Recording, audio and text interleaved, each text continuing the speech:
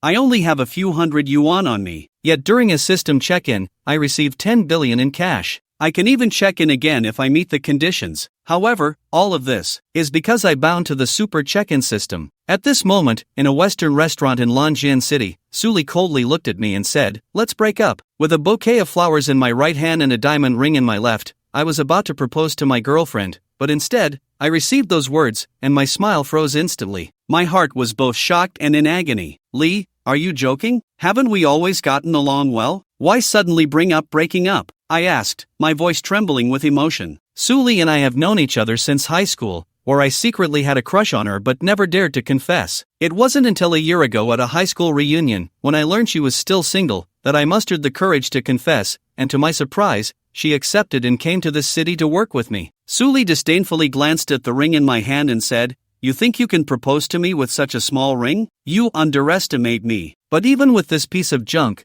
your wallet must be nearly empty. Last time, I wanted a touch-up bag worth tens of thousands, and I begged you for a long time, but you refused to buy it. Meanwhile, someone else casually bought a limited edition worth nearly 100,000. Pointing to her beige handbag, she said, "How long would you have to work to afford this bag? Just the down payment for a house in this city would take you years to save up for. You don't even have a car now. So, instead of living a mediocre life together, let's part ways amicably." Her words pierced my heart like sharp thorns. I tried to plead, "You're right, but I believe that with my own efforts, I will surely do well in the future." Suli just chuckled and said, "Don't joke around. Your family is poor and you have no connections. Even if you work hard your whole life, what difference will it make?" With that, she turned and left. There wasn't a trace of reluctance. I stood there, stiff as a wooden post, and after a long time, my tightly wound heart slowly began to relax, but it was still filled with disappointment and anger. I had already noticed Suli's changes. She had become vain and increasingly indifferent towards me. Yet, I had always believed that our love was steadfast, until this moment when I finally woke up. It turned out this was all my one-sided wishful thinking. I slowly came to terms with it.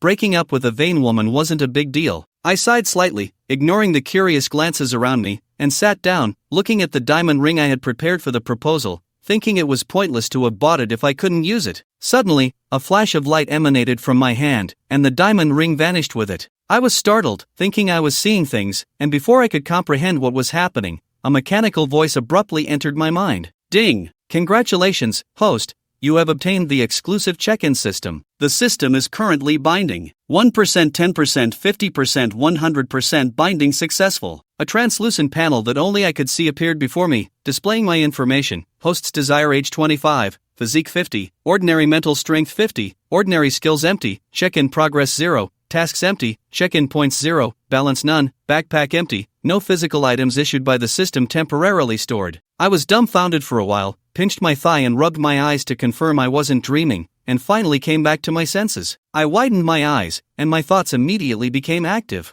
I wasn't dreaming. I had a system too. This was better than winning the lottery by countless times. What girlfriend, what Suli, at this moment, they all seemed so insignificant. After a long time, my excited emotions calmed down a bit. I thought about the mysteriously disappearing diamond ring and speculated that it might have been the reason for binding the system. Perhaps that ring had an extraordinary origin and I had unknowingly bought it from a jewelry store. I carefully looked at the word check-in on the system panel, filled with curiosity. 1 million? I exclaimed, shocked that a single check-in would cost 1 million. I felt like the system had scammed me. As a small company employee, my monthly salary was only around 10,000. In this expensive provincial city, after deducting monthly expenses and rent, I hardly had any money left, especially after dating Suli, where nearly half of my salary went to her. Now, my savings were only a few hundred yuan, likely not even enough for rent. Where am I supposed to find that? I thought about the money I had spent on Suli and felt a pang of pain. Just then, the mechanical electronic voice of the system rang out again. Ding, host, because you just bound the system, you are entitled to one check-in opportunity. You can refresh to check in. I felt a surge of joy.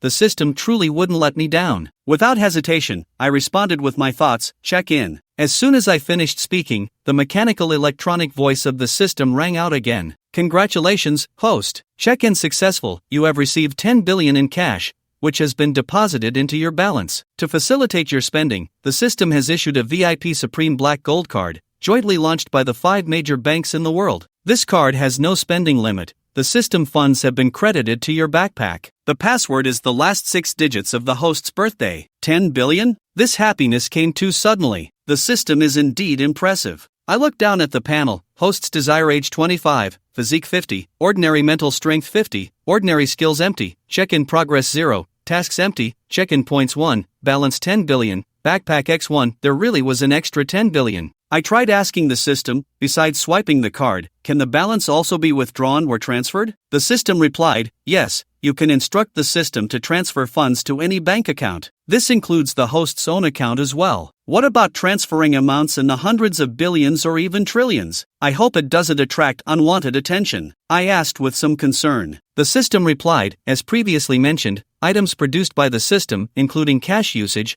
will not attract any scrutiny. I breathed a sigh of relief and then asked how to retrieve items from the system's backpack. The system answered, the host can directly issue commands to open the backpack and retrieve specified items. However, once taken out, they cannot be returned to the system backpack. I stroked my chin and after a moment of thought said, then system, please take out the bank black gold card from the backpack. The system prompted, ding. The item from the backpack has been delivered to the host's hands. I felt something materialize in my hand and picked it up to find a glossy black card with golden text and embossed patterns. This was the supreme card from the 5 major banks in the world, the highest level of bank card. I proudly looked at it, admired it for a moment, and then carefully tucked it into my pocket. I stroked my chin again and said to the system, then transfer 10 million from my balance to my bank account to see if it's real. You should know my bank account. No need for me to say anything. I still feel this is all unreal, so I want to withdraw some money to my bank card to be absolutely sure I'm not dreaming. The system replied that the withdrawal was successful, and shortly after, I received a notification from the bank that the money had arrived. I looked at the text message on my phone. The Longsha commercial bank account ending in 3373 completed a UnionPay transaction at 10 a.m. on the 20th, amounting to 10 million yuan, with a balance of 10,850 yuan. After staring at the message for a while, I couldn't help but smile widely, feeling extremely happy. The nearby people looked at me in confusion, having just witnessed the scene where Suli and I parted ways. I composed myself and asked the system if that last check-in counted. I can check in again today, right? The system replied that this check-in was the host's first successful binding to the system and was considered special courtesy. This does not count towards the daily limit of 1 check-in. As long as the host meets the check-in conditions today, they can check in again. After hearing the system's prompt, I began to think about what to buy. I needed to spend at least 1 million yuan. I also remembered that since dating Suli, I hadn't sent any money to my parents, which made me feel guilty. So, I made over 100,000 yuan using online banking and thought about transferring 2 million to that familiar bank account, but I couldn't find a good explanation for it. Then I asked the system if I could transfer money to my parents like I did earlier. If I transfer enough to reach 1 million, can I still check in? The system replied that it wouldn't count. The money must be spent, such as on purchasing daily necessities or assets. I nodded. This response was within my expectations. I no longer looked at the system panel and closed it with my thoughts. As noon approached and my stomach growled, I instructed the waiter to order a large Western meal. Halfway through, my phone rang. It was my mother, Chenlon, who had just seen the notification from the bank about the cash deposit and was puzzled for a while before realizing it was about me. I spent a lot of effort explaining, using the old excuse that I had won a huge prize from a lottery ticket I bought last year and was now using that money for business, which earned me a lot more. I rambled on until I finally got Chenlon to stop questioning me, though I wasn't sure how much she believed me. Later, my usually quiet father also expressed concern. When it came to my girlfriend Suli, I answered truthfully, and my mother offered some comforting words. I had just hung up the phone. After finishing my meal, I walked out of the Western restaurant. The streets were bustling, and as I looked at the towering skyscrapers around me, I felt enlightened. As a young man with dreams, my aspirations ranged from buying a house and becoming a boss to getting a new car and the latest phone. Now, none of these seemed like issues. However, my top priority was to pick up a car from the dealership. Having a mode of transportation would make everything more convenient. Since I got my driver's license, I've always wanted to own a car. So, I hailed a taxi and instructed the driver to take me to the nearest car dealership. After he acknowledged my request, the car set off. After passing through several traffic lights, we arrived in under 20 minutes at a complex dedicated to automotive sales and services. After paying the fare, I walked into the complex, where there were several dealerships of different car brands. Some focused on a single brand, while others offered multiple brands. I finally stopped in front of the largest and most luxurious dealership, Daewoo luxury cars. The decor of this place was quite distinctive, with 4 floors and a spacious layout. They didn't just sell a single brand but offered a variety of luxury cars, including sedans, sports cars, business vehicles, and SUVs. After taking a glance, I walked inside. Once inside, I saw the entire hall filled with shiny luxury cars of different models and colors, dazzling to the eyes. At that moment, a familiar voice called out, "Hey, isn't this Chinyu? What brings you here?" I turned to see a tall woman in a short black skirt uniform looking at me. It was Bai Xiaoye, Su Li's roommate and close friend. I didn't have much fondness for her. She was quite snobbish. When Su Li and I were together, I often faced her derision. She frequently whispered to Su Li that if she were to find a man, he should be wealthy and not someone like me, who appeared poor. Perhaps Su Li's transformation had something to do with this woman. "Of course, I'm here to buy a car. Is that a problem?" I replied. "You're here to buy a car?" Bai Xiaoye chuckled. "Are you sure you're at the right place? None of the cars here are under 100,000. Can you even afford that?" At that moment, a somewhat short and plump female sales associate approached and asked, "Xiaoye, do you know this person?" Bai Xiaoye introduced with a somewhat condescending tone, "Wang Jia, this is my best friend's boyfriend, a poor loser. Just look at his cheap clothes. You can tell he has no money. Anyway, just ignore him to avoid wasting time." The sales associate named Wang Jia nodded, snorted, and then turned away after whispering a few words to Bai Xiaoye. "With your spending ability, how could you possibly buy a car here? You're just here to stroll around and look at luxury cars. You'd better leave. This isn't a place for you." Bai Xiaoye disdainfully tossed this remark before ignoring me and turning to greet a portly middle-aged man who had just entered. "Mr. Li, you're here. Are you here to look at that car from last time?" I felt a wave of irritation, thinking, I really am here to buy a car. What do you mean I can't buy a car here? This is just as much my place as anyone else's. This woman really has a narrow view of people, but thankfully, she left, and I could finally enjoy some peace. I wandered alone in the exhibition hall, walking around and stopping frequently, looking at many cars, Mercedes, Porsches, Rolls-Royces, Bentleys, and more. Yet, none seemed to match my ideal. They all felt lacking in some way. Maybe it was because I was dressed too ordinarily. So far, no sales associates had approached me. A few were chatting at the front desk, including the short, plump woman named Wang Jia. I looked around, hoping to find a sales associate to ask, but noticed they all kept their distance from me. Just then, a young woman in her mid-20s came down from the second floor and saw me. She was Chen Yan, a new sales associate who had just joined the dealership last month. Being new, she didn't get to serve premium clients and often just helped out by serving tea. In a month, she had only sold one car, and it was the most basic model. Seeing me standing there while the older employees showed no interest in assisting, Chen Yan approached me and asked, "Sir, is there anything I can help you with? I can introduce you to any type of vehicle you want." She politely stood in front of me. I had come to this dealership, and although they hadn't sold many cars, I had picked up a lot of automotive knowledge, especially about the models on display. When she approached, I took note of her. She was attractive, with a sweet voice that made her seem pleasant to be around. "Yes, I do want to buy a car. Could you help me with that?" Upon hearing this, Chen Yan's interest piqued, and she asked, "What kind of car are you looking for? Do you have any specific preferences?" I shook my head. I had looked at the cars here and found them too ordinary, not meeting my expectations. "Do you have any higher-end models? I came here mainly to spend money to complete the system's check-in task. The more I spend, the better the quality of the check-in, which means the more expensive the car, the better it is. Naturally, I wouldn't be interested in these cars." "Ordinary?" Chen Yan exclaimed. "You should know that the cars displayed here start from several $100,000,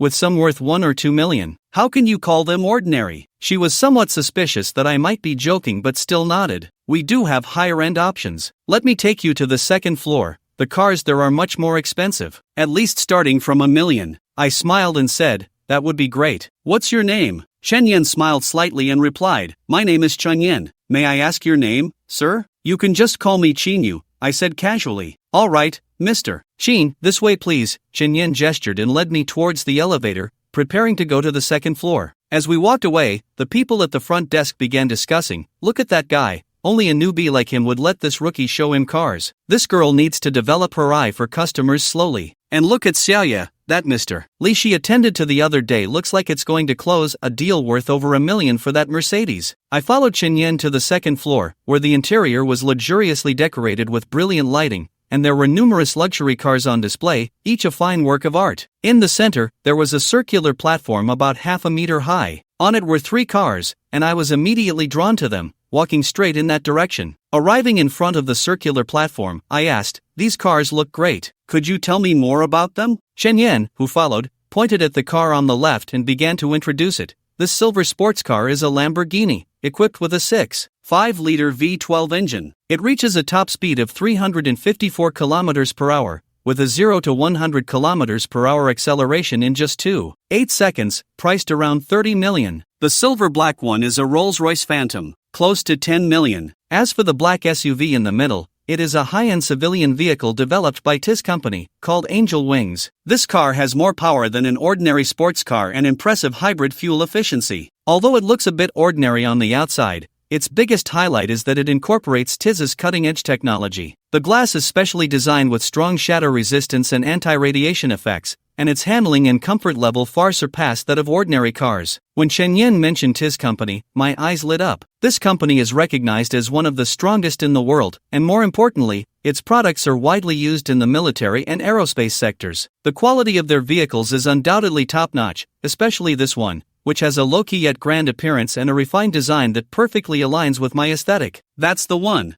I pointed to the Angel Wings and confidently said, "I want this car." While Chen Yan continued to introduce the car's features, she suddenly realized, "Wait, Mr. Sheen, you want to buy this car?" She asked in disbelief. "Are you sure you want to buy that car? Do you know how high its price is?" She seemed a bit excited. "It's fine, the higher price doesn't matter. Just get this one," I said nonchalantly. I had nearly 10 billion in cash, so why not splurge a little? I thought to myself about how in Chen Yan's eyes, buying a car worth around 1 million might seem extravagant, but this Angel Wings costs a staggering 89 million. Even with a discount of a million or two, plus other fees, the final price would likely exceed 100 million. Who would spend that much on a car when they could invest it in business or buy a villa? But isn't that appealing? However, this car had a different significance for me. It wasn't just a car, it was key to completing my system check-in task. Thinking of this, I smiled faintly and pretended to be casual as I said, "Alright. Although this price is a bit lower, it's still acceptable." Chen Yan was clearly stunned by my words. She was speechless for a moment before finally responding, "Mr. Sheen, do you really intend to buy this car?" Her voice trembled, reflecting a mix of excitement and nervousness. I reassured her, saying, "Don't rush. I really do want to buy this car,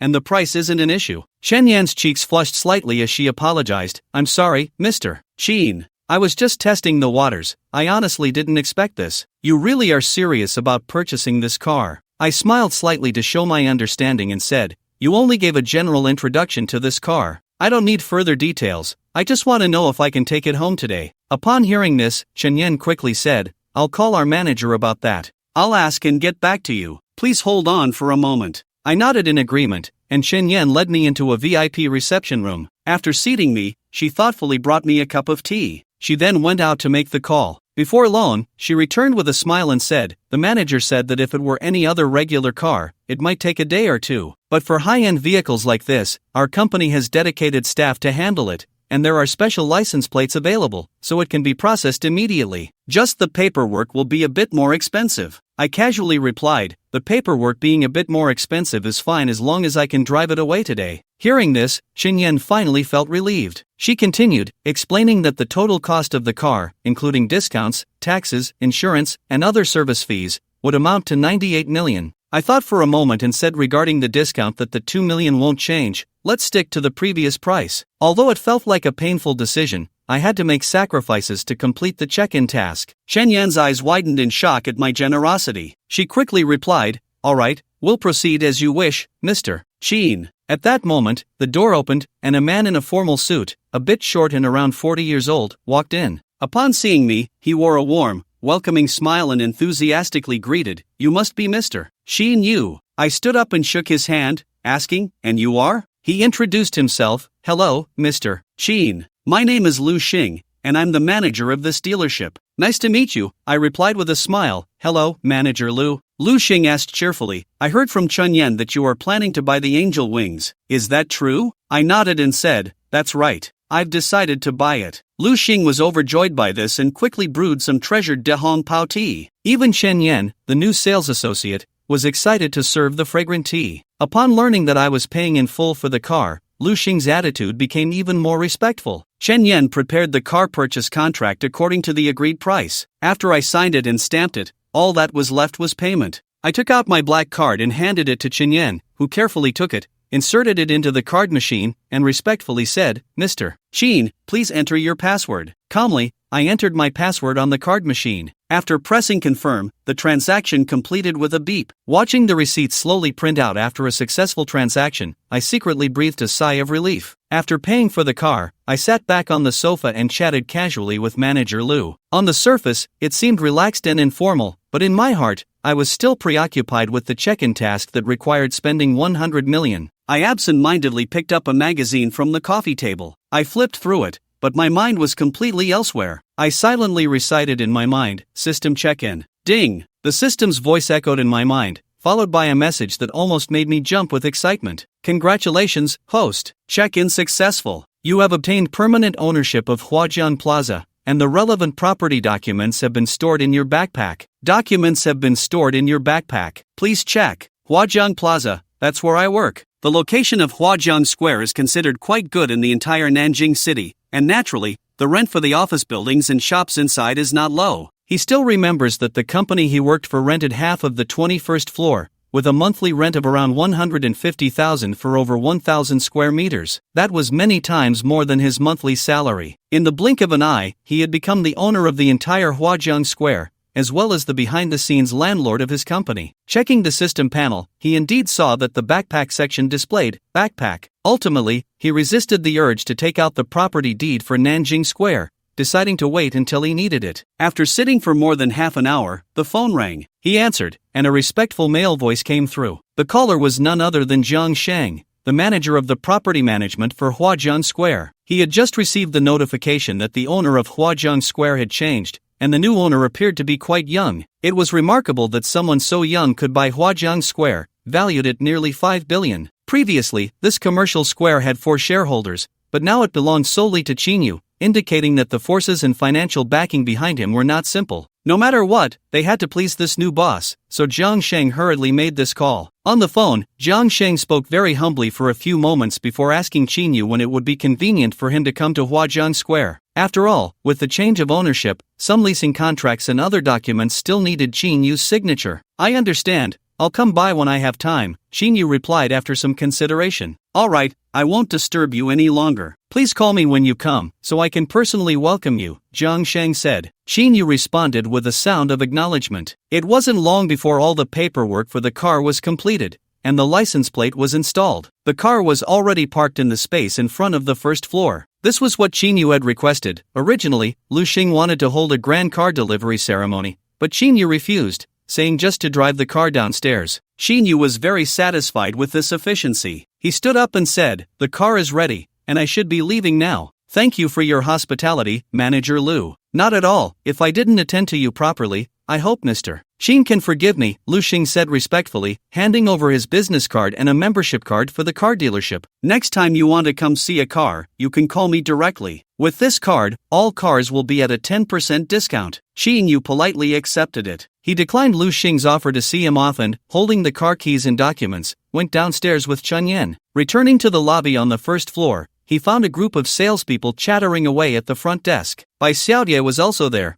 and she looked a bit surprised to see Qinyu again. "Qinyu, I thought you had left. I didn't expect you to still be here. You really dare to come here and wander around without money," she said. Qinyu's expression darkened at her words. Being belittled in front of others was unpleasant for anyone. He retorted, "This place isn't yours. I can come and go as I please. It has nothing to do with you. You should know that you're just a car salesperson. Treating customers like they're gods, is this how you speak to your gods? You. Bai Xiaoye was furious, not expecting him to disregard her so openly, especially since he was her best friend's boyfriend. She had long looked down on Qinyu, a poor guy. Among all the men she knew, none were worse than him, yet Suli had taken a liking to him. "I have no right to manage you, but you're just a broke worker, pretending to be something you're not here." A woman named Sister Wang, standing nearby, deliberately chimed in, asking Chen Yan, "You've been looking at cars with this gentleman for so long. Tell us, which car did you buy? It wouldn't be that you're going back to think about it again, would it?"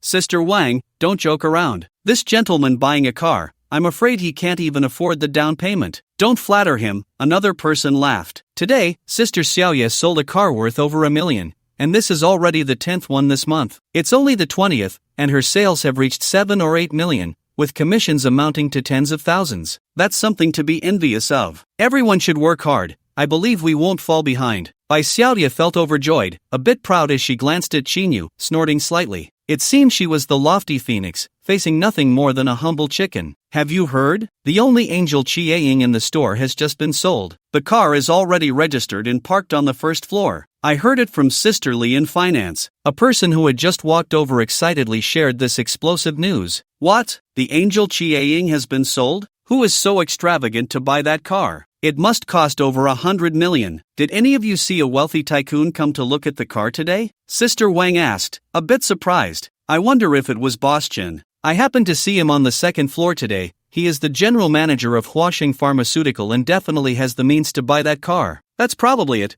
The person who bought that car must be Boss Chen, someone confidently stated. Bai Xiaoye became interested and asked, do you know which colleague sold that car to Boss Chen? I heard the manager was also present, so it might have been sold directly through the manager. A male salesperson said enviously, if this deal had fallen into my hands, that would have been great. I would be satisfied even if I only sold one luxury car this month. Someone joked, come on, just think about it, don't get your hopes up. Hearing the conversation suddenly shift to something related to him, Qinyu's expression turned strange as he exchanged glances with Chen Yan. Shaking his head, he decided to let these people discuss it. He was about to walk outside. By the way, Chen Yan, weren't you on the second floor the whole time? Did you see if that angel Chiaying was really bought by Boss Chen? Sister Wang suddenly remembered and asked Chen Yan. Chen Yan was also about to leave, but paused at the question. Looking at Qinyu and seeing he didn't seem to mind her speaking, she turned back to the curious eyes and said a bit shyly, well, actually, it wasn't Boss Chen who bought it. It wasn't Boss Chen? Then who could it be? Everyone looked surprised. The person who had just mentioned the sale of the angel Chiaying suddenly remembered something and exclaimed, I just recalled, actually, I heard from Sister Lee that the salesperson who sold the angel Chiaying was Chen Yan. I got too excited earlier and forgot about it. Chen Yan. Bai Xiaoye was astonished. Sister Wang was dumbfounded. Then, one by one, incredulous gazes turned to Chen Yan. So it was you who sold that car? Sister Wang came back to her senses and asked, why didn't you say so earlier? We discussed it for so long. Chen Yan could only point at Qinyu. Actually, it was this Mr. Qin who bought the car in full. This statement was like a thunderclap, echoing in everyone's hearts. Only then did they realize that this seemingly ordinary man was actually a super rich person, casually spending over 100 million on a luxury car. The fools were themselves. The salesperson who had mocked Qinyu earlier regretted it deeply at that moment. A few people were even secretly lamenting, as Qinyu had stood in the hall for a long time today looking at cars, yet no one had gone to attend to him. They not only saw him but also laughed at him a few times. Thinking about that car costing around 80 to 90 million, the commission would be nearly $1 million. If anyone had approached him then, that commission would have been theirs. Sister Wang looked frustrated. A commission of over 100,000, such a high commission, was truly rare even in a store that primarily sold high-end cars. I really want to slap myself. How could I have been so gullible when Qinyu just walked in and believed Bai Xiaoye's words, especially after offending this wealthy man just now?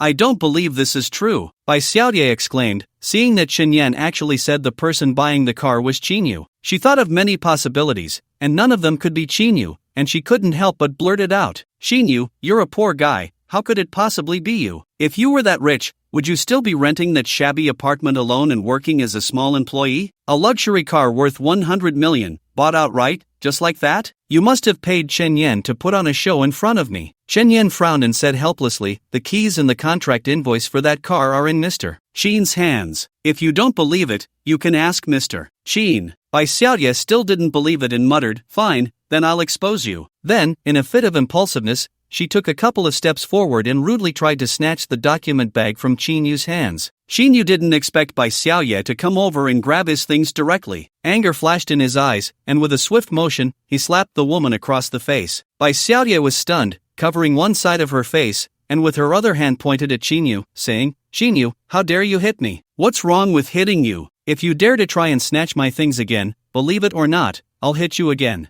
You started it, and I'm just defending myself. If it comes to a real fight, who's afraid of whom? Qinyu said expressionlessly, but inside he felt quite pleased. The people nearby were dumbfounded, but no one spoke up, and no one came to Bai Xiaoye's aid. Of course, if Qinyu hadn't just bought a luxury car worth 100 million at the car dealership, it would be a different story. These people weren't stupid, they could see that what Chen Yan said was definitely true. Bai Xiaodia seemed to be awakened by that slap and slowly calmed down. After thinking for a moment, she not only didn't lash out at Qinyu but instead lowered her head and softly said, "I'm sorry, I was too impulsive just now. It's good that you know you were wrong." But, Qinyu's eyes shifted. "If you want to see this document bag, what's stopping me from showing it to you?" Saying this, he handed over the document bag. Everyone has a sense of vanity. He also wanted to see the look of regret on this woman's face. Bai Xiaodia was taken aback but still took it and opened it to take a look. She saw the spare car keys, as well as the car's green book and invoice, all in Qinyu's name. She felt bitter in her heart, realizing at that moment that the person in front of her was her best friend's boyfriend,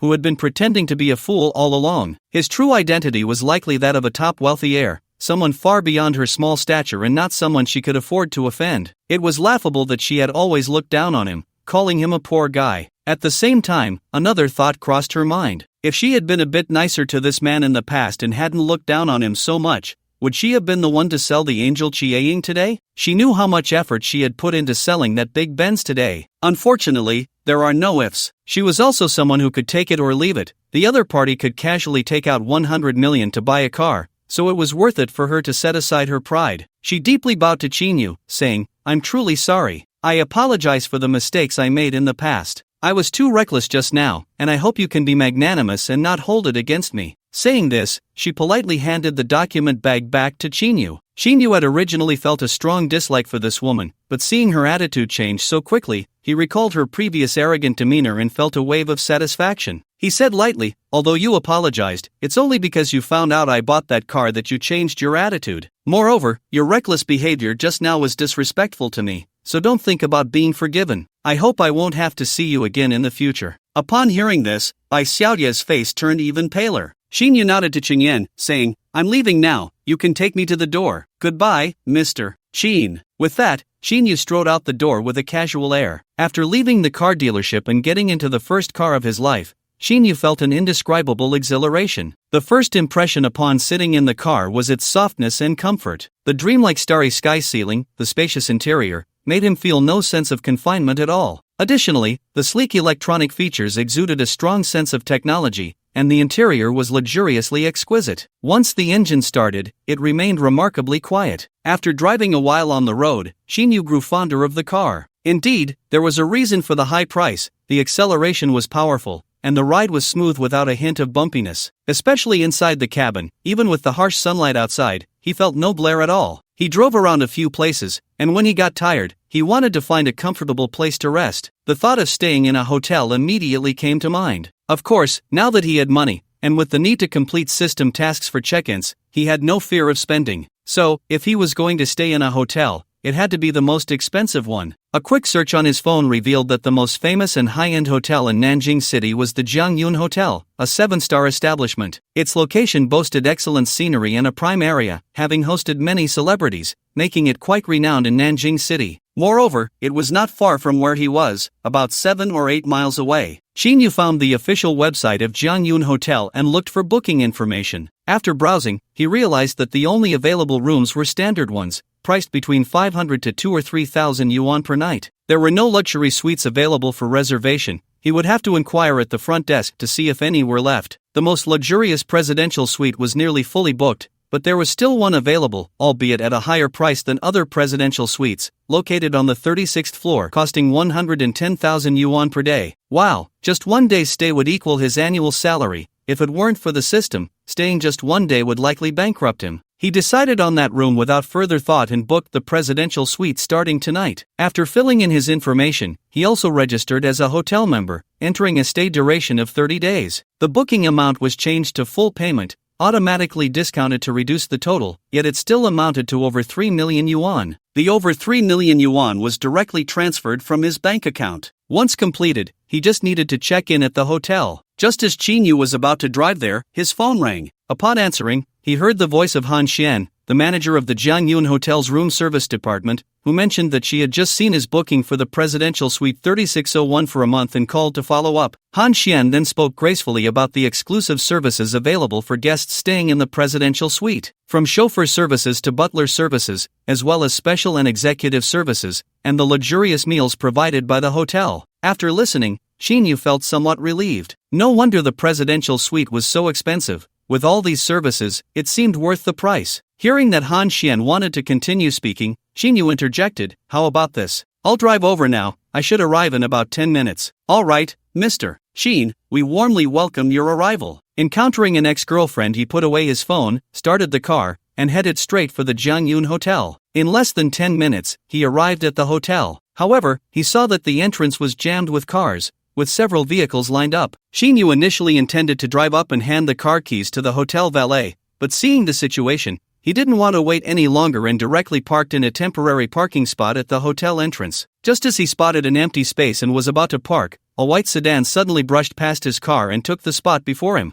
Just a little more, and the two cars would have collided, and he had even stolen the parking space he was about to pull into. Xinyu felt quite displeased. His good mood seemed to have been ruined in that moment. He glanced at the white BMW, feeling like he had seen it somewhere before, but couldn't recall where. Not wanting to dwell on it, he continued to park in another space not far away. After getting out of the car, he walked towards the hotel. "Hey, bro, sorry about earlier. I didn't notice you were also trying to park in that spot." A young man in a suit got out of the white BMW, a mix of apology and smugness on his face as he smiled at Xinyu. Xinyu stopped in his tracks, his expression turning cold as he sensed the man's arrogance. "It's nothing, but your eyesight seems pretty poor. Why not go to the hospital for a checkup?" The young man's smile froze, and his expression gradually became serious. "Bro, that's not a nice thing to say. Is it really worth getting worked up over a parking space?" At that moment, a graceful woman got out of the passenger seat of the BMW, staring at Xinyu in disbelief. "Xinyu, is that you?" Upon hearing that voice, Xinyu felt a wave of familiarity. It was his ex-girlfriend, Suli, whom he had just broken up with today. Following the sound, he indeed saw Suli stepping out of the car. What a pair of dogs! Xinyu secretly cursed.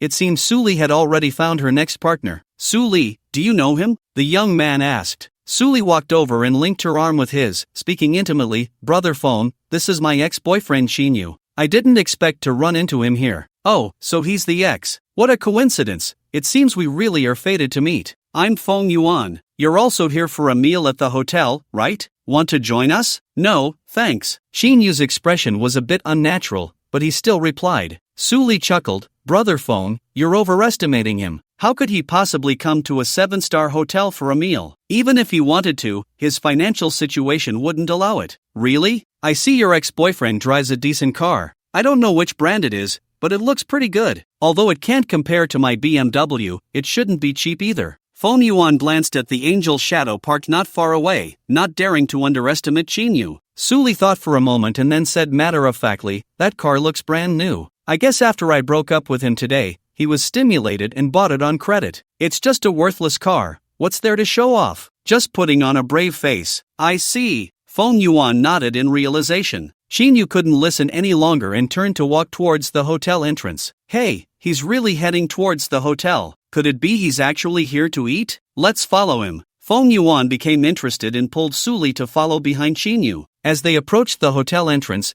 they saw a woman in a hotel manager's uniform, around her 30s or 40s, standing at the door, looking expectantly. "Hey, isn't that manager Han Xian from the hotel's housekeeping department? Who is she waiting to welcome?" Feng Yuan recognized Han Xian. He had been to this hotel a few times and had a good impression of her, so he blurted it out upon seeing her at the entrance. "The housekeeping manager? That's a manager of a department in a 7-star hotel. Generally, a guest wouldn't be worthy of her greeting. Could it be a client staying in the presidential suite?" Suli also became interested. She had long admired the idea of staying in a presidential suite, but she knew the price for even a day was exorbitant, especially in a 7-star hotel, where the cost would be shocking. Even if someone is staying in the presidential suite, it wouldn't warrant Manager Han coming down to greet them. Only someone of significant status or a very high-level wealthy person would receive such treatment. "Of course, I actually know a few people like that," Feng Yuan said with a hint of pride. "Then, when can Brother Feng take me to meet such a person?" Suli immediately became interested. She glanced at Xinyu, who was nearing the hotel entrance, and thought with pride, "Luckily, I broke up with such an ignorant bumpkin. Compared to Feng Yuan, he is simply the difference between clouds and mud. No problem, as long as you serve me well, my dear, I will naturally take you there." "Huh?" Feng Yuan felt quite pleased, but at that moment, he saw Xinyu just arriving at the hotel entrance,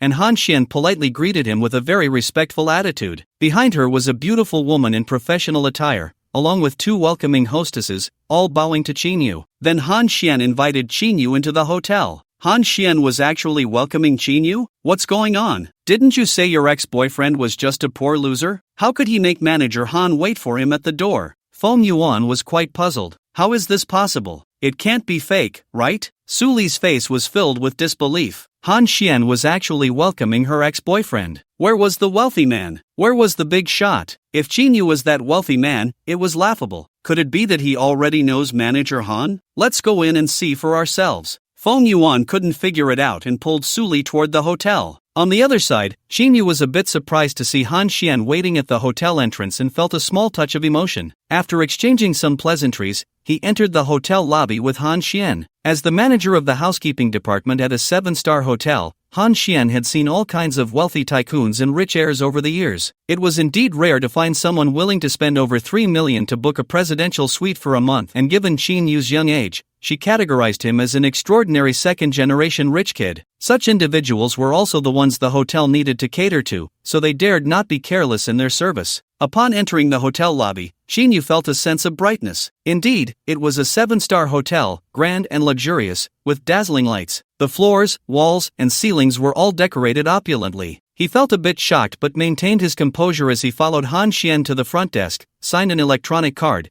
and confirmed his successful check-in to the 7-star presidential suite. Han Xian pointed to a beautiful woman in a hotel uniform who was following them and introduced, Mr. Qin, this is your dedicated service manager, Tang Qin. Su Li was astonished. Tang Qin stepped forward and slightly bowed, saying, Hello, Mr. Qin. I am very pleased to be your service manager for the presidential suite. Hello, I will trouble you in the future, Chinyu said, his eyes involuntarily assessing the beauty before him. Her skin was as white as snow, her figure graceful, with a delicate oval face and clear, lively eyes. He felt a small ripple in his heart. This woman's looks could easily outshine Su Li by 2 streets. Not a trouble at all, Mr. Qin, you are too polite. Tang Qin smiled slightly, handing him her business card and saying that he could call her for anything, and she would provide the most professional and thoughtful service. Chinyu thanked her and took the business card. Mr. Qin, I will now take you to your presidential suite, Tang Qin said. Chinyu nodded, said a word to Han Xian, and followed Tang Qin toward the elevator. Arriving at a very high-end looking elevator, Tang Qin took out an electronic card and swiped it,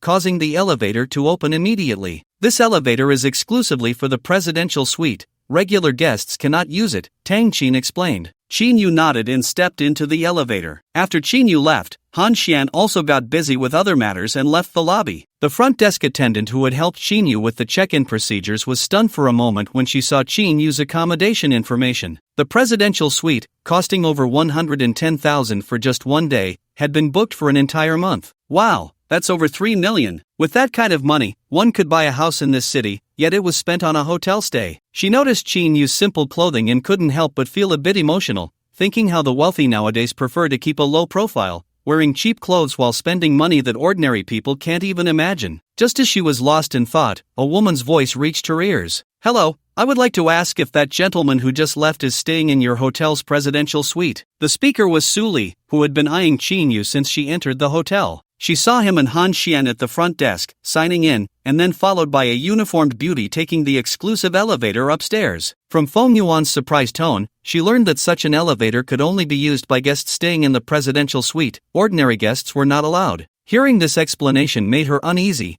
and she hurried to the front desk to inquire. The front desk attendant glanced at Su Li and smiled professionally. Yes, Mr. Qin is indeed a guest in our hotel's presidential suite. May I help you with something? Su Li was momentarily at a loss for words, mumbling, No, it's nothing, I was just asking. Feng Yuan, who arrived shortly after, was not surprised at all and said to Su Li, It's just a presidential suite, it's not a big deal. I suppose he's just staying in a room that costs a few thousand a night. Presidential suites can be expensive, but there are also cheaper ones. Darling, it's just a presidential suite. If you want to stay, I can arrange it now. After we finish dinner, we can check into the hotel together. It's perfect. Su Li, who had been feeling down, instantly perked up and smiled charmingly. Brother Feng is the best. I knew that Chinyu could never compare to you. Feng Yuan pinched Su Li's smooth chin, feeling a thrill, and laughed. What's a little money? As long as you're happy. He then turned to the front desk attendant and asked with a smile, Do you have any presidential suites available? The front desk attendant looked at the two with a somewhat incredulous expression and replied straightforwardly, I'm sorry, all presidential suites are currently fully booked. There was one room available for 111,000 a night,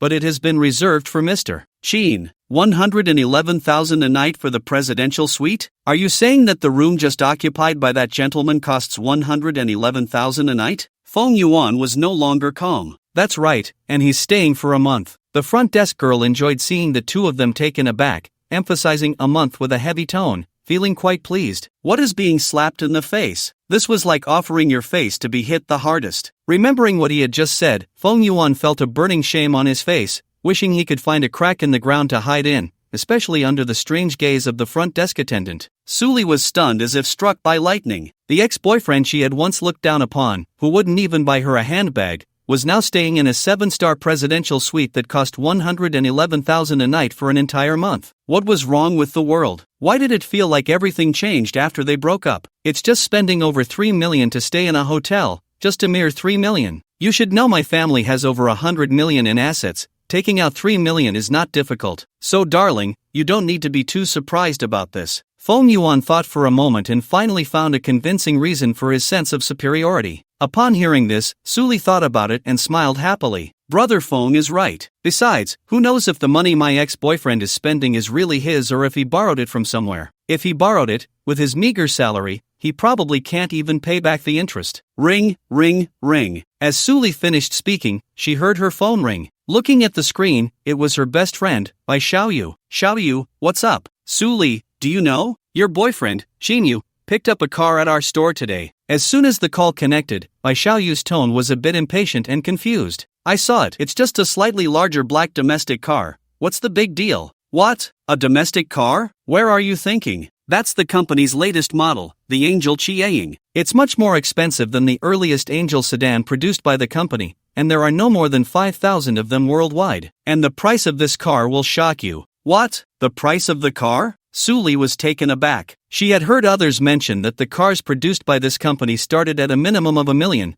especially the models that reached 10 million. Xinyu could actually afford such a car. But thinking about how he had just rented a presidential suite for a month, she felt 8 parts convinced. With some trepidation, she asked, so how much did he spend on this car? A full 100 million. Congratulations, Suli. I never thought your boyfriend was so wealthy. I used to have poor judgment, looking down on people. You must hold on tight to your boyfriend. He's definitely a super rich heir, just pretending to be poor before. You really have good taste. Hey, are you listening, Suli? As Suli listened, she could no longer bear it. From shock, her heart began to ache, and Bai Xiaoyu's words kept flashing in her mind. 100 million luxury car, rich heir. With so much money, if it were said to be borrowed, that would be impossible. Ordinary people can't just borrow 100 million. When Feng Yuan saw Suli on the phone, looking somewhat lost, he couldn't help but ask, what's wrong? What are you talking about? 100 million, rich heir. Suli glanced at Feng Yuan and smiled bitterly. It's just the price of the car my ex-boyfriend drove. You can't be telling me that the car he drove just now costs 100 million. Yes, how is that possible? I know supercars can have such prices,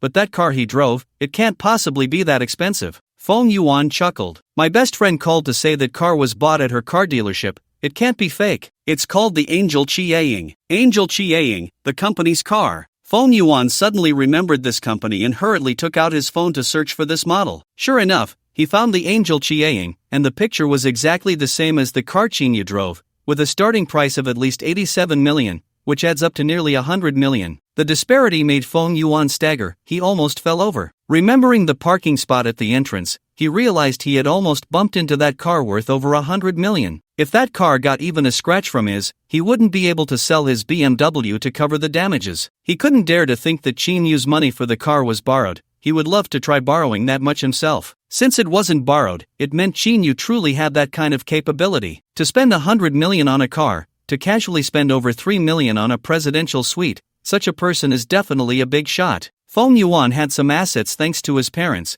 but all his assets combined wouldn't be worth even one of Xinyu's cars. Faced with someone he had to look up to, he feared that the other party could crush him with just a flick of a finger. With such a gap, how could he compare? And yet, he had so boldly taken the other party's girlfriend, it was simply courting death. Thinking of this, Feng Yuan felt a chill run down his spine as he looked at Suli, as if he were staring at a bomb that could explode at any moment. All he could do now was to stay far away from this woman. Brother Feng, what's wrong with you? Suli noticed that Feng Yuan's expression was somewhat unusual, so she asked, I'm sorry, I suddenly remembered I have something to do, so I won't go to dinner. Let's go another day. I'm leaving now, bye. Feng Yuan didn't respond to Suli and abruptly said this. After speaking, without waiting for Suli to react, he seemed to slip away like oil under his feet, rushing out of the hotel, leaving Suli standing there alone, bewildered. After a moment of shock, Suli also ran out of the hotel, only to see Feng Yuan's BMW speeding away from the hotel. Suli was even more stunned. She never imagined that Feng Yuan would act this way, avoiding someone he couldn't handle, faster than a rabbit. Thinking of her ex-boyfriend Qinyu, after all these years, she had never realized he would become a top wealthy man. At this moment, Suli looked regretful and melancholic. If she hadn't broken up with him today, wouldn't she have become a wealthy lady? Endless regret filled her entire being. Suddenly,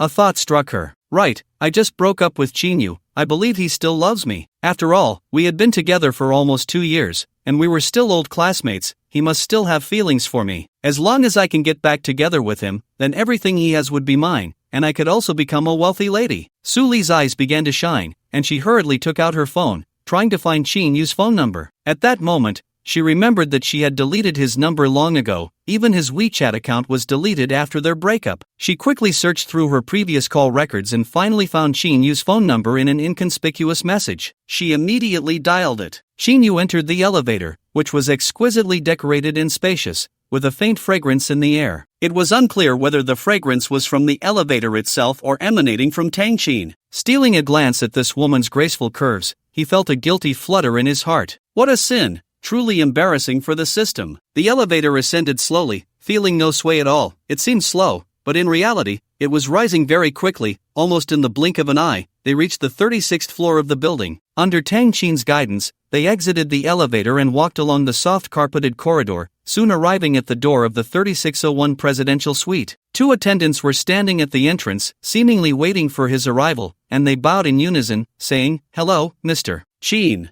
Then, at Tang Qin's gesture, the 2 slowly pushed open the door to the presidential suite. Upon entering, the first impression was that the space inside was enormous. Just the foyer alone was over 200 square meters. The level of high-end luxury in the decor was unimaginable before Qinyu stepped in. To sum it up in one sentence, it was blinding to his eyes. After finally calming his emotions, he followed Tang Qin to tour various areas of the suite. The foyer had a sitting area, a bar, a wine cellar, and even a private kitchen. Then there was the living room, study, an oversized master bedroom, and a guest room. Further back were a gym, a sky garden, a temperature-controlled swimming pool, and even a small sauna room, everything one could wish for, leaving Qinyu somewhat dumbfounded. Especially when he heard Tang Qin explain that some pieces of furniture cost over 100,000, and those toiletries were from big brands like Hermes. Just the bedding in the master bedroom was worth over 200,000. Qinyu looked around with appreciative eyes, then returned to the foyer and sat down on a chair worth over 80,000. Just then, his phone suddenly rang. He opened it to see that it was Suli calling. He paused for a moment but still answered. "Qinyu, I was wrong before. I thought about it seriously and realized you treat me the best. I just broke up with Feng Yuan, let's get back together." Hearing the voice on the other end,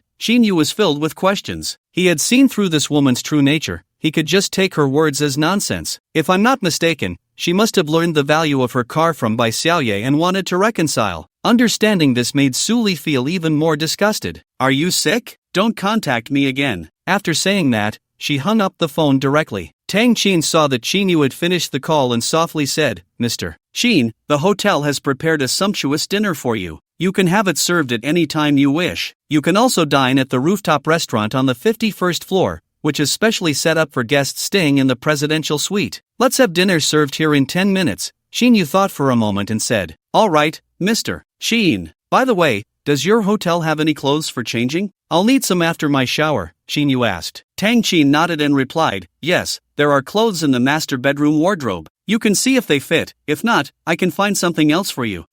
That's all. I'm going to take a shower now. Just arrange dinner for the time I mentioned," Qinyu said with satisfaction. Just a moment ago, he almost blurted out a question about whether Tang Qin, as his personal service steward, offered a bathing service for guests. "Yes, dinner will be delivered to you on time," Tang Qin replied. Qinyu nodded and got up to walk toward the master bedroom. Upon entering the master bedroom, he opened the antique wooden wardrobe standing against the wall. There weren't many clothes inside, but they included a variety of styles: suits, casual wear, pajamas, underwear, and so on. Another section contained women's clothing, and seeing the colorful dresses made him indulge in some fanciful thoughts. Should he invite a few young ladies to serve him and find a few uniforms? Shaking his head, he dismissed those inappropriate thoughts and picked out a set of casual clothes to head to the bathroom. After showering, dinner was just being delivered. Two attendants who had been waiting at the door pushed two dining carts into the living room, unveiling the food boxes and serving the dishes one by one on the dining table. There were a total of 8 dishes: a fruit platter, a mixed stew, chicken soup, steak, roasted fish, blood duck, and vegetarian dishes, all served in small portions. They looked exquisite, though each plate didn't hold much,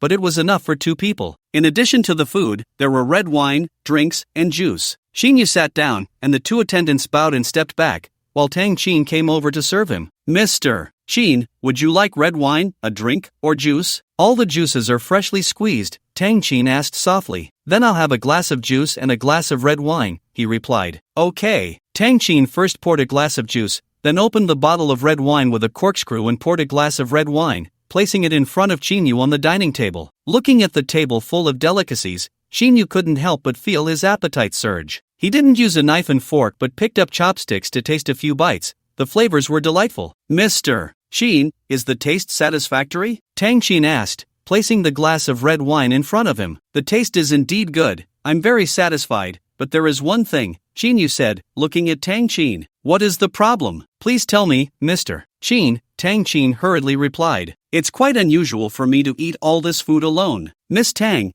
could you sit down and have dinner with me?" Chinyu smiled. Tang Chin was top-notch in both figure and appearance, and sharing dinner with such a beauty was definitely a pleasure. "Thank you for the invitation, Mr. Chin, but I still have to serve you, so I can't join you." "That wouldn't be appropriate," Tang Chin politely declined with a smile. "What do you mean by appropriate? Aren't you here to serve me?" "Having dinner with me is also part of your service, so sit down," Chinyu said firmly. "Well, all right then." Tang Chin secretly glanced at Chinyu and, no longer insisting, agreed. After all, as a personal service steward for the presidential suite, it was essential to do her best to meet the client's requests. Moreover, eating here is definitely better than having a work meal in the cafeteria. That's more like it. Pour yourself whatever you like, don't be shy. "Okay." Tang Chin served herself a set of bowls and chopsticks, poured a glass of juice, and sat down next to Chinyu. As Chinyu ate, he made small talk with her. At first, she seemed a bit reserved in the dining room, but as they chatted, she relaxed, her expression became more natural, and she even laughed a little. Through their conversation, Chinyu learned about some of Tang Chin's experiences.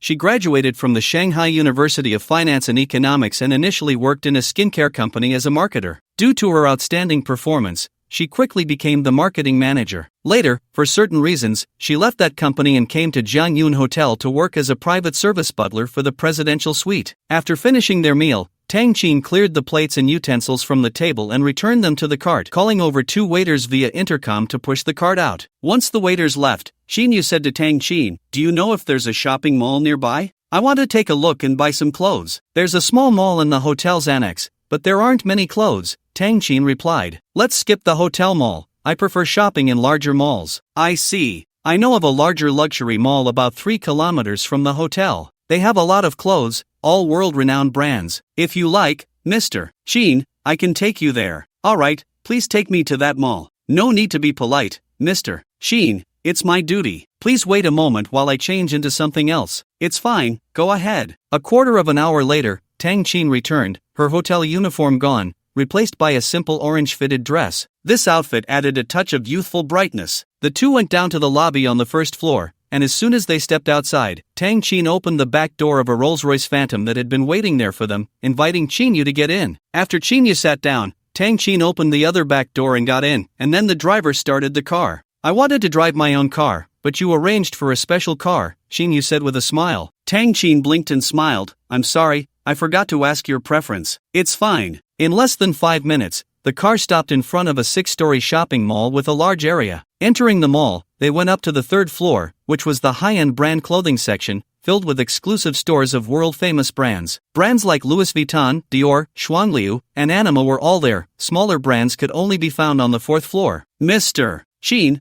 what brand of clothes are you looking to buy?" Tang Chin asked. Shinyu didn't care much about that. He pointed to a well-decorated anime store in front of them. Let's go into this one and take a look. After saying that, he walked towards the store. Welcome, a young female sales assistant at the entrance greeted them with a polite smile. She then asked, what can I help you with? Shinyu replied straightforwardly, we're just browsing. We'll buy if we find something we like. Alright, I won't disturb you then. In the past, when Shinyu entered a clothing store, he had to be very frugal, often spending a long time without picking a single item. It was mainly because he wanted clothes that looked good, were reasonably priced, and fit well. Now, he didn't have to worry about the price. He could just buy whatever he liked, feeling relaxed and comfortable. As they walked through the store, whether it was pants or jackets, he picked up anything he liked, selecting several pieces of clothing in a row. Tang Qin was very competent in helping him pick out clothes. She knew that since Shinyu could spend over 3 million on a hotel stay, he certainly wasn't short on money. Seeing him buy clothes without even glancing at the price tags, she secretly stuck out her tongue in surprise when she accidentally saw a price tag marked at 30,000 yuan, feeling speechless. After picking out some clothes,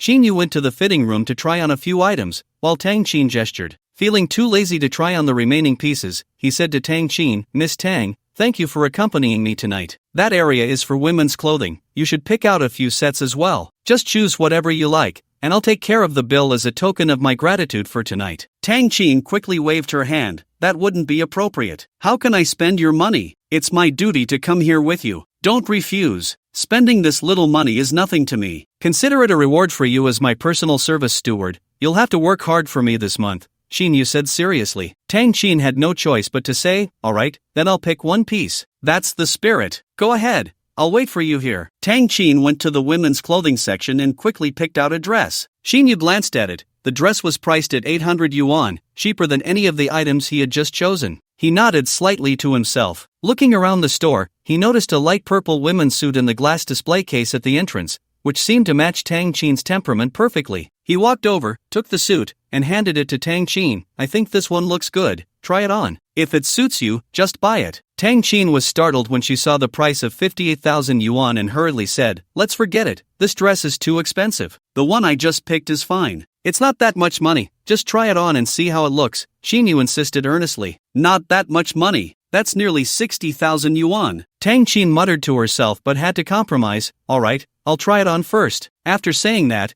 she took the suit and went to the fitting room. When she came out, Shinyu was very satisfied. Not bad. It looks a bit like a strong woman. No need to take it off. I'll pay for it directly. Tang Qin's cheeks flushed slightly as she said, thank you, Mr. Qin. Suddenly, a cold voice nearby said, do you really think Anima's clothes are as cheap as cabbage? Picking so many clothes without even looking at the prices. It seems you've bought too much street vendor stuff. A beta woman dressed in an extravagant manner, with a plump figure, stared at Shinyu and Tang Qin with a proud expression, her eyes filled with disdain. Ever since these two entered the store, especially that girl who looked like a vixen, her husband had been completely captivated by her. She had been feeling unhappy for a long time, harboring a belly full of anger and jealousy. Seeing Shinyu buying things so casually, she finally seized the opportunity to mock them. Shinyu shot her a cold glance and retorted without courtesy, what? Am I buying clothes here and getting in your way? Do you have to bark like a vicious dog? What did you say? You dare to say my wife is a vicious dog? Are you looking for death? The man in a suit beside the wealthy woman, looking lewd and over 50, glared at Shinyu with a fierce gaze. In Wang Ji's mind, it was acceptable for his wife to insult others,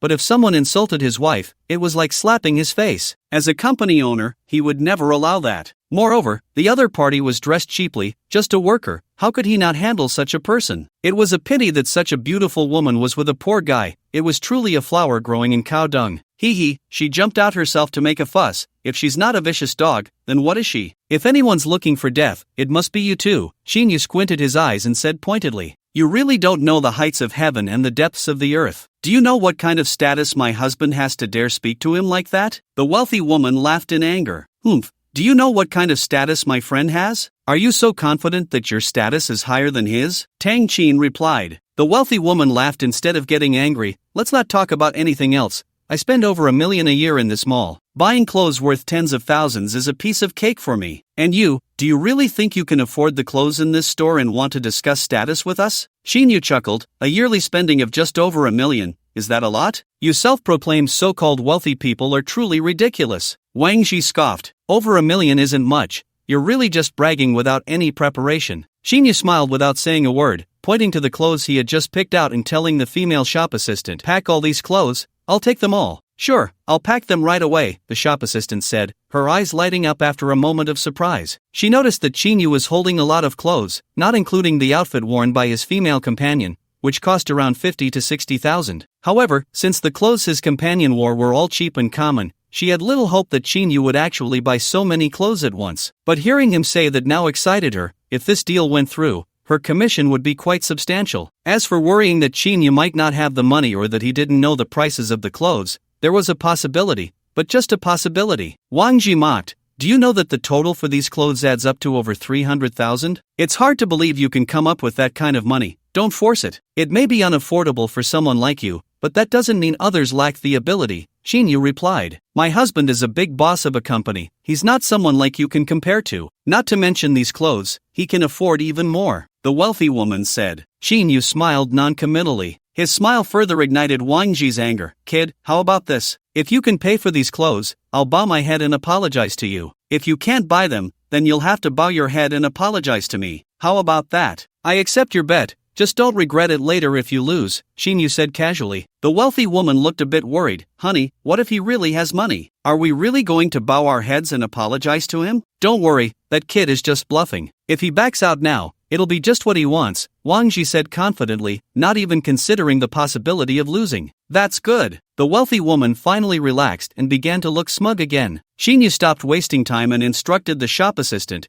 "Calculate the total for these clothes." "Please wait a moment, I'll be quick." The shop assistant hurried off to check out the clothes. "Sir, including this young lady's outfit, the total is 340,000. I'll give you a 10% discount, so it'll be 300,000. "Alright, let's use a card," Shinyu said, taking out his bank card and handing it over. He then entered his password, and the payment was successful. After that, he just needed to sign. "Kid, you tricked me." Wang Ji's face turned pale and then flushed, his expression shifting unpredictably. He had lost face in a big way. He never expected that Shinyu, who looked like he couldn't even scrape together 200, would actually have that much money and be willing to spend it on clothes. "You proposed the bet. How did I trick you?" Shinyu retorted coldly. "Today I admit defeat, but next time you won't be so lucky," Wang Ji said coldly, then turned to his wife and said, "Let's go." After saying that, he turned and left. He felt extremely unlucky at that moment and had no sense of needing to fulfill the bet. There was no way he would apologize publicly. The wealthy woman also felt that staying any longer wouldn't bring any benefits, but leaving in such a disgraceful manner was too embarrassing. She shot a fierce glare at Shinyu and Tang Qin before following him out. "You're just leaving like this? Didn't you say you'd bow your head and apologize if you lost?" "You haven't fulfilled the bet yet," Tang Qin said, having never seen such shameless people before. Two adults wanting to leave after losing a bet. "Miss, when did we make a bet? Which of your eyes saw that?" "You shouldn't speak carelessly," the wealthy woman said, hands on her hips, starting to spout nonsense. "You, shameless." Tang Qin was infuriated, but upon seeing the fierce-looking woman, she momentarily didn't know how to retort. "Excuse me, boss, I feel like I've seen you somewhere before. Did you open a company at Huazhang Square?" Shinyu wasn't angry, he had anticipated that the other party would deny it. The bet was merely to annoy them. Suddenly, he remembered having seen this person a few times at Huazhang Square. No wonder he felt a bit familiar at first. This was getting interesting. "Yes, you know me," Wang Ji said suspiciously. "Knowing you doesn't mean much, but what I want to say is, you lost the bet,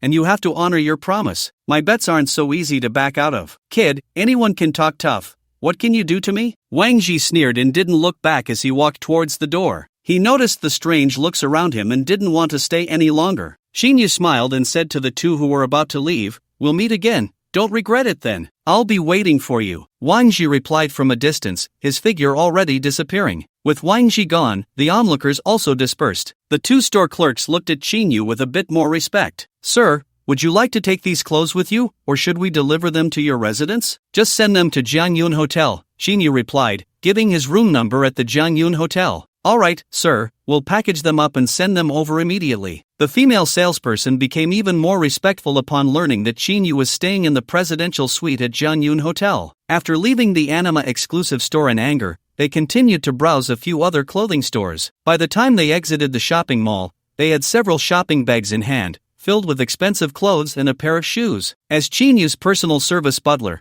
the task of carrying the bags naturally fell to Tang Qin. "Mr. Shin, going out with you tonight has really broadened my horizons. Now, Tang Chin spoke much more casually than before they had gone shopping. Oh, do tell. I learned for the first time what the life of the wealthy is like, casually spending 4 to 500,000 at a mall. Sigh, how can we, who can't even afford a single piece of clothing on our monthly salary, bear this? You're mistaken, the poor have their own joys in life, and the rich have their own troubles, Shin replied. What troubles do you have, mister? Shin, my troubles. Shin pretended to ponder. My troubles are actually the same as yours. I'm too poor, and all I have left is money. I have so much money that I don't even know how to spend it. Put. Tang Chin was at a loss whether to laugh or cry. Mister Shin, you're too humorous. If that's the case, then there's no one in the world who isn't poor. The two chatted and laughed as they returned to the presidential suite where Chin was staying. The clothes they had bought earlier had already been delivered, and Tang Chin thoughtfully organized them and even took them to be washed. The next day, after finishing the breakfast provided by the hotel,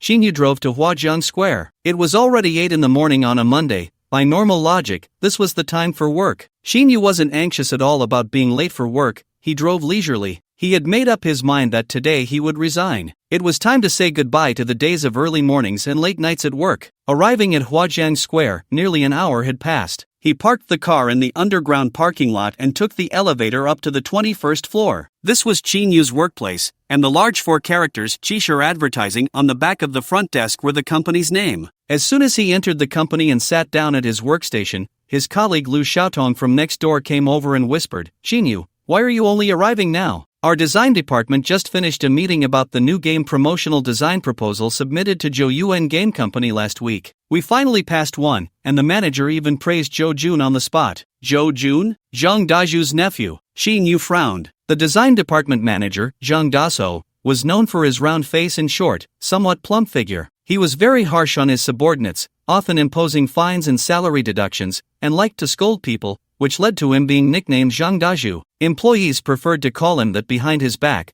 while still addressing him as manager in front of him. That's right, it's him. Surprised, aren't you? Lu Xiaotong lowered his voice, worried that their conversation would be overheard. After all, manager Zhang held grudges and particularly hated being called Zhang Daju. How could Zhou Jun, with his lack of design skills, come up with a new game design proposal that was accepted? What's going on? Shin asked. Lu Xiaotong sighed, indignantly saying, actually, everyone knows that this design proposal was created by Lu Kerson. They just put it under the name of the manager's nephew, and it became Zhou Jun's. In the morning meeting, Lu Kerson even had a big argument with Zhang Daju. Now she can only sit there and cry. Who can stand that? Shin remained silent, his expression dark. In fact, not only Lu Kerson but also other colleagues, including him, had worked hard on some important designs, only for them to end up credited to Zhou Jun. They could have received significant commissions and bonuses, but instead, they got only a small compensation. The base salary for employees in the design department was a meager 2,000 or so,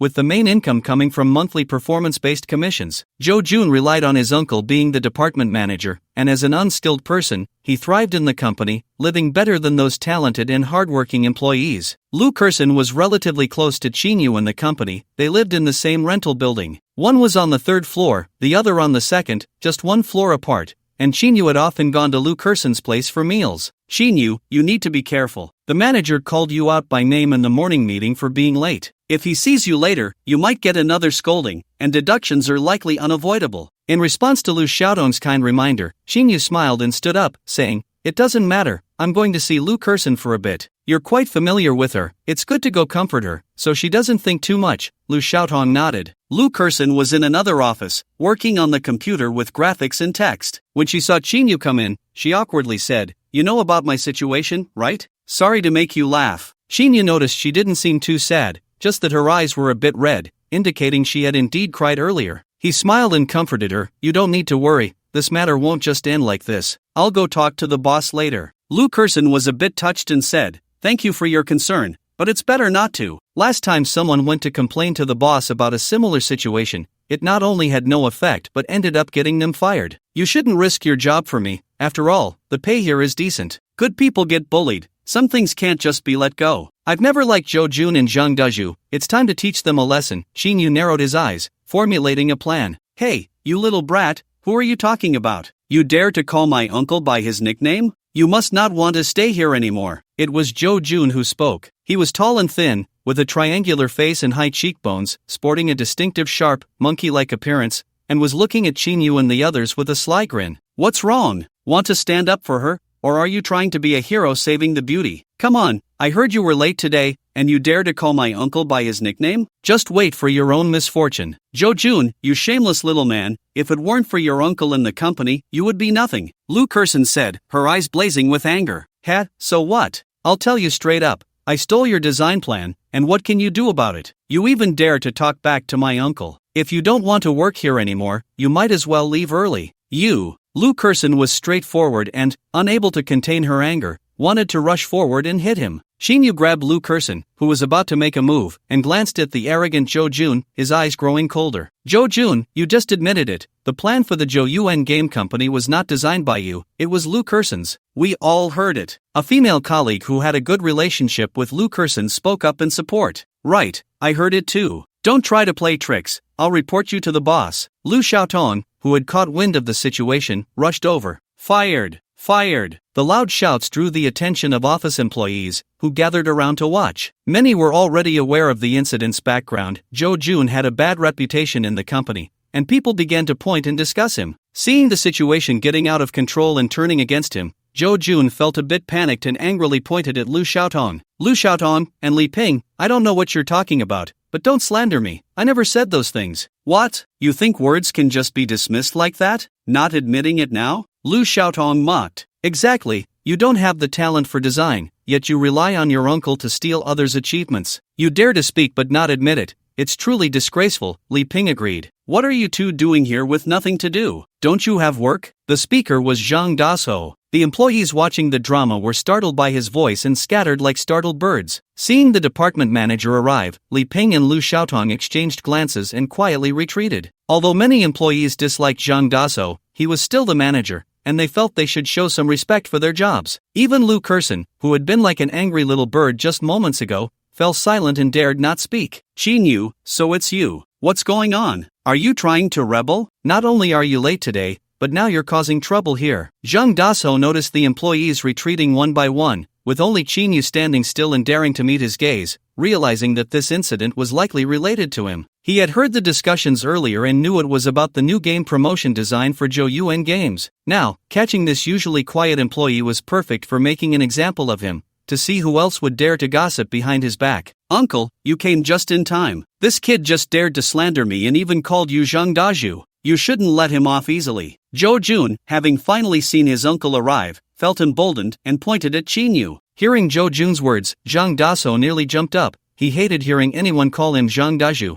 "Chinyu, what he said is true. You dare to call me Zhang Daju?" Lu Kerson also secretly tugged at Chinyu's sleeve, signaling him to quickly apologize and not offend the other party too much. Chinyu ignored Lu Kerson's little gesture and calmly replied, "So what if I call you Zhang Daju? You look like a pig, so it's not an injustice." This remark made the colleagues in the office, who had been eavesdropping, secretly cheer and admire him, stealing glances. Lu Kerson, who was closest, looked at Chinyu in shock, as if seeing a monster. She felt that today's Chinyu was like a different person, no longer the taciturn individual she knew, but rather confident and spirited. "Chinyu, you really are ruthless." Zhang Dasho's face turned the color of pig liver as he gritted his teeth. "Chinyu, listen up. Just now, you gathered a crowd to cause trouble and insulted your superior. The situation is quite serious. I will report this to the company owner and see if you should be fired." "Uncle, employees who show no respect for their superiors should have been kicked out of the company long ago," Jo-jun chimed in, fanning the flames. "Fire me? Just in time. I also need to go to the boss and expose how you've repeatedly abused your power for personal gain,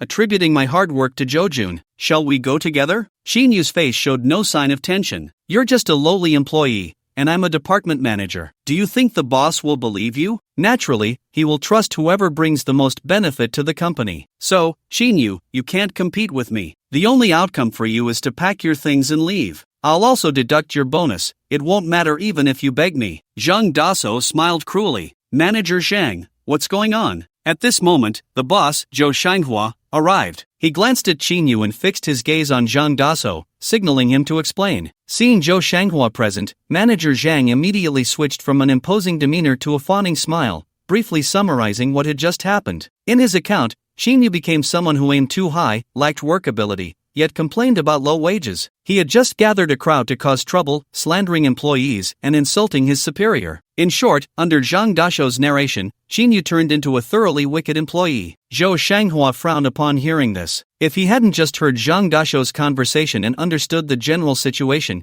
he might have been inclined to believe these words. Utter nonsense. Lu Kerson stood up angrily, unable to listen any longer. Boss, much of what manager Zhang just said is untrustworthy. He has repeatedly abused his power for personal gain, attributing my hard-earned design plans to his nephew. He often deducts bonuses and fines salaries, so he is the one who should be dealt with. Lu Kerson, you dare to rebel too? When have I ever abused my power? You better provide evidence, or don't slander me. Zhang Dashuo shot a guilty glance at the boss and pointed at Lu Kerson, cursing. Zhou Shanghua coldly looked at Zhang Dashuo. He was not a fool to become the owner of an advertising company. He was well aware of many internal conflicts. However, one thing Zhang manager had said was correct. He naturally favored whoever brought the most benefit to the company. He wouldn't support an employee just because they felt wronged or were oppressed by their superior. He lightly cleared his throat, silencing everyone present, and questioned, Manager Zhang, as a company manager, your department is in disarray, and employees have significant grievances against you. What kind of conduct is this? You bear a large responsibility for this matter. If you cannot rectify it, and there's a next time, you will be replaced as the design department manager. I'm sorry, boss. This is all my subordinates' negligence. It won't happen again. Manager Zhang wiped the sweat from his forehead and nodded in assurance. Zhou Shanghua glanced at Qinyu again. Regarding this employee, I don't care what dissatisfaction you have with your superior, but your actions just now have caused a very negative impact on the company. Please apologize to Manager Zhang immediately, and the subsequent punishment will be handled accordingly. What if I don't apologize? Qinyu raised an eyebrow slightly. So you're refusing? Zhou Shanghua's expression darkened as he asked. Apologize to Zhang Daju? Ha, you must be dreaming. Then I officially inform you that you are not suitable to be an employee of our company. You are fired, Zhou Shanghua said coldly. As soon as the words fell, the office, which had been slightly noisy just moments ago, suddenly fell silent, so quiet that a pin drop could be heard. No one expected that the final outcome of this matter would be Qinyu's dismissal. The boss was raising a heavy hammer, and many people were afraid that it would suddenly fall on their heads, not daring to breathe.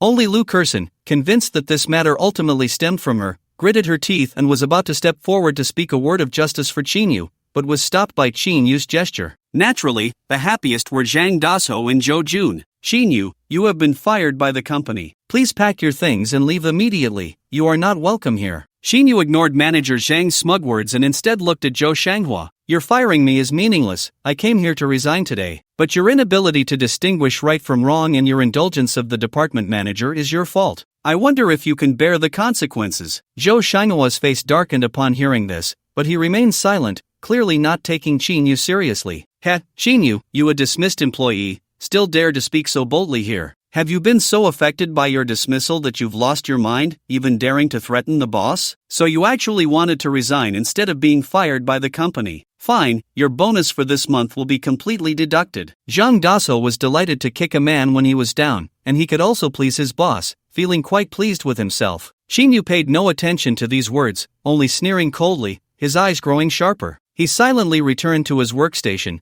too lazy to even write a resignation letter, and began to pack his things. Zhang Dashuo sent someone to monitor him and also delivered Qinyu's personal file. There wasn't much to pack. Along with the file, it all fit into a small bag, and he threw away the unimportant items. Qinyu left the company without any attachment, leaving behind a fading figure in the eyes of the crowd. As soon as he stepped out of the Qishang Advertising Company, Qinyu called Zhang Sheng, the property manager of Nanjing Square. Once connected, he asked, "Are you at the property management office now?" "Hello, boss, I'm right here." "Good, I'll be there shortly." After hanging up, Qinyu knew that the property management office was on the 34th floor of this building, and he could get there quickly by taking the elevator. Zhang Sheng, on the other end, wanted to say he would come down to greet him, but before he could speak, he heard the busy tone on the line. After a moment of confusion, he realized that the new boss was coming incognito, and he was glad he had prepared in advance. Sitting across from him was a middle-aged man in his 50s, whom Qinyu would recognize as the person he had bet with last night at the anima store while buying clothes. He was Wang Ji, the chairman of Joyuan Games,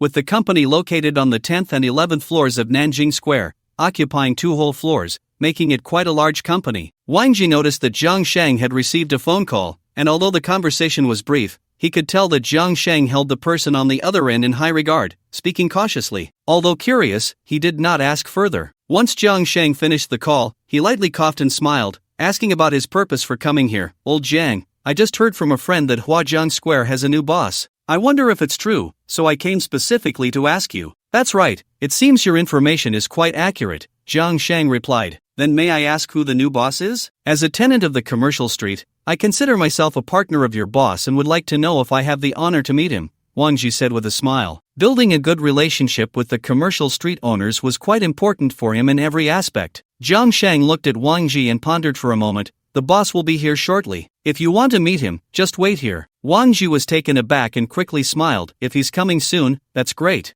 Jiang Sheng nodded, stood up, and said, You sit here, I'll go out to greet the new boss. I'll go with you. It's also a way to show our company's respect for your boss. Wang Ji, knowing the situation, also stood up and followed Jiang Sheng. The two walked out of the property manager's office, and before they reached the elevator, they saw Qin Yu entering the office area. Jiang Sheng had seen a photo of Qin Yu in the documents and immediately recognized him as his boss. Surprised that the other party had arrived so quickly, he hurriedly took 3 steps to cover 2 and ran to Qin Yu, bowing slightly with a charming smile, saying, Mr. Qin, you've arrived. I apologize for not being there to welcome you. It's an honor to have you come in person. You must be Jiang Sheng. As long as you do your job well, there's no need for unnecessary formalities, Qin Yu replied with a smile, considering him the top employee of the company. Jiang Sheng had worked here for over 2 years and had a good grasp of the property management at Nanjing Plaza, indicating that he was quite capable. However, behind him, Wang Ji's previously cheerful face froze. Impossible. How could it be? The new boss is actually him. He recognized him too. The person he had seen last night, whom he thought was just a minor character and had lost a bet to, had suddenly become the new owner of Huajiang Plaza. Regret. He regretted it so much that his insides felt twisted. Had he known this person had such power, he wouldn't have dared to offend him even if he was beaten to death. This is Mr. Wang Ji, the chairman of Zhou Yuan Game Company. He is one of our tenants here, Jiang Sheng introduced as he led Qin Yu toward the office that belonged solely to the owner of Huajiang Plaza. Seeing Wang Ji standing there in a daze,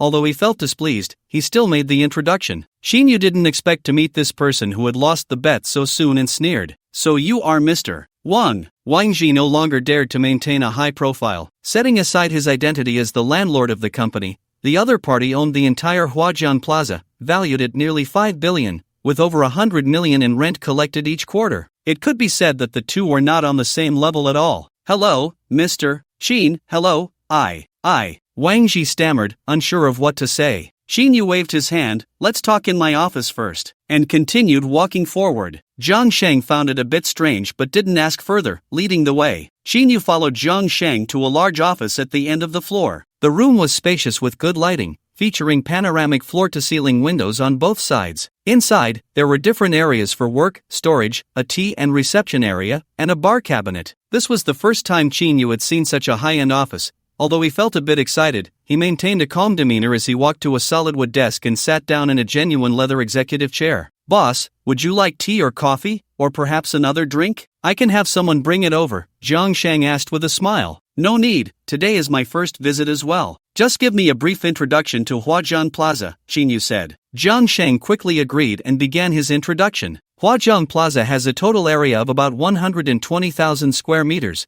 with 3 buildings each 34 stories high, plus 8 low-rise commercial buildings. There are a total of 420 shops around, including several restaurants, cinemas, supermarkets, and large bank shops, with quarterly rent around 28 million. The high-rise area also includes office buildings, gyms, and hotel accommodations, totaling about 400,000 square meters, with quarterly rent around 100 million. Adding in income from other projects, the total quarterly revenue is nearly 200 million. Of course, this amount won't all go to you, as some will need to be deducted for personnel expenses and taxes. Qin Yu listened quietly, his expression unfazed, recognizing that a mere 200 million a quarter was insignificant compared to the nearly 10 billion in the system balance, and considering that even a car would cost him 1 billion, it hardly mattered to him. Afterward, Jiang Sheng took out some documents that had been prepared in advance, including the operating rights documents for Huajiang Square and some financial statements. Qin Yu briefly glanced over them and signed where necessary. After signing, he closed the folder and heard Jiang Sheng say, Mr. Qin, your net income for this quarter is around 100 million. I will arrange for the finance department to transfer this amount to your account shortly. Not a problem, Xinyu replied calmly, as if the 100 million was merely pocket change to him. In fact, it was indeed so. At this point, Xinyu turned his gaze to Wang Ji, who was standing aside. Seeing Xinyu looking at him, Wang Ji quickly put on a smile, appearing obsequious. Mr. Qin, I apologize for what happened last night. Please forgive my recklessness, he said, bowing deeply to Xinyu. This made Zhang Sheng understand that Wang Ji had offended his new boss, which explained his earlier behavior. Zhang Sheng's gaze towards Wang Ji turned cold. He would have to perform well in front of his boss later. Xinyu's fingers tapped slowly on the table, and although he said nothing, his eyes remained fixed on Wang Ji, who was bowing in apology. I assume you haven't forgotten what happened last night. Do I need to remind you? Wang Ji's heart tightened, fully understanding the implication of those words. He had to fulfill his promise and admit his mistake. Sighing, he realized that the current situation was not in his favor, and he had no choice but to lower his head. Resolute, he knelt before Xinyu and knocked his head 3 times on the ground. At that moment, Wang Ji felt this was more painful than death, and he loathed his wife for instigating the trouble last night. If it weren't for her leading the way, he wouldn't have offended Mr. Qin and wouldn't be facing this humiliation now. Get up,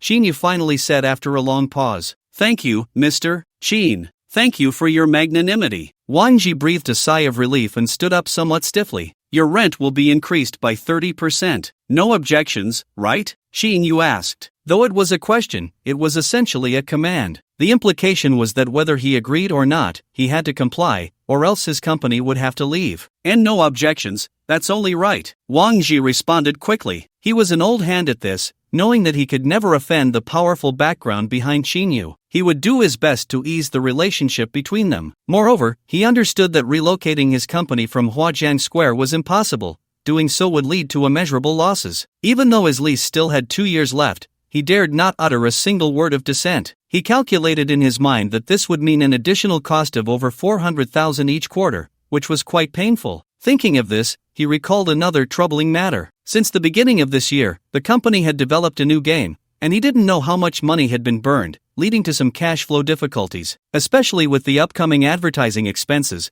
the finance department was struggling, and it would take several months to recover the cash flow. The rent for the next quarter was also approaching quickly. With this in mind, Wang Ji gritted his teeth and said, Mr. Qin, my company is currently facing some cash flow issues. Could you possibly allow us to delay the rent for the next quarter? Xinyu pondered for a moment and replied, that could be arranged. Thank you, Mr. Qin. Don't be in such a hurry to thank me. I have one more condition. Wang Ji's heart skipped a beat. What condition? I can definitely comply. Your company has business dealings with Qishang Advertising, right? Xinyu said with a slight smile. You mean Qishang Advertising located in this building? Yes, our company's new game is being promoted by this advertising company, Wang Ji replied, somewhat puzzled. Good, then you should terminate that business relationship immediately.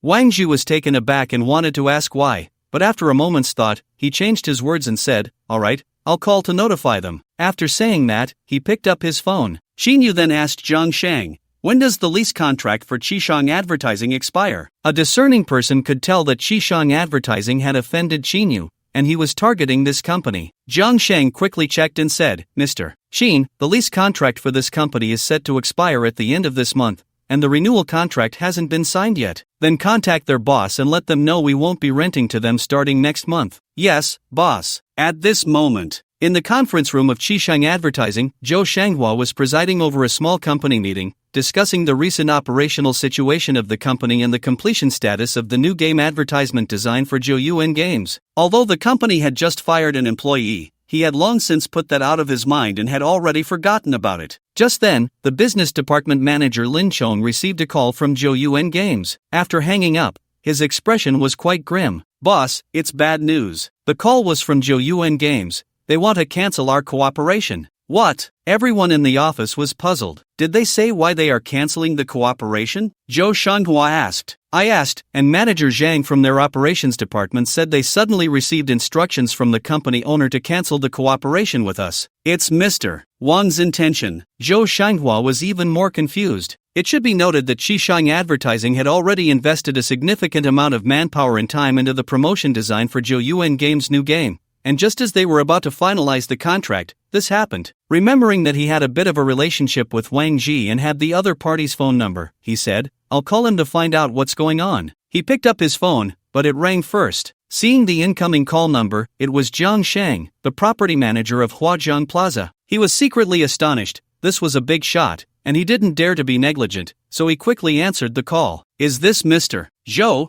I'm very sorry, but I officially inform you that starting next month, Huajiang Plaza will not renew the lease with you. Please have your company move out before the lease contract expires." "What?" Zhou Shanghua suddenly stood up. What Jiang Shang said was undoubtedly a bolt from the blue for him. If this were to happen, it would be a fatal blow to his company. At the very least, many of the company's operations would be delayed, and the future business volume was uncertain. After all, it was difficult to find such a commercially concentrated office building in other locations. What was going on today? One bad thing after another. "Manager Jiang, what is going on? Can you tell me? If there are any requirements or if the company has done something wrong, we will definitely comply with your requests. If we really have to move out, the company simply cannot afford that. I ask for your understanding." On the other end of the phone, Jiang Shang was on speakerphone. He turned to look at Qinyu, indicating that it was up to Qinyu to decide. Qinyu sneered, "Have him come here, and also bring along their design department's manager Zhang." Stunned, Jiang Shang nodded in agreement and conveyed the message over the phone. "Our boss said you should come to the property management office here, and bring your design department's manager Zhang with you." "Okay,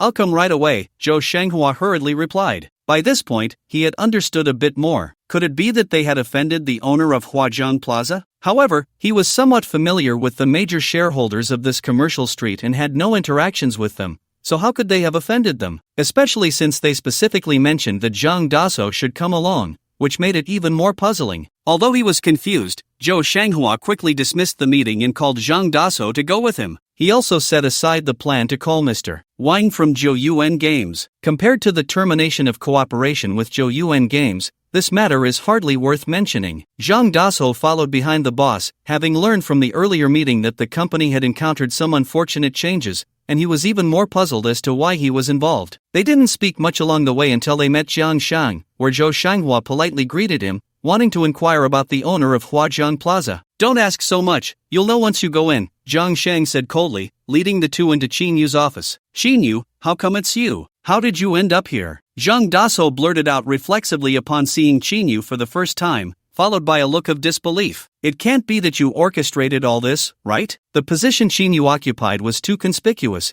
It was precisely where the major shareholder of Huajiang Plaza would sit. Zhou Shanghua was also taken aback upon seeing Qinyu in the boss's chair, his gaze shifting to Wang Ji, who stood silently to the side, and he began to piece things together. The root of it all was Qinyu, the employee he had just fired. What was his true identity that allowed manager Jiang of Huajiang Plaza and general manager Wang of Zhou Yuan Games to follow his lead, able to suppress his company with a mere flick of his hand? This is Mr. Qin. He bought Huajiang Plaza not long ago, so now he is the sole owner of Huajiang Plaza. Upon hearing Jiang Shang's introduction, the two were left in shock. "Qinyu, you are actually the owner of Huajiang Plaza." Zhang Dasho's eyes nearly popped out, his chubby face turning into a bitter melon. He never expected that after offending the other party, they would become someone he could not provoke at all. If he had known about this status earlier, who would dare to offend him? Who would dare to make things difficult for him? Even if he were my little ancestor, I would have to comply. Zhou Shanghua's thoughts were no different from Zhang Dasho's, and he felt particularly distressed. Zhang Daso could just walk away,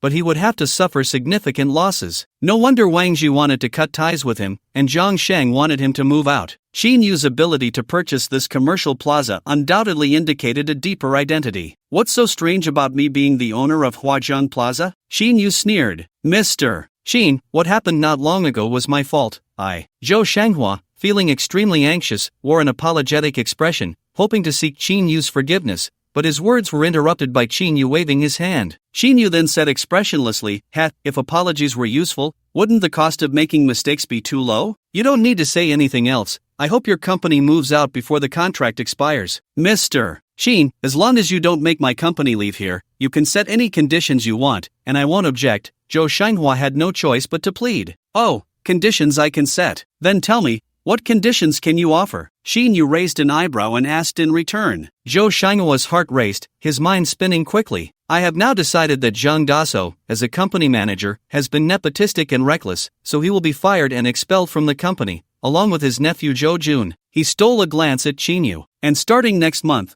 the rent will increase by 20% from the original amount. Seeing that Chinyu remained silent, sweat began to bead on Zhou Shanghua's forehead. Meanwhile, Zhang Daso slumped to the ground. It was over. His greatest fear had come true. By this time, Wang Ji and Jiang Sheng had already figured out what was going on, especially Wang Ji, who no longer felt so anxious and had balanced out quite a bit. The office was quiet for a while. After a long pause, Xinyu's voice finally broke the silence. After Zhang Daso leaves, the manager of the design department will be Lu Kerson, and Zhou Yuan Games can continue to cooperate with your company. This voice was like a beautiful celestial sound, lifting Zhou Shanghua's spirits. Alright, I will carry out your instructions, Mr. Xin. And also, raise the rent for Qishang advertising by half, Xinyu said. He had originally planned to drive Zhou Shanghua's company away, but after careful consideration, he realized that this would likely mean Zhang Daso would continue to be his manager Zhang and would only become more relentless in making things difficult for Lu Kerson. It would be better this way. It would heavily punish Zhou Shanghua while also striking at both Zhang Daso and Zhou Jun, and at the same time, help Lu Kerson. Of course, if Zhou Shanghua refused to agree to the rent increase,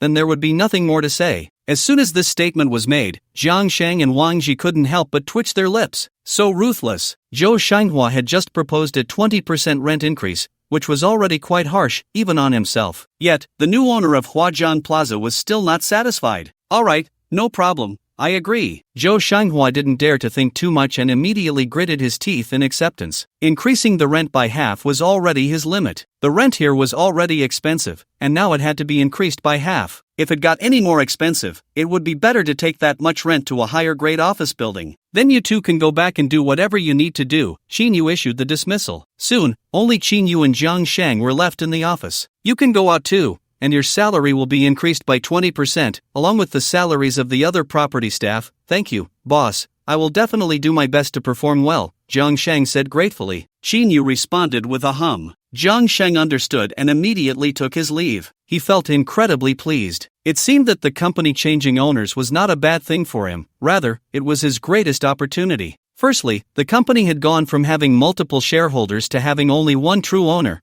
which meant his power had increased significantly and was now more centralized. It was as if he was next in line under the owner of Huajiang Plaza. Secondly, the new boss was definitely a generous person, as he had learned from the very first visit when salaries were raised. Coupled with Qinyu's not-so-simple background, there would be more and more industries in the future, giving him the chance to climb up. After Jiang Sheng left, Qinyu, who had just had a serious expression, slowly relaxed and couldn't help but smile slightly. This was the benefit of the power he had just begun to enjoy. At that moment, his phone rang. He opened it to see a message from the bank stating that 100 million had been credited. There was 166 million in his account, plus 9.8 billion from the system. With so much cash, even those medium-sized groups couldn't possibly come up with it. This was his confidence. Li Yan, all of this was because he had bound the exclusive sign-in system. Just 2 sign-ins had given him unimaginable wealth. Thinking of today's system sign-in, he felt a stir in his heart and opened the system panel. Host, Xinyu age, 25 physique, 50, normal, mental strength, 50, normal, skills, none sign-in progress, 3. 7 million, level 1 sign-in unlocked, tasks, none sign-in points, 2 balance, 9. 8 billion backpack. It seems that spending 1 million is a level 1 sign-in. Although I've already spent 3.7 million, signing in now can still only be counted as a level 1 sign-in. At least I need to spend up to 10 million to make a sign-in worthwhile. Xinyu put away the system panel and secretly considered. He resisted the impulse to sign in right away and thought about where to spend money to reach 10 million. If he didn't want to go out to spend money, the quickest and most convenient method would be. A thought crossed his mind, and he opened the Dolong interface on his phone. In the past, when he watched streamers on Dolong, he had seen those top-tier big shots showering gifts and spending money like water,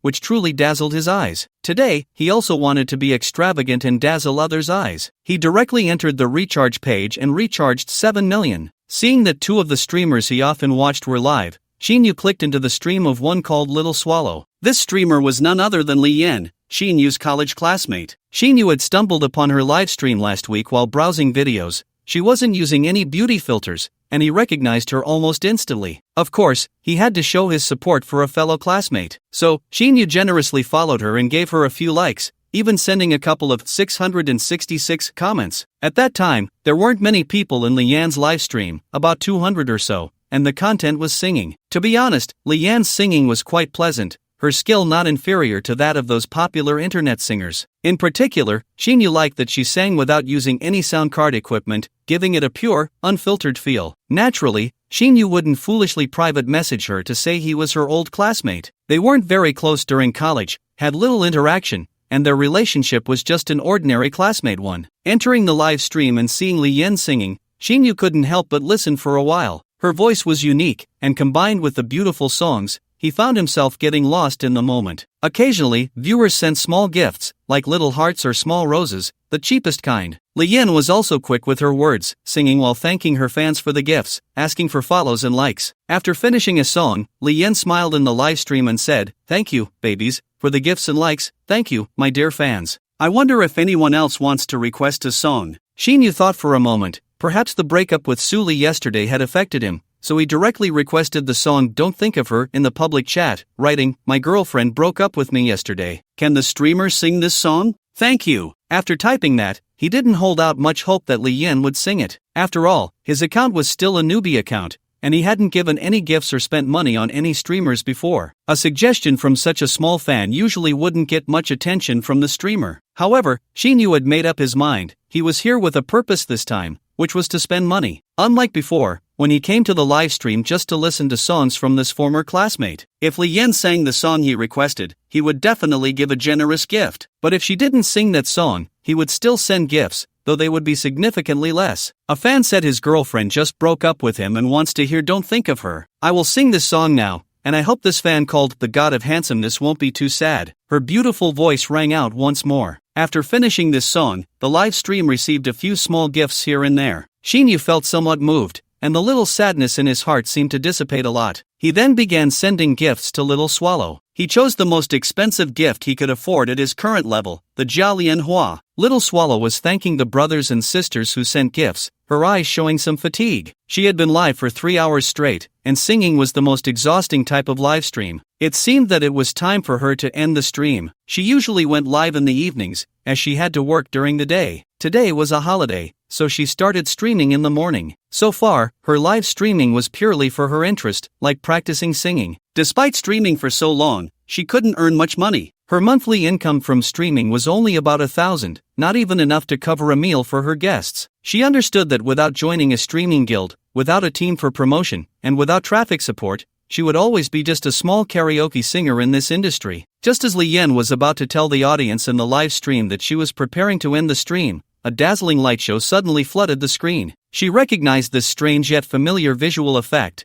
It was the special effect of the Jialian Hua. Jialian Hua actually appeared in her live stream, and it felt like a dream. Such a gift seemed to require 3,000 to afford, so with this gift, her share would be 1,500. Finally, a true big shot came to shower her with gifts. Lian also realized that the person sending gifts was the same fan who had just requested a song called The God of Handsomeness. Just as she was about to express her gratitude, a second Jialian Hua appeared, followed by 3, 4, 5. Staring at the incessantly flashing Jialian Hua effects in the livestream, Lian was stunned. From the first gift barrage, the God of Handsomeness sends 1 Jialian Hua to the host Xiaoyan Zi. It kept repeating, and the number kept increasing. Finally, 100 Jialian Hua were sent. Lian was even more excited, continuously thanking and repeating the name the God of Handsomeness. The comments from the audience watching the livestream were rolling in with all sorts of funny teasing remarks. Caught a real big shot, hurry up and worship. Ha, finally a big shot has come to show off. And he said 100 Jialian Hua at once, that's 300,000. Just like that,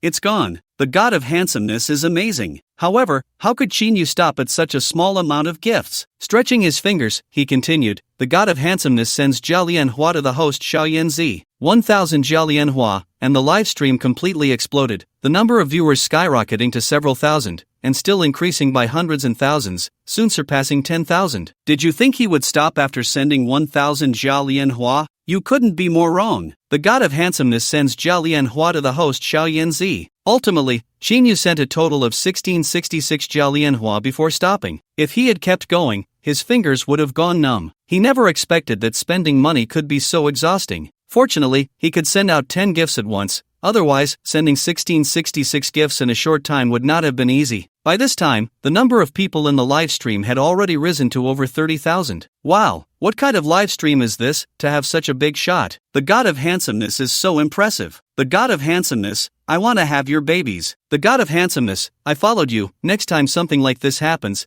let me know in advance so I can bring a chair to watch. Li Yan's heart raced with excitement. With so many Jialianhua, she felt almost overwhelmed with happiness. This was not a dream. With this reward, she could leap into becoming a little rich woman. She secretly hoped that this big shot sending so many gifts was also influenced by the song Don't Think of Her that she had just sung. This song was indeed the one requested by the god of handsomeness. This was her good luck. Fortunately, she had seen the song requested by the god of handsomeness and had sung it. Thank you so much, god of handsomeness. I have nothing to repay you with. I wonder if you want to request another song, and I can sing one for you. Li Yan thought for a moment and directly asked in the livestream. The host has nothing to repay with, so why not offer yourself? I don't think the god of handsomeness would mind. The god of handsomeness is mine. No one can compete with me. The one who offers themselves can only be me. Upstairs, if the god of handsomeness is an old man, would you still offer yourself? I have evidence to prove that the god of handsomeness is still very young because he just requested a song, saying his girlfriend broke up with him and he wanted to hear this song, said an old fan. No way, which woman dares to dump the god of handsomeness? Maybe that woman didn't know the god of handsomeness was a big shot. If she knew, she would regret it to death. In an instant, the barrage of comments flew up, and various discussions ensued. Xinyu also typed a line of text in response to the host's earlier words. Just sing a song casually, no need for thanks. Xinyu's DeLong account had reached level 50, and he was the top contributor in this livestream. Once this line of text appeared on the public screen, all the viewers in the livestream noticed it immediately. Damn, the male god has spoken. Male god, I'm also a singing host. Would you like to come and check out my livestream? The male god doesn't want to listen to songs right now. Does the host have any other talents to perform? Looking at these comments, Xinyu felt a bit bored, so he stopped typing and exited the livestream. There were many unread messages in the background, one of which was a private message from Xiao Yanzi. Opening the message, he saw that besides thanking him, she had sent her WeChat ID. After thinking for a moment, he didn't refuse and directly added her WeChat. Ding, Li Yan has become your friend, you can now chat. Hello, Xinyu casually sent a message. Li Yan, who was still excited in the livestream, quickly replied upon receiving the message. Hello, big brother, I'm Xiao Yanzi, Li Yan is my real name. Big brother, is your name Xinyu? Li Yan also saw Xinyu's WeChat name and felt it was somewhat familiar, but she didn't think too much about it. Spending a few million casually on gifts, one could tell with a toe that this person was very wealthy. How could she possibly know someone like that? The name seemed familiar, but it could just be a coincidence with someone she knew. Yes, that's my name. After chatting a bit more, Xinyu exited WeChat. Meanwhile, Li Yan had to sing a few songs to retain some of the new fans due to the surge in the number of viewers in her livestream. Xinyu returned to Dolong and noticed that the private messages were gradually increasing, mostly from female hosts wanting to add him on WeChat. After looking at a few messages with the same intent, he stopped checking. However, the number of people following him had jumped from over 30 to 3 or 4,000 and was still increasing. He put down his phone and opened the system panel, where the sign in progress bar had changed from 3.7 million to 8.79 million, still needing about 1.3 million to reach 10 million. Calculating in his mind, he picked up his phone again, opened Dolong, and entered the live stream of another host he often watched. This host was named Yu Yi, known for outdoor live streaming. Yu Yi was her real name, and she mainly did hiking live streams in Nanjing City, discovering little-known delicacies, historical sites, and sometimes interviewing passers-by on interesting topics. The live stream had over 4,000 viewers, making her quite popular. Handsome male god joins the live stream. When Xinyu entered the live stream, a message appeared on the screen. Wow, who is this level 50 big brother? Damn, the male god has arrived. Hello male god. Quick, call the host. The live stream suddenly became lively, and the comments began to scroll continuously. Yi was explaining a dish during her livestream when she suddenly noticed the flashing comments and curiously looked closer. Wow! She exclaimed in surprise, covering her mouth in delight. It was indeed the male god who had come to her livestream. Welcome, male god, to the livestream. Yi was also very excited. She knew that just moments ago, a small host had someone directly send nearly 5 million in gifts, and that person was the male god who had just entered. Wow, and that small host didn't even have a guild. Just from this gift, the commission would be nearly 2.5 million. Unlike her, every live stream gift she received seemed plentiful, but in reality, the top givers were from the guild, nearly boosting her stream's popularity and bringing in some followers to gift her. Just as she was about to take further action to keep the big shot, her idol, in the stream, a series of dazzling special effects blinded her eyes. The handsome idol sent the streamer Nanjiang a Jialianhua. The handsome idol sent the streamer Nanjiang a Jialianhua. In the end, the handsome idol sent the streamer Nanjiang a Jialianhua. Yu looked at the string of Jialianhua gifts, feeling overwhelmingly happy. With each gift flashing, her heart felt like it was being pounded. A total of 90 Jialianhua gifts were sent before it stopped, falling short of 100. She was already very satisfied with this result. It was only then that she realized, in her excitement, she hadn't thanked the big shot for the gifts. Just as she was about to speak, Xinyu exited the live stream. Afterward, Xinyu wandered into other streams, gifting to the streamers he found appealing. Soon, he had spent all his Dolong coins. After exiting the live stream, Xinyu immediately opened the system panel. Sign in progress, 10.05 million, level 2 sign in unlocked. Seeing that he had reached level 2 sign in, Xinyu immediately spoke to the system. System, sign in. Collision, ding, congratulations, host, sign in successful. You have received 500 million cash. The cash has been deposited into your balance. 500 million cash. Xinyu felt a bit disappointed. Compared to the previous 2 times, it was too far off. It seemed that next time he should aim to spend at least 100 million to sign in. He silently decided. At that moment, the phone rang. It was a call from Lu Kurson. The content was roughly what Xinyu had guessed. Nothing more than Zhang Daso suddenly being fired, and Zhou Jun following suit. Especially Zhou Jun, who, upon learning of his dismissal, immediately knelt before the boss, hoping to stay in the company, only to be dragged out while crying and howling. The scene was as messy as it was satisfying. This outcome cleared all the frustration Lu Kurson had felt since early morning, and her mood brightened, restoring her usual liveliness. What surprised her even more was that she had taken over Zhang Dasho's responsibilities and become the design department manager. Her excitement was hard to conceal, and she asked Xinyu if he wanted to return to the company. She could request it from the boss. Xinyu secretly chuckled. If he really went back, he feared Zhou Shanghua's heart wouldn't be able to take it. After declining Lu Kurson's kind offer, she mentioned that she would be cooking dinner tonight and invited Xinyu to her rented place. Before Xinyu could respond, she suddenly said she had something to do and hurriedly hung up. Xinyu smiled wryly. He had originally planned not to return to the rental,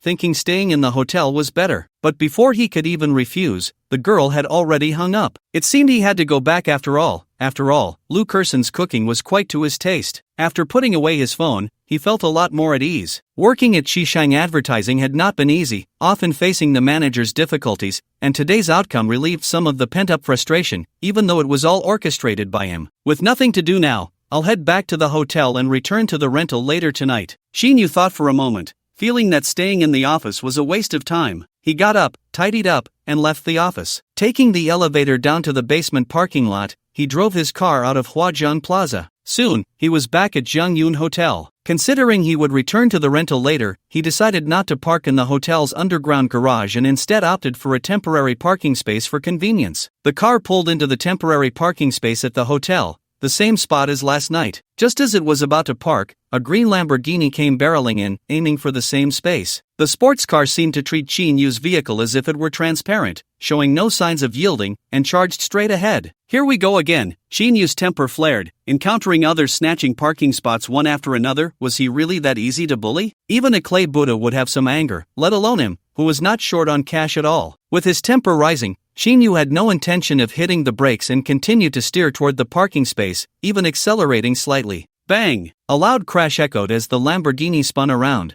bouncing back 2 meters. The front of the car was nearly obliterated, the front bumper and right headlight smashed to pieces. In contrast, Xinyu's angel shadow only shook slightly from the impact, the rear shifting its tire's position with minimal oscillation. However, the rear was quite damaged, with the back bumper falling off. Great, he hadn't expected to have to return the car he just bought for repairs. It would definitely be sitting idle for a few days. Xinyu got out and looked at the scene, somewhat speechless. The commotion quickly attracted a crowd, whether they were guests arriving at the hotel for lodging or dining, hotel security, or passers-by in the distance, all rushing over, most wearing expressions of schadenfreude. Wow, that's a Lamborghini, worth over 8 million. How could it be so badly damaged? So tragic, I've never seen such an expensive car before. The repairs must cost a fortune. Wow, this is rare big news. I have to post a video on Douyin, it'll definitely attract a wave of likes. What about that other car? I've never seen it before, it looks unique. Could it be a new model from the domestic market? Who cares what car it is? The price of that car probably doesn't even compare to the repair costs of the Lamborghini. I pity the owner's psychological trauma. Everyone chimed in, excitedly discussing the incident, with a few pulling out their phones to record videos. The Lamborghini's scissor doors opened, and a woman in her 30s, heavily made up, stepped out. She rubbed her sore arm and winced at the sight of her deformed Lamborghini, then glanced at Chinyu's car. With a face full of anger, she confronted Chinyu. "Kid, how do you drive?" "Ma'am, I was the one trying to park in this spot when you crashed into me. I should be asking you how you drive." Chinyu shot back without a hint of politeness. "Ma'am? How old are you to call me ma'am?" The woman was even angrier. "Younger than you." "Fine, I won't argue about that right now." She pointed at the Lamborghini. "Let me tell you, this car cost over 8 million. You better compensate me." "Over 8 million? Chinyu scoffed. "It's just a piece of junk. What's there to gloat about?" "Junk? You call my car junk?" The woman was both furious and amused. It was the first time she had heard someone call an 8 million Lamborghini junk. Truly, ignorance breeds fearlessness. She retorted, "Alright, if you say an 8 million car is junk, what about yours? Is its price even enough to buy a wheel of mine?" Her words drew laughter from the crowd, who thought Chinyu's earlier remarks were a bit overconfident. Chinyu chuckled and didn't respond. "What's wrong?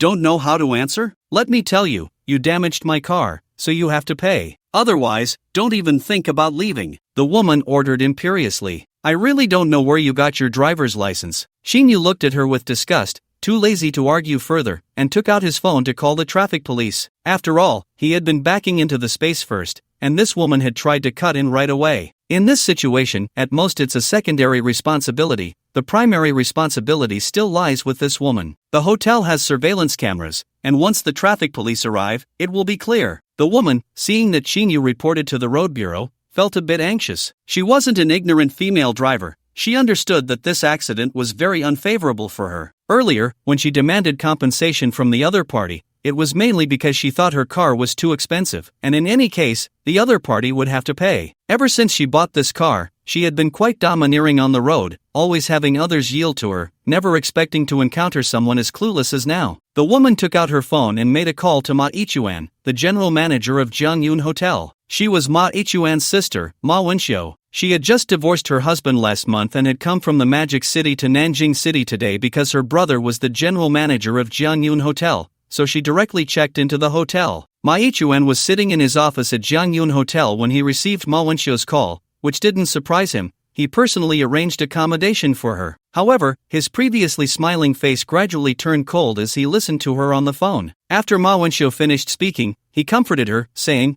"I will help you handle this, don't worry." After hanging up, Ma Ichuan called Zhang Zhong, the security department manager, asking him to pull up the surveillance footage from the hotel entrance and send over the video of the accident. Zhang Zhong didn't dare to delay and quickly agreed. Before long, a video arrived on his phone. After watching the video, Ma Ichuan sighed. It seemed that the primary responsibility for the collision still lay with his sister, Ma Wenxiu. However, the guy looked ordinary and didn't seem to be a big shot, so this matter shouldn't be difficult. He had been the general manager of this hotel for several years and had encountered many significant figures, accumulating quite a network. His sharp eye was not something ordinary people could compare to. If his sister had offended someone he couldn't afford to offend, he would naturally have to ask her to apologize. But if it was an inconspicuous little person, handling the situation would be much simpler. The only uncertain factor was that black car that collided with hers. It seemed familiar. After giving Zhang Zhong a few more instructions over the phone, he left the general manager's office. After hanging up, Ma Wenxiu felt even more pleased, saying, "Kid, just wait to pay up." Xinyu ignored her words. Since he had reported to the road bureau, he would let the traffic police handle it. No need to waste breath. Soon, the traffic police arrived at the scene. After surveying the site, based on the tire marks, the position of the cars, and the damage from the collision, it appeared that both cars had simultaneously moved into the parking space, making it impossible to determine who was primarily at fault. In the end, they requested to review the hotel's surveillance footage, but the nearby security guard informed them that the surveillance camera at the hotel entrance had just broken down and couldn't be viewed. Xinyu looked at the hotel security guard with confusion. Although he found it strange, he didn't ask further. Ultimately, the traffic police could only issue a responsibility determination, stating that both parties bore half the responsibility. Although Xinyu was somewhat dissatisfied with this result, he didn't care much. At worst, he would pay for his car's repairs himself. After receiving the accident responsibility determination from the traffic police, he planned to drive his car back to the repair shop and had already made plans to buy another car. After all, the primary goal was to spend over 100 million.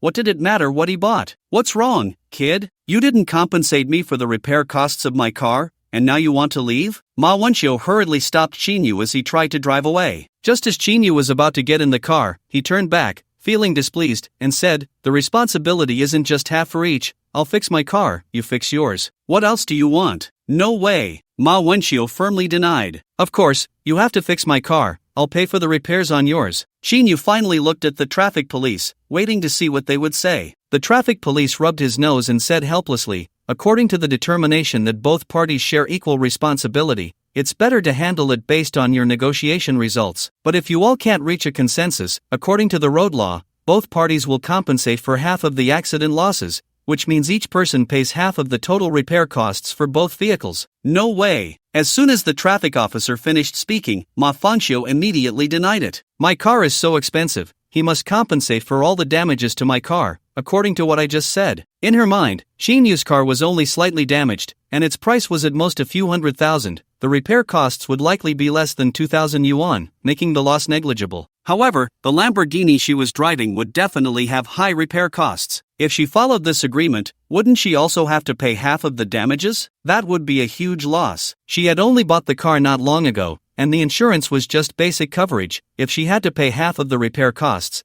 the insurance wouldn't cover much. Xinyu was both angry and amused. It was the first time he encountered such an unreasonable woman. The traffic officer had already stated the compensation regulations, yet this old woman was still daydreaming about making him pay. However, his angel Chiron had cost a full 100 million. The repair costs would likely not be less than that Lamborghini. If he followed what this woman said, he might even come out ahead. "Fine, I'll go along with your wishes. But both parties must sign a contract to prevent someone from defaulting later." As soon as Qinyu finished speaking, the onlookers became restless. Is this guy out of his mind? The traffic officer has already stated the compensation regulations, and he still agrees to the female driver's demands. Exactly, that car is a Lamborghini, at least worth over 8 million. Just a paint job would cost over 100,000. Not to mention the damage is so severe, it would take at least 2 to 3 million to fix. Right, and how much is his car worth? The damage isn't even that serious. If he really goes along with that female driver's demands, he'll be losing a fortune. Even if he has car insurance, the insurance company will compensate based on shared responsibility,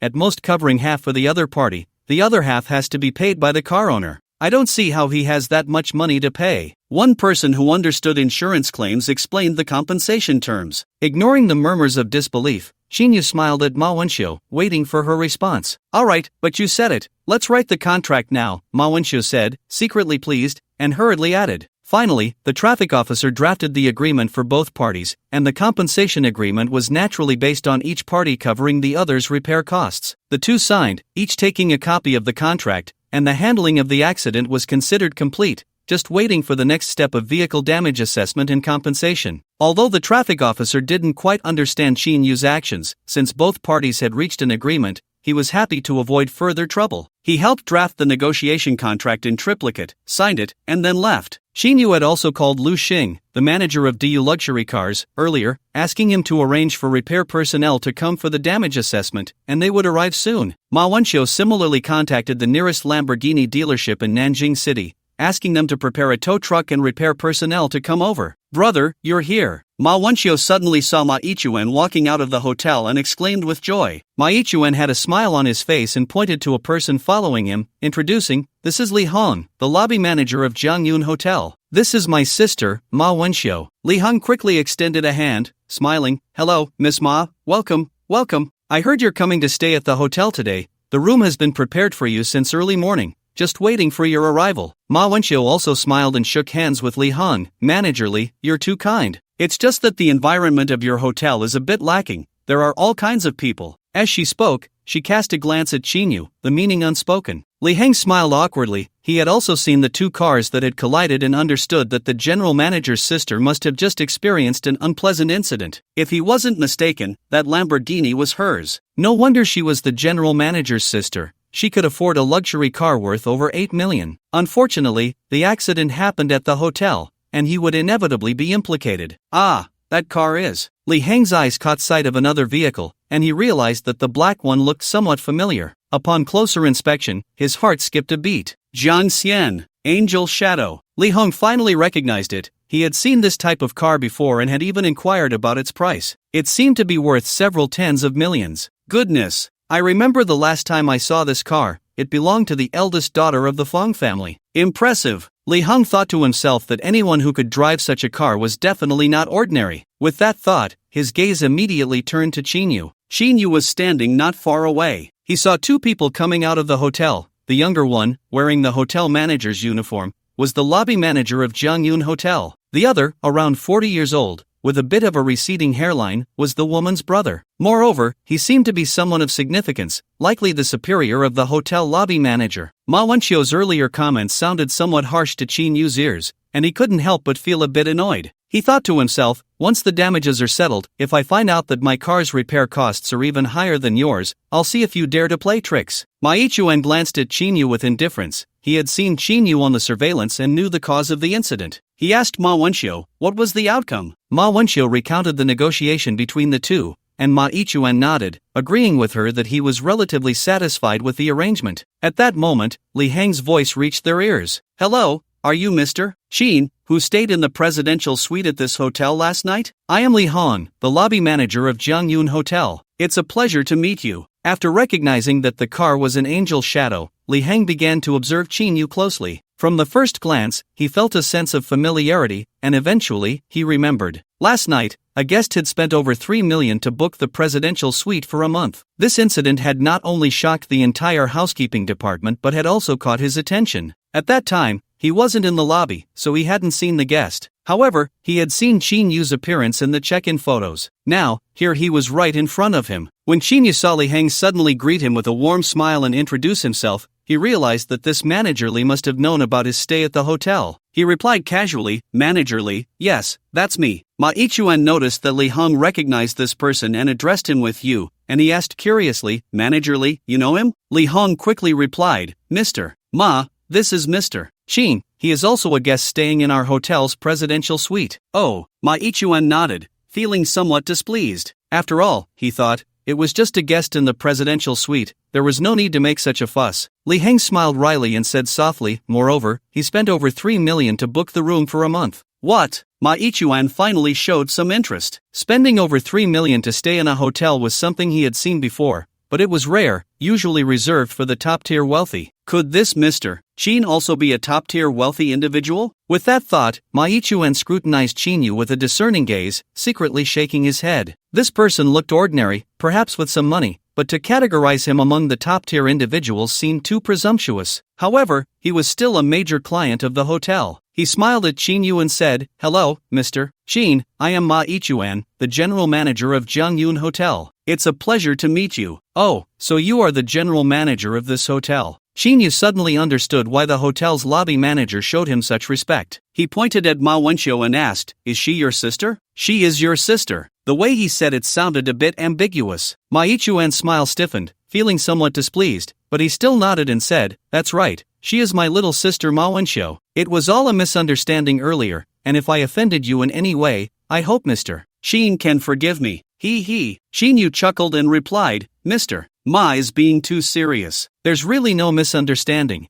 It was just a minor car accident, and we've already come to an agreement. We'll handle it according to the agreement later. That's good. Ma Yichuan had just learned about the resolution of the matter, and handling it according to the agreement was the best outcome. Ma Wenqiu asked curiously, Brother, do you know him? Is he also a guest at the hotel? Li Hong, with a clear mind, worried that Ma Wenqiu might misjudge Qinyu based on appearances, quickly said, Miss Ma, you may not know, but that Qinyu has spent over 3 million to book a presidential suite for a month. Over 3 million? Ma Wenqiu was taken aback, realizing that the person she had clashed with was not simple at all. Over 3 million for a month meant it would cost over 100,000 a day. To put it in perspective, she was staying in a very ordinary presidential suite that cost just over 1,000 a night. The conditions of their stays were worlds apart. From this point of view, at the very least, the other party was someone who didn't lack money. Could he be a rich second generation? Thinking of this made her a bit anxious, but then she remembered her brother was present. After all, he was the general manager of a 7-star hotel, so even if they did offend a rich second generation, it wouldn't be a big deal. Ma Wenqiu fell silent, her heart fluctuating with uncertainty. There are too many people here. Why don't we go to the hotel lobby's lounge area to sit for a while? We can give the car keys to the security to keep safe until the insurance adjuster arrives, Li Hong suggested,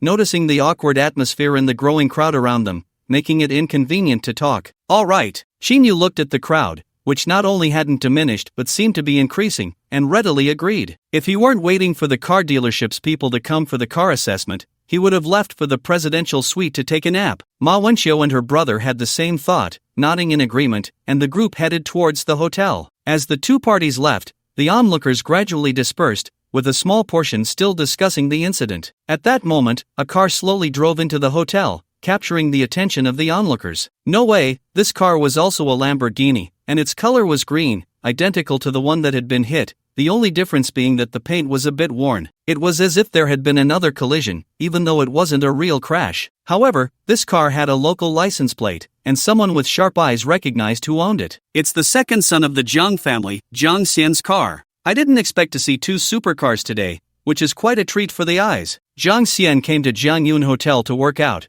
He was a member of the hotel's gym and would come once or twice every half-month. As he drove to the hotel entrance and tossed the car keys to the doorman, he was about to get out of the car with a girl in a short skirt and blue-dyed hair on the other side when he suddenly felt something was off. Turning around, he noticed several pairs of eyes staring at him. What's going on? Why do these people look so strange? Just as he was wondering, he saw the two cars that had collided. He first noticed the Lamborghini that looked exactly like his, with the front half smashed in. He was slightly surprised, as it seemed that car had just been bought not long ago. Turning to look at the other car, his eyes widened, and he cursed, "Damn, isn't that Sister Fang's car? Xiangu, do you know the owner of that car?" The blue-haired girl asked curiously. "Let's go take a look," Jiang Xian said eagerly as he ran towards the two cars. He thought to himself, if that car really belonged to Sister Fang, then the owner must have had the worst luck for 8 lifetimes. They wouldn't just walk away unscathed. When he reached the Angel Chiang and saw the license plate was different, lacking that impressive string of numbers, and noticed the paint still looked fresh, he realized he had mistaken it. However, he was still surprised. This car was incredibly expensive, costing over 90 million, something not everyone could afford. The bump he had caused, while not as severe as the other sports car, was still significant. If it were his car, he couldn't imagine how heartbroken he would be. He had borrowed this type of car from others before, and its performance was beyond imagination. This model was released by the company at the end of last year, with only a little over 5,000 units produced, and in Longsha country, there were fewer than 20 people who owned this car. Therefore, very few people could truly appreciate it. "Zhang Xiao, do you know this car?" A man in his 30s recognized Jiang Xian. Seeing the second son of the Jiang family rushing over, ignoring the Lamborghini worth over 8 million, he instead showed interest in the inconspicuous car, expressing curiosity with a sigh. Jiang Xian looked at the man, finding him somewhat familiar, but instead of answering, he asked, "Do you know where the owner of this car is? What just happened?" Upon hearing Jiang Xian's inquiry, the man hurriedly recounted everything he had seen, finally mentioning that the owners of both cars had gone into the hotel. After listening, Jiang Xian couldn't help but laugh heartily, pointing at the Angel Chiang and saying to everyone, "None of you recognize this car? If you knew its value was equivalent to 10 Lamborghinis, you wouldn't underestimate its owner and think they suffered a huge loss." "What? This car is worth 10 Lamborghinis? So it costs over 80 million? "No, not over 80 million, it's at least 90 million, and if an average person wanted to buy it, it could cost over 100 million. Jiang Xian explained confidently, a hint of pride in his voice, as if the car were his. "Wow, a car worth over 100 million? This isn't just a luxury car, it's a divine car. I can't believe that in the end, this car is the true king. There are cars this expensive in the world, and I get to see one with my own eyes. I've really broadened my horizons. Damn, I forgot to check the comments on the video I just posted. Someone actually mentioned the value of this car, exactly what young Master Jiang said. Who said this car is worth over 100,000? Come out so I can beat you up. If that's the case, that lady just now must be at a loss. Ha, looks like there's a good show to watch." The blue-haired girl with Jiang Xian also looked shocked. "Xiangu, this is actually a luxury car worth over 100 million. I thought the Lamborghini you drove was the most luxurious. I didn't expect there to be even more expensive cars." Don't think this over 100 million Angel Chiang is the only one. There are many cars even more expensive, you just lack the experience. Jiang Xian smiled slightly. Just then, 2 tow trucks drove in. Following them were representatives from the insurance company and staff from the car dealership for damage assessment. arriving one after another. A hotel security guard waiting there took the car keys and began his work. Shin-yu entered the hotel and sat down on a sofa in the lobby's lounge area, with a glass coffee table in the middle, where Ma Won-seo and a few others also gathered around. Lee Hong, the lobby manager, immediately called a front desk staff member to brew a few cups of coffee and bring them over. Shin-yu took the freshly brewed coffee and took a sip. He thought to himself, just when he was worried about how to spend money, since the car had been damaged, it was just right to buy a new one. As for what kind of car to buy, a sports car? Or something like a supercar? Not for any other reason, but mainly because these cars are expensive. Of course, the price of the Angel Chi-ing is quite expensive, but since I already own one, there's no need to buy the same car again. With this in mind, I already have a plan. Considering that I will need a means of transportation when I go out later, and it seems that the hotel offers a dedicated car service. So, I picked up my phone, found Tang Chin's business card, and dialed her number. Once the call connected, Shin-yu directly expressed his need for a dedicated car. Hearing this, Tang Chin replied, "That's not a problem. I'll go talk to Manager Han right away, and once I have the car keys, I'll come to pick you up." Shin-yu was taken aback. "From your tone, it sounds like you'll be my dedicated driver too." "Yes, as a service steward, I also take on the role of a driver. If you don't want me to be your driver, you can find someone else from the hotel." "No, you come. I was just asking. I'm on the first floor, so just come down to find me," Shin-yu said with a smile. "Okay." Tang Chin added, "By the way, the clothes you bought last night have been cleaned. If you need them now, I can bring them down for you." "Oh." Shin-yu suddenly remembered he had bought a lot of clothes last night. He had a habit of washing new clothes before wearing them, so he was still in what he wore yesterday. "No need, I'll use the new clothes next time. Then see you later." After hanging up,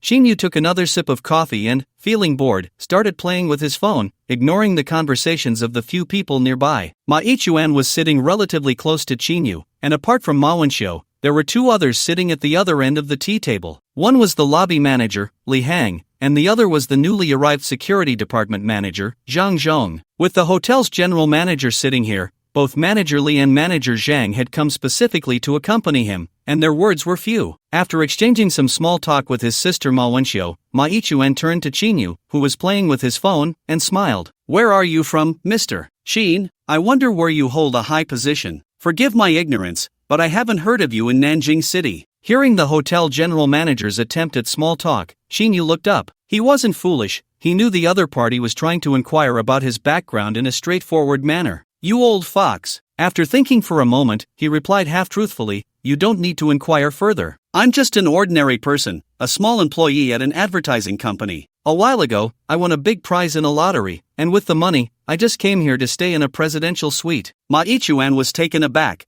This cliché plot seemed very familiar. This sounded too perfunctory. "Is that all?" Shin-yu nodded. "It seems I have no reason to lie to you." "Put." Ma Won-seo couldn't help but laugh, squeezing out a word, "New money." The other two present looked at Shin-yu with a strange expression, their gazes mixed with light laughter and a hint of envy. Winning a big prize isn't something everyone is lucky enough to do. If it were that easy, Li Hong and Zhang Zhong wouldn't need to work as managers at the hotel. They could just buy lottery tickets every day. Ma Ichuan coughed lightly, and after thinking about Shin-yu's words, he believed about 80 to 90% of it. Only this explanation fit the ordinary aura of the person. At the same time, he felt relieved. If that were true, he wouldn't need to pay much attention to this person anymore. At that moment, two people in automotive work uniforms came in, delivering the damage assessment reports for both Shin-yu's and Ma Won-seo's cars. Not believing it, Shin-yu saw that the damage assessment report was out and instructed the car shop staff to tow his car for repairs. Ma Won-seo was a bit anxious. She took a look at the damage assessment report for her car,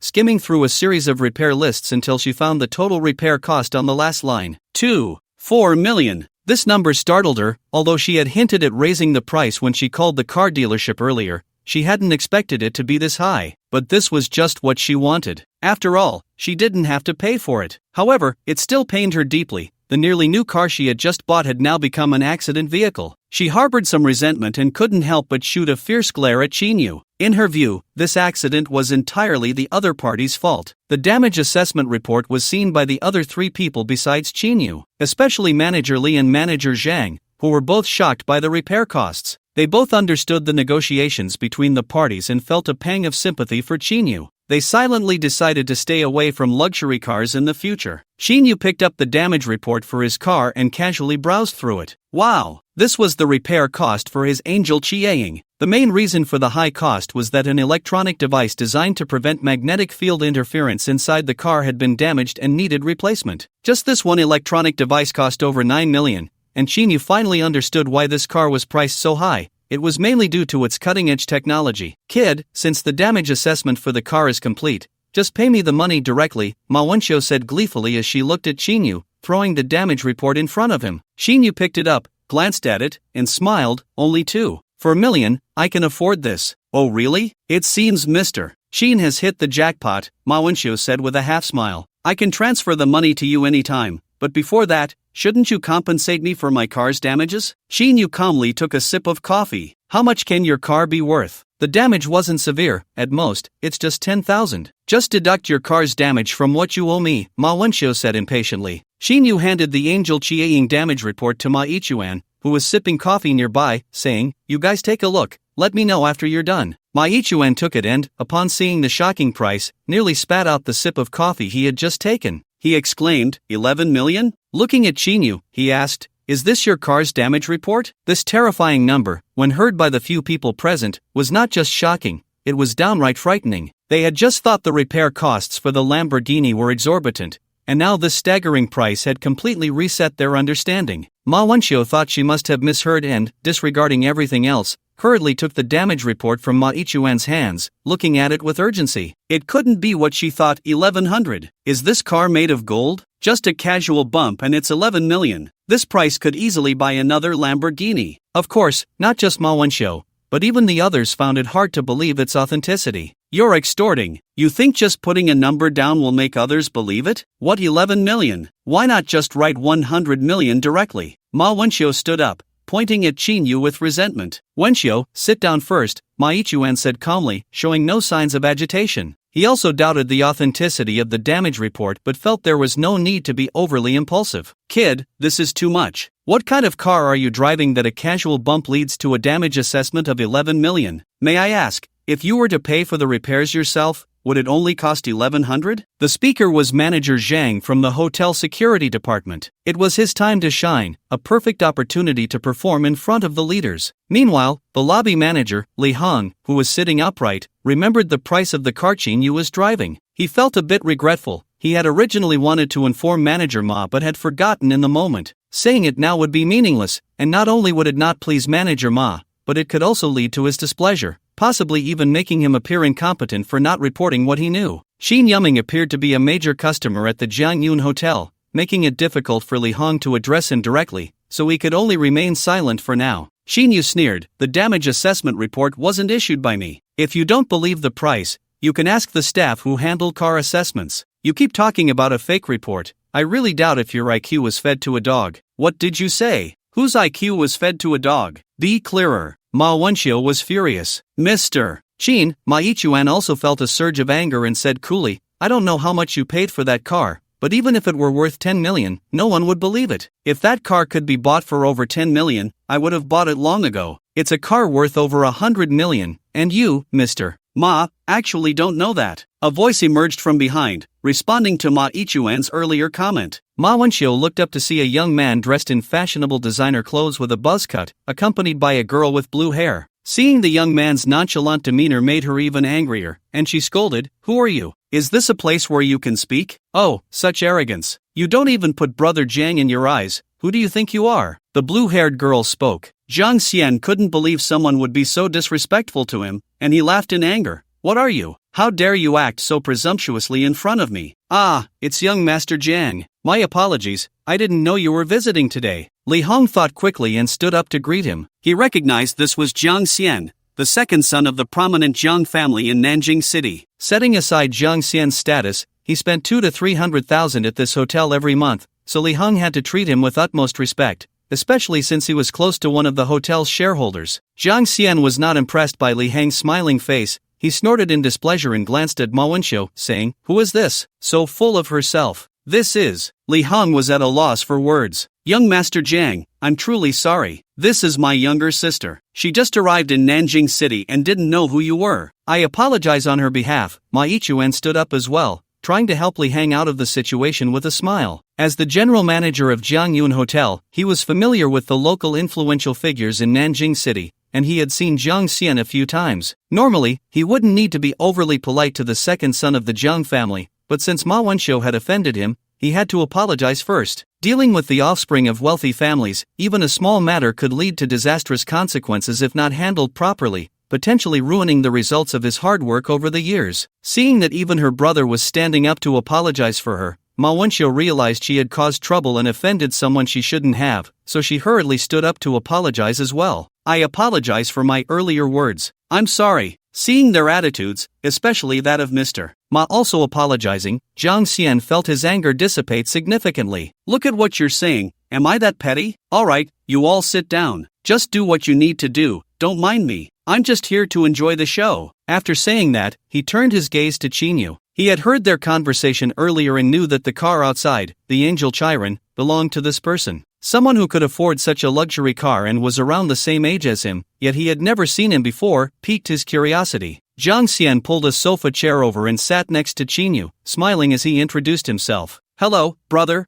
I'm Jiang Xian. That Angel Chiron is yours, right? Qinyu also smiled, not daring to act too grand. Just now, it was clear that this person, who was about the same age as him, had quite the background. My name is Qinyu, nice to meet you. The car you mentioned outside the hotel, yes, that's indeed mine. Jiang Xian laughed heartily. Brother Qin, you're quite generous, driving cars worth over 100 million. I saw one for sale in Nanjing City, but unfortunately, I'm a bit short on cash and can't afford it. The one you're talking about, it wouldn't be from Daewoo Luxury Cars, would it? Qinyu asked somewhat oddly. Yes, exactly from Daewoo Luxury Cars. Brother Qin, you wouldn't tell me that the Angel Chiaing was bought from Old Lu, would you? Jiang Xian joked. You're right, Qinyu nodded. Really? Jiang Xian's eyes widened. I saw that car the day before yesterday. You didn't just pick it up yesterday, did you? I indeed bought it just yesterday, Qinyu replied honestly. Impressive, buying a car yesterday and crashing it today, that's really something. Jiang Xian gave a thumbs up and curiously asked, so, how much did you spend on that car? Not much, just 100 million, Qinyu answered straightforwardly. 100 million, not much? Jiang Xian's smile became somewhat forced. He felt seriously looked down upon as a rich second generation. Hearing the price of the car, the few people present, aside from Qinyu and Jiang Xian, were shocked by the number. Even Li Han, who had some knowledge about cars, was taken aback. He had only heard it was several tens of millions, but it turned out to be over 100 million. Ma Wenxiu's heart raced. This car was indeed worth 100 million, and the maintenance cost of 11 million seemed somewhat reasonable. But if she really had to pay that much, it was absolutely impossible. Since Ma Wenxiu divorced her ex-husband, she had received a considerable amount of assets, including a property in the Magic City and 15 million in cash. She then splurged over 8 million on a Lamborghini, and with other expenses, the cash she could actually take out now was just over 4 million. Especially since, although she bought a new car, she only purchased basic insurance. The 11 million compensation would essentially be equivalent to a total loss. Unless she sold the property in the Magic City and combined it with cash, she would never be able to gather that amount, and that would leave her broke. Ignoring the changes in the expressions of those around him, Jiang Xian lamented, Brother Qin, if you had come to me before buying the car, I could have negotiated for you. That car definitely wouldn't have cost 100 million, at most just over 90 million. You wasted a full 10 million, what a pity. Oh, Qinyu nodded. Thank you for your kind offer. Next time I buy a car, I'll just ask you for help. Huh, sure, talking with Brother Qin is refreshing. Jiang Xian laughed. Mr. Qin, is your car really worth 100 million? Ma Ichuan finally couldn't help but ask at this point. He also knew that with Jiang Xian's status, there was no need to lie to deceive him. But a car that was unknown could actually be worth 100 million. It sounded too unconvincing. At the same time, he secretly scoffed. If that were true, everything that kid said about winning a first-class lottery must be false. What kind of lottery could have that much money? It was truly nonsense. It seemed this guy was not a nouveau riche. He was clearly just playing with him. Mr. Ma, as the general manager of a 7-star hotel, your knowledge is quite limited. The car Brother Qin drives is from the company, the latest model, Angel Chiaing. There are only over 5,000 in the world, but only 20 people in the country own this car. If you don't believe it, you can check it online with your phone, Jiang Xian mocked. Company, Angel Chiaing? Why does that name sound so familiar? Ma Ichuan suddenly thought of a big shot, someone who even the major shareholders of Jianyun Hotel would treat with respect, let alone him. He had the fortune to meet this legendary figure once and saw that her car was exactly the same as Mr. Qin's. It had just been too long. Although he saw that kind of car again today, he couldn't recognize it at first. Otherwise, if he had known the price of the car, his sister wouldn't be facing such a huge loss now. Thinking of this, he couldn't help but feel curious about the car worth over 100 million, and not fearing embarrassment, he took out his phone to look up the car's name. Even Li Hang and Zhang Zhong picked up their phones. The result made them all gasp in shock. Although Ma Wenxiu didn't look at her phone, seeing their reactions, she knew it was mostly true. That car was indeed worth 100 million, far more expensive than her Lamborghini. In her heart, her resentment towards Qinyu grew even stronger. Driving such an expensive car yet being so low-key, couldn't he show off a little? After thinking it over, she finally gritted her teeth and said to Qinyu, "I've thought it through. Let's do it the way you suggested before. Each person will handle their own repairs. I think that's more reasonable." Qinyu looked up at the seemingly self-evident Ma Wenxiu, the corners of his mouth curling up as he took out the contract he had just signed. "Do you think I would agree? You're thinking too optimistically. If everything could be changed so easily, what's the point of this contract? Ha! I've never seen such a shameless fool before. It seems a good show is about to unfold," Zhang Xian said with a laugh. He had heard the bystanders talk about this incident and came here just to see this good show. "Mr. Qin, how about this? I apologize on behalf of my sister. If you could overlook it for my sake, how about we just split the car repair costs?" Ma Ichuan said sincerely. "Mr. Ma, I think you know very well that if my car weren't valuable, or if its repair costs weren't high, your sister would never think this way. Since you can't do it, why impose it on me?" Qinyu said calmly. 11 million is just too high, my sister can't come up with that. How about we each pay half? Ma Ichuan considered and said, "Brother, you don't need to plead with him. I won't pay a single cent for the repair of his car. If it comes to it, we'll just each bear our own losses. He has to agree, or I won't acknowledge it." Ma Wenxiu stood up and shouted angrily. "Then what else is there to talk about? Talking to someone like you is truly a waste of breath," Qinyu sneered. "Wenxiu, sit down." Ma Ichuan's expression darkened. Seeing her brother's sternness, Ma Wenxiu felt a bit scared and reined in her anger, sitting back down. "Mr. Qin, my sister is just being unreasonable. I apologize again on her behalf." Ma Ichuan continued to plead with Qinyu. "Is there really no way to turn this around? This repair cost might not be worth mentioning to you, but for her, it could mean losing everything." Qinyu coldly looked at the somewhat humble Mr. Ma, then glanced at the displeased Ma Wenxiu, and said coldly, "Mr. Ma, you don't need to say such things. From the beginning, I didn't want to escalate this matter, but your sister has been too aggressive and greedy. She must bear the consequences. Over 10 million isn't much to me, but why should I listen to you?" "Brother Qin is absolutely right. I couldn't agree more," Zhang Xian couldn't help but interject. He continued, "I heard that at first Brother Qin wanted each to handle their own repairs, but this fool insisted on compensation. Now that he knows the repair costs are even higher, he's backing out. I despise people like you the most." Looking at Qinyu, he added, "Brother Qin, I heard you signed a contract?" "That's right. The contract is right here." Qinyu smiled and handed the signed contract to Zhang Xian. Zhang Xian took it and looked, "Very good. How about you give me this contract and write another authorization letter? I'll help you handle this matter. If she doesn't agree to pay, I guarantee that even if she sells her house and car, she will have to make up the money. What do you think?" Ma Ichuan, who had just been as pale as water, changed his expression again at this moment. "Young Master Jiang, this matter has nothing to do with you. Why must you get involved?" He knew that if this matter were to be handled by Zhang Xian, Ma Wenxiu would have no choice but to obediently pay. The Zhang family's influence was no joke. Even without that contract, they wouldn't dare to go back on their word. If it were just Qinyu alone, there might still be a chance for negotiation. After all, someone who could afford such an expensive car wouldn't be overly concerned about money. If he could get Ma Wenxiu to change her attitude, he could continue to plead for her, and perhaps she would agree. Even if she didn't agree, as an outsider, he had little power here, but with Ma Ichuan's connections, he could eventually get the other party to make some concessions. "Mr. Ma, you're mistaken. How can this not concern me? Brother Qin's matter is my matter. Besides, I also disapprove of your sister's actions. I would intervene even for others, so I'm definitely helping with this." Zhang Xian turned to Qinyu again. "Brother Qin, what do you think?" "I have no problem. It's you untroubling, Brother Jiang." Qinyu nodded and smiled. He realized that having Zhang Xian help was the best option, saving him a lot of effort. Although he had the contract in hand, if the other party refused to pay, the only option left would be to go to court. But he was unfamiliar with handling such matters and didn't know how much time it would waste. He didn't care about the money, but time was what mattered. Having bound the system, he had accumulated such wealth just by signing in 3 times, so it was essential to spend time signing in.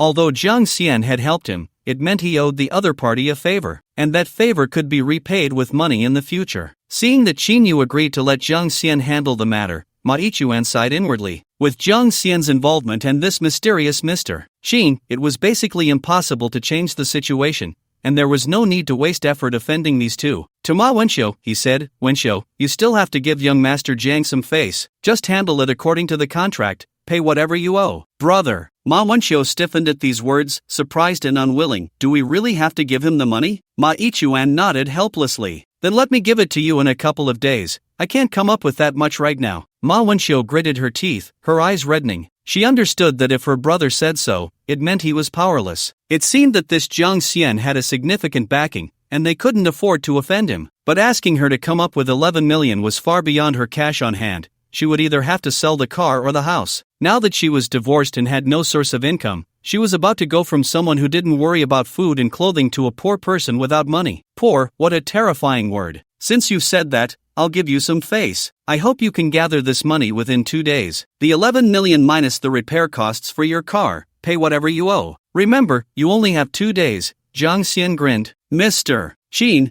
I have prepared the car for you. Suddenly, a familiar voice came from behind. Xinyu turned to see Tang Qin walking over. Even before she arrived, her voice had come first. Okay, please wait a moment. Xinyu nodded at Tang Qin. Just as Tang Qin was about to speak, she caught sight of the hotel general manager and the lobby manager sitting on the other side. A hint of confusion crossed her face, and she hurriedly greeted Ma Ichuan respectfully. Mr. Ma, you're here too. Ma Ichuan merely responded with a faint acknowledging her. Tang Qin, it's you. Ma Wenxiu was surprised to see Tang Qin, her voice rising with excitement, mixed with a hint of resentment in her eyes. Mrs. Li, long time no see. Hearing this, Tang Qin also saw Ma Wenxiu sitting there, and her expression changed slightly. However, she quickly calmed down and greeted Ma Wenxiu. Do you know each other? Ma Ichuan asked curiously. Ma Wenxiu hesitated, then shook her head and said lightly, we're not very familiar. She had originally wanted to say something, but with the 11 million compensation on her mind,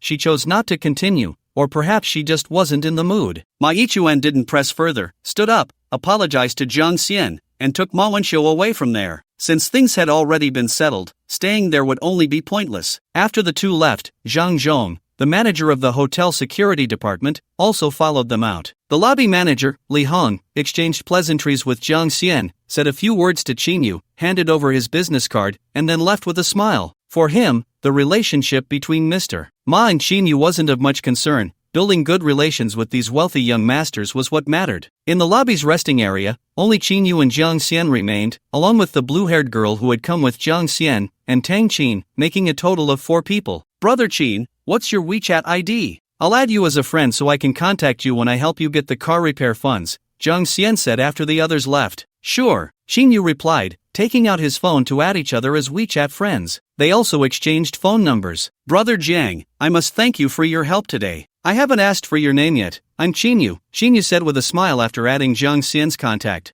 I'm Jiang Xian. I'm 24 this year. How old are you, Brother Qin? I'm a year older than you, 25. Oh, since you're a year older, I'll call you Brother Qin from now on. You can just call me by my name or call me brother. It's more convenient that way. What do you think? Then I'll take the liberty to call you Brother Jiang, Qinyu laughed. Ha, I like your straightforwardness, Brother Qin. We hit it off like old friends. If you need anything in Nanjing City in the future, just let me know. Alright, Brother Jiang. I don't have many strengths, but one is that I have a lot of money. If you ever need money or want to invest in something, you can find me. Jiang Xian was delighted and said, Great, I'll remember what you said, Brother Qin. Hello, Brother Qin, I'm Zhuing. Nice to meet you, the blue-haired girl beside Zhao Xian said with a smile, extending her hand. Hello, Miss Xu, Qinyu shook her hand. This is. Jiang Xian pointed to Tang Qin behind Qinyu. Although Tang Qin was wearing the hotel uniform, her beauty was outstanding, making her very noticeable in any setting, which made it hard for Jiang Xian not to pay attention to her. Hello, young Master Jiang. I'm Tang Qin, Mr. Qin's exclusive service steward. Tang Qin introduced herself. So, Brother Qin is living in the hotel now, Jiang Xian realized. Qinyu nodded and added, My car has been towed to the repair shop, and I don't know how long it will take to fix. So I want to buy another car later, and I need Brother Zhang's help to find out where I can buy that kind of limited edition sports car. Oh, it seems Brother Qin also likes sports cars. But since you already have luxury cars worth over 100 million, why not just buy a regular sports car? Limited edition sports cars aren't cheap and are hard to come by. If you want to get one in a short time, you'll have to buy a second-hand one. Shinya smiled. Mainly, I'm the kind of person who wants to buy the best when I purchase something, and the same goes for cars. I've heard that limited edition sports cars are rare, so I wanted to ask if you have any connections. What you said makes sense, otherwise, you wouldn't have bought the Angel Chiaing. Jiang Xian's eyes shifted, and he continued, I have a little aunt who runs a large car dealership, dealing in both new and used cars. The used cars are mostly top-tier sports cars, and there are also limited edition models. If you really want to go, I can take you there, but it's a bit far, in the East Shou district of Nanjiang City. It will take at least 30 to 40 minutes by car. Xinyu asked, will this take up too much of your time? It's fine, I came out to have fun today, so it doesn't matter where we go. That's great. Since it's almost noon and just in time for lunch, I'll treat you to a meal here at the hotel, and then we can head over. How does that sound? Alright, I'll go with you, Jiang Xian replied with a smile. Then Xinyu pulled in Tang Qin, and the four of them went straight up to the 51st floor of the hotel to dine at the Sky Restaurant. Since they would be driving later, they didn't drink alcohol and only ordered a few bottles of soft drinks. After the meal, the three of them went down to the first floor, while Zhuing went to the hotel gym and didn't follow them. Before long, Jiang Xian was driving his Lamborghini ahead, while Qinyu got into the Rolls-Royce driven by Tang Qin, following closely behind. The two cars headed straight for the car dealership in the East Shou district that Jiang Xian mentioned. At the hotel entrance, two wrecked cars had been towed away, and the crowd of onlookers had already disappeared. On the road, as Tang Qin drove, she couldn't help but ask Qinyu if he knew the general manager of Jiangyun Hotel and that Mrs. Li. The Mrs. Li you mentioned is actually the sister of your general manager Ma. You don't know her? Qinyu replied in surprise. So she's General Ma's sister. Tang Qin tightened her grip on the steering wheel, a hint of worry in her eyes. I really didn't know that. I haven't seen her since I started working at this hotel. Since you call her Mrs. Li, you must have known her before, Qinyu inquired. Tang Qin nodded. I told you before, I worked at a skincare company before this hotel, and that Mrs. Li is the wife of the general manager of that company. I see, no wonder you call her Mrs. Li. Then how did you end up sitting with them? Actually, it's quite an unfortunate story. Qinyu briefly explained the car accident and the insurance claims, which made Tang Qin chuckle. Serves her right, people like Mrs. Li should learn a lesson. It's a case of being too clever for their own good. But the only downside is that the other party was mostly at fault, yet the surveillance camera just happened to break down. I suspect General Ma had a hand in it. The camera at the hotel entrance didn't break down earlier or later, but just at this time, what a coincidence. Maybe, Qinyu agreed with Tang Qin's speculation, but he didn't mind. He then asked, it seems you really don't like Mrs. Li. Did she make things difficult for you at that skincare company? Well, you could say that. Tang Qin didn't want to continue on that topic and changed the subject. You mentioned that car of yours cost over 100 million? What's wrong? You don't believe me? That car really did cost 100 million. I was just asking. Of course I believe you. I didn't expect there to be such an expensive car. If I had known, I would have come down earlier to see what your car looks like, Tang Qin exclaimed. Half an hour later, they arrived at Tianyun Road in the East Shou district and parked in front of a large car dealership. Before them stood a 6-story building, covering an area of about 3,000 square meters, entirely surrounded by glass curtain walls, looking grand and luxurious. Nanyun Xing. 3 huge characters were embedded in the wall, presumably the name of the car dealership. After parking the car in the open space at the dealership entrance, the 3 of them got out and walked towards the dealership. At the entrance stood a female employee in work attire, who hurried to greet Jiang Xian and the 3 of them as they approached. Jiang Shao, and this gentleman and lady, welcome. Su Wei, where's my aunt? Is she in the store? Jiang Xian asked. President Yun is on the 3rd floor entertaining a guest. Do you want me to notify her now? No need, I'm just here to bring a buddy to look at cars. Just stay by my side, if he likes any car, you can handle it. Hearing that his aunt wasn't around, Jiang Xian secretly breathed a sigh of relief. Okay, thank you, Jiang Shao. Su Wei was overjoyed. Xingu, let's go in and see if there's a car you like. Thank you for your trouble. Xinyu followed Jiang Xian into the store. Su Wei was secretly surprised. She knew Jiang Xian's identity and didn't expect this man, dressed in cheap clothes, to be called Xingu by Jiang Shao. It seemed this person was not as simple as he appeared. She also quietly noted Xinyu's appearance, categorizing him as a client to be courted. Entering the 1st floor hall of the car dealership,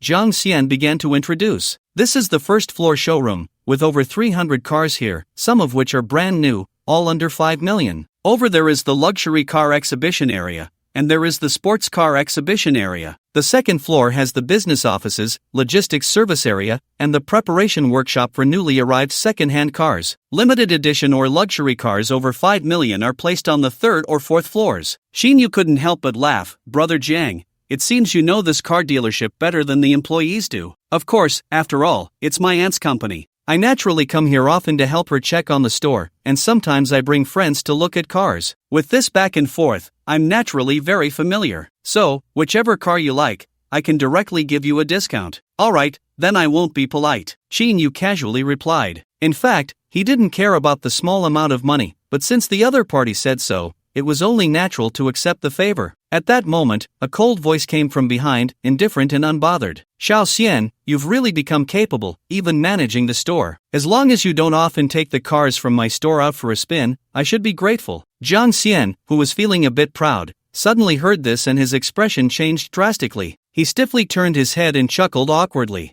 Aunt, weren't you negotiating business with a customer? Why are you down here? The business is done. The woman said with a half smile, Are you disappointed to see me? Are you that afraid of meeting me? But you're just in time, I still need to settle the accounts with you. Don't, Aunt. I'm here today to introduce a big client to you. Jiang Xian, what big client? It wouldn't be this loser beside you, would it? The speaker was a man in a blue shirt, dressed in brand-name clothes, with a chestnut-colored hairstyle, standing next to the woman. This man looked even younger than Jiang Xian, but he was a bit thin, sneering at Jiang Xian. Zhao Song, why are you here? Jiang Xian's expression turned cold as he asked with a strong hint of hostility. Why can't I be here? This is a car dealership, of course, I'm here to buy a car. What's your problem? Buying a car? Jiang Xian shot him a sideways glance. What car did you buy? He then curiously looked at his aunt, wanting to hear the exact answer from her. Young Master Zhao is here to look at cars, but unfortunately, that car was too expensive, and he couldn't buy it. Oh, Jiang Xian wore a slight smile and said to Zhao Song, look at you, unable to afford a car that doesn't match your title as the illustrious young Master Zhao.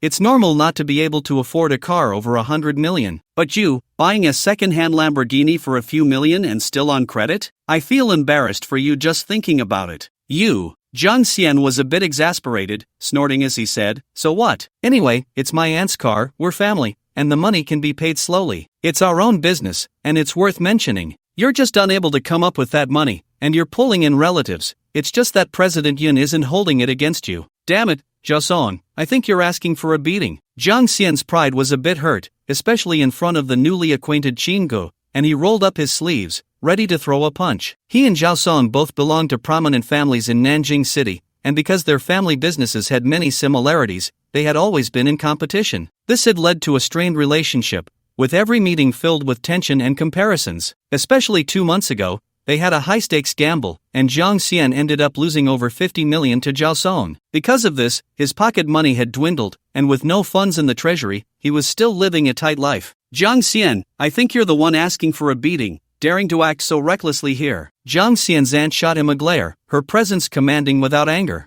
Sorry, aunt, I wouldn't dare do anything. Jiang Xian immediately forced a smile, his earlier bravado deflating. Zhao Song was also startled. He had a history of brawling with Jiang Xian, but unfortunately, his physique was weak, making him no match for Jiang Xian, and he had ended up with a bruised face. Since then, he had carried a significant psychological shadow. Jiang Xian, don't mess around, this is President Yun's store. If it comes to a fight, I'm not afraid of you. Oh, really? Want to take it outside and have a go?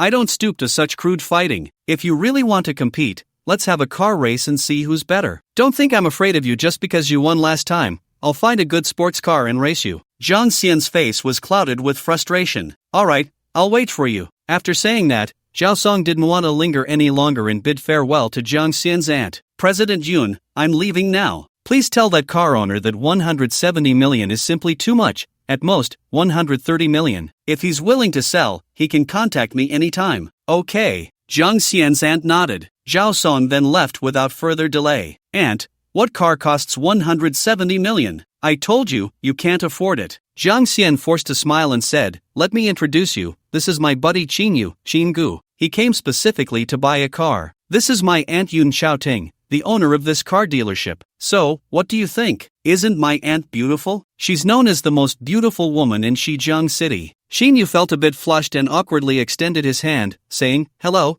President Yun. Hello, Mr. Chin. Yun Chaoting smiled and gently shook hands with Chinyu. The reason Chinyu felt a bit shy was that from the moment he first saw Yun Chaoting, his heart began to race uncontrollably. She was simply too beautiful. Standing tall, nearly 1.80 meters, with exquisite features, especially her face that could rival any female celebrity, she exuded an elegant and somewhat ethereal aura. This woman, her beauty would make any man's heart flutter. He had originally thought Jiang Xian's aunt might be a woman in her 40s, but he never expected her to be such a stunning beauty. Mr. Chin, may I ask what type of car you prefer? I can recommend something for you. Yun Chaoting put on a professional smile and asked, do you have any limited edition sports cars? Yun Chaoting looked a bit surprised. Of course, we have 2 in stock. However, since they are limited edition, their prices are much higher than new cars. Price doesn't matter, just tell me about them. Chin Yu replied directly. Yun Chaoting raised an eyebrow, her face showing a hint of curiosity. Alright, then let me introduce you to these 2 supercars. The first one is the Faraday LaFerrari released 6 years ago, with a red body, limited to 500 units worldwide, a maximum horsepower of 963, and a price of 36 million. The other one is the Aston Martin Phantom released 3 years ago, with a white body, limited to 77 units worldwide, a maximum horsepower of 760, and a price of 73 million. Every time Yun Chaoting mentioned a car, Jiang Xian couldn't help but swallow. He was a true sports car enthusiast, often organizing racing events with some car friends. Naturally, he was drooling over these expensive limited edition supercars. Although he had seen such limited edition cars often, his family was strict with him and limited his spending. Previously, he had about 500,000 in pocket money each month and over 20 million saved up. Ever since he lost a race to Zhao Song and crashed his supercar worth over 10 million, his savings were gone, and now he only had a meager 200,000 a month, with quite a bit of debt. The Lamborghini he was currently driving was a second-hand car he bought here last month, having only paid 2/3 of the price. So now, life was tight, and buying a car like this was definitely out of the question. Aunt, how about lending me one to drive? Jiang Xian couldn't help but ask. Forget it, you'd better not touch such cars unless you buy one. Yun Chaoting glanced at Jiang Xian and smiled at Chinyu. Mr. Chin, I wonder if you like either of these 2. Chinyu pondered for a moment before saying, isn't there another car for 170 million, the one Zhao Song just mentioned? In fact, Chinyu didn't know much about sports cars, he was only considering the price. If he bought the 73 million Aston Martin Phantom, it wouldn't even reach 100 million. Spending nearly 200 million on another car would cost a lot more, but he wanted to try signing for nearly 200 million to see if the system would offer a better gift pack, which could earn him more. Moreover, he was genuinely curious about such an expensive car. Yes, there is indeed a car for 170 million, but would you really like such a high-priced one? Yun Chaoting's brows furrowed slightly, her earlier curiosity about Chinyu turning into displeasure. She didn't believe Chinyu could afford such an expensive car. Even the 2 cars she just introduced, she doubted he had the ability to buy, let alone this one. She was afraid he was just toying with her, deliberately coming to look at the cars without any intention to buy. Aunt, what car is so expensive? Don't say Chin-gu, I'm also very curious about which model costs 170 million. Jiang Xian pressed on eagerly. Not only Jiang Xian, but Tang Qin behind him also cast an interested glance. Such an expensive car would attract not just men, but any woman as well. This is a supercar that is priceless in the market, bought by a businessman from out of town 3 years ago at a great cost. Due to issues with his company's cash flow, the bank couldn't lend him money, and he was forced to sell the car. It is one of the 3 cars released 3 years ago, and each of these 3 has a different name. Yun Chaoting said slowly, it's one of the Bugatti Night series, the Night Wind. Night Wind? Wow, it's actually this car. I've also heard of the 3 models in the Bugatti Night series, which are Night Wind, Night Voice, and Night Shadow. Jiang Xian seemed to have done some research on this limited edition supercar and couldn't help but introduce, this car is equipped with an engine that can unleash 1500 horsepower, accelerating from 0 to 100 in 2 seconds, especially with its body that resembles the night. It's truly unique. It's also hard to find in the world. I didn't expect such a car to appear here. Yun Chaoting explained, this car was brought here for consignment by the owner a couple of days ago, but the other party requested to handle it discreetly, fearing that making it public would affect his company. So I haven't announced it yet, just informed a few wealthy individuals. This car's new price is 80 million, and the owner is now asking for 170 million. Isn't that asking for a lion's share? Jiang Xian inquired about the price. You don't have to buy it. This price is simply too high, more than double the new car price. Can it be lowered? Jiang Xian acted as a negotiator, hoping to help Chinyu bargain. For car enthusiasts, this kind of vehicle is a dream come true, but no one wants to be a fool. Asking for 170 million is something even those rich second-generation kids, let alone the big bosses, can't afford in cash. Last year, a car owner in Feiyin country resold the Knight's Voice for 111 million, so the asking price of 170 million for this Knight's Wind is indeed very high, Yun Xiaoting admitted. But the reason this owner is asking for such a high price is mainly because his company needs that much capital to operate. He also said at the time that if he couldn't sell it for this price, he would rather not sell it. Although the customers who have seen this car are very interested, they have all been scared off by this price. The highest bid so far is from Zhao Song, who just left, at 130 million. Yun Xiaoting spoke clearly, meaning that the price couldn't be lowered. If it could have been lowered, it might have been sold already. How does that kid have so much money to offer 130 million? Jiang Xian said indignantly. Isn't it because of you? With the 50 million you lost to him, plus the funds he has, 130 million isn't too difficult for him. Yun Xiaoting glanced at Jiang Xian and said lightly, next time, I will definitely win back that 50 million with interest. Jiang Xian gritted his teeth. How about we go take a look at the car first? If I like it, I'll buy it. Xinyu was tempted and had the intention to buy. Limited to 3 globally, each with a unique name, it sounded impressive and flashy. While the price might deter others, it wouldn't stop him. Brother Qin, you really aren't thinking of buying that car, are you? Jiang Xian asked excitedly. He knew that since Xinyu had already bought the angelic Qiaying worth over 100 million, buying another car that was even more expensive wouldn't be a burden. Xinyu nodded, of course, but I have to see it and be satisfied first.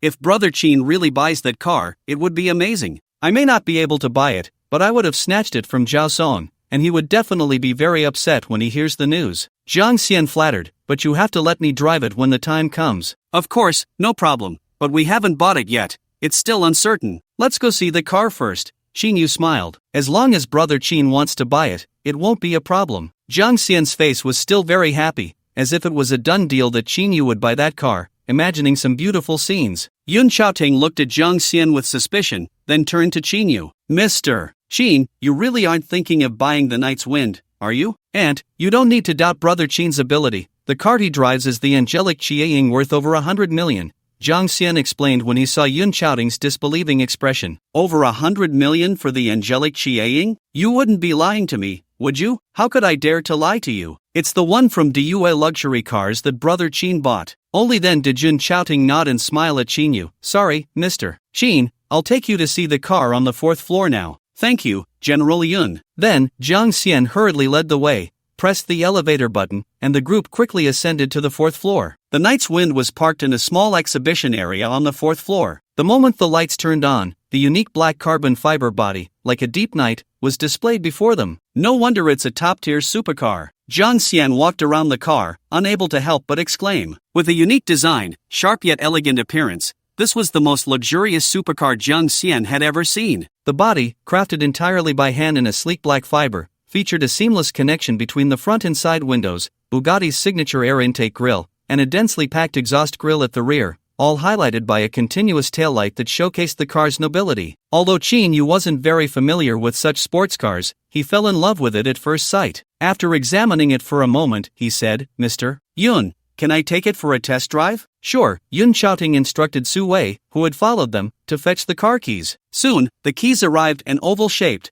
pure black LCD smart key, about the size of a palm. This LCD key controlled the car's ignition and door monitoring. As the vehicle started, the ambient lights flashed in a dazzling display. Xinyu opened the door, got in, and with a gentle press of the accelerator, a sharp roar echoed through the showroom, resonating in everyone's ears. In idle mode, the engine was almost silent. From the car's color to its shape and performance configuration, there was nothing to criticize. Xinyu nodded in satisfaction, got out, closed the door, and then realized that everyone's gaze was fixed on him. Why are you all looking at me like that? Is there something on my face? Xinyu had to ask. This Bugatti Chiron, known as the Night Wind, was too shocking for everyone present, not only because of its unique appearance but also due to its price. At 170 million, this price could be considered the most expensive car in the world. Especially for Tang Qin and Su Wei, who came from ordinary backgrounds, this figure was astronomical, a vast wealth that they could never touch. Brother Qin, what do you think? Do you like this car? Jiang Xian asked nervously. He had been eyeing the car with sparkling eyes, eager to drive it out and show off. No wonder Zhao Song was willing to pay 130 million. Xinyu smiled and nodded. I'll take it. I'm buying it. Payment, Payment. Jiang Xian exclaimed joyfully, bringing brother Qin here today was definitely the right choice. Tang Qin also showed excitement, looking at Qinyu with a mix of surprise and admiration. Although she hadn't interacted much with Qinyu, she had developed the illusion that he seemed to have endless money. No matter how high the estimate, it always turned out to be an underestimate. Su Wei was even more shocked. She had never underestimated Qinyu from the beginning, but she never expected the outcome to be so surprising. Yun Xiaoting remained much calmer. Although Qinyu's decision to buy the Night Wind exceeded her expectations, her expression showed little fluctuation. She asked, Mr. Qin, the owner's asking price for this car is 170 million. Is that acceptable to you? Qinyu replied, of course, since I've decided to buy it, I have no objections to the price. You've already mentioned that the owner has no intention of lowering the price, so why should I waste my breath? Yun Xiaoting smiled charmingly, Mr. Qin is indeed generous, but I forgot to mention something just now. After a pause, she continued, the selling price of 170 million is the owner's price,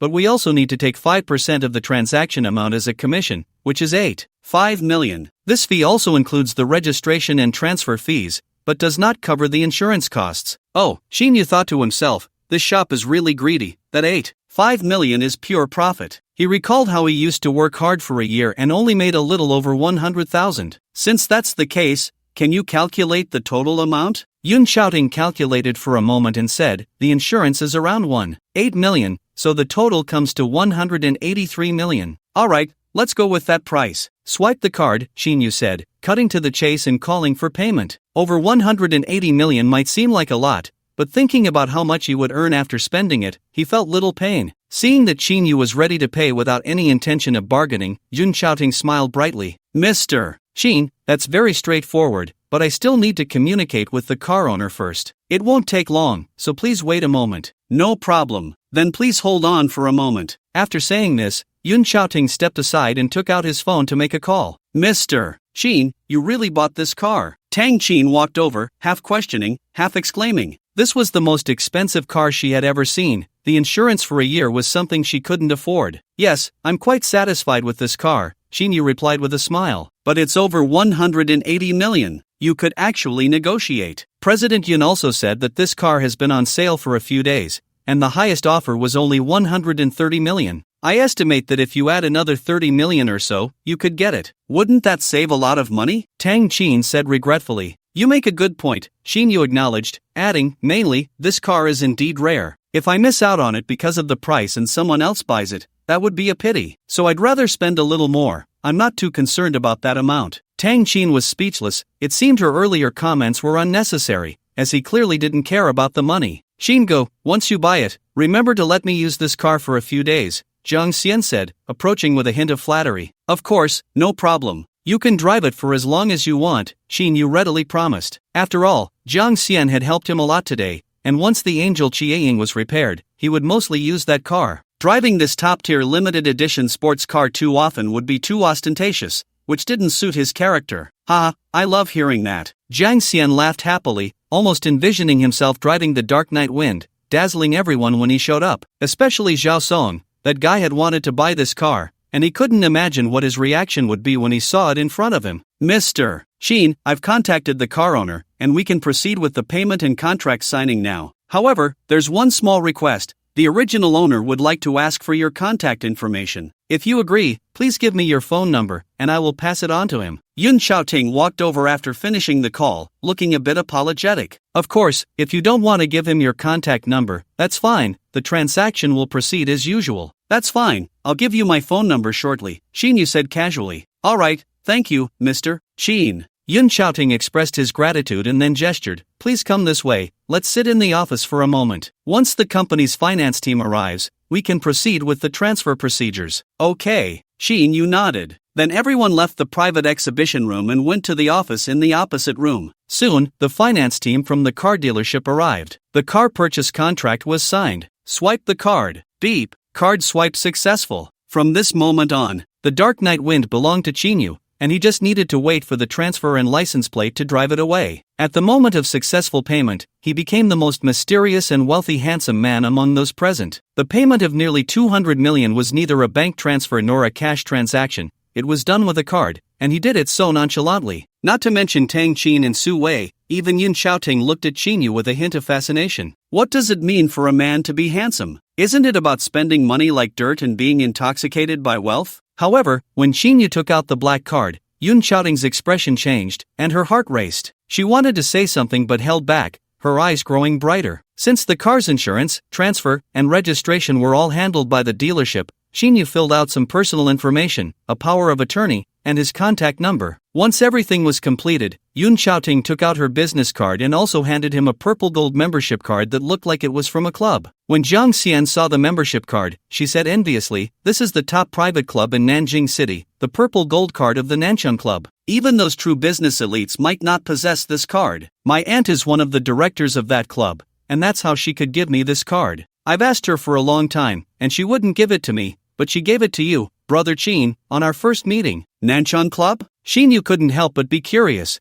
It was the first time he had heard of this club and naturally didn't understand it. This club encompasses 80% of the business tycoons in Nanjing City and other regions of Nanjing Province, and so far, there are no more than 30 people who can hold a purple gold membership card, Jiang Xian explained. Qinyu nodded, beginning to understand the significance of this card. With it, he would truly be integrated into the top wealthy circles of Nanjing City. From this point, it was clear that Yun Xiaoting was not just a car dealership owner. "President Yun, I have to thank you for this card," Qinyu said after learning about it. "Mr. Qin, you don't need to be so polite. If you want to thank me, just come here more often to support the business," Yun Xiaoting said with a smile. "How about this? From now on, you can call me sister, and I'll call you brother. It's too formal to keep calling me President Yun." "Sister? Isn't that inappropriate?" From Yun Xiaoting's smile, Qinyu sensed a hint of mischief. "Brother Qin, I don't mind at all. What do you care? Am I not worthy of being your sister?" Yun Xiaoting teased. "Alright, then I'll call you Yun Jia." Qinyu had no choice but to say. He also thought it might not be bad to have such a beautiful sister. "That's more like it. Since you've called me sister, let's keep in touch. You can call me anytime if you need anything." "Okay, Yun Jia." "Brother Qin, since you acknowledged my aunt as your sister, what should I call you?" Jiang Xian said gloomily. "You can still call me Brother Qin, let's just stick to that," Qinyu quickly replied. He didn't want to gain such a large younger relative because of his relationship with Yun Xiaoting. "That's good." After chatting for a while, Qinyu took his leave and exited the car dealership with Tang Qin. Although he had bought the Dark Night Wind, the transfer and registration procedures would take a day or two to complete, and he would come back to pick up the car after everything was done. After Qinyu left, Yun Xiaoting asked Jiang Xian, "How did you get to know him? You want to know that?" Jiang Xian briefly recounted what had happened at the Jiangyun Hotel at noon, explaining that Qinyu wanted to buy a limited edition sports car, which was why she brought him here. Yun Xiaoting nodded and said, "You usually laze around, but today you actually did something productive. So you think highly of Brother Qin too," Jiang Xian said, then with a bitter face added, "How can you say I laze around all day? I often come here to help you manage the business. Come on, if it weren't for my sister, you'd probably be happy if I didn't come and mess things up. Besides, you're only here to avoid your dad sending you to work at your company. You have no intention of working here." Yun Xiaoting pointed out Jiang Xian's little schemes. "However, bringing Qinyu here to buy a car is a significant contribution." "Is that so, Aunt? You said it, so do I get a commission?" "You know, Brother Qin coming here to buy a car, I played a crucial role in that." Jiang Xian perked up and asked with a smile. "Sure," Yun Xiaoting said, "I'll give you 1.5 million, is that enough?" "Really?" Jiang Xian was almost drooling. Thank you, Aunt, that's enough. You're the best to me." Yun Xiaoting smiled and said, "After deducting the balance for your Lamborghini, it'll be settled." Jiang Xian's smile froze. "Well, how about you give me the money first, and I'll pay you back for the car next time. You know, my life has been really tough without money. You have two choices. One is that the car has no commission, and you can pay off the car loan slowly. The other is that I give you the commission, and the car loan is settled. You can choose," Yun Xiaoting said firmly. "Alright then, if I choose the second." Jiang Xian had no choice but to say, "You said it. By the way, Auntie, I'm a bit curious. You just met Qin Gu for the first time, and you gave him the purple gold membership card of the Nanchang Club. You know, this purple gold card is not something you have in abundance, yet many big shots want it." Jiang Xian's eyes darted around. "Could it be that you have a crush on Qin Gu, that you fell for him at first sight? But he's not even that handsome. Ouch, that hurts, let go." Before Jiang Xian could finish, a sharp pain shot through his ear, and he quickly begged for mercy. "You have such a sharp tongue, even daring to tease your aunt." Yun Xiaoting released his grip on his ear and said sternly. Jiang Xian rubbed the tip of his reddened ear and smiled wryly.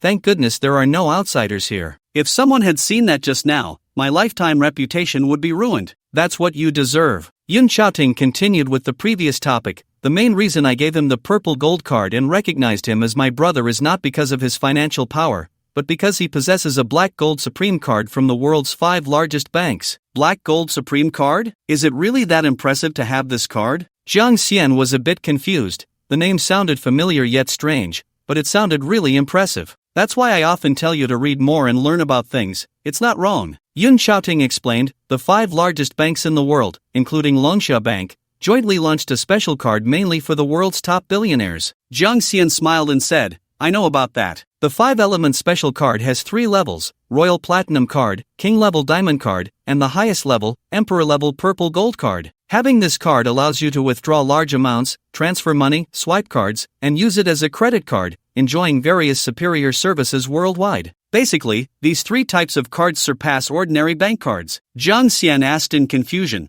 but what about the Supreme Black Gold card you mentioned? Yun Xiaoting smiled and said, the Black Gold card is also one of the 5-element privilege cards, but its level far exceeds that of the Emperor-level Purple Gold card. Only 18 of these cards have been issued, and the holders are the leaders of those conglomerates, or the heads of wealthy families, or heirs of hidden families. Moreover, their bank deposits must not only reach 5 trillion but also have considerable global influence to possess this card. So, for someone whose status hasn't reached a certain level, they wouldn't even know of its existence. 5 trillion. Jiang Xian felt his breath become heavy, and his tongue felt dry as he asked, how do you know that the card Qin Ge just swiped is the Supreme Black Gold card you mentioned? If you said Qin Ge had a few billion, or even 100 billion, I might believe it, but saying he has 5 trillion. He clicked his tongue and added, how can I dare to believe that? Yun Xiaoting rolled his eyes at him. At least there's a 90% chance it's true. I was closest to him at the time and saw it clearly. The design of the card he held was exactly the same as the one I saw in a picture. He continued, however, even if my guess is right that it's a Supreme Black Gold card, it doesn't necessarily mean it's his.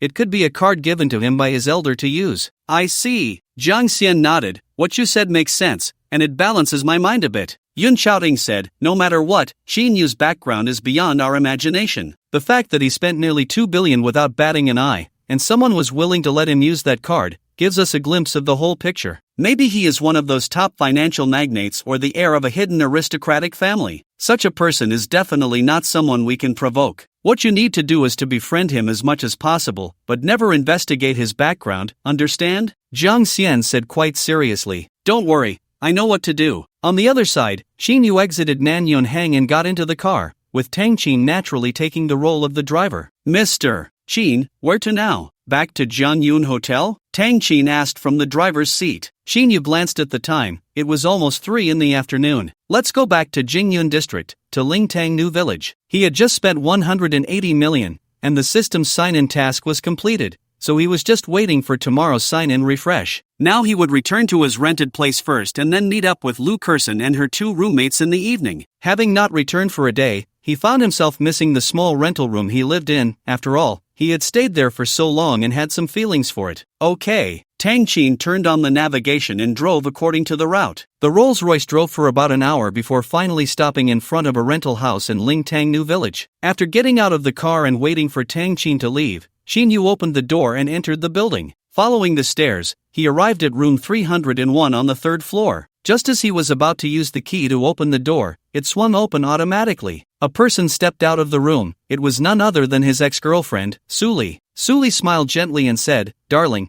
I've finally been waiting for you to come back. Come in quickly. This kind of pretense was somewhat reminiscent of a graceful hostess welcoming her man. What are you doing here? Qin Yu was taken aback for a moment before asking. I went to the hotel to find you today, but the hotel staff said you weren't there. I called your colleagues, and they said you no longer worked at that company. I figured you might have returned to your rental place, so I came over, Suli explained with a smile. Oh, what do you want from me? Didn't we break up? Qin Yu replied somewhat coldly. It was at this moment that he remembered Suli still had a key to his rental place. Although she had one key, this woman rarely came over. He had previously asked her to move in with him, but she had outright refused. Now that they had broken up, she came uninvited. It was clear what her intentions were. Want to get back together? Dream on. Darling, I've thought it over. You're still the best for me. You still love me, right? Let's get back together. I don't ask for much, just to be by your side. and I would be very satisfied, Suli said, looking pitiful. She then added in a spoiled tone, "You used to ask me to move in with you, and I agreed, didn't I?" Shinyu stared at this pretentious woman in disbelief.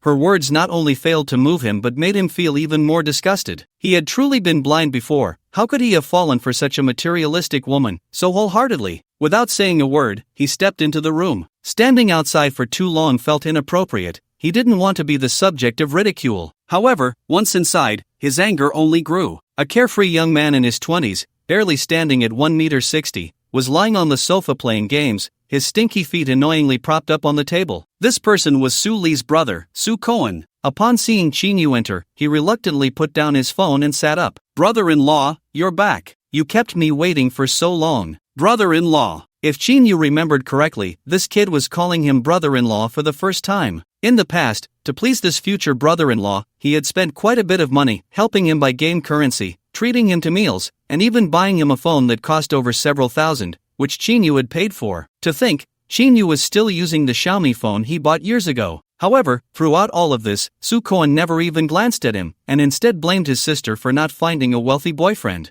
As for him, after following his sister to this city, he had been living a carefree and leisurely life. "I think you got it wrong. I'm not your brother-in-law. Your sister broke up with me a long time ago," Chinyu replied. "You didn't get it wrong. My sister has agreed to get back together with you, so you are naturally my brother-in-law, right?" Su Koen said with a grin. "Now everyone knows, it turns out you were so rich. Not only did you spend over 3 million on a hotel, but you also bought a luxury car worth over 100 million. You have to lend me the new car for a few days so I can show off, especially to my friends. I don't have any money left either, and I don't need much. Just give me a couple of million, and I'll agree to let my sister be with you. What do you think?" "Brother, you should say less." Suli entered and saw Chinyu's expression darkening with Su Koen's words, realizing it was not good, and hurriedly scolded him. "Sister, I didn't say anything. Now that my brother-in-law is so rich, asking for 3 million is quite normal. We're family, his money is also my money," Su Koen said somewhat dissatisfied. "Suli, I don't want to say much. You two can leave. Since it's already over, getting back together is absolutely impossible," Chinyu observed coldly, his face showing no expression. "Humph, Chinyu, you think you can just shake off my sister? It's impossible. If you weren't pretending to be poor, my sister wouldn't have broken up with you. You keep saying you love her, yet you won't even buy her anything decent or valuable. In the past, when I asked you to top up a few thousand in game currency, you acted like it was a huge deal, pretending so well. Let me tell you, either you marry my sister, or you give a few tens of millions as a breakup fee. You can choose between these two options." Su Koen finally got angry. Chinyu's attitude towards him had never been like this before, and he stood up to speak harshly. He. Chinyu also laughed in anger, saying bluntly, "A breakup fee of tens of millions? Why don't you ask for a few 100 million? You should know that it was you, Suli, who proposed the breakup first. If anyone owes anything, it should be you. In the more than a year of dating you, I've spent quite a bit of money on both of you. It's clearly you pretending to be poor and playing with my sister's feelings. If you weren't pretending to be poor, how could you have broken up?" Su Koen retorted. Pretending to be poor. Chinyu couldn't stand the shamelessness of the brother and sister duo. Still thinking about getting back together? Even if he didn't have the system now and had turned back into the poor loser he used to be, getting back together was impossible. But when it came to paying money, that was even more out of the question. However, the shamelessness of these two now, like a sticky plaster, made it a bit difficult to shake off. If he had known, he wouldn't have come back here, out of sight, out of mind. Suddenly, he had an idea and continued, "Who said I'm pretending to be poor? Suli, do you really think I'm rich now? He, how ridiculous. What did you say?" Suli was taken aback and asked disdainfully. "I originally wanted to pretend to be wealthy to win you back, but now I've changed my mind. For someone like you, a gold digger, it doesn't matter whether I have money or not." Chinyu seemed to have thrown caution to the wind. "Let me tell you straight, don't say tens of millions. I can't even take out a few hundred." As soon as these words were spoken, the room fell silent. "What? After all this, you have no money at all? You're still the same poor loser as before, and all of this was just to show for my sister." Su Koen quickly reacted, incredulous. "That's right," Chinyu admitted straightforwardly. He. Suli didn't show any disappointment. Instead, she chuckled. "Chinyu, I know you're saying this on purpose so that I know you have no money and won't bother you anymore. Don't worry about that. I've already said that I don't care about your money. What I like is you as a person. Besides, how could you be out of money? Bai Xiaoye told me herself that you bought a luxury car worth over 100 million, and I even saw you check into a 7-star presidential suite. So, you don't need to lie to me about that. Seeing that his thoughts were spoken out loud, Shinyu was not flustered. He casually sat down on a stool. Yes, I did buy a luxury car at the dealership. But you don't know, I've already resigned from my previous company and found a new job. My new job is as a full-time driver at Jiangyun Hotel. Coincidentally, the hotel purchased the most luxurious new car from the dealership, and I just went to drive it back. You saw it too. I happened to drive it back and ran into you and your current boyfriend. Keep making up stories. I saw you check into the presidential suite with my own eyes and even confirmed it at the hotel front desk. That can't be fake, right? Are you telling me that as a hotel employee, you can stay in the presidential suite for free? What kind of benefits are those? Su Li sneered. Shinyu laughed mockingly.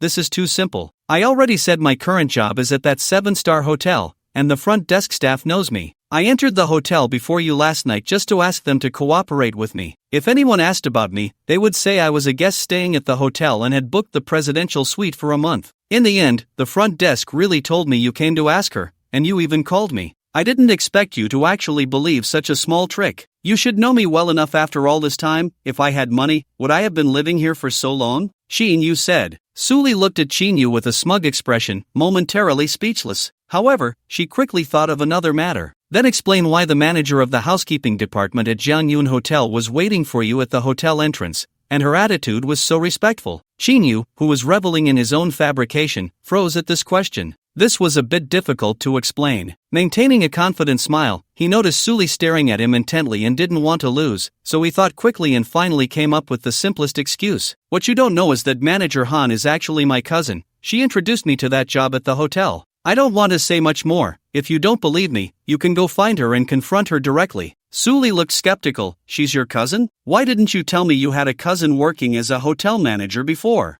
I saw how polite and respectful she was to you. Her attitude was clearly that of someone receiving a hotel guest. Shinyu pretended to be confused. Respectful? Were you drunk last night? Which eye of yours saw her being so respectful to me? You must be talking about those two receptionists. They thought I was a hotel guest, and that kind of attitude is normal. Well, seeing Shinyu's serious demeanor, Su Li momentarily couldn't tell if he was lying. Although he couldn't provide her with many material things, he had never deceived her. Moreover, what she saw last night wasn't very certain. It seemed to align with what Shinyu said. At that moment, she thought of many things. She knew Shinyu came from a farming family, and their hometowns were only about 30 kilometers apart, both in the same prefecture-level city. They were classmates in middle school, and having been together for nearly 2 years, she basically understood Shinyu's background quite well. If he were a hidden rich man, she couldn't find any reason for it. At this moment, Su Li had already believed him about 80%. However, she thought of one more thing. If he was lying just now, he would definitely have driven that 100 million car back here. You should know that with such an expensive car, which employee would casually drive it home? Brother, go downstairs and see if there's a new black car parked. Su Li no longer hid anything and directly instructed Su Koen to go downstairs. Okay, wait a moment. Although Su Koen was a bit confused, he hurriedly ran downstairs. You want to see if I drove back? Shinyu chuckled. That's unnecessary. I took the subway for a long time to get here. He secretly laughed. It seems Su Li really believed him. In fact,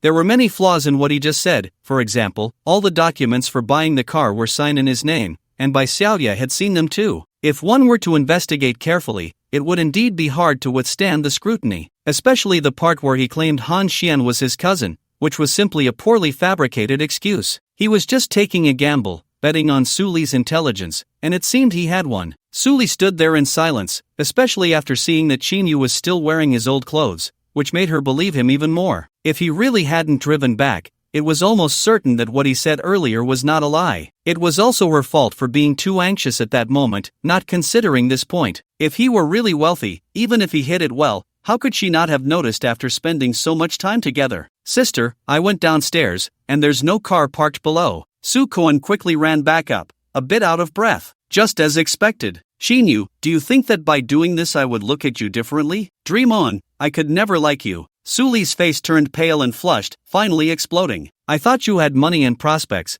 but it turns out it was all an act. I'm glad I broke up with you. Damn, you little brat, after all this, you're still a poor ghost, pretending in front of me. You think my sister would like you like this? Dream on, Su Koen shouted along. Are you two done? If you're done, please leave, you're not welcome here. Shinyu ignored their shouting and directly issued an eviction order. Shinyu, I haven't settled the score with you for deceiving my sister, and you dare to talk to me like this? Watch out, or I'll beat you up. Soo-kwon acted like a thug, throwing out threats. Oh, then let's see whose fist is harder. Shin-yu squinted, his expression showing no fear. I've long found you displeasing, so come at me. Soo-kwon rolled up his sleeves, genuinely wanting to charge at him. Bang! Shin-yu struck first, delivering a flying kick that knocked Soo-kwon down. Caught off guard, Soo-kwon fell, knocking over a chair in the process. Why you really dare to hit me? Soo-kwon pointed at Shin-yu in disbelief. Kid, to be honest, I've long found you annoying. You wanted to fight, so don't blame me, Shin-yu said fiercely yet with a sense of exhilaration. When it came to fighting, he might have been afraid in the past. But now, with a fortune of over 100 billion, if he won, he could just throw money at any trouble. If he lost, how could that happen? He had never taken Soo-kwon seriously. His previous fear was merely due to Soo-kwon's future status as his brother-in-law. Plus, having met the second son of the Jeong family today, dealing with such a minor character was much simpler. Also, in Shin-yu's view, Soo-kwon was just asking for a beating, so he had to strike first. So you dare to hit me, huh? You're dead, Soo-kwon said as he prepared to get up. Still threatening me? Shin-yu sneered coldly and took a flying step, kicking Soo-kwon several times on the head. Soo-kwon couldn't even fight back, collapsing to the ground and finally howling in despair. Stop! Suli finally came to her senses. She hurried over to pull Shin-yu away and then helped Soo-kwon up. Sister, I'd shut up. Suli shot a disapproving glare at Soo-kwon. She hadn't expected her brother to be completely at a disadvantage against Shin-yu. Turning back, she began to regard Shin-yu more seriously. Seeing that Shin-yu no longer had the submissiveness he once displayed, even after just beating Soo-kwon, he was completely unafraid and confident. Suli felt a bit uneasy in her heart. In fact, Suli and Soo-kwon had somewhat similar personalities. Both were a bit timid in the face of strength. Brother, let's go, Suli finally said, her expression unchanged. Sister, wasn't that embarrassing enough just now? After saying this, Suli turned and walked away, no longer wanting to stay. You wait for me. I'll settle the score with you next time. Soo-kwon spat out a harsh remark before turning to leave as well. Wait. Shin-yu suddenly thought of something and called out to Suli, who was about to leave. As Suli reached the doorway, she stopped and asked, what else do you want? It seems you've forgotten, you still haven't returned my rental key. Who cares? Suli took out the key and threw it on the ground, preparing to leave. Stop. What do you want? Suli turned around, a bit angry. Pick up the key, otherwise, don't blame me for being rude, Shin-yu said coldly, staring at Suli. You. Suli felt a tightness in her chest, but seeing Shin-yu's stern gaze, she obediently walked over, picked up the key, placed it on the table, and left without looking back. Once the two siblings had left, Shin-yu closed the door and tidied up the room a bit. He glanced at the time, it was 4:30 in the afternoon. He went to the bathroom, took a shower, and changed into a fresh set of clothes. Then he lay down on the bed and unknowingly fell asleep. Meanwhile, Suli went down to the first floor and immediately took out her phone to dial a number. Sister, who are you calling? Soo-kwon asked beside her, still rubbing his injuries. Just thinking about Shin-yu filled him with an inexplicable rage, and he pondered how to get back at him.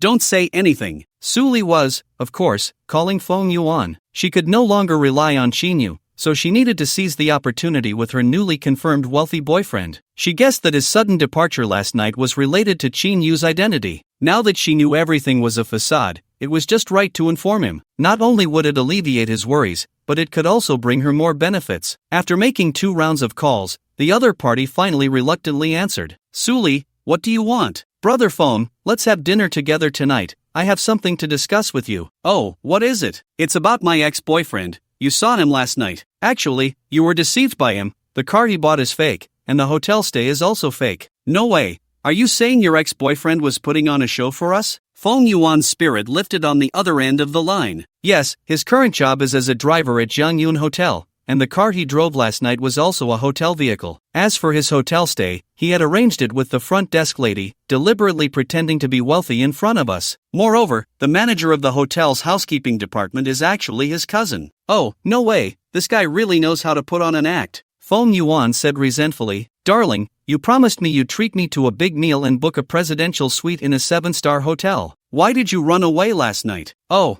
I'm so sorry. It's my fault, really my fault. If it weren't for an urgent matter that came up last night, I wouldn't have left in such a hurry. Fong Yuan quickly apologized and explained. How about this? I have something to do right now, but let's meet at 7 o'clock tonight at the usual place. I'll treat you to dinner at Yipentang, and then I'll apologize to you. How does that sound? Alright. Suli glanced at Sukoan and added, but my brother will be there too, can he come along? Oh, your brother? No problem, your brother is just like my brother. Just come over with him when the time comes. Thank you, brother Foam. Why be so polite? Alright, see you tonight. Goodbye. Suli hung up the phone, and Sukoan couldn't help but ask, Sis, who did you call? It wouldn't be a new boyfriend, would it? Suli nodded. That's right. His father is also the boss of my company. Your company? Sukoan knew where his sister worked, so your boyfriend is the young master of Ruinjia supermarket. He added happily, your boyfriend seems pretty good. I heard his family has opened more than 10 chain stores. Their financial situation is much better than your last boyfriend, that broke loser. Are you going to dinner with him tonight? Of course, why wouldn't I go? Sukoan was a bit excited, feeling as if all his aches had vanished. Rubbing his hands together, he said, it's also a good chance for me to keep an eye on him. Even if he's rich, we need to see if he's sincere or just pretending. He continued, I've heard that many rich second-generation kids like to play with women. You're so beautiful, you need to be careful. Not only should you find a wealthy boyfriend, but he also needs to be sincere. And how can you tell if he's sincere or not? Suli replied irritably, that's easy. Haven't you always wanted to buy a house in this city? I can help you bring it up and see if he's willing to buy you a place. If he agrees, it means he's sincere. Suli rolled her eyes. What nonsense are you talking? We just confirmed our relationship not long ago. Buying a house is a big deal. The funds involved are huge. How could he possibly agree? Though she said this on the surface, she felt a bit tempted inside. Sukoan noticed his sister was a bit swayed and laughed. Look at you. How would you know if you don't try? You don't need to worry about this. Let me talk to him. He thought to himself, with such a brother-in-law's support in the future, that Shinyu kid would be easy to handle, and he could take revenge for today. Ding-a-ling-a-ling. Shinyu, half asleep, heard the sound of his phone ringing. Struggling to open his eyes, he yawned and asked, who is it? Shinyu, where are you? Come over for dinner. Didn't I say I'd treat tonight? It's past 7, and the food is ready. Oh, okay, just a moment,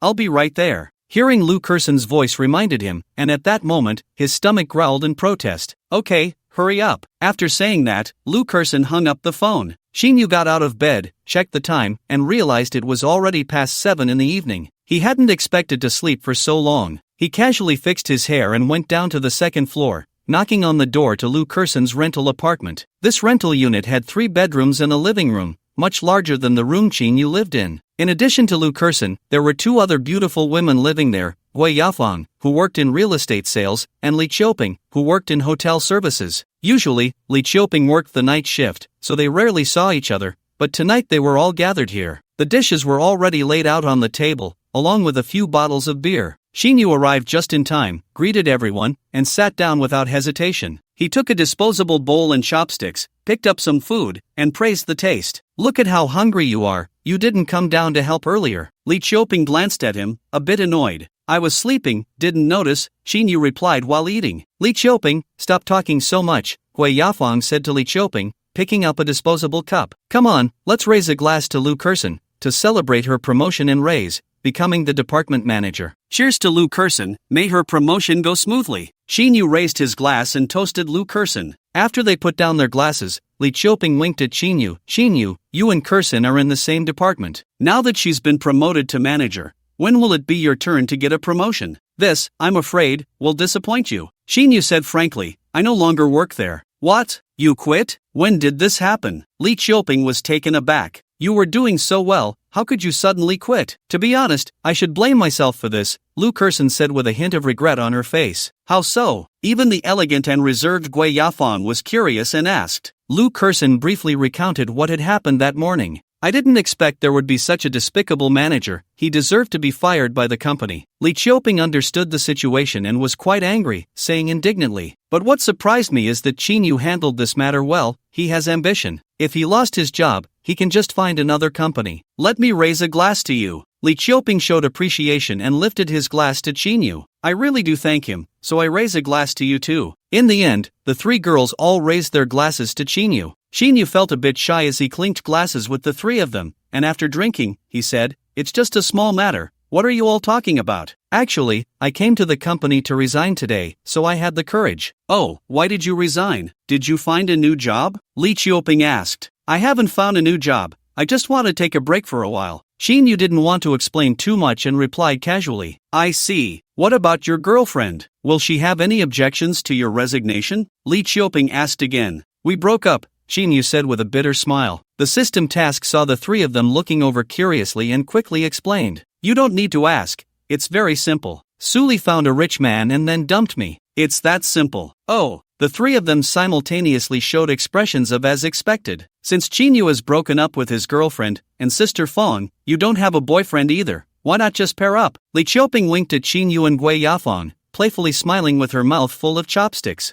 You chatterbox, if you meddle too much, just wait and see if I don't tear your mouth apart, Gui Yafong said angrily, forcefully putting a piece of food into Li Qiuping's bowl. With your idle mouth, just eat a few more bites. Lu Kerson covered her mouth and giggled but remained silent. She also wanted to match the two of them but knew Gui Yafong's personality well. It was impossible. Yu lowered his head to eat, pretending not to see. He had a history with Gui Yafong. She had a typical round face and was the most attractive among the three girls. He was smitten the first time he saw her and pursued her a few times. When Gui Yafong understood Yu's feelings, she neither agreed nor rejected him but straightforwardly stated her ideal partner. Young, wealthy, and good-looking. He must meet all three conditions to reach her standards, so according to Yu's criteria, there was no hope at all. They couldn't become a couple, but they could still be good friends. Her words were very realistic, and there was no discrimination. Thus, Yu received his first good person card in life. After that, he gave up and no longer had any inappropriate thoughts about Gui Yafong. Until he started dating Suli, he completely forgot about it. Li Qiuping and Lu Kerson also knew about this and often teased him about it. How about this, Sister Fong? Your income from real estate sales is pretty good. Are you still hiring salespeople? Why not just put Yu in your team? Li Qiuping suggested with a glint in her eye. That's not a bad idea. Real estate sales can indeed be very profitable. Yafong, is your company still hiring?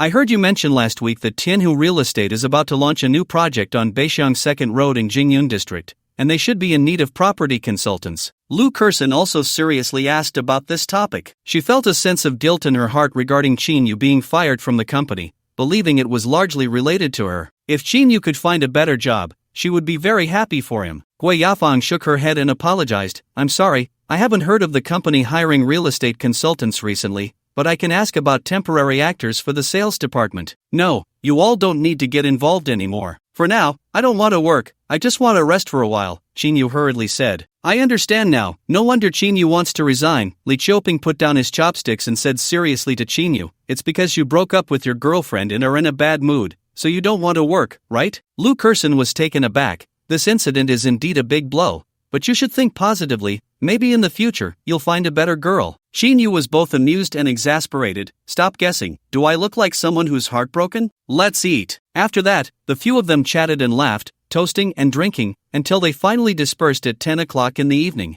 Having drunk quite a bit, Yu groggily stumbled back to his room, collapsed onto the bed, and quickly fell asleep. The next day, he woke up at 10 in the morning. After washing up, Yu sat on the sofa in the living room and opened the system panel. Current sign-in progress, 100,030,000, level 3 sign-in unlocked, ready for sign-in. Task, none sign-in points, 3 balance, 10,297,000,000 backpack, system, sign in. Yu couldn't help but directly command the system to sign in. I wonder what I'll get this time. He felt both nervous and a bit expectant. This level 3 sign-in had cost over 180 million, unlike the last sign-in that only cost 100 million. He thought that this time, it shouldn't be worse than the last. Congratulations, host, sign-in successful, obtained 35% equity in Jiangyun Hotel. The equity certificate has been issued to the host's backpack. 35% equity in Jiangyun Hotel? He was speechless. Yu pondered for a long time, feeling that although he spent a lot this time, it was far less valuable than what he got last time with Huajiang Plaza. Why was it only 35% equity and not the entire hotel? How much could this be worth? It seemed he had been too presumptuous, thinking that the more money he spent,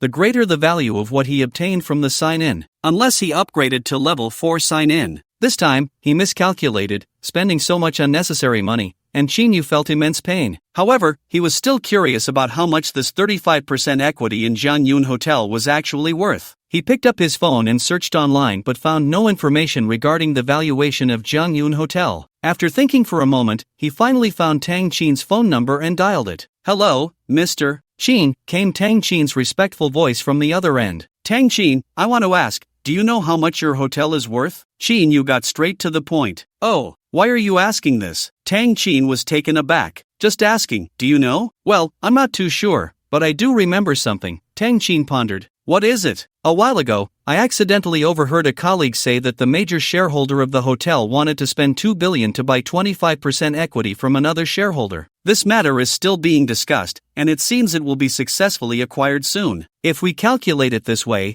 the entire hotel would be valued at around 8 billion. 8 billion, Qin Yu muttered in frustration. Yes, it should be that amount. Mr. Qin, is there anything else? Do you need me to drive over and pick you up to the hotel now? Thank you for telling me this. I don't need it for now. I'll let you know when I need a car. You can go about your business. Okay, if you need anything, feel free to contact me anytime. Tang Qin, somewhat frustrated that the second monk couldn't grasp the situation, hung up the phone. Damn system. Qin Yu cursed under his breath. If what Tang Qin said was true, then that 35% stake was worth less than 4 billion. What a scam. Feeling a bit down, he vented his frustrations but decided not to dwell on it. His stomach was empty, and he was just about to go buy breakfast when the system's mechanical voice rang out again. Ding, new task, acquire Jiangyun Hotel. Achieve 100% ownership of Jiangyun Hotel to complete the task perfectly and receive a level 5 sign-in. Achieve over 51% ownership of Jiangyun Hotel to complete the task normally and receive a level 4 sign-in. Another system task? Qin Yu recalled that the system had indeed mentioned tasks aside from the daily sign-in for spending money. This was the first time he received a task notification. Completing it would allow him to sign in again. This damn system is really something. Just say damn system and it gives me a task. But it's not bad,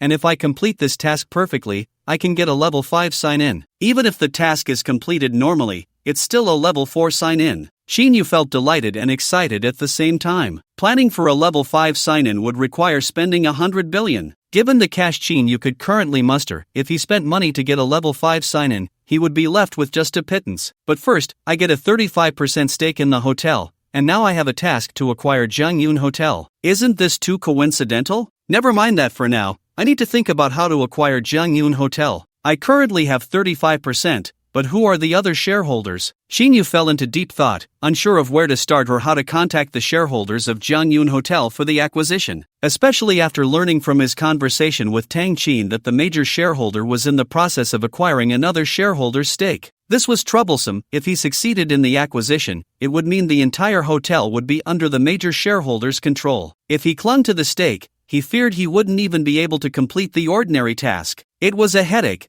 This task felt a bit urgent. It would be best to snatch the 25% stake from the other shareholder before the major shareholder succeeded. Spending a bit more money didn't matter. But who could he contact? Tang Qin? She was just an ordinary employee at the hotel and might not know the shareholders. Just as Qin Yu was at a loss, his phone rang. Who is it? Qin Yu answered the call. Brother Qin, it's me, Jiang Xian. I hope I'm not bothering you. Oh, it's Brother Jiang. What's up? Well, Manager Ma just gave me the 8.6 million for the car repairs. Send me your bank account via WeChat, and I'll transfer the money over. He's willing to pay so quickly? Qin Yu was quite surprised.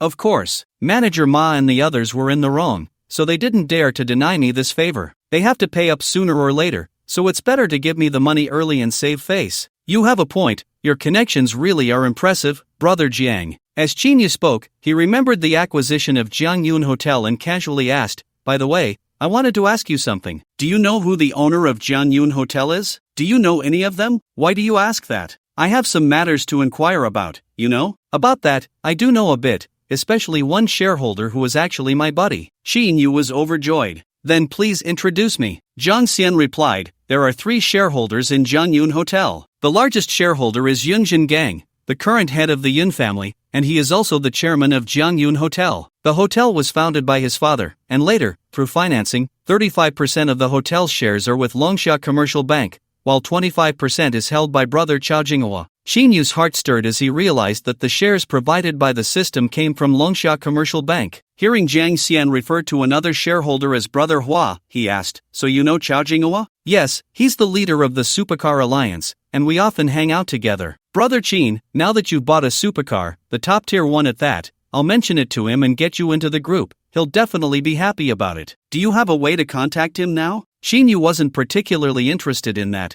focusing on the main point. Of course, Brother Chin, do you need to talk to him about something? Yes, there's something I might need your help with. Chin Yu smiled. What is it? Just tell me, no need to worry about whether it's a hassle or not. Brother Chin's matters are my matters. Jiang Xian was quick to respond, eager to help Chin Yu after hearing his aunt's words last night. Actually, it's quite simple. I want to buy Jiangyun Hotel. Can you help me contact him to see if he's willing to sell? What? Brother Chin, you're not joking, are you? You want to buy Jiangyun Hotel? Jiang Xian was taken aback, feeling he must have misheard. I'm not joking. As long as he's willing to transfer his shares, the price isn't an issue. Brother Chin, you're serious. This is no problem. I can contact him right now. But do you have that much capital? To buy the entire Jiangyun Hotel, you'd need at least over 8 billion. Jiang Xian still found it hard to believe. Even though he knew Chin Yu had a supreme black gold card, that legendary thing was still something he couldn't truly grasp in terms of its value. Now, with Chin Yu saying he wanted to spend over 8 billion to acquire Jiangyun Hotel, it was unimaginable to him. You don't need to worry about that.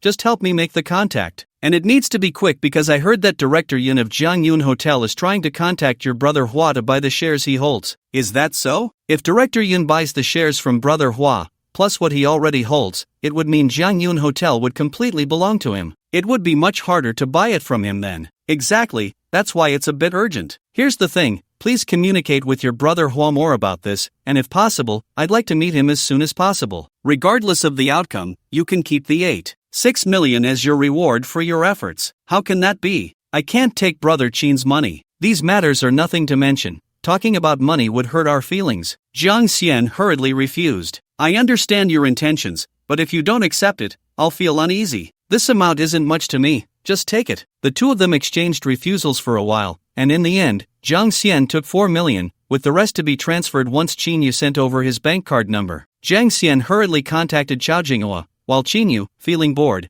went downstairs to buy breakfast. Not long after finishing his breakfast, he finally received a call from Jiang Xian. Brother Chin, I finally got in touch with Brother Hua. I told him about your situation, but at first, he refused to trade with you. Because of his friendship with Yun Jin, he verbally agreed to transfer his shares to Director Yun and will be coming to Jiangyun Hotel tomorrow to sign the transfer contract. In the end, I had to persuade him, saying you offered a higher price and mentioned your status as a purple gold member of the Nanchang Club. Only then did he reluctantly agree to meet you. The meeting is set for tomorrow at noon at Jiangyun Hotel. Jiang Xian changed his tone and added, however, he made it clear that after meeting you, he would sign the contract with Director Yun. I've done my best with this, brother. Whether the negotiation succeeds will depend on you, Brother Chin. You did well, just being able to meet is already great. Chin Yu sighed in relief. Tomorrow, when Brother Hua arrives at the hotel, I'll arrange for you to meet immediately. By the way, you're still staying at the hotel, right? I booked a presidential suite for a month at the hotel. I'll be there all day tomorrow.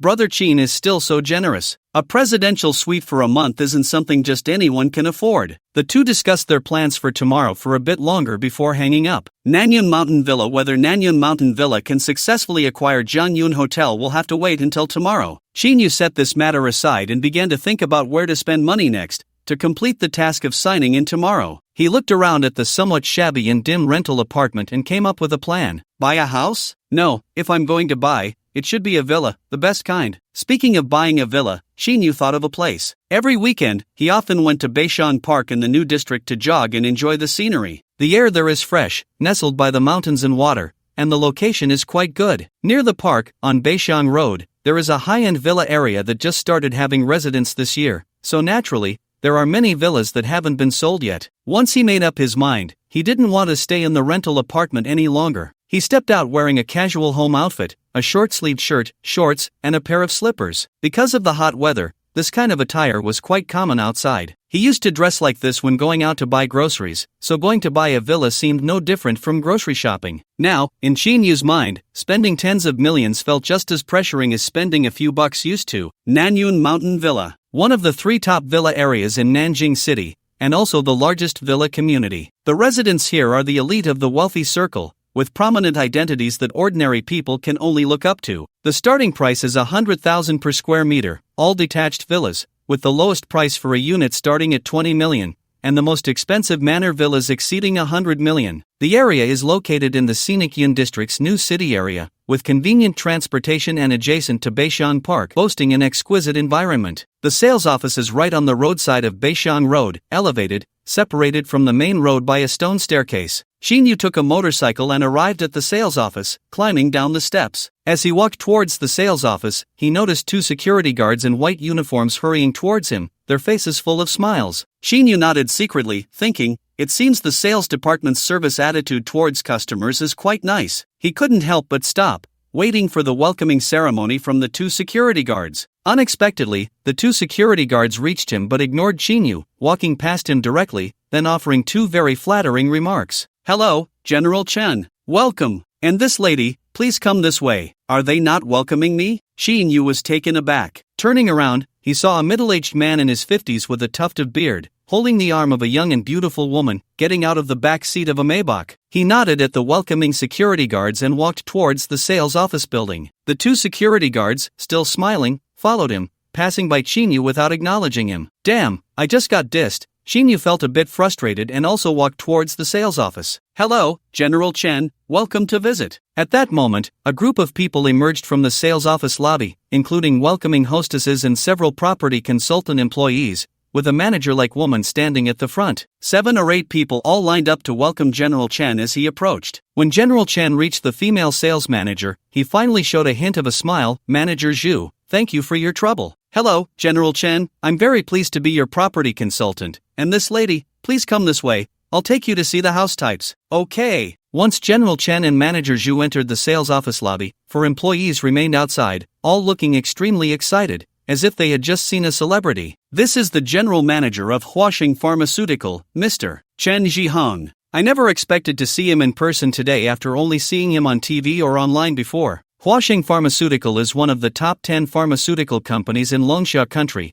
with a market value exceeding 100 billion. I've heard that Mr. Chen's wealth is in the tens of billions. This is a true tycoon. Coming to look at properties today, there's an 80 to 90% chance he'll succeed. Buying a villa is no pressure for him at all. If only I could find a client like him, I would definitely close a deal. Who is that woman beside him? I heard Mr. Chen has been widowed for many years. Could she be the new Mrs. Chen? But this lady is too young and looks so charming. It's a pity Mr. Chen is already in his 50s. A young male employee said with some regret. What do you know? Mr. Chen is so capable. I don't know how many young beauties are after him. Don't even mention being a wife. Even being a mistress would have them lining up. Be careful, everyone. It's one thing to talk, but don't let Mr. Chen hear you. If you offend him, you can forget about working here. Hey, I was just saying. A few people whispered, completely unaware of Xinyu approaching. Xinyu heard their fragmented conversations but didn't take it to heart. However, the fact that no sales staff came to attend to him only made him more frustrated. Hello, sir, may I help you? When Xinyu stepped into the lobby, a heavy-set female employee finally noticed him. What could I possibly be doing here? Of course, I'm here to buy a property, Xinyu replied somewhat displeased. You're here to buy a property too? The heavy-set female employee looked at Xinyu from head to toe with bulging eyes,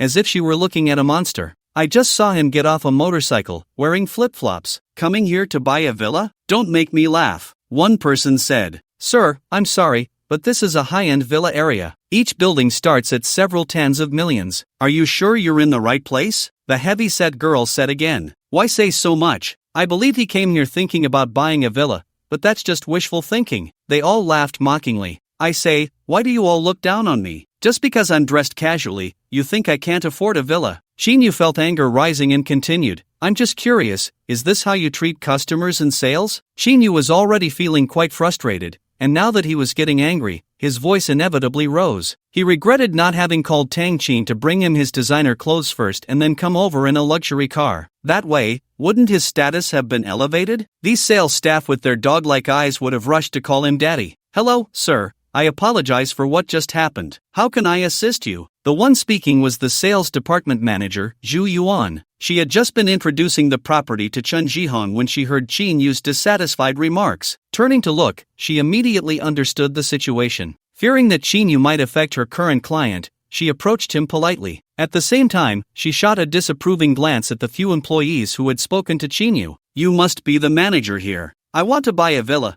but these people don't allow it. I just want to ask, do you have to pick and choose who you sell to? I'm truly sorry, sir. We welcome you to buy here. These employees were being thoughtless, and I apologize on their behalf. Zhu Yuan sincerely apologized, feeling somewhat displeased with her subordinates. Although the customers are not here to buy a building, there is no need for you to be so neglectful. Not only does this violate the company's employee code of conduct, especially with a heavyweight customer present, it shows a complete lack of insight. The woman beside Chen Jihang, who was looking at the building model, was also curious and glanced over here. Seeing Qin Yu in a short shirt and shorts, wearing a pair of flip-flops, she found it somewhat amusing. As she looked, she suddenly felt that Qin Yu looked somewhat familiar. Upon closer inspection, she finally remembered who he was. She hurried over and asked, Qin Yu, is that you? Qin Yu was taken aback when he heard someone call his name. Seeing that it was the woman beside General Manager Chen, he was even more puzzled. I am Qin Yu, do you know me? The woman chuckled and said, you don't remember me? It's only been 3 years. I'm Luo Aichi, can't recall? Luo Aichi? You're Luo Aichi from school. Qin Yu exclaimed, I remember now, you're an old classmate. Compared to their university days, this classmate had changed completely. She wore light makeup, designer clothes, and a string of jewelry around her neck. The youthful innocence was gone, and her appearance and figure had become more graceful, with an added layer of elegance. If he hadn't looked closely, he really wouldn't have recognized her. Right, it seems you haven't forgotten too much. Xiao Luo, is this your classmate? Hearing that Luo Aichi actually knew the man, Chen Jihang also came over to greet them. General Chen, this is my university classmate Qin Yu. Qin Yu, this is General Chen Jihang, the general manager of Huaxing Pharmaceuticals. Luo Aichi introduced the two. So it's classmate Qin, nice to meet you. Hello, General Chen. Qin Yu politely shook hands with Chen Jihang. From the conversation of the sales staff earlier, he had gathered some understanding of the ambiguous relationship between the two. He sighed inwardly. Luo Aichi had always been a very beautiful girl in class, with many suitors, and even Qin Yu had harbored a secret crush on her. Now, however, she was going to marry a middle-aged man, and he felt a bit sorry for her. But then he thought, if it weren't for his own situation, seeing Luo Aichi's relationship with Chen Jihang might have made him feel even more inferior. With these thoughts, he felt a sense of relief. Qin Yu, are you also here to look at villas? Luo Aichi asked with a smile. Of course, otherwise, I wouldn't be here doing nothing. Who knows, we might even become neighbors in the future, Qin Yu joked. Classmate Qin makes a good point. The one speaking was Chen Jihang, who seemed to take some interest in Luo Aichi's classmate. How about we look together and see if there's anything suitable? As the head of a large enterprise, Chen Jihang had been in the business world for many years and had a keen eye for people. Seeing Qin Yu come to buy a house, his demeanor was casual and relaxed, showing no signs of nervousness. From this, he could either be genuinely capable of buying or just a clueless rookie. The former was more likely, but he appeared to be an ordinary person, which made it interesting. Alright, let's take a look together. Just make it quick, I have to hurry for a meal, Qin Yu said. Luo Aichi laughed. Qin Yu, looking at houses isn't like shopping at a market. A villa can easily cost tens of millions, so we need to be careful and not rush. Qin Yu just smiled at this. Sir, this way please. Here is the model of the entire villa area. You can first look at these villa models, and if you like any, we can take you to see them on site. Zhu Wan gestured invitingly, smiling as she led the way. The entire sales department hall was over 300 square meters wide, with a huge model occupying half the space. Approaching the model gave a very spectacular feeling. Nanyun Mountain Villa covers an area of over 600,000 square meters. Besides some commercial constructions and other facilities,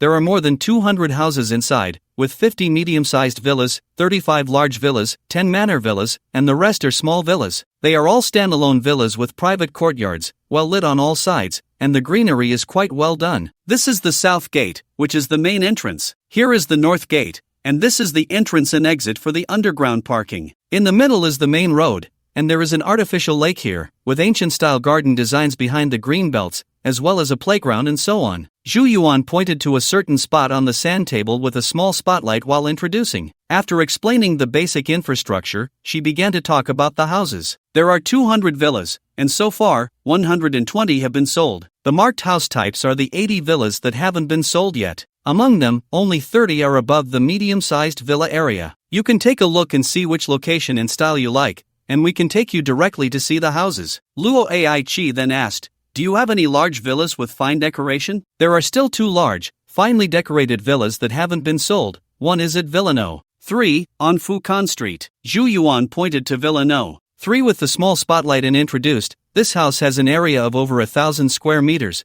The main building has 3.5 floors, and the building area is 1,400 square meters. It has the best location. Inside, there is a 400 square meter small garden, making it a small manor villa. The other one is at No. 51 on Fukan Street, which is here. It has an area of 430 square meters, with no garden, just a small courtyard. Although it's much smaller, the building's land occupation ratio is higher. What are the prices of these two finely decorated villas? Luo Aichi asked her most concerned question about the price. The selling price of Villa No. 3 is 112 million, second only to the No. 1 and No. 2 villas at Nanyun Mountain Villa. The other No. 51 medium-sized villa is also in a good location, and it is finely decorated, but the price is a bit higher than similar types, selling for 48 million. Upon hearing this price, Luo Aichi knew that a villa worth over 100 million was beyond her reach. Without much hesitation, she chose Villa No. 51. After some inquiries and discussions,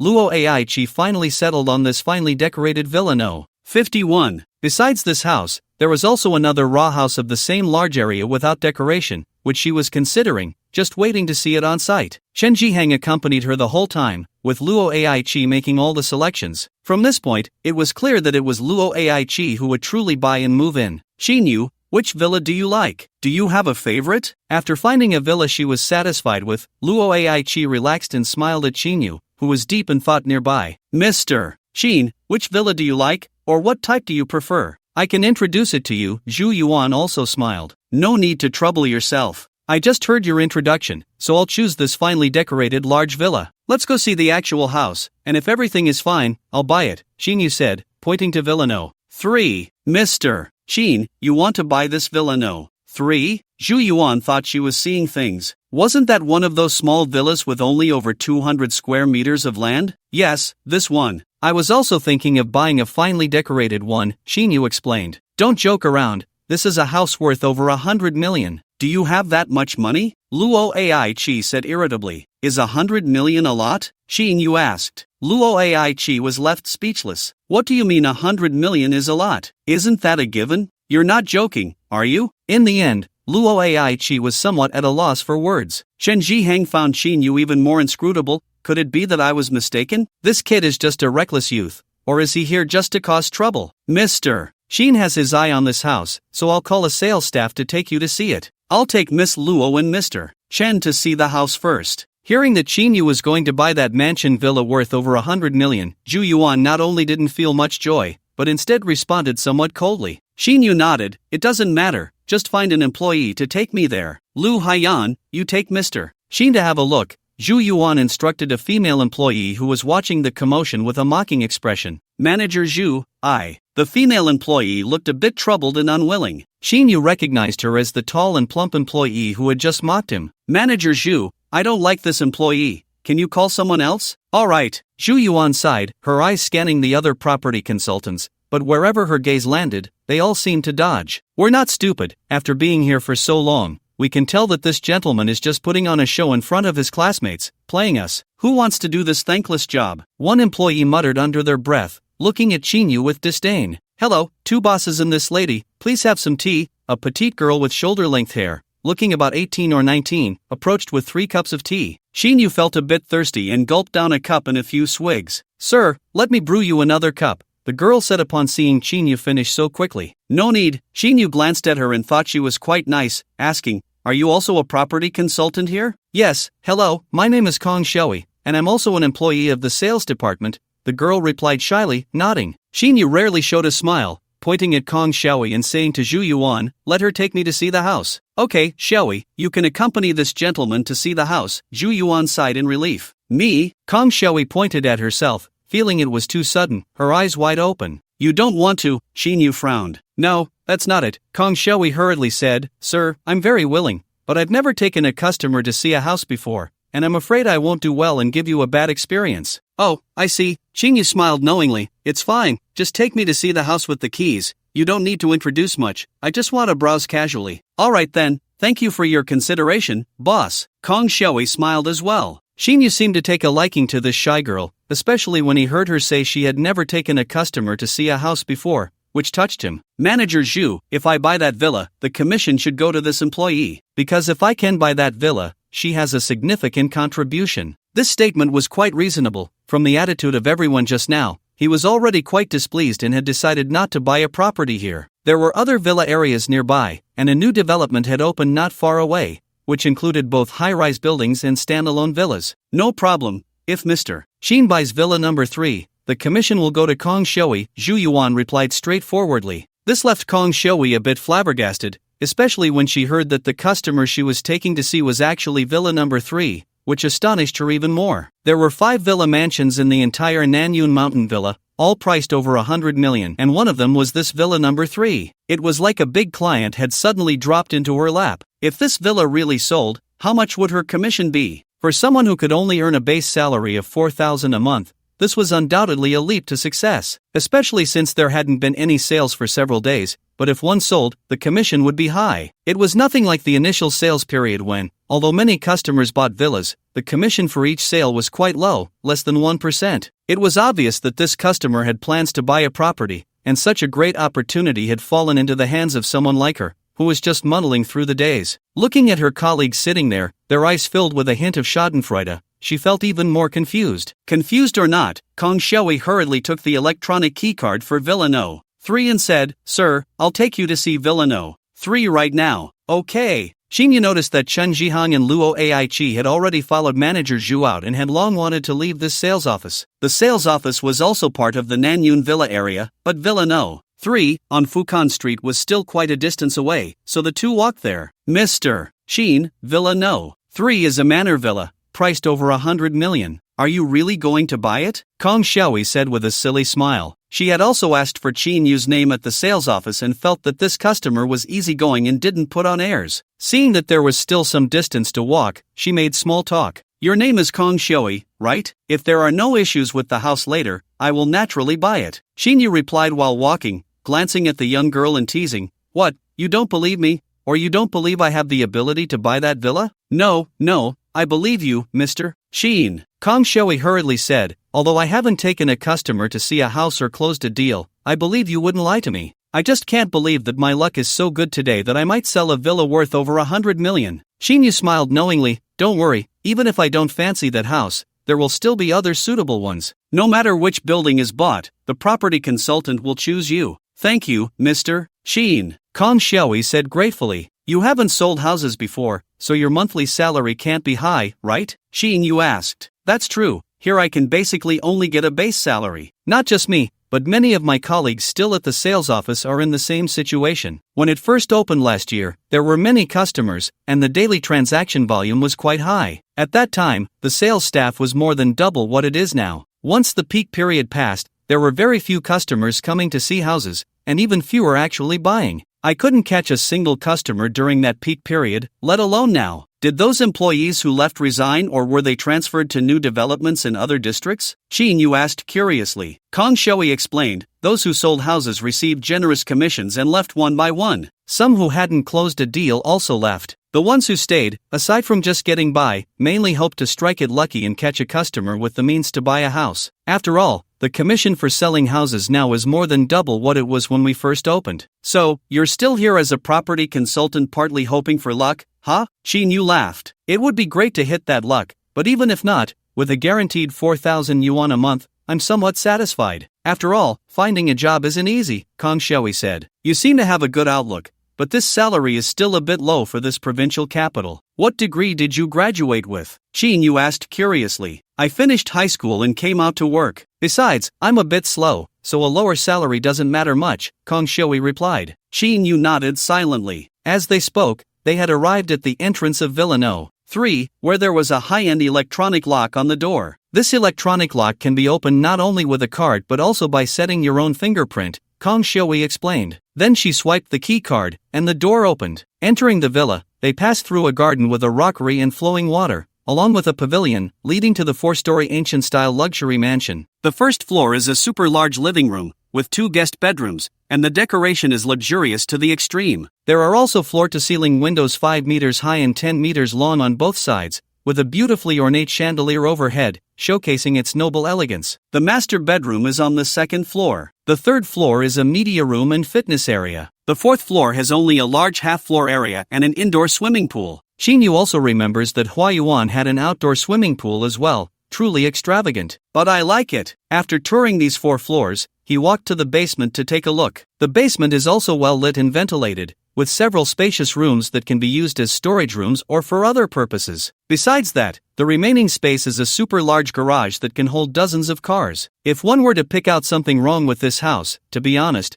with Chinyu's current perspective, he really couldn't find a single flaw. After all, he grew up in the countryside, and even though he has lived in the city for so long now, he has never seen such a beautiful and grand house. Xinyu had already decided to buy this large villa and said, "Let's go, let's leave here first." "Okay, but aren't you going to look around a bit more?" Kong Xiaoyi asked, a bit disappointed. "No more looking, I'm in a hurry, it's almost noon, and I'm hungry." Xinyu glanced at the time and walked out of the house. "All right," Kong Xiaoyi could only follow. "Mr. Xin, there are other villas, do you want to take a look at them?" Kong Xiaoyi closed the front door and hurriedly caught up, asking with a hint of expectation. Xinyu stopped and asked in confusion, "No need, the villa we just saw is quite good, and I don't want to waste time looking at others. You should hurry back and prepare the contract." What? Mr. Xin, you're not dissatisfied with that villa, but have decided to buy it? Kong Xiaoyi asked, stunned. "Yes, why are you still dazed?" Xinyu smiled. "Mr. Xin, thank you." Kong Xiaoyi came to her senses, so happy she almost jumped up, and while laughing, she even felt like crying. Xinyu was startled to see Kong Xiaoyi suddenly in tears and quickly said, "Xiaoyi, why are you crying? Don't do that, if someone sees, they'll think I'm bullying you." Kong Xiaoyi wiped her tears and said shyly, "I'm really sorry, Mr. Xin, I was just too excited and couldn't help but cry."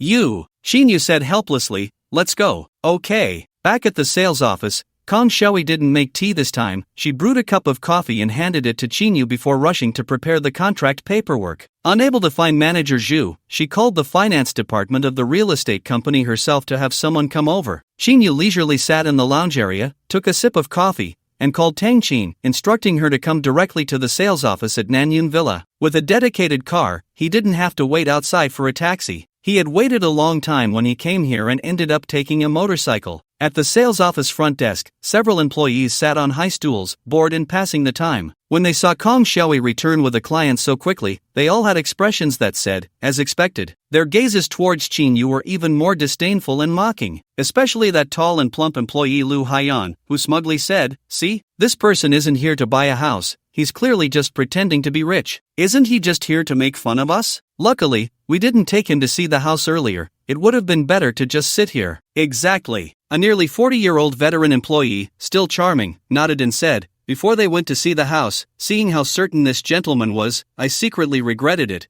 fearing he really wanted to buy a villa. I was worried he might actually be a low-key rich young master, which would have benefited that silly girl Kong Xiaoyi. In the end, I was overthinking it. Where do so many surprises come from in this world? Li Jia, you really dare to think that? That villa no. 3 seems to be priced at 110 million, right? Ordinary people would take several lifetimes to earn that. Even President Chen didn't buy it. Do you think someone who rides a motorcycle and dresses so plainly would have that kind of financial strength?" That's right. The others couldn't help but laugh. As Xinyu finished his coffee, he noticed that Kong Xiaoyi still hadn't prepared the contract, and he glanced at the time. It was already past noon. Just as he was considering whether to urge her, Luo Aichi and the others returned to the sales office. Luo Aichi was holding Chen Zhihang's hand, her face beaming with a happy smile. However, Zhu Ai, who followed behind, wore a faint bitter smile. The house has been settled. Seeing Luo Aichi's expression, Xinyu guessed that she must be very satisfied with the villa she had visited. "It's fine, I bought it for 45 million. Now we just need to wait to sign the contract and make the payment," Luo Aichi replied, her words dripping with pride. 45 million? Xinyu was a bit puzzled. "I remember the house you went to see was priced at 48 million. Did you end up settling on a different house?" "It's that fully renovated villa. It was listed at 48 million. Surely we had to negotiate?" "I see." Xinyu realized. Madam Chen's bargaining was too ruthless. My commission was cut by more than half. If it weren't for President Chen's face, we wouldn't have been able to secure this price, Zhu Ai said with a bitter smile. While they were talking, Kong Xiaoyi rushed over, sweating profusely, holding a contract. She apologized to Xinyu. "Mr. Xin, I'm sorry, I forgot to ask you. Are you buying that house in installments or paying in full?" "In full." "Okay, the contract will be ready soon." It's fine, no need to rush. Although Chinyu felt a bit impatient, seeing Kong Shoui's sweaty appearance made him chuckle. Shenji Hang's shocked buying in full? Chinyu, you also bought a villa. Luo Ai-chi came back to her senses, clearly incredulous. Mr. Chin, which house did you choose? Zhu Ai was equally shocked. Chinyu gave Zhu Ai a strange look. Of course it's Villa No. 3, didn't Kong Shaoi just take me to see it? Villa No. 3? The entire room fell silent at that moment. Shocked gazes were fixed on Chinyu, their eyes filled with astonishment, regret, heartache, and jealousy. Especially those who looked down on Chinyu felt as if they had swallowed a fly. A female white-collar worker who had just entered noticed the odd expressions of the group and inquired about the reason,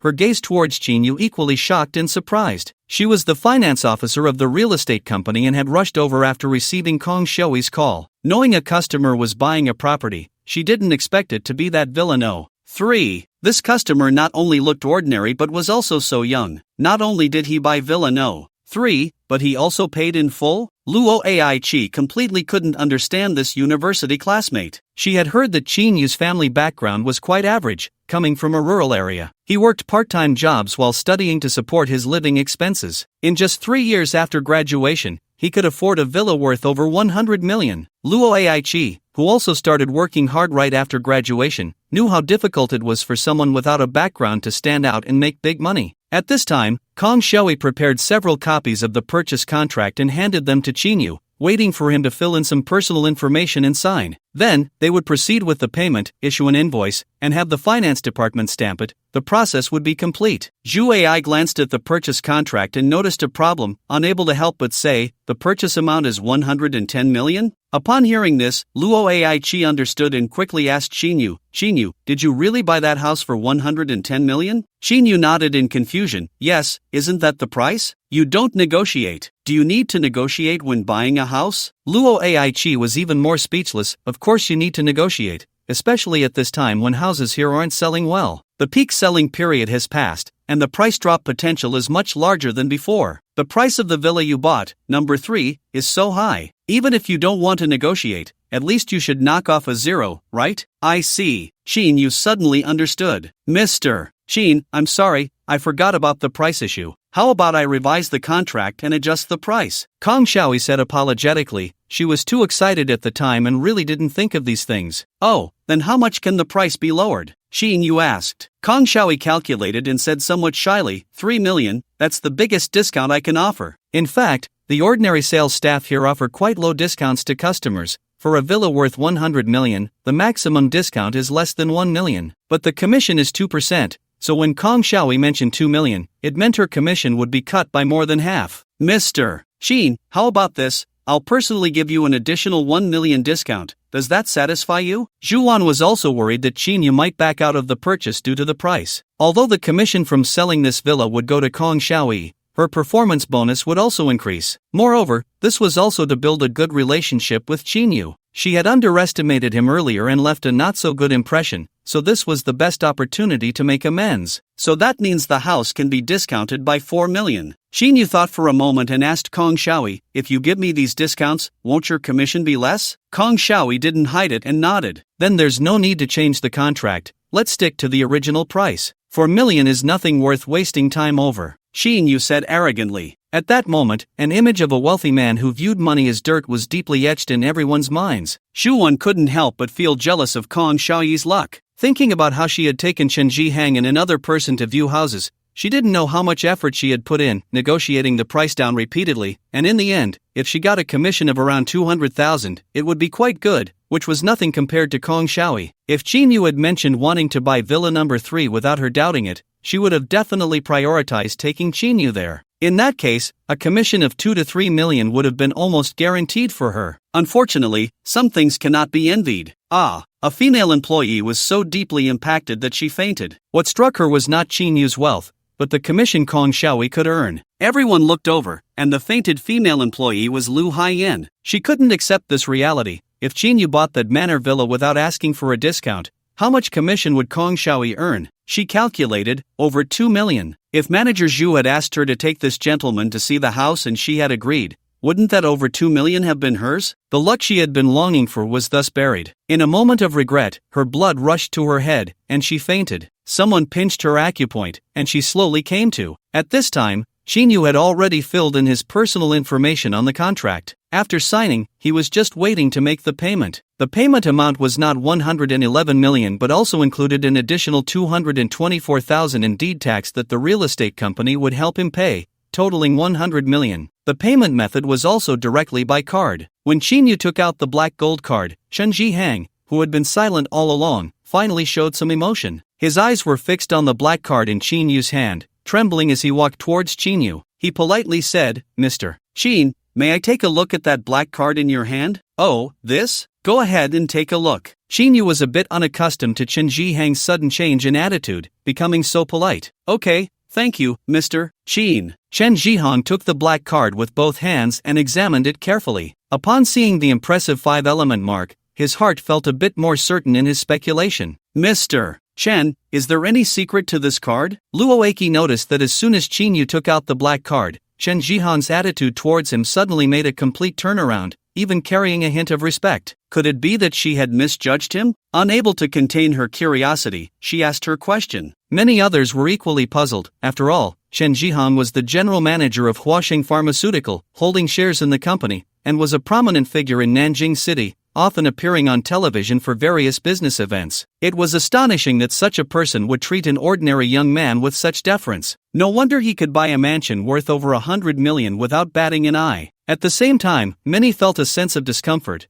They wished Chinyu would fail to produce the money to buy the building, and that he was merely putting on an act with that card. It now seemed that they had been overly optimistic. "Mr. Chin, I finished looking at this card, thank you. May I ask, is this black card the supreme black gold card of the 5 elements?" Chen Jihang ignored Luoeki's question, returning the black card to Chinyu with both hands, and cautiously asked with a mix of anticipation and respect. "Oh, this?" Chinyu took the black card, smiled, and said, "Yes, it is the black gold card you mentioned." After saying this, he handed the black card to Kong Shoei, instructing her to swipe it directly. Although he was already 90% sure, hearing Chinyu's answer still sent waves of excitement through Chen Jihang. Recently, he had wanted to apply for the Royal Platinum card of the 5 elements but ultimately could not due to not meeting the wealth requirements. The Royal Platinum card was the lowest tier among the privileged bank cards issued by the 5 major banks, with higher tiers including the King-level Diamond card and the Emperor-level Purple Gold card. As for the Supreme Black Gold card, it was legendary,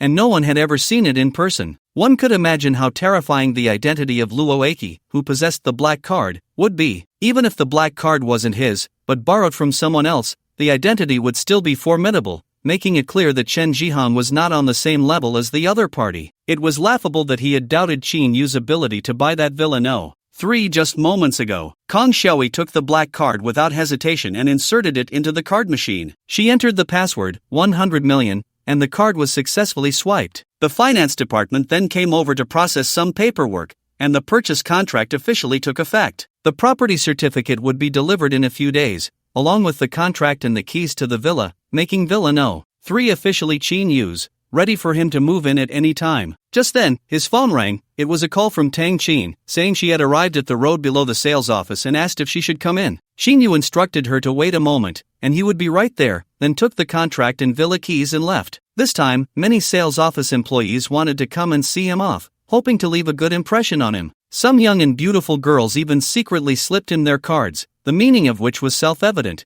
making Chinyu the center of attention. However, only Chen Jihang, Luoeki, Zhu Yuan, and Kong Shoei were there to see him off. On the way, Luoeki exchanged contact numbers with Chinyu. After Chinyu got into the Rolls-Royce driven by Tang Qin and left, Chen Jihang and the others stood by the roadside for a long time before returning to the sales office. "Mr. Chen, do you know what kind of identity Mr. Qin really has?" After returning to the sales office, Zhu Yuan finally voiced her doubts. Luoeki was also eager to know what kind of identity this former university classmate had, that even a big group president like Chen Jihang had to be so cautious around him. Had she known this earlier, she would have pursued Chinyu relentlessly. "You don't need to know too much. Just understand that Mr. Qin's identity has already exceeded the scope of your imagination." Chen Jihang ultimately did not reveal the origin of the Supreme Black Gold card, merely hinting at it. He did not dare to make any guesses about such a person's identity, fearing that too many words might lead to mistakes. Shuan nodded, seemingly understanding, and changed the subject, saying,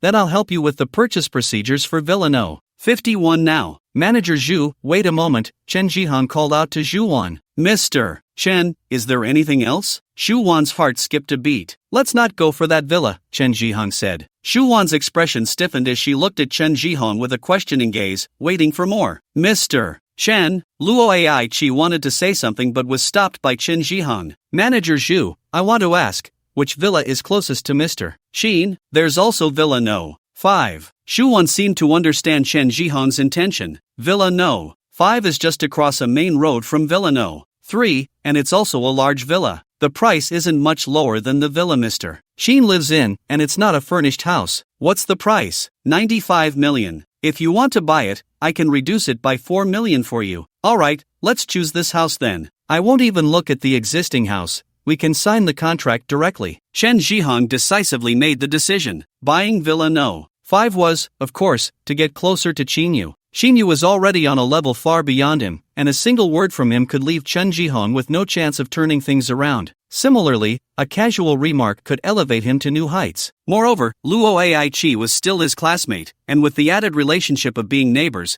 this became his greatest opportunity. Luo Ai Chi was unaware that because of their classmate relationship, Chen Jihong's regard for her deepened significantly, changing his initial thoughts of not marrying her. After Qinyu got into the car, he first went to a nearby restaurant for a meal. After finishing his meal, he went to a mobile phone store and spent over 10,000 to buy a new phone. Then he found a store specializing in high-end residential furniture, spending over 2 million to furnish the villa with some furniture, as well as bed sheets, mattresses, and bedding. After the workers moved the furniture into the villa and left, Tang Qin helped tidy up again. It was getting late, and at that moment, the 2 takeout orders Qinyu had placed also arrived. After finishing the takeout, Qinyu pondered for a moment and decided not to stay at the hotel tonight. Although the presidential suite at the hotel had a much better environment and offered comfortable and pleasant service, he had just bought a villa, and naturally, he wanted to spend more time looking around and getting familiar with his new home. He instructed Tang Qin to come pick him up directly in the morning, and then Tang Qin drove back to the hotel. Qinyu nestled on the genuine leather sofa, recalling that he had just bought a new phone today,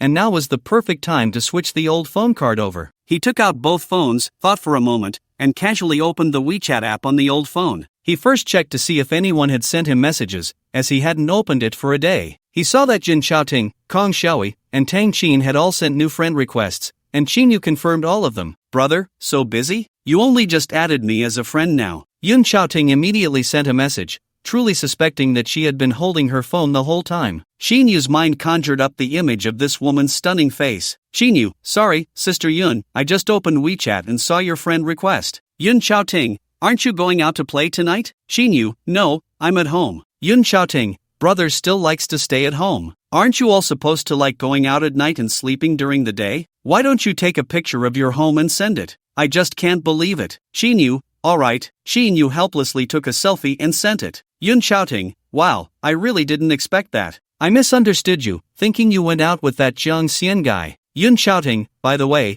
your car transfer procedures were completed today. Your sister also helped you find a super cool license plate, which has already been installed on the car. Do you want me to send a photo so you can see this license plate? Xinyu became interested. Xinyu, send it over, let me take a look. Yun Xiaoting, okay, wait a moment. Soon, a photo was sent. The photo showed the Bugatti Chiron that Xinyu had bought, along with the newly installed license plate Nanjiang 999999. The car was eye-catching, but the license plate was even more impressive. Xinyu stared at it for a long time without saying a word until Yun Xiaoting sent another message. Yun Xiaoting, surprised by this license plate? Xinyu, I love it. Sister Yun, where did you get such a plate number? Yun Xiaoting, I got it from a friend of mine. Xinyu, who is your friend? To find such a number plate must have cost a lot of money. Tell me, and I'll transfer the money to you. Yun Xiaoting, don't worry, it's a small matter, no need to spend money. Just come visit your sister more often when you have time. Xinyu, alright, I won't say thank you then. Yun Xiaoting, that's the spirit. You can come pick up the car tomorrow.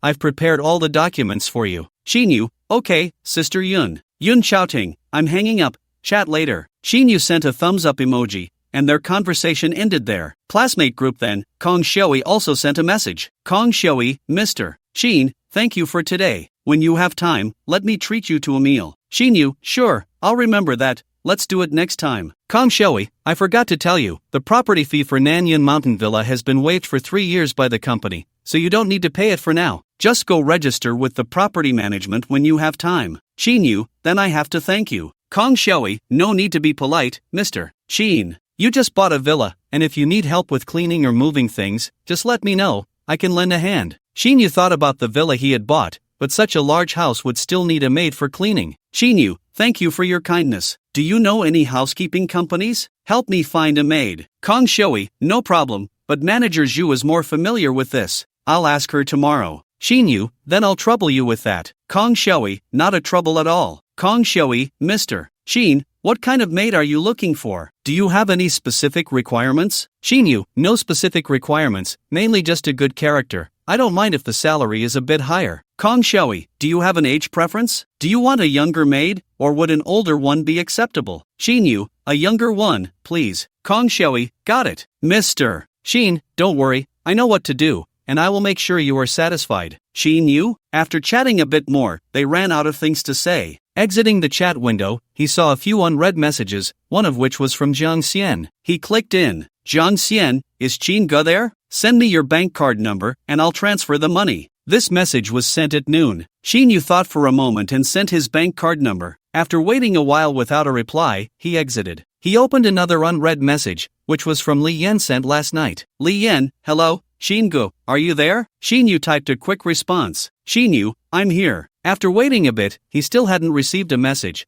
probably because Li Yan was offline. Exiting the chat page, he opened another unread message. This message had just been sent and was from his former high school classmate, Li Shi. Li Shi was the classmate he had been closest to during high school. After finishing high school, he didn't continue his studies and became an auto repair apprentice. Now he is the owner of an auto repair shop. The two of them were from different towns, but they were among the few high school classmates who still kept in touch. Li Shi, Xinyu, are you okay? Did you break up with Suli? Xinyu was puzzled. How did he know about his breakup with Suli? Xinyu, what do you mean I'm not okay? How do you know I broke up with Suli? Soon, Li Shi sent a message. Li Shi, haven't you checked the class group? Class group? He remembered that high school class group. He had joined it 2 years ago. At first, he was interested in chatting there, but gradually he realized that everyone had changed. It was all about boasting and comparing. Someone got promoted to manager, someone became a boss, or someone bought a car or a house. The conversations were either pretentious or on the way to being pretentious. Those classmates who were struggling either slowly disappeared or became like deep-sea fish, forever lurking at the bottom, including Xinyu. After that, Xinyu set the high school class group to Do Not Disturb, blocking all new messages. Out of curiosity, since he was free, he clicked into the high school class group. After entering, he scrolled through old messages, going to the top and then scrolling down, and saw a few people tagging him. He finally understood what was going on. In the group messages, there were several selfies of Suli, all intimate with another man. The backgrounds included a luxurious dinner, a fancy hotel room, and sitting in a luxury car. The photos reflected Suli's happy and content face, and the man beside her, Xinyu recognized him. It was Feng Yuan. What a pair of scumbags, Xinyu cursed silently. Remembering that Suli had wanted to reconcile with him just yesterday, he felt disgusted for having liked such a scheming woman in the past. Once these photos came out,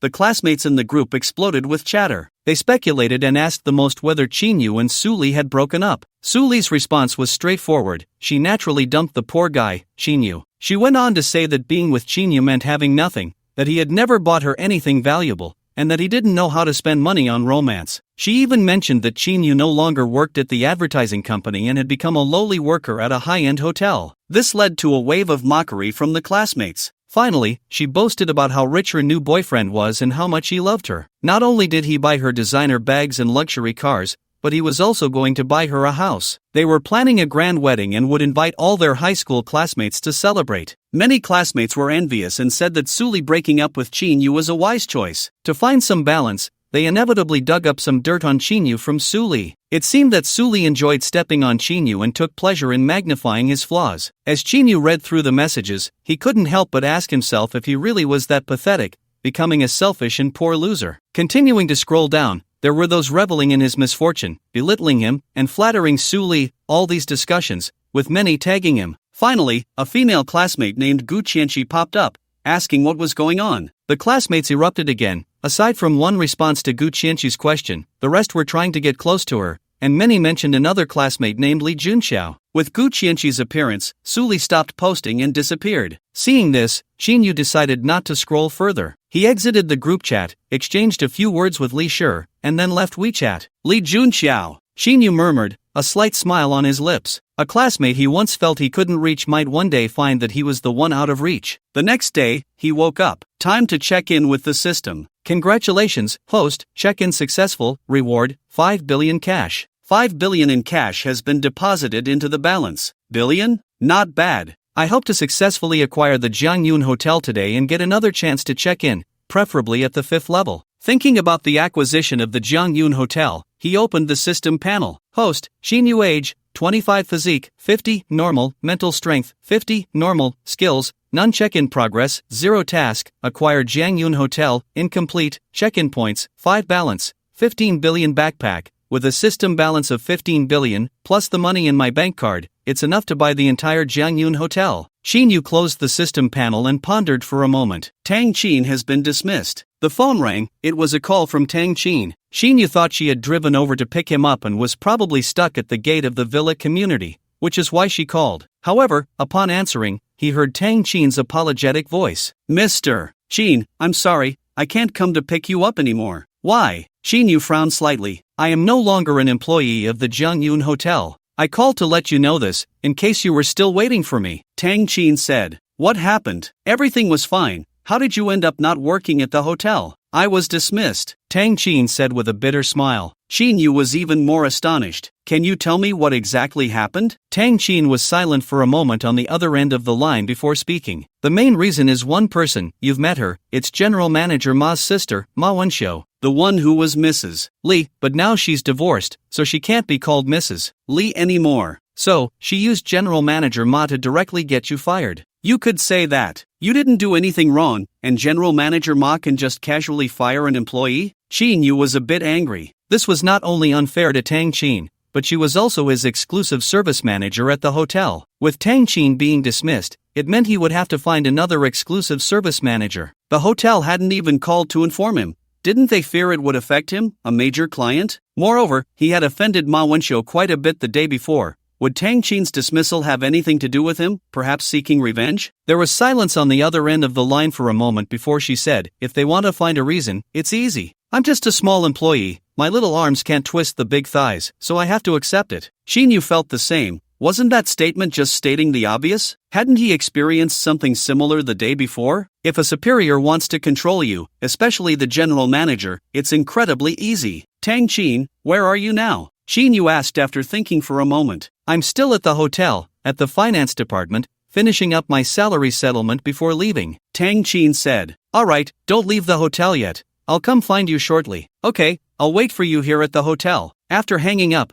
Xinyu didn't stay in the villa any longer. He left without even having breakfast. It took him a few more minutes to walk out of the Nanshan Villa community. Just then, a taxi stopped nearby, so he waved and got into the car. On the way, Xinyu made a decision. He must buy a few more cars and hire some drivers so that he wouldn't have to go out as hassle-free as today. Also, it was time to prepare a secretary for himself. In the future, as his assets grew, he couldn't spend too much energy managing everything. He would definitely need a secretary to help him manage. Moreover, his funds would continue to accumulate, and he would need to invest and spend money, all of which required a secretary to handle. Choosing this secretary was naturally quite important. The ability didn't have to be too high, but they must be loyal and have some understanding of him. And Tang Qin graduated from the Shanghai University of Finance and Economics, so her level in corporate financial management was adequate. In the past few days of contact, she had come to understand her personality to some extent, which made things easier. For now, she was the best candidate to be his secretary. The car quickly arrived at Jiangyun Hotel. After getting out, he saw Tang Qin, dressed in a simple outfit, eagerly waiting at the hotel entrance. You can't be standing here the whole time. You could have waited inside the hotel, Xinyu said with a hint of reproach. Tang Qin forced a smile and pointed to a hotel security guard behind her. They won't let me stay inside, so I can only wait here for you.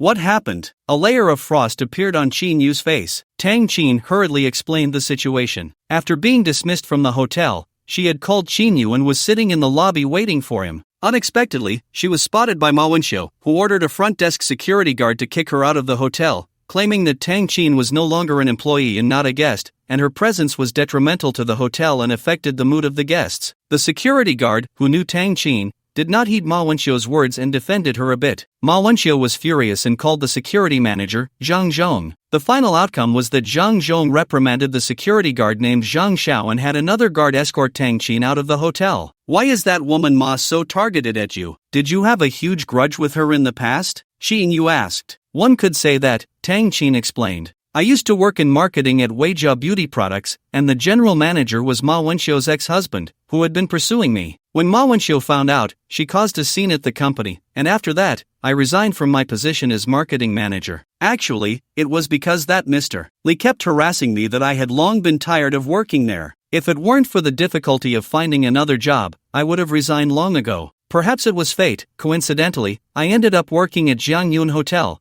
which has this connection to Ma Wenxiu. I suppose after her divorce, she resented me even more, and after suffering a big loss at your place yesterday, she just happened to take it out on me today. Qin Yu nodded and smiled. So, this matter also involves me. Mr. Qin is joking. Even without you, with Ma Wenxiu's narrow-minded and vengeful nature, knowing I was at Jiangyun Hotel, I would still have been unable to escape being dismissed. Qin Yu sneered, don't worry, I'll help you get back at her. That woman Ma thinks she has so much power just because her brother is the general manager of this hotel. She can casually dismiss an employee and even command the security manager. After a brief pause, he continued, come in with me, I need to discuss something with you. Okay, Tang Qin nodded. As the service manager at Qin Yu's hotel for the past 2 days, she had witnessed his wealth and influence, realizing he was not an ordinary person. Being suddenly dismissed by manager Ma, it would be a lie to say she felt balanced. Her first thought was of Qin Yu. She also hoped that Mr. Qin would help her out, at least to give Ma Wenxiu some trouble, for which she would be very grateful. Qin Yu led Tang Qin toward the hotel,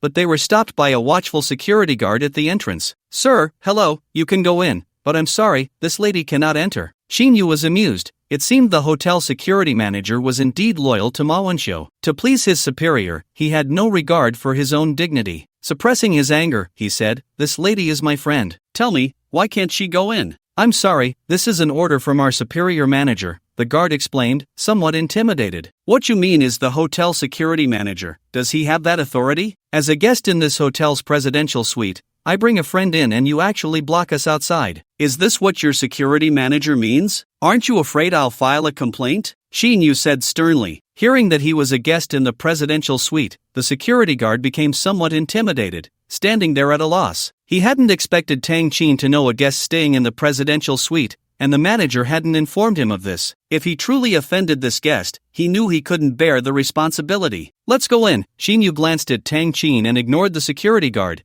and the two entered the hotel lobby together. How dare you, you vixen, come in here. Where's the security? Why didn't you kick her out? Qin Yu didn't expect to run into a group of people just as they entered the hotel lobby. The leader was the hotel's general manager, Ma Yichuan, followed by the lobby manager Li Hang, security manager Zhang Zhong, and 4 others who appeared to be managers from other hotel departments. Ma Wenxiu was also present, her face twisted in anger as she glared at Tang Qin, casting a resentful glance at Qin Yu. Given the situation, it seemed these people had come down to welcome someone. Qin Yu had a hunch about who it was, likely the hotel's chairman, Yun Zhengang. I'm curious, you're not even from the hotel department. What authority do you have to order my friend to leave? Qin Yu questioned Ma Wenxiu rudely. Hearing Qin Yu's question, Ma Wenxiu ground her silver teeth together. The 2 people in front of her, one was the vixen who seduced her ex-husband, and the other had caused her to lose over 10 million. She could handle Tang Qin, but this Mr. Qin was someone she couldn't deal with. Even in the hotel, he was a major client. After finally managing to suppress her anger, she coldly said, she is no longer an employee of this hotel. If she stays here, won't it affect the business? And as a guest of the hotel, it's reasonable for me to voice my opinions. She may not be an employee here now, but she is my guest. I want to ask, what rule states that as a major client in the presidential suite, I can't bring a friend in? Qin Yu replied. Ma Wenxiu was left speechless, and finally snorted, who knows what you two are up to? A man and a woman alone, who knows if you're here to book a room? Ma Wenxiu, that statement is too much. Tang Qin was also furious. Ma Wenxiu sneered, how is it too much? Aren't you just a vixen who seduces men? Old woman, you can eat whatever you want, but you can't just say anything. Be careful with your slander. Trouble comes from your mouth. Don't think that just because you have a brother who is a hotel general manager, you can act with impunity. Qin Yu sneered, who knows, your brother's position as the general manager of Jiangyun Hotel might just come to an end today. Mr. Qin, I don't know what you mean by that. Whether I keep my position or not is not for you to say, Ma Ichuan couldn't help but speak up as the fire reached him. Manager Ma, I advise you. Shinya narrowed his eyes. Since you can listen to your sister and dismiss an employee without reason, you should also be prepared for the possibility of being dismissed. You're just pretending. Who can't talk tough? Ma Wenxiu laughed angrily. Whether I get dismissed or not is not for you to decide, Ma Ichuan also sneered. He wasn't afraid of Qinyu. He had already used connections to find out Qinyu's background yesterday. His only concern was that he had befriended Jiang Xian and was worried about the Jiang family's connections. Then let's wait and see, Qinyu said, and left with Tang Qin. After Qinyu left, someone quietly asked, who is this guy? So arrogant, even daring to confront Manager Ma.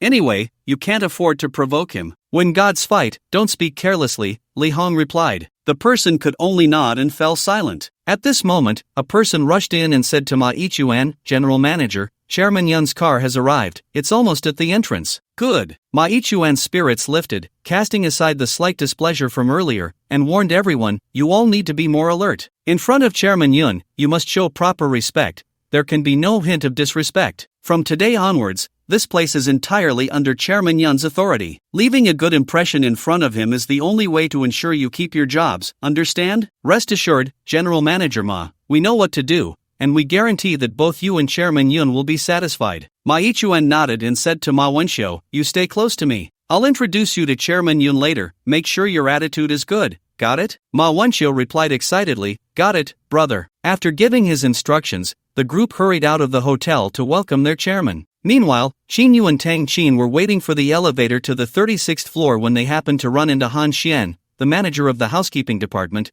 coming down from the elevator. Manager Han, I was just looking for you, Qinyu said expressionlessly to Han Xian, who was stepping out of the elevator. Mr. Qin, what can I do for you? Han Xian noticed Qinyu's grim expression and felt puzzled. Let's talk in my room. I have something to ask you. Qinyu thought for a moment and then stepped into the elevator, addressing Han Xian. All right. Han Xian exchanged a glance with Tang Qin and also entered the elevator. Soon, they arrived at the presidential suite 1 of Zhangyun Hotel on the 36th floor. Manager Han, please have the hotel staff bring 2 breakfasts over. I'm really hungry right now. After the 3 sat down, Qinyu instructed Han Xian. What kind of breakfast does Mr. Qin need? Anything will do, just send a bit of everything. Okay. Han Xian picked up the hotel's built-in communicator and said a few words. Then, Qinyu got to the main topic. Tang Qin has been fired. As her superior, I assume you know about this. Han Xian gave a bitter smile. I just found out. It was a direct order from General Manager Chen at the Human Resources Department. I was about to go down to discuss it with General Manager Chen to see if there was any chance of a turnaround. You fired Miss Tang,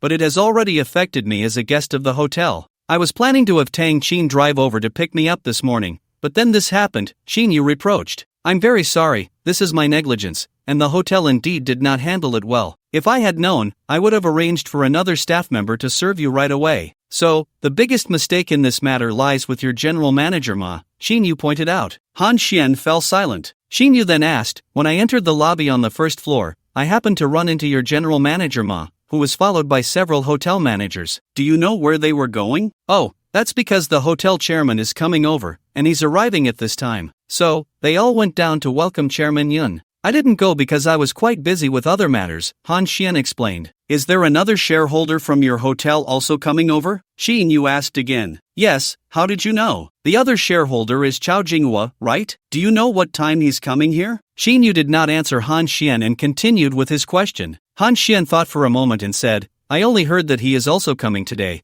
but I'm not sure when exactly. Perhaps the chairman or general manager Ma knows better. Qinyu continued to inquire. Where is your chairman's office? It's on the next floor, room 1 on the 35th floor, Han Xian answered directly without hesitation. After pondering for a moment, Qinyu said, Manager Han, could you do me a favor? If Chao Jinghua arrives, could you notify me immediately? Well, Han Xian hesitated, showing a look of uncertainty. She also noticed that this matter was somewhat unusual. If Qinyu had offended the 2 bosses of the company, it would be a case of losing more than gaining. Promises. Qinyu saw Han Xian's hesitation and smiled, saying, Don't worry, it's not a big deal, just a phone call. At this point, he paused. Qinyu knew that if he wanted Han Xian to sincerely help him, he needed to provide her with some compelling reasons to do so. Just wait a moment. Saying this, he stood up and walked into the master bedroom. Then he took out the 35% equity certificate of Jiangyun Hotel from his system backpack. Returning to the main hall, he smiled slightly at Han Xian. To be honest, I hold 35% of the equity in Jiangyun Hotel, so I can be considered your boss.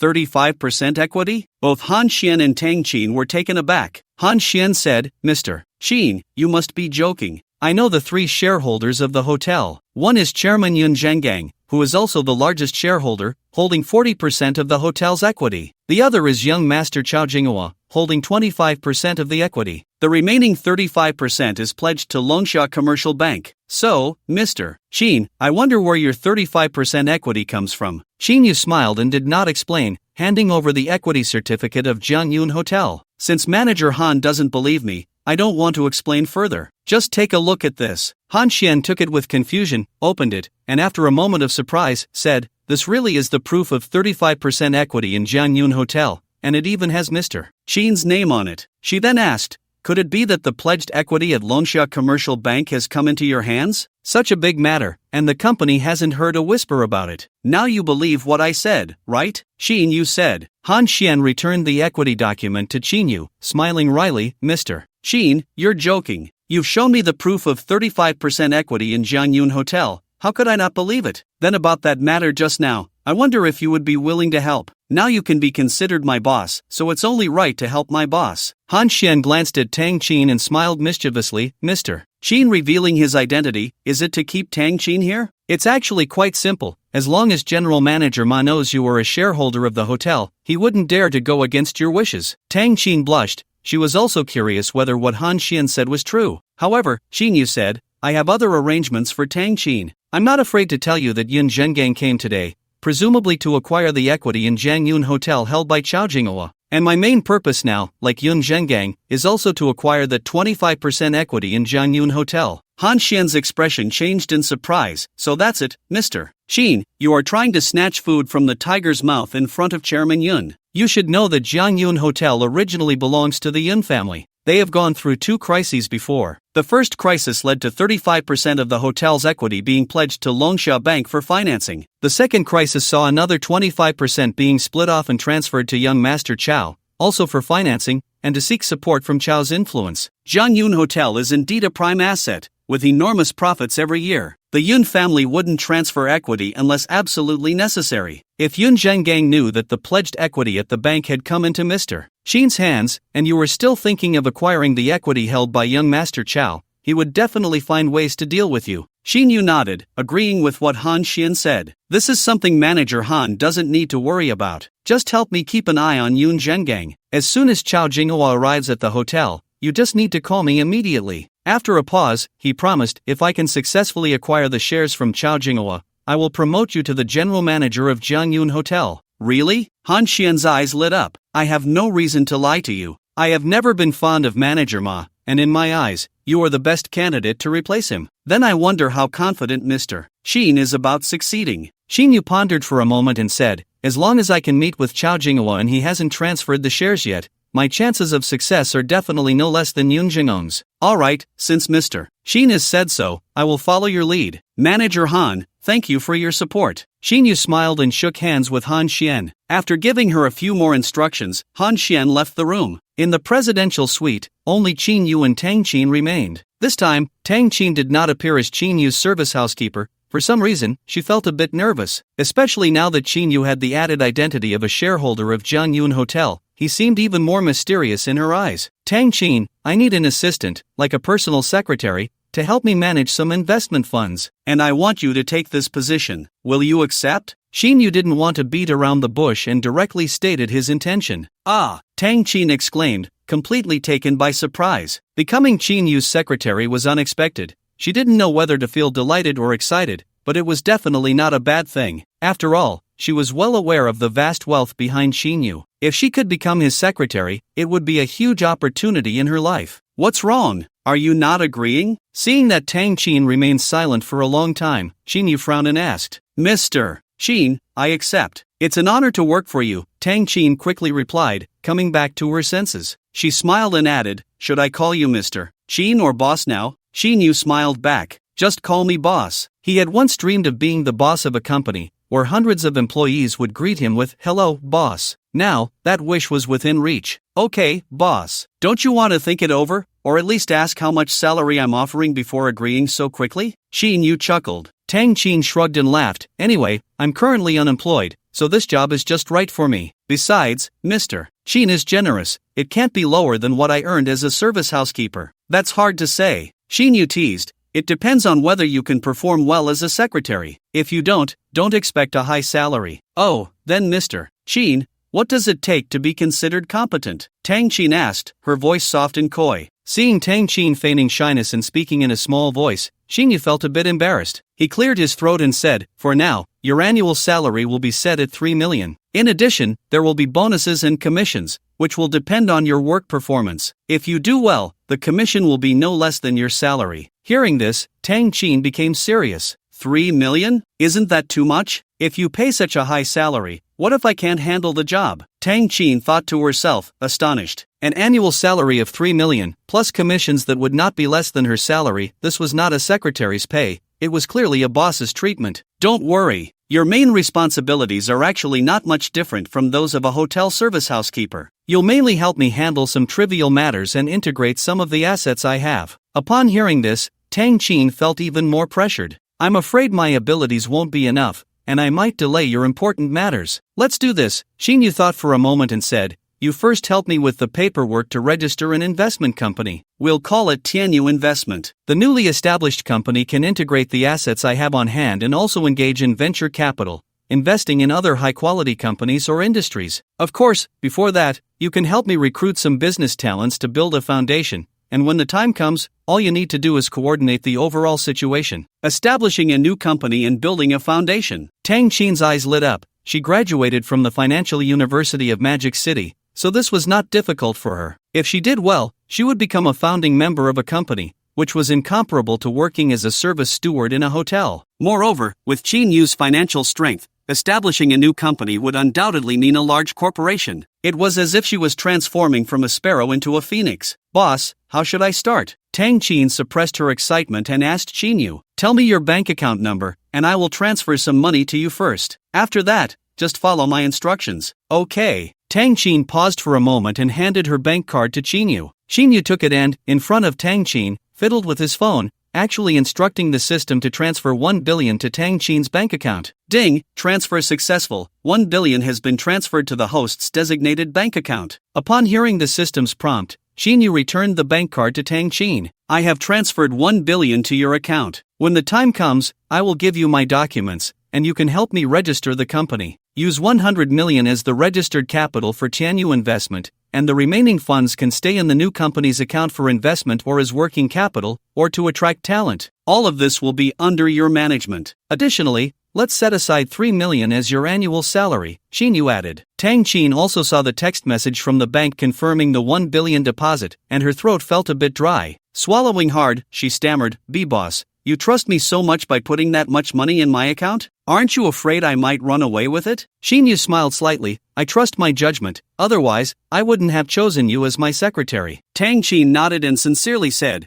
"Thank you, boss. I will never betray your trust." After a moment's thought, she asked, "So where will the company be located? Should we rent an office building first?" "I actually forgot about that," Chin Yu said after a moment of consideration. "How about this? You go to Huajiang Plaza Commercial Street and find the property manager, Zhang Shang. Mention my name, and then you can personally select a large office building to use as the temporary address for Tianyu Investment." "Boss, what is your relationship with Huatian Plaza? Will they agree?" Tang Chin asked curiously. She was familiar with that commercial street, which was the most concentrated business center in Nanjing City, and Huatian Plaza was a well-known commercial area there. "Huatian Plaza is personally mine. Do you think they would refuse?" Chin Yu laughed. Although he somewhat expected it, hearing Chin Yu say it himself still stirred her emotions. Tang Chin smiled wryly. "Boss, I have no more questions now. I will head to Huajiang Plaza to finalize the new company address." Chin Yu smiled and nodded. At that moment, the hotel staff brought in the breakfast Chin Yu had ordered. "You should come and eat too. I ordered 2 breakfasts. It's better to be full to get things done." "Alright, then I will gladly accept," Tang Chin said with a smile as she sat down. Meanwhile, on the floor below where Chin Yu was staying,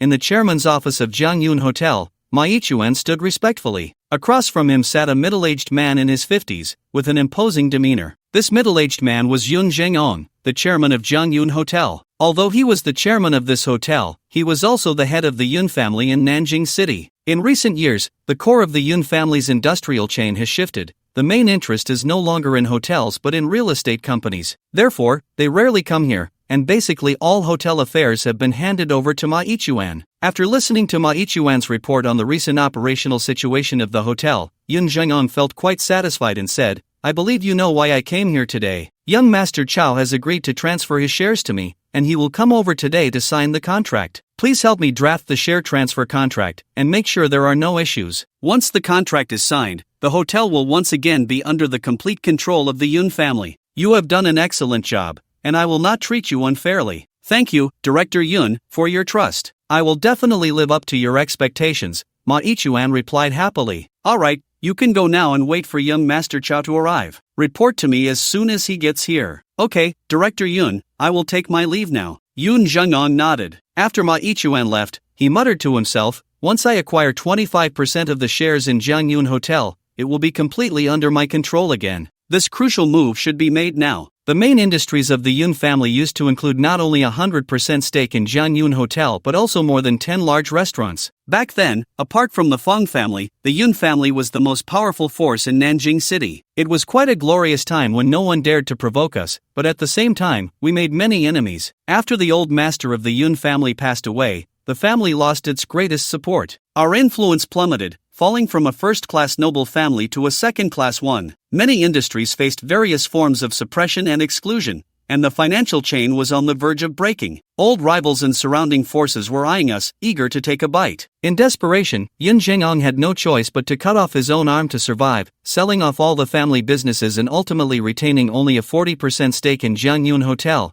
using the substantial funds to venture into real estate elsewhere. Now, the Yun family has gained a heavyweight supporter. The family has risen from a precarious situation to a formidable entity that no one dares to offend easily. Therefore, Yun Zhengong immediately thought of reorganizing Zhangyun Hotel, and coincidentally, during this time, Chao Jinghua was looking to invest in a project and urgently needed funds, also intending to transfer the shares of Zhangyun Hotel. Zhangyun Hotel not only generates huge profits every year but, more importantly, it holds other hidden interests. The connections it possesses are not to be underestimated. As a well-known 7-star hotel in Nanjing City, Zhangyun Hotel can connect with people from various levels. If the Yun family can befriend just one top-tier big shot, the benefits would be endless. After breakfast, Tang Qin went out first to Huajian Square to select an office location for the new company. Xinyu waited for about an hour, feeling a bit uneasy, so he called Jiang Xian. Jiang Xian, have you contacted Chao Jinghua? When is he arriving at the hotel? As soon as the call connected, Xinyu asked. Brother Qin, there's no need to rush. He said yesterday that he would arrive at the hotel around noon,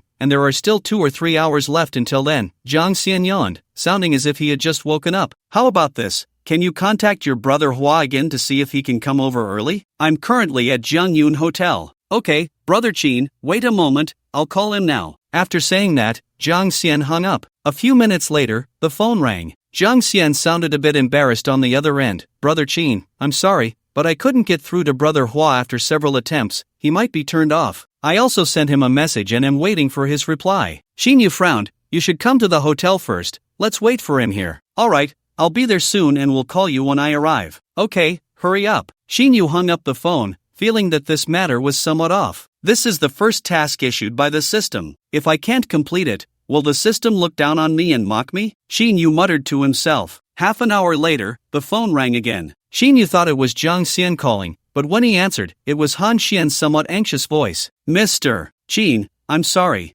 I just found out that young Master Chow arrived at the hotel 15 minutes ago. I happened to be away at that time. They are currently in the chairman's office on the 35th floor, and Director Wang is also there. They have reached an agreement and are preparing to sign the equity transfer contract. Xinyu suddenly stood up, cursing inwardly. Manager Han, where are you now? I'm coming down right away, he said as he walked out. I'm right at the door of the chairman's office. Can you help me stop them for now? Xinyu spoke into the phone while walking. I'll try. Okay, Manager Han, thank you. At this moment, Xinyu also exited his room and headed straight for the stairwell. In the chairman's office of Zhangyun Hotel, Yun Zhengong couldn't hide his excitement as he signed his name on 3 copies of the equity transfer contract. 25% of Jiangyun Hotel's equity cost him 22 billion, which was quite a premium sale. 5 years ago, when he handed over this equity to Chao Jinghua, the other party only offered 8 billion, and thinking of this made him feel a bit pained. But in the end, the equity is back in my hands, and it's all worth it. After signing the contract, he handed it to Chao Jinghua, who was sitting opposite him, and smiled. "Brother Chao, it's your turn. Once you sign this contract, our transaction will be more than halfway complete. I will transfer 5 billion to your account first, and once Director Wang completes the handover procedures,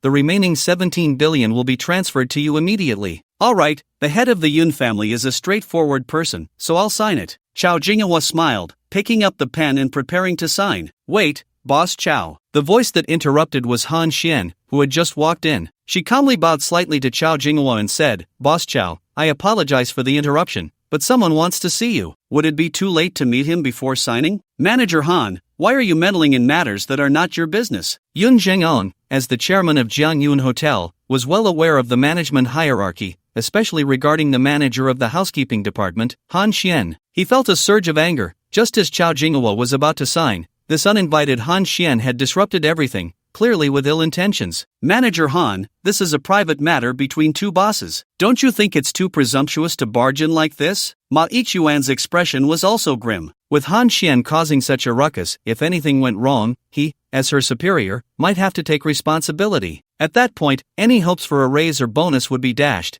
He might even lose this year's bonus and give the chairman the impression of poor management. Facing the sharp gazes of both the boss and her superior, Han Xian felt a pang of anxiety. She knew very well that from the moment she barged in to stop Chao Jinghua from signing, she had already taken a stand against Yun Zhengong. Failure meant she would have to leave in disgrace. Success, however, would elevate her to the position of general manager of Jiangyun Hotel. "Boss Chao, Mr. Qin will be here soon. He wants to see you." Han Xian forced a smile, secretly praying that Qin Yu would arrive quickly. "Mr. Qin?" Chao Jinghua looked puzzled, putting down the pen as if recalling something, and asked curiously, "The Mr. Qin you're talking about, it wouldn't be Qin Yu, would it?" "That's right, it's him. Boss Chao knows him too." Han Xian's tense heart secretly relaxed. It really is this person. His influence is quite significant. Not only does a manager from the hotel work for him, but even Jiang Xian holds him in high regard. Chao Jinghua smiled faintly and said, "Since that's the case, I'll wait for Jiang Xian to come over, just to give him some face." In fact, Chao Jinghua had received a call from Jiang Xian yesterday, and he had indeed taken some interest in Qin Yu, especially after learning that the latter had spent over 180 million to buy a Bugatti Chiron. However, upon further reflection, he felt that this person was simply too young and probably did not understand how much it would cost to buy the shares of Jiangyun Hotel from him.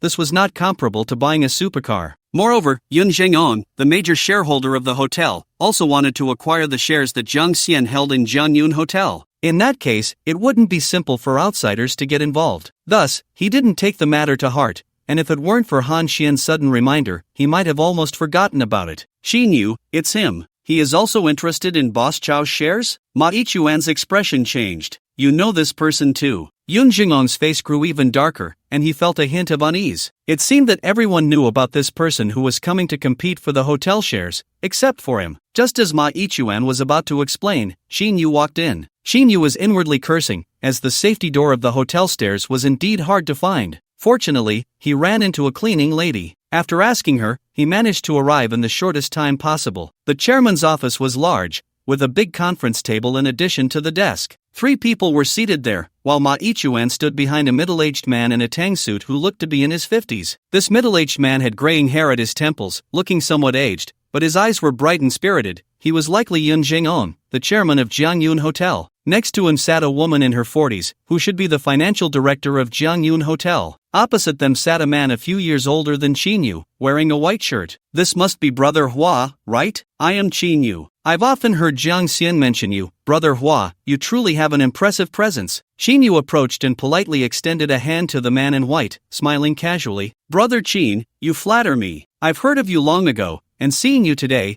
it's indeed true that seeing is believing." Chao Jinghua, though surprised by Qin Yu's ordinary attire, still extended his hand and shook hands with Qin Yu. "This must be Chairman Yun." Chairman Yun looks spirited and has an extraordinary demeanor. Qin Yu, eyeing the 40% stake in Jiangyun Hotel that Yun Zhengong held, wanted to leave a good impression on their first meeting and greeted him politely. Mr. Shin, you flatter me, you are not bad yourself. Yoon Jung-on's lips twitched, revealing a stiff smile. However, his gaze quickly sharpened. Mr. Shin, you came here because you are also interested in the shares of Jiangyun Hotel held by Brother Chow, right? Shin Yu nodded, not hiding anything. That's right. I heard that Brother Hua is planning to transfer the shares of Jiangyun Hotel, and I am very interested. Humph. Yoon Jung-on slammed the table heavily and said angrily, Mr. Shin, Jiangyun Hotel has always been the property of my Yin family. It is only natural to reclaim the shares. Moreover, this is a share acquisition among hotel shareholders. If I do not agree, you, an outsider, have no right to interfere. Shin Yu smiled and said, Chairman Yun, you are mistaken. The transaction is between willing parties.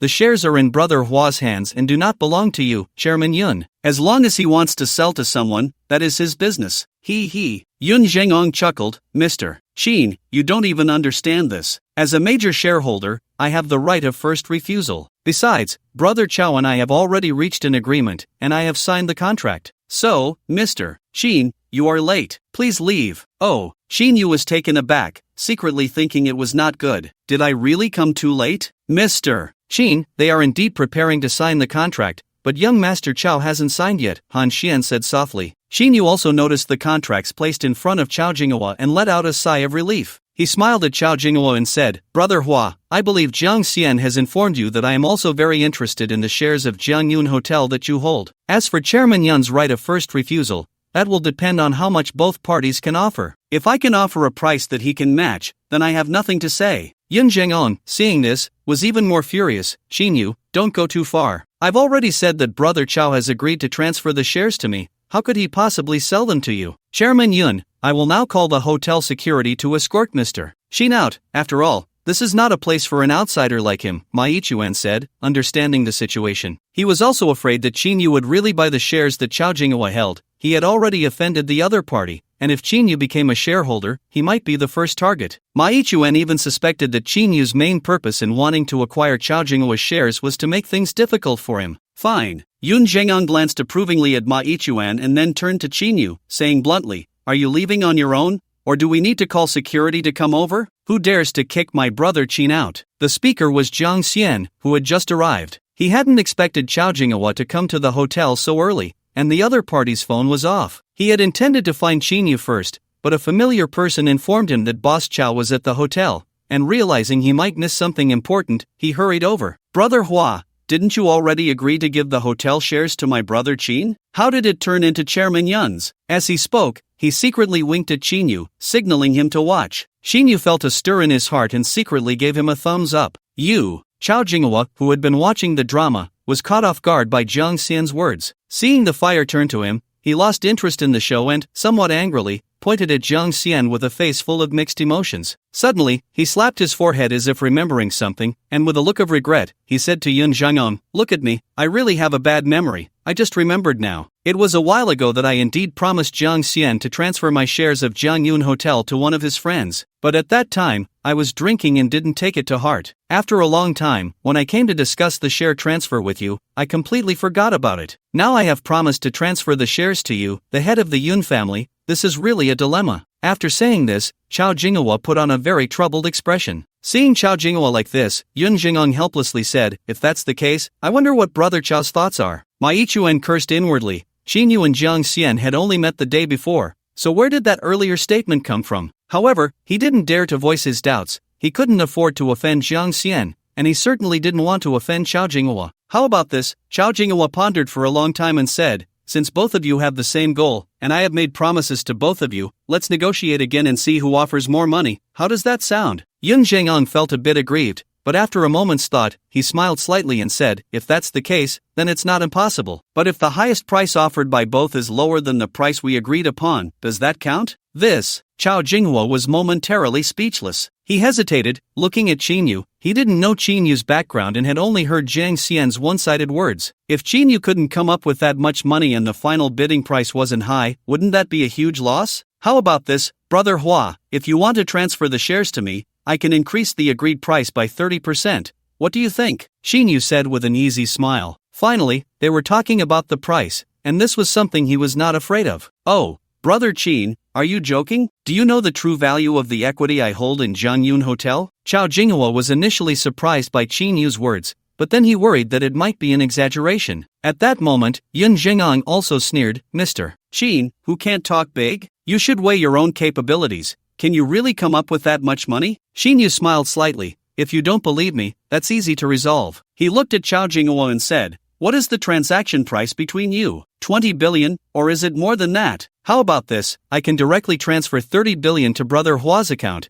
and then we can discuss how to proceed. In the end, if Chairman Yun's price is higher than mine, I will accept it, and Brother Hua can just transfer the money back. What do you think? Is that true? Chao Jinghua finally showed a look of surprise, his eyes fixed on Qin Yu. 30 billion, which was a full 8 billion more than Chao Jinghua's bottom line. This was not a small amount. Even Chao Jinghua himself couldn't casually come up with 8 billion in cash, especially now when he was in urgent need of money. Initially, he didn't believe that Qin Yu could handle the equity in his hands and thought Qin Yu was somewhat ignorant. But now, being able to take out 30 billion all at once could not possibly be a lie. No rich second generation would dare to casually trample on their own credibility. Jiang Xian was also quite shocked to hear 30 billion, but recalling that Qin Yu had a supreme black card and had even mentioned acquiring the entire Jiangyun Hotel, he was not as surprised anymore. Qin Yu confidently said, there is absolutely no joke. Brother Hua, feel free to give me your bank account, and I will transfer the money immediately. Any bank account will do? Any bank will work. Then, should I write you a receipt or sign a contract? After all, you're transferring a large sum of money. Without proof, if I were to keep it for myself,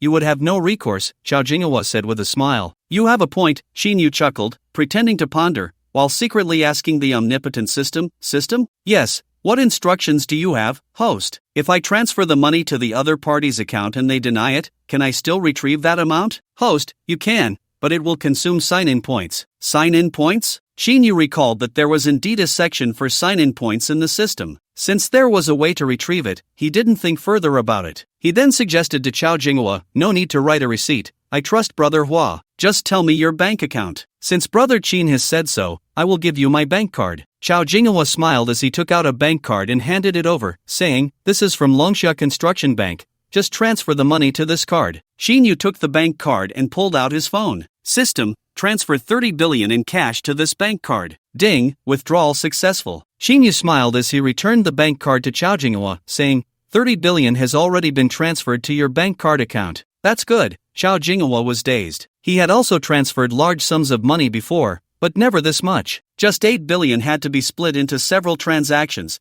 and he had to use a computer to do it. Yet this person in front of him had just tapped his phone and transferred 30 billion to his bank account. What kind of operation is this? Could it be? This kid is playing me. Just as Chao Jinghua increasingly felt he was being tricked, the sound of a text message came through on his phone. Upon opening it, he saw it was an account deposit notification from Longxia Construction Bank. The billions had arrived. After checking the message several times to confirm he wasn't mistaken, he laughed heartily. Brother Qin is indeed straightforward. 30 billion has reached my card. Now we can sit down and slowly discuss the transfer of the equity I hold. As soon as these words were spoken, it was confirmed that Qin Yu had indeed transferred 30 billion to Chao Jinghua's account. The happiest person was undoubtedly Han Xian. She had bet right. The anxiety that had just gripped her heart transformed into immense excitement. She knew that 30 billion was enough to purchase the 25% stake in Jiangyun Hotel held by Chao Jinghua, which was already the maximum. No matter how it was valued, Jiangyun Hotel could not reach 100 billion,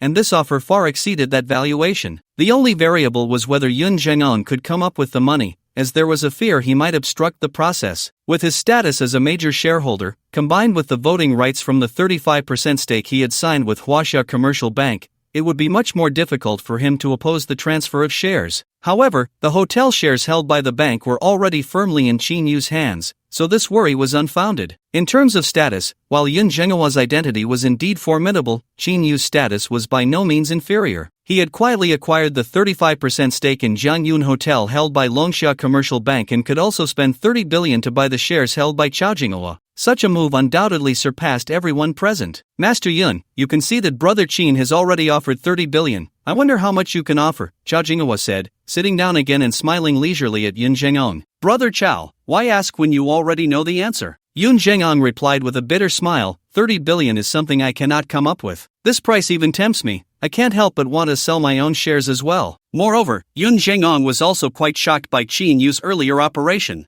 30 billion arriving in seconds, and through a personal account, was something he could not achieve. Since Director Yun cannot offer such a high price, I will have to sign a contract with Brother Hua, Qingyu said. Yun Jing'on's expression fluctuated. He had considered calling a shareholders meeting to obstruct their share transfer. However, thinking about the Yun family's somewhat unstable foundation and the apparent strength of the other party, he suppressed that thought. Kid, if you can afford such a high price, I have to admit defeat. Since you want to invest in Jiang Yun Hotel so badly, why not let you have it? Then I must thank Director Yun. I appreciate it, Xinyu said, cupping his hands in gratitude, feeling relieved inside. Brother Hua, let's go ahead and sign the share transfer contract. All right, Chao Jinghua replied happily. Thus, the financial director, Sister Wang, drafted 3 new share transfer contracts and placed them in front of the 2 men. All 3 contracts were signed, with 1 copy given to Sister Wang to keep for the transfer procedures. Once the matter was completed, Chao Jinghua stood up and said with a smile, I still have to meet a friend, so I won't keep you chatting. Although Brother Qin's share transfer procedures haven't been completed yet, he is already considered a shareholder here. You should consult more with Master Yun about the hotel's affairs.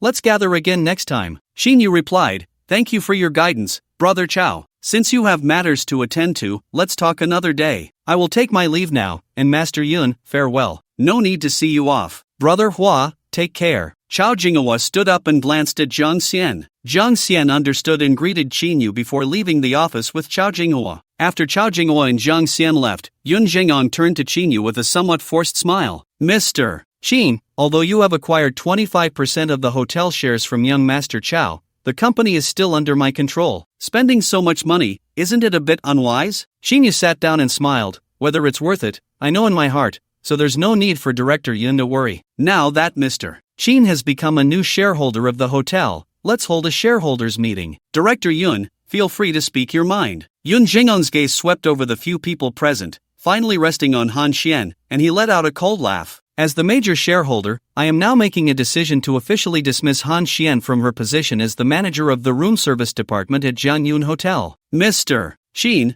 what do you think? As soon as these words were spoken, everyone understood that Director Yun was asserting his authority while also giving the new shareholder a warning. It was clear to everyone that Han Xian had already aligned herself with Qinyu, and suppressing Han Xian was tantamount to slapping Qinyu in the face. Qinyu smiled, Director Yun, what if I oppose your proposal? Opposition is futile. Yun Zhanggang replied decisively, this is equivalent to a decision made by the shareholders meeting. There are 3 voting rights, and I hold one of them, so Mr. Qin, you can only accept it. Ma Yichuan also sneered, Director Yun, I will immediately inform the company of your proposal and formally relieve Manager Han of her duties. He understood that he and Qinyu were not on the same side. Yun Zhanggang wanted to suppress this new shareholder, and he was more than happy to take advantage of the situation. Although Qinyu had become the new shareholder here, any power he had was rendered ineffective. No one listened to him, and he would merely be a paper tiger in the future. So what was there to fear? Qinyu watched the two with interest. Director Yun, since this is your decision,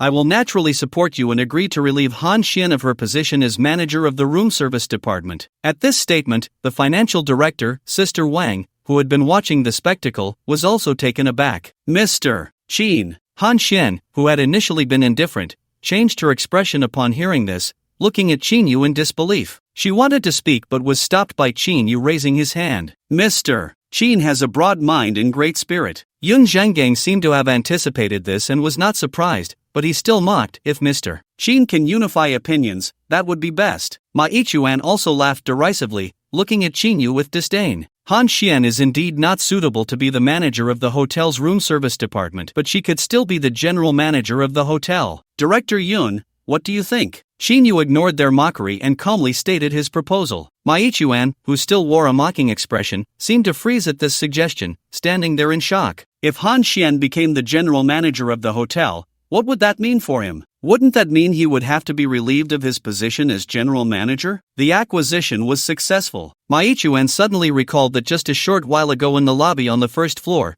Qinyu had mentioned that his position as the general manager of Jiangyun Hotel would come to an end today. It seemed that this Mr. Qin was clearly targeting him. However, he quickly sneered again. As long as Director Yun did not nod in agreement, any attempt to overthrow him would be futile. Understanding this, Ma Yichuan looked at Qinyu with even more derision. Mr. Qin, if you let Han Xian be the general manager, aren't you trying to replace my position? Heh, young man, don't think that just because you've acquired a small stake in the hotel, you can do as you please here. With Director Yun around, it's not your turn to give orders. Shinyu smiled and ignored Ma Ichuan's words. He was just a small fry. He turned to Yun Zhengang. Director Yun, what do you think of my proposal? Yun Zhengang snorted, Mr. Shin, I don't know what your background is or what you rely on, but I must tell you, I do not accept your proposal. Although you have shares in Jiangyun Hotel, you should only concern yourself with dividends in the future and not interfere with management decisions. Since you disagree with replacing the general manager, we will have to proceed to a shareholder vote, Shinyu said. Don't you think that's futile? I hold 2 votes, which account for 75% of the shares. You only have 1 vote,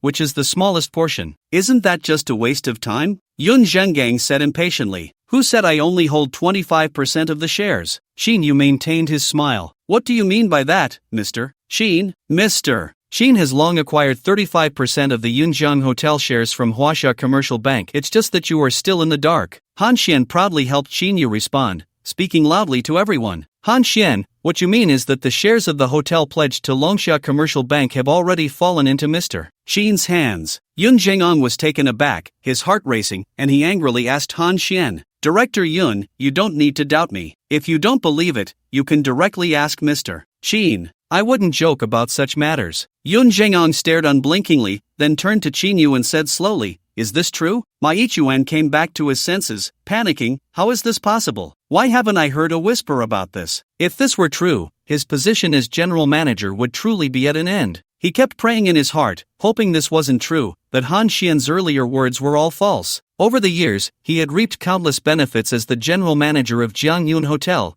earning a salary of 5 million, but his annual bonuses exceeded 10 million. Chairman Yun rarely came to the hotel, he had all the power here, and the benefits he received in secret were even greater. Especially with his status as a 7-star hotel general manager, he had made many wealthy and influential connections, and countless people wanted to curry favor with him. If Qinyu truly held absolute controlling shares and dismissed him, all his glory would fade away, a result he could not accept. Sister Wang, who had been watching the drama unfold, also looked shocked, not expecting such a twist, her expression becoming serious. She was brought in as the financial director by a headhunting company for several shareholders of the hotel. Her service was primarily to the 3 shareholders, not the board, and the hotel's affairs would not be solely dictated by one person. If Qinyu held 60% of Jiangyun Hotel's shares, her work would also be adjusted. Qinyu said, Han Xian is right, I indeed hold 60% of the hotel shares. If you don't believe it, you can call Longxia Commercial Bank to verify. Yun Zhengong was silent for a long time, seemingly deep in thought, before glancing at the financial director. Sister Wang understood immediately and took out her phone, making a call. The call was brief and quickly concluded. She looked at Yun Zhengong in shock and said, Director Yun, it's been verified. The bank has indeed transferred the shares to Mr. Shin's name. Aren't those shares pledged to the bank? How do they have the authority to transfer the shares? This is illegal. Ma Ichuan's face turned pale, unable to believe or accept this fact. Yun Zhengong shot a piercing glance at Ma Ichuan, scaring him into silence. Standing up, he looked at Qinyu with a complex expression and said hoarsely, Mr. Shin not only has great means but also possesses a courage unmatched by others. It's not an exaggeration to call you a young leader. I, Yun, am willing to bow down. I will leave the hotel matters to you. I will no longer inquire. I should take my leave as well. Farewell. After saying that, he stepped away, feeling somewhat disheartened. The situation had disrupted all of Yun Zhengong's plans, leaving him caught off guard. He didn't want to stay here any longer. He needed to go back and sort things out, at least investigate Qinyu's background before making further plans. Director Yun, may I ask you to sit for a moment? I have one more matter to discuss with you, Qinyu said as Yun Zhengong was about to leave. What else does Mr. Shin have to say? Please, go ahead, Yun Zhengong said curiously, sitting back down. Qinyu didn't beat around the bush and said directly, although I hold 60% of Jiangyun Hotel shares, I am quite interested in the 40% you hold. I wonder if you would consider transferring them. You actually want to acquire the shares I hold. Yun Zhengong was quite surprised. Then Mr. Shin, how much are you willing to pay for them? Of course, it's according to the price we agreed upon with Brother Hua. What do you think? Qinyu replied directly. In truth, he was still a bit nervous. If Yun Zhengang agreed, the system's level 5 sign-in reward would be within reach. If he didn't agree, he would have to make some concessions on the price. But in the end, he couldn't hold out too much hope for success. After all, the Jianyun Hotel had always been a property of the Yun family, and now they still wanted to acquire the remaining shares. Wasn't that a bit unreasonable? Although Chin Yu felt somewhat embarrassed, he wouldn't be taken advantage of if the other party tried to demand an exorbitant price. What he didn't expect was that Yun Zhenggang's heart leaped with joy upon hearing Chin Yu's response, and he exclaimed, "Is that true?" Chin Yu was a bit surprised and replied, "Of course it's true. But you just paid 30 billion. Can you still come up with cash to buy the shares I hold? To be honest, if you want to pay in installments, I won't agree to transfer the shares to you." This statement implied that if he could come up with that much money, the transaction would be fine. Chin Yu was overjoyed. "So, as long as I have that much cash, you'll agree to transfer the hotel shares to me at the price we just discussed?" "That's right." "Great,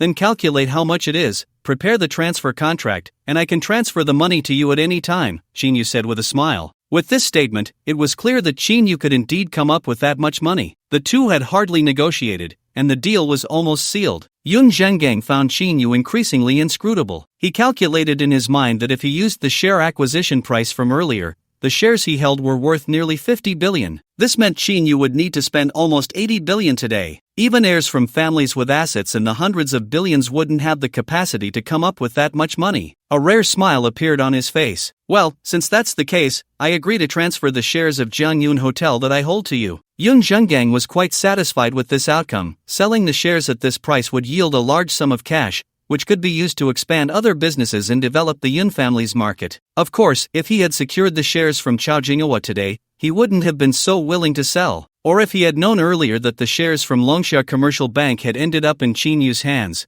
Chin Yu wouldn't have been able to negotiate so easily with Chao Jinghua. Han Xian was the happiest person. She never expected Chin Yu to ultimately acquire all the shares of Jiangyun Hotel, which meant her position as the hotel general manager would face no obstacles. Among everyone, only Ma Ichuan looked ashen. At this point, things had truly taken an unexpected turn. How could this Mr. Chin be so formidable, willing to pay such a high premium to acquire the entire Jiangyun Hotel? If this was all to undermine him as the general manager, and he completed the acquisition plan in just a day or two, a small figure like Ma Ichuan simply couldn't bear such treatment. He hoped it wasn't as he feared. Not being able to become the general manager of a 7-star hotel wasn't terrifying, but what was frightening was that with a single word from Mr. Chin, he might not be able to survive in the entire Nanjing city. The price for the 40% of the shares was quickly estimated. Billion. The contract was drafted by the financial director, Sister Wang, in triplicate. After both parties signed, Yun Zhengang provided an account number. Yun Zhengang originally suggested that Chin Yu didn't need to pay everything up front. He could first transfer 10% as a deposit, which was 4 billion,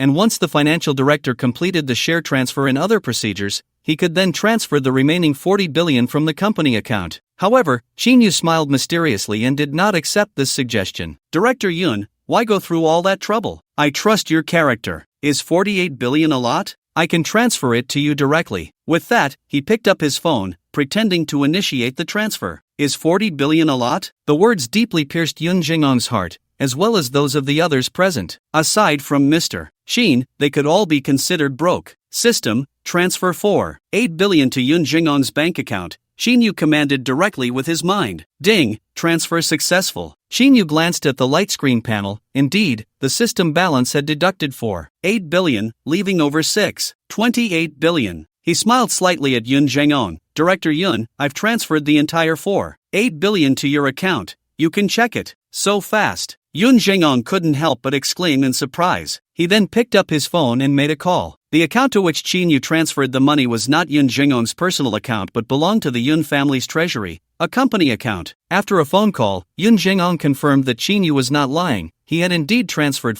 8 billion, nearly 5 billion, processed through a personal account in one go, once again refreshed Yun Zhenggong's understanding. Generally, transactions exceeding 1 billion rarely go through personal accounts. They usually pass through the company's finance department first. The first reason is safety, and there are not many legal protections. The second is that very few people have such large permissions in personal bank accounts to access so much capital at once. At this moment, Yun Zhenggong's attitude towards Chin Yu became even more courteous, shifting from the initial confrontation to a somewhat flattering demeanor. Setting aside Chin Yu's background, he was indeed a great benefactor. "Mr. Chin, now that you fully control Jiangyun Hotel, I should step down from the chairman position. Since we are like old friends, I'll take the liberty to call you Brother Chin, and you can call me Brother Yun," Yun Zhenggong said with a hearty laugh. Brother Yun, you're being too polite. I won't hold back and will take advantage of you a bit, Qin Yu replied with a smile. Ha, Brother Qin is indeed straightforward. In the future, come visit my Yun family, it will allow me to show some hospitality. Sure, definitely. The two enjoyed their conversation, and Qin Yu wore a sincere smile. Having secured the level 5 sign-in, how could he not be happy? Financial Director Sister Wang had already left to handle the transfer of shares for Qin Yu. It was now 11 in the morning, there was still time, and it would be completed soon. Ma Ichuan, who had been standing silently, saw the scene and no longer dared to harbor any resentment towards Qin Yu. Even if he had complaints, they were deeply buried. If he were to blame someone, it would be his sister, Ma Wenshou. If it weren't for her, he wouldn't have ended up in this situation, offending Qin Yu and losing the position of general manager of Jiangyun Hotel. In the past, he had been cautious in his dealings, but ultimately, he had failed to uphold that principle. Yun Zhengong glanced at the pale-faced Ma Ichuan and said, Ma Ichuan, you have shown capability in managing this hotel over the years. Although you can no longer be the general manager here, you can follow me from now on. I have a newly established company that would be just right for you to manage. However, the treatment there is far from that of a 7-star hotel general manager.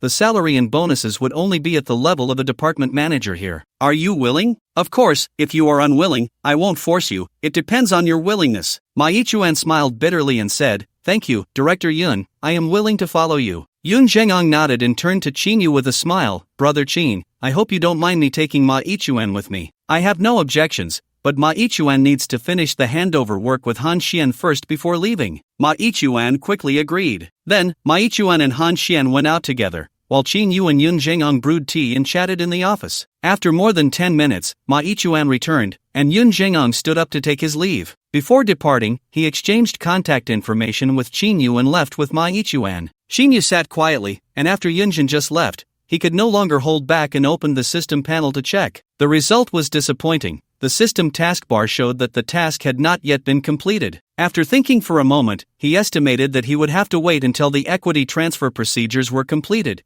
and only then would the task of transferring Jiangyun Hotel to his name be considered complete. Suppressing that slight disappointment, he took a sip of tea. At that moment, the office door opened, and two figures walked in. Mr. Qin, boss, I'm back. The speakers were Han Xian and Tang Qin. You both have arrived, take a seat. Qin Yu gestured for them to sit across from him, then turned to Tang Qin and asked, Have you chosen the office address for the new company? It's already chosen, on the top floor of Huajiang Plaza. That location is great, it just happened to be vacant and not rented out, so I confirmed it with manager Jiang. I just don't know if the boss will like it or if you want to go see it later. No need, since you like that place, let's go with it. This is just a temporary office. When the company grows, we'll have to move anyway. Mr. Qin, what's this new company you're talking about? The more I hear, the more confused I get. Han Xian couldn't help but ask. Sister Xian, the boss hasn't told you yet? Let me explain, since you are now the general manager of Jiangyun Hotel, you should be clear about these matters. Tang Qin smiled at Han Xian. Then hurry up and tell me. So, Tang Qin explained that Qin Yu was going to open an investment company, which she would manage, and that Huajiang Plaza also belonged to Qin Yu. At first, Han Xian didn't think much of it, but when she heard that Huajiang Plaza was also Qin Yu's asset, her expression changed from calm to wide-eyed shock. Mr. Qin, I didn't expect you not only spent over 10 billion to acquire Jiangyun Hotel but also own the 4 billion Huajiang Plaza. Truly, a person doesn't reveal their wealth. You're a billionaire with nearly 20 billion in assets. Sister Xian, do you mean that the boss has already acquired 100% of Jiangyun Hotel? Tang Qin's beautiful eyes sparkled as she looked at Qin Yu with newfound admiration. Yes, Mr. Qin is quite wealthy. He not only spent 3 billion to acquire young Master Chao's shares but also spent 4.8 billion to acquire Yunjin's shares. Too bad you weren't there to witness such a spectacular scene, Tang Qin sighed. I didn't expect the boss to take out so much money to acquire the hotel. Qin Yu cleared his throat and said seriously, From now on, Han Xian will serve as the general manager of Jiangyun Hotel, responsible for managing all hotel operations. I will entrust everything to you. The annual salary and bonuses will be based on the original general manager's treatment, and if you perform well in the future, you will naturally be promoted. Han Xian quickly thanked him. Thank you, Mr. Qin. Xinyu nodded and then said to Tang Qin, leave the registration of the new company to you. The new company will be called Tianyu Investment, and in the future, Jiangyun Hotel and Huajian Plaza will also be incorporated into the Tianyu Investment system as subsidiaries. In addition to being my assistant, you will also serve as the general manager of Tianyu Investment, as well as the vice chairman of Jiangyun Hotel and Huajian Plaza. Once the company is integrated, Tianyu Investment will establish a board of directors, and I will allocate some shares to reward some senior management, including both of you. As for your salary, the previously agreed 3 million annual salary will be raised to 10 million. You can take this 10 million from that 1 billion. Considering that paying salaries could also fulfill system tasks, Xinyu finally spoke generously. Boss, thank you. Tang Qin felt as if she were dreaming upon hearing the 10 million. An annual salary of 10 million, while holding multiple important positions,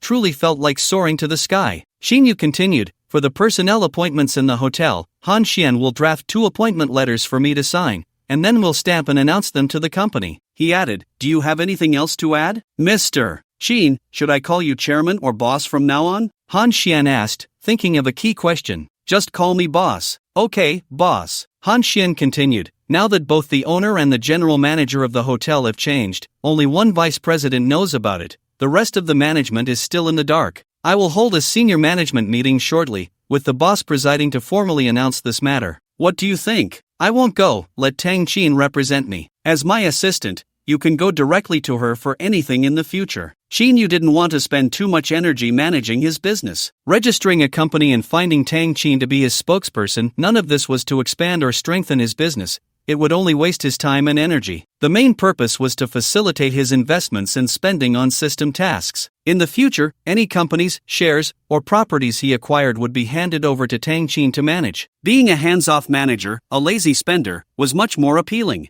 Okay, boss, then we'll go work now. Han Xian glanced at Tang Qin, and the 2 women stood up to leave. 10 minutes later, Tang Qin returned with 2 personnel appointment letters. After Xinyu signed them, she left again. Xinyu looked at the system panel and saw that the taskbar still showed acquired Jiangyun Hotel, incomplete. It was nearly noon. Would he have to wait until the afternoon? It seems that being anxious won't help. Xinyu sighed, took out his new phone, swiped it, and opened the WeChat app. 3 unread messages. The first was from Jiang Xian, sent at 2 in the morning, saying the money had been transferred to his account. The second was from Kong Shui, asking when he was free to bring the nanny over for an interview, which manager Zhu had helped find. Xinyu replied, no rush, I'll bring her over when I get back. The third message was from Li Yan, sent just after 11 last night. Opening it, Li Yan first apologized, saying she had just gone to take a shower and hadn't noticed Xinyu's message. Then she asked if he was still around, if he wanted to hear her sing, and finally if he wanted to see her selfies. In the end, she really sent a few photos. Xinyu scrolled down, and as he saw the quirky photos, he couldn't help but spray the tea he had just sipped. His eyes widened. There were images of a serious, sophisticated female manager, some making funny faces, and others in bikinis, especially one in a thin nightgown, showcasing her slender, fair legs. Xinyu had seen plenty of such photos,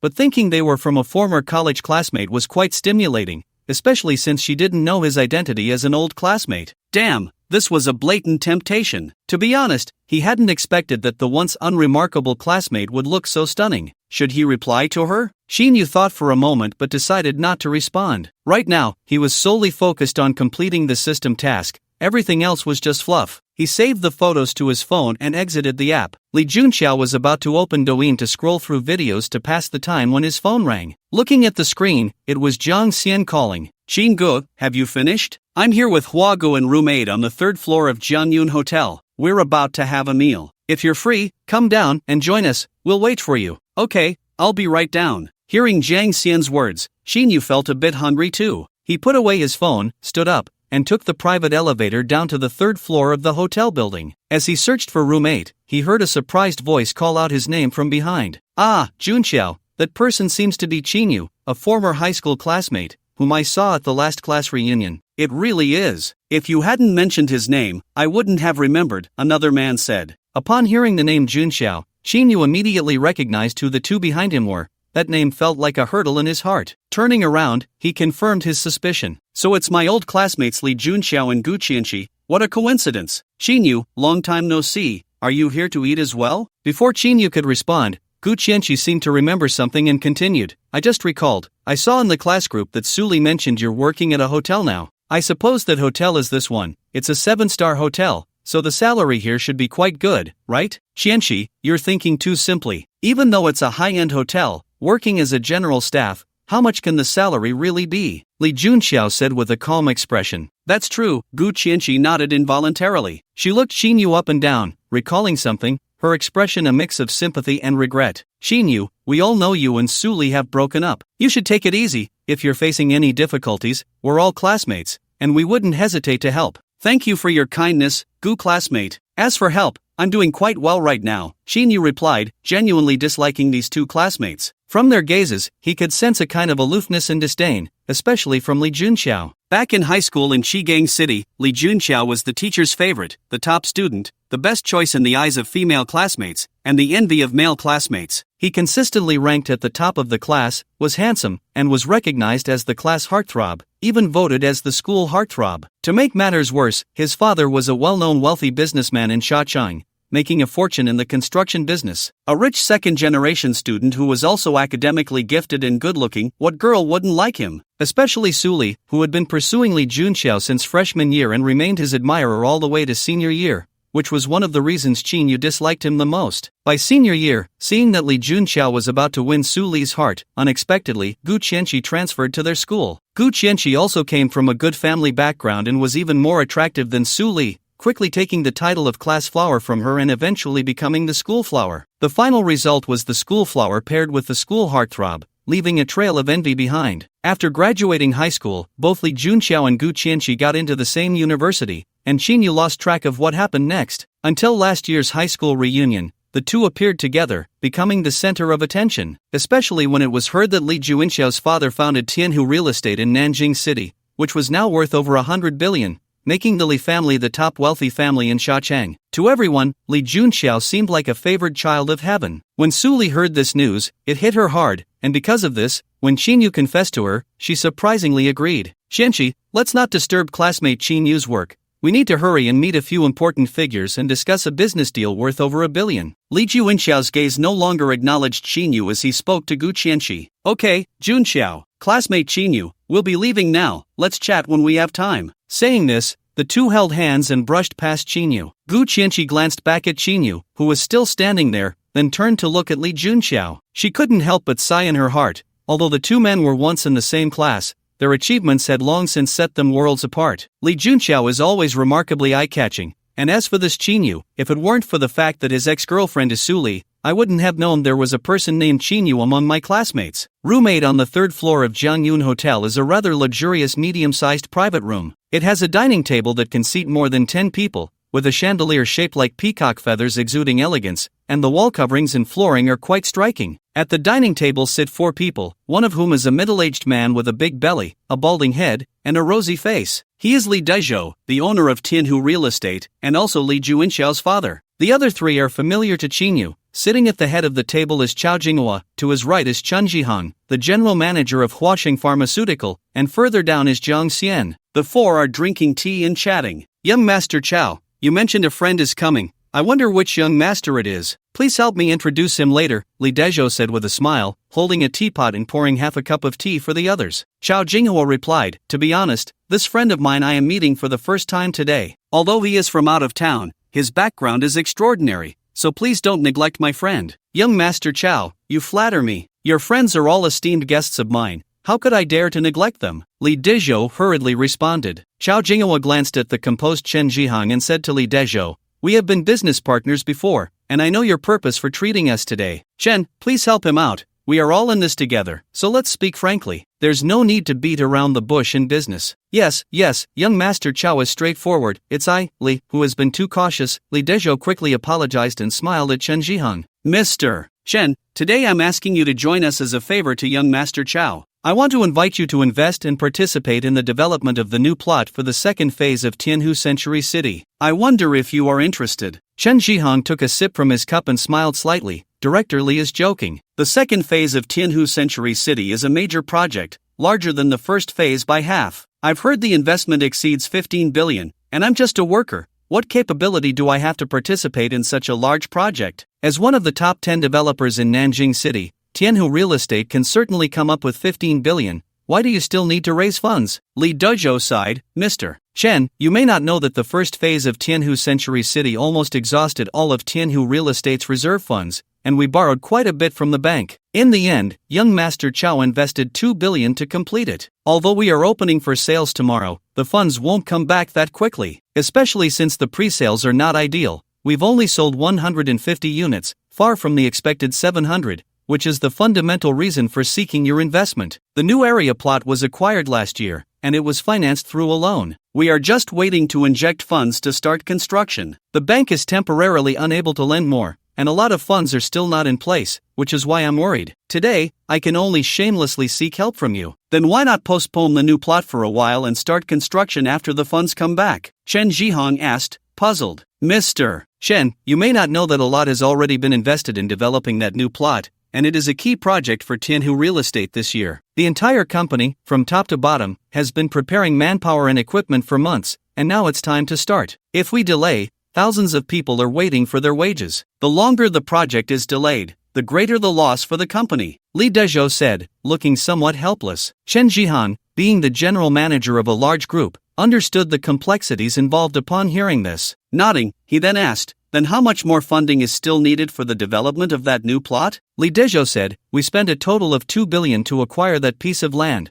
which is 5,800 acres. In addition to planning to build more than 60 residential buildings, there will also be a villa area, schools, and surrounding commercial buildings, with a total investment needed of 23 billion. Currently, the funding gap has reached 16 billion. Of course, as long as the initial development funds are sufficient, that's all that matters. As for later, in a few months, the sales funds from the first phase of the project will gradually come in, along with income from other projects, and we will be able to keep up. Chen Zhihong asked, so you mean that the only thing owed right now is the initial development funds for that land? As long as we fill this gap, we don't need to have all the development funds in place. Exactly, Li Dezhou replied. The initial startup funds are 9 billion, excluding the land cost. Tianhu Real Estate has already invested 5 billion, leaving a debt of 4 billion. So, as long as young Master Chow and General Manager Chen are willing to come up with a total of 4 billion, that will suffice. As for how the shares are distributed, you can decide that among yourselves. Chen Zhihong asked again, there are already several projects for sale in the new urban area, and many more under construction. With so many residential units, won't that lead to unsold properties in the future, or even price drops? As he spoke, his eyes inadvertently glanced at Chao Jinghua. Chao Jinghua lowered his head to sip his tea and smiled. There's no need to worry about that. The General Affairs Office of Nanjing City has hinted that the new area in Jingyun District will be supported to become an emerging industrial zone. In the future, there will be more industrial parks and science cities built there, which will naturally increase the demand for housing. Chen Zhihong said, young Master Chow values this new Tianhu real estate project quite a bit. How much do you plan to invest? Chao Jinghua replied, I do value this real estate project. I heard from Director Li that further investment is needed for the new urban area, so I sold my shares in Jianyun Hotel and plan to invest 2 billion. If it weren't for other industrial projects needing funds, and the first phase of Tianhu Century City's returns not yet coming in, I might have invested another 1 billion. 2 billion? Chen Zhihong was somewhat surprised, not expecting Chao Jinghua to be able to put in that much. After thinking for a moment, he said, how about this? I can only come up with 500 million in cash, so I'll give this 500 million to Director Li. Li Dezhou felt a bit disappointed upon hearing this. Chao Jinghua's 2 billion was something they had discussed beforehand. Chen Zhihong only offering 500 million was far from his expectations. He had originally thought Chen Zhihong could also contribute 2 billion. If it was only 500 million, it might as well not be invested. At that moment, a man and a woman walked into the private room. It was Li Junqiao and Gu Qianqi. Dad. Hello, uncle. The two greeted Li Dezhou in unison. You two are here. Seeing his son and future daughter-in-law arrive, Li Dezhou quickly stood up with a smile to introduce them to everyone. Let me introduce you, this is my son Li Junqiao, and his girlfriend Gu Qianqi. This is the young master of Huaxing Pharmaceutical and a partner of Tianhu Real Estate, young master Chao Jinghua. And this, I believe you all know, is the general manager of Huaxing Pharmaceutical, Chen Zhihong. As for this one, he is the second son of the Jiang family, Jiang Xian. Li Junqiao and Gu Qianqi were visibly excited, and as Li Dezhou introduced them, they bowed slightly and greeted in unison. Nice to meet you, young master Chao. Hello, General Manager Chen. Hello, young master Jiang. Chao Jinghua and the others remained seated, nodding in acknowledgement of Li Dezhou's introductions, as a way of recognizing them. However, Jiang Xian, who had been sitting there looking at his phone, had not been able to join the conversation earlier. Now, seeing these two greet him, he took the rare opportunity to chat with Li Junxiao for a moment. But upon hearing that Li Junxiao was now the vice general manager of Tianhu Real Estate, he lost interest in continuing the conversation. Li Junxiao and Gu Qianqi did not feel dissatisfied by this. Instead, they were quite polite and enthusiastic. Li Dezhou relied on Tianhu Real Estate to amass nearly 10 billion in assets,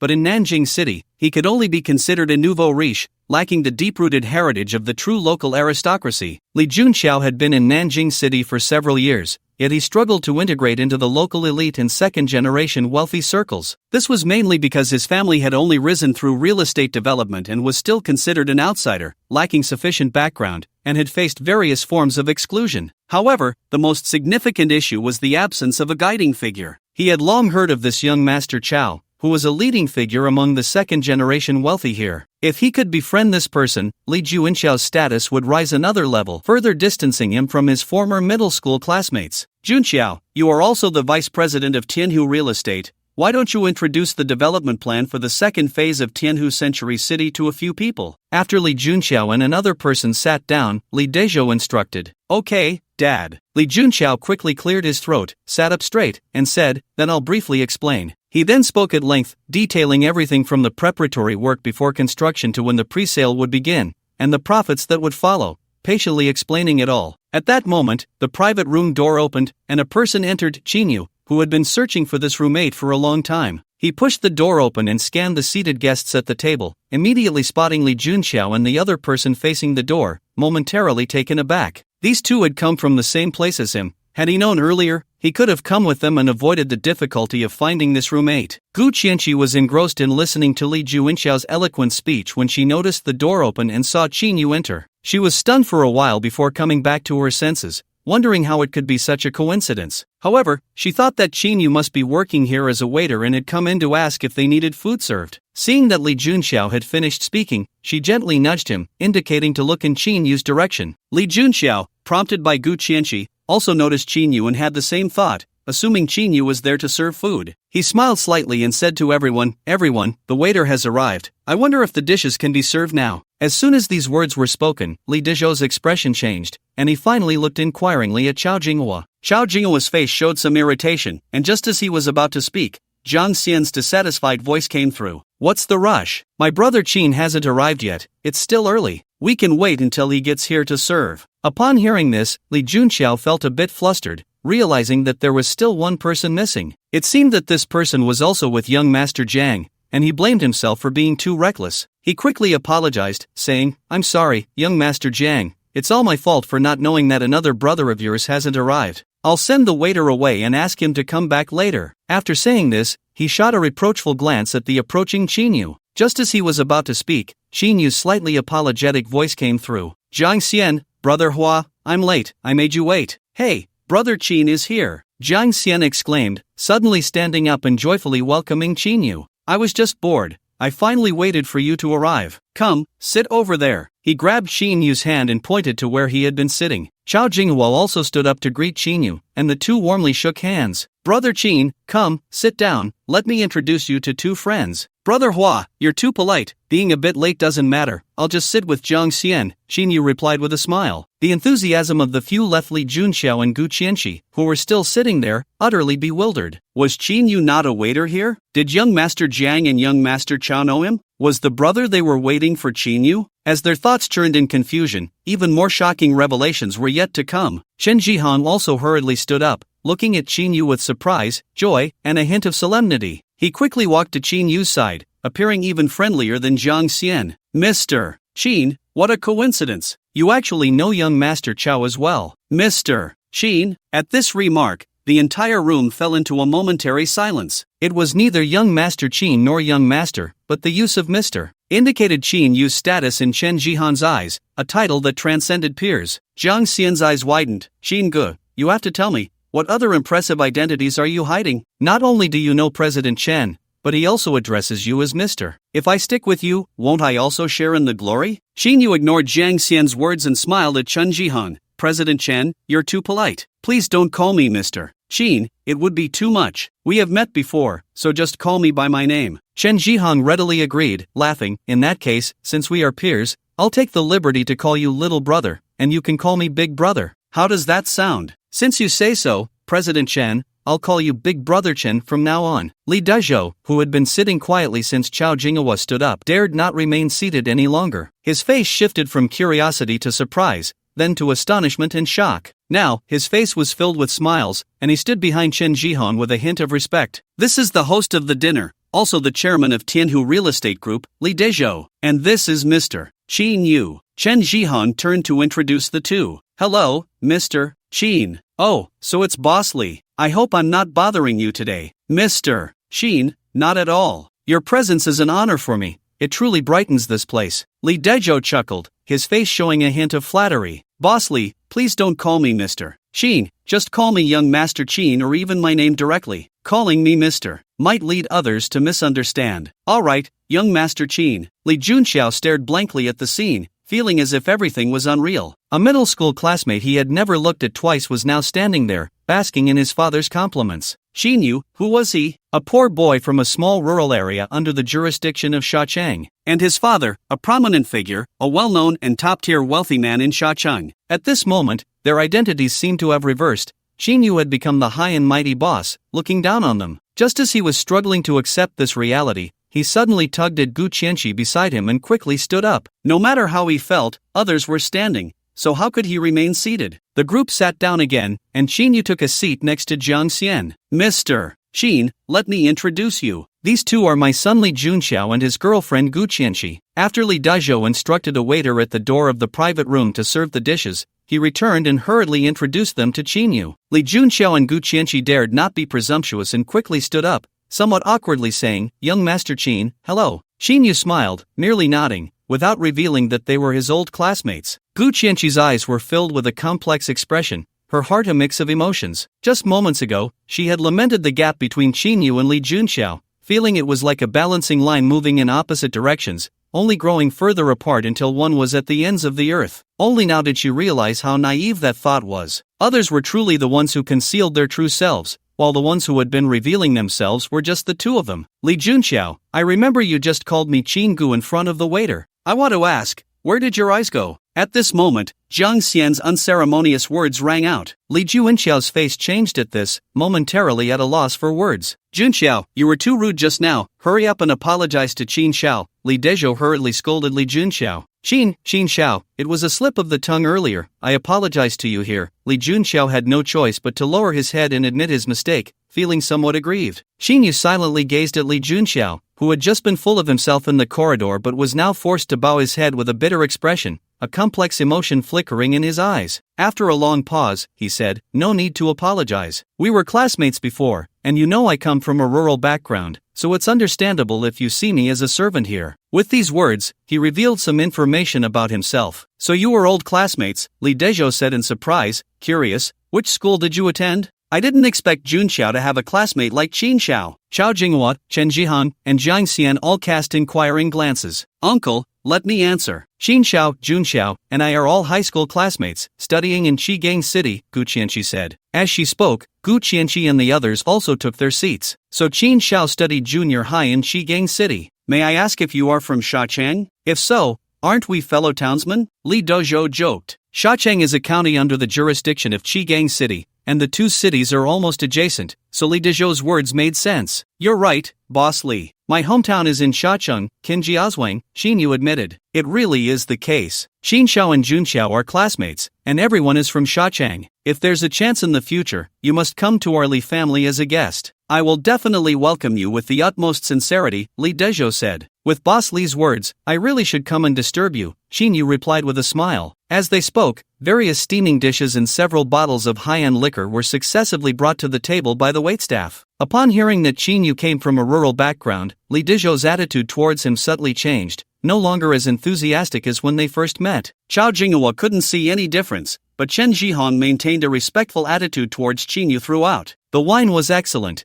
and each dish showcased its expensive price. After several rounds of drinks, Jiang Xian couldn't help but ask Qin Yu, Qin Gu, how is the acquisition plan for Jiangyun Hotel going? Did you buy Hua Ji's shares, and have you acquired any other shares? Chao Jinghua asked in surprise. Brother Qin, from Jiang Xian's words, do you still want to continue acquiring other shares of Jiangyun Hotel? Li Dezhou also asked in astonishment. Young Master Chao, are you saying that the shares of Jiangyun Hotel you hold have been transferred to Qin Xiao? That's right. Brother Qin spent 30 billion to acquire the shares I held. 30 billion? Li Dezhou was even more surprised. Young Master Chao, don't joke around. Didn't I hear you say it was around 20 billion the other day? The price I discussed with the head of the Yun family was that, but today Brother Qin came with great financial power and spent 30 billion to take my shares. I see. Li Dezhou's gaze towards Qin Yu suddenly brightened. Brother Qin, you haven't answered my earlier question. Is what Jiang Xian said true? Do you want to acquire all the shares of Jiangyun Hotel? Chao Jinghua turned to ask again. What Jiang Xian said is not false, Qin Yu replied. My original plan was to buy the entire Jiangyun Hotel, and now that plan has succeeded. I must thank Hua Ge for being willing to sell me the shares in your hands.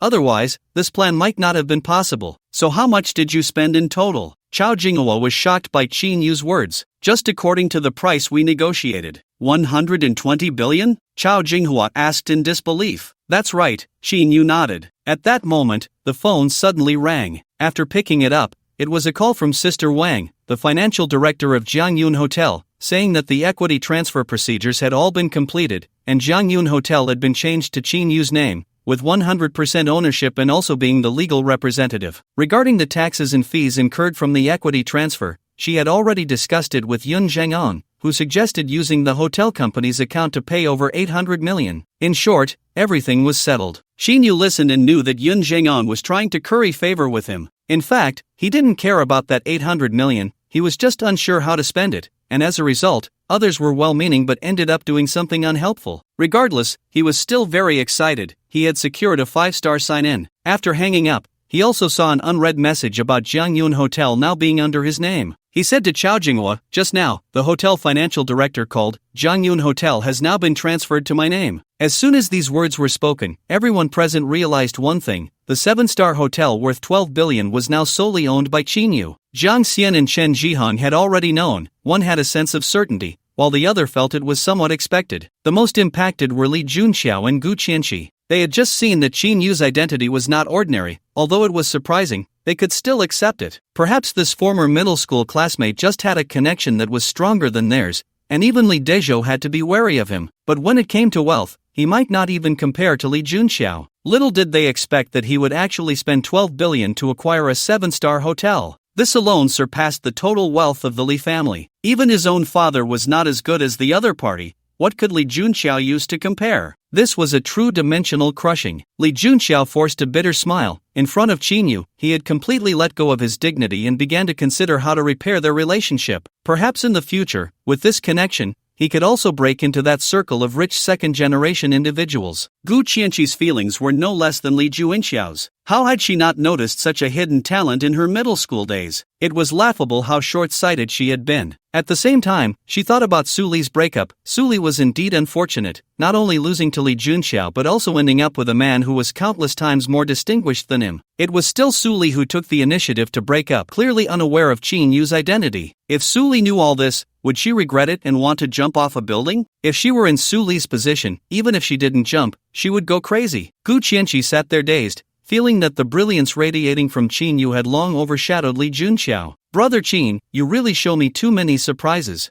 I feel like you are the real rich second generation, while I can only be considered a poor loser. Chao Jinghua exclaimed, when you casually spend 30 billion, I knew I couldn't compare to you. In the end, I underestimated you. Brother Hua is absolutely right. It's the same as my thoughts. In front of Brother Qin, we are all beggars. From now on, I will stick with Brother Qin. If he shows me any benefits, just a little, I will be satisfied, Jiang Xian said with a smile. You guys don't need to make fun of me. Over 100 billion isn't really spent. It's just invested in the hotel. If Brother Hua wants to, it shouldn't be a difficult task, Qin Yu humbly replied. Young Master Qin, please don't be modest. You can take out so much money to buy a 7-star hotel. This kind of financial power and courage, I, Li, am ashamed to compare. Come, let me toast you. I will drink first as a sign of respect. You can do as you please, Li Dezhou said with a smile, raising a small porcelain cup of white liquor, gesturing to Qin Yu. and downing it in one gulp. Xin Yu could only take a sip as well. Xin Xiao is not sure if he is interested in investing in real estate. I have a very high-quality project in hand. As long as you are willing to invest money, it is almost guaranteed to be profitable. Li Dezhou smiled as he shared his thoughts after seeing Xin Yu put down his wine glass. Chao Jinghua's heart stirred, and he looked at Xin Yu, also waiting for more details. Xin Yu squinted. Such talk of almost guaranteed profits was just for show. Whoever took it seriously was a fool. He was indeed very interested in investing, but that would have to wait until Tang Qin established her company, and then he would let her handle the negotiations. Boss Li, why don't you tell me more? Li Dezhou quickly elaborated on the development plan for the second phase of Tianhu Century City, its prospects, and future profit margins. He mentioned that the total investment for the new land development was 23 billion, with a shortfall of 16 billion. However, as long as the initial funding was sufficient, it could work. The initial funding plus the land cost was 9 billion, leaving a deficit of 4 billion. He also pointed out that Chao Jinghua was willing to invest 2 billion, and Chen Zhihong 500 million, so if Qin Yu was interested, he could invest 1.5 billion. The specifics of how to allocate shares could be discussed later. Brother Hua is also investing 2 billion, so it seems you have a lot of confidence in this real estate project, Qin Yu said to Chao Jinghua. Chao Jinghua replied, this real estate development project, as Boss Li said, does have good prospects. If Brother Qin is interested, investing in shares would be a great opportunity. Qin Yu nodded, trusting Chao Jinghua's words, but 1.5 billion was too little. Moreover, the new company had not yet been established, and Tang Qin did not have the time to negotiate and follow up on this investment. If he were to take matters into his own hands, it wouldn't be worth the effort for just 1.5 billion. Suddenly, a thought struck him. Since Li Dezhou mentioned a shortfall of 1.5 billion, he didn't necessarily have to invest that amount. Tianhu Real Estate had a large property ready for sale. He could simply buy a few buildings directly, which would be more convenient than running around for an investment. Of course, the premise was that it was for the system's sign-in. For the system's sign-in, it seemed he had spent 7.8 billion today, and with another 2 billion, he could achieve a level 5 sign-in. Qin Yu's heart tightened. Another level 5 sign-in, what a windfall. Buy 4 buildings to play with. Boss Li, I'm not really interested in investment business at the moment. I've been quite busy lately, so if you're not in a hurry to start this project, we can discuss it again later. Li Dezhou forced a smile. Xin Xiao, you don't know, it's precisely because I'm in a hurry that I'm rushing to pull in investments. For every day that land is delayed from starting construction,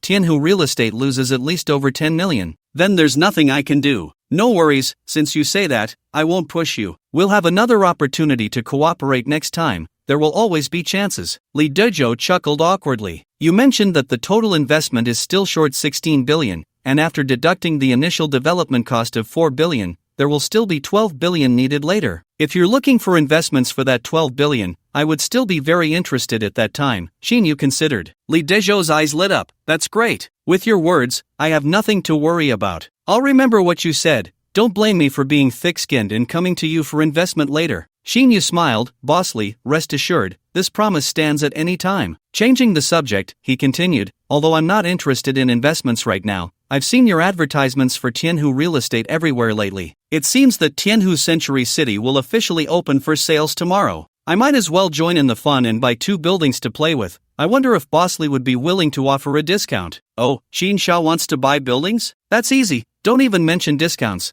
I'll just give you 2 apartments directly, Li Dezhou said generously. Suddenly, Li Junxiao beside him softly said, Dad, what Xin Xiao mentioned is 2 buildings, not 2 apartments. What? Xin Xiao, are you saying you want to buy 2 buildings? Li Dezhou hurriedly confirmed with Qin Yu, still doubting the truth of this statement in his heart. That's right, I want to buy 2 buildings. Li Dong, Xin Laodi just bought a villa worth over 100 million at Nanyun Mountain Villa. How could he be interested in your family's apartments of about 100 square meters? Buying 2 buildings at once is more in line with Qin Laodi's status, Chen Zhihong interjected. Nanyun Mountain Villa? Li Dezhou nodded. So Qin Xiao originally bought a villa there. Since you want to buy 2 buildings, that means you think highly of me, and it also solves my urgent problem. Naturally, I will give Qin Xiao the best discount and choose the buildings with the best locations in the community for you. Junxiao, do you know which 2 buildings at Tianhu Century City have the best locations and are completely empty with no one having bought them? Li Junxiao said, Dad, the only 2 buildings that haven't been sold and have good locations are Building 3 and Building 5. Good. Li Dezhou nodded. Xin Xiao,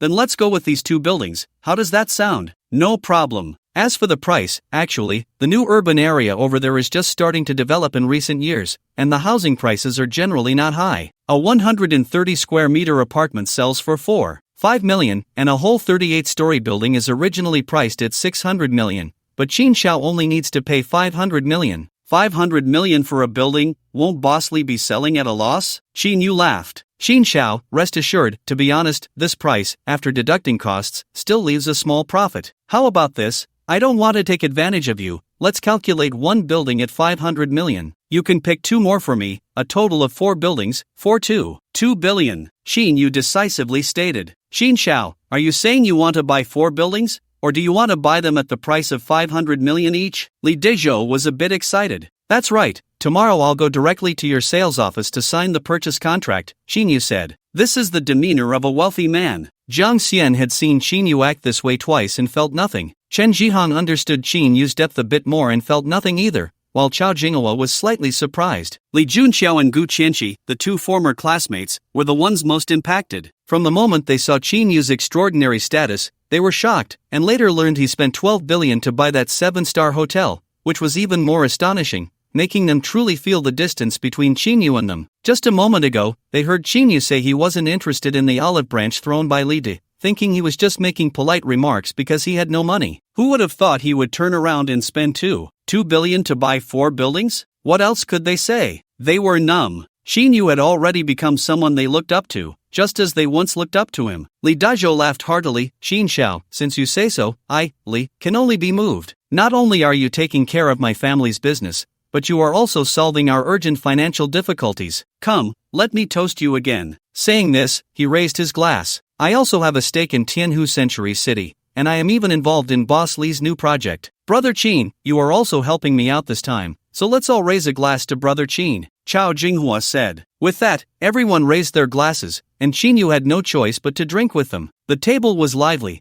and it took an hour for the meal to conclude. The happiest was Li Dezhou, who perfectly achieved his goal and got to know a wealthy figure like Qin Yu. After instructing the waiter to settle the bill, he exchanged contact information with Qin Yu and left with Li Junqiao and Gu Qianqi. Li Junqiao had also handed his business card to his father earlier, mentioning that he would personally await Qin Yu's arrival at the sales office tomorrow. After a while, Qin Yu, Chao Jinghua, Chen Jihang, and Jiang Xian also left the private room. When they reached the hotel entrance on the first floor, Chao Jinghua and Chen Jihang both had drivers waiting for them, so they left first. Jiang Xian, however, called for a designated driver. When the driver arrived, he drunkenly waved goodbye to Qin Yu and got into the car to leave. Qin Yu had also had a bit to drink and was thinking of returning to his hotel room for a short nap. After walking a few steps, he noticed a few people standing at the front desk. Tang Qin, Han Xian, the lobby manager Li Hong, and a man in his 40s were inside. Curious, Qin Yu walked over. As he got closer, he saw that Tang Qin's expression was serious, her demeanor commanding respect without anger, and he asked, Tang Qin, what are you all doing here? Tang Qin's previously angry face changed immediately upon hearing Qin Yu's voice. She smiled and said, Boss, you're here. Boss. Han Xian quickly greeted him as well. Li Hang exaggeratedly put on a smiling face, somewhat obsequiously saying, Hello, Director Qin. This is our second meeting. The first time we met,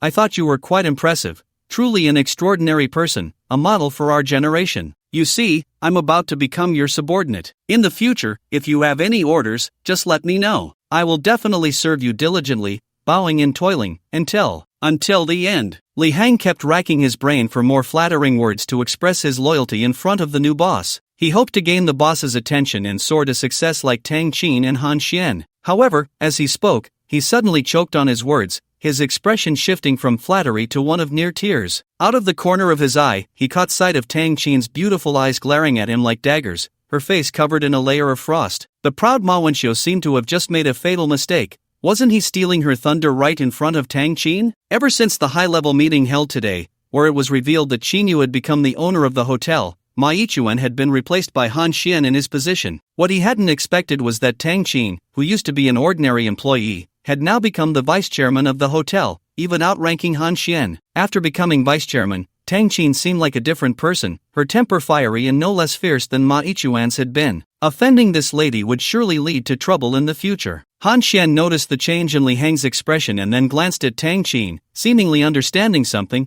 and secretly found it amusing. Not only was Tang Qin the vice-chairman of Jiangyun Hotel, but she was also Qin Yu's personal assistant. The only one who could serve him diligently was Tang Qin herself, and yet Li Hong still thought he could undermine her. After finishing his sentence, Li Hong lowered his head and dared not speak further. Qin Yu looked puzzled but didn't ask more. He didn't like it when others flattered him like that. You must be Chairman Qin. I didn't expect the new boss to be so young. Truly impressive. I am the hotel's deputy general manager, Yen Pike. Hello, Director Qin. Another man in his 40s, having figured out Qin Yu's identity, hurriedly introduced himself. Qin Yu smiled slightly and said, So you are Deputy General Yen. I will rely on you to take care of the hotel affairs in the future. Work together with General Manager Han to manage the hotel well, and with your abilities, promotions and raises will surely come your way. Yen Pike joyfully replied, With your words, Director Qin, I can rest assured. I will make sure my work meets your expectations. Qin Yu then turned to Tang Qin and asked the question he had earlier. What's going on? Why are you all standing here? Tang Qin explained, The relevant documents are ready, and I was preparing to go out to handle the matters you instructed. I thought of getting a car from the front office. Although it's a busy time for vehicles, I checked and found that there was still one car available, the Rolls-Royce you used last time. And then I instructed a security guard to bring that car over, but he couldn't find it at all. Then I looked for the housekeeping and front office departments, but neither knew the whereabouts of that car. So I called Vice President Yen down, but he was also in the dark. I was going to ask the security department, but the manager isn't here. Now I've sent a security guard to check. I see, that's strange. I rode in that car yesterday, and now it's missing, Qin Yu said. He didn't pay much attention to the car's disappearance, it was just a car. However, he knew that at this time, Tang Qin going out was also for his sake, which affected him to some extent. Chairman Tang, I found out. A sweating security guard rushed in at that moment. Zhang Xiao, do you know who took that car? Tang Qin recognized the security guard and called out his name directly. All eyes turned to the security guard. Zhang Xiao stood tall and said, Chairman Tang, that car was taken by our security department's manager Zhang. He said it was for a hotel guest. He stole a glance at Tang Qin, feeling somewhat emotional. Just this morning, he had some sympathy for her, and in the blink of an eye, she had become the hotel's vice chairman. Such dramatic twists wouldn't even be dared in a TV show. So it was taken by manager Zhang for a guest, Yen Bike reproached. The hotel cars are all to be managed uniformly by security. Manager Zhang took one for a guest without reporting it to the front office. No wonder we couldn't find any clues. Li Hang remained silent but felt much more relaxed. Tang Qin continued to ask, Zhang Xiao, did you find out which guest manager Zhang gave that car to? Chairman Tang, I asked, and it was for Miss Ma's use. I see. Tang Qin nodded and said to Li Hong, go check which room Miss Ma Wenxiu is staying in. Okay, Chairman Tang, please wait a moment. Li Hong immediately instructed the front desk staff to check Ma Wenxiu's accommodation information. Soon, they found out. I've found it. Miss Ma is staying in a regular luxury suite, room 5 on the 15th floor, for less than 1,000 yuan a night. Tang Qin sneered. So she doesn't even qualify to use a special car, yet manager Zhang not only failed to report it but also took a very expensive special car for an ordinary guest. This disregards the hotel's regulations and is a serious dereliction of duty. Chairman Tang, look, isn't that Miss Ma Wenxiu? She's just entered the hotel, Li Hong said, spotting her walking into the hotel lobby. Upon hearing this, Tang Qin turned to look at the hotel entrance and indeed saw Ma Wenxiu, whose expression seemed quite pleased. She sneered, managerly, go ask her for the car keys back. Don't let someone like her use it again. Yes, Chairman Tang, I'm on it. Li Hang replied and hurried towards Ma Wenxiu. He no longer dared to be careless in front of Tang Qin. Although approaching Ma Wenxiu to demand the car keys might offend his former superior, he weighed the importance of the situation and knew that Tang Qin's words were now like a decree. Ma Wenxiu's mood these past 2 days had been as unpredictable as the weather. Just yesterday, she had lost over 10 million, and her new car had been wrecked, leaving her in a terrible mood. If it weren't for her brother lending her a few million, she wouldn't know where to find enough to cover that hefty compensation. Today, however, not only had she used her brother's position to get rid of the woman she had once despised the most, but she was also about to take over the position of human resources manager, who was about to retire, at this 7-star hotel. This matter had received the chairman's personal approval, with basically no obstacles. With her brother's position as general manager and her own status as a senior manager here, she would soon be able to command respect in this 7-star hotel. Losing that 10 million was nothing, she believed she would earn it back soon. As Ma Wenxiu strode into the lobby with her head held high, looking at the hotel staff as if they were her subordinates, a voice interrupted her steps. Miss Ma, wait a moment, I have something to discuss with you. Manager Li, what do you need from me? Ma Wenxiu stopped when she saw Li Hang approaching her. Miss Ma, it's like this, the key to one of our hotel special cars is with you. Could you please return it to me now? Li Hong said with a smile. Oh, you mean that? Ma Wenxiu narrowed her eyes slightly. Managerly, are you mistaken? I am a guest at the hotel. Borrowing a car is quite normal, isn't it? Miss Ma, I think you are mistaken. The services for your room do not include a special car. Since you say that, managerly, I won't hesitate to tell you that the car was given to me by Manager Zhang from the security department. If you want to ask, go find him. Ma Wenxiu's expression gradually turned cold. Manager Zhang's actions are already against the rules. Miss Ma, please don't make it difficult for me. Just hand over the car key, and we can all be at peace. Li Hong stood his ground. Miss Ma, managerly, what are you two discussing here? Zhang Zhong walked in and, upon seeing the two, asked curiously. He had left the hotel for some matters in the morning, so he was unaware of the changes in the hotel's ownership and management. Manager Zhang, you came at the right time. This manager Li is asking me for the hotel's car key. What do you think? Should I give it to him or not? Ma Wenxiu said gloomily upon seeing Zhang Zhong. What? Li Hong, aren't you overstepping your bounds? Don't you know that Miss Ma is the sister of President Ma, and she will soon be the manager of the hotel's human resources department? She doesn't have a car to use right now, so letting her use one of the hotel's cars is a trivial matter. Why are you being so petty about it? Zhang Zhong looked at Li Hong as if he were an idiot. Just as he finished speaking, another voice approached. Manager Zhang, it's precisely because of this that you took the liberty to lend the hotel's special car to an ordinary guest. Who gave you the courage to do that? Ma Wenxiu recognized the voice as somewhat familiar and turned to look. Tang Qin, is that you? She smirked coldly. So it was you who complained to Manager Li, and that's why he's asking me for the car key, trying to retaliate against me. How ridiculous. Don't you see what your current status is? Do you think these little tricks will work? Zhang Zhong also knew Tang Qin. Tang Qin, you're not an employee of the hotel anymore. Is this something you should be involved in? You might as well leave here early. Manager Zhang, your tone is quite bold. President Yen, you're here too. Zhang Zhong then realized that the hotel's vice president was also present, and he felt a bit flustered. He also noticed Han Xian and Mr. Qin behind her. He understood that these people were here to support Tang Qin. Manager Zhang, you've gone a bit too far with this. You should quickly ask Miss Ma for the hotel's special car key back. Yen Bike's tone was somewhat stern, appearing to reprimand Zhang Zhong, but in reality, he was helping him, not knowing if this kid would understand. He also didn't know the relationship between Tang Qin and Ma Wenxiu. If he had known, he wouldn't have spoken so rashly. Zhang Zhong steeled himself and said, President Yen, you may not know, but Miss Ma is President Ma's sister and will soon be the manager of the hotel's human resources department. Chairman Yun values Miss Ma highly. Miss Ma's car is being repaired, so lending her the hotel's special car temporarily is just a small favor. Even if President Ma knows about this, he wouldn't blame her. This statement left Yen Bike momentarily stunned, as he remembered that Zhang Zhong was still unaware that the hotel had changed owners. If he had known, he wouldn't have been so confident. Realizing this, he looked at Zhang Zhong with a hint of sympathy. At the same time, knowing that Ma Wenxiu was the sister of the former general manager, he chose to remain silent. As soon as the new boss took office, he removed the hotel's general manager, and it was clear to everyone that the boss had no fondness for Ma Ichuan. Zhang Zhong was still defending Miss Ma, practically digging his own grave. Zhang Zhong, you have seriously violated the hotel's rules and disregarded the interests of the hotel. Han Xian, now the hotel's general manager, had to speak up since any matters concerning the hotel were her responsibility. She then respectfully asked Qinyu, Boss, how do you think we should handle this? With this question, all eyes turned to Qinyu. Boss? Zhang Zhong and Ma Wenxiu exchanged puzzled glances at Qinyu. Qinyu replied expressionlessly, What else can be done? Since this manager Zhang has violated the hotel's regulations and shows no remorse, if it happens once, it will happen again. Just fire her. As for Ms. Ma,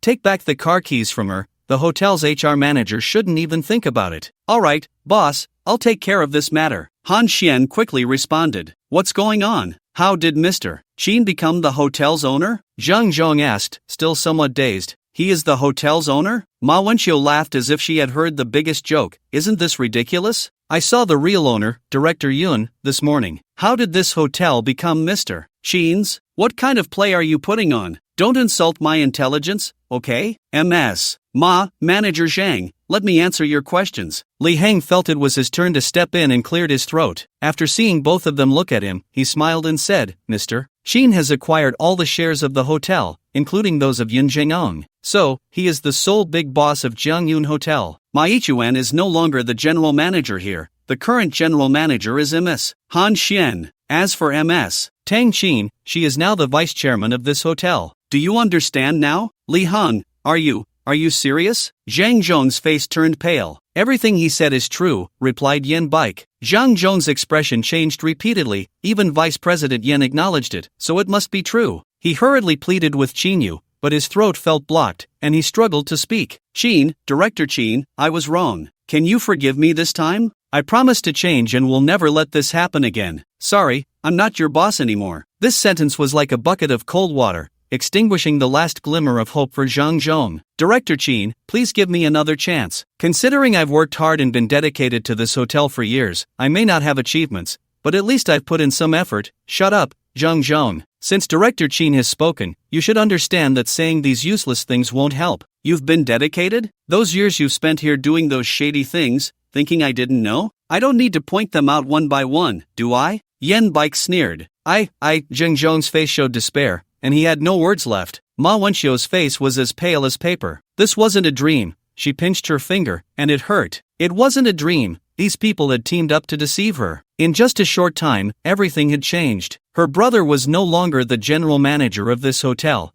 and that detestable Mr. Qin had become the owner. Especially, Tang Qin had become the vice chairman of this 7-star hotel, a position even higher than her brother's previous one. How ridiculous was that? Suddenly, her phone rang. She took it out and saw it was a call from her brother, Ma Ichuan. Ma Wenxiu seemed to see a glimmer of hope and quickly answered the call. The conversation was very brief. After hanging up, Ma Wenxiu stood there as if she had lost her soul for a while. She glanced at Tang Qin, her lips moved as if she wanted to say something, but in the end, she held it back. After pulling a set of car keys from his tote bag and tossing them to Li Hong, he left without saying a word. Watching Ma Wenxiu's somewhat fading figure as she departed, Tang Qin exhaled a long breath, feeling an immense sense of relief in her heart. Director Qin. Yen Bike glanced at Zhang Zhong and mentioned a problem the hotel was currently facing. The manager of the room service department and the current security department manager are both vacant, and old Lu from the human resources department is about to retire. These 3 managerial positions need to be filled quickly, otherwise, it will greatly impact the hotel's operations, especially the room service manager. After hearing this, Xiao Zhenfeng and Qinyu didn't want to dwell on these matters and said, let Han Xian and General Manager Yen decide on the room service and human resources manager. As for the security department manager, Tang Qin, do you have any recommendations? Tang Qin replied, Boss, as for the candidate, why not let Zhang Xiao temporarily take the security manager position? He has been working as a security guard here for 8 years and is sincere in his work. What do you think? Qinyu nodded. Let's go with your suggestion. Zhang Xiao, who was listening nearby, felt as if he had been struck by lightning, his heart racing. At over 40 years old, he had long given up on hopes of promotion and salary increases, thinking he would spend his life as an ordinary hotel security guard, earning a fixed salary of over 5,000. Who would have thought that today he would have such an opportunity? He hurriedly said, Thank you, Director Qin. Thank you, Director Tang. Li Hong looked at the security guard and felt a bit envious of his luck, wondering when it would be his turn to have such good fortune. It should be noted that since Qinyu became the hotel owner, apart from Zhang Xiao, the ones benefiting the most were Han Shen and Tang Qin, whom he could only look up to now. Had he known this, he would have clung tightly to this golden thigh the last time he saw Qinyu. 10 minutes later, it was still that Rolls-Royce. Tang Qin was driving while Qinyu sat in the back seat. Qinyu's main purpose was to go to Nanyun Auto to pick up his Bugatti Chiron. Tang Qin would drop him off there before handling the registration for the new company. After running a kilometer to catch a taxi that morning, Qinyu deeply realized that without a car, going out was indeed a challenge. Taking advantage of still being a bit tipsy, he dozed off in the back seat and opened his eyes to find they had arrived at Nanyun Auto. After getting out, he walked alone towards the dealership's entrance. Hey, kid, you also want to buy a used car here, right? He heard someone call from behind. Turning around, he saw a bald man with a muscular arm tattooed with fierce designs, walking alongside a young woman, also heading towards the dealership. Yeah, is there a problem? Yu frowned. The bald man scoffed. Did you come to the wrong place? I guess you're here to buy a used car too. But the cars here aren't cheap. Even a random used car costs over 200,000, and I've seen cars here worth millions, even tens of millions. So, I just want to remind you, since it's not easy for you to make money, you probably want to buy a used car for a few thousand, right? There are no used cars for a few thousand here. It's a waste of effort to come look. Qinyu was puzzled about how this person could tell he couldn't afford the cars here. He was also wearing branded clothes, which he had bought yesterday with Tang Qin while shopping for furniture, so he shouldn't look like someone without money. Did he really look that ordinary? He doubted this person's eyes were in the right place. Feeling a bit annoyed, he asked, "Are you here to buy a car too?" "That's right." The bald man pointed to the large Mercedes-Benz he was driving. "This is my car, worth over 2 million. I brought my girlfriend here today to buy her a car. Although it's a used car, my budget is for a sports car worth $1 million. After speaking, the woman beside him was also very touched and said, "Thank you, Brother Biao. You are really good to me." The bald man laughed heartily, rubbed his smooth head, and said to Chinyu, "Brother, work hard, and maybe one day you'll be like me, driving a big Benz and buying a sports car." As he spoke, he noticed a girl in a car dealership uniform walking towards him and added, "Look, the beautiful car saleswoman is coming to greet me. I'll head in first. You should check out other used cars. Coming here without money is just a waste of time." With that, he took the woman beside him and walked towards the approaching car dealership employee. Shinyu's expression was a bit strange. He recognized that the employee coming over was Su Wei, whom he had met last time. When the bald man saw Su Wei arrive in front of him, he stopped in place, ready to receive the attention of the beautiful employee. Unexpectedly, the employee walked briskly without slowing down, directly approaching Chinyu, bowing deeply, and said excitedly, "Hello, young Master Chin, welcome. You're here to pick up your car, right?" Chinyu nodded. "Yes, just take me over." "Is Sister Yun here?" "President Yun is in the office, attending to 2 guests. Would young Master Chin like to see the car first or meet President Yun?" "In that case, I won't see Sister Yun, I'll just drive the car away." "Alright, please follow me, young Master Chin." Chinyu walked with Su Wei. "Hey, brother, so you've already bought a car and no President Yun here?" The bald man looked astonished and asked Chinyu. Chinyu glanced at the bald man and nodded. "Yes, do you have any objections?" "And no, brother, you're joking. Since you know President Yun, please don't take my earlier words to heart. I was just being talkative." The bald man quickly smiled apologetically. Chinyu chuckled and walked into the car dealership with Su Wei. The bald man wiped his cold sweat and said, "Fortunately, I didn't offend that person too much just now." "Brother Biao, why are you suddenly so afraid of him?" the woman beside him asked in confusion. "What do you understand? Didn't you hear that employee call him young Master Chin? He knows President Yun, he must be a rich young master. It's my fault for being so talkative just now, I almost got myself into trouble." With that, he pulled the woman and entered the car dealership. Following Su Wei, Chinyu quickly went up to the 4th floor and then entered a small exhibition room filled with the aura of the night wind. "Young Master Chin, this car is too valuable, so we've placed it in a sealed box to handle the transfer procedures. After it's brought back, we won't dare to leave it in the delivery area. It's better to bring it to this independent exhibition area," Su Wei explained as she opened the exhibition room. Chinyu was satisfied and said, "You've thought of everything." As the lights turned on, he saw the supercar again, like a ghost of the night. Unlike last time, its paint was even shinier, the surface resembling a layer of starry black curtain, dazzlingly beautiful. New license plates were also attached, and looking at the 6 nines on the plate, perhaps only such an impressive license plate could match this car. "Mr. Chin, please wait a moment, I'll go get the car's documents and keys." "Alright, you go ahead." With that, Su Wei walked out. When Su Wei returned, she had a bulging document bag in her hand, but behind her, 3 more people appeared. Yun Xiaoting was also there, along with 2 others. One was a middle-aged man with a slight hunch and 2 scars on his face, and the other was a young man around 30, tall and handsome, with a refined demeanor. The young man had a different aura from ordinary people, but Chinyu always felt a hint of gloom in his eyes. "Little brother Chin, the car is all ready for you, and we've cleaned it inside and out. Are you satisfied?" Yun Xiaoting smiled. However, her smile lacked a bit of casualness. "I am very satisfied, thank you, Sister Yun. It seems this car was bought by this brother. I came here today to see this car, but I didn't expect Xiaoting to say it has already been sold. I wanted to find you, and what a coincidence that I ran into you here to pick up the car." The young man smiled at Chinyu. "What do you want with me?" Chinyu asked, puzzled. "Let me introduce myself. My name is Chao Zhenfeng, and I am from Shijiang City. May I ask your name and which prominent family you come from?" The young man introduced himself while also inquiring about Chinyu's background. His eyes were fixed on Chinyu, trying to discern something. Angrily leaving. "My name is Chinyu, I come from a rural family, not from any prominent family," Chinyu replied flatly. "I heard you spent 170 million to buy this night wind. You must be a successful person to be able to spend that much money. You don't need to inquire about that. Just say what you want. In that case, I'll be straightforward." A flash of anger crossed Xiao Zhenfeng's eyes as he pointed at the night wind. "I have my eye on this car too. Name your price, I want to buy it from you." "So you want to buy my car?" Chinyu said apologetically. "I'm sorry, but I really like this car, so I can't part with it." Aren't you going to ask how much I'm willing to pay for this car before you refuse? Alright, then let me ask. How much are you willing to pay for my car? 300 million, is that enough? Not enough. 400 million? Still not enough. Not enough. Yun Xiaoting was somewhat surprised to hear Qin Yu's response. She didn't expect Xiao Zhenfeng to offer such a high price, and she didn't anticipate that Qin Yu wouldn't care about a profit of over 200 million. But thinking of the supreme black card in Qin Yu's hand, it made sense. However, she felt a bit anxious.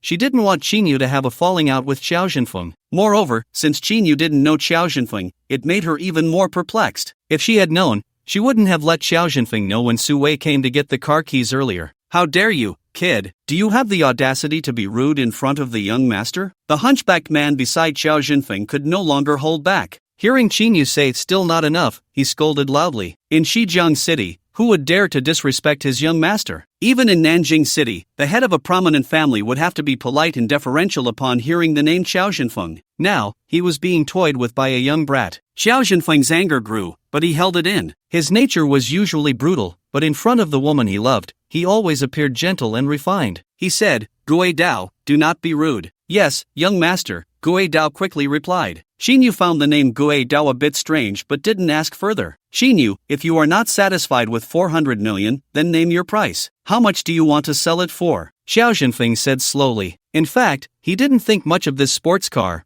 but the price didn't matter to him. He was just filled with anger seeing the woman he loved being so close to another man. With that anger, he wanted to buy the night wind even more. He wanted Yun Xiaoting to see that what others could afford, he could outbid them for. Qin Yu smiled and said, "Since you put it that way, I'll name a price. 1 billion. If you're willing to pay that, I'll sell it." 1 billion? That's right, this car is worth that much to me. Ha ha. Xiao Zhenfeng burst into laughter, tears coming out from laughing so hard. He pointed at Qin Yu and said with a smile, "Good, very good. You are the most interesting person I have ever met, and the only peer who doesn't regard me highly." As his smile faded, his eyes narrowed, and his tone turned icy. "I hope you have the qualifications to not regard me highly. Also, I warn you, Yun Xiaoting is the woman I, Xiao Zhenfeng, have chosen. I do not allow any man to approach her, so you better be sensible, otherwise." As he spoke, his right hand clenched into a fist and he slammed it angrily against the wall behind him. With a dull thud, a whole section of the wall, about 1 square meter in size, turned to dust. Smoke and dust billowed,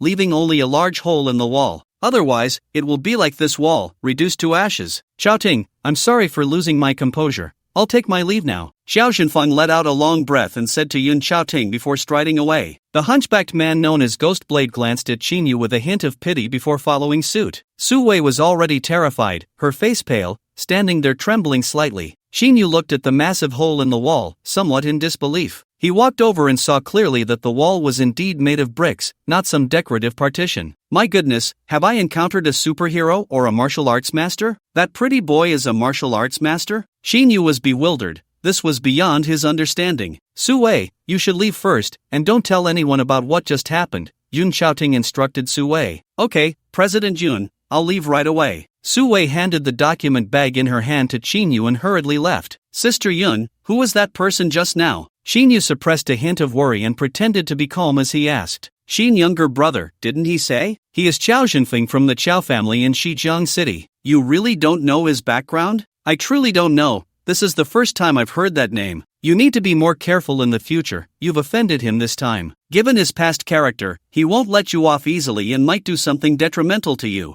Yun Xiaoting sighed and added, "This is also my fault for not handling things properly. Had I known, I would have tried to keep him from meeting you. If he really targets you in the future, let me know immediately so I can deal with him. With me stepping in, he will hold back." Seeing Yun Xiaoting's worried expression, Qin Yu didn't want to appear as a man who needed a woman's protection. Besides, he had a system and would become the richest person in the world in the future. He could hire hundreds of bodyguards, each with combat skills as formidable as Xiao Zhenfeng's. Facing any enemy would be a breeze. Thinking of this, he felt much lighter and smiled. "Sister Yun, don't worry, just a Xiao Zhenfeng. I don't take him seriously. You don't need to worry about me. I'll handle it." Yun Xiaoting felt reassured by Qin Yu's fearless demeanor, as if he had everything under control. She also remembered he had a supreme black card of the 5 elements, which eased her worries considerably. "Hearing you say that makes me feel better, but you still need to be cautious. It's best to have a few more bodyguards around." "Sure, you make a good point. Xinyu pondered for a moment, wanting to clarify Qiao Zhenfeng's background or find out if he had practiced martial arts. But in the end, he didn't ask, thinking he would learn more gradually. If he asked that question now, wouldn't it imply he was a complete novice, unless Yun Qiaoting explained it herself? By the way, Sister Yun, I have a question. Xinyu's mind stirred as he remembered something. What is it?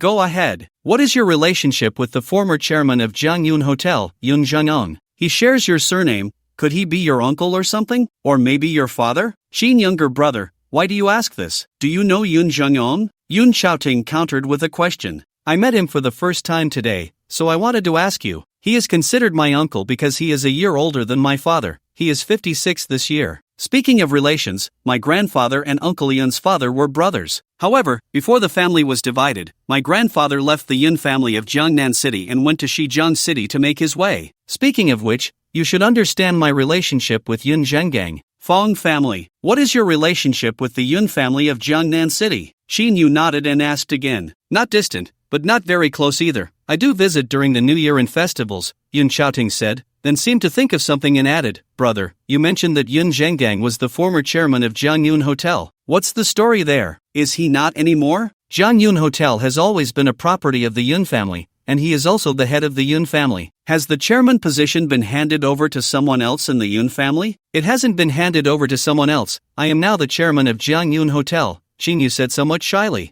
You? Are you joking with me? I accidentally acquired all the shares of the hotel, so it makes sense for me to be the chairman, right? How is that possible? How could Yun Zhengang sell Jiangyun Hotel? This hotel is considered one of the core assets of their Yun family. First, I acquired the shares from Chao Jinghua, then the shares pledged by Longxia Commercial Bank also came into my hands, and in the end, he had no choice but to sell his shares to me as well. How much did you spend on the acquisition? About 12 billion. Xinyu thought for a moment and replied. Jiangyun Hotel is valued at 8 billion, and you spent 12 billion. Why spend so much on the acquisition? After thinking for a while, Xinyu finally said, mainly because I found that hotel quite nice, so I bought it. Yun Qiaoting was left speechless. She looked at Xinyu with a mix of helplessness and a bitter smile. Perhaps this is what it means to hold the supreme black card of the 5 elements, spending money both capriciously and without humanity. Thinking of this made her a bit envious. A black Tianying car was parked downstairs at Nanyangxing. Qiao Zhenfeng walked towards the car, and the ghost blade hurriedly stepped forward to open the rear door for him. Qiao Zhenfeng sat inside, his expression fluctuating. After the ghost blade took the driver's seat, he finally said,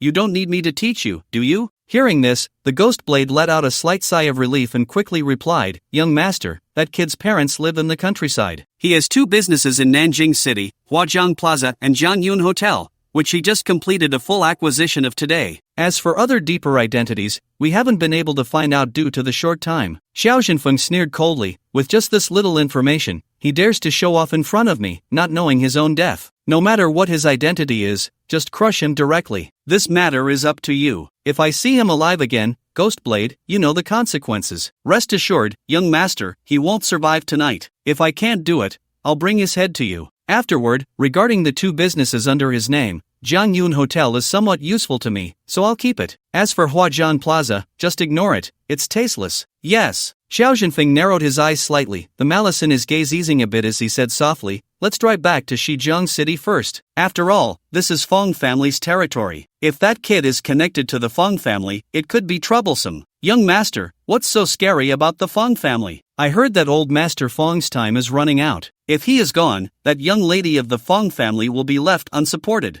At this time, they wouldn't dare to offend you. The corner of Xiao Zhenfeng's mouth twitched. The Ghost Blade's earlier words reminded him of someone. Ghost Blade, I don't want to hear that sentence a second time. Yes, young master. Xiao Zhenfeng seemed to be talking to himself, also warning the Ghost Blade, don't say old Master Fong's time is running out. Even if he still has a breath left, he is not someone our Qiao family can provoke. It may seem that the 2 top families in Shijiang City and the Fong family's influence are not much different, but how do you know that we have always had to act according to their whims? Especially that monster Fong Mingyue. Xiao Zhenfeng gritted his teeth, his eyes filled with both hatred and fear. That woman was his eternal pain and a heart demon. If he wanted to deal with her, there was currently only one way, which was to draw circles and curse her to die an unnatural death. This time back in Shijiang City, I should go into seclusion for a while. I hope to take that step, and by then, Yun Qiaoting will be mine. A glint of determination flashed in Xiao Zhenfeng's eyes. Let's go back. Shortly after the angelic figure left, a sleek, jet-black supercar slowly drove out from the back door of Nanyun Hang,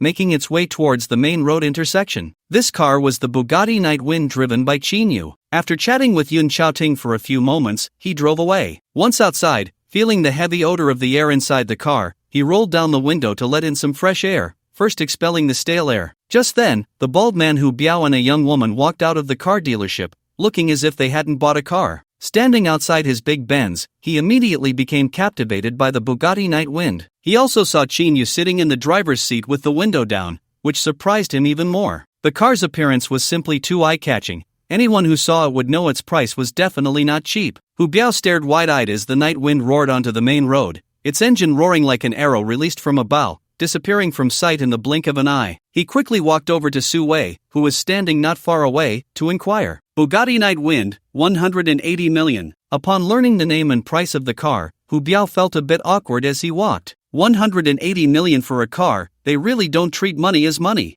I wonder if I'll ever earn enough in my lifetime to buy such a car, Hu Biao thought dryly. He also made up his mind that if he encountered that car again, he would definitely take a photo with the Nightwind, so he would have something to brag about later. The Nightwind accelerated too quickly. Chinyu didn't dare to drive fast in the city. Plus, since he had just gotten the hang of it, he wasn't very familiar with the feel of the car, so he could only try to control the throttle. The car headed straight for Jiangyun Hotel. At this moment, he didn't feel as calm as he appeared. Ever since binding the system, he had become somewhat complacent and acted a bit recklessly. He thought that as long as he had money, there was nothing that couldn't be solved. Little did he expect that encountering Xiao Zhenfeng earlier would hit him hard. He realized that there were always greater heights and more capable people. Having money couldn't solve all problems, and there were many things in this world that he couldn't touch. Seeing that punch, which didn't seem to use much strength, create a large hole in the wall, Chinyu broke out in a cold sweat. If that punch had landed on him, even with the system, he would have been finished. This was also a psychological setback for him, serving as a wake-up call. The car quickly stopped in front of the Jiangyun Hotel, and the doorman hurried over to help open the door. Upon seeing Chinyu's face, he froze for a few seconds before respectfully saying, "Hello, Mr. Chin." Chinyu handed him the car keys and curiously asked, "How did you know my identity?" "Brother Xiao specifically instructed me not long ago. I didn't expect to see you so soon." "Zhang Xiao?" "Yes."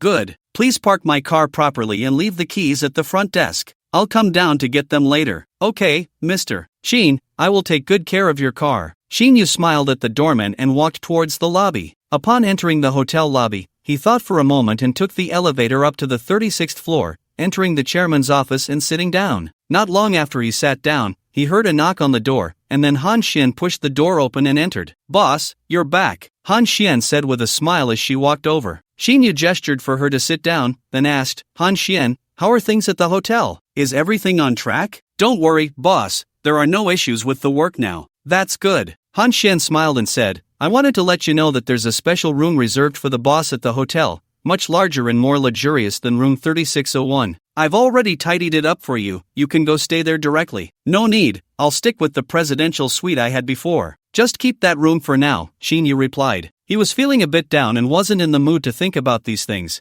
He was still waiting to complete the system's level 5 check-in. "All right." Han Xian noticed Chinyu's low spirits and reported a few more matters before taking her leave. Chinyu sat for a while before heading out to the presidential suite 3601. After sitting down on the sofa in the main hall, he opened the system panel and saw in the taskbar, "The acquisition of Jiangyun Hotel task has been perfectly completed, level 5 check-in has been unlocked, and he can check in at any time." First level 5 check-in. What kind of gift pack will I get this time? System, check-in. Chinyu instructed the system with anticipation. Ding, check-in successful. You have received 10,000 check-in points. Host, please check your account. Check-in points, what are those? Chinyu's excitement was doused like cold water, feeling icy and disappointed. He looked at the system panel. Host, Chinyu age, 25 physique, 50, normal, mental strength, 50, normal, skills, none check-in progress, 7. 8 billion, level 4 check-in unlocked, not refreshed yet, cannot check in. Tasks, none check-in points, 10,006 balance, 6. 2 billion backpack. System, are you messing with me? This is a level 5 check-in, at least give me a company worth trillions. Even if not, at least give me cash. What's with these check-in points? Chinyu cursed, seeing the system remain silent. After thinking for a moment, he asked again, System, what are these check-in points useful for? Host, check-in points can be used to enhance physique and mental strength, add skills, or consume check-in points to seek some help from the system. Enhance physique? Does enhancing physique mean I can become stronger and even become a superhero like those on TV? Host, I don't know what you mean by superhero. However, if you have enough check-in points, enhancing your physique to a certain level could allow you to destroy this small planet with a snap of your fingers. What small planet? Are you saying this Earth can be destroyed with a snap? Correct. The system replied in a muffled tone. Is it really possible? This is amazing. Shinyu's heart raced a bit, and he started to feel excited. I see, with check-in points in hand, someone like Xiao Jinfeng could be taken down with just a finger. Shinyu's previous gloom lifted. It seems these check-in points are not just useless, they are more important than anything else. Having money can't buy an enhancement in physique, but once the physique is enhanced, making money becomes easier. System, is the probability of obtaining check-in points from regular check-ins high? Host, for level 4 and below check-ins, the probability of obtaining check-in points is 0. Level 5 check-in has a 1 in 10 chance, level 6 has a 1 in 5 chance, and level 7 has a 1 in 2 chance. Excluding system task check-ins, as long as it's a task check-in, there's a chance to obtain check-in points. Then let me ask, what is the easiest thing to obtain from system check-ins? Host, the most likely item to be obtained from check-ins is cash. Just as I thought. Shinyu fell into deep thought. It seemed that the probability of obtaining check-in points was very low, but it made sense. If check-in points were easy to obtain, where would he find so much money to sign in later? As for system task check-ins, Shinyu directly ignored them. Who knows when a task would come down? Seeing the system panel display, his physique was 50, and his mental strength was also 50. Regarding mental strength, Shinyu estimated it was just a literal meaning. The stronger the mental strength, the stronger the spirit, so he didn't ask the system further. He decided to enhance it a bit and see the effect. Shinyu kept staring at the system panel and asked the system, how much can I increase my physique by consuming 10,000 sign-in points? Host, consuming 10,000 sign-in points can increase your physique by 10,000. Since that's the case, system, consume 100 sign-in points to enhance my physique. Shinyu didn't dare to increase his physique too much at once. If he enhanced it too much, would he end up looking like a freak? How would he face people or pursue girls then? No matter how much money he had or how strong his body was, it would all be meaningless. Ding, 100 sign-in points have been deducted. Physique enhancement in progress, will be completed in 1 minute. Shinyu immediately felt a warmth in his body, both on the surface of his skin and within his bones and organs, a cozy sensation. But soon, that warmth disappeared, replaced by streams of sensation, like thousands of ants scurrying through his blood, both itchy and sore. Ding! Host has completed the enhancement of 100 points of physique. As the system's voice sounded, the itchiness in his body also vanished, and Shinyu felt incredibly refreshed. His body seemed to be filled with strength, immensely comfortable. Shinyu looked in the mirror. Thankfully, he hadn't turned into some kind of freak. Instead, he looked a bit more handsome than before. Not bad, he had become more handsome. He didn't expect that enhancing his physique could also make him more attractive. He loved this system. He checked the system panel. Physique, 150, ordinary limit. Shinyu fell into deep thought. After a moment, he steeled his heart and said, System, consume 5,000 sign-in points to enhance my physique. Warning, increasing physique by 5,000 points from the ordinary limit may exceed the host's willpower, resulting in a backlash. The system suggests the host first enhance mental strength by 2,300 points to reach the 5th stage limit of ordinary physique. That way, there will be no problem. System, what do you mean by backlash? Literally. Fine, then consume 2,300 sign-in points to enhance my mental strength. Ding! 2,300 sign-in points have been deducted. Mental strength enhancement in progress, will be completed in 10 minutes. Pain. Excruciating pain. Shinyu immediately felt as if his head was being pierced by thousands of needles, the agony nearly causing him to faint. After 5 minutes, his mind felt like mush, his soul seemingly pulled away, continuously being needed. Although his consciousness was hazy, the pain was ever present. Shinyu could guarantee with the system's personality that this pain surpassed everything in the world. It was akin to purgatory, relentlessly tempering the soul. After 2 minutes, Shinyu's head felt clear, his consciousness returning,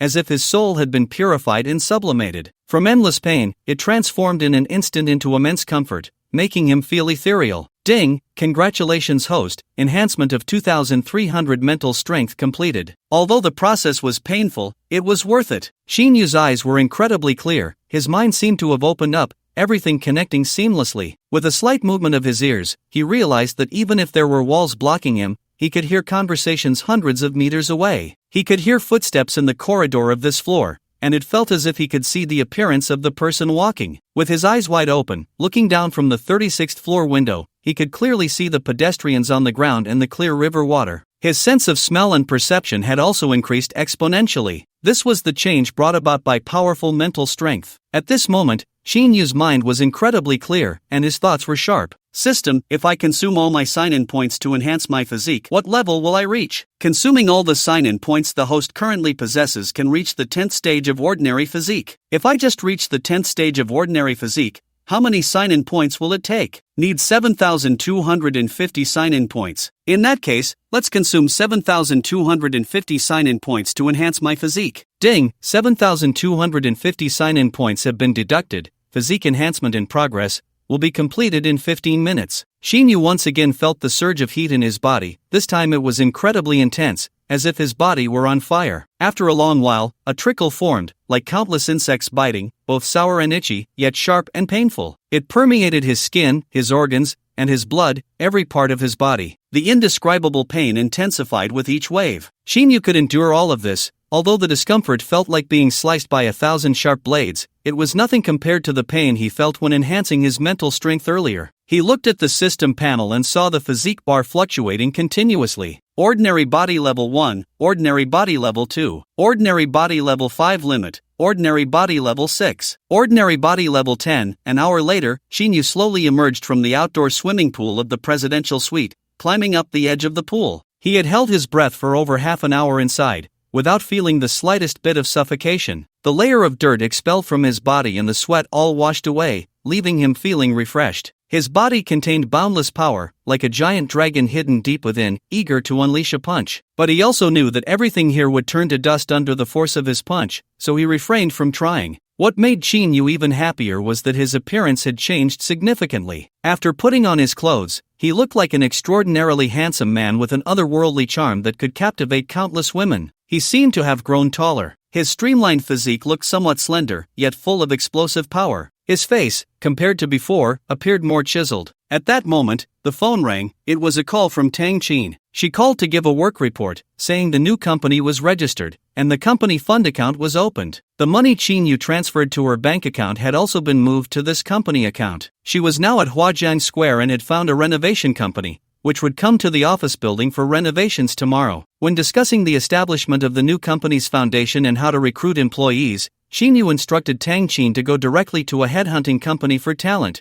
whether for executives or staff. If they couldn't find anyone, they should offer high salaries to headhunters to poach from other companies, especially to establish the legal and finance departments first. Don't be afraid to spend money. The salaries of company employees can be double or even triple what they earn outside. In short, the foundation must be built in the shortest time possible. If there are difficulties, then throw money at them. Believe that there is nothing that money can't solve. Hearing Chin Yu's extravagant words, Tang Chin felt no reservations and chatted with him for a few more moments before hanging up. After putting away his phone, Chin Yu felt his stomach rumble, very hungry. Perhaps due to the enhancement of his physique, he felt his appetite had increased significantly. Checking the time, it was already past 6 in the evening. Just as he was about to call the hotel staff to bring him food, the phone rang again. This time it was a call from Lu Kerson. Chin Yu, it's Lu Kerson. Tonight is my promotion celebration dinner. All the colleagues from the company are coming, and Li Qiuping and Gui Yafan will also be there. You're the only one missing. At Yipintang, 7 o'clock tonight. You have to come no matter what. Remember to be on time. Yipintang? Shin Yu asked, somewhat surprised. That's a high-end restaurant. The expenses there aren't cheap. Can you really afford to treat so many people? You underestimate me. A meal only costs a few thousand yuan. It's no big deal. A few thousand yuan? I doubt that's enough. But I don't believe you can come up with that much money. Even if you could, with your stingy nature, you'd be in agony spending over 1,000. Shin Yu's mind was incredibly sharp now, and he sensed something was off in Lu Kerson's slightly unnatural tone. He asked again, so, what's going on? Shin Yu, who is the stingy one? Am I as stingy as you? The voice suddenly lowered. Actually, it's all the boss of the company who is paying. He asked me to invite the company people to dinner, and he is footing the bill. He even secretly told me that he wanted you to come along, and told me not to mention it to you. I see. So remember to come, okay? Even if it's not for my sake, at least I should do justice to this meal. After all, if I'm treating with the boss's money, I should do something for him. Since you put it that way, how can I not come?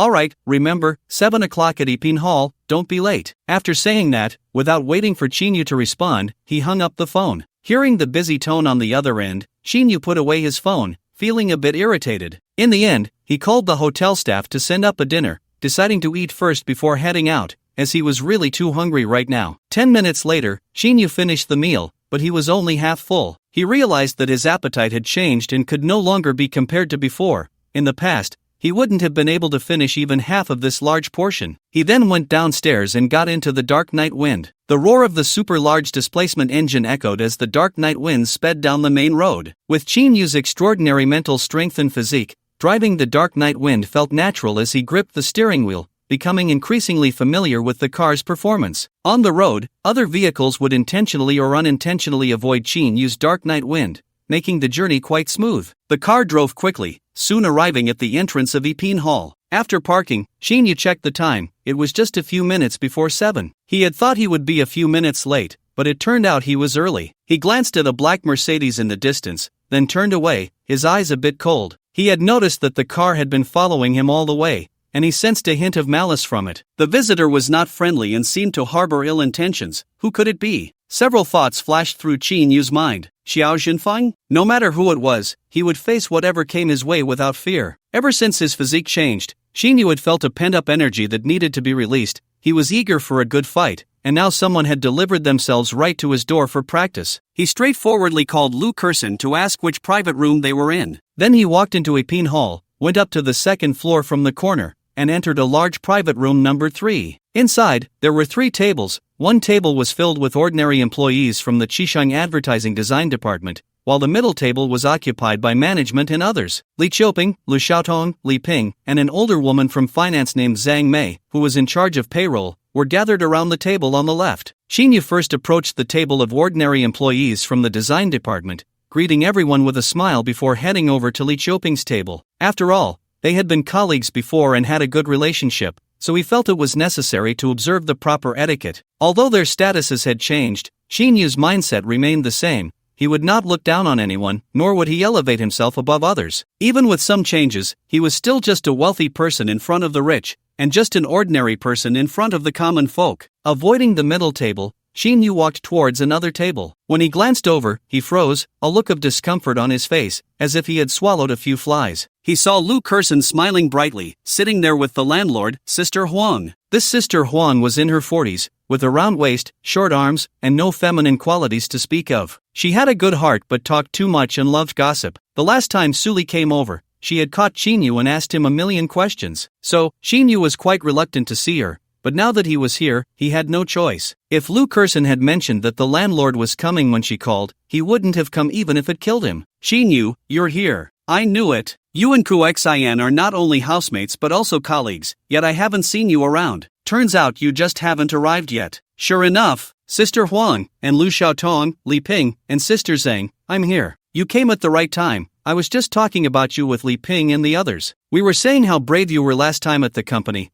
battling that Zhang Deju and Zhou Jun for dozens of rounds, leaving the uncle and nephew completely speechless. Li Qiuping smiled as he saw Chinyu sit down. Chinyu glanced at Li Ping and Lu Xiaotong, noticing them snickering. Annoyed, he said, you two really can spin a tale. Why don't you go write a novel about it, battling for dozens of rounds? Chinyu, I used to think you were just focused on work, but I never realized you had this kind of spirit. It's a pity you're no longer with the company, otherwise, several single girls would be interested in you. Zhang Mei laughed. Sister Zhang, you're teasing me too. Chinyu, what happened? Did you really battle with someone at the company for dozens of rounds? Did you get into a fight? I heard you even quit your job. Sister Huang immediately bombarded him with questions. Sister Huang, they're just exaggerating. Don't believe them. I quit because I wanted a change of environment, nothing more. It's a very ordinary thing, so please don't ask about it. Chinyu hurriedly tried to shut Sister Huang up. From the first moment I saw you, I felt like you were a different person. The more I look, the more something seems off. You better confess, did you get plastic surgery? You seem taller and way more handsome than before. No, you're much more handsome, even better looking than the male leads on TV. Li Qiuping's eyes sparkled as if he had just discovered a new world, staring at Chinyu without blinking. Yeah, if you hadn't mentioned it, I wouldn't have noticed, but it did feel a bit strange just now, Li Ping said seriously. You really have become more handsome. it feels like you look even better than when you use beauty filters in photos. Lu Kuxian nodded. Indeed, she meant beautiful, not just handsome. You guys just noticed this? I actually noticed it a long time ago, and there's something you still don't know, Zhang Mei said, munching on sunflower seeds, looking at the two girls who were a bit flower-like and smiling. Sister Zhang, tell us, what is it? Li Ping asked. You didn't see that Qin Yu is wearing anima? This outfit is not cheap, and those sneakers are also a brand. The whole set costs over 100,000. No way, is what Sister Zhang saying true? Qin Yu, tell me quickly. Lu Xiaotong hurriedly looked Qin Yu up and down, adding, so you've struck it rich, no wonder you wanted to quit. This outfit of yours is worth my entire year's salary. From now on, I won't call you by name, I'll just call you Brother Qin. I wonder if you'd accept me as your little brother. Hearing the others say Qin Yu had become handsome didn't bother him, but when he heard Zhang Mei's words, he felt jealous. Qin Yu, helpless, had to lie, you guys are overthinking it. I actually bought this outfit as a high imitation outside.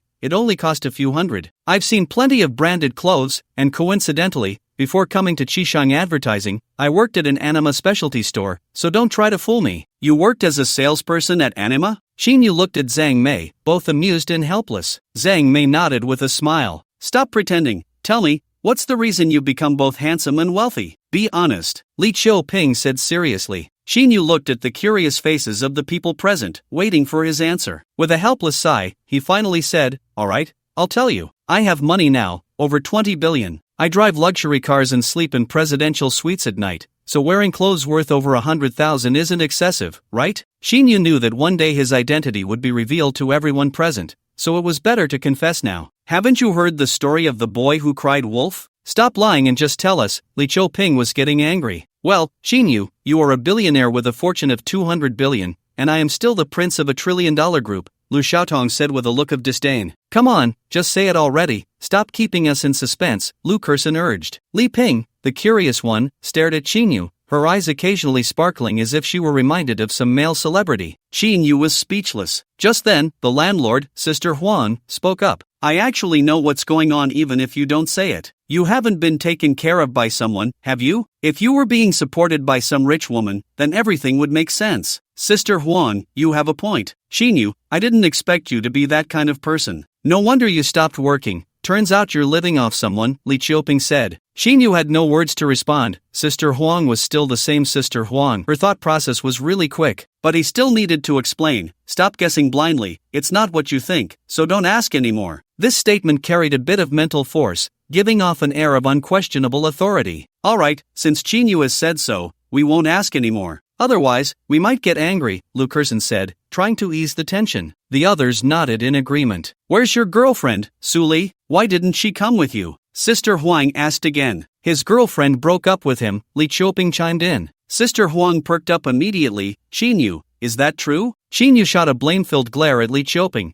feeling somewhat helpless. Yes. What a pity. That girl was quite beautiful. Why did you break up? Sister Huang lamented, then brightened up. Well, if you broke up, Qin Yu, don't you like Gui Yafang? She doesn't have a boyfriend either. Why not pursue her? You look quite handsome now, and you two would make a good match. How Sister Huang knew about Qin Yu and Gui Yafang was thanks to Li Qiuping's inability to keep secrets. Qin Yu glared at Li Qiuping again. Speaking of Yafang, why hasn't she arrived yet? Qiuping, didn't you call her? Lu Kursan asked. I did call. She said she was bringing a friend over and should be here soon, Li Qiuping replied. In that case, let's wait for her. I'll go entertain those colleagues for now. You all sit and have some snacks while you wait. You go ahead, don't mind us. With that, Lu Kursan glanced at Sister Huang and ran over. Qin Yu cursed inwardly, wishing he had delayed coming over a bit longer. Hearing Sister Huang's earlier comment about Gui Yafang coming over, everyone became curious again. Zhang Mei asked, Sister, Gui Yafang is beautiful, right? No wonder she caught Qin Yu's attention. Sister Huang explained with great interest, beautiful, a real beauty. You'll see when you meet her. She lives in the same apartment as Lu Kursan and Li Qiuping, and I just don't understand how three girls can look so different. Gui Yafang is a beauty, while Li Qiuping and Lu Kursan look like mismatched fruits. Especially Li Qiuping, with that slightly crooked face. Sister Huang, if you keep saying that, I'm going to get angry, Li Qiuping said, annoyed. Everyone burst into laughter, including Qin Yu. How about this, since Qin Yu likes Gui Yafang, when she arrives, let's try to set them up, Zhang Mei suggested. That's a good idea, Sister Zhang. If it works out, Qin Yu, you have to remember to thank us, Li Ping laughed. Then everyone should act accordingly when the time comes, Sister Huang said. Xinyu was about to tell everyone not to meddle. In his current perspective, he had no thoughts about Gui Yafang anymore. Just then, Li Qiuping suddenly exclaimed, "Look, Yafang is coming. But you might be disappointed. She brought a guy with her, looks like her boyfriend." Following Li Qiuping's gaze, everyone turned their heads to look, even Xinyu raised his eyes to see. Sure enough, they saw Gui Yafang walking over, accompanied by a tall man in a suit with a slightly thin face. Li Qiuping raised her hand, signaling Gui Yafang to sit beside her. Gui Yafang quickly came over and sat down next to Li Qiuping, and the man also took a seat beside her. Seeing everyone staring at her without blinking, Gui Yafang felt a bit shy and said, "Sorry, I'm a bit late. My name is Gui Yafang, nice to meet you all." At that moment, Lu Kerson also ran over and helped introduce Gui Yafang to 3 colleagues. Then she pointed to the man and asked, "Gui Yafang, is this your boyfriend?" Gui Yafang nodded and said, "Just confirmed as my boyfriend. He's my boss's boss, and he's been pursuing me for a long time." I was somewhat moved by his sincerity, so I reluctantly agreed. "I see. Hello everyone, let me introduce myself. My name is Su Shaoan, and I am the marketing director of a project department at Tianhu Real Estate Group. It's a pleasure to meet you all. If you plan to buy a property, you can come to me. I can offer you the best discounts." The man hurriedly introduced himself and stood up and took out a stack of business cards, handing one to each person. After sitting down, he unconsciously placed a brand new Mercedes-Benz key on the dining table. "Oh, so you're the marketing director. Your salary must be quite high," Li Qiuping said as she took the business card. Not really. It's only about $1 million a year, and it can be higher if the performance is good. But my uncle's annual salary is much higher. He's the project department's general manager," Su Shaoan said humbly. After this statement, everyone looked at him with newfound respect, especially when they saw the Mercedes-Benz key on the table, and Su Shaoan would occasionally reveal his wrist adorned with a Rolex Submariner, gleaming with a green hue. An annual income of over $1 million, and his uncle is the project manager, such potential for development. No wonder the beautiful Gui Yafang chose him. Xinyu held the business card Su Shaoan handed over, glanced at it, and placed it on the dining table. He caught a glimpse of Gui Yafang, noticing that her gaze seemed to intentionally avoid him. Xinyu's mind was sharp. With just one glance, he saw through the essence of the situation. Gui Yafang didn't seem to have strong feelings for Liang Shaoan. She had once said that only tall, rich, and handsome men were worthy of being her boyfriend, yet she had ultimately gone against that statement. Xinyu smiled, feeling no jealousy at all. Somehow, looking at Gui Yafang now felt like she was high above,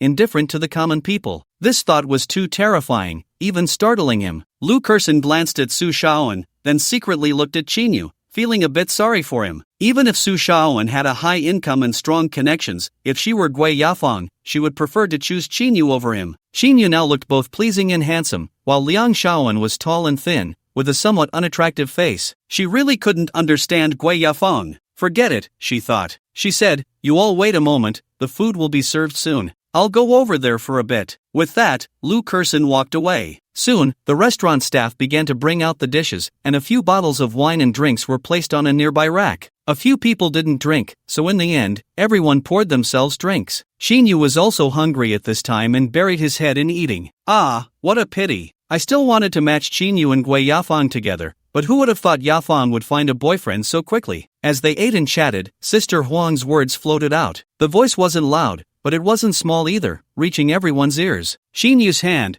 which was picking up food, froze, and there was a moment of silence among the group. "Oh, so this brother also likes my Yafang. That's only natural. Who told my girlfriend to be so beautiful?" Su Shaoan felt a twinge of anger when he saw Xinyu casually toss his business card onto the dining table. Especially when he caught sight of Xinyu's handsome face, jealousy surged within him. Xinyu also noticed the slight change in Su Shaoan's mood and smirked. "Gui Yafang is undeniably a great beauty. Everyone has a love for beauty, but being with you seems a bit mismatched." "Brother, what do you mean by that? Are you saying I'm not worthy of being Gui Yafang's boyfriend?" Su Shaoan retorted angrily. The atmosphere turned awkward, and the few people present put down their chopsticks, ready to watch the drama unfold. "Can you all keep it down? Why does it feel like a powder keg the moment you meet?" Gui Yafang interjected. She glanced at Xinyu and was momentarily taken aback. There was something extraordinary about him. He was handsome, and especially in that outfit, it accentuated his unique aura. At that moment, there was a commotion at the adjacent table. The door to the private room swung open, and 2 people walked in. It was Zhou Shanghua, the owner of Qishang Advertising, and Wang Ji, the owner and general manager of Zhouyuan Games. The 2 entered the banquet hall together, with Zhou Shanghua leading the way. He exchanged a few pleasantries with the company's employees,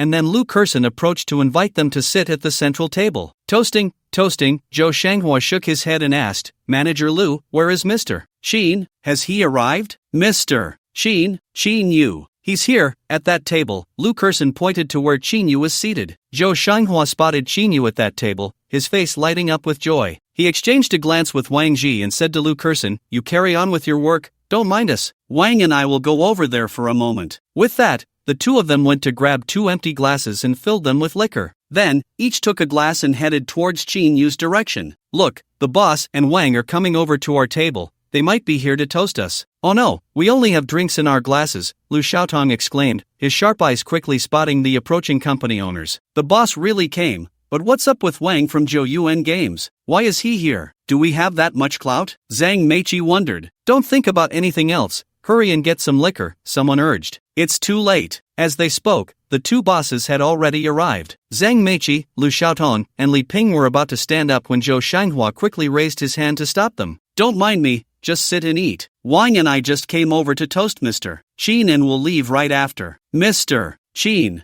Everyone was a bit confused. Who was Mr. Qin? There was only Qin Yu with the surname Qin here. Yet, these 2 big bosses had come specifically to toast him. Everyone expressed disbelief. At that moment, Su Shaoan enthusiastically smiled at Wang Ji. Uncle Wang, it's you. Do you remember me? I'm Su Shaoan. Su Shaoan? Wang Ji asked, puzzled. Who are you? My uncle is Li Degan. He often hangs out with you. We met at the nightclub last time, Su Shaoan quickly explained. Oh, I remember now. Li from the Tianhu Real Estate Project Department is your uncle. I wouldn't have known if you hadn't said anything. Wang Ji's expression twitched slightly at the mention of the nightclub. The others present also showed some strange expressions, and Gui Yafang frowned slightly, displeased. Right, I thought you came over specifically to talk to me, Mr. Wang, Su Shaoan said proudly, glancing around at everyone, especially lingering on Qin Yu. It was as if he was saying, did you see that? Wang from Zhou Yuan Games is also close to me. Wang Ji's mouth twitched again, casting a disdainful glance at Su Shaoan, inwardly cursing, what bad luck. Yet, he smiled as he and Zhou Shanghua approached the 2 empty seats next to Qin Yu. Zhou Shanghua was the first to speak to Qin Yu. Mr. Qin, I didn't expect to run into you here. What a coincidence. Wang and I came specifically to toast you. Not bad, not bad. Today is Manager Lu's promotion banquet, and both President Wang and I wanted to join in.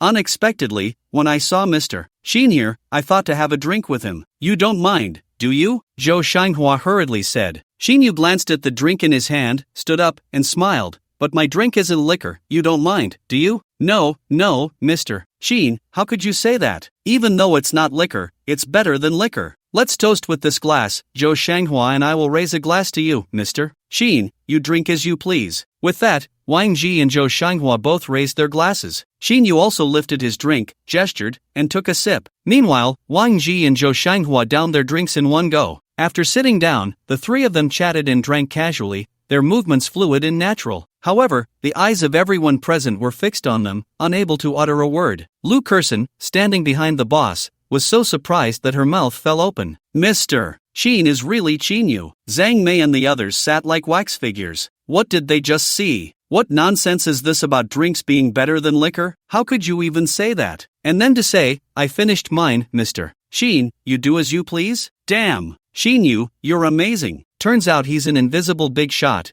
No wonder today feels so unusual. He doesn't want to pretend anymore because of his low-key identity, he's laid it all out. Many people had these questions flashing through their minds, but only Su Shaoan, who was trying to ingratiate himself, wore a gloomy expression. He realized that Qin Yu's status was extraordinary. Wang Ji was the owner of a gaming company and could only act like a little brother in front of him. Moreover, Qin Yu also liked Gui Yafang. A glance at Gui Yafang showed her looking very surprised, with a strong sense of regret. He knew she had been kept in the dark about Qin Yu's identity, and now that she knew, she was probably thinking of throwing herself into this guy's arms. With this thought, Su Shaoan's expression darkened even more, his face falling. He had pursued Gui Yafang for 2 years, and for her, he had rarely gone out to find other women. After much effort, tonight Gui Yafang finally agreed to be his girlfriend, but unexpectedly, at this moment of triumph, this happened. It seems he needs to find someone to clarify this kid's background. If it turns out to be mediocre, he shouldn't blame him for being ruthless. Su Shaoan thought of his sworn brother, Hu Biao. On the other side, Lu Xiaoming, an employee from the Qishang Advertising Design Department, had a bit too much to drink and went outside to relieve himself. Coming out of the restroom, he suddenly heard someone say, "Quick, go look. There's a top-tier supercar parked downstairs. If you're slow, you won't get a chance to see it." Another person replied, "Pfft, it's just a supercar. What's so amazing about it? I still have to eat. Do you know what kind of car it is? Let me tell you, it's a Bugatti Chiron Super Sport. Do you know it? The price exceeds 100 million for the Bugatti Chiron series? Exactly. Then what are we waiting for? Let's go." The two of them ran downstairs together. Bugatti Chiron Super Sport? Lu Xiaoming was also a car enthusiast. Every man has his dreams. Naturally, he knew about this car, limited to 3 units worldwide. Now that he knew one was parked downstairs, he couldn't hold back and ran down. On the way, he didn't forget to return to room 3 to share the news with a few colleagues. Soon, the name Bugatti Chiron Supersport, along with its exorbitant price, spread like wildfire in the private room. After Wang Ji and Zhou Shanghua toasted Qinyu, they didn't rush to leave but stayed and shamelessly chatted a bit more. The two bosses not leaving made it uncomfortable for the others at the table. Although they were dining, they felt a bit restrained. Just seeing Qinyu's confident demeanor, chatting and laughing, in contrast to the somewhat humble attitude of the two bosses, left everyone mesmerized. Zhang Mei, being someone who had been through it, looked at Qinyu and then at Gui Yafeng, knowing just how regretful Gui Yafeng felt at that moment. No one expected that when Qinyu shed that layer of low-key restraint, he would become so dazzling. Compared to Su Shaoan, he was simply a clown next to a handsome and wealthy man. As 2 tables over there had people leaving, the rumors of the Bugatti Chiron Noir arrived here. Over 100 million for the Bugatti Chiron Noir, and it's globally limited. "You all sit tight, I'll go down and take a quick selfie," Lu Xiaotong said as he got up and left. After that, Li Ping, Li Qiuping, and Zhang Mei also left. Su Shaoan had long wanted to get up, pulling Gui Yafeng along. Gui Yafeng thought for a moment, glanced at Qinyu, and also got up to go downstairs. Sister Wang was still eating, while Lu Kersen sat beside her, eating and listening to the conversation between Qinyu and the other two. Qinyu finished his meal, put down his bowl and chopsticks, and said, "I'm full, I have things to attend to, so I'll be leaving." With that, he stood up. "Mr. Qin, take care." Wang Ji and the others quickly stood up to see him off. "Qinyu, is that little bit enough to fill you up?" Lu Kersen asked somewhat reproachfully. "I ate before coming." Qinyu looked at Lu Kersen and said, "Let's chat another time." "All right." Qinyu said to Wang Ji and Zhou Shanghua, "Thank you for your kindness. If there's anything, just find me." After nodding to Sister Wang, he walked out. Wang Ji and the others were delighted to hear Qinyu's next words. "Okay, Mr. Qin, take care." Qinyu went down to the first floor of Yipentang and indeed saw the Chiron Noir parked there, surrounded by a crowd. Closest to the car was a row of elegantly dressed young ladies in revealing outfits, each holding a phone, snapping random photos of the car. People waiting behind them were anxiously jumping up and down, while Zhang Mei, Li Qiuping, and others stood in front to watch. Lu Xiaotong stared at the Chiron Noir, drooling in amazement. The Chiron Noir caused such a stir not only because of its exorbitant price but also due to its conspicuous license plates. Many people were eagerly anticipating the moment the owner would appear, curious to see what kind of person was worthy of such a luxurious car. Gui Yafeng stood a bit farther away,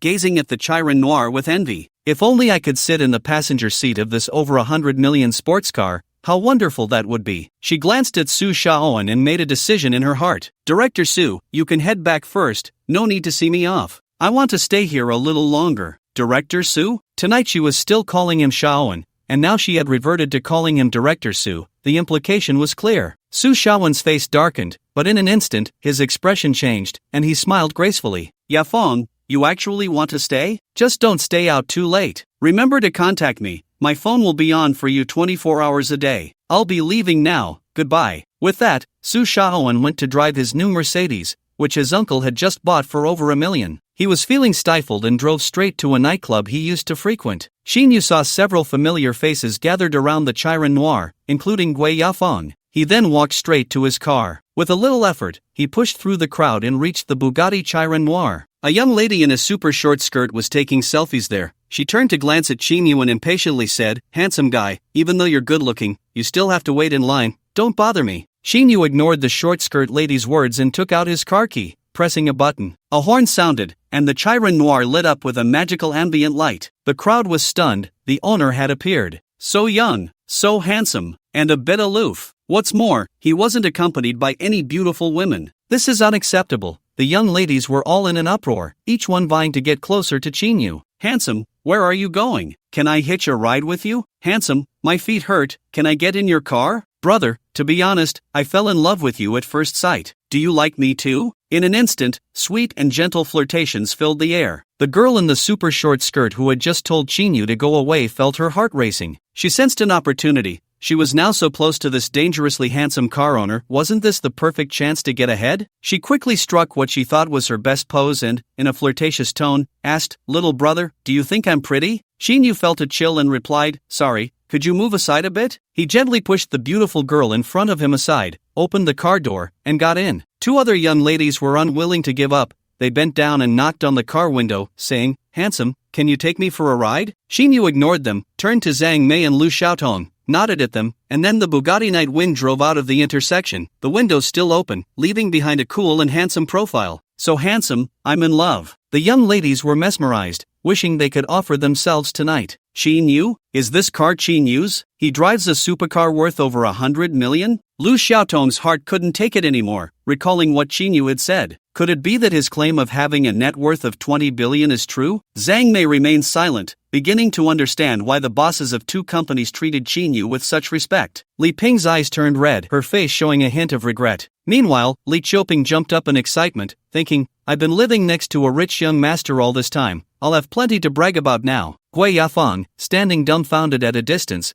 could no longer find words to describe her feelings at that moment. After driving for a while, Xinyu made a right turn at an intersection, switched lanes a few times, and soon left the urban area, arriving in the suburbs. The speed wasn't slow, but it was far from his limit. Xinyu looked ahead, his expression somewhat solemn. After driving for over an hour from the Yipentang restaurant, the Bugatti Night Wind finally came to a stop. The stopping point was at a fork in the road leading into an empty space about a kilometer long. There was no road ahead, only a thicket of overgrown bushes. From the very beginning, Xinyu had noticed a car following him. Besides the one that had come with him to Yipentang, there was another. Xinyu's mental acuity was too strong. He could sense a heavy aura of malice from one of the cars, indicating that the person inside had likely taken many lives. It was clear what the intentions of such a person were, to bring him to his demise. After getting out of the car, he looked at the bright moon, feeling particularly refreshed. Two gray Mercedes-Benz cars slowly stopped not far away, and 6 men in black suits got out. The 6 men silently formed an encirclement around Xinyu, slowly closing in. The leader was a man in his 40s,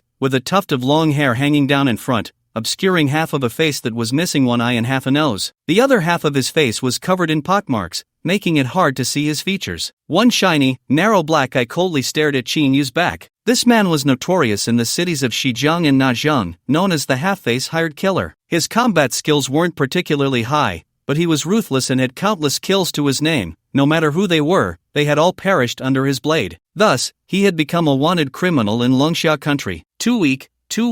Do you have a cigarette? As Half-Face approached, still 5 meters away from Xinyu finally withdrew his gaze from the bright moon and asked leisurely, turning around. He hadn't smoked in many years. Every time he did, his throat would hurt, so he gradually quit. "Now I feel like smoking a bit. Smoking helps with serious matters. Whether it's a slight tension in my heart or needing to brew some emotions." Xinyu could tell from the man's breath in front of him, a man with only half a face, that he was physically strong, far stronger than an ordinary person. But compared to him, the difference was still too great. Half-Face paused for a moment, looking at Xinyu's calm and fearless face, and smiled. In a hoarse voice, he said, "Sure." He took out a pack of cigarettes, lit one for himself, and then tossed the pack and a delicate lighter over. Xinyu caught it, lit one, and took a slow drag. After a couple of puffs, he tossed the half-smoked cigarette away and threw the pack and lighter back. He then asked, "Who sent you? Can you tell me?" Half-Face caught the pack and lighter, and upon hearing Xinyu's question, replied hoarsely, "No need to inquire about that. I only know how to kill. I have no idea who the employer is." "Is it Xiao Zhenfeng?" Half-Face's single eye flashed with light, but he remained silent, seemingly disdainful of answering Xinyu's question. "How much did he pay you?" Xinyu seemed to already know the answer and asked again. Half-Face took a drag of his cigarette, his voice laced with sarcasm. "Kid, considering you're the calmest person I've ever met, I'll be straightforward with you. As assassins, we don't seek money. That stuff is useless to me. We are already wanted criminals in Longxia country. Spending money outside is just looking for death. Just think of us as ghosts in the deepest darkness, only knowing how to reap heads. So don't expect to buy me off. I know you have money, but so what? Just obediently become one of the souls under our blades. Since you don't seek money, what do you seek?" Xinyu was a bit curious. As he spoke, he suddenly sensed another person hiding in the darkness. "Kid, you talk too much. better go ask King Yin first. Half-Face waved his hand, and 4 men in black behind him suddenly drew curved knives and charged at Chinyu. 2 of them reached Chinyu first, one slashing upward and the other sweeping downward. Their strikes were fierce and precise, as if practiced countless times. But to Chinyu, their speed was too slow, too weak. It was like a baby making a sluggish move toward him. Half-Face found it a bit boring and turned around, leisurely smoking. A kid who wasn't even a martial artist had them 6 men dispatched. From this, one could see how much the master valued this person. But that was fine, it would be easy to earn the bounty. It was just a bit frustrating that his knife wouldn't taste blood this time. He only drew his blade against martial artists during missions. Suddenly, 2 figures flew past him and landed in front of him. Then came 2 more figures. Half-Face finally showed a change in expression, quickly turning around to see Chinyu still standing motionless in place. Looking back at the 4 men lying on the ground, he saw they all had a fist imprint on their chests, their insides shattered, dead beyond recovery. You are also a martial artist, a 4th layer of body tempering. Half-Face turned and stared hard at Chinyu, estimating the opponent's cultivation from the wounds of the dead. No wonder you are so fearless, turns out you are a 4th layer of body tempering martial artist. He then wondered, why can't I sense any martial artist aura from you? Knowing that Chinyu was a 4th layer of body tempering martial artist,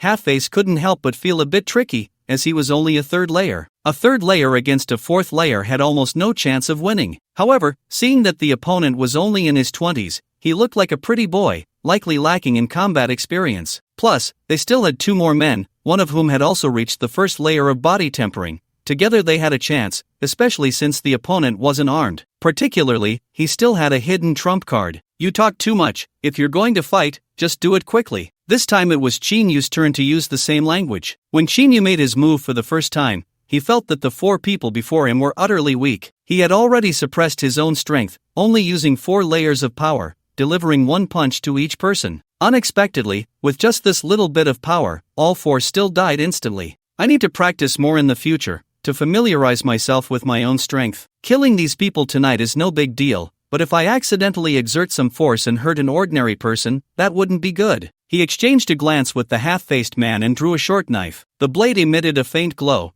It was a weapon made of 2nd-tier material. Here they come. Chinyu narrowed his eyes. He had just easily dealt with the 4, and it hadn't been satisfying at all. He hoped these 2 wouldn't disappoint him and would fight a bit more fiercely. With his keen mental energy, he could sense the blood flowing within the half-faced man, his organs different from those of ordinary people, 10 times stronger than an average person. Was this what he referred to as a martial artist? The blade flashed, and both men moved simultaneously, especially the half-faced man, who in a single step transformed into a dark shadow rushing towards Chinyu, swinging his knife down towards Chinyu's head. Clang! Chinyu pinched the blade's tip with 2 fingers of his left hand. The half-faced man's expression changed drastically. He pulled back his hand, unable to move an inch. Without time to think, the other hand struck towards Chinyu's chest. Then came a scream as Chinyu delivered a heavy punch, sending him crashing backward. The half-faced man fell to the ground, his left arm rendered useless, yet he still tightly gripped the knife in his right hand. Chinyu finally released the blade with his fingers. The disparity in strength between the 2 was too great.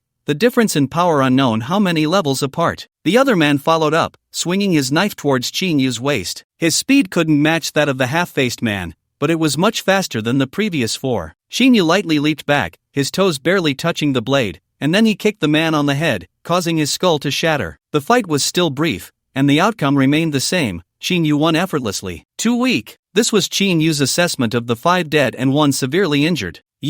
You are a divine vessel martial artist? The half-faced man spat out a mouthful of blood, staggering to his feet, his face filled with shock. A divine vessel martial artist? Chinyu recalled the half-faced man calling him a martial artist earlier, and now he referred to him as a divine vessel martial artist. His thoughts turned, realizing this might be the distinction in realms among martial artists. Without answering the half-faced man's question, he said, "Speak, do you have any last words? Otherwise, I'm going to make my move." The half-faced man tossed away the knife in his hand, as if resigned, his expression dimming. "Tonight, I can't escape. Dying at the hands of a divine vessel martial artist, I accept it. This day has finally come." He sighed slightly and continued, "To achieve the perfection of the divine vessel to take revenge, to obtain cultivation resources, I have killed too many people, yet I never expected that I haven't even crossed the threshold of the divine vessel. Now that I encounter you, I can only blame my talent for being too ordinary." Chinyu, feeling a bit disgusted, said, you people always talk about revenge, isn't it annoying? The half-faced man suddenly let out a strange laugh. In that case, kid, you can go die. As he spoke, a palm-sized oval iron ball appeared in his hand, ready to throw it at Shinyu. However, before he could move,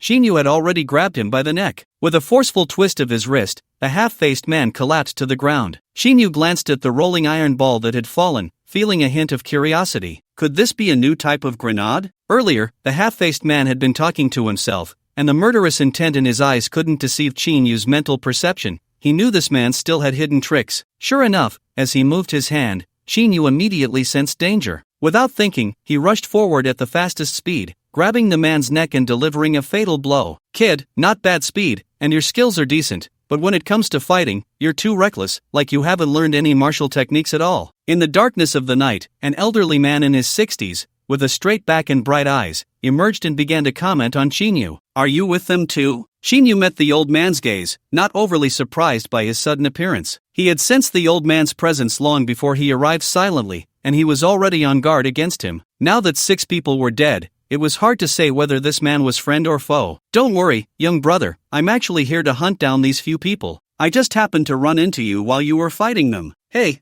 kid, don't touch that iron ball. There's a button inside the groove. If you trigger that mechanism, even if you don't lose your life, you'll be seriously injured. The old man quickly intervened as he saw Shinyu pick up the iron ball and play with it in his hands. What is this thing? Do you recognize it? Shinyu pointed at the iron ball. You don't know what this is? I've never seen it before. The old man scratched his sparse hair and asked, Can you tell me your name and which family trained you? My name is Shinyu, and I'm not from a big family, Shinyu replied honestly. Not from a big family? The old man was even more curious. Then how did you cultivate to the divine vessel realm? That's none of your business, Shinyu said, eyeing the old man warily, and then asked a question that had been on his mind. You said you're here to hunt these people. What is your identity? Well, I guess you could say I'm an active personnel handling special tasks for the Longsha Kingdom, the old man answered vaguely. Shinyu's eyes lit up. So if I kill these 6 people now, it won't be a problem, right? Don't worry, these people are all heinous criminals, especially the one with half a face. Their crimes are so severe that they've just been placed on the wanted list. I happen to be here, so I came to hunt them down. Then I've done a good deed for the people, Shinyu laughed and asked, Can you tell me about martial artists? The old man's eyes brightened. You won't tell me you've never heard of martial artists. This is the first time I've heard of it today. Ha,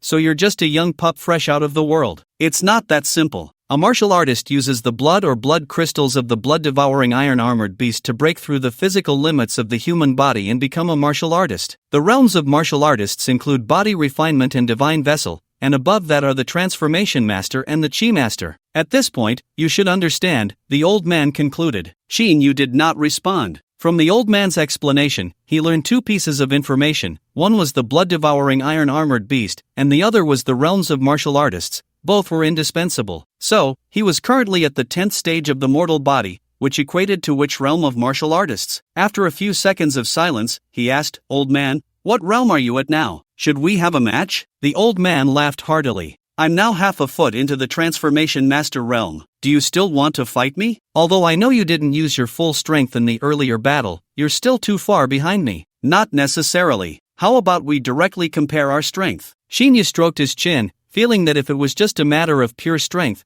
he still had a good chance of winning. If he used weapons and techniques, it would be hard to say. The old man pretended to be somewhat reluctant and said, Sai, seeing how seriously you're asking for guidance, I'll reluctantly agree. It's fine to play with you a bit, so you can understand the difference between a divine vessel martial artist and a half-step transformation master. Though he appeared unwilling to engage, he was actually eager to test Shinyu's abilities and see how far he had reached in the divine vessel realm. Shinyu smirked. So when do we start? First, put that thing down. We'll fight in the woods. If we compete here, the shockwave might ruin that sports car behind you. Then let's go to the woods behind. After Shinyu finished speaking, he placed the iron ball on the ground and walked with the old man towards the bushes behind. Are you ready? After finding the right position, the two stood facing each other about 20 meters apart, and the old man spoke first. Let's begin. As the words fell, a gust of wind swept through, and the 2 figures collided like shadows, exchanging 2 powerful strikes. The sound of their palms clashing was like thunder, and the shockwave rolled out,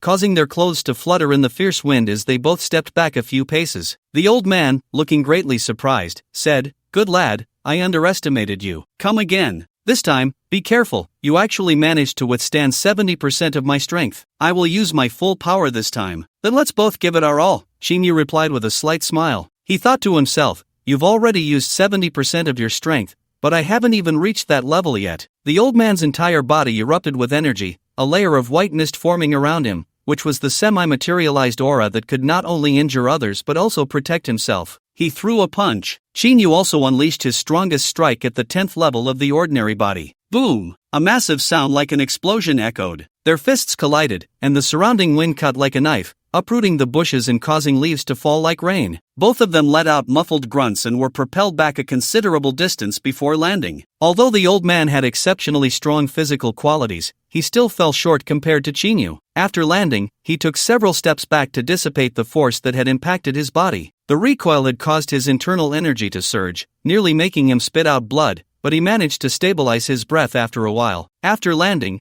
Shinyu only took a single step back to steady himself, looking quite relaxed. Come again, the old man said, unwilling to admit defeat. Losing to such a young man, especially in a contest of internal strength, made his face burn with embarrassment. Bring it on! Shinyu, still feeling the adrenaline from their previous exchange, was eager for more. The two clashed again, the sounds of their strikes echoing like thunder. Although Shinyu lacked practical combat experience, his powerful mental strength completely compensated for this flaw. While his attacks lacked finesse, his defense was unmatched. Under the cover of his mental strength, every move of the opponent was laid bare. They had agreed to only compete in strength, yet the old man unleashed a flurry of techniques. At first, Shinyu was a bit flustered, but gradually he began to find his rhythm. Almost every attack from the old man was neutralized, whether aimed at any part of Shinyu's body, ultimately turning into the old man exposing his own weaknesses for counterattacks or easily dodging them. After exchanging one last strike, the old man called out that he was done and retreated to sit down and recover, ignoring Shinyu. Shinyu had also sustained some injuries and felt a bit drained. However, after resting for a few minutes, the feeling of exhaustion disappeared, and his body was once again filled with strength. He felt incredibly refreshed, finally able to unleash the power within him that felt like a volcano about to erupt. So satisfying. He smiled at the old man and said, "Old man, do you want to go again? I haven't had enough yet." He could tell that the old man had been hurt more seriously than he had. The old man continued to recover, and upon hearing this, the corners of his mouth twitched slightly as he replied in a low voice, "This is it for now. You can go, I will look for you next time." "Alright, then I'll take my leave," Shinyu said nonchalantly, nodding as he walked away alone. After Shinyu had been gone for a long while, the old man finally couldn't hold it in any longer and spat out a mouthful of blood. He cursed, "This kid is too ruthless." Then he muttered to himself,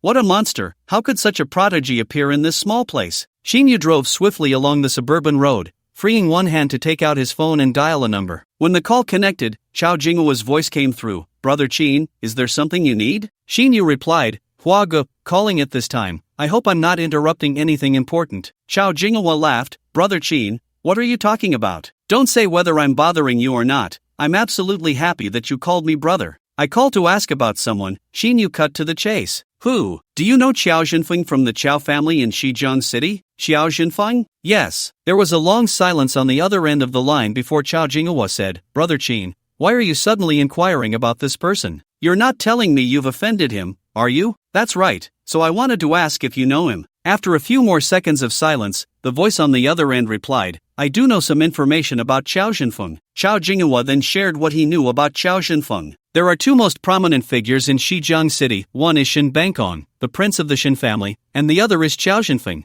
the Qilin son of the Qiao family. Among the two, Xiao Zhenfeng has a slightly bigger reputation. You could say he is the number one among the younger generation in Shijiang City. The Qiao family is one of the two top families in Shijiang City, and their influence is far beyond that of ordinary families. Moreover, Xiao Zhenfeng is ruthless in his dealings, very few dare to offend him. So if Brother Qin has really offended him, you must be extremely careful. Shinyu, driving, listened quietly and then said, "If we compare your Qiao family with the Qiao family, who is stronger and who is weaker? You think too highly of my Qiao family. Not to mention comparing with the Qiao family, just comparing with Xiao Zhenfeng alone, we are far from being his match. My father owns 51% of Huaxing Pharmaceutical, and this year, Huaxing's market value has even surpassed 250 billion. On the surface, the Chow family is the richest family in Nanjing City. But compared to the Chow family, we are just a hollow shell, easily shattered. You should now understand how terrifying Xiao Jinfeng is. Xinyu naturally caught the implication in Xiao Jinghua's words and smiled. Brother Hua, thank you for telling me all this tonight. But there's no need to worry. Xiao Jinfeng may seem formidable in your eyes, but to me, he's nothing special. Xiao Jinghua smiled wryly. Brother Qin, no matter what, it's wise to be cautious when facing Xiao Jinfeng. Your reminder is valid. I will be careful. Just know that. If you need anything, just let me know, and I will do my best to help you. Let's talk about it later. I'm still driving. We'll chat next time. Alright, goodbye. After hanging up, Xinyu appeared deep in thought. It seems that Xiao Jinfeng is indeed not to be trifled with. Too bad he has crossed me. Noticing that the fuel gauge was still on 1 bar, he pulled over at a gas station. After refueling, just as he drove to the roadside, he suddenly noticed an advertisement board. The content on the board stated that there was an open mountain racing track 10 kilometers ahead, a semi-open circuit, welcoming racing enthusiasts to drive over and experience it. Seeing this advertisement, Xinyu felt a surge of excitement. He hadn't expected there to be a racetrack nearby. Since that's the case, he might as well go and experience it. Not only could he enjoy the thrill of speeding, but he could also improve his driving skills. With that thought, he pressed the accelerator and headed towards the racetrack. 10 kilometers passed quickly, and after a turn, he arrived at the side entrance of the track. There was a gate at the entrance, guarded by 2 security personnel. He needed to complete some procedures and obtain a ticket to enter. Xinyu got out of the car and went to the front desk to register and fill out the paperwork. Since it was evening, he hadn't seen any other customers besides himself. After filling out the information and providing vehicle details, he paid the track fee along with over 100,000 in insurance before completing the procedures. Sir, would you like to rent a racing suit? Safety first, the front desk girl asked. No need, that would be too much trouble. Then, do you need a co-driver? I can help, the girl said shyly. I'm sorry, I prefer to drive alone. Xinyu had no choice but to find a casual excuse to refuse. Then, under the resentful gaze of the front desk girl, he walked out. Xiaolan, stop being infatuated. You should see what kind of car that handsome guy is driving. How could he possibly be interested in you? Another, slightly older front desk staff advised. You never know. How can you tell without trying? What if he really does like me? Besides, he's just too handsome. I have to give it a shot no matter what, Xiaolan replied, playfully bantering with her colleague. Just then, their supervisor, a plump man in his 30s, hurried over. He instructed the 2 front desk staff, I just received a sudden notice. The racetrack is holding a car race right now, so we need to immediately stop allowing customers to drive in. Xiaolan's face turned pale. Manager Zhao, that's not good, a customer just drove in. Manager Zhao's expression also changed. What a coincidence. There are usually no cars in the evening, and just when one enters, we get this notice. He then asked, do you have the car owner's contact number? Xiaolan picked up the information Xinyu had just filled out, feeling both helpless and a bit guilty. Supervisor, I forgot to ask him for his phone number. Supervisor Zhao sighed and said, I'll make a call to report this to the higher-ups and find out who is participating in the race. After saying that, he quickly grabbed his phone and dialed a number. After the call, Supervisor Zhao's face turned ashen. Supervisor Zhao, what happened? The 2 front desk staff noticed his expression and felt uneasy. It's over. The race started 2 minutes ago, and all the participants are those little brats. If that customer disrupts the race, I'm finished, Supervisor Zhao said with a bitter face. Meanwhile, Xinyu had exited the front desk and saw the introduction to the racetrack. The track was built on a hillside, nearly 100 kilometers long, winding along the mountain with 30 curves. He got into the car and entered the racetrack area, driving forward through an on-ramp, exiting onto a split road, and finally onto the track itself. He switched the driving mode to track mode. Ahead was a straight stretch of track, brightly lit throughout. Xinyu wanted to experience the extreme speed of the night wind. He pressed the accelerator to the floor, and a deafening roar of the engine followed, accompanied by a strong push against his back. This car was among the fastest sports cars on the market,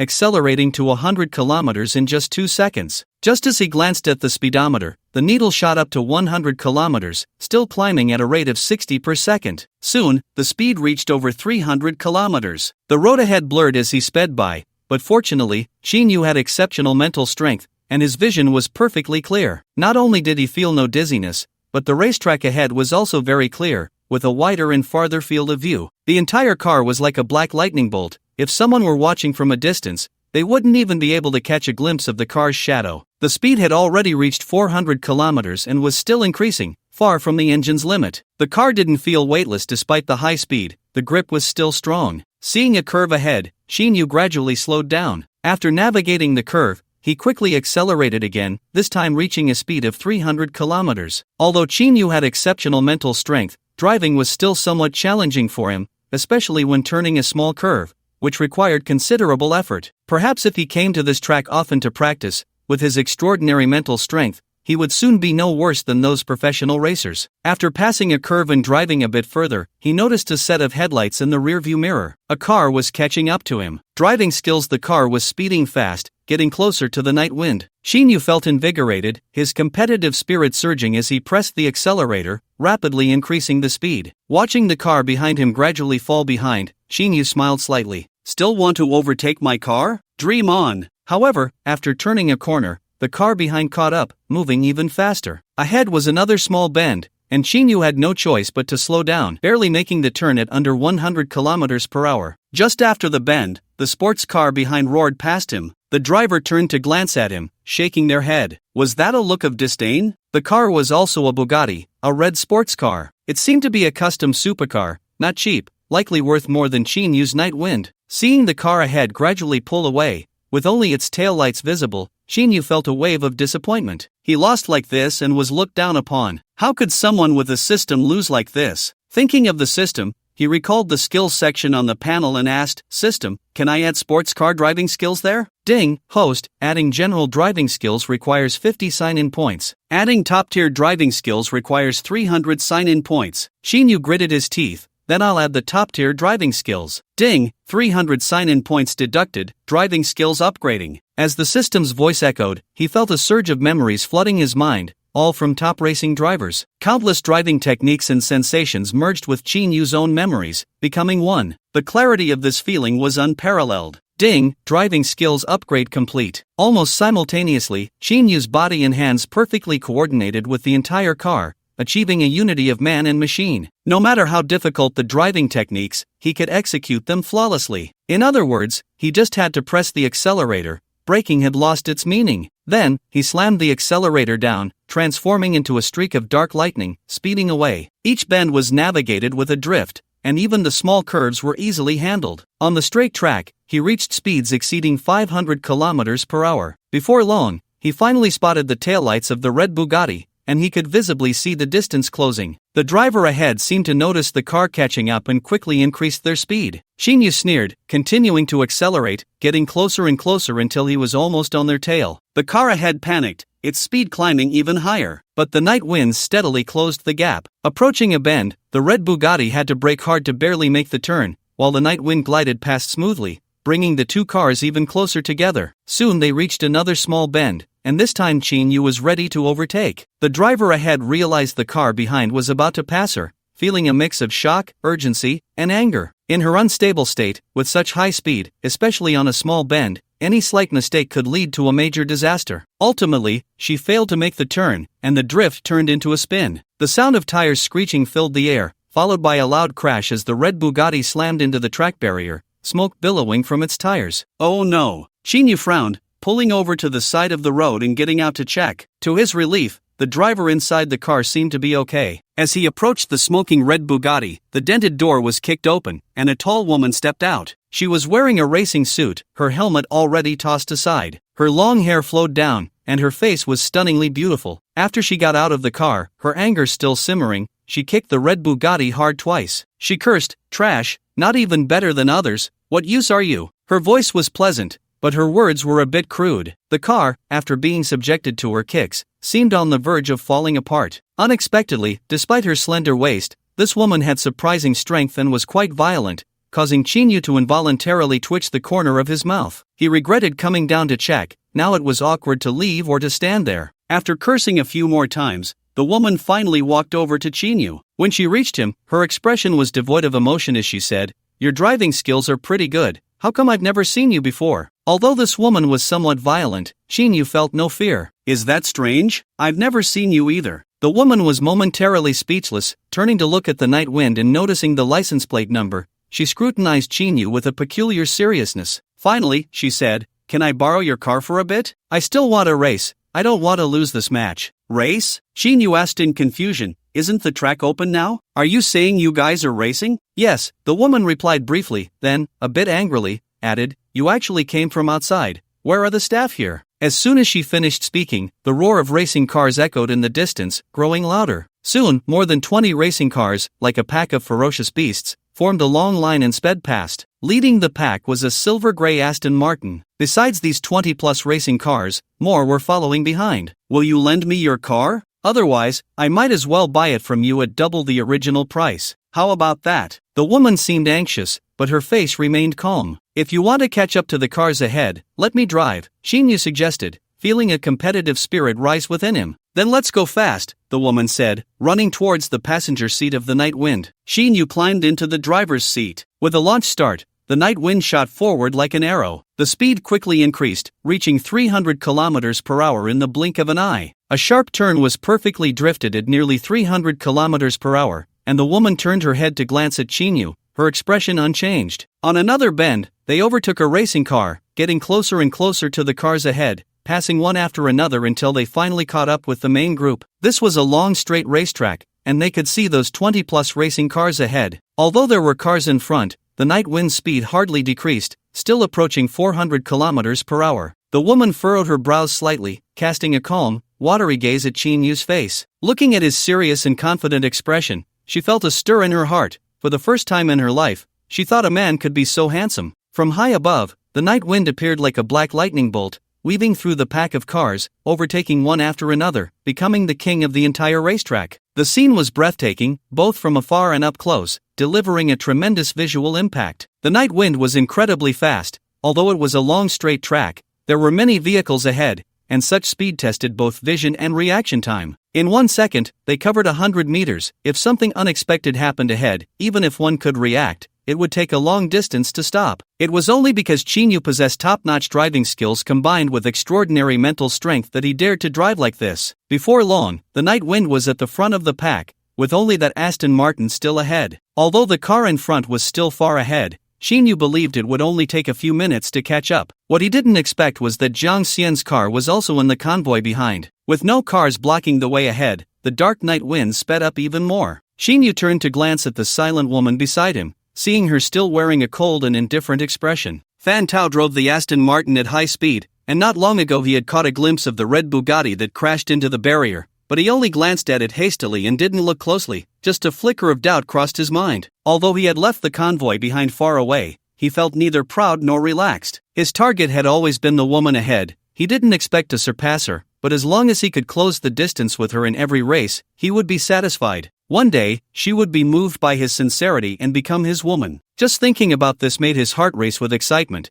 and the car's speed involuntarily increased. Just as he was feeling pleased, he suddenly saw the dark Night Wind catching up in the rearview mirror. His expression stiffened. Who is it? Whose car can catch up to me? Does he also want to compete for Fang Mingyue? A chill flickered in Fan Tao's eyes, and he continued to accelerate. Before long, the speed had reached the limit he could handle. Any faster and he risked flipping the car at any moment. However, no matter how hard he tried, the dark Night Wind was slowly closing in. Fan Tao's expression grew increasingly grim, and finally, a cold smile tugged at the corners of his mouth, causing his driving speed to decrease instead. Xinyu noticed the Aston Martin slowing down ahead and guessed that the other party had given up, allowing his dark Night Wind to overtake. He smiled slightly, and the dark Night Wind continued to speed ahead, quickly approaching the Aston Martin. Just as the two cars were getting close, the Aston Martin suddenly veered slightly to the left, changing lanes. Seeing that the dark Night Wind was about to collide, Xinyu realized what the other party was planning the moment the front wheel of the car shifted. He raised an eyebrow, and in a split second, he slammed on the brakes. If he didn't brake, he would crash into it. At such a high speed, a sudden turn would definitely lead to losing control and flipping the car. But if he didn't slow down and crash directly,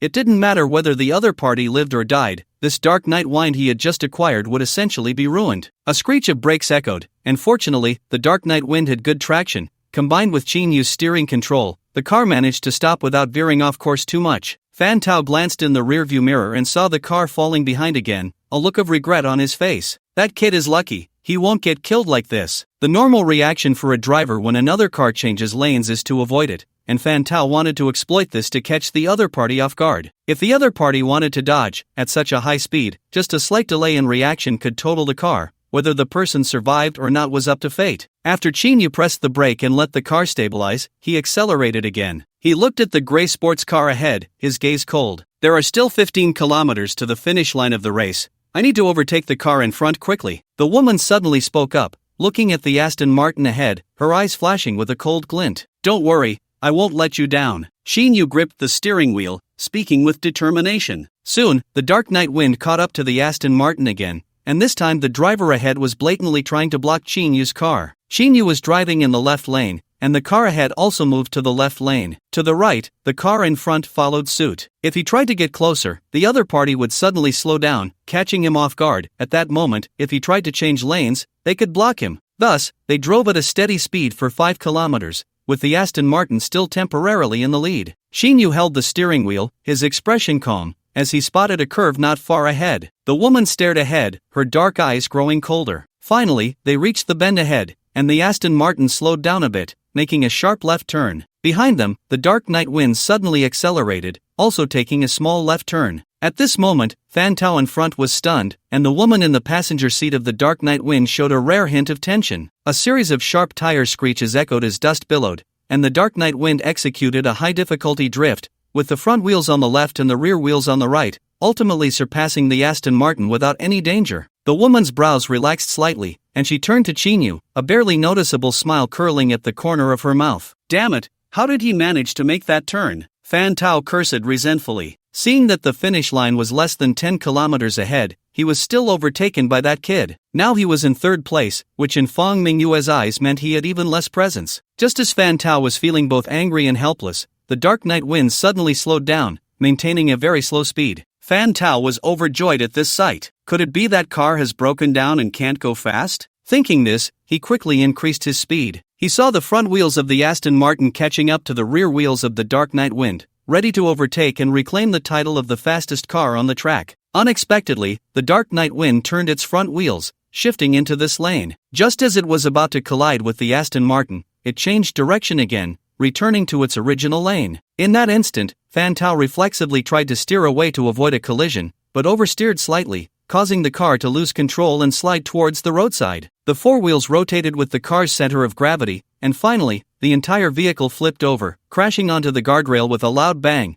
its wheels in the air and debris scattered everywhere. Chinyu saw the Aston Martin flip over in the rearview mirror and smiled slightly, finally releasing the pent-up frustration in his heart. The woman said, "Weren't you worried about the other party getting into an accident just now?" "Of course I was worried. Seeing that car crash, I felt really sorry for him. I could only mourn for him in silence. I hope that bad people get there just deserts and don't have any accidents. If something really happens, it has nothing to do with me," Chinyu replied. Put. The woman couldn't help but laugh. In less than 3 minutes of driving, the dark night wind finally reached the racetrack, which was the finish line. All the lights at the racetrack were on, and dozens of people stood at the finish line waiting. Chinyu drove past the finish line and continued for a short distance before stopping, saying to the woman, "I'll drop you off here, I have to go." The woman replied, "Thank you. If it weren't for your help, I might have lost. See you next time." With that, she got out of the car decisively. However, after thinking for a moment, she knocked on the window of the dark night wind. When the window came down, she asked, "I still don't know your name. Would it be convenient for you to tell me?" Chinyu touched his nose, his eyes shifting as he said, "We met by chance, so let's skip the names. If we meet again by fate,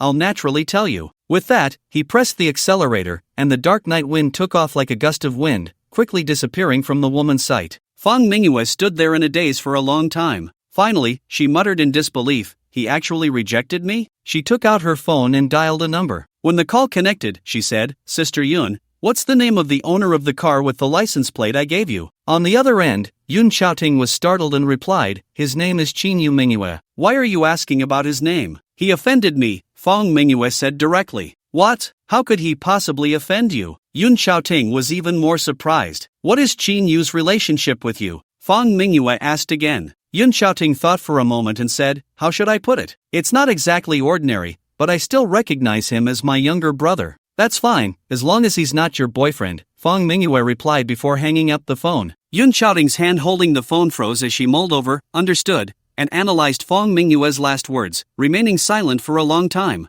Fang Mingyue held her phone, thought for a few seconds, and dialed another number. Director Fang, what are your instructions? A very respectful female voice came through as soon as the call connected. Help me look into a person named Qinyu, with a license plate from Nanjing, 6 9s. I want to know his detailed information by tomorrow, even the color of his underwear. Understood, Director Fang. Also, Fang Mingyue thought for a moment and said, make sure to keep his information confidential, don't let anyone else find out. Yes, ma'am. After hanging up, a person approached and respectfully said, Sister Fang. Fang Mingyue glanced at him and said, you first clear this place, I have important matters to attend to. Okay, Sister Fang. Fan Tao finally managed to crawl out of the broken car window, looking at the overturned Aston Martin with a fierce expression. This was a limited edition sports car that had cost him over 50 million. Now it was reduced to scrap metal, and he felt both heartbroken and furious. Gritting his teeth, he said, whose car is that? Which bastard? Once I find out, I will make sure you suffer 1,000 cuts. Fortunately, he was wearing a racing suit and helmet, otherwise, he wouldn't be standing here shouting. At that moment, a Ferrari slowly drove over and stopped in front of him. A person got out of the car and hurried over to support the swaying Fan Tao. Brother Fan, are you okay? Do you want me to call an ambulance? The person asked. Zhao Song, I'm fine, just take me back to the racetrack, I have things to do. Alright. Zhao Song helped Fan Tao into the passenger seat of the Ferrari and then started the car. At the racetrack, expensive sports cars returned, eventually gathering more than 30 of them, parked neatly along the lane. The people who got out of the cars came to a spacious area by the track. Whether they were professional racers brought by someone or the usually arrogant rich second generation, they all stood obediently, looking at Fang Mingyue, who stood motionless in front of them with a look of awe. Fan Tao and Zhao Song arrived shortly after, walking at the front of the crowd. Upon seeing Fang Mingyue, Fan Tao excitedly said, Sister Fang, I was supposed to be the first to reach the finish line besides you. I encountered a black sports car that came out of nowhere, and that guy tried to sabotage me. You have to stand up for me. Fang Mingyue remained silent, still appearing indifferent. She simply rubbed her slender fingers together, her expression unreadable. Fan Tao continued, Sister Fang, you have to believe me. That car should have slipped away by now. If you don't believe me, you can check the surveillance. Fang Mingyue finally stopped rubbing her fingers and walked up to someone, saying, Zhang Xian, give me your helmet. Sure, Sister Fang. Zhang Xian quickly handed his helmet to Fang Mingyue. Holding the helmet, Fang Mingyue walked over to Fan Tao and coldly said, the car you mentioned, I was sitting inside it at that time. Fan Tao immediately felt something was off. Impossible, how could you be in that car? As soon as he finished speaking, Fang Mingyue swung the helmet down onto his head. Fan Tao's head was instantly bloodied. Another helmet struck down, swelling one side of his face. With another helmet, Fan Tao's arm broke. The helmet continued to rain down, relentlessly hitting Fan Tao. He had long since collapsed on the ground, dazed, but the intense pain kept waking him up, only for him to faint again. No one in the entire venue dared to step forward to dissuade her, standing there like a frozen cicada. When Fang Mingyue wanted to hit someone, no one could stop her, and no one dared to intervene. There was once a rich second-generation heir who seemed to disrespect her with his words. Fang Mingyue went directly to his home and, in front of his father and grandfather, beat that heir half to death. This incident was merely one of the many rumors about her, and it was the least noteworthy. Someone muttered quietly, this Fan Tao really dares to take risks. Relying on the Fan family being the second largest family in Nanjing City, he even boldly said he wanted to marry Fang Mingyue. I heard that and waited for this day to come. He doesn't even think about who Fang Jie is. She dares to hit her own father, so who wouldn't she dare to hit? Fang Mingyue finally stopped. The helmet was ruined, and the person was beaten to a bloody pulp, barely hanging on to life. This was Fang Mingyue's ability. No matter how severely she beat someone, no matter how much pain she inflicted, she never killed them. Fang Mingyue looked at the crowd with her usual indifference and noticed that the vast majority of people did not dare to meet her gaze, some even turning pale and trembling. Zhang Xian, Fang Mingyue called out, retracting her gaze. Zhang Xian's face turned white, and he stammered, Fang Jia, what do you need me for? My car is damaged, you find someone to tow it back. Also, ask your aunt to help me find a good sports car. The price of the sports car isn't an issue, but if I'm not satisfied, I'll break your legs, understand? Fang Jia, I understand, don't worry, I will definitely find a sports car that you like. When Zhang Xian heard the part about breaking his legs felt weak, and he almost fell. He wanted to explain, hoping that even if Fang Mingyue was truly dissatisfied, she wouldn't break his legs. But seeing Fang Mingyue's cold gaze, he could only force a smile that was uglier than crying and assured her. Yet inside, he kept lamenting why his fate was so miserable. Among so many people, Fang Mingyue had chosen him. Jiang Xian knew one thing: if Fang Mingyue really broke his legs, his father would not only refuse to help him but would also discipline him even more strictly. Xiagua heard Fang Mingyue say to him again, "Give me your car keys." Jiang Xian didn't dare to say a word of refusal and honestly handed over the keys to his Lamborghini. Fang Mingyue took the car keys and said,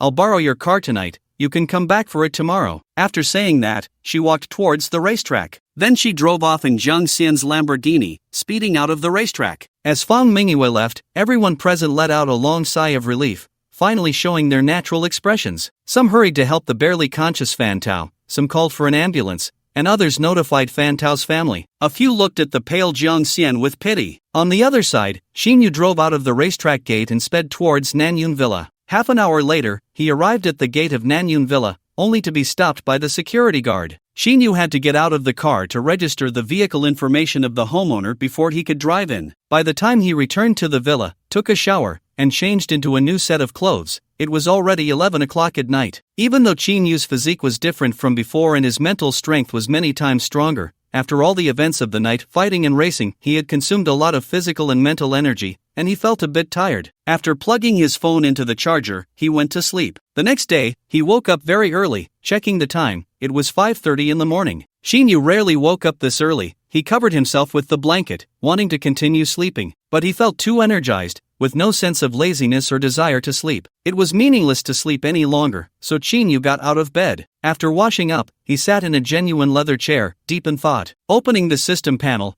Xin Yu saw that there were only a pitiful 56 sign-in points left. What could these sign-in points do? They were definitely not enough to add martial skills, so it was better to save them for now. I need to find a way to earn more sign-in points in the future, improve my martial strength, and try to reach level 5 sign-in. It would be best to aim for a level 6 sign-in. Then there was Qiao Zhenfeng, who, after a mere verbal conflict during their first meeting, sent someone to take him out. Although those few people were not strong, it was easy to dodge a direct attack but hard to guard against a hidden one. He didn't know what kind of trouble would come next. In that case, Xin Yu's gaze turned cold. If I get the chance, I'll just eliminate him directly. With his half-step transformation master physique and mental strength, if Qiao Zhenfeng can send someone to assassinate me, then why can't I secretly take him out? Xin Yu made a silent decision. After all, he was someone with a system. Allowing a minor character to bully him like this was unacceptable. Looking at the early morning sky outside, Xin Yu stepped into the garden and threw a few punches vigorously, then landed a punch on a rock in the artificial mountain. With a loud crash, the large rock shattered into powder as if it were made of paper. Looking at the scattered dust and broken stones, Xin Yu was somewhat surprised. This was the result of just 60% of his strength. After practicing a few more moves in jogging, he returned to the hall on the first floor of the villa. After drinking a glass of warm water, he picked up his phone and started reading a novel. This was a web novel he had been following for a long time, but he hadn't opened it in the past few days due to being busy spending money. The novel was called My 10 Girlfriends, and its content was very touching and inspirational. Xin Yu particularly liked the male protagonist and his 10 female protagonists. Unknowingly, he read for half an hour and reached the last page of the novel's update. Xin Yu felt satisfied and decided to tip the author. Usually, he would give a few cents, but now it was different. He didn't care about the amount anymore, so he entered a number and tipped directly. From a little salted fish, a tip of 2 yuan for this book. As the sky brightened, a beam of sunlight shone through the villa's floor-to-ceiling glass. Xin Yu felt a bit hungry, but the refrigerator in the kitchen was still empty, with no ingredients inside, making it impossible for him to make breakfast himself. A thought crossed his mind: it seems I need to find a nanny soon. He got up and drove out in the night wind, heading outside the community. When he returned to the villa, he had a bag containing breakfast in his hand. While eating breakfast, Xin Yu checked the time. It was nearly 8 in the morning. He called Kong Shui, asking her to bring a nanny for an interview. Kong Shui quickly agreed, saying that the housekeeping company was not far from there and she would go get a nanny right away. However, after waiting for an hour, Kong Shui finally arrived at the villa. Xin Yu directly used the intercom system to open the front door. Soon, Kong Shui led a person into the villa. After both of them sat down, Xin Yu couldn't help but scrutinize the nanny who was applying for the job. She was very young, probably younger than Kong Shui. Although she was dressed a bit plain and had the shyness and awkwardness of a rural girl, it couldn't hide her curvaceous figure and stunning beauty. In particular, Xin Yu noticed the girl's slightly pointed ears upon closer observation. She was a girl whose appearance could score full marks, and for some reason, his heart trembled the moment he saw her. this is the nanny you found for me? Is there really such a young nanny? Shinyu looked at Kong Shoei with some reproach. Mr. Shin, you said you wanted a young and beautiful female nanny, so I brought her for you, Kong Shoei hurriedly explained. It seems I only mentioned finding a younger nanny, not a young nanny, Shinyu recalled. Kong Shoei stuck out her tongue, as if she had done a good deed that turned out wrong. However, this nanny was not from a housekeeping company. Yesterday, through manager Zhu's connections, she contacted a well-known housekeeping company and found a nanny whom she believed met Mr. Shin's standards, only in her 30s. To her surprise, when she called that nanny just now, the nanny said she had already found an employer. Mr. Shin was still waiting for someone, and Kong Shoei, feeling helpless, had to bring along Xiaogua, who lived with her, for the interview. Xiaogua was also in the nanny profession but had resigned from the housekeeping company last week and was currently unemployed. Upon seeing that Shinyu seemed dissatisfied with Xiaogua, Kong Shoei quickly said, I'm sorry, Mr. Shin. If you're not satisfied, I can help you find another one. Shinyu glanced at the girl who was looking down, appearing somewhat pitiful, and said helplessly, since she's here, let it be her. Shinyu had already experienced Kong Shoei's character. She was rather foolish. This time she found the nanny too young and looked down on her. Next time, she might bring someone in their 70s or 80s. What's your name? Shinyu asked again. The girl replied in a soft, tender voice, Hello, sir. My name is Xiaogua, and I am from Wuching, Xingzhou. Xiaogua. Shinyu repeated the name, a glimmer of interest flashing in his eyes. Yes, my name is Xiaogua, she confirmed, looking at Shinyu with her big eyes. She mistakenly thought Shinyu hadn't heard her name clearly and hurriedly confirmed it again. Wuching, Xingzhou is far from Nanjing City. How did you end up here for work? Shinyu asked. Xiaogua lowered her head and said,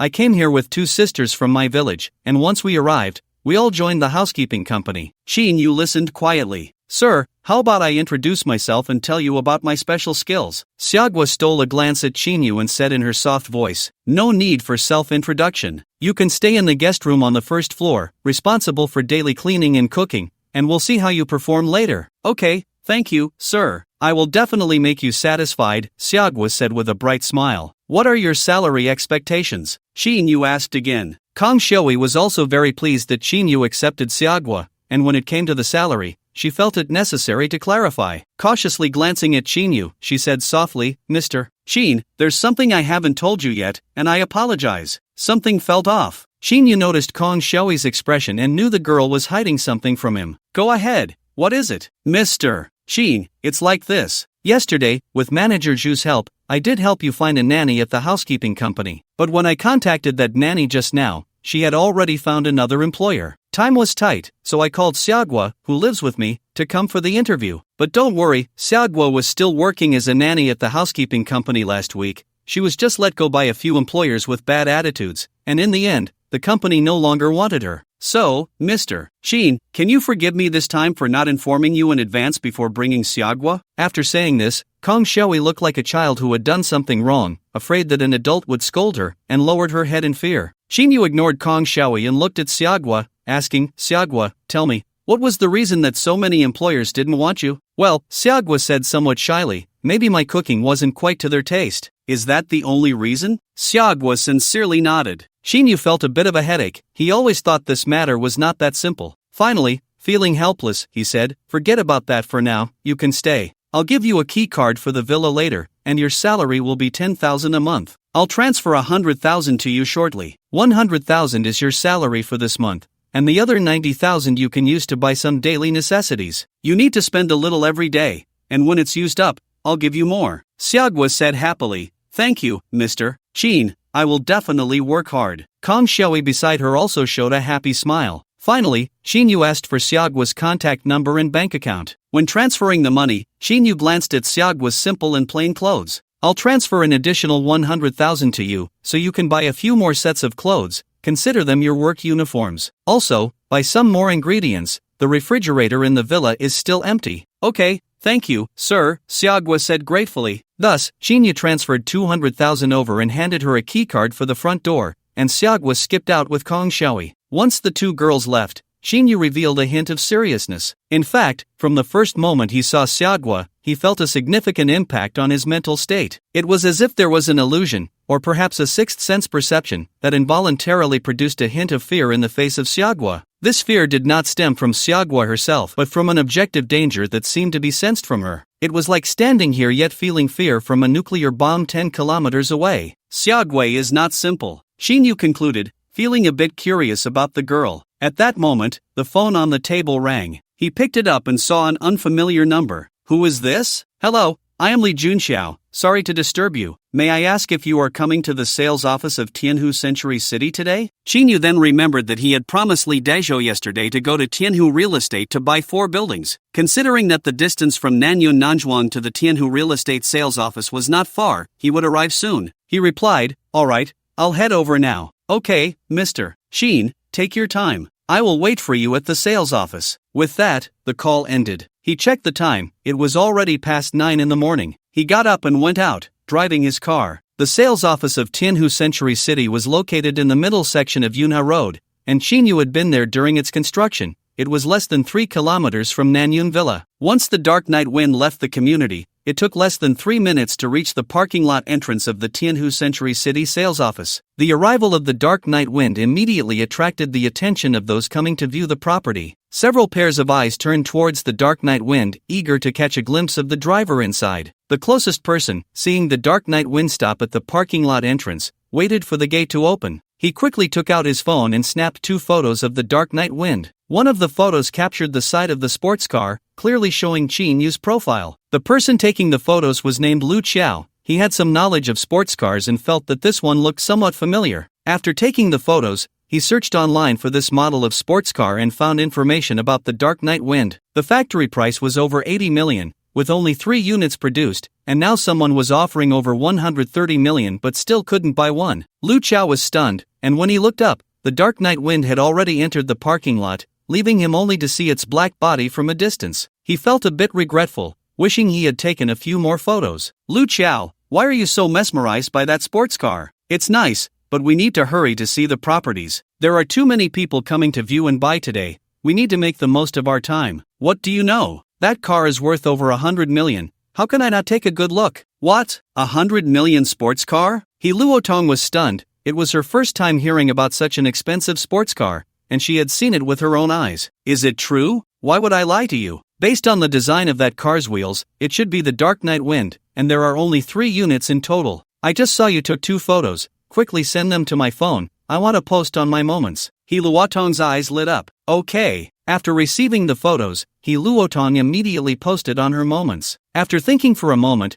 she also sent the 2 photos to her middle school classmates group. She typed, "Classmates, today my husband and I came to buy a house, and we also saw a sports car worth over 100 million. As soon as this message was sent, many replies popped up. "Luotong, are you bragging? Is there really a sports car worth over 100 million? You're going to buy a house today. Congratulations, He Luotong." He Luotong smiled with some pride after seeing the messages from her classmates and replied to a few. In fact, they had only prepared the down payment to buy a house. The smallest unit here is 100 square meters and costs nearly 4 million, and it's uncertain how many years it would take to earn that 4 million. Jiang Xian's fear after Shin-yu parked the car, he walked towards the sales office. The entire sales office covers a vast area, not only with a spacious parking lot but also requiring a long corridor and a 200 square meter water feature before truly entering the sales office. Both the corridor and the 3-story sales office building were festooned with lights, and the customers were bustling, creating an exceptionally lively scene. "Sir, welcome. Are you here to buy a house?" A sales consultant ran up with an umbrella for Shin-yu,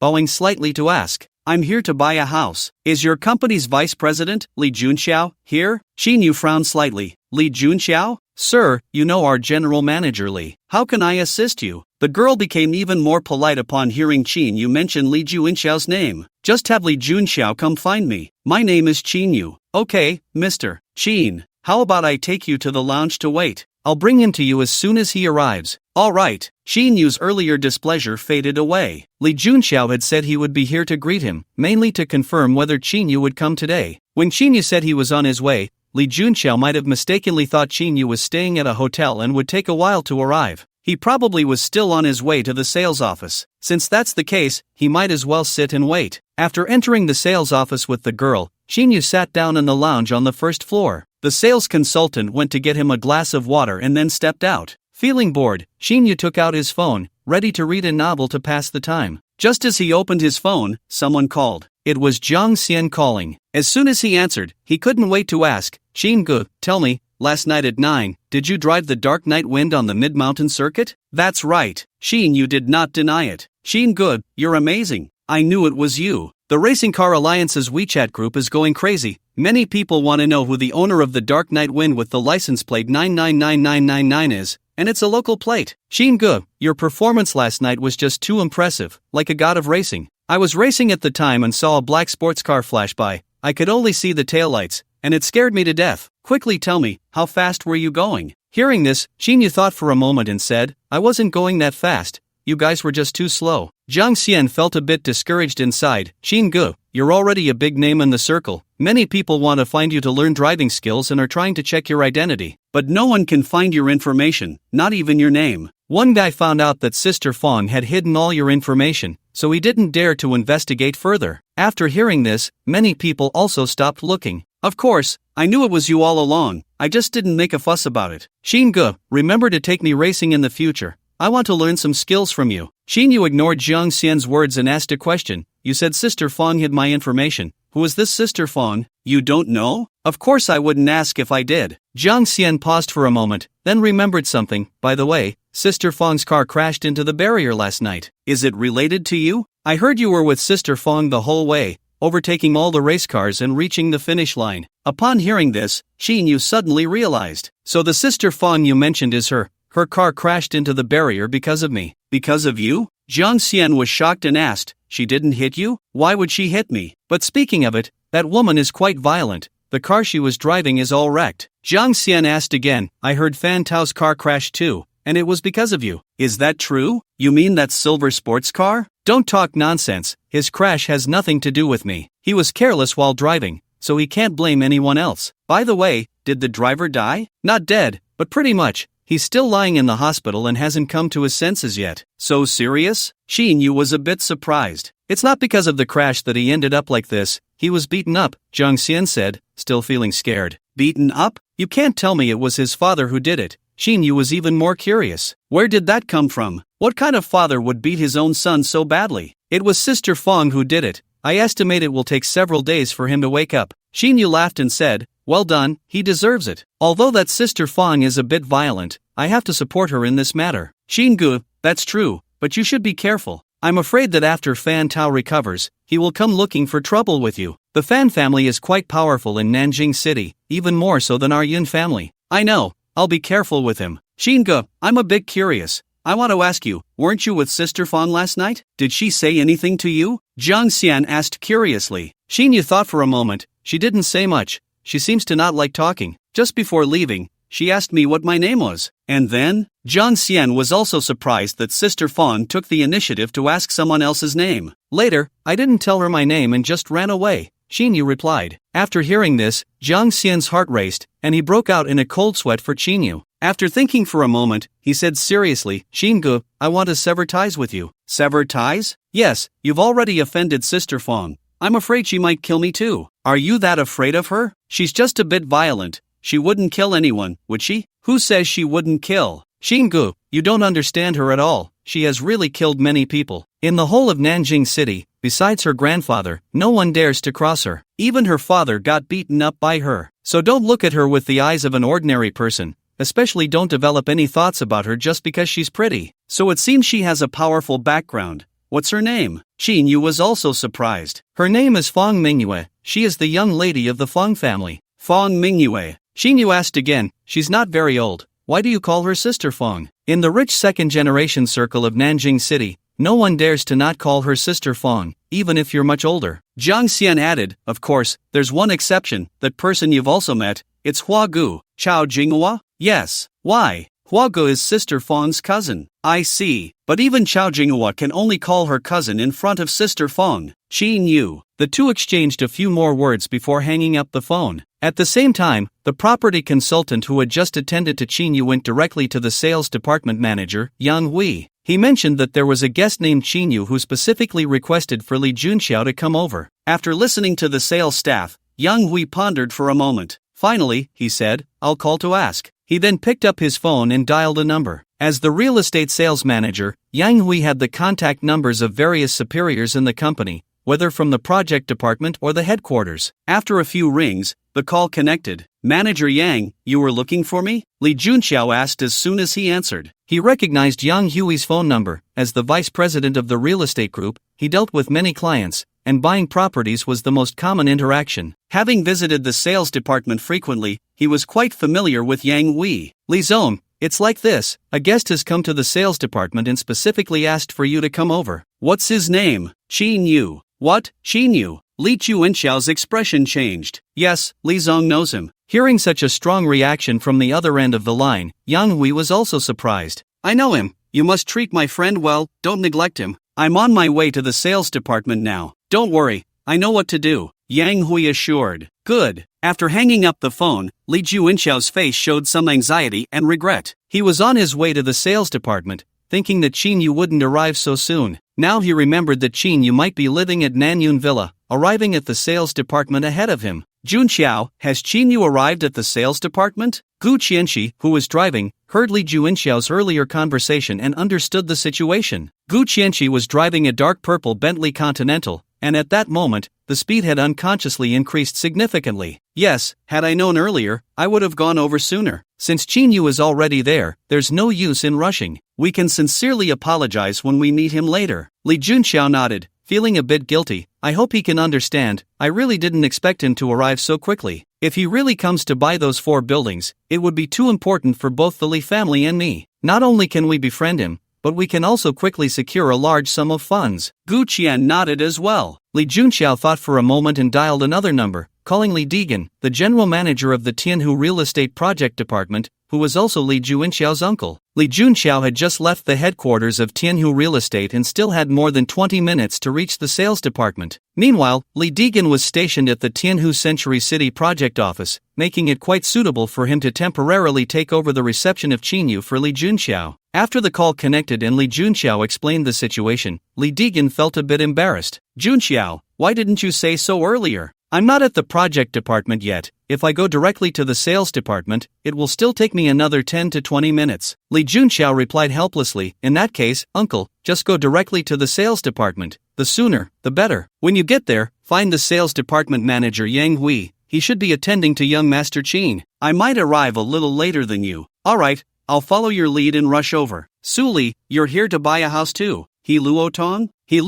and Lu Qiao entered the sales department but found no property consultants available to attend to them. There were too many customers, and they were overwhelmed. The two were not in a hurry. They first went to the model area to look at the layouts, and after that, they thought about sitting in the rest area. Unexpectedly, as they passed the negotiation area, they inadvertently saw Su Li sitting inside. Su Li and He Luotong grew up in the same place, attended the same elementary, middle, and high schools, and even shared desks. They still had each other's contact information, but they had chatted very little in the past 2 years. "Auntie is here too, and Su Koan, you're here as well." He Luotong also saw Su Koan and Su Li's mother sitting at another table. Su Koan was engrossed in a game, casually crossing his legs. He didn't seem to react to He Luotong's words. Whether he heard them or not was unclear. "Luotong has grown up so much. After all these years, I almost didn't recognize you," Su's mother said with a smile. She had heard from Su Koan yesterday that Su Li had found a new boyfriend and had dumped her previous one, Qin Yu. Moreover, her new boyfriend was planning to buy a house for Su Li. Buying a house was a big deal, a top priority for the Su family. So, she came to Nanjing City to find Su Li shortly after hearing the news. If Su's mother had disliked Qin Yu, she was now quite fond of Su Li's new boyfriend, Feng Yuan. He was handsome, wealthy, and willing to spend money on Su Li. A mother-in-law could only grow fonder of her son-in-law. Seeing Yi Luotong, who grew up with Su Li, come to the sales office, Su's mother felt it was time to show off. She first pointed to Lu Qiao and said to Yi Luotong, "I heard you got married, is this your husband? He looks good." "Yes, his name is Lu Qiao." Lu Qiao also greeted the group. "Where do you work? The salary is decent, right?" Su's mother asked with a smile. "Hello, auntie. I work as a supervisor in a factory. The salary is so, about 20,000 a month," Lu Qiao replied with a smile. 20,000 a month, that's not bad, Su's mother said, then proudly pointed to Feng Yuan, who was sitting next to Su Li, and said, "This is my daughter's boyfriend, Feng Yuan. His family owns several supermarkets, and he has over 100,000 pocket money a month. He came here today to spend millions to help my daughter buy a house. Hearing Su's mother's introduction, He Luotong and Lu Chao both turned their attention to Feng Yuan. He Luotong couldn't help but envy, saying, "A few days ago, I saw some photos of Feng Yuan that Suli posted in the class group. Now seeing him in person, he really is handsome. Suli is so lucky to find such a boyfriend. She'll be a wealthy lady in the future." This made Suli's heart bloom with joy, and Su's mother was also delighted. If Suli became a wealthy lady, then as her mother, she would also share in the glory. "He Luotong, where are you going? Who's going to be a wealthy lady? Your husband Lu Qiao is also doing well. He's so young and already a supervisor. He could be a manager or even a general manager in the future, and wouldn't you be the general manager's wife?" Lu Qiao smiled awkwardly at this. He had worked hard to reach the supervisor position. Climbing higher was impossible without connections. "Luotong, you and your husband are also here to buy a house. Why haven't you seen a property consultant?" "The property consultants are too busy. Who would have thought the sales office would be so bustling today?" He Luotong said helplessly. "That's true, luckily, I came early, and I've already seen the available properties." "The property consultant is just preparing the contract now," Suli said, then thought for a moment and asked, "Luotong, are you planning to buy the house outright or with a loan? We only have enough for a down payment. How could we pay in full?" "I can't compare to you with a boyfriend so rich. Don't be disheartened.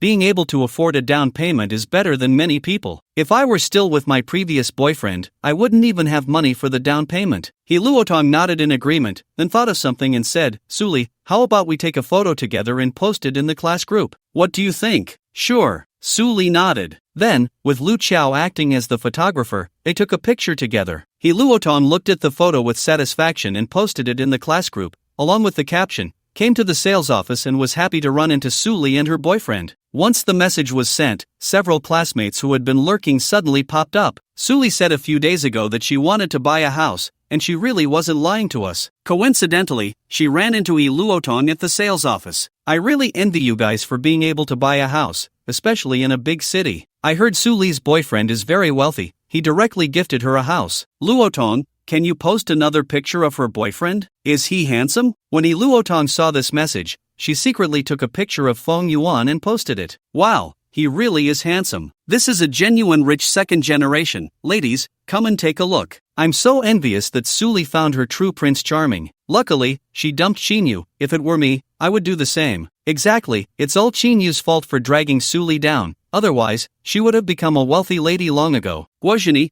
Du Jing, aren't you being too much? We're all classmates. How can you say that about Chinyu?" This was said by Li Shi. "Guozhini, what's wrong with what I said about Chinyu? Isn't he the one who delayed Suli? Didn't you hear Suli say he's a total miser, making her pay when they eat out, and he hasn't bought her a decent gift in almost 2 years? Du Jing, I second that." "Li Shi, Suli's words have some truth to them, but you guys are taking her words as gospel." "Guozhini, if her words aren't true, can we trust what you, Li Shi, say?" "Du Jing, Li Shi, I know you want to defend your good buddy, but isn't that futile? Just look at what Chinyu has become." "Li Shi, damn, have you two said enough? Just because Suli found a rich boyfriend, you're all trying to curry favor with him?" "Guozhini, Li Shi, what did you say? Say it again." "Li Shi, you jerk." As the three of them clashed, the group chat exploded. Many people surfaced, some trying to mediate, some chiming in, but no one spoke up for Li Shi, who felt increasingly isolated. After He Luotong posted a picture, she stopped checking the class group. She didn't notice that the group had erupted into arguments following her photo. The property consultant who had just attended to Suli came over with the purchase contract. Since Feng Yuan was paying,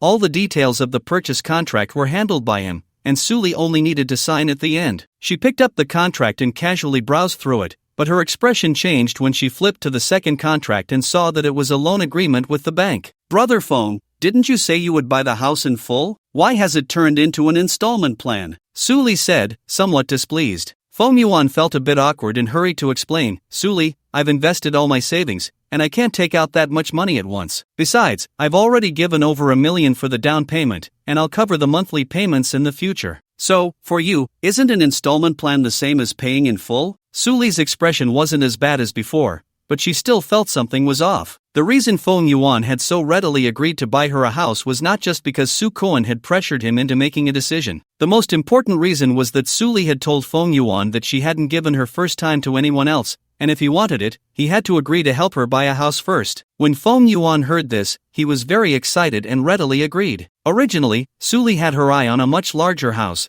around 140 square meters. However, Fong Yuan said he didn't like that house and chose a 100 square meter one priced at 3.8 million instead. Su Li tolerated this, as it wasn't her money, and she had to consider Fong Yuan's attitude. But in the end, Fong Yuan didn't even discuss it with her and insisted on buying it with a mortgage, with a down payment of only 1.2 million. This disparity extinguished Su Li's initial excitement. She seemed to see Fong Yuan's unreliability. Take a look at the contract, I'll sign it later. I need to go to the bathroom first. After saying a few words, Fong Yuan walked towards the restroom. He Luotong was sitting very close to Su Li and had heard the conversation between Su Li and Fong Yuan. After seeing Fong Yuan leave, she walked over and picked up the housing contract on the table to take a look. Finally, she said, Su Li, there's something I don't know if I should say. What is it? Go ahead, Su Li replied. He Luoton leaned closer to Su Li's ear and whispered, I think your boyfriend isn't being sincere enough with you. With all that money, he buys you such a small house, and in the end, you're still taking out a loan for the down payment. So what? Su Li forced a smile. Even though it's a mortgage, didn't Fong Yuan say he would cover the monthly payments? The house is also in my name. He Luotong glanced around and said to the real estate agent waiting for Su Li to sign,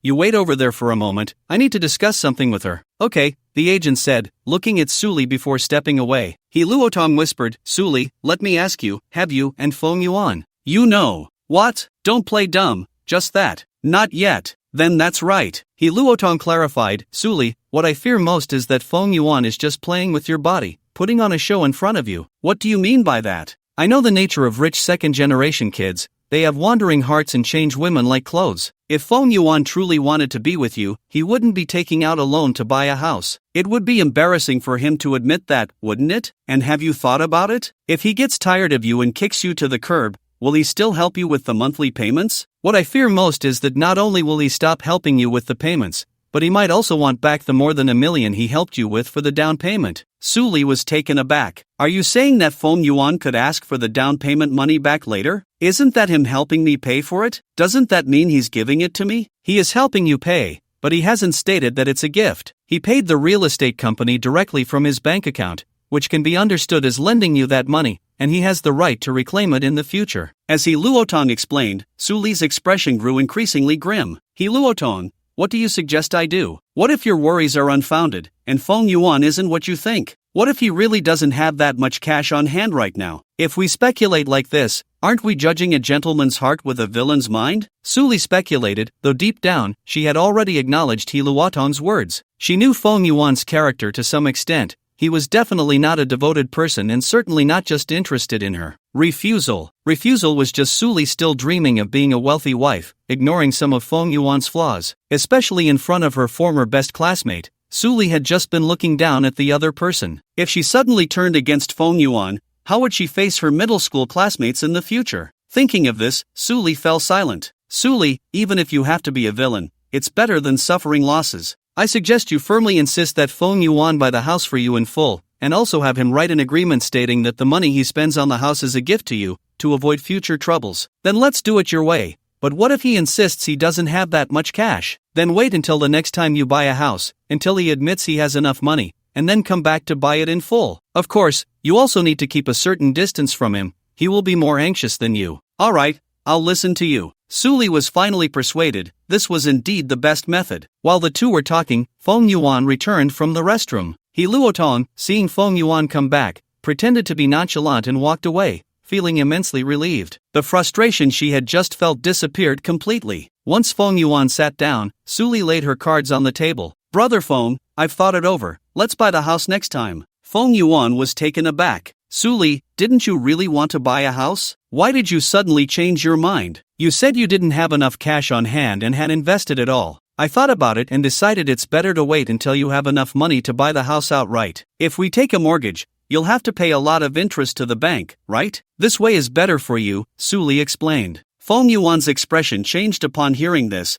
but he quickly pretended to be nonchalant. Su Li, you have a point. Then we can buy it next time. By the way, I've already booked a room at the hotel for tonight, so remember to go. Su Li smiled slightly. It's still early. Should we wait until I buy the house outright before we talk about it? Fong Yuan couldn't help but say, so, you mean I have to help you buy the house outright before you'll agree to me? That's right, and you also need to write an agreement stating that you are gifting the money to me. After everything is settled, I will leave it all to you to handle. What do you think? Su Li said shyly. Upon hearing this, Feng Yuan's face could no longer hide his displeasure. His voice was low. In that case, don't expect me to help you buy a house. Feng Yuan had never genuinely wanted to help Su Li buy a house. With a few million, he could find several women of equal beauty to Su Li. If it weren't for Su Kuan fanning the flames beside him and hearing Su Li say she was still pure, he wouldn't have verbally agreed to her. Today, while looking at houses, Feng Yuan's plan was all laid out by He Luotong, thinking that once he got Su Li into bed and had his fun, he could kick her to the curb. Wouldn't that mean he could enjoy a woman without spending much money? How worthwhile. But why had Su Li suddenly become so clever? Feng Yuan felt a surge of anger as he glanced at He Luotong, who was eavesdropping nearby. It must be this woman ruining my good plans. I just saw her whispering with Su Li. Women are really troublesome. Brother Feng, what do you mean by that? So you really do have money, you just don't want to help me buy the house outright, Su Li said, her face pale. I'm sorry, I was too impulsive just now. I apologize, Feng Yuan hurriedly explained, feeling reluctant to give up on Su Li. Su Li snorted. Brother Feng, let's just say this time you were angry. Don't think I'll forgive you next time. Su Li wouldn't take Feng Yuan's earlier words as just anger, but she also didn't want to create a direct rift. However, despite saying this on the surface, her heart had already changed. She no longer expected anything from Feng Yuan and had begun to guard against him. With a heavy sigh of frustration, she couldn't help but think of Qinyu. On the other side, after a few minutes in the break area, Qinyu suddenly heard someone calling his name. Qinyu, what are you doing here? Gui Yafang, carrying a box of 24 bottles of mineral water, walked out from the innermost room of the break area, looking a bit strained, and spotted Qinyu sitting there. She couldn't help but exclaim in surprise and then set the mineral water down on the ground. Gui Yafang, I almost forgot you also work at Tianhu Real Estate Sales Department. Qinyu smiled at Gui Yafang, whose face was slightly flushed from carrying the heavy load. Qinyu, you're not going to tell me you're here to buy a house too, are you? Gui Yafang asked. Her gaze towards Qinyu was different from before. It no longer carried a layer of distance, appearing gentle on the surface but keeping others at bay. Instead, it was filled with warmth and kindness. You guessed right, I really did come here to buy a property today. Do you have a property consultant to show you around? I've arranged for a friend, he'll come to meet me shortly. Oh, I see. Gui Yafan felt a twinge of disappointment. Although she had customers to attend to, if Qinyu had no one to assist him, she would rather push her current customers aside to spend time with him. There are quite a few customers here, and many of the sales staff are overwhelmed. You must be busy too, Qinyu asked. Not too bad, but it is indeed a bit hectic. I just sent off a customer and now I'm attending to another,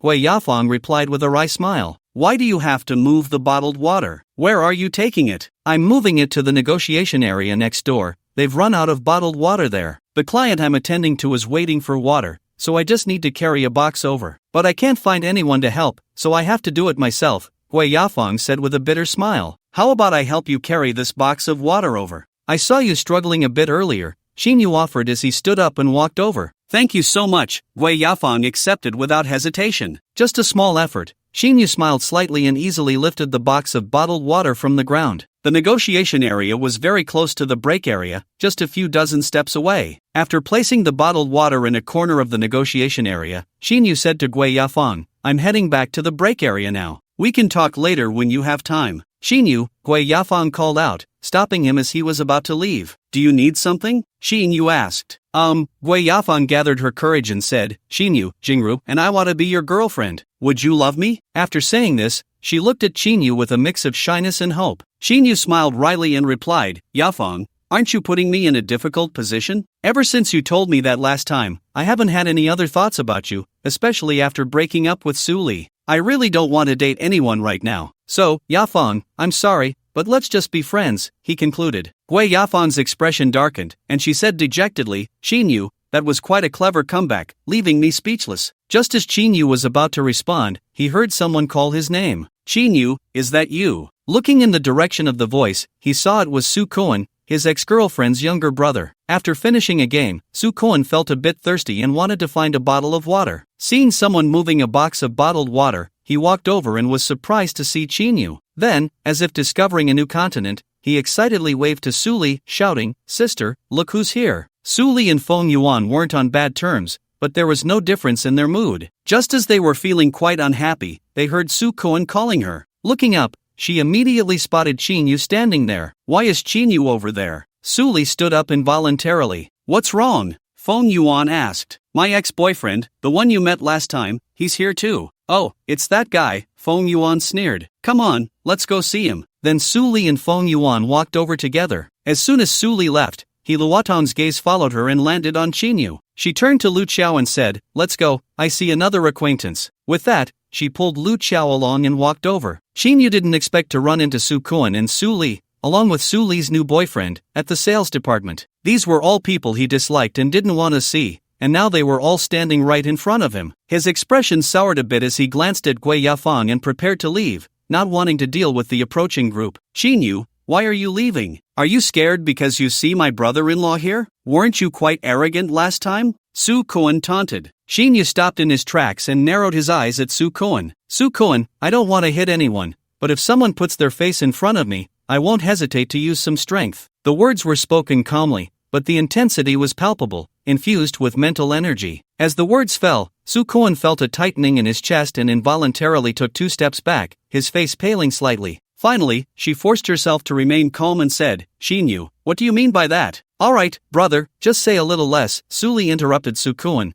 her gaze towards Qinyu somewhat complicated. Some things, when you hold them in your hands, you don't cherish until the moment you lose them, and only then do you realize their importance. This was the feeling Su Li had when she looked at Qinyu. Just a few days after their breakup, Su Li noticed that Qinyu had changed completely. He was not only more composed than before but also more handsome, with a temperament that had undergone a dramatic transformation. She recalled the little moments they shared, especially how Qinyu had taken care of her when she was sick, always being there for her with meticulous concern. Although Qinyu couldn't provide her with material wealth, his feelings for her were undoubtedly sincere. Thinking of this made Su Li feel a surge of emotion, especially now that she had seen through Feng Yuan's true nature, knowing that he could never be as devoted to her as Qinyu had been. With these thoughts, Su Li walked up to Qinyu, seemingly carrying a hint of tenderness. Qinyu, what are you doing here at the sales office? Gui Yafeng, who had never seen Su Li before, asked Qinyu. Qinyu, who is this person? My ex-girlfriend Su Li, Qinyu replied directly. Gui Yafeng nodded and then scrutinized Su Li carefully, feeling a twinge of pity for her. Kid, I heard you're quite the pretender, a hotel driver, yet you act like a wealthy man in front of me. Feng Yuan sneered at Qinyu. Qinyu ignored Feng Yuan and also disregarded Su Li's earlier comment. He noticed a familiar face approaching. It was He Luotong. Qinyu, it really is you. Long time no see, He Luotong said with a smile as she walked over. You are He Luotong.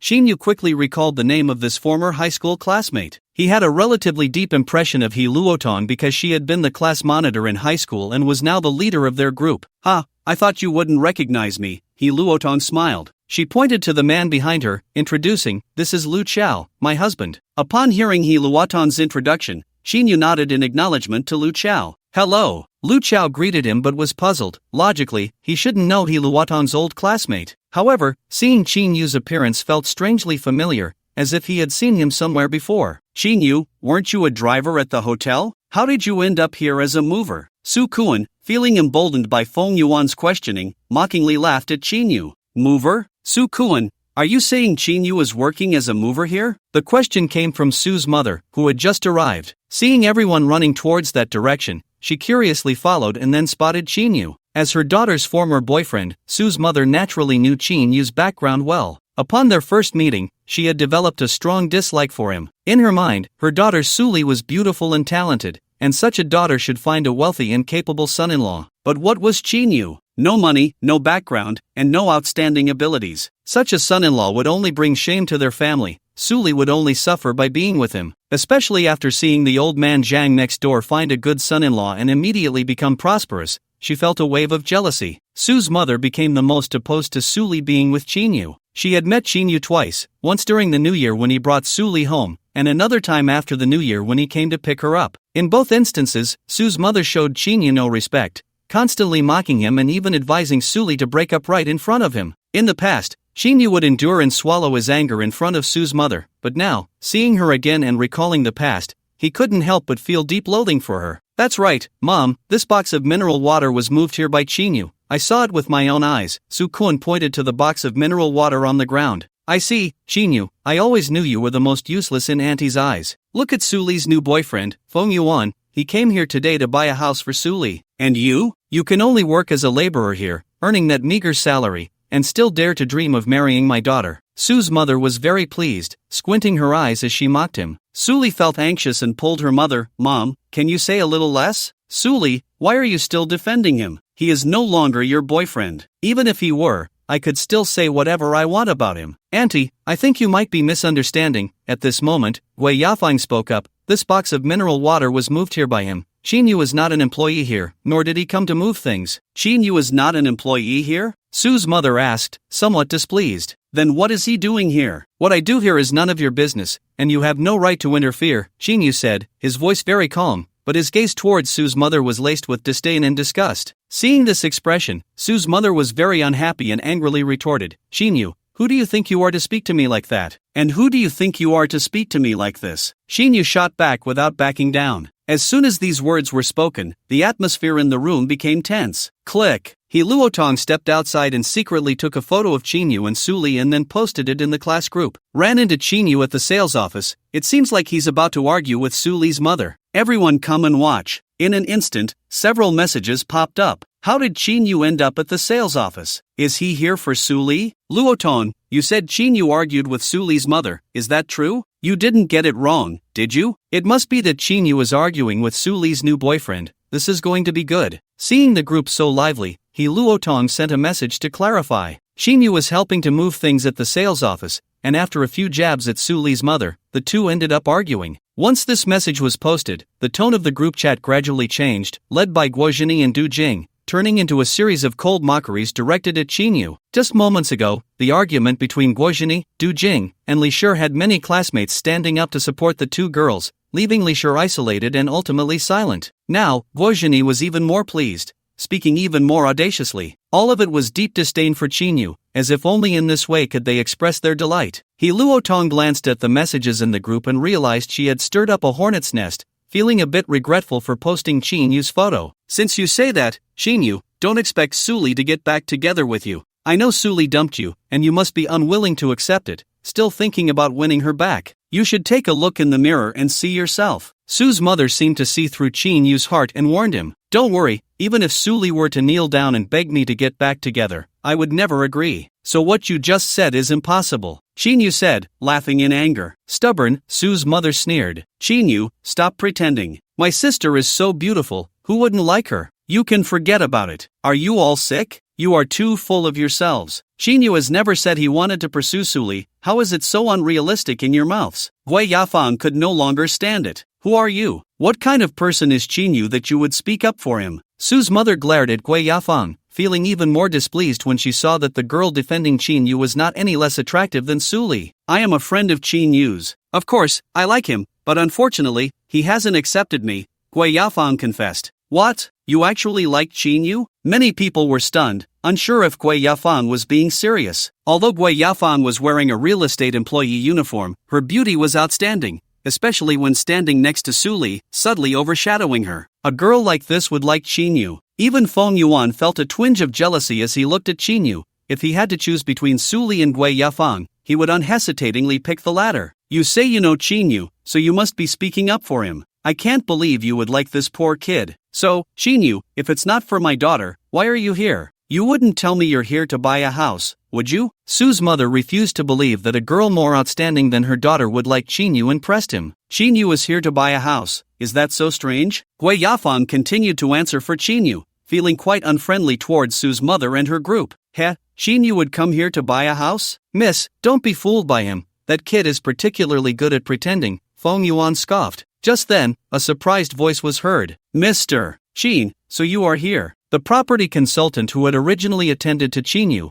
along with the sales department manager, walked over to Qin with a smile. Then, Yang Hui, who was behind them, hurried a few steps forward and respectfully said to Qin, Mr. Qin, I am Yang Hui, the manager of this sales department. I apologize for keeping you waiting. I have already contacted General Manager Li. He is on his way and will be here soon. After speaking with Li Junxiao on the phone, Yang Hui rushed to find Qin, only to not see him in the lounge area and took a while to find him here. Oh, you are the manager of this sales department. Mr. Qin, why don't you come with me to the reception room on the second floor? General Manager Li will be here shortly, Yang Hui invited. Manager Yang, don't be fooled by this kid. He has no money to buy a house. It would be better for you to attend to us, Feng Yuan said, feeling disdained by the respect shown to Chinyu by the sales department manager. That's right, my brother-in-law is right. Are you blind, manager? Attending to a penniless kid is worse than attending to my brother-in-law, Su Kuan chimed in. Yang Hui looked at Feng Yuan, then at Su Kuan, scanned the rest of the group,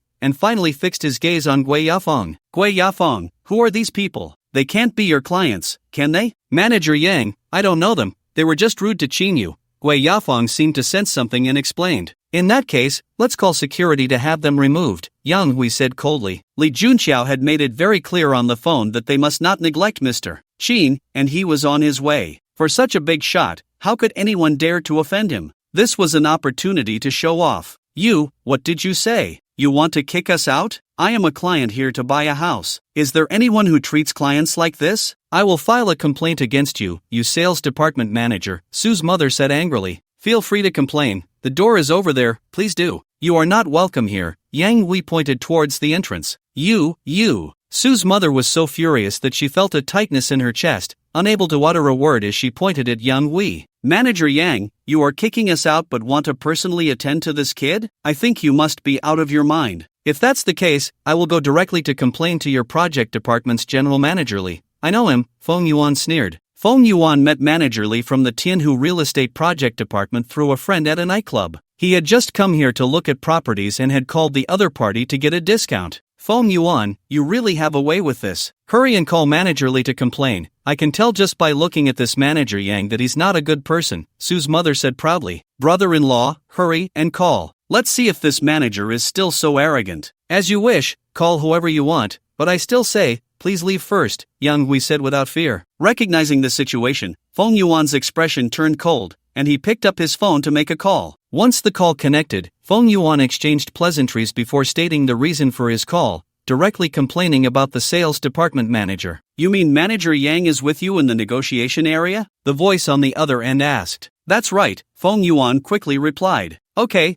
I'll be there right away. As soon as he finished speaking, the other party hurriedly hung up. After putting down his phone, Feng Yuan sneered, I didn't expect it to be so coincidental. Manager Li is already here and will be coming over soon. Manager Yang, you might not keep your position this time. Xinyu glanced at Su Kuan and the others with disdain. Manager Yang, you should leave here, it's annoying to watch these clowns. Sure, Mr. Qin, please follow me this way. Hearing Xinyu speak, Yang Hui quickly gestured respectfully towards the door. Xinyu looked at Gui Yafeng, let's talk later, I'll sit over there first. Okay, I have to get busy too. With that, Xinyu stepped towards the door, followed by Manager Yang and the saleswoman. Hold on, you think you can just leave like this? Are you feeling guilty now that you heard Manager Li is coming? Su Kuan blocked their way, sneering, get out of the way. Xinyu shot a cold glance at Su Kuan. He had long found Su Kuan displeasing, and if the other party continued to be rude, he was ready to slap him down to vent his past frustrations. Su Kuan, why aren't you moving? What are you blocking for? Unexpectedly, at that moment, Su Li scolded Su Kuan. She had been silent until now because she was conflicted inside, unsure of what to say. Slowly walking up to Chinyu, her words shocked everyone. Chinyu, I'm sorry, I formally apologize to you, I was wrong. The moment those words were spoken, even Chinyu was taken aback. What is this woman up to?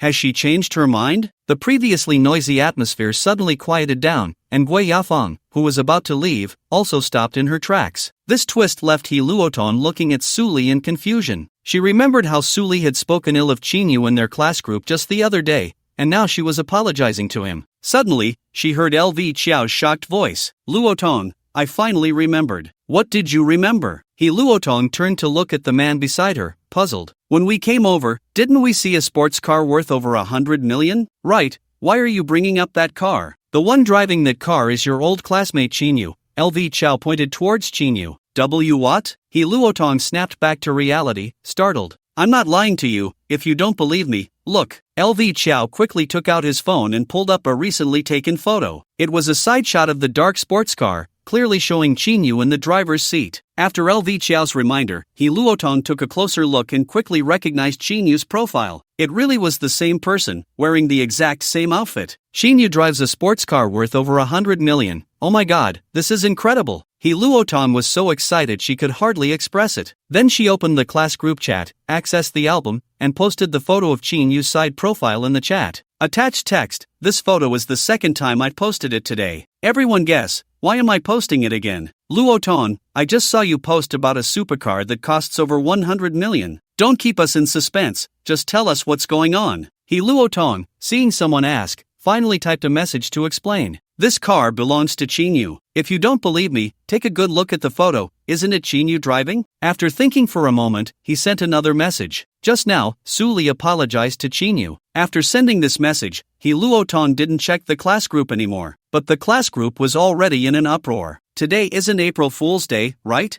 How did it suddenly turn into Chin Yu driving a luxury car? And Suli even apologized to him. "It's true, I looked closely at the photo. It's Chin Yu driving this supercar worth over 100 million. I'm dizzy. I can't believe it. Everyone has been kept in the dark." Even Suli didn't realize that Chin Yu was a deeply hidden big shot, a top wealthy person who can drive a car worth over 100 million. Suli must have discovered Chin Yu's true identity, regretted it, and is now apologizing to beg for his forgiveness. Who knows if the car Chin Yu is driving is rented or if he's just acting as someone else's driver. Guozhini spoke up. "Guozhini, are you overthinking this? This is a car worth over 100 million, and it's a limited edition supercar. Whoever owns it would definitely keep it to themselves. How could they rent it out or hire a driver? Even if this car is Chin Yu's, even if he is very rich, so what? He's still far behind Li Junxiao," Du Jing said sourly. Of course, he can't compare to Li Junxiao, not to mention the discussions in the class group. "Suli, are you crazy? Why are you apologizing to Chin Yu?" Su's mother looked at her daughter in disbelief. "Sister, did you take the wrong medicine?" Meanwhile, Feng Yuan's face was as dark as water, his eyes faintly filled with anger. Suli only stared directly at Chin Yu, remaining silent. "Suli, I don't know what you're planning,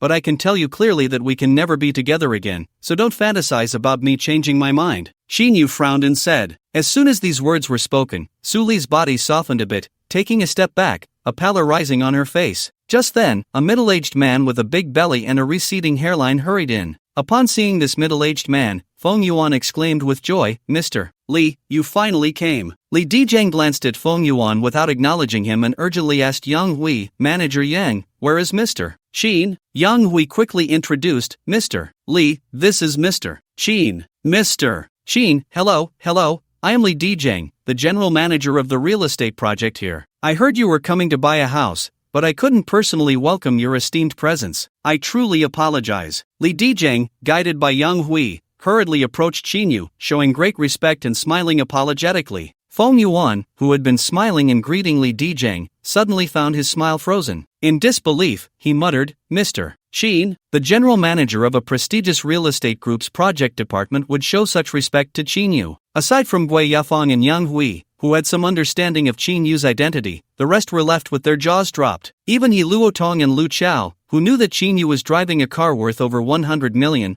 were no exception, which further confirmed Chin Yu's identity. "Mr. Li, you're too polite. I'm just casually coming to buy a few buildings. There's no need for you to personally welcome me." Mr. Qin is joking. "You are a distinguished guest of Tianhu Real Estate. Your arrival has brought glory to this sales department, and it also reflects well on me, Mr. Li, doesn't it?" Upon hearing Qin use words, Mr. Li couldn't help but twitch his mouth. Is this even a human statement? Just casually coming to buy a few buildings, it sounds so easy, as if he were just going out to buy groceries. However, his expression was even more respectful. From Qin Yu's words, it is not hard to see that what Li Junxiao described is certainly not false, but rather an understatement. Apologizing, upon seeing Qin Yu and President Li's conversation, Su's mother slowly came back to her senses from her daze. Even if her mind was slow, she understood that Qin Yu's identity was not simple. From their conversation, it seemed that Qin Yu really was here to buy a house. Could it be that Qin Yu actually had a significant background, or perhaps was very wealthy,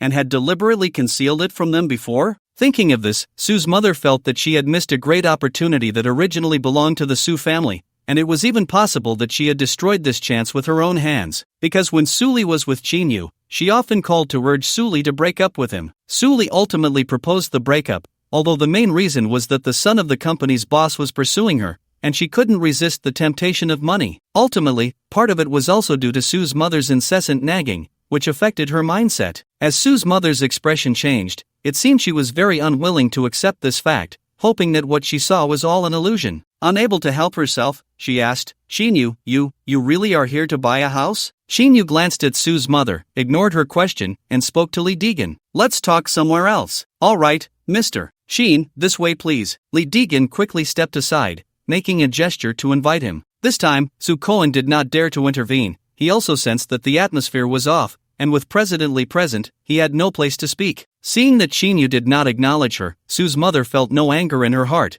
but rather more anxious. Wait, the one speaking was Sue Lee. Many might not have noticed Shinyu's earlier words, but she heard them very clearly. It was precisely because she heard them so clearly that she felt an overwhelming shock and heartache. Hearing that Shinyu was about to leave, she panicked and couldn't help but call out to him. Shinyu had just taken 2 steps when he stopped, turning back to look at Sue Lee, waiting for her to continue. He was also a bit puzzled. Sue Lee's earlier demeanor was as if she had become a different person, lacking the usual stubbornness and irrationality. "Shinyu, you just said you came here to buy several buildings. Not a few apartments or a few villas, but several buildings?" Sue Lee gathered her words and finally expressed what she had just heard, waiting for Shinyu's confirmation. "Several buildings? Shinyu wants to buy several buildings?" The people present raised 2 question marks above their heads, thinking for a moment. Although they indeed had some impression, Shinyu really did say that. Who knew if it was a slip of the tongue or if they had misheard? Coming to buy several buildings, such an impossible thing, yet Sue Lee still asked out loud. One by one, they cast amused glances at Sue Lee. "Sue Lee,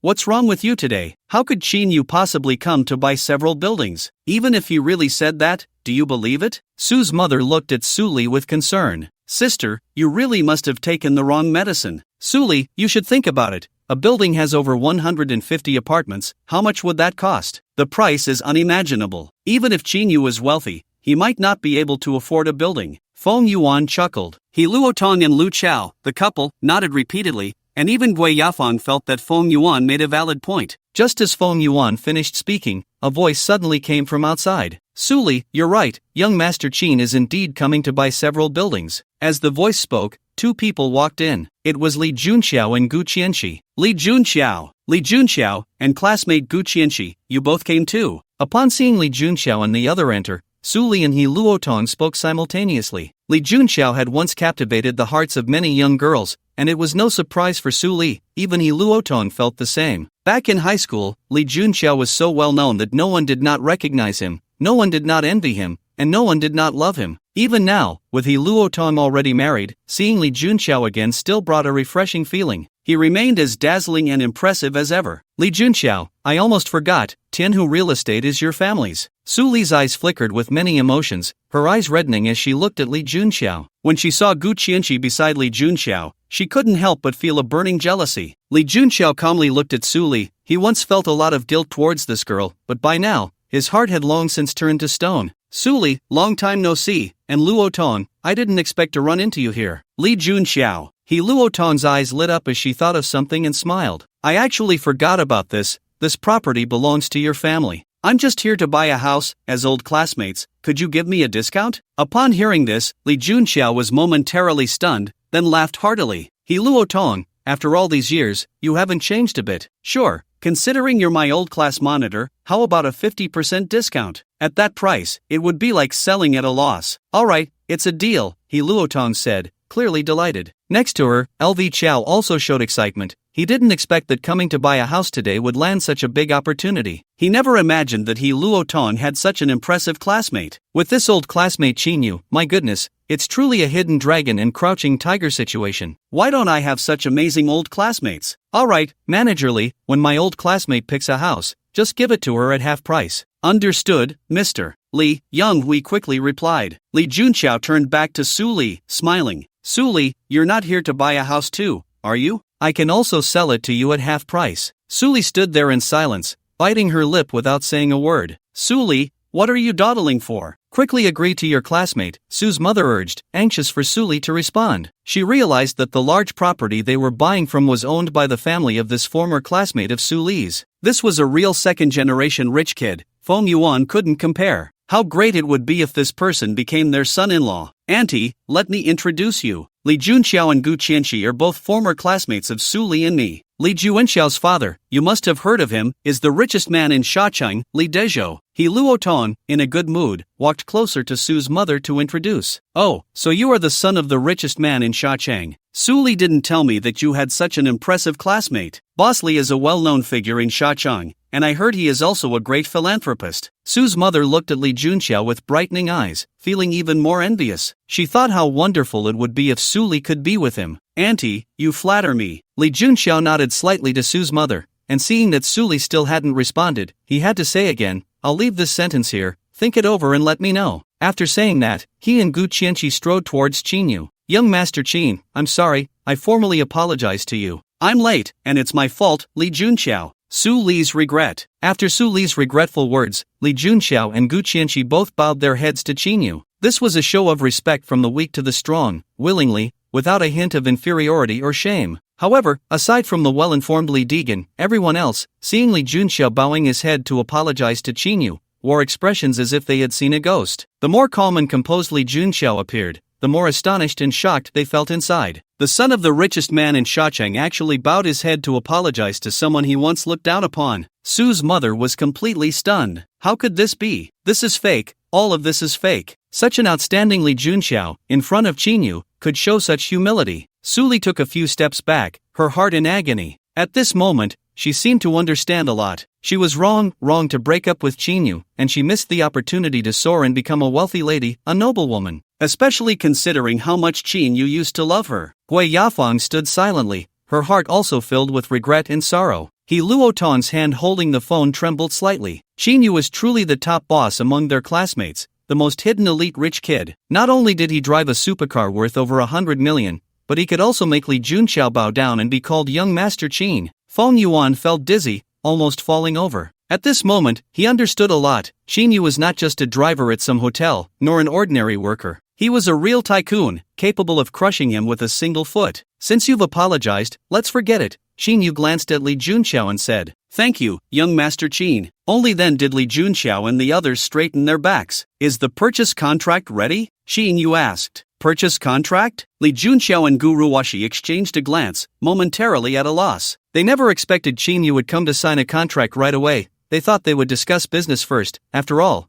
buying 4 buildings was no small matter, or at least negotiate the price before preparing the contract. I'm here to sign a contract, not to discuss business. Didn't we agree yesterday? 4 buildings for 2 billion, you just need to draft the purchase contract, and I'll make the payment. I don't have that much time to stay here, Qinyu said impatiently. Yes, young Master Qin, the contract will be ready soon. Why don't you come with me to the second floor, have some coffee and snacks while you wait? Li Junxiao bowed slightly. Alright, I'll wait a bit longer. Then, Qinyu, Li Junxiao, Li Dezheng, and others headed outside to the second floor. The remaining crowd was left in a daze, deeply shocked. This time, everyone heard clearly, not missing a word. Qinyu was really here to buy a few buildings, 4 to be exact, worth 2 billion. No matter how hard they tried to doubt it, they knew it was real, not a dream. Gui Yafang watched Qinyu's departing figure, a tall and unreachable background. From last night until today, her understanding of Qinyu's identity had been refreshed time and again. Being able to spend 2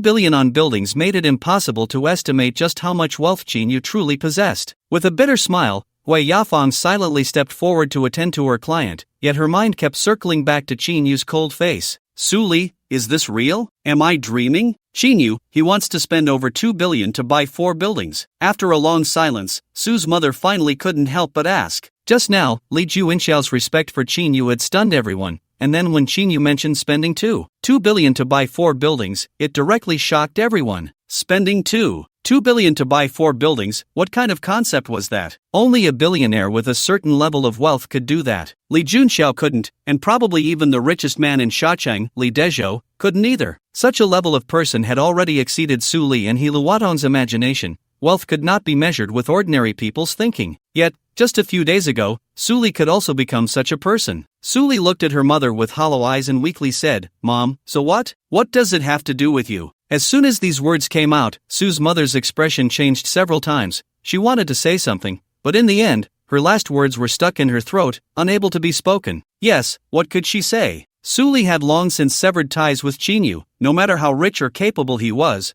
what did it have to do with her? Suli, I should leave now. Feng Yuan's face was dark and somewhat terrifying. You know the reason, last time you were deceived by him. Your ex-boyfriend is someone I can't afford to provoke at all. This time, I offended him entirely because of you. Don't contact me again. After saying this, she left with a grim expression. Feng Yuan, what did you say? Why did you just leave? Su's mother saw Feng Yuan say something harsh that she didn't understand and then leave. Anxiously, she asked Suli, your boyfriend has left. What are you still dawdling for? Su's mother was counting on Feng Yuan to help Suli buy a house, and now that the house hadn't been bought and he had left, her frustration grew even more. Mom, there's no need to chase after him. He didn't come here today with the sincere intention of buying me a house. Suli's expression was somewhat calm. What do you mean? Then what was he doing here today? Upon hearing this, Suli didn't know how to respond. It was Su Koen who spoke up at that moment. Sister, if Feng Yuan wants to leave, let him. Don't worry about him. See if you can get back together with Qinyu and be his girlfriend again. If you two are together, with his wealth and all the properties he owns,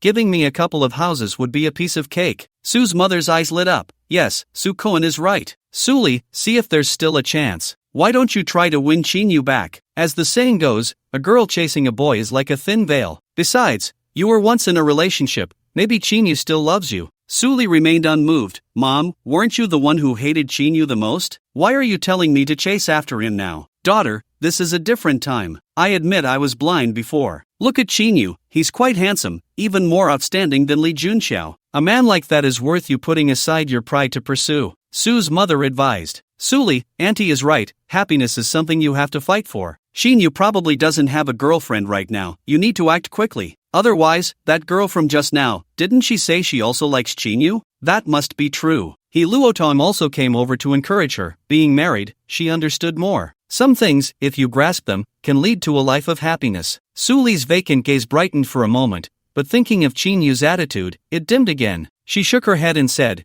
I know Qinyu's character. If he were an ordinary person, maybe I would still have a chance. But the way he presented himself just now, whether in status or wealth, has already surpassed the ordinary person's perspective. With his attitude, the chance of him accepting me is almost zero. Don't be discouraged. How will you know if you don't try? Alright, think it over slowly. I need to go check out the house. Li Junxiao promised to give me a 50% discount, so I need to finalize the deal quickly. After encouraging her, He Luotong took her husband and left. She didn't forget to boast in the class group. Classmates, I won't say much. I'm going to see a house. Li Junxiao promised me a 50% discount on the purchase. Once this message was sent, it drew a lot of envy. In fact, she had typed out and shared everything that had just happened in the class group. The reason she was so eager to share any surprising news was mainly to liven up the atmosphere in the group. After all, she was the group owner. The class group buzzed with messages from He Luotong, like dropping deep-sea bombs, pulling classmates who had been silent for a long time, even those who hadn't spoken in a year, back to the surface to discuss Qinyu enthusiastically. From the very beginning, when it was mentioned that Qinyu drove a sports car worth over 100 million, Suli had even apologized to him. Then the sales department manager came over, seeming very polite to Qinyu, even wanting to chase Feng Yuan and Su Kuan out. The classmates began to discuss Qinyu's identity with great interest. Some even speculated whether Qinyu had won the lottery to afford such an expensive car. As soon as the news broke, several people chimed in with messages of agreement, especially Guozhini and Du Jing, who had always been at odds with Qinyu,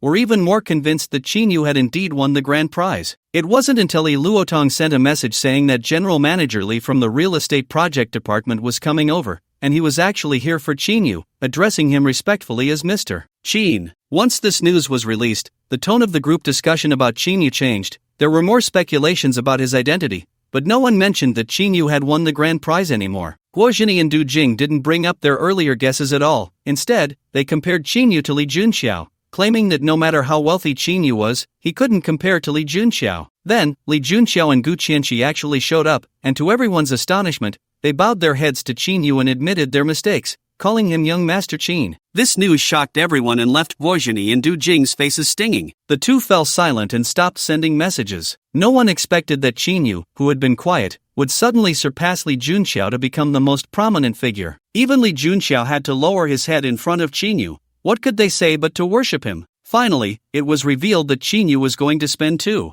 billion to buy 4 buildings. Once this news was posted, everyone in the group fell silent, and for a moment, no one typed anything. all processing the shock this information brought them. This was no longer just a matter of investigating Qin Yu's status. Estimating how wealthy a person is and whether they can actually take out such a large sum of money are two completely different things. 2 billion. My goodness. If just 1/10 of that were divided among them. No. If just 1/100th were shared, they would immediately be on the path to a comfortable life. This was the power of Qin Yu. With this final shift in Qin Yu's status, everyone in the group shared a unified attitude, showering him with compliments and praise. The most dramatic change came from Guizhini and Du Jing. From their initial harsh words against Qin Yu, even knowing he owned a sports car worth over 100 million, they still had their criticisms. Then they fell silent, not daring to say a word. After seeing He Luodong's last message, they changed their attitude and began typing messages praising Qin Yu. Their words could hardly hide their flattery, even reaching a level of excessive praise. At this moment, Li Shi, who hadn't sent a message in a long time, finally typed something. Li Shi,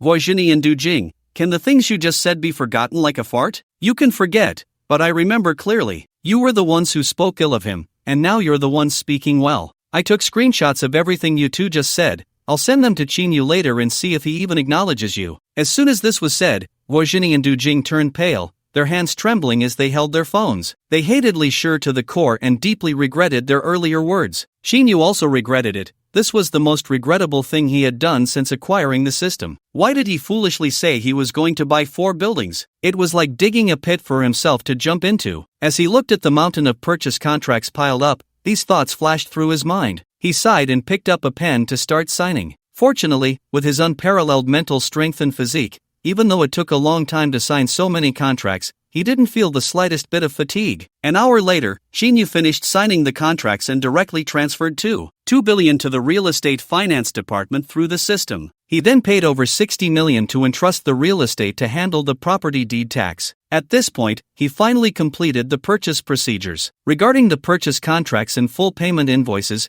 Qin Yu instructed Li Junxiao to find someone to deliver them to the villa at Nanyun Mountain Villa. He declined Li Junxiao and Li Degan's invitation to dinner and, under the farewell of everyone, left the sales office. Qin Yu drove the night wind out of the parking lot, preparing to refuel and leave, when he suddenly heard someone calling his name. Although he was sitting in a sports car with excellent soundproofing, Qin Yu's ears were incredibly sensitive. After a moment's thought, he rolled down the window and turned to see Suli running up, breathless. Is there something you need? Qin Yu asked calmly as Suli approached. Qin Yu, is there still a chance for us? Suli's lips trembled slightly as she spoke. Qin Yu, I was wrong. I used to be too arrogant in front of you. Can you forgive me? As long as I can be by your side again, I will never be as willful as before. No matter what, I will listen to you. Qin Yu coldly waited for Suli to finish. He could see that she had indeed changed compared to before, but he was no longer the humble person who could only struggle at the bottom. Suli, since the moment you proposed breaking up, you have ceased to exist in my eyes. So, if you want to get back together with me, do you think you deserve it? After saying this,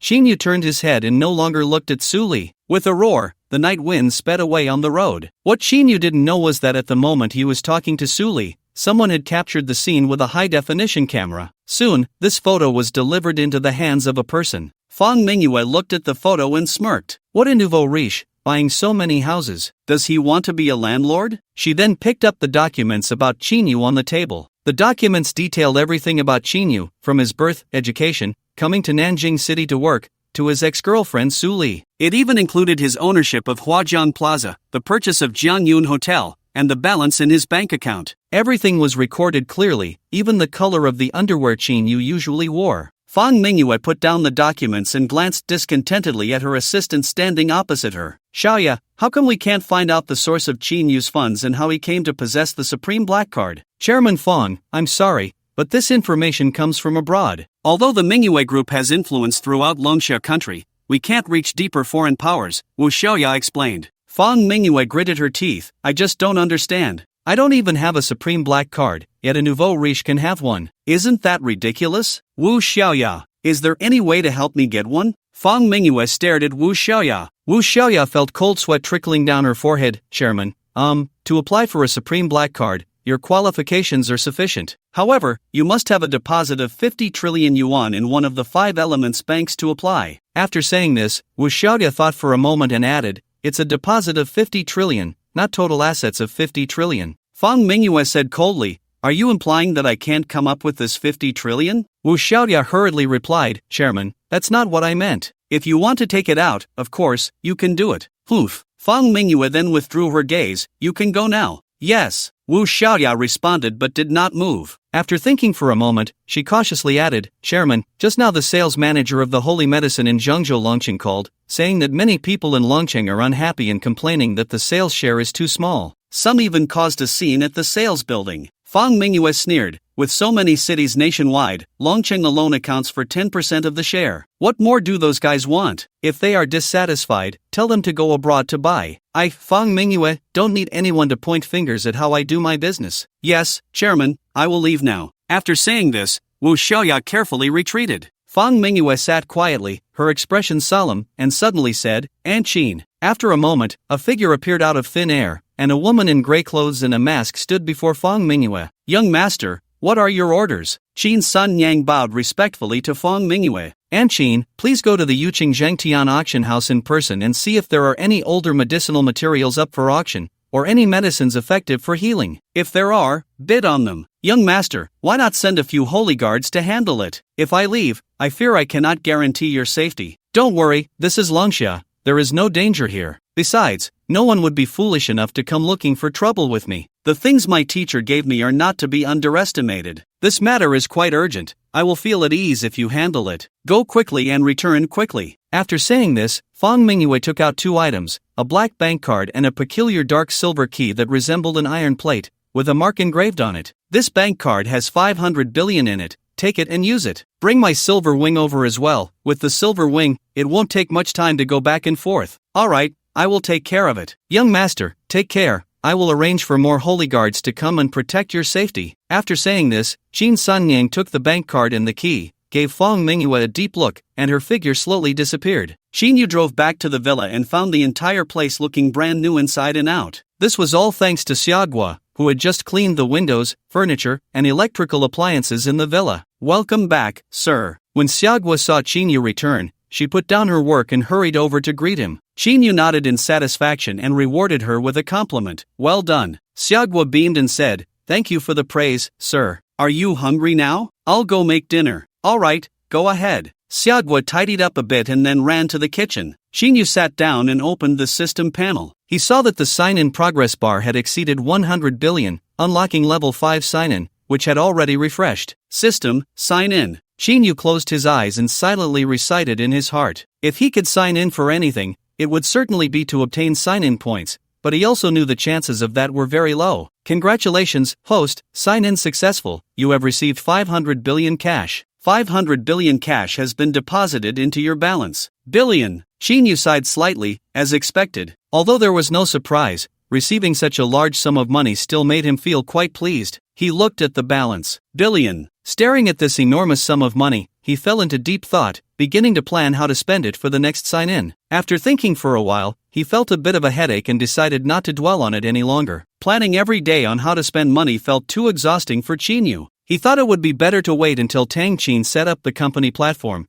then place part of the funds in the company account for her to invest. He would only be responsible for transferring the money, which would simplify things, making life much more comfortable. After dinner, I still need to go to Huajiang Square to check on Tang Qin's work. Qin Yu finally made a decision. Seeing that Xiaogua was still busy in the kitchen, estimating that it would take a while for the food to be ready, he picked up his phone to check. Entering WeChat, he saw several unread messages, all from Li Shi. After opening them, Qin Yu's expression turned cold. Guozhini, Du Jing. He coldly pronounced the names of the two. He couldn't help but recall his middle school days. These two seemed to be very good friends with Suli, but he had no other impressions of them. Yet these two were so reckless, constantly stepping on him in the class group, truly thinking he was easy to bully. After thinking for a moment, he opened the middle school classmates group and sent a message. Guozhini and Du Jing, I remember both of you. What qualifications do I, Qin Yu, have to be targeted by you two old classmates who enjoy slandering others? After sending that message,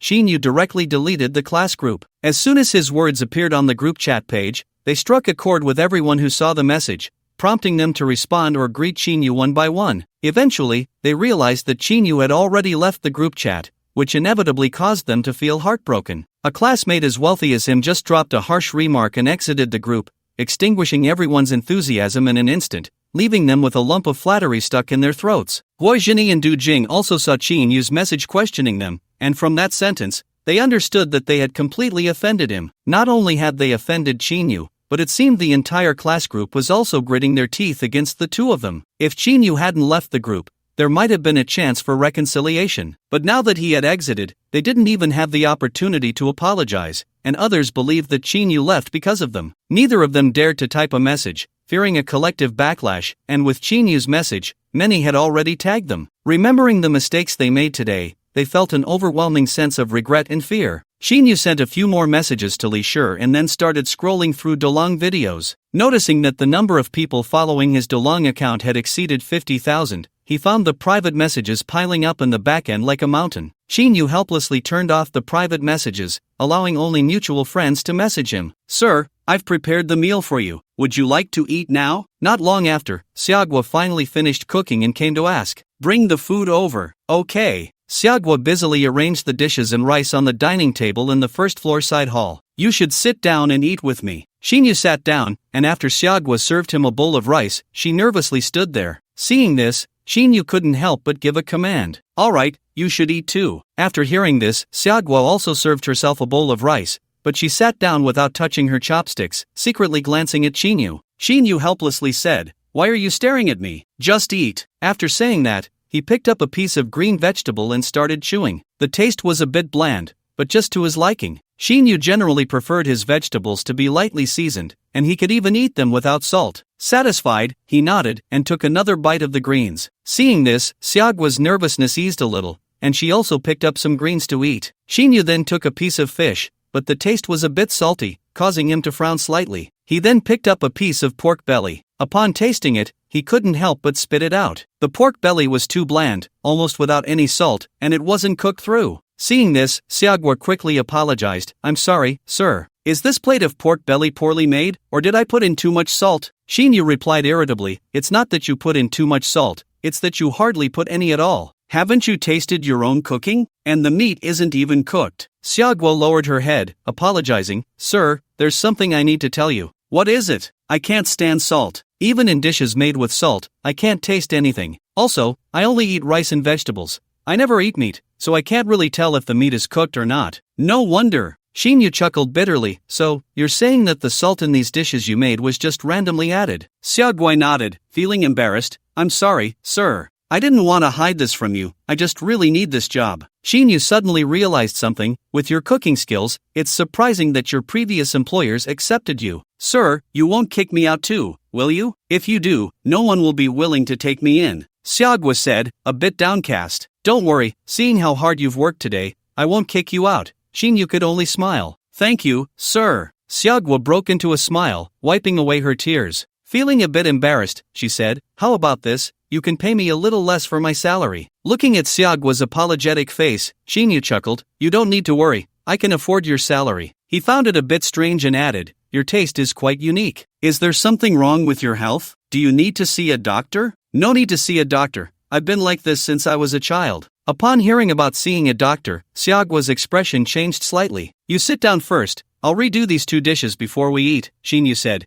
getting up to take the 2 plates of meat and heading to the kitchen. "Sir, I'll help too," Xiaoguo said, quickly standing up to assist as she watched Qin Yu leave. "No need, it will be done soon," Qin Yu replied and quickly entered the kitchen. He was quite familiar with cooking. During his previous job, he often cooked dinner in his rented apartment. After lighting the gas stove, he added salt where needed, water where needed, and cooked the 2 dishes again. Soon, 2 steaming plates of food were brought back to the dining table, and they began to eat. Xiaoguo really didn't eat any meat, only the vegetables. After finishing lunch, Qin Yu thought for a moment and said, "In the future, I might not come back to the villa for meals. If you see I'm not back, just cook for yourself, you don't need to worry about me." "Okay, sir." After lunch, Qin Yu rested for a few minutes before driving to Huajiang Square. Upon arriving at Huajiang Square, he was led by Tang Qin to the top floor of the building to check out the new office location and provide some suggestions for the ongoing office renovations. Then they went down to the 10th floor and entered a temporary office area. Xinyu also met more than 10 new employees recruited from a headhunting company. These people had just arrived today, marking their first day at work. The work tasks hadn't been assigned yet, so they were just getting to know each other, having a meeting, and familiarizing themselves with their new positions. Of course, as an investment company, as long as the personnel and funds were in place, work could be distributed immediately. These new employees included legal elites responsible for handling legal matters and drafting contracts,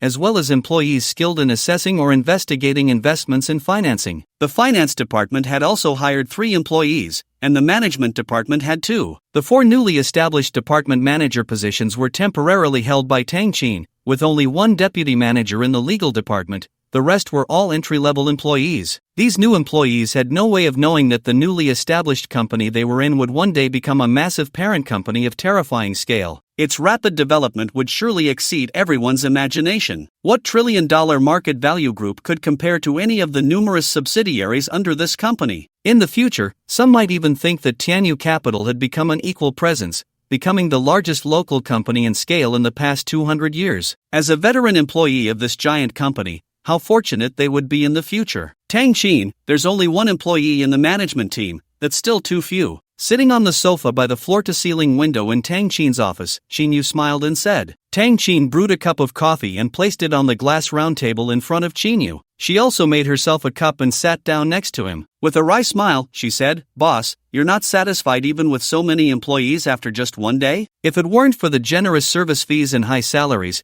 the headhunting company wouldn't have sent so many people over so quickly. For those who need both professional skills and rich management experience, it's not that easy to find. It takes some time," Tang Qin said, dressed in a fashionable light gray short-sleeve suit and a short skirt. Her long legs were crossed and resting beside Xinyu, revealing a glimpse of her fair, curvy figure. As the words fell, she elegantly raised her cup of coffee and took a sip. Yet her beautiful eyes would occasionally linger on Xinyu's face, as if assessing or observing him, her gaze mixed with a hint of daze. Xinyu felt a bit awkward as he took a sip of his coffee. He naturally understood Tang Qin's infatuated and unusual gaze. He was also aware that it was due to his improved physique and enhanced mental strength that he not only looked more handsome than before but also exuded a unique charm. Men mustn't be too handsome, or they'll inevitably attract bees and butterflies, drawing the attention of women. Fortunately, his combat power had reached the level of a half-step master, so even if a female predator were to pounce on him, he could likely fend her off. However, if it were Tang Qin, it would be hard to say. At this moment, Tang Qin was sitting too close, her scent, whether it was her natural fragrance or perfume, carrying a hint of jasmine. Out of the corner of his eye, he couldn't help but be drawn to her snow-white thighs. Xinyu suspected that she might be intentionally tempting him, but he had no evidence. Glancing at Tang Qin, whose complexion looked a bit haggard, he said, "Since you said that, I can only commend you. I was too eager. But for the next few days, I still need to trouble you. As I said, don't worry about saving money. Spending is not a concern. You can first hire a vice president or find another assistant. That would ease the pressure a lot." Tang Qin smiled and said, "I have indeed identified a senior executive. She is a vice president at a venture capital firm and has successfully invested in several listed companies. Her abilities are outstanding. Currently, she has some conflicts with the major shareholder of that company and is in contact with headhunters to prepare for a job change. The headhunter manager recommended her to me, and I directly offered her a salary increase of 50%. They are negotiating now, and I believe it won't be long before she joins us." Xinyu nodded. "Very good. You've handled this matter well. The various departments of the new company are gradually being established. The human resources department can be set up later when the company grows. We just need to establish the risk control and fundraising departments." Xinyu thought for a moment and said, "The risk control department can be set aside for now. After all, the company is just starting, and there's a sense of urgency and patience. As for the fundraising department, it's completely unnecessary." "Why?" Tang Qin looked over curiously. Xinyu shot her a glare and said irritably, "Nonsense, your boss has plenty of money. Why would he need fundraising? Just don't say I'm your employee. I can't afford to lose face." This statement was meant for the system to hear. Tang Qin stuck out her tongue playfully and said, "I understand. I was too stingy and underestimated you as a boss. I won't make that mistake again. By the way,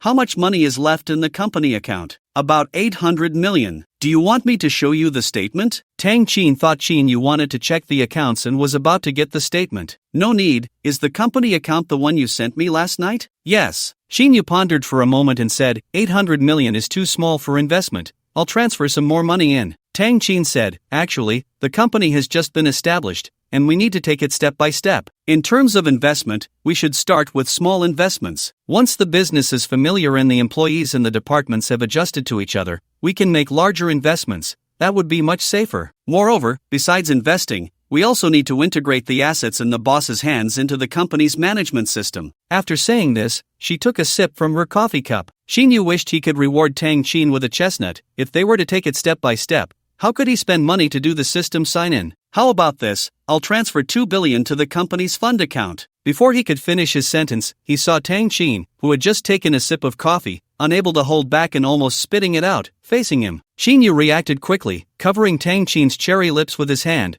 forcing her to swallow that mouthful of coffee. After letting go, he looked at Tang Qin, whose face was flushed and her big eyes staring at him. Xinyu felt a bit embarrassed and said, I saw you almost spitting out that coffee, so I helped cover your mouth. Are you okay now? Did you choke? Tang Qin shook her head, remaining silent, still staring with her big eyes. Xinyu helplessly said, You're not angry, are you? Tang Qin chuckled, Sorry, boss, I lost my composure. What you said earlier, is it true? Are you really going to transfer 2 billion to the company account? When have I ever lied to you? From now on, broaden your horizons. Just 2 billion and you're this scared. What if it's several hundred billion or even trillions in the future? Can you handle that? Upon hearing this, Tang Qin's heart raced. She couldn't help but want to ask Xinyu what kind of identity he had to be able to take out so much money. In the end, she still didn't ask. Tang Qin knew that, after all, she was just working for someone else. Although Xinyu was easygoing and spoke casually, she had to remind herself of her position. There were some things she shouldn't ask about. Xinyu had already picked up his phone and instructed the system to transfer 2 billion to the company account. Of course, this company account was also under Xinyu's name, and he was listed as the legal representative of the registered company. I've already transferred 2 billion to the company account, you can check it later. The money came so quickly, and it's 2 billion, Tang Qin said with a hint of bitterness. Her boss was truly extraordinary, he couldn't be viewed through the lens of an ordinary person. I'm giving you a task. After a few days of stability for the company, you must spend over 2 billion within a month. Whether it's for purchasing properties, investing in other companies,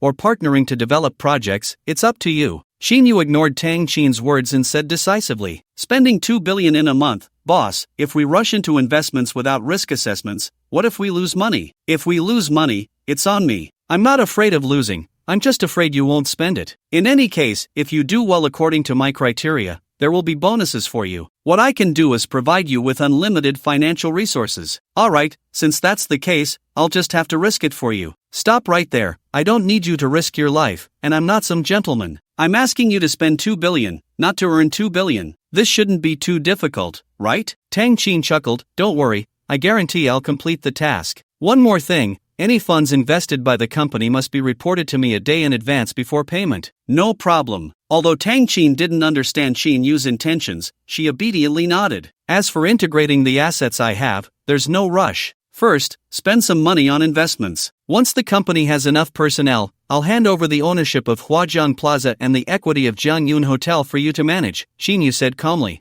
I understand, Tang Qin replied seriously. Ding ding ding. At that moment, Tang Qin's phone on the table rang. She picked it up and looked at the caller ID. Apologizing to Xinyu, she said, Sorry, it's a call from my best friend. You can take the call, don't mind me. Tang Qin didn't shy away from Xinyu's presence and answered the call. The conversation didn't last long. After a few exchanges, she hung up. Xinyu was sipping his coffee nearby, but his hearing was exceptionally sharp, catching every word from the other end of the line. The voice on the other end was that of a very pleasant woman, who mainly called to ask if Tang Qin wanted her to come over to celebrate her birthday today. In the end, Tang Qin declined, citing her busy work schedule. So today is Tang Qin's birthday. Xinyu felt a stir in his heart. Boss, you just came today. Although you've met the company employees, they don't know much about you. Why don't we gather everyone together now and hold a meeting? You can say a few encouraging words, and the employees' sense of belonging to the company, as well as their impression of you, will deepen. After finishing the call,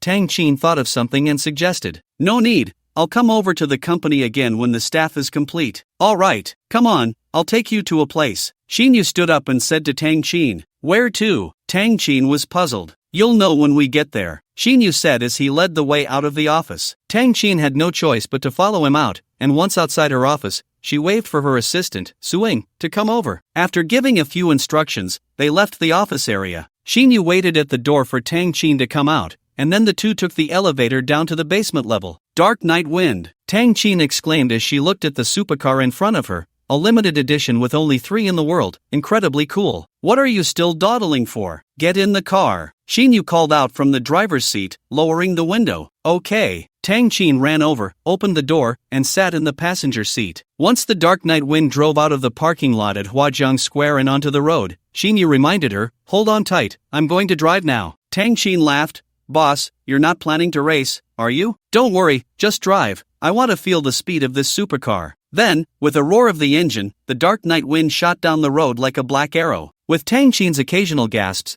the cars on the road were quickly overtaken and left far behind. When they reached a speed limit area with electronic speed monitoring, the Dark Night Wind slowed down, but soon began to accelerate again. 20 minutes later, with a beautiful drift, the Dark Night Wind stopped in front of the Daewoo luxury car dealership. Boss, you're not going to tell me you're buying another car, are you? The car had been parked for a while, and Tang Xin, still a bit shaken in the passenger seat, had a pale flush on her round face. Remembering the thrilling and exciting driving, her pale complexion turned slightly rosy. Seeing the sports car parked in front of a dealership, she couldn't help but ask. Correct answer, get out, we're going to buy a car. Xin Yu said grandly. Soon, both of them got out of the car and walked towards the dealership. Just as they reached the entrance, a man and a woman happened to arrive there as well. The woman, in her 20s, was slim, heavily made up, and wearing a designer outfit of a short top and shorts. Upon seeing Tang Xin, she exclaimed in surprise, Tang Xin, what are you doing here? Kai Chiu-ying. Tang Xin looked at the woman several times before recognizing her name. She smiled and said, sorry, I almost didn't recognize you. She pointed to the middle-aged man beside Kai Chiu-ying and asked, who is this? Seeing the middle-aged man's appearance, Tang Xin initially wanted to ask if he was Kai Chiu-ying's father, but noticing their somewhat intimate gestures, she quickly changed her mind. His name is Lu Chaoqi, the president of a trading company, earning over 10 million a year. He's also my boyfriend. Kai Chiu-ying didn't hide it and directly revealed her relationship with the man, sounding a bit proud. Tang Xin realized, she had heard before that Kai Chiu-ying had gotten involved with a big boss and quit her job. It turned out to be true. Chiu-ying, who is this? Lu Chaoqi noticed that Tang Xin, both in figure and appearance, was much more attractive than Kai Chiu-ying, and felt a bit jealous seeing her with a much younger and handsome man. This is my former colleague from Jiangyun Hotel. Her name is Tang Xin. So she was your former colleague. Lu Chaoqi's eyes lit up as he extended a hand towards Tang Xin. Hello, Miss Tang. Tang Xin felt a bit awkward. The middle-aged man's gaze was somewhat lecherous, and she felt displeased and a bit disgusted. Reluctant to extend a hand for a handshake, yet doing so would seem impolite. Turning to glance at Xin Yu, a thought crossed her mind, and she ignored Lu Chaoqi's actions. She replied, hello, Boss Kai. Then she hurriedly grabbed one of Xin Yu's arms and, almost instinctively, introduced him. Let me introduce you, this is my boyfriend, Xin Yu. Your boyfriend? Kai Chiu-ying looked at Xin Yu's youthful and handsome face, then at Lu Chaoqi, feeling a twinge of jealousy. With a natural smile, she said, Tang Xin, your boyfriend is quite impressive. What does he do for a living? Xin Yu unexpectedly took Tang Xin's hand, intertwining their fingers, which startled her for a moment, but she quickly relaxed, knowing Tang Xin was doing this to avoid awkwardness. There was no change in his expression. As a boss, it was no big deal to let his employee take a little advantage, so he decided to be magnanimous. Lu Chaoqi awkwardly withdrew his hand, feeling angry that Tang Xin had not given him face, and his gaze towards Xin Yu turned slightly unfriendly. I don't really have a job, I mostly just play around. I own a 7-star hotel, a commercial street, and have several $100 billion in funds, so I've lost the motivation to fight for a living. Not like Boss Lu, who runs a trading company and works hard every day. Truly a young talent, Xin Yu replied with a smile. He could see Kai Chiu-ying's ill intentions when she asked about his job, especially the way Lu Chaoqi looked at Tang Xin with such unrestrained eyes. Tang Xin, your boyfriend really knows how to joke, Kai Chiu-ying said with a stiff smile, clearly not believing him. Just claiming to have several $100 billion in funds, no one in Nanjing City had ever heard of anyone with that much money. Even in the entire Jiangzhou, it was hard to find someone with such vast resources. If he could boast like that, why not say he had several trillion? Lu Chaoqi's expression darkened further, his gaze towards Xin Yu shifting from unfriendly to cold. He thought Xin Yu was just bragging, but the latter part of his statement about being a young talent was a direct jab at his age. It was a heart-wrenching remark, deliberately poking at his weaknesses. At that moment, a female car salesperson approached with a professional smile. She slightly bowed and said, "Welcome. I'm the car salesperson here. Are you all here to buy a car?" Lu Chaoqi nodded at the salesperson and pulled Kai Chou-ying along, saying, "Let's go inside." "Okay." Kai Chou-ying turned back to Tang Qin. "Tang Qin, are you also here to buy a car?" Tang Qin glanced at Qin Yu and replied, "Yes." "Then let's go in together." Kai Chou-ying smiled, seemingly thinking of something pleasant. Thus, the four of them entered the car dealership's main hall. The female salesperson observed the situation and realized that Lu Chaoqi was the most likely buyer, so she focused her attention on him. "Sir, what type of car are you looking for, and what price range? I can take you to see some options. I'm here today to buy a car for this lady. You can ask her, she gets to decide what car she wants," Lu Chaoqi said, glancing at Qin Yu with a bold tone. "Thank you, Xiao Ge, then I won't hold back," Kai Chou-ying said happily, then turned to ask Tang Qin, "Tang Qin, are you buying the car today? Or is your boyfriend buying it?" With enthusiasm, she added, "I don't suppose you're buying a car for your boyfriend, right?" Lu Chaoqi interjected, still feeling the sting from Qin Yu's earlier comment and eager to find a way to retaliate. He certainly didn't believe Qin Yu could afford a car, knowing that the cars sold here started at several $100,000. Seizing the opportunity, he couldn't let it slip away. Tang Qin looked at Qin Yu, unable to suppress a smile. "As long as he wants to, I have no problem. It's just a car, I can afford it." Qin Yu's expression darkened as he shot a fierce glare at the giggling Tang Qin. He remained silent, seemingly too disdainful to explain. He had already revealed his identity, and if he had to explain further, it would seem somewhat devalued. "Tang Qin, you're not joking, are you? You've worked hard for years to earn your salary, and you're spending it all on buying a car for your boyfriend. That's just not worth it." Kai Chou-ying's words carried a hint of disbelief, but her expression showed she believed it to be true, feeling quite sorry for Tang Qin. It seemed that finding such a boyfriend was not worth it at all. In contrast, her man, who could casually gift her a luxury car, was the right match. "I think this guy is just a pretty boy, living off women," Lu Chaoqi snorted. Qin Yu couldn't help but say, "What's wrong with living off women? That's also a form of strength. If you have the ability, go find a beautiful woman and see if you can live off her." Although he knew this was a tease, Tang Qin's face flushed slightly at Qin Yu calling her a beautiful woman. But Lu Chaoqi's face turned purple, and for a moment, he had no retort. He felt that Qin Yu was damn right, but unfortunately, he had already become a greasy middle-aged man, and it was impossible for him to reach such a level in this lifetime. However, he wasn't discouraged. After all, he had money, and with money, he could look down on these young men who relied on their looks. "Young man, don't always think about living off women, you need to have your own career. Only successful men like me are welcomed wherever they go. Just like in this car dealership, the sales staff all know I'm the most capable buyer, and they treat me with great respect." So, Lu Chaoqi shook his head at Qin Yu. "Youth may be your capital, but when you're out in the world, identity and status are the most important. If you have no money and no strength,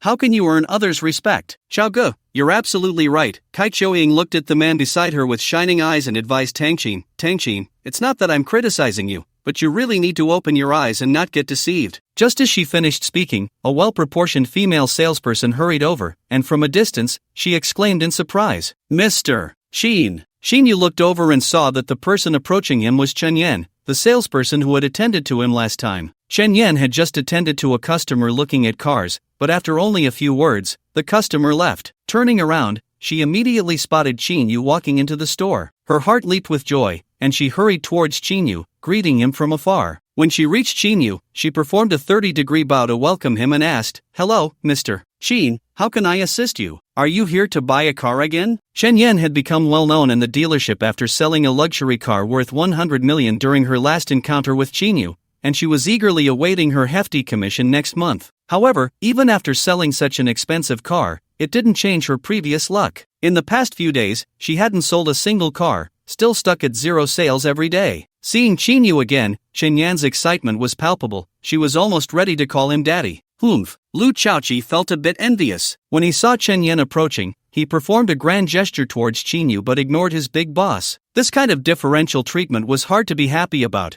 especially after he had just said that line, which felt like a slap in the face. After snorting, he added, "Where are your eyes, salesperson? This kid has no money to buy a car, but I'm here to buy one for real." When judging a person, you can't just look at their appearance. You have to consider their inner qualities and whether they truly have that strength, understand? After saying this, Lu Chaoqi stood there with his nostrils flared, pretending to be very displeased. "You are." Chen Yan looked at Lu Chaoqi, somewhat confused. as if she had just heard a huge joke. The next moment, Mr. Chin, you're here. Sir, it's good to see you again. What kind of car are you looking to buy? Would you like me to take you to see some? Mr. Chin. In the blink of an eye, several attractive female sales representatives, with graceful figures, approached Qin Yu and bowed in unison. Even the plain-looking Wang Jia, an older employee, couldn't help but come over. The gazes directed at Qin Yu were too fervent, almost unsettling, as if they were seeing their benefactor or someone they had long awaited. Qin Yu recognized a few from his last visit to buy a car,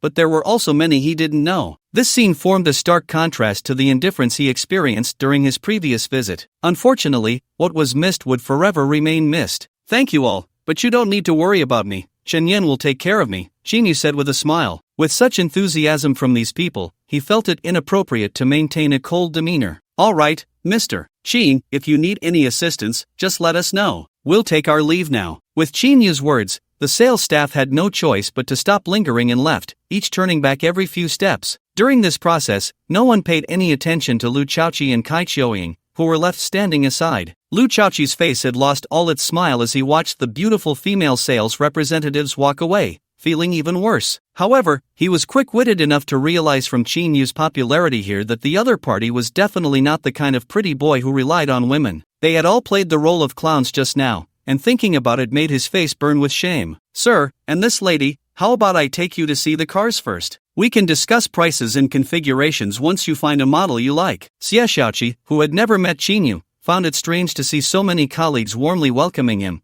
but still politely asked the customers beside her. Let's go take a look. Lu Chaoqi, having lost face earlier, didn't want to stand there any longer. Kai Qiuying felt the same. She and Tang Qin had previously served as butlers for guests in the presidential suite at Jiangyun Hotel, and Lu Chaoqi was one of her former clients. She thought that now, having attached herself to this big boss with an annual income of tens of millions, she could stand taller in front of Tang Qin. Little did she know that the man beside Tang Qin was not only handsome but also seemed to have a good status. In comparison, she felt diminished, and her mood to stay further diminished. Sir, this way please, Xie Xiaoqi guided. Then, Lu Chaoqi and Kai Qiuying followed the female sales representative, looking disheveled, to the car exhibition area. Mr. Qin, may I ask if you are buying a car for yourself or for this beautiful lady? Chen Yan asked with a smile. She knew Qin Yu had just bought a car not long ago, and it was likely he was here to buy a car as a gift for the woman beside him. Watching Tang Qin and Qin Yu being so intimate, Chen Yan couldn't help but feel a bit envious, of course, envious of Tang Qin's good fortune. It was certain that Qin Yu was wealthy and young and handsome. Wasn't he the Prince Charming she had been dreaming of? It's like this, Qin Yu thought for a moment and said, I have a friend whose birthday is today, a female friend. I plan to buy a car as her birthday gift, but I don't know what style of car she likes. He looked at Tang Qin. So, Tang Qin, can you help me see which car she would like? I imagine you girls might have some common interests and tastes. You're buying a car for a friend, yet you want me to help you choose? Who knows if her taste is the same as mine? Tang Qin said somewhat jealously, with a bitter tone. That's your main job today. If you do well, there will be a bonus. How much is the bonus? Upon hearing the word bonus, Tang Qin asked with a charming smile. I guarantee you'll be satisfied. Alright, boss, then I'll go take a look. But if the car you choose doesn't satisfy your female friend after buying it, you can't blame me. Tang Qin made a preemptive statement. Don't worry, the car you choose, she will definitely be satisfied. Qin Yu smiled mysteriously. He then said to Qin Yan, take my friend to see the cars, let her check out the ones on the first and second floors. As long as she finds one she likes, the price won't be an issue. If she likes it, I'll pay, but I won't go alone. Qin Yu had lost interest in looking at cars and wanted to leave everything to Tang Qin while he took a break. Boss, you really know how to make use of your employees. You want me to handle everything. Aren't you going to take a look? I can help you choose a car, but you should also consider it yourself. That way, you'll buy something that truly satisfies you. Besides, it's not me buying the car, it's you buying it for your friend. Tang Qin was a bit displeased. Qin Yu helplessly replied, Tang Qin, your work attitude won't do. It's still working hours. Isn't it your duty to help the boss? Fine, for the sake of the bonus you mentioned, I'll get to work, Tang Qin conceded. Ma'am, this way please. I'll take you to see the cars, Qin Yan said. She realized she had misunderstood earlier. It seemed this beautiful woman was not Qin Yu's girlfriend, but just his employee. Then I'll go look at the cars first. Tang Qin reluctantly withdrew her hand from Qin Yu's arm and followed Qin Yan towards the car exhibition. Qin Yu found a sofa chair in the first floor lounge, sat down, and took out his phone to read a novel. Not long after he sat down, someone hurriedly approached him, it was the manager of the car dealership, Lu Xing. Mr. Xin, hello, it's great to see you again, Lu Xing said with a smile. He had heard from an employee that the owner of the Angel Chiaing car had come, so he hurried down from the second-floor office. So it's Manager Lu, Xin Yu said, looking up from his phone screen and smiling at Lu Xing. Mr. Xin, why don't you come up to the second floor for some tea? Lu Xing invited. Sure, Xin Yu glanced at Tang Xin, who was looking at cars in the exhibition, then stood up and went upstairs with Lu Xing, entering the manager's office. Lu Xing took out his treasured Dehong Pao tea and brewed it, pouring a cup for Xin Yu. He smiled and said, Mr. Xin, your Angel Chiaing is still being repaired in the shop. I've asked the best bodywork technician to fix the dents, and the paint will be done today. So that means I can pick up the car tomorrow. How much will the repair cost? Please give me a total when it's ready, and I'll pay you, Xin Yu said with satisfaction. Actually, it won't be ready tomorrow, Lu Xing said with an awkward smile. The main issue is that several electronic components that were damaged are still being shipped from abroad, especially the anti-magnetic interference device. That's the core component of the entire car. So when can I expect the car? Mr. Xin, don't worry, it won't take too long. Those parts will arrive at the shop tomorrow, and after a day of installation and debugging, everything will be completed. In that case, please give me a call when the repairs are done. If I'm busy, I'll give you my address, and you can send someone to deliver the car. All right, Mr. Xin, that's completely fine. Xin Yu pondered for a moment and said, do you have any more Angel Chiaing cars for sale? If so, I'd like to buy a few more. Mr. Xin, how many more do you want to buy? Lu Xing was taken aback. That's right. Lu Xing smiled wryly. Mr. Xin, I would naturally be very happy to do this business with you. Unfortunately, the manufacturer only produced 5,000 units, and there are very few people driving this car in Longxia, but it's extremely popular abroad and has long been sold out. After all, this is a company product. However, if Mr. Xin doesn't mind buying a second-hand car, I can still help you find one. The price might be a bit higher than a new car because second-hand cars also need to be sourced from abroad, and the transportation costs are high. Hearing Lu Xing say this, Xin Yu was somewhat surprised at how expensive the Angel Chiaing was and how well it sold. Then, do you have any other cars that are relatively expensive? I don't want sports cars, but sedans or SUVs are fine. Xin Yu asked again. He had long wanted to stock up on a few more cars. Last time, he had to take a taxi because he didn't have a car on hand, which served as a wake-up call. He was already planning not only to buy a few more cars but also to hire more security and drivers. With a system in place and still being so low-key, wasn't that just a case of wearing fine clothes while walking at night? That was not his intention. Having a dedicated driver and security to clear the way for his travels would justify his binding to the system. Of course, when it came to buying cars, quality didn't matter, but they had to be expensive. Cars on the main streets were no longer in his sights with his current perspective. There are cars in the lot that cost over 10 million, and Mr. Xin is still not satisfied, Lu Xingqi said. The prices are too cheap. I only want to buy expensive ones, Xin Yu replied, his expression calm. Too cheap? Lu Xing couldn't help but reassess Xin Yu's status. Mr. Xin, does it mean that no matter how expensive the car is, you have no problem with it? As long as the price is reasonable, it doesn't matter how expensive it is, Xin Yu said seriously after taking a sip of tea. Lu Xing thought for a long time. Mr. Xin, I'll make a call to my boss to ask. He might have some connections. Sure, go ahead and call. Please wait a moment. Lu Xing then took out his phone, stepped out of the office, and made the call. After a long while, he returned to the office, looking somewhat excited. Mr. Xin, there's a model that will be launched overseas the day after tomorrow. It's also produced by the same company, and it's called Angel Chiaing. The difference is that this upcoming model is the official version of Angel Chiaing,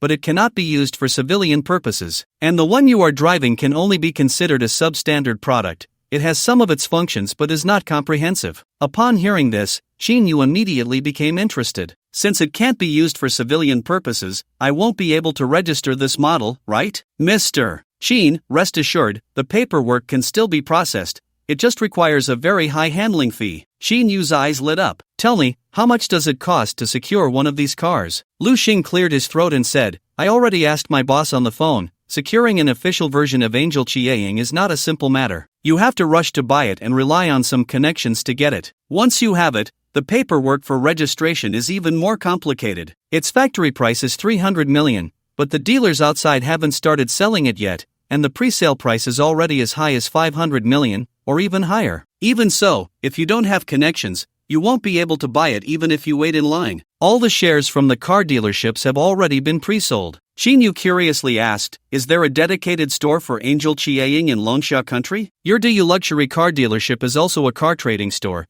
and most of the cars sold are foreign. Why not represent this model and bring some back for sale? Lu Xing smiled bitterly. Mr. Xin, as I mentioned earlier, the official version of Angel Chiaing cannot be used for civilian purposes. It can only be used in specific places. Even if it were brought back for sale, not to mention its terrifying price, just the registration paperwork would incur quite high costs, especially since this car's appearance isn't particularly flashy. To ordinary people, it seems somewhat low-key. Who would buy it? Although there are dedicated stores for company cars in the country, a 100 million Angel Chiaing might be available for sale, but the official version will basically not appear. You make a valid point, Xinyu nodded, realizing he had overlooked this common sense. Who else in the world was like him, not short on money at all? Lu Xing began discussing the transaction price. To buy this car, including transportation, registration fees, and a portion of the profit for our dealership, it would cost at least 800 million. 800 million? Xinyu was taken aback, even though he wasn't short on money. Hearing that price felt somewhat terrifying. That's right, and this is the lowest estimate. If the costs exceed the budget once it's in your hands, we'll have to raise the price. But don't worry, the increase won't be too much. Xinyu fell silent for a moment and said, this official version of the Angel Chiaing is so hard to buy. How many units are produced in total? It shouldn't be many, right? Lu Xing thought for a moment and replied, the boss mentioned earlier that it seems to be no less than 50,000 units. 50,000? Doesn't that mean the company could earn several trillion just from producing this car alone, even reaching over 10 trillion? Lu Xing looked at Xinyu with a bitter expression and said, 10 trillion might seem astronomical to others,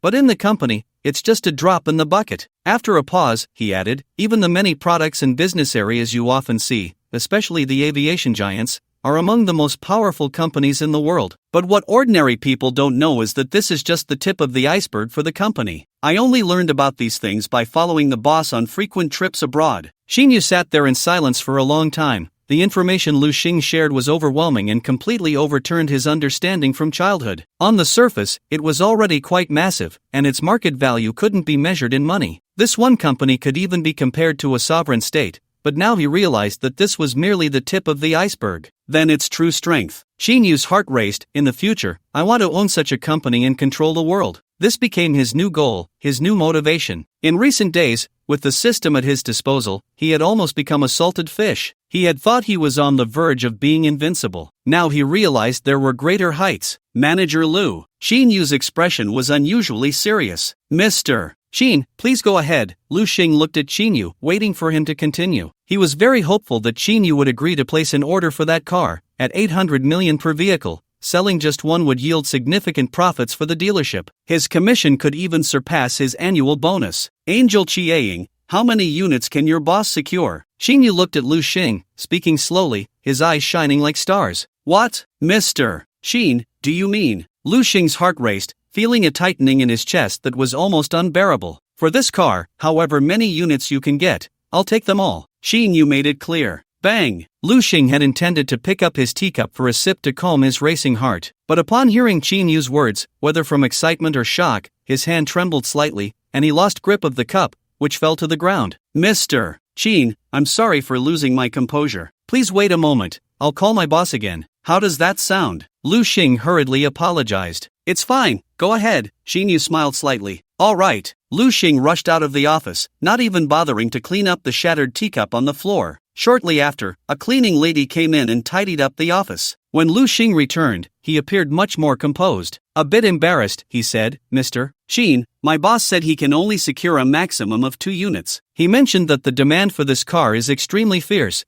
and the buyers are not ordinary people. Even if he could get many units, it would attract too much attention and could lead to unforeseen issues. In that case, help me get 2 units back. How much deposit do I need to pay? Xinyu sighed slightly. He had originally wanted to order more than 10 units. Not only would it make signing in for the system easy, but having so many luxury cars would also set him apart and give him face when driving out. However, he also had plans. Besides the DU luxury cars, there was also the Nanyun line. Call Yun Xiaoting again later to see if she has a way to get this car. As for the deposit, 2 cars with a prepayment of 200 million will do, but we need to sign a pre-sale contract. Although only 2 cars could be sold, Seeing Qinyu ready to make a decision, Lu Xing's excitement was evident. No problem, Qinyu replied. Lu Xing hurriedly went to get the pre-sale contract and called the finance department over. Soon, Lu Xing filled out the pre-sale contract, signed his name, and stamped it with the official seal. Qinyu took the contract, glanced at it, and signed his name as well. The finance staff arrived at that moment,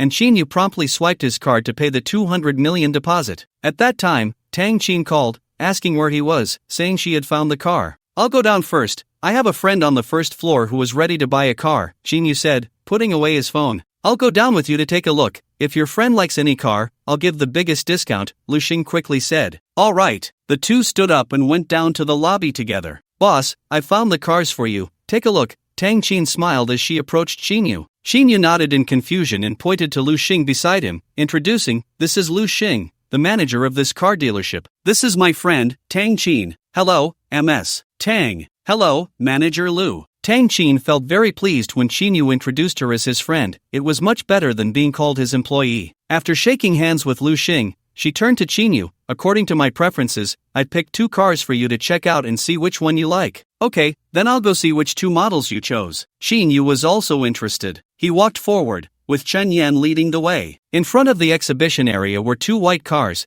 exactly the ones Tang Qin had selected, and Chen Yan called for them to be parked side by side. One was a Porsche Cayenne, and the other was a Maserati Quattroporte. Both cars were white and looked quite good. However, it was somewhat surprising that a delicate girl like Tang Qin would like a mid-sized SUV like the Porsche Cayenne. Qinyu glanced at Tang Qin curiously and began to assess the 2 cars. After looking several times, he concluded that he didn't particularly like either car. But since they were chosen by Tang Qin, he was too lazy to choose and quickly made up his mind. He casually asked, what are the prices of these 2 cars? Mr. Qin, the Porsche Cayenne is 1.3 million, and the Maserati Quattroporte is 1.6 million. These are the prices without any additional options. If you want to add other features, the price will go up. However, there's no need to add options because both cars are already well equipped, Chen Yan explained, pointing to the 2 cars. Qinyu looked at Tang Qin. Tang Qin, do you think we should add any options? Tang Qin suggested with a hint of teasing, boss, you're really silly.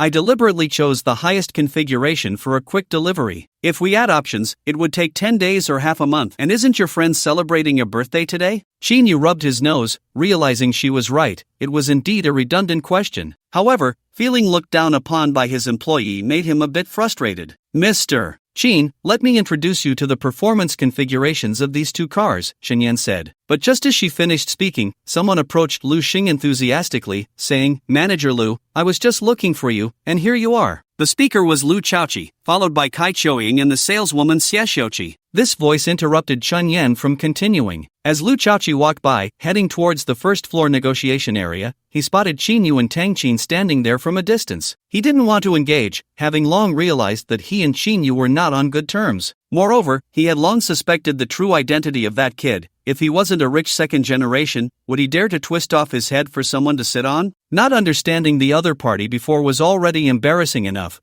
and now he didn't want to seek discomfort. Unexpectedly, out of the corner of his eye, he spotted a familiar face, Lu Xing, who was standing next to Qinyu. He naturally recognized Lu Xing. The last time he was here, he had bought a car, and they had a pleasant conversation. Seeing Lu Xing there, he felt a stir in his heart. Kai Choying had already chosen a pink Audi, the top configuration costing nearly 400,000. Now that he saw Manager Lu, it was just right to go over and talk to him, hoping to save a few thousand. Although a few thousand was just a small profit for him, it was still better to save if possible. Just by moving his lips, he could save tens of thousands. Who wouldn't like that? He turned around and walked towards Lu Xing. Before he got close, he smiled and said, It's you, Manager Lu. Lu Xing's expression flashed with confusion but quickly recognized who Lu Chaoqi was. He basically knew all the customers who came to buy cars at the dealership, and he had a relatively deep impression of Lu Chaoqi. The two then shook hands warmly. Manager Lu, are you here to buy a car again? You were just here not long ago.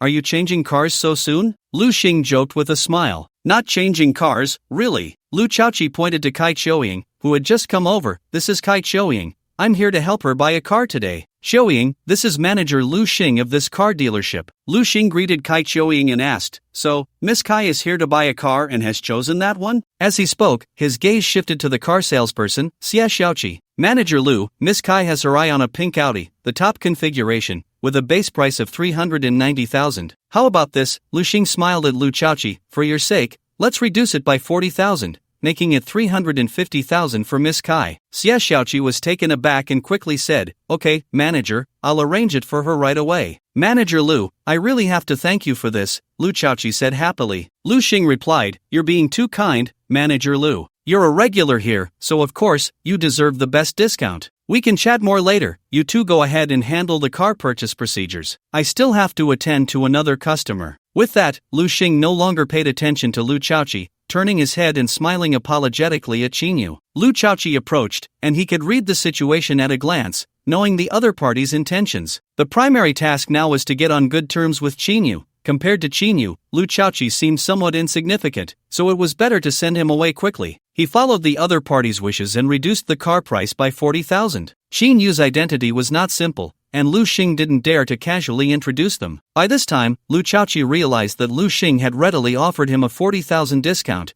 but the real intention was not just to send him away quickly. In the eyes of the other party, this rich second generation named Qinyu was far more important than him. He had miscalculated and inadvertently set a trap for himself. Realizing the situation, Lu Chaoqi didn't want to keep putting on a brave face. With an awkward smile, he pulled Kai Qiuying and wanted to leave. Kai Qiuying didn't notice Lu Chaoqi's embarrassment. She had already noticed the two cars in front, especially the Maserati Quattroporte, which she instantly fell in love with. She had previously liked this car, but it was too expensive, and Lu Chaoqi hadn't made the decision to buy it. Now, it was right in front of Tang Qin. After thinking for a moment, she couldn't help but curiously ask, "Tang Qin, you don't mean to buy one of these two cars, do you?" Tang Qin looked at Qinyu and smiled. "This is my boyfriend who wants to buy a car. I'm helping him choose." "So you know each other?" Lu Xing looked at Tang Qin and Kai Qiuying, somewhat surprised, and asked, "Do you know each other?" Kai Qiuying replied, "I used to be colleagues with Tang Qin, so you could say we know each other." "I see," Lu Xing said, enlightened. Kai Qiuying glanced at Tang Qin, who had clearly stated earlier that she was helping her boyfriend choose a car. This left her a bit confused. She had noticed that Qinyu was not an ordinary person and seemed to be a regular here. "Tang Qin, you're not really helping your boyfriend buy a car, are you?" As soon as this was said, both Lu Xing and Shen Yan couldn't help but laugh. Tang Qin suppressed her laughter and said, "You can say that. I can help him pay for whichever car he likes." Hearing this, Kai Qiuying was even more puzzled, as she had only asked casually. She thought Tang Qin would deny it, but it turned out she was indeed buying a car. Kai Qiuying felt a bit of a headache and noticed the strange looks from the others. Initially, she thought Qinyu had little money and that Tang Qin was helping him buy a car. However, seeing how popular Qinyu was here, even the manager of the car dealership was fawning over him, she realized she had misunderstood when they first met. Qinyu noticed Tang Qin trying to hold back her laughter and knew his employee was teasing him. A bit annoyed, he said, "Tang Qin, if you keep this up, I'll have to deduct your salary. You won't want your bonus either." This statement had an immediate effect. Tang Qin stopped laughing and became serious. She apologized, "Boss, I'm sorry, I was wrong." "Boss? Tang Qin, he's your boss, not your boyfriend?" Kai Qiuying's eyes widened. "Yes, he really is my boss," Tang Qin admitted, but she didn't deny that Qinyu was her boyfriend. "Weren't you working at Jianyun Hotel? How did he become your boss? Did you leave Jianyun Hotel?" "I've changed positions, but I still work at Jianyun Hotel, and Qinyu is the owner of Jianyun Hotel." Seeing that Qinyu didn't stop her, Tang Qin revealed his identity. "He's the owner of Jianyun Hotel?" This time, not only was Kai Qiuying surprised, but Lu Chaoqi and Lu Xing were also shocked. Jianyun Hotel was the most famous 7-star hotel in Nanjing City. The hotel was massive, and its daily profits were astonishing. To be the owner of such a hotel implied a status that was far beyond Lu Xing and Lu Chaoqi. "Tang Qin, don't joke around. I remember there are several shareholders of Jianyun Hotel," Kai Qiuying said, expressing her disbelief. "He just acquired Jianyun Hotel the day before yesterday and is now its sole owner. Didn't he tell you when you first met that he owns a 7-star hotel?" Tang Qin explained seriously. Kai Qiuying fell silent, but her expression still showed disbelief. She thought Tang Qin was lying to her. A 7-star hotel owner, so young, and he owned it outright, who would believe that? Tang Qin could only helplessly say, "Believe it or not, I don't want to explain further." "So Mr. Qin is the owner of Jianyun Hotel. My apologies." Lu Chaoqi and Kai Qiuying didn't believe it, but Lu Xing did and quickly apologized to Qinyu. Qinyu didn't care about Lu Chaoqi and the others. Upon hearing Lu Xing's words, he calmly said, "My identity isn't important. I'm here to buy a car, not to flaunt my status." After saying this, he looked at Chen Yan and said, "How about this? You don't need to introduce these two cars anymore, I'll take both." Since they're both high-end models, there's no need to customize them. Can you calculate the total price for both cars, including all fees? Okay, Mr. Chin. Chen Yan was pleasantly surprised to hear that Qin Yu wanted to buy both cars. She would never doubt Qin Yu's words. He didn't even bat an eye at cars worth over 100 million, let alone these two that added up to only 2 or 3 million. After calculating, she said, Mr. Qin, the total price for both cars is 3.28 million. Since you are a regular customer, I can offer you a 10% discount, making it 2.95 million in total. That's fine, go ahead and handle the paperwork, he replied. Mr. Qin, how about this? I can give you an additional discount of 350,000, so you can just pay 2.6 million, Lu Xing hurriedly suggested. Now that he knew Qin Yu was the owner of Jiangyun Hotel and had just given a 200 million prepayment to buy 2 cars worth 800 million,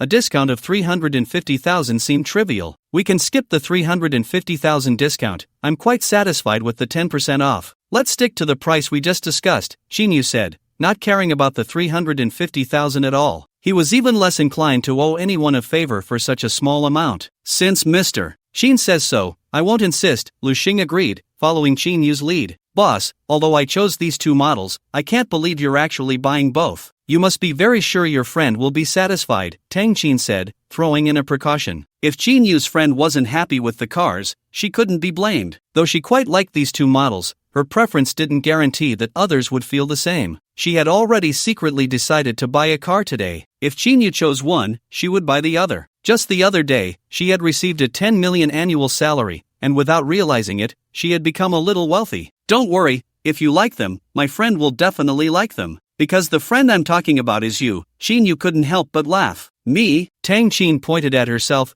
her big eyes wide open as she stared at Qin Yu for a while before coming to her senses. So, you're here to buy cars today entirely for me, she said, unsure if she felt grateful or moved, her eyes glistening with moisture as she looked at Qin Yu. Otherwise, what do you think? You've been working so hard, and today is your birthday. Buying 2 cars to reward yourself isn't too much, is it? Qin Yu countered. Tang Qin shook her head. You're right, it's not too much. But then she added a bit angrily, why didn't you tell me earlier or give me a hint? If I had known they were for me, I would have picked the expensive ones. I thought you were buying for some friend of yours, and I almost went to choose a super cheap one, Qin Yu said, a bit exasperated. How about I give you another chance to pick? I don't mind. Forget it, you've already bought both. What more can I say? Besides, I actually prefer these 2 models and don't want to spend more energy choosing again, Tang Qin considered seriously. Tang Qin, so you're saying both cars are gifts from him, and you're still not satisfied? Kai Chiuying, who had been listening, expressed her shock and envy. She realized that Qin Yu was indeed Tang Qin's boss, though whether he was the owner of Jiangyun Hotel was uncertain. Not only was he wealthy and handsome, but it was also unclear whether their relationship was purely that of a boss and employee or something more. In any case, being able to gift 2 luxury cars worth over $1 million each was undoubtedly true love. What frustrated her more was that Tang Qin was still not satisfied and wanted something even more expensive. Thinking about her own situation, she sighed, people really shouldn't be compared. In an instant, she felt that the Audi worth over 300,000 that Lu Chaoqi had bought for her was not only unappealing but also a bit disappointing. You saw it all, why ask? Tang Qin began to show off. Seeing Tang Qin looking quite pleased with herself, Kai Chiuying fell silent, having nothing to say. She stole a glance at the handsome Qin Yu and then at Lu Chaoqi's greasy face, along with the 2 very eye-catching luxury cars. It's simply infuriating how people can make you feel inadequate. Comparing goods, she wanted to throw away her new car before it even arrived. At the same time, she regretted asking Tang Qin that question. Wasn't she just making herself uncomfortable? Let's go, Lu Chaoqi said, unable to hold back any longer, his voice low. His face was as grim as it could be. Not only had he lost face in front of Qin Yu, but he could also see Kai Chiuying's jealousy towards Tang Qin. His woman's jealousy towards another woman only represented his own inadequacy. He just wanted to leave this painful place as soon as possible. Alright, let's go handle the car purchase procedures, Kai Chiuying replied somewhat dispiritedly, and the 2 left in a huff. Tang Qin saw them leave but didn't say anything to keep them. Her heart felt like it was filled with honey, and she was quite excited to reassess the 2 cars that would soon belong to her. Qin Yu said to Chen Yan, just take my friend to handle the car purchase procedures. Both cars should be registered in her name. I'll pay with my card, no matter the cost. Understood, Mr. Qin. Chen Yan nodded at Qin Yu, then turned to Tang Qin. Ms. Tang, I'll take you to handle the car purchase procedures now. Okay. Tang Qin didn't hold back and directly followed Chen Yan to complete the paperwork. Mr. Sheen, since your friend has decided to buy the cars, I have some matters to attend to, so I'll take my leave now. As for your order of the 2 Angel Chiang cars, I'll notify you as soon as they arrive at the dealership. Lu Xing also prepared to leave, as he had a heavy workload today with many tasks awaiting him. Thank you, you go ahead with your work, Lu Xing responded quickly and walked away. Since both cars were paid in full, the purchase procedures were completed swiftly. Although both models were high-end with many features, they still needed window tinting, soundproofing, rust-proofing, and a few other installations. Tang Qin didn't pick up the cars that day. She would return to collect them once everything was settled and the license plates were installed. In the end, Xinyu paid 3 million and left the dealership with Tang Qin. Looking back at the dealership, Xinyu found it strange that he hadn't seen by Xiaoya this time. As soon as they got into the dark night wind, Tang Qin finally asked the question that had been on her mind. Boss, how did you know today is my birthday? I don't remember telling you. Xinyu's face turned slightly red. How could he tell her he overheard her conversation with her best friend to find out it was her birthday? If he admitted to eavesdropping on a female subordinate's conversation, would he still have any face left? He played coy and said, Tang Qin, you've been with me for a while now. Don't you know my capabilities? How could I not know something as trivial as your birthday? Tang Qin looked at Xinyu in confusion. It seemed they hadn't known each other for long. While Xinyu's influence was indeed formidable, knowing her birthday was a different matter. Could it be that he investigated me? It made sense. No wonder he entrusted her with such an important position. Then, Tang Qin smiled slyly. Boss, since you know today is my birthday,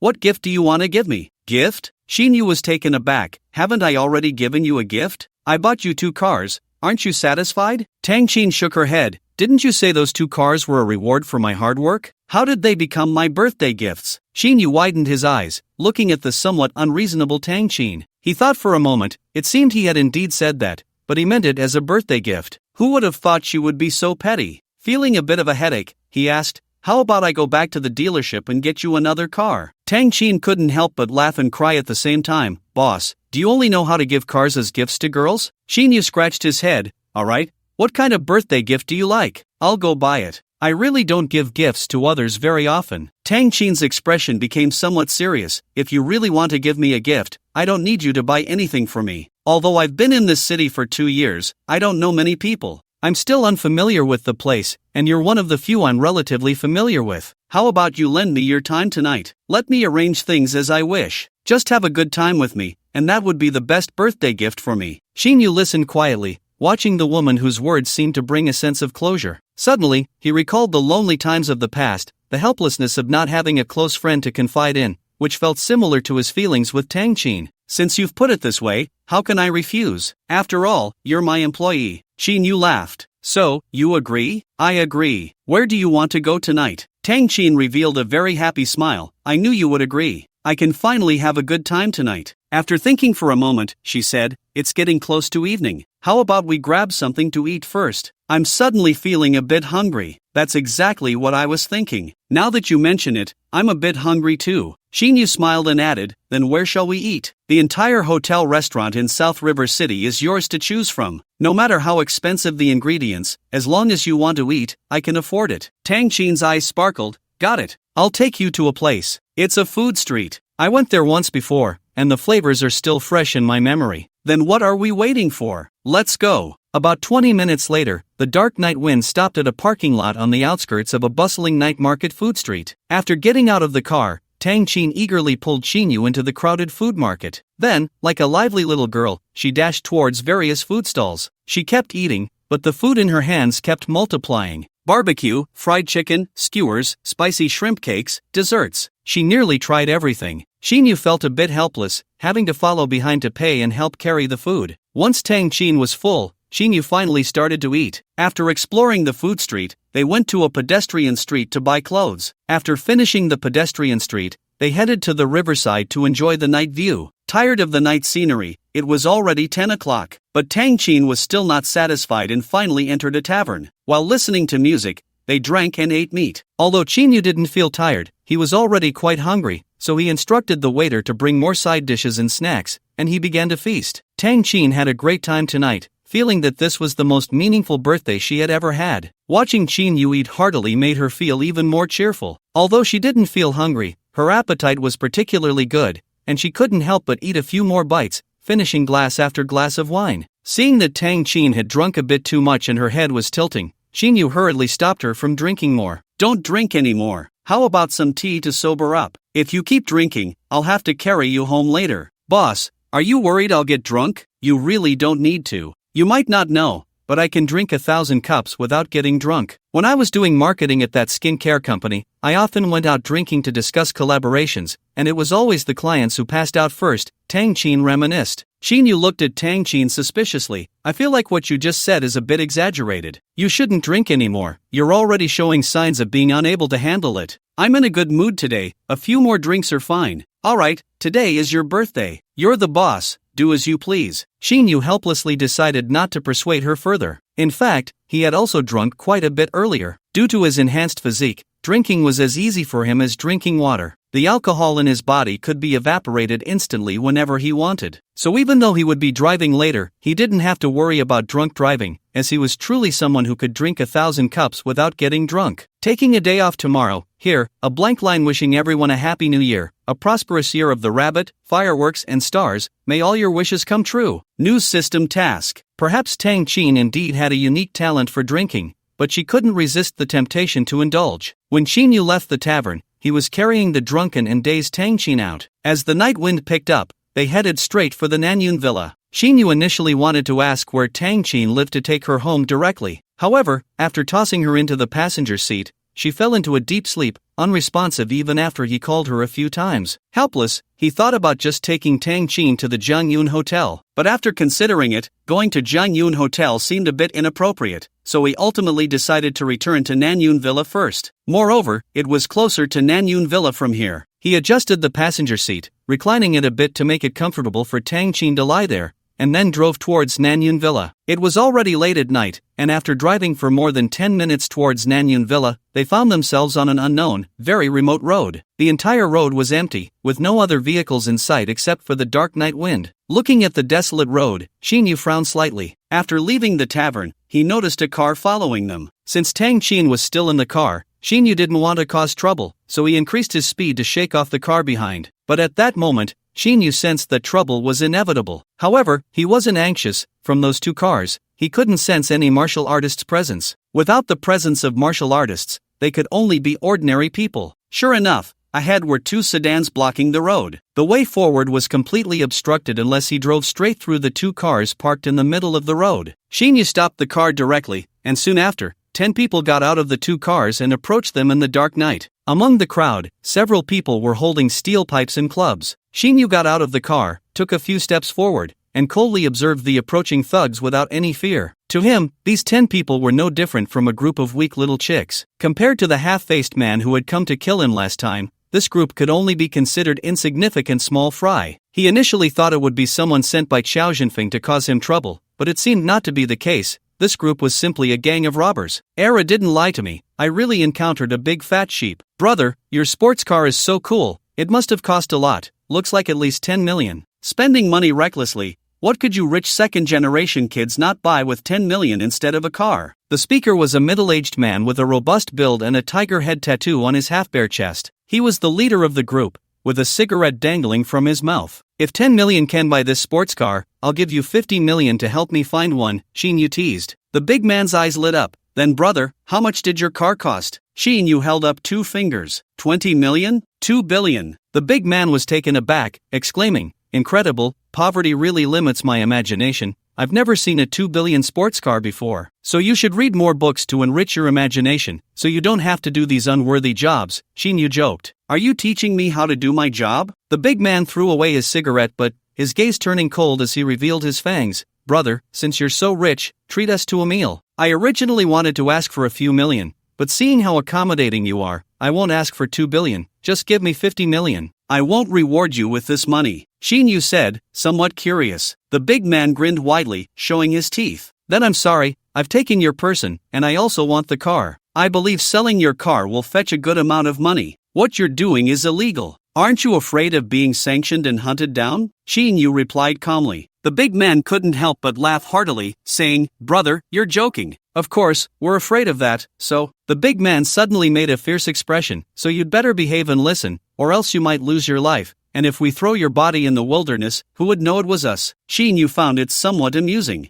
With his mental perception, it was clear from the man's words that this was just a scare tactic. He retorted, "So, if I obediently listen to you, can you guarantee my safety and let me go? How do I know you won't kill me to silence me in the end?" "Don't worry. I'm Wolf Boss, and I'm known for my integrity on the streets. A promise is worth 1,000 gold, and I always keep my word." Seeing Chin Yu's skeptical expression, he continued, "As long as you obediently transfer 50 million to a designated account of mine, you'll be released. However, before we let you go, we need to take a few selfies, the kind of body art, with various poses. Consider it a memento of our acquaintance. Of course, if you ever want to cause me trouble in the future, I can't guarantee those photos won't circulate online." Chin Yu couldn't help but admire, "You guys really thought this through. You're too kind, just trying to make a living." Just then, a beam of headlights lit up from the road behind. Following that, the black BMW that had come out of the tavern caught up. Two men got out of the car, one thin and one fat. They approached and respectfully called out to Wolf Boss, "Wolf brother, Wolf brother." Wolf Boss was very pleased and said to the approaching man, "Erhu, you did well this time. If this deal goes through, you won't miss out on your benefits." "Thank you, Wolf brother," the thin man said joyfully. Both men regarded Chin Yu as a lamb to be slaughtered,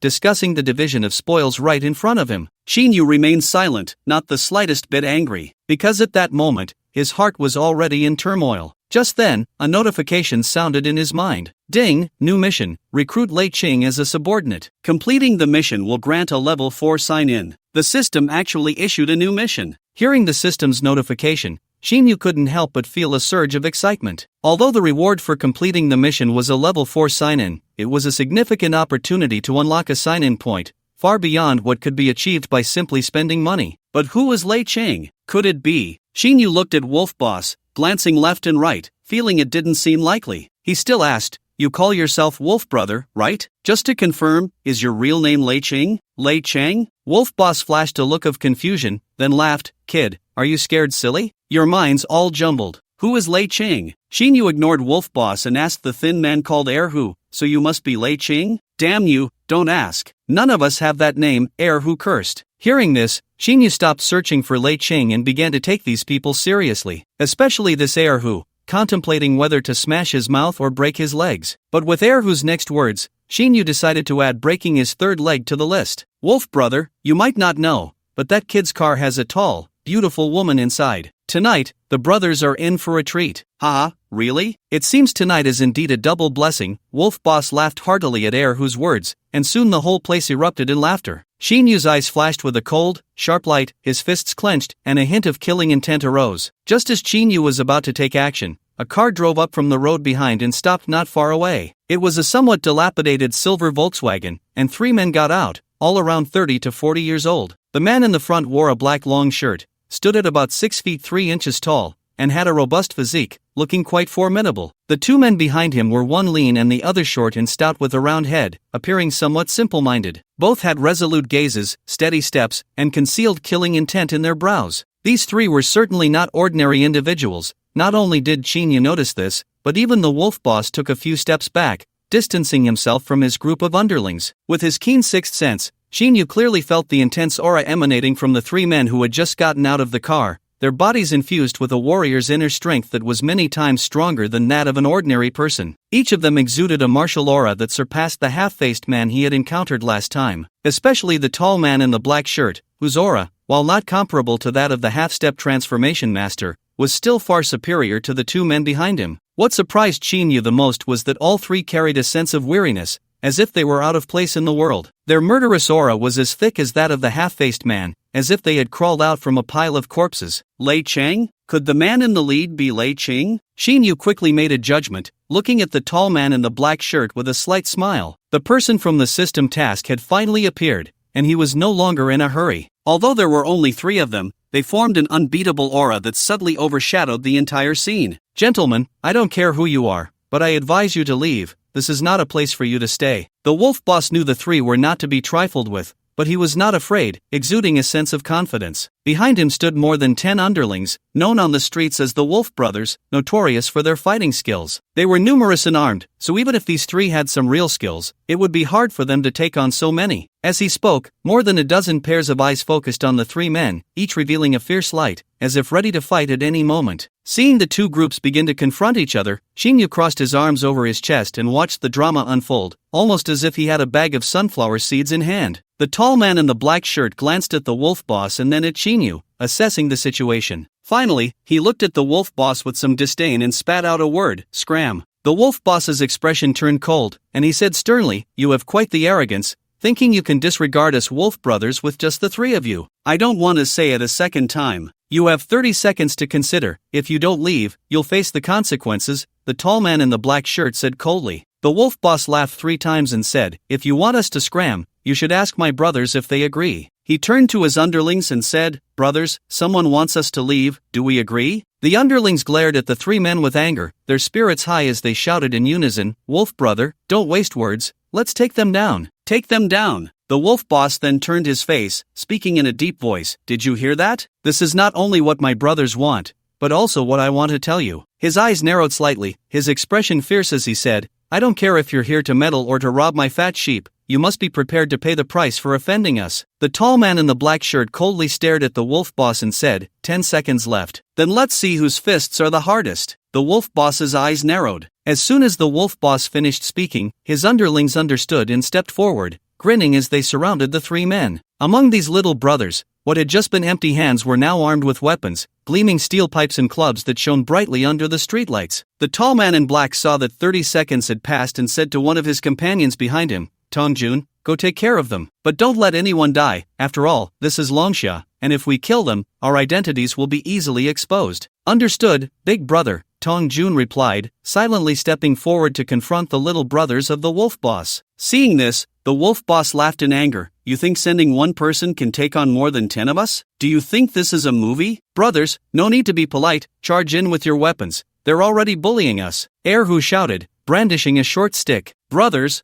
go!" Immediately, the first two rushed towards Tongjun, swinging their steel pipes down upon him. Tongjun smiled coldly. Just as the two steel pipes were about to strike, his body abruptly vanished from where he stood. With an incredibly swift movement, he appeared in front of one of them, his fingers like knives, striking out like lightning, hitting the man squarely in the chest. Then his body disappeared again, flashing in front of another person, delivering another blow. In the blink of an eye, Tongjun had crossed over the two men and stood behind them. To the ordinary eye, it was impossible to catch the steps Tongjun took or the traces of his strikes. His body flickered like a ghost, appearing in front of one man, then flashing to another, and with two muffled grunts, he stood eerily behind them, his gaze sharp as a blade directed at the wolf boss's little brothers. The two men behind him, their steel pipes raised in the air, stood rigidly in place before collapsing to the ground with a thud, groaning in pain. Both men had 2 ribs broken, the force of the blows injuring their internal organs as well. Although the pain was excruciating, they dared not scream loudly. The moment they opened their mouths, it would aggravate their internal injuries,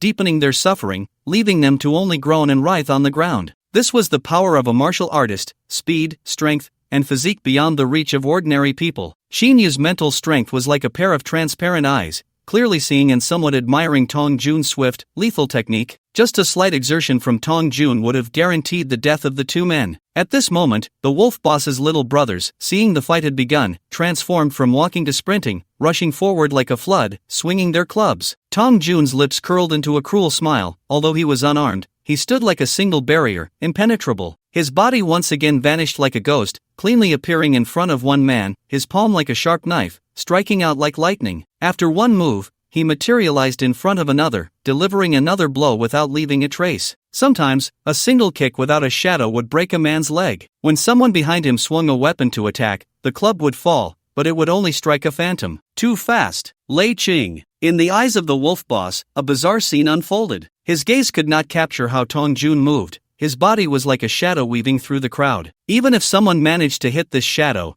they would only strike at an afterimage. His strikes were like lightning. Every time he appeared in front of someone, that person would surely fall. The battle was very brief, so short that the wolf boss had not even reacted before most of his little brothers had fallen to the ground, losing their fighting capability. Some were screaming in agony, others groaning in pain. Although they were not fatally injured, they were all severely wounded. Steel pipes and clubs littered the ground. The last to charge in was Erhu, the weakest among them, naturally the least skilled in a fight. Just as he rushed in front of Tong Jun, before he could even raise his short stick, Tong Jun moved his left hand, and Erhu lay flat on the ground. At this point, only the wolf boss remained standing there, looking very lonely. The wolf boss was completely bewildered, estimating the time it had been less than 2 minutes. In the past, when fighting with others, this time could only be considered a warm-up. In this short span of less than 2 minutes, all his underlings had lost their fighting ability, some were disabled, others severely injured and unconscious. Brothers, spare me. Let's talk it out. I was wrong.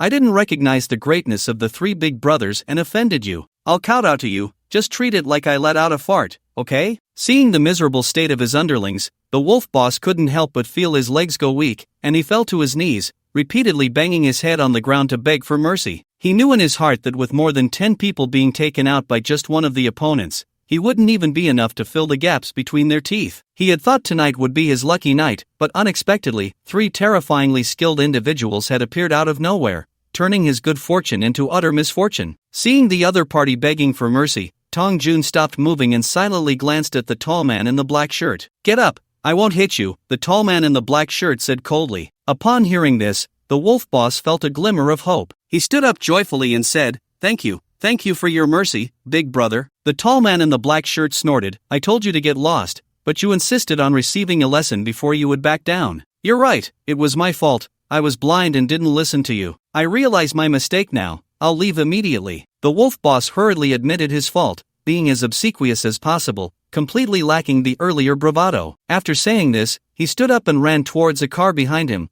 wanting to escape immediately, disregarding his injured underlings on the ground. "Come back," the tall man in the black shirt said coldly. That voice was like a binding spell. The wolf boss had just taken 2 steps when his body froze, and he dared not take another step. Stiffly turning around, he forced a smile and asked, "Big brother, is there anything else you need me to do? Did I tell you to leave?" The tall man in the black shirt snorted again and said, "Clean this place up. Those who can stand, help pull your people away." "Okay, I'll take care of it right away," the wolf boss hurriedly replied. He had originally wanted to leave first and then deal with his underlings later. Now, hearing the tall man's orders, he naturally had to obey. "After you finish, you should break one of your own hands. I hope we won't have to do it ourselves," the tall man in the black shirt said indifferently. The wolf boss's face turned pale, and he almost cried. Big brother, didn't you say you would let me go? As long as you don't make me break a hand, I'll do anything you want. You don't have the right to negotiate with me. If you don't agree, we'll take action, and it won't just be breaking one hand. It could be both hands, and maybe even both legs, the tall man in the black shirt threatened. Upon hearing this, the wolf boss's face lost all color, and he could only grit his teeth and comply. Then, trembling, he went to help his underlings lying on the ground, assisting them into the car. A few who were not severely injured managed to stand up with difficulty and helped their boss with the task. Soon, those who had been lying on the ground were all loaded into 3 cars. Then came a painful sound. The wolf boss gritted his teeth and used an iron rod to break one of the bones in his arm. He had been cautious earlier, planning to sneak away in one of the cars after getting his underlings settled. But as soon as he got into the car, Tong Jun appeared outside the driver's door like a ghost, staring coldly at him. Looking into the other party's calm yet terrifying gaze, the wolf boss's face turned white. He knew that if he tried any tricks, he would be dragged out of the car and beaten mercilessly the next moment. Ultimately, he obediently got out of the car, raised the iron rod, and had to say goodbye to his left arm. Not long after, the 3 cars left like stray dogs, looking dejected. The tall man in the black shirt lit a cigarette, took a few puffs, then glanced at Chinya before retracting his gaze. He said to the 2 behind him, "Let's go too." Then he walked towards the Volkswagen, and the 2 followed silently. Wait! Shinyu didn't expect that these 3 would just leave as if he were invisible. That wouldn't do. He hadn't completed his system task, and he couldn't let them go. Even if he had to tie someone up, it had to be that one called Lei Qing, who would obediently become his employee. The tall man in the black shirt paused his steps but didn't turn around, speaking in a deep voice. "Brother, this road isn't safe at night. You should leave here as soon as possible." After saying that, he took another step forward. Shinyu was anxious. "I haven't asked for your name yet. May I know your esteemed surname? We just met by chance. There's no need to mention names." "Well, since you helped me tonight, how about I treat you to a late-night snack?" "No need, it was just a small favor." The tall man in the black shirt remained unmoved and continued walking towards the Volkswagen. Watching the 3 about to get in the car, Shinyu stopped hesitating and directly asked, "I want to know, is your name Lei Cheng? As soon as Qin Yu spoke Lei Cheng's name, the tall man in the black shirt's demeanor became sharp, and he turned to look at Qin Yu, his eyes shooting out a cold glint. His voice was as icy as winter. Who are you, and how do you know my name? Tong Jun and another man instantly tensed up, scanning their surroundings cautiously. After observing the area, they turned their vigilant gaze towards Qin Yu. The air seemed to be filled with a tense atmosphere. Qin Yu didn't expect that merely mentioning the other person's name would provoke such a strong reaction from the three. But this was even better. It meant he had a chance to intimidate them. If they had ignored his words and driven away, Qin Yu would have been in a difficult position. They hadn't offended him, in fact, they had just helped him. It would be awkward for Qin Yu to brazenly approach and tie them up. No justification for that. Surprised, right? That I know your name. If you want to know why, how about we have a match? If you win, I'll tell you. With an air of confidence, Qin Yu noticed the other party was very tense, so he wasn't in a hurry and spoke in a somewhat cryptic manner. He had already planned in his mind that the system's task was to recruit Lei Cheng as his subordinate or to become one of his employees. But he didn't know much about the other party and had no idea of their background, only knowing a name. To complete this task was simple. He could use the most straightforward and brutal method, directly fighting until the other party submitted and had no choice but to obey him. Alright, since that's the case, don't blame me for being rude. Lei Cheng saw that Qin Yu was fearless, but he couldn't sense any martial artist's aura from him, which puzzled him. However, confusion aside, he didn't dare to underestimate Qin Yu, but he was also not afraid of him. If he could easily intimidate a young man of unknown origin, it would be a disgrace after all those years as the leader of a mercenary organization. So as soon as Qin Yu finished speaking, he accepted the challenge. How about this? If you win, you can do whatever you want with me. But if you lose, you have to agree to one thing for me. How about that? Qin Yu said with a smile. No problem. Lei Cheng thought for a moment and felt that Qin Yu's words made sense. He didn't think he would lose. After all, the other party was too young. And even if he was a martial artist, he couldn't be that strong. Great. Then let's get started. Qin Yu smiled, seeing that it was already late and wanting to finish quickly. Big brother, let me go meet that kid and see what he's made of, whether he's just putting on a show. Tong Jun wanted to take the lead. He had been annoyed by Qin Yu's confident demeanor for a while. Go ahead, but be careful. That kid is a bit strange, Lei Cheng reminded him. Tong Jun snorted. Strange? I suspect he's just putting on a show. I'll smash his teeth in a moment. As soon as he finished speaking, he had already disappeared from his spot and reappeared 10 meters away. Tong Jun specialized in speed in close combat, and among warriors of the same level, few could match his speed. Kid, are you ready? I'm going to attack, Tong Jun said, looking at Qin Yu, following the principle of courtesy before aggression. Stop the nonsense, just come at me. I don't need to prepare for you, Qin Yu replied impatiently. Tong Jun's gaze turned cold, and he stopped speaking. Qin Yu's words had already angered him. His figure darted forward like a shadow, reaching Qin Yu in an instant. Then he vanished, only to reappear behind Qin Yu. With a palm shaped like a blade, he struck at Qin Yu's back, the blow swift as lightning. Tong Jun could already envision making his opponent spit blood and beg for mercy. But the next moment, his face showed astonishment, because what he hit was actually Qin Yu's afterimage. Are you looking for me? Just as Tong Jun was momentarily stunned, a voice came from behind him. Suddenly realizing he had underestimated his opponent,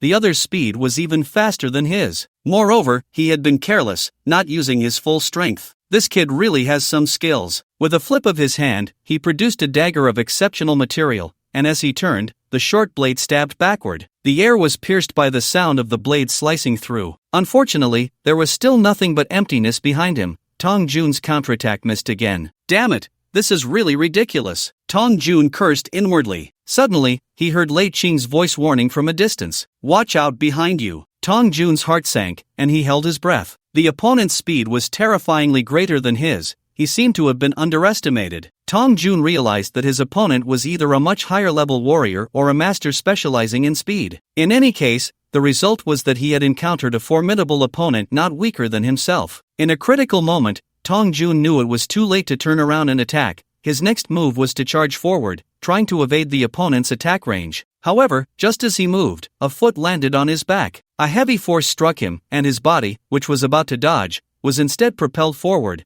crashing down onto the ground several meters away. Although Qin Yu did not use his full strength in that kick, it was still not light. Tong Jun lay on the ground, wanting to get up immediately, but he found he couldn't succeed. Tong Jun's attack speed might be quick, but under Qin Yu's mental power, it was almost like a snail. Any attack was completely exposed. Although Qin Yu didn't know any fighting skills and had little combat experience, his moves were somewhat like a brute who only knew simple attacks. However, his formidable mental power meant that if the opponent's physique was at a disadvantage, his defense was nearly invincible. This was the benefit of enhanced mental power. Therefore, in the close combat just now, with such a vast difference in physique between the two, whether in speed or fighting, Shinyu completely crushed Tong Jun. The stout man, seeing Tong Jun suffer and fall to the ground, also moved. He unleashed an aura not weaker than Tong Jun's, using his own martial arts to raise his fist and attack Shinyu. His physical strength surpassed Tong Jun's, but his speed was somewhat slow. He intended to use his greater strength to compete with Shinyu. However, he was mistaken. Competing in strength with Shinyu was like an egg hitting a rock, even worse than Tong Jun. Unsurprisingly, after a few exchanges, he was down on the ground, injured more severely than Tong Jun. At this moment, Tong Jun also stood up, his eyes filled with fierce intent, ready to launch another attack on Shinyu. Lei Qing's voice rang out, "Tong Jun, step back. You're not his opponent. Go help Zhu Ku up and rest aside." Lei Qing, as an observer, clearly understood that neither of his brothers was a match for that person, and the opponent had already held back. Very strong. This was the most intuitive feeling that Lei Qing had towards Shinyu at that moment. Although Shinyu had not made much of a move earlier, making it hard to discern his martial artist level, Lei Qing already felt a heavy pressure. This was the first time he had encountered someone so young who could exert such pressure on him. After Tong Jun helped Shuko up and stepped aside, Lei Qing finally spoke to Shinyu. "You are remarkable. At such a young age, you have reached this level of martial artist. May I ask your name?" "My name is Shinyu." Hearing the praise from the other party, Shinyu smiled, feeling quite pleased. Being young, he naturally had a youthful exuberance. Who wouldn't like being recognized by others? "Shinyu, since you possess such strength, I will strike with all my might. I hope you can withstand it. If you cannot and fall under my attack, you cannot blame me." As soon as these words left his mouth, Lei Qing's aura burst forth, enveloping him in a layer of faint white mist. This faint white mist was the embryonic form of protective energy, a sign that he was at the 5th level of the Divine Heart martial artist, about to reach the perfection of the Divine Heart. "Stop the nonsense, just come at me. If you want to fight, do it quickly." Shinyu stood straight with his hands behind his back, exuding the demeanor of a master. His gaze was direct, revealing a sense of superiority. His words were casual, as if he were not facing an impending battle but rather a trivial matter. "You read that right, Shinyu was showing off." At this moment, he felt that showing off was quite normal. However, despite his relaxed demeanor, his body was involuntarily tense. After all, his combat experience was too limited. Although the two were not evenly matched in strength, even a lion must use all its strength to catch a rabbit, so he naturally had to give it his all. Upon hearing Chinyu's words, Lei Qing fell silent. His eyes flashed with cold light, and with a powerful push of his legs, he leaped forward. Like a cannonball, he shot through the air towards Chinyu like a streak of light. Following the momentum from his descent and combining it with the power of a 5th-level Divine Heart martial artist, the force rushing towards Chinyu was no less than a meteor falling from the sky. Just as he was about to reach Chinyu, he clenched his fists. His right fist swung towards Chinyu's chest, while his left fist was coiled and ready to strike. He shouted, "Mountain-splitting fist." Before he even arrived, a fierce wind rushed in with a whistling sound, sharp as a knife. "Come on!" Faced with the imposing aura of his opponent, Shinyu not only showed no fear but felt invigorated, his fighting spirit rising. He had long since tensed his nerves, preparing for battle. His own aura erupted instantly, and he met the incoming force with a punch from his left hand. One was an active attack, the other a passive counter, and Shinyu appeared somewhat at a disadvantage, but this was also the confidence brought by the disparity in their strengths. Bang! The two forces collided, creating a tremendous sound akin to a small cannonball exploding. The fierce punch generated a gust of wind around them, howling loudly. In the moment their fists collided, Lei Qing felt a pain in his right fist, as if it had struck hard steel. His finger joints felt as if they were breaking, a sharp pain radiating throughout his body, leaving his entire right arm numb and sore. In contrast, Shinyu, although he took 2 steps back, had completely dissipated the force of the attack, his expression still relaxed in content. Lei Qing's expression changed slightly, he had no time to think further. Seizing the momentum of his forward charge, he twisted his left fist and swiftly slashed towards Chinyu's head. At that moment, Chinyu suddenly moved, shifting from a counterattack to an active assault. Before Lei Qing's left fist could strike, Chinyu stepped forward swiftly and slapped his palm against Lei Qing's left chest. In this strike, Chinyu held back, not using all his strength. Although he did not seriously injure Lei Qing, it was enough for him to endure. As Lei Qing was struck, he instantly felt a tremendous force surge through him, spreading throughout his body. His chest felt tight and painful, and he nearly could not withstand it. Seeing that he was about to be pushed back by this immense force, Lei Qing, having survived many battles, relied on his rich combat experience. Hastily following the force that surged into his body, Lei Qing flipped backward twice to unload some of the invading energy. Even so, he felt a sweetness in his throat and couldn't help but spit out a mouthful of fresh blood. Struggling, Lei Qing suppressed the blood, took a deep breath, and did not pause for a moment. A dagger appeared in his hand, glinting coldly. Just as his body was about to hit the ground, he pushed off with his toes, sprang up again, and charged at Xinyu. With his left hand gripping the knife, he made a stabbing motion. Xinyu had just exchanged punches with his opponent. Although he had taken 2 steps back, he was uninjured,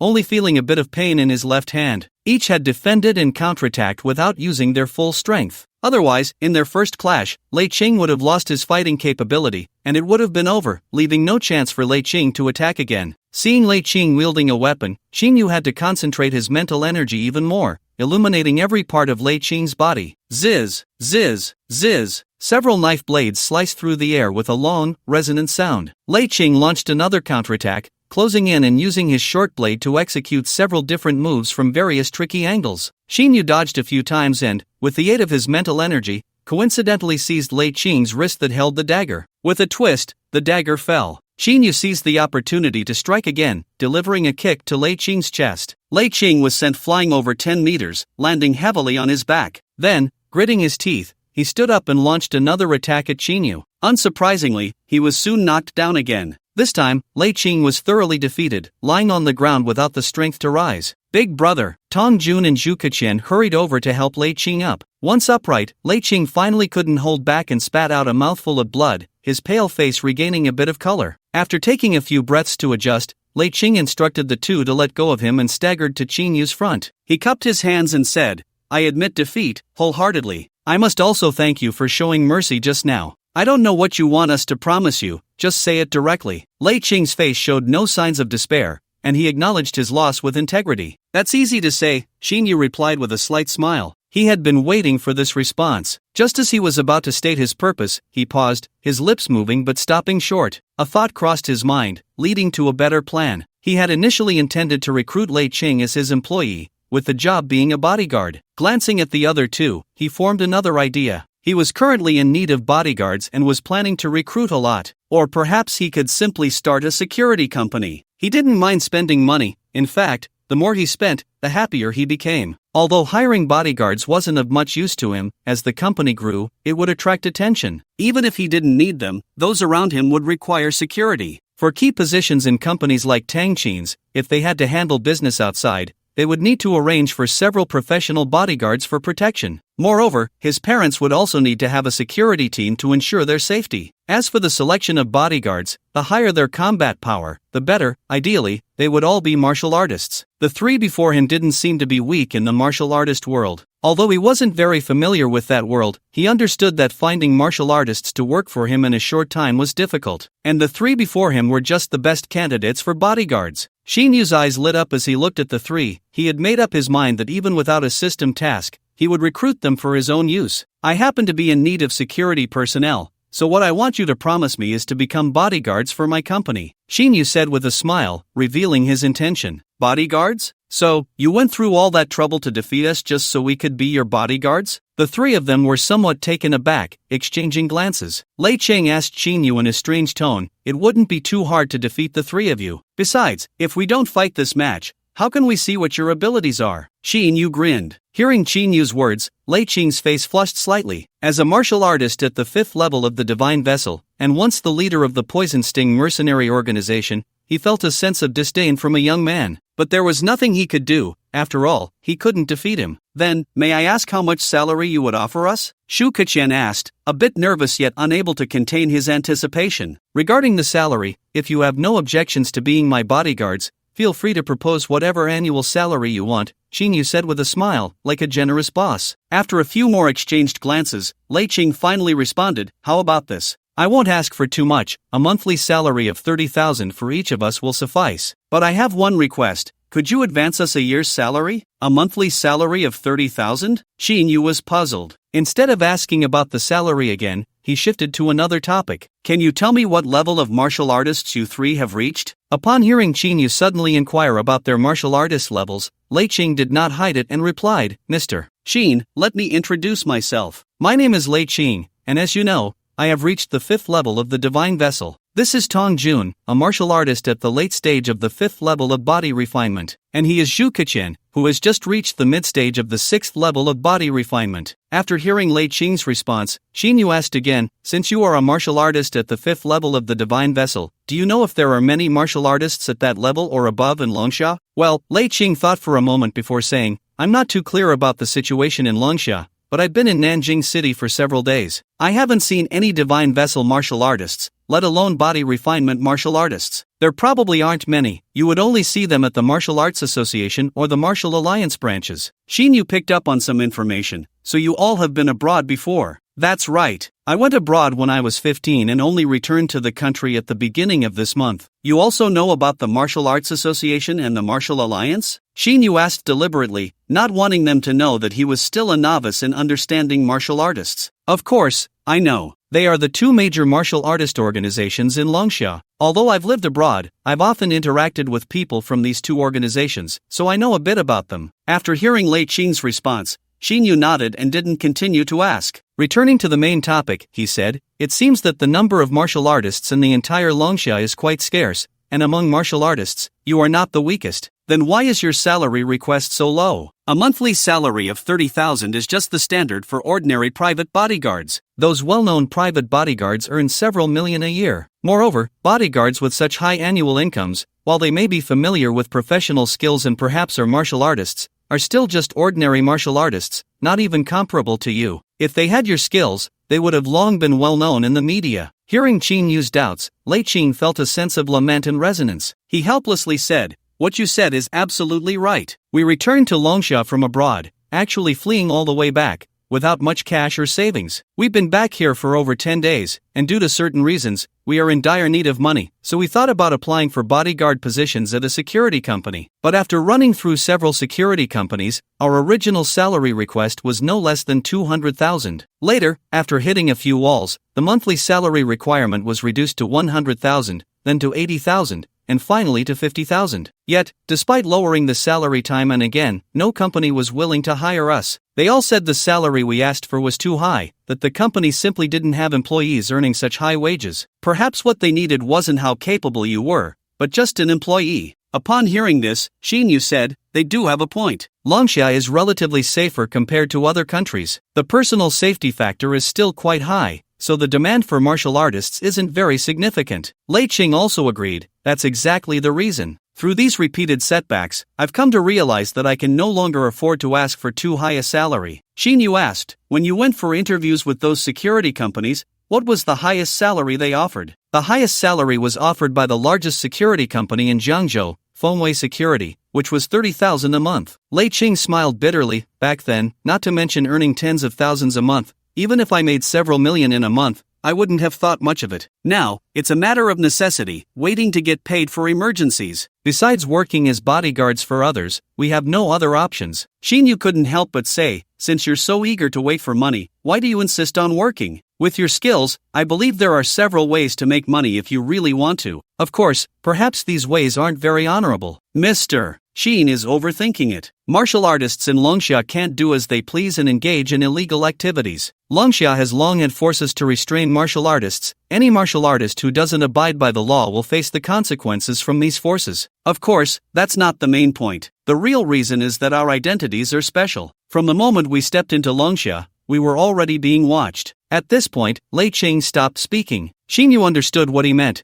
Being watched naturally referred to the forces in Longsha that restrained martial artists. He was also curious about Lei Qing's background, suspecting that their identities abroad were not ordinary. Curiosity aside, Qin Yu had no intention of digging deeper. He smiled and said, it seems quite coincidental. You want to find work, and I need employees like you. We're all on the same page now. Lei Qing also smiled. Mr. Qin thinks the same as I do. Following you is much better than those security companies. After all, we are all martial artists. Indeed, I agree with Mr. Qin. Zhu Keqian also grinned. Qin Yu smiled and said, how should I put it? This is fate. Regarding your salaries, After a moment of contemplation, he said, as my employees, you certainly won't be treated poorly. Lei Ching, your strength is the strongest, so you'll be the captain of the bodyguards, with an annual salary of 10 million. As for Tong Jun and Zhu Kachin, you'll each have an annual salary of 5 million. Of course, this is just the base salary, the bonuses will also be generous. So, how about it? Are you satisfied with the salary I've offered? Damn, the boss is generous. We're satisfied, very satisfied, thank you, boss. After Qin Yu finished speaking, there was a moment of silence, and Zhu Kachin wore a silly grin, even calling him boss. Then I thank the boss. The salary you've offered has completely exceeded our expectations,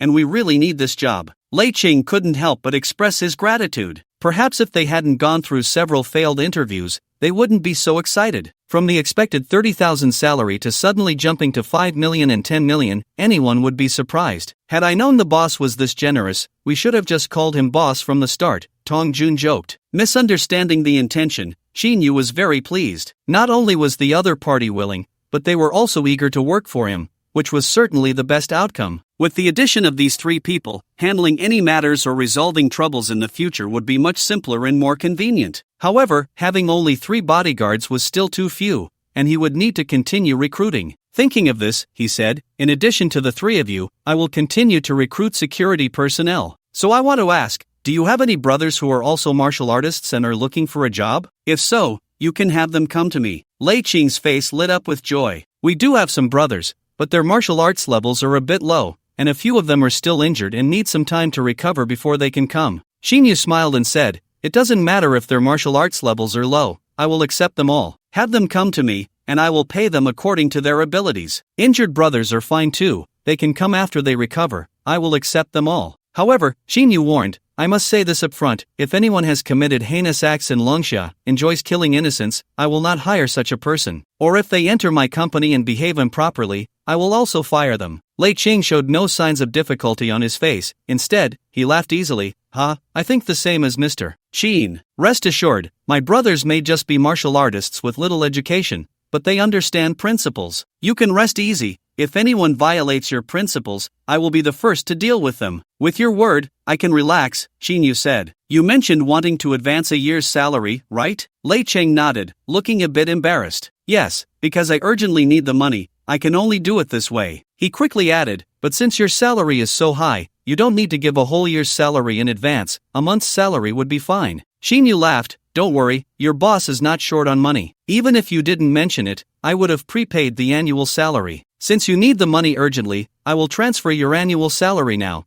and you can come report to me tomorrow. Hearing this, Lei Ching no longer declined, feeling as if a heavy stone had been lifted from his heart, his expression much more relaxed. Tong Jun and Zhu Kachin also showed signs of joy at this moment. After thinking for a moment, Lei Ching said seriously to Qin Yu, there's one more thing I need to mention. After we receive our salaries, we need to go back first to handle some matters before coming to find you. Qin Yu asked, after you go back, when do you think you will come up? We should be able to come to find you in no more than a week. If the boss has urgent matters that need handling, you can leave Tong Jun here to help you. Qin Yu smiled slightly. He could sense from Lei Ching's words and subtle expressions that he was not lying. I don't need you to help me for now. Take care of your matters first and then come back. Give me your bank account number, and I will transfer the money. Thank you, boss. Please wait a moment. Then, Lei Ching provided a bank account number, saying that their annual salary could be transferred to this account. Qin Yu didn't ask much and used the system to transfer 20 million over. He exchanged phone numbers with the 3 of them and informed them that if they couldn't reach him by phone,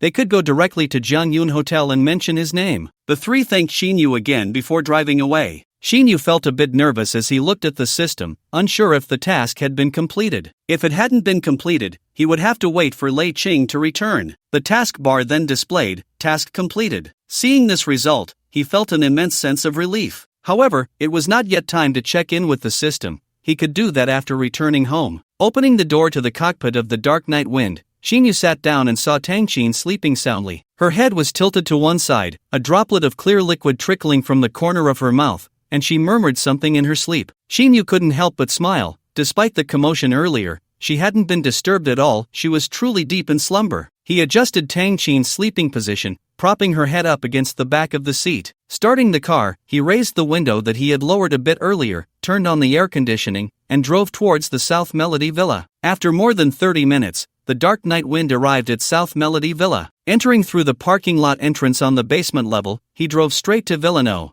3's basement. Finding a spot to park, he opened the passenger door and saw Tang Qin still fast asleep. He intended to wake her, but seeing her in such a deep sleep, he hesitated and decided against it. With a princess carry, he gently lifted Tang Qin out of the car and headed towards the first floor. After taking a few steps, Tang Qin slowly opened her eyes, her gaze like autumn waters, staring at Qin Yu's face for a moment. Noticing that Qin Yu hadn't realized she was awake, she stealthily closed her eyes again. However, her cheeks had unknowingly turned a rosy hue. At that moment, Qin Yu opened the stairway door to the basement and didn't see Tang Qin's movements, but he had already sensed it and pretended not to know. Silently, he ascended to the first floor hall and laid Tang Qin down on the sofa. "Sir, you're back," said Xiaogua, who hadn't gone to sleep yet and was sitting on the first floor scrolling through her phone. Seeing Qin Yu suddenly carrying a beautiful woman from the basement, she quickly greeted him. Her eyes darted curiously between Qin Yu and Tang Qin. "It's late, and you're still awake?" Qin Yu asked expressionlessly.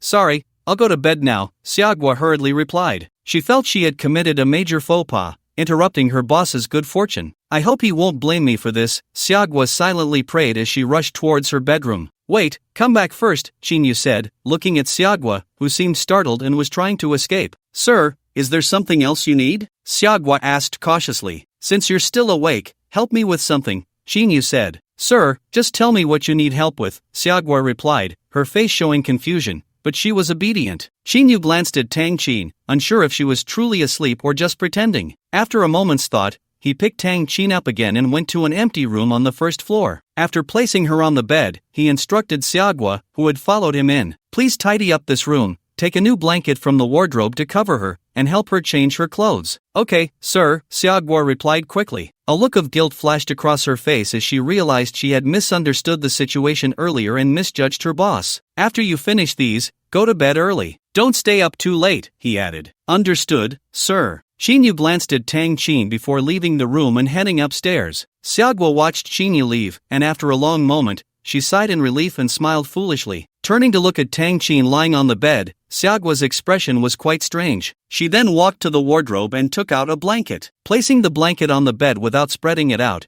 she ran to her own room to fetch a new set of pajamas she had just bought. Just as she was about to help Tang Qin change, Tang Qin woke up at some point, sitting up and glancing at Xiaogua. "Are you the maid here?" she asked, guessing. Xiaogua quickly nodded. "Yes, I'm Xiaogua, and I just started working here as a maid." "You're really beautiful. Are you the sir's girlfriend?" Tang Qin didn't answer Xiaogua's question. Her head was still a bit fuzzy from the alcohol she had consumed. She had only slept for a little over an hour, but she felt quite refreshed. With a serious gaze fixed on Xiaogua, she assessed and exclaimed, "Hello, Xiaogua, my name is Tang Qin, just call me Tang Jie. When it comes to beauty, I can't compare to you. If you dressed up a little, who knows how many men you would captivate." This statement was made by Tang Qin without a hint of exaggeration. Her eye for beauty, especially when it came to evaluating a girl's looks, was remarkably sharp. Having once worked at a skincare company, she had conducted research in this area. From the moment she first saw this girl with a traditional Chinese bun, petite and delicate, not yet 20, she noticed that while her features seemed somewhat ordinary at first glance, a closer look revealed her flawless perfection. This kind of perfection carried a unique aura,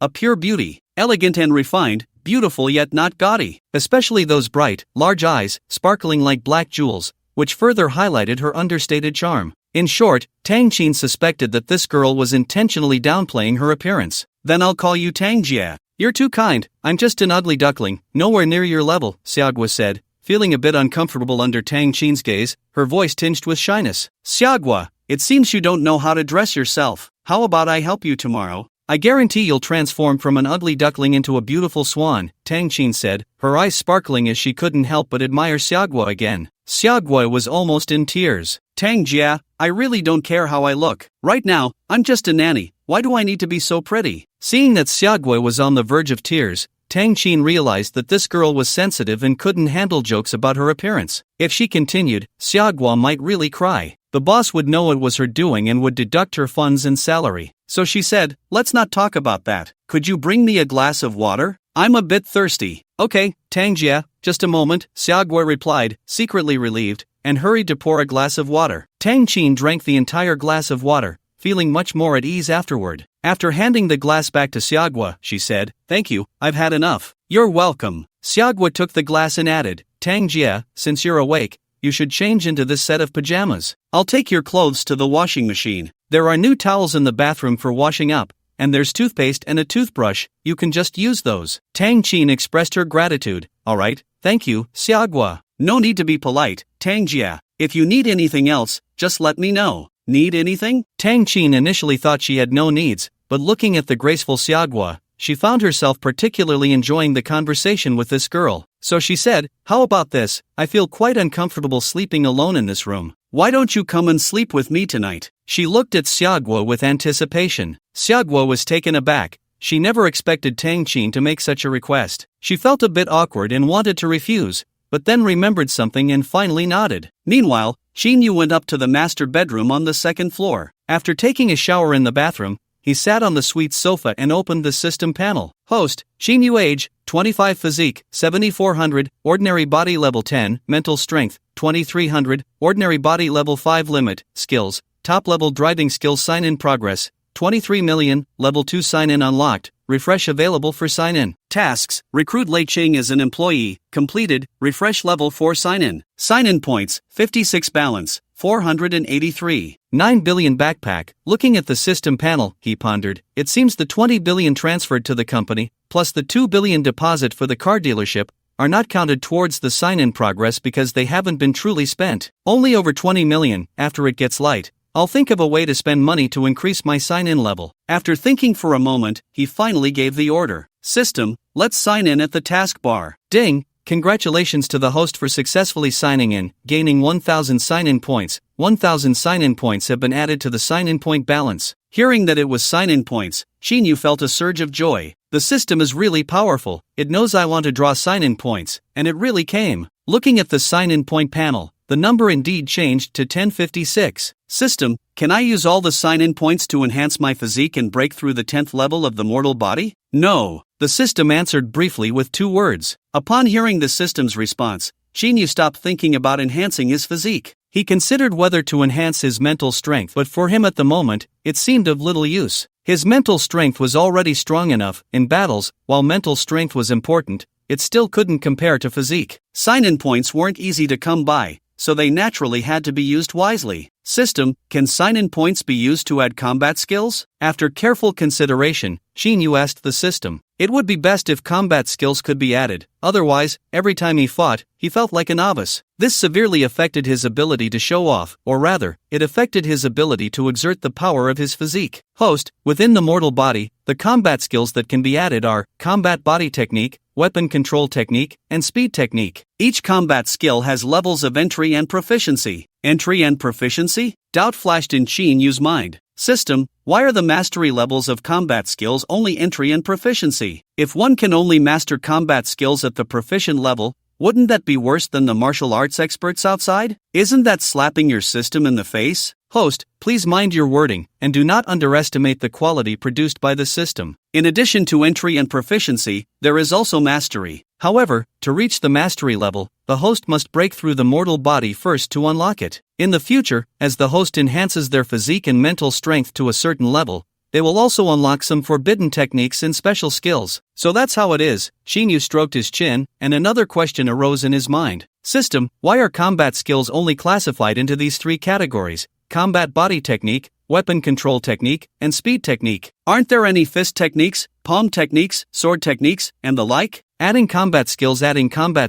Host, combat body technique includes all techniques that use body parts for combat, and weapon control technique includes all methods of using weapons in battle. As for what is called fist techniques and sword techniques in this world, they are merely the process of mastering combat skills to reach proficiency, deriving certain moves that exceed the realm of proficiency. So, as long as I reach the mastery level of combat body technique, I will surpass all the techniques in this world that use palm techniques, fist techniques, and body techniques. Xinyu understood. That's right. System, you are really impressive. I misunderstood you. After this round of understanding, Xinyu realized he had wrongly accused the system earlier. The so-called proficient level of combat skills from the system was indeed not as simple as it seemed. This encompassed all combat techniques. It's like you only know one move to fight, while I have already learned all the techniques that can be mastered in the world. In combat, I have long turned all techniques into formlessness, and every move I make is the most refined attack in the world. How many sign-in points are required to add these combat skills? Chin-yu asked the main question. To add any combat skill, the entry level requires 100 sign-in points, and the proficient level requires 600 sign-in points. Upon hearing the system's response, Chin-yu had already made a judgment. System, consume 600 sign-in points and upgrade my mastery of the unarmed combat skill to proficient level. Ding, 600 sign-in points have been deducted. Unarmed combat skill is being upgraded. As the system's voice echoed, Chin-yu felt a clarity in his mind, and countless fragments of memories began to flood in, or perhaps he accumulated a vast amount of knowledge. These memories or knowledge rapidly fused and digested with the memories in his mind and the sensations of his body. They were all snippets of fighting unarmed against others, executing extremely subtle and refined techniques without a hint of hesitation. In just a moment, it felt as if he had undergone countless rounds of training. It was very clear and quite marvelous. These memories transformed into his own personal experiences. The duration was not very long. Ding, proficient level skill for unarmed combat has been added. By this time, Chin-yu had completely integrated these memories, becoming familiar with all the unarmed combat skills imaginable in this world. This feeling is so wonderful. Chin-yu's eyes turned pitch black, and he felt he had gained many new things. System, consume another 100 sign-in points to add the beginner level of artifact manipulation. Consume 100 sign-in points to add the beginner level of speed technique. 100 sign-in points have been consumed. Artifact manipulation is being upgraded. Beginner level skill for artifact manipulation has been added. 100 sign-in points have been consumed. Speed technique is being upgraded. Beginner level skill for speed technique has been added. Chin-yu squinted his eyes, feeling the changes in his body. Especially after enhancing the speed technique, it felt as if he was about to break free from the gravitational constraints of the planet. Then, he opened his eyes, and a gust of wind swept through the room, blowing out of an open window. Chin-yu's body had long since vanished from the room, and as the wind passed, he appeared in the garden outside the villa. This is amazing. Chin-yu stood in the garden pavilion, very satisfied with the changes in his body. Regarding artifact manipulation, he naturally felt that as long as he picked up a branch to fight, he could use that branch to execute countless varied attack techniques. Chin-yu remained in the pavilion for a long time, digesting the memories he had just mastered. It was only after an hour that he returned to his room to sleep. The next day, perhaps he had integrated too many memories last night. When Chin-yu opened his eyes, the sky was already bright. Looking at the time, it was nearly 8 in the morning. After washing up, he went downstairs and saw Xiaogua busying herself. She was bringing out plates of breakfast from the kitchen to the dining table in the side hall. "Good morning, sir," Xiaogua greeted Chin-yu as he came down the stairs, her voice soft and sweet. Chin-yu smiled back, and upon seeing the breakfast ready, he couldn't help but feel hungry. He walked over to the dining table and saw a plate of mixed noodles, shrimp cakes, eggs, vegetables, and beef. Although it wasn't a luxurious feast, it was quite abundant. "Did you make all this breakfast?" Chin-yu asked Xiaogua. He had some reservations, fearing that while the breakfast looked appetizing, the taste might not be commendable. Xiaogua hurriedly explained, "Sir, these are all made by Sister Tang." "Tang Qin?" "Yes." Chin-yu nodded, a bit surprised. He thought Tang Qin would still be asleep after drinking so much last night. Yet, not only was she up earlier than him, but she had also prepared breakfast. It seemed he was the only one sleeping in, but it didn't matter. After all, he was the boss. Just as he mentioned Tang Qin, she came rushing in from the kitchen, holding a medium-sized clay pot with both hands. The pot was steaming, filled with fragrant beef and cilantro porridge. After placing the pot on the dining table, Tang Qin rubbed her hands together, feeling a bit shy as she spoke to Chin-yu. "Boss, you're up too. I'm sorry about last night, I drank too much." As she spoke, she took off the apron she was wearing. Xiaogua also brought 3 sets of bowls and chopsticks, arranging them according to the seating positions. Chin-yu looked up and down at Tang Qin and noticed that she wasn't wearing the same clothes as yesterday, but rather a new outfit that Xiaogua had just bought. The top was a gray checkered shirt, and the bottom was a black pleated skirt. This outfit didn't seem to match Tang Qin very well, giving her a somewhat childish appearance, lacking a bit of maturity. "It's fine, after all, yesterday was your birthday. As long as you're happy, that's what matters. But what time did you wake up? I heard from Xiaogua that you made all this breakfast?" Tang Qin nodded and smiled. "If I didn't wake up early, I wouldn't be able to go to work. You gave me 2 cars yesterday and such a wonderful birthday gift, so of course, I have to work hard to repay you. I made these dishes. Xiaogua said she doesn't cook very well, so I had to do it myself. I just don't know if the boss will like what I've made." "Good, since you made it, I really have to try your cooking. Looking at these breakfasts, they look delicious and fragrant. It must be good," Chin-yu said with a smile. After saying that, he sat down and picked up his chopsticks. He was already hungry and couldn't wait any longer. He first served himself half a bowl of mixed noodles and took a few bites. Then he started picking up dishes, tasting each one. Unable to hold back, he praised, "Quite good. I didn't expect your cooking to suit my taste, Tang Chin. Had I known, I would have arranged for you to be my personal chef." Tang Chin and Xiaogua also sat down to eat breakfast. Hearing Qinyu's compliment, Tang Chin beamed, "Boss, since you think my cooking is good,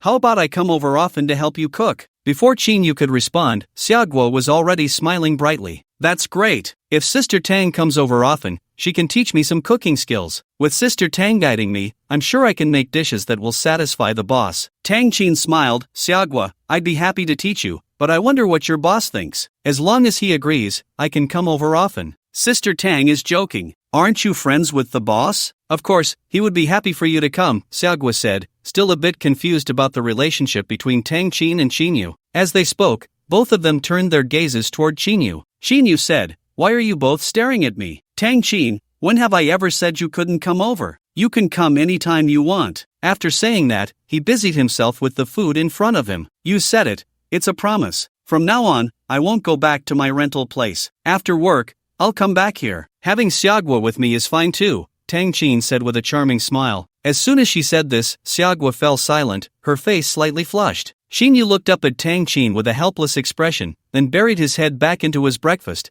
feeling that he had just set a trap for Tang Chin. This woman put so much thought into things, how come I never noticed before? By the way, boss, just after you left yesterday at noon, Tianhu Real Estate Company sent a big box of things over. I told them to put it in the storage room on the first floor. Do you want to go take a look? Xiaogua said. "No need to check, just leave it there," Xinyu replied. Hearing Xiaogua, he already knew what was in that box. "Boss, what did the real estate company send? You didn't go buy a house again, did you?" Tang Chin teased. Xinyu didn't hide it. "That's right, I bought a few buildings yesterday. That box contains the purchase contracts and full payment invoices. Once the property certificates are ready, you can help me receive them." A few buildings? Tang Chin had a bold thought in her mind. Given Qinyu's usual style, it was very likely what she suspected. "You're not telling me that these buildings are all high-rise residential buildings, are you?" Xiaogua exclaimed, her mouth agape, looking at Qinyu in shock. She had personally seen that the real estate company sent over a large box filled with purchase contracts, so how many apartments had her boss actually bought? Qinyu calmly nodded, "That's right, I bought 4 buildings, all high-rises." Tang Chin was astonished and a bit curious. "Boss,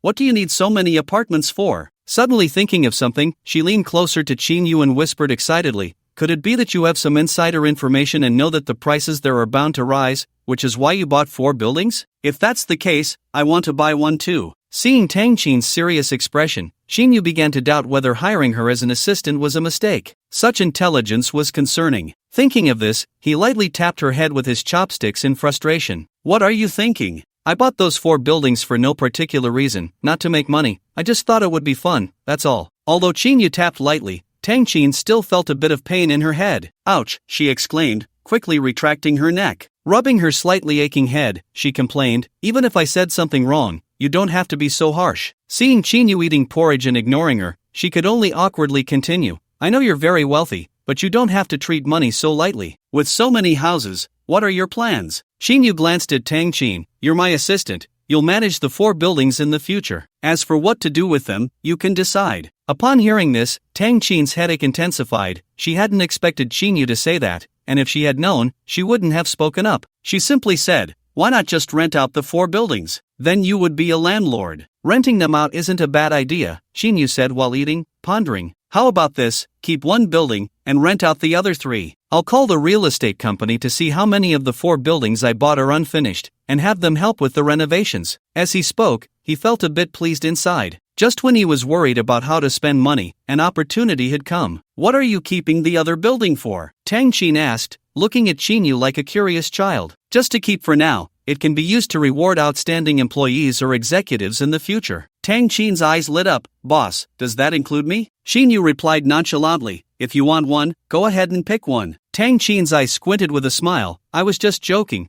and you really agreed to give me one." Qinyu was at a loss whether to laugh or cry. "If you don't want it, then forget it. I won't force you." "How can that be? You already promised to give it to me. I wouldn't dare refuse. If I don't accept, wouldn't that be embarrassing for you?" Tang Chin hurriedly said. "Put." Xiaogua couldn't help but laugh out loud. but quickly stifled it when Tang Qin shot her a glance. And Xiaogua, since she's here, shouldn't the boss also give her one? Tang Qin continued to laugh. Xinyu glanced at Xiaogua, a strange emotion flashing in his eyes. Then you can help her pick one later. Xiaogua didn't expect Xinyu to really agree with Tang Qin and quickly waved her hands. Sir, that's too much. A house is too valuable. I can't accept it. Xinyu smiled. It's fine. Just accept it. Didn't your sister Tang just say that if you don't accept it, it would be embarrassing for me? This time, it was Tang Qin's turn to laugh. Boss, I suspect you're scolding me in reverse. Think whatever you like. Xiaogua, why aren't you thanking your boss? Tang Qin winked at Xiaogua. Thank you, sir. Xiaogua could only express her gratitude. After finishing breakfast,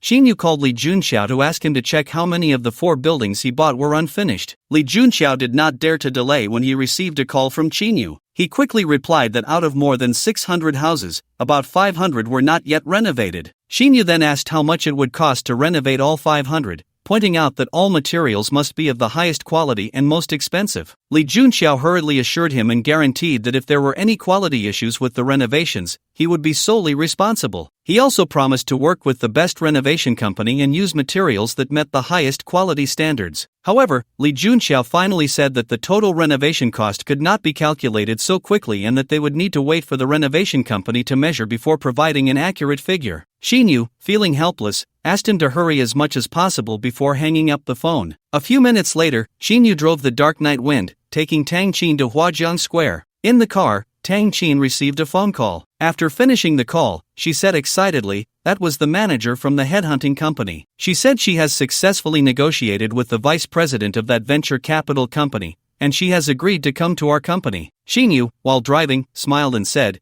you seem to value this person a lot. If she comes, what position do you plan to arrange for her? Without much thought, Tang Qin replied, I believe she is the best candidate for the position of vice president of the company. Her qualifications show that she is quite capable. With her here, my work will be much easier. Hearing you praise her so highly, I'm curious. Can you briefly introduce this person? Xinyu asked with some curiosity. I've seen her resume. She has dual master's degrees in finance and economic management from a well-known foreign institution. After returning to the country, she worked as a vice president at a venture capital company, successfully investing in several listed companies and earning substantial profits for that company. So her academic credentials are impeccable, and her experience is quite impressive. So she has dual master's degrees, not bad. Upon hearing Tang Qin's introduction, Xinyu couldn't help but praise her. Just as he finished speaking, he frowned slightly. A sports car behind them honked again, and it was unclear how many times it had done so on this journey. This was a long, straight, one-way dual carriageway, with the Dark Night Wind driving in the right lane,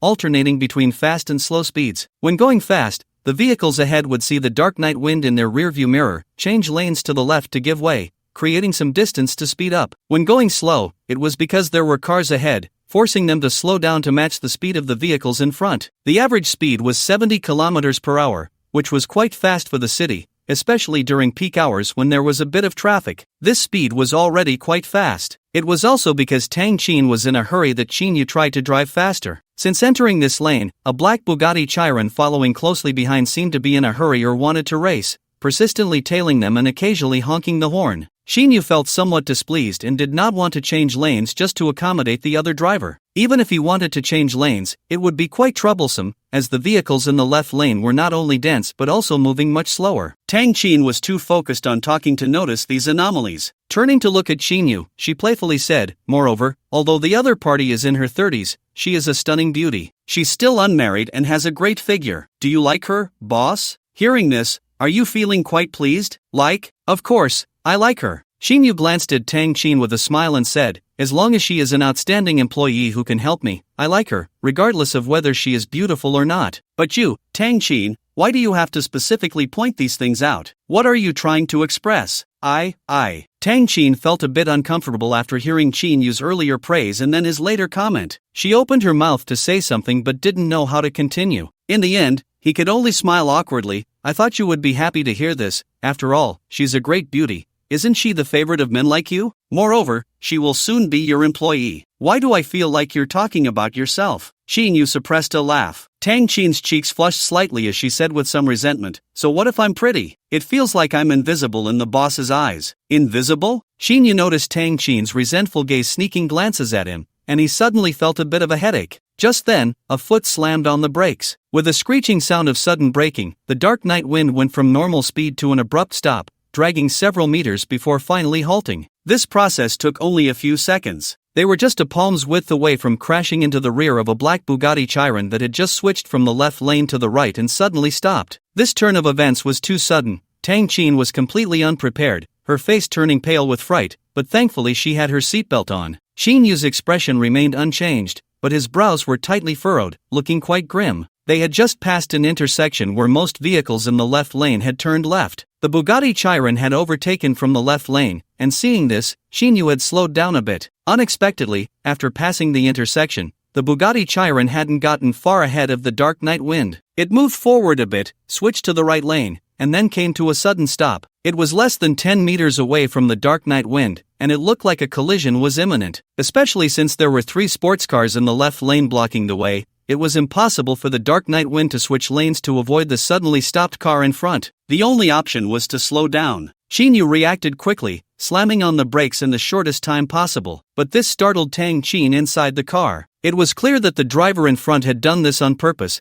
trying to force the dark night wind to stop. He didn't even seem afraid that the dark night wind would crash into his car. It was as if he was playing with fire. Just after the dark night wind came to a sudden stop, the 3 sports cars that had just passed in the left lane also switched lanes and stopped in front of the right lane, with several young people dressed in fine clothes getting out. 3 men and 2 women walked towards them. After a few cars passed by, no more vehicles came, because there was another sports car blocking the intersection, preventing any cars from coming through. Seeing this situation, it was clear that the other party was not ordinary, and their intentions were not good. "Boss, what should we do? They're all in cahoots, it seems like they're targeting us. Could it be a scam? This is too brazen," Tang Chin said worriedly. Shin Yu gave her a reassuring look. "Don't worry, no matter what they want to do, as long as I'm here, nothing will happen. Do you know who your boss is? These small fries trying to pick a fight with me are just unlucky. They've kicked a steel plate." His words carried a hint of jest, and Tang Chin couldn't help but chuckle, feeling less tense. But the boss should be careful. They look like they're not to be trifled with, and they're all driving expensive sports cars. Shin Yu smiled coldly.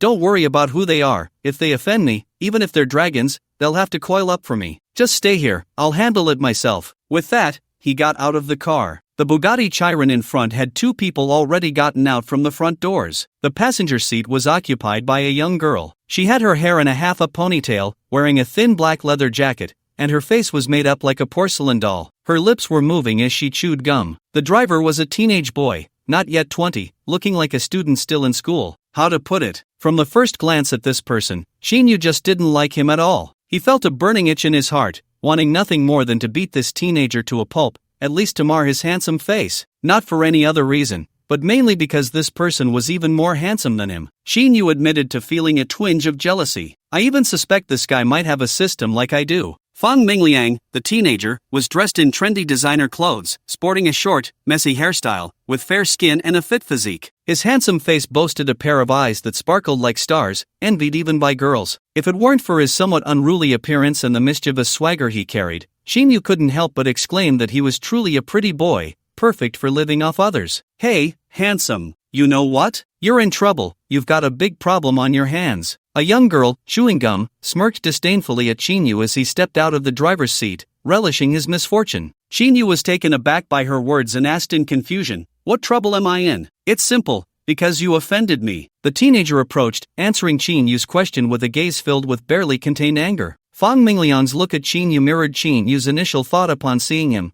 Both wanted to beat the other up. Fang Mingliang was currently studying at Jianzhou University and had just returned to Nanjing City from Jianzhou yesterday. It was Saturday, and he had come out to race with a few close friends in a sports car. They happened to encounter Shin Yu's night wind on this road. Seeing the night wind initially displeased Fang Mingliang, as his Bugatti Chiron and the night wind had very similar appearances. Both were from the same company and both were black. However, once the 2 cars were side by side, it was a different story. The night wind outshone the Bugatti Chiron in every aspect, from the tiniest tire to the color of the body. What made Fang Mingliang even more upset was that his car's license plate had only 5 nines, with a 0 at the end, while the other car's plate was entirely 9s. It was infuriating. Where could he put his face? He couldn't help but curse, "Damn it." From the moment he encountered Shin Yu's night wind, Fang Mingliang's displeasure only escalated. Every time he drove his Bugatti Chiron through Nanjing City, other cars would yield to him, whether they were ordinary vehicles or top-tier sports cars. Who was Fong Mingliang? He was known as the #1 young master of Nanjing City, also the city's top bully. His Bugatti Chiron and its license plate had long been noted by the city's elite. In short, anyone of significance in the area would recognize that this car belonged to young Master Fong. If they encountered him, those older might ignore him,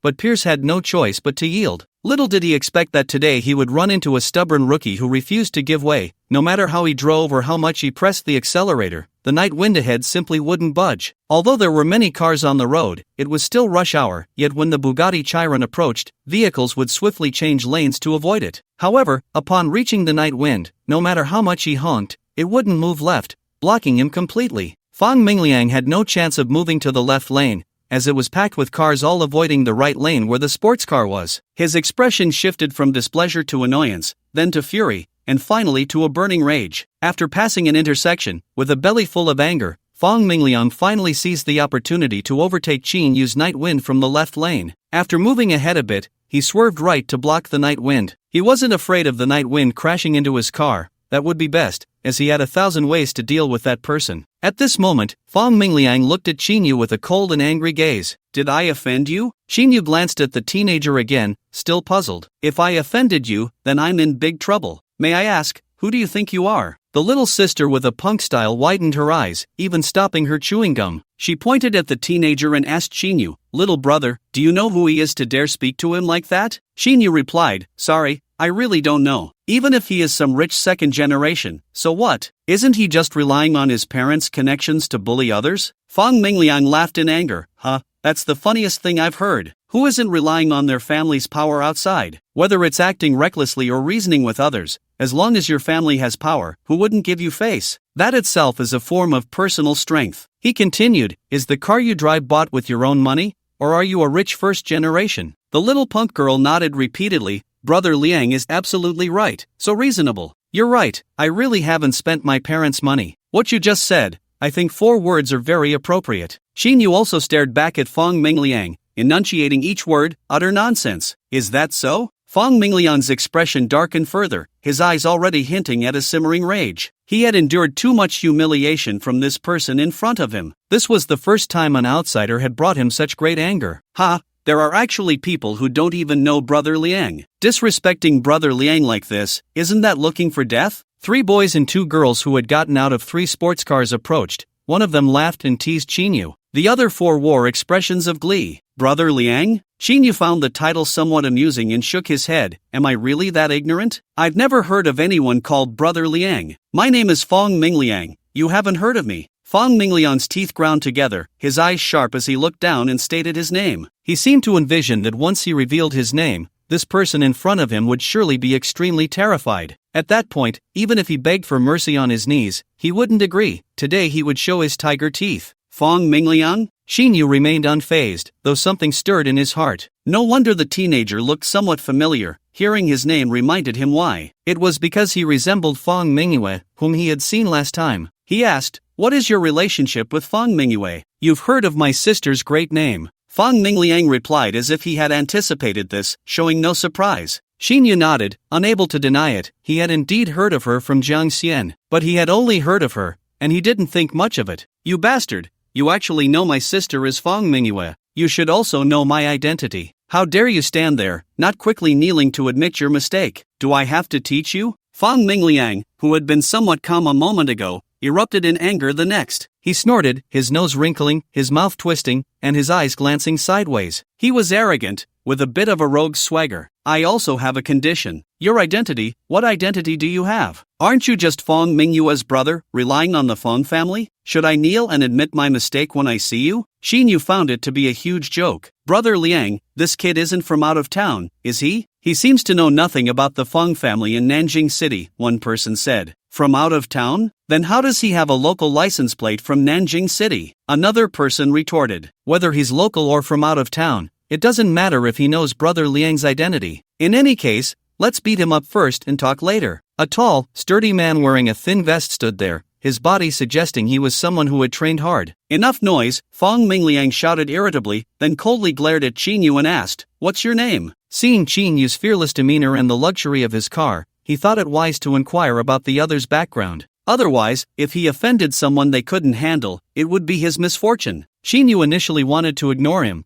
but after a moment's thought, he replied, "Why not tell you? Your grandfather's name, unchanged in life or death, is Xiao Zhenfeng. Have you heard of him? Xiao Zhenfeng?" Fang Mingliang turned to the few people beside him. "Have you heard of this name?" "Never heard of it." Two of them shook their heads. "I have some impression, but I can't recall. Seems like he's not from around here," another one said, thinking hard. Suddenly, he slapped his forehead and exclaimed, "I remember now. There's a prominent Xiao family over in Shijiang City, and Xiao Zhenfeng is one of them." He looked at the others with a sense of pride. Xinyu smiled slightly. "At least you have some knowledge." This statement acknowledged the previous man's words. Fang Mingliang sneered, "I thought you were someone important, turns out you're just from Shijiang City. In that case, let's beat you up first and talk later." Brother Liang is right. Anyone who dares to challenge Brother Liang's authority deserves a beating, no matter who they are, the man in the vest said. Fang Mingliang pointed at Xinyu, commanding, "You, with the surname Xiao, maybe you just arrived and don't know who I am. I suggest you recognize your bad luck and let us beat you up to vent our anger. If I'm in a good mood, I might let you go." Xinyu crossed his arms and replied leisurely, "So you mean, after beating me up to vent, you still won't be satisfied?" "Exactly, that's the consequence of offending me. Who told you to be blind?" Fang Mingliang said arrogantly. However, he glanced at the dark figure behind Xinyu and got an idea. "How about this? Today I'll show some mercy. You let me beat you up,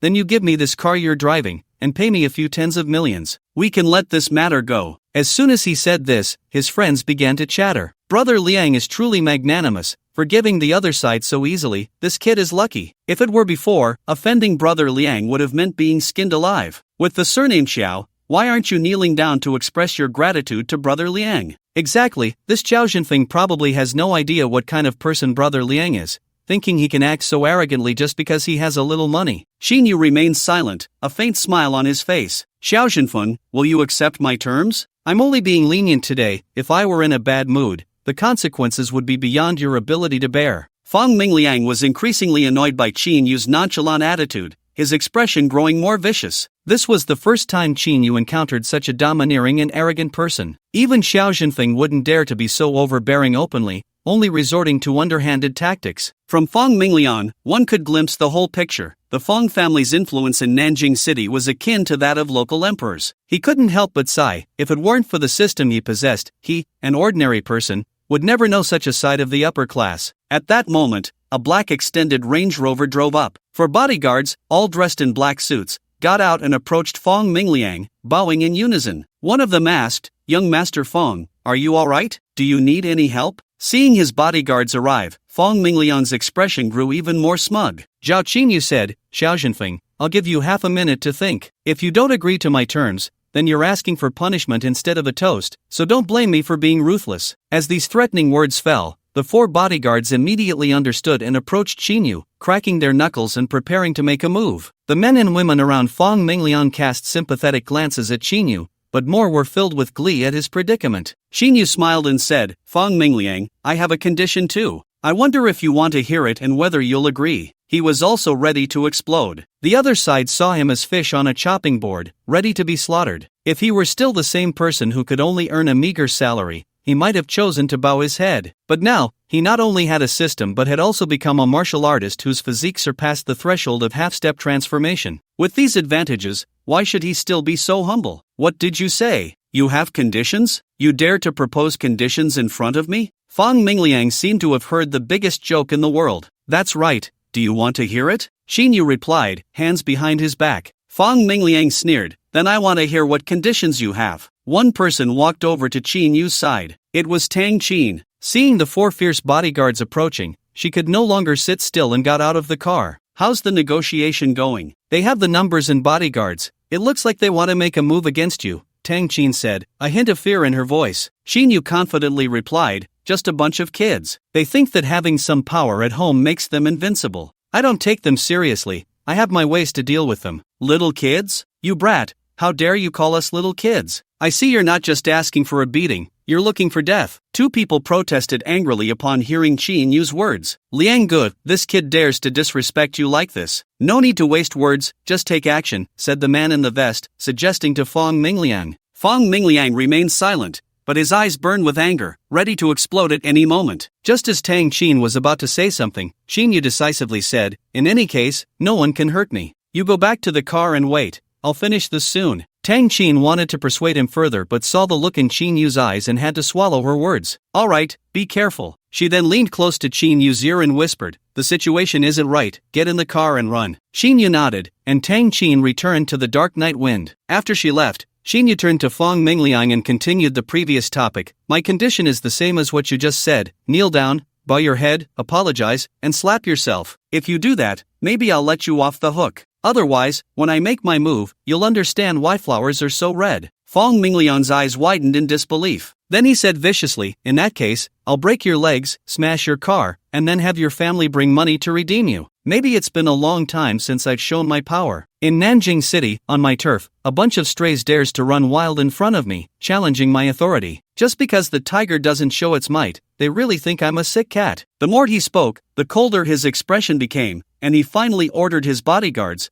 "What are you waiting for? I don't want him standing after 1 minute." Having already reached the edge of wanting to explode at Xinyu, hearing this condition was the last straw. Before the words fell, all 4 tall bodyguards charged at Xinyu. The girl snorted and said, "As long as you don't kill him, do whatever you want." Liang Gu is right, this Qiao Zhenfeng doesn't know what's good for him. He shouldn't be given face. "We should strike when necessary," said the man in the vest. A few of his close friends started to cheer. However, after just a few words, they fell silent, their faces blank. For tall and powerful bodyguards charged at Xinyu, and in the blink of an eye, their earlier bravado turned into utter embarrassment. Without seeing how Xinyu made his move, they only heard the loud slaps echoing, and the 4 bodyguards were sent flying backward like kites with their strings cut, landing on the ground with their backs facing up. Then came the sound of teeth scattering and several mouthfuls of blood spilling out. This was just the surface. The force of Qinyu's palm had left the 4 of them with their heads spinning. If it weren't for the pain from their lost teeth, they would have already fainted. It took only 4 slaps and less than 10 seconds to take down all 4. At this moment, Fong Mingliang still wore a malicious smile, his eyes fixed on Xinyu without blinking. The sudden turn of events left him dumbfounded, his smile slowly freezing. After a moment, he incredulously exclaimed, "How is this possible? How can he be so strong?" The others around him also snapped back to reality,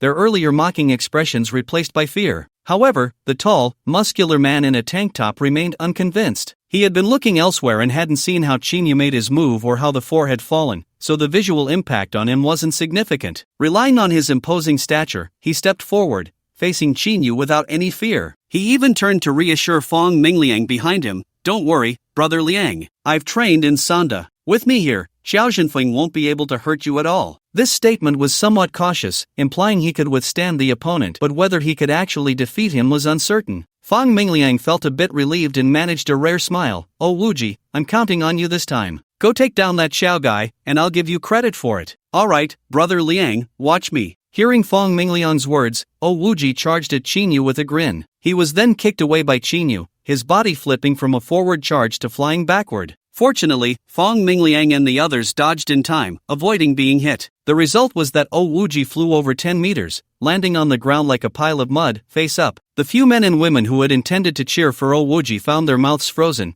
their bodies stiffening as they turned to stare at the fallen Oh Wuji, speechless. Xinyu casually kicked the annoying guy away and walked towards Fong Mingliang. As Xinyu approached step by step, and seeing the miserable state of the 4 bodyguards, Fong Mingliang began to panic. In a flustered voice, he stammered, "Xiao Zhenfeng, you can't hit me. I'm the heir of the Fong family. My grandfather is Fong Haishan. If you hit me, you'll be in big trouble." At this point, Xinyu was already standing in front of Fong Mingliang, his eyes cold and indifferent like still water. Fong Mingliang realized that what he had just said was useless, and his friends had already retreated to the side, trembling in fear, leaving him with no hope. He was almost in tears and resorted to invoking family ties. "You really can't hit me. My sister is Fong Mingyue, you know that. She cares for me a lot. If you hit me, she definitely won't let you off." "Fong Mingyue?" Xinyu sneered. "So what if your sister is Fong Mingyue? Even if she were here, I would still hit you. If she wants to interfere, I'll take her down too. In short, even if the King of Heaven comes, he can't save you." Xinyu said it lightly, but to those present, the fear vanished, replaced by sheer shock as they stared at Xinyu. It was unbelievable, hard to comprehend, and utterly shocking. What had they just heard?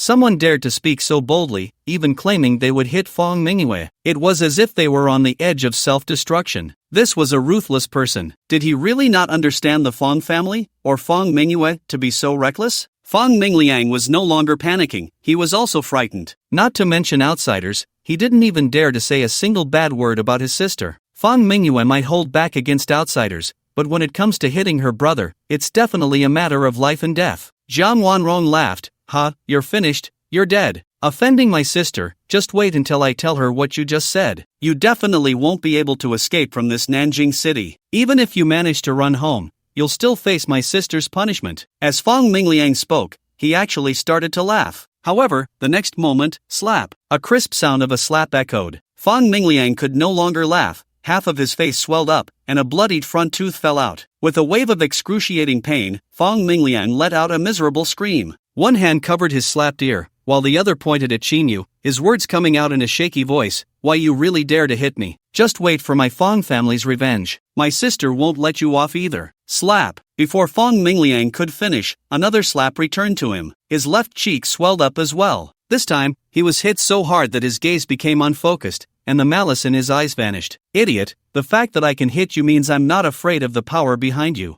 I'm even less afraid of Fong Mingyue. Is it useful to throw around these empty threats?" Xinyu said coldly, with a hint of a smile. It seemed he was speaking to Fong Mingliang, yet it also felt like he was talking to himself. After saying that, he grabbed Fong Mingliang by the collar and pulled him closer. Then, he raised his other hand and began to slap Fong Mingliang's face repeatedly. This time, the slaps landed directly on his face, not just the ear. Slap, slap, slap. Xinyu had long felt that Fong Mingliang deserved a beating, and now he was not holding back at all. However, the force he used was much lighter than when he hit the 4 bodyguards earlier, and it was also gentler. If he knocked Fong Mingliang out with one slap, it would be hard to continue, so he opted for a gentle approach, slowly beating him until he was satisfied. After 7 or 8 slaps, Fong Mingliang's entire face was bruised and swollen, looking worse than a pig's head. Although he was dazed and his vision blurred, it was not hard to tell from his intermittent hoarse voice that he was begging for mercy. Xinyu slapped him a few more times, and after releasing him, Fong Mingliang collapsed to the ground like a dead dog, curling up and trembling. It was hard to tell whether he was shaking from pain or fear. Looking at the once handsome face, now completely disfigured and resembling a pig's head, Xinyu felt a sense of relief in his heart. The 4 bodyguards were now somewhat sober and managed to stand up. Seeing the miserable state of young Master Fong, they endured their pain and charged at Xinyu again, disregarding their lives. Unsurprisingly, the 4 were taken down in one move again. With the fight over and his anger vented, Xinyu felt somewhat disinterested and wanted to leave. But when he turned around, he saw Fong Mingliang lying on the ground, glaring at him with a venomous look. Seeing that gaze and recalling the arrogant demeanor from earlier, he couldn't help but walk towards Fong Mingliang again. Lying on the ground, Fong Mingliang felt a surge of alarm at Qinyu's approach. His lips moved with difficulty, and a hoarse voice came out intermittently. Although it was hard to hear clearly, it was evident he was begging for mercy. "Fong, I didn't expect you to be beaten so badly and still be stubborn, daring to insult me," Xinyu said angrily, pointing at Fong Mingliang. I didn't." Fong Mingliang was so frightened by this that he nearly lost his soul, struggling to spit out a few words in explanation. "You dare to insult me again, kid? Since you're so tough, I won't hold back." Xinyu spoke nonsense. Since he had already hit him, a few more hits wouldn't matter. Fong Mingliang kept shaking his head, indicating he didn't mean it. Xinyu ignored him and went over to kick him several times in the lower body. Fong Mingliang felt as if his bones were about to break, muffling his cries, tears streaming down his face. It was hard to tell whether it was tears of pain or tears of grievance. Xinyu felt quite at ease as he glanced over at the little girl standing nearby, who was so frightened that she seemed dumbfounded by everything happening. When the little girl met Qinyu's gaze, her face turned pale, and she cried out, "Big brother, please let me go. I was wrong. I shouldn't have spoken ill of you just now." But seeing Qinyu remain indifferent and approach her a few steps closer, her face turned completely white. She regretted not fleeing earlier. Now, even if she wanted to leave, she couldn't. Resigned, she said, "If you really want to hit me, could you please not hit my face? It wouldn't look good if it gets ruined." Xinyu walked towards the little girl because she resembled someone he knew. "Spit out what you have in your mouth, otherwise, your face will really end up looking like Fong Mingliang's," Xinyu said, slightly frowning. "Okay, big brother." The little girl hurriedly spat out the chewed gum. "What's your name?" Xinyu asked. "My name is Jiang Wanrong. What is Jiang Xian to you?" "He's my brother." "Big brother, do you know my brother?" Xinyu glanced at Zhang Wanrong but did not answer. After taking another look at the few people who had already been scared away, he turned and left, walking towards the dark night wind. Once Xinyu suddenly left, Zhang Wanrong finally regained her composure from the panic. She let out a long sigh of relief, secretly grateful to have escaped a disaster. A warning from Xinyu floated in her ears. If I see you with Fang Mingliang again, I'll beat you up too. Okay, I'll listen to you, Zhang Wanrong quickly replied, feeling the pressure of Qinyu's authority. She watched Qinyu drive away, her expression changing several times before she hurried to help Fang Mingliang up. After the dark night wind left, the 3 boys and 2 girls hiding at a distance ran back. They all felt anxious, knowing that Nanjing City would be shaken by this incident, and they would be greatly implicated. Just after Qinyu experienced this incident, someone reported it to another person. The one receiving the report was the old man Qinyu had encountered the night he had half his face injured. On the phone, Shueishan listened as the person on the other end said that Qinyu had just caused trouble by beating up a rich second-generation heir. Oh, it's just a rich second-generation heir. He must have provoked Qinyu. If he got beaten, then so be it. Just handle it. There's no need to make a fuss, the person on the other end said. Shuelao, but the person who got beaten is Fang Mingliang from the Fang family. What? How is that kid from the Fang family involved? Shueishan was startled and quickly asked, is he seriously injured? Very badly. He was beaten up pretty badly. Oh my. On the edge of death, Shueishan almost jumped up and asked, what happened? Tell me everything from the beginning. So the person on the other end recounted how Qinyu had driven in front of Fang Mingliang's car, how Fang Mingliang had honked at him, leading to an argument, and finally, how they had come to blows, with Fang Mingliang getting beaten up. Alright, you all continue to follow that kid Qinyu, but be careful not to let him notice. I'll handle this matter, Shueishan said weakly. Their call ended there. After hanging up the phone, Shueishan sighed deeply, feeling a bit bitter. They were not afraid of any family in Nanjing City, but they were afraid of the Fang family. To be precise, they were not afraid of the Fang family itself, but of Fang Haishan's granddaughter, Fang Mingyue. If Fang Mingyue decided to intervene and seek revenge on Qinyu, it wouldn't just be him, even the entire Dragon Guard, including Long Dun, would find it difficult to handle. They could only hope for Qinyu's good fortune. Ever since the night he had crossed paths with Qinyu, he had sent someone to investigate Qinyu, and the results had surprised him greatly. Qinyu was surprisingly ordinary. Moreover, when he sent someone to Qinyu's hometown to further verify the authenticity of that information, some unexpected situations had occurred. Moreover, how Qinyu became a martial artist and suddenly became so wealthy was a complete mystery, leaving him even more curious, so he sent someone to secretly observe Qinyu. After thinking for a while, Shueishan picked up his phone and called Fang Haishan. No matter what, he had to send Qinyu to handle this matter. On the other side, boss, you hit that guy so hard, is it okay? He's from the first family in Nanjing City. After Qinyu got into the car and drove away with the night wind, Tang Qin sat in the passenger seat in silence for a while before she couldn't help but ask, don't worry, I know what I'm doing. If I hit him, I hit him. Your boss wouldn't do anything without confidence, Qinyu replied. He secretly pondered that since yesterday until now, with his keen spiritual perception, he could sense several familiar martial artist auras surrounding him wherever he went. These people were very professional. Without such strong spiritual power, even with a high physique, they wouldn't be able to detect them. Qinyu vaguely guessed their identities and wanted to stir up the waters in Nanjing City with this opportunity. With his combat ability, he could handle any danger in Nanjing City. The only concern was that Tang Qin was close to him, and there were also his parents in Shachang. Unfortunately, Lei Qing and the others were not around. Under his sharp thinking, many thoughts flashed through his mind. Then I can rest assured. Seeing Qinyu so calm, Tang Qin finally showed a smile. You really scared me just now, but thankfully, I realized my worries were unnecessary in the end. As she spoke, she looked at her idol like a little fan, her eyes sparkling as she gazed at Qinyu. I never dreamed that you, boss, practiced martial arts. It's just like a scene from an action movie, and your fighting posture is so cool. Qinyu ignored Tang Qin's words and snorted. You got so excited over a small matter. Please be aware of your identity. You are now a corporate executive, not a child. You need to have your own image. Tang Qin pretended to be angry. Are you starting to dislike your employee? Xinyu smiled and said nothing in response. 10 minutes later, the night wind arrived at Huajiang Square. Xinyu did not get out of the car but watched Tang Qin leave before calling Yun Chaoting. After learning that Yun Chaoting was at the car dealership,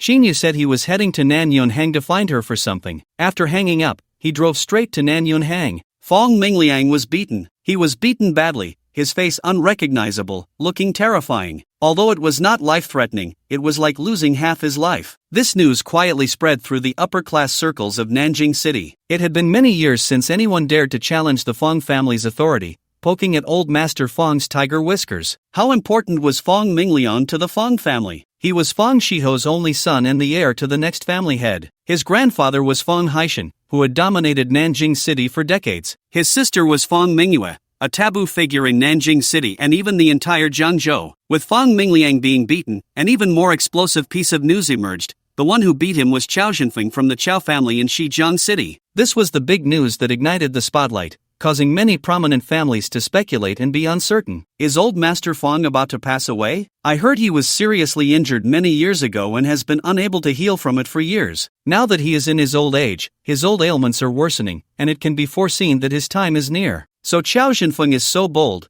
openly challenging the Fong family. Is the Qiao family going to war with the Fong family? There were also rumors that Qiao Zhenfeng and Fong Mingliang fought over a woman. This news was immediately denied. What could a woman possibly mean? Would Qiao Zhenfeng really injure Fong Mingliang so severely over a woman? Do you think Qiao Zhenfeng is an idiot? There is another piece of news. Qiao Zhenfeng not only beat Fong Mingliang but also threatened to beat Fong Mingyue as well. This news was quickly confirmed, leaving those who understood Fong Mingyue's identity puzzled. There is a saying, as long as old Master Fong stands, the Fong family will not fall. As long as Fong Mingyue is alive, no one dares to touch the Fong family. The conclusion drawn was that Qiao Zhenfeng was courting death, recklessly testing the boundaries of danger. Qin Mir, this news was known to anyone of note in Nanjing City in a very short time. Several related families rushed to the hospital to visit Fong Mingliang, especially the Zhao family, who were in-laws with the Qiao family, contacted the Qiao family immediately and hurried to the hospital. Those who were unrelated to the matter, families with no connection, did not go to the hospital, pretending to be unaware. They instructed their children and nephews to stay indoors and behave during this time, avoiding trouble. Fong Mingliang being beaten was not a glorious matter,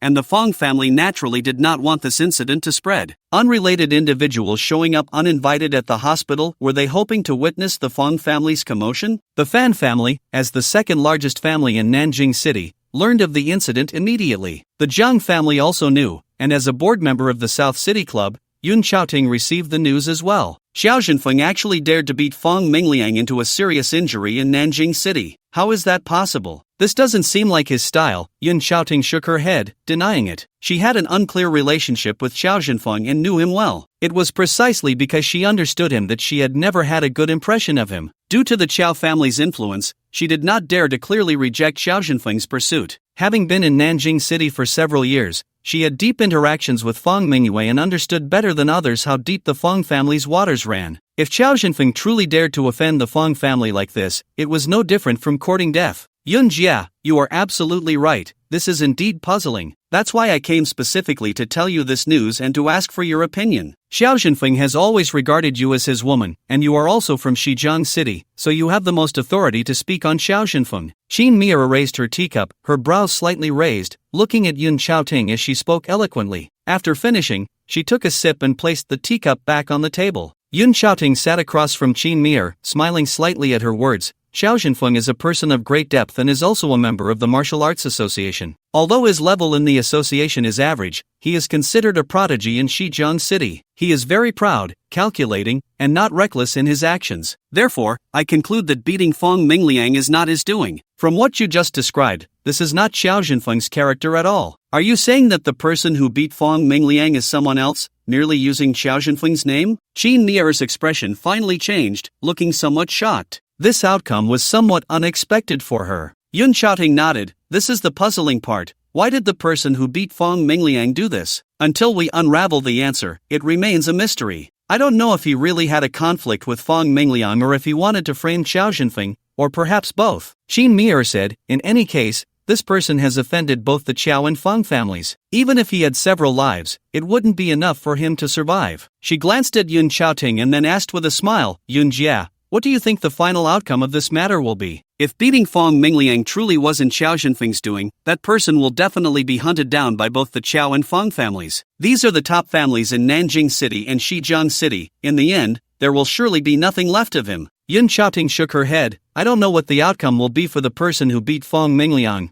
but the only thing I know is that the Qiao family will definitely suffer pressure from the Fong family because of this incident, and they are bound to suffer significant losses. Why, didn't you say that someone else hit Fong Mingliang? The Fong family won't be able to find out? Qin Mir was puzzled. Of course they can find out. Yun Xiaoting smiled happily. but everyone knows it was Xiao Zhenfeng who hit Fong Mingliang. Even if the Fong family finds out it wasn't Xiao Zhenfeng, they can only pin it on the Qiao family in the end, and they must take some action. Moreover, because of the old master of the Fong family, this matter has been causing quite a stir lately. The Fong family can just use this to make an example of the Qiao family and intimidate the other families. I see. Qin Mier couldn't help but sigh. Sister Yun sees things clearly. After all, I came from outside, and there are many things in Nanjing City that I can only see on the surface. Yun Xiaoting smiled slightly and teased, Mier, it's not that you can't see these things, you just don't dare to be certain, so you came to Sister Yun for an answer. Qin Mier giggled, Sister Yun really understands me. Just then, there was a knock on the office door. Come in, Yun Xiaoting said. Zhang Xian appeared with an anxious expression,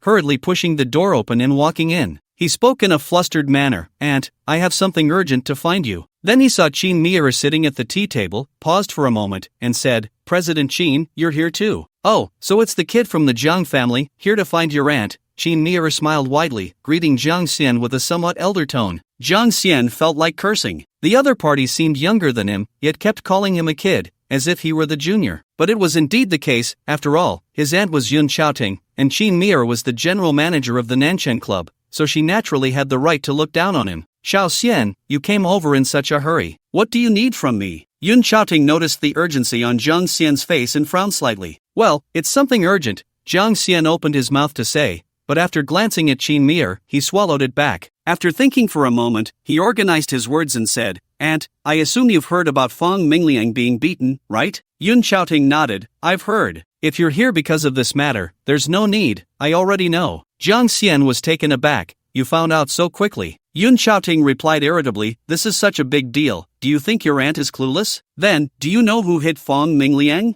Zhang Xian asked with a strange expression. Are you talking about Qiao Zhenfeng? Qin Mier interjected, Sister Yun and I just discussed this and concluded it wasn't Qiao Zhenfeng. Zhang Xian said, of course it wasn't Qiao Zhenfeng. I came to tell you who really hit Fong Mingliang. You know? Yun Xiaoting looked at Zhang Xian in surprise, her expression becoming serious. Qin Mier was also very surprised, her face full of curiosity. Who is it? Hurry up and say it. From your expression, do you know this person? Zhang Xian ignored Qin Mier and walked straight to Yun Xiaoting's side, lowering his head and whispering two words. Qin Yu. As soon as Yun Xiaoting heard this name, her calm expression vanished completely, and she stood up abruptly. Xiao Xian, how do you know it was him? Zhang Xian replied with a bitter smile, the person who hit Fong Mingliang was driving the Dark Night Wind, and the license plate number was the same. Moreover, Jiang Wanrong was also present. She was right next to Fong Mingliang. She even called to ask if I knew Qiao Zhenfeng and said that Qiao Zhenfeng mentioned my name. I was puzzled at the time and asked her a lot of questions before confirming that the person was indeed Qin Yu. I see. Yun Xiaoting's shock slightly receded, and she laughed in anger. He even knows to report Qiao Zhenfeng's name. Now it's good. He has offended two major families at the same time. I wonder what he is thinking. Yun Jia, you know that person too. Quickly tell me who it is. Do I know them? Qin Mier was as restless as a cat that smelled fish but couldn't find any food, urging from the side. She glanced at Zhang Xian, unable to hide her dissatisfaction. Zhang Xian noticed Qin Mier's displeased gaze but ignored it, feeling somewhat pleased inside. He spoke to Yun Xiaoting about something even more terrifying. Moreover, not only did he nearly ruin Fong Mingliang's face,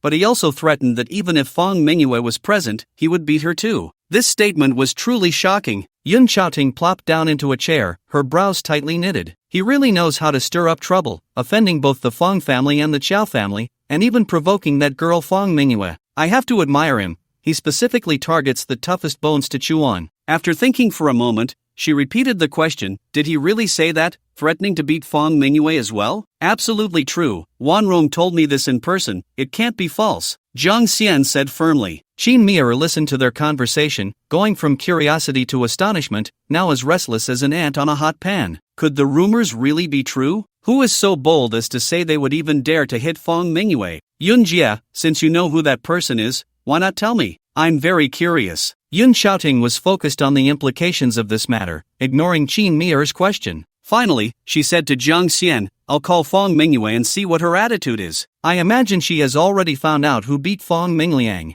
Zhang Xian quickly replied, that's good, you're more familiar with Fong Mingyue, so call her to gauge her attitude. It would be best if you could help Qin Gu plead for leniency. Yun Xiaoting picked up her phone and dialed a number. After a few rings, it connected. Yun Jia, what's the matter? Fong Mingyue's consistently cold voice came through the phone. Mingyue, I assume you found out who beat Fong Mingliang? Yun Chaoting got straight to the point. I know. You're calling to ask about this matter, wanting to plead for him? That's right, Mingyue, could you let it go this once for Yun Jie's sake? He hit my brother. I'll have him come over to apologize to Fong Mingliang in person. He even insulted me, saying he would hit me too. Yun Chaoting felt dizzy. Mingyue, how about I have him apologize to you in person? Fong Mingyue replied irritably, what are you to him that you speak up for him? Don't tell me you like him. Mingyue, where are you getting at? I just acknowledged him as my younger brother, that's why I care about him. So I can only put on a brave face and ask you for a favor. After 10 seconds of silence, you tell him this matter isn't over. This grudge, Fong Mingyue will remember. After Fong Mingyue finished speaking, she hung up the phone. Throwing her phone aside, she then looked at Wu Xiaoya, who had just come in. She asked, how is Fong Mingliang doing? As she spoke, she took out a small porcelain bottle from a beautifully crafted box. She crushed the seal of the porcelain bottle, poured out a crystal-clear pill, about the size of a peanut resembling white jade, put it in her mouth, chewed, and finally swallowed it. It was as casual as eating a piece of candy, but Wu Xiaoya felt a pang in her heart.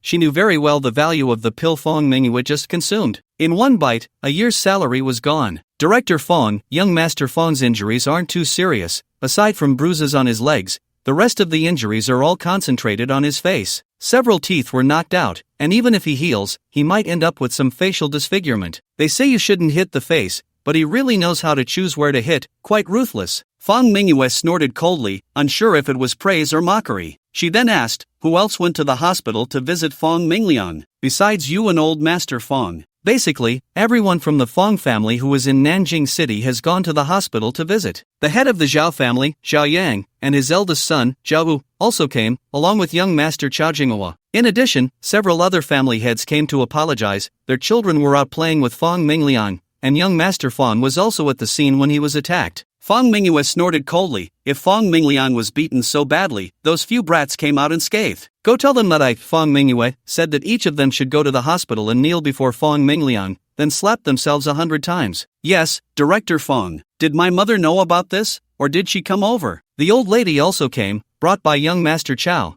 but she hasn't gone into the hospital to visit young Master Fong yet. Fong Mingyue's brows furrowed slightly. The rarely emotional expression on her face finally showed a hint of worry. After thinking for a moment, she added, that old man must be very angry that his son was beaten so badly. What was his reaction? Did he say anything about seeking revenge on the person who hit Fong Mingliang? Wu Xiaoya replied, the head of the Zhao family, representing the Chao family from Jiangxi, apologized to old Master Fong and clarified that it was not Chao Jinfeng who hit Fong Mingliang, but someone else. He also helped convey a message from the head of the Chao family, saying that Chao Jinfeng has been in seclusion at the Chao family and could not possibly come to Nanjing City to commit such a heinous act, and he hopes that the head of the Fong family will thoroughly investigate this matter and is willing to assist. Fong Mingyue asked, what did the old man say? The old man believed Zhao Yang's words and was prepared to immediately mobilize the Fong family's resources to capture the culprit who attacked young Master Fong and crush him to pieces. But Wu Xiaoya's words were interrupted by Fong Mingyue. Humph,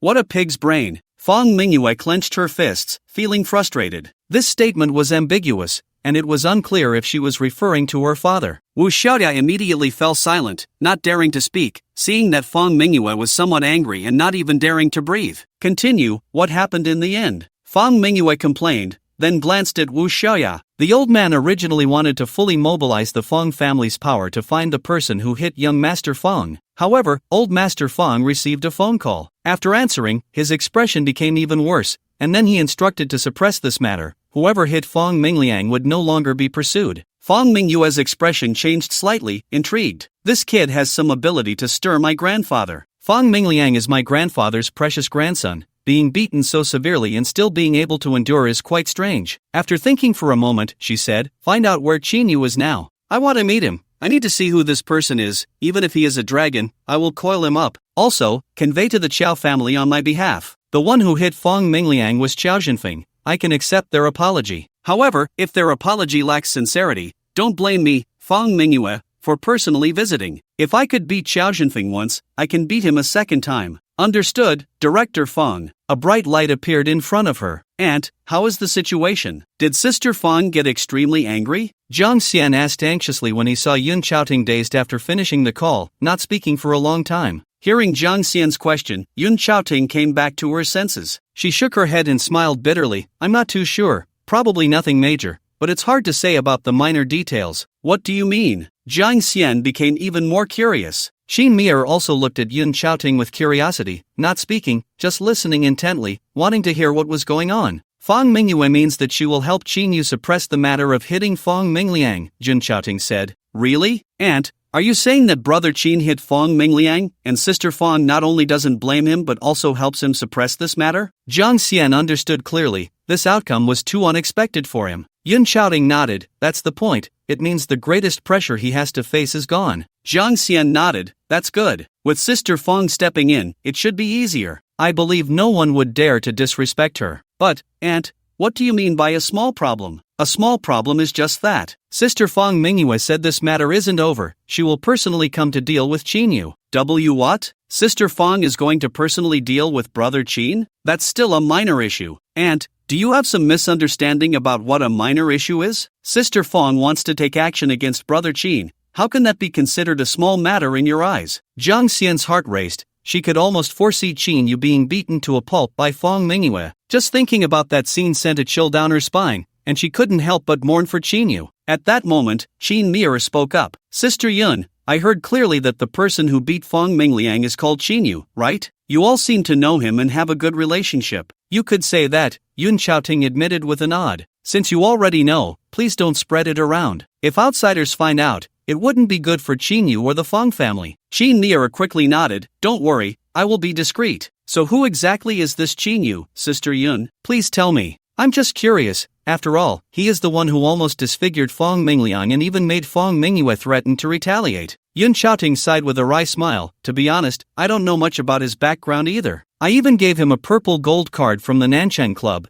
and his name is registered there. Xin Mier laughed. So it turns out he is a member of our Nanchang Club. We are all on the same side. In that case, I really want to meet this person. Just then, there was another knock on the office door. Yun Chaoting's heart stirred, and she smiled. Come in. Two people entered from outside. The first was Su Wei, an employee from the car dealership. The other was Qin Yu. It was quite a distance from Huajiang Square to Nanyunhang, especially during the morning rush hour. It took nearly an hour and a half to arrive. Su Wei stood at the door and immediately spotted Qin Yu getting out of the car under the night breeze, then ran over to lead him to Yun Chaoting's office on the third floor. Wow, brother Qin, you made it here. Jiang Xian had just found a chair to sit down and was about to pour herself some tea when she saw Qin Yu walk in. Startled, she quickly stood up, her face filled with astonishment. In her imagination, after Qin Yu had beaten Fang Mingliang, he must be on the run, yet here he was, swaggering in. Seeing Jiang Xian's shocked expression, Qin Yu smiled. Jiang Xian, surprised to see me? Jiang Xian felt a bit embarrassed and replied, I am indeed a little surprised. I thought brother Qin was off somewhere escaping. Escaping? Qin Yu's heart stirred. He guessed that Jiang Xian knew about the incident from this morning. He couldn't help but chuckle. Escaping? Do you have to exaggerate it like that? Shortly after Su Wei brought Qin Yu in, she left. Yun Chaoting stood up and walked towards Qin Yu. She was quite observant and curious. Just a day apart,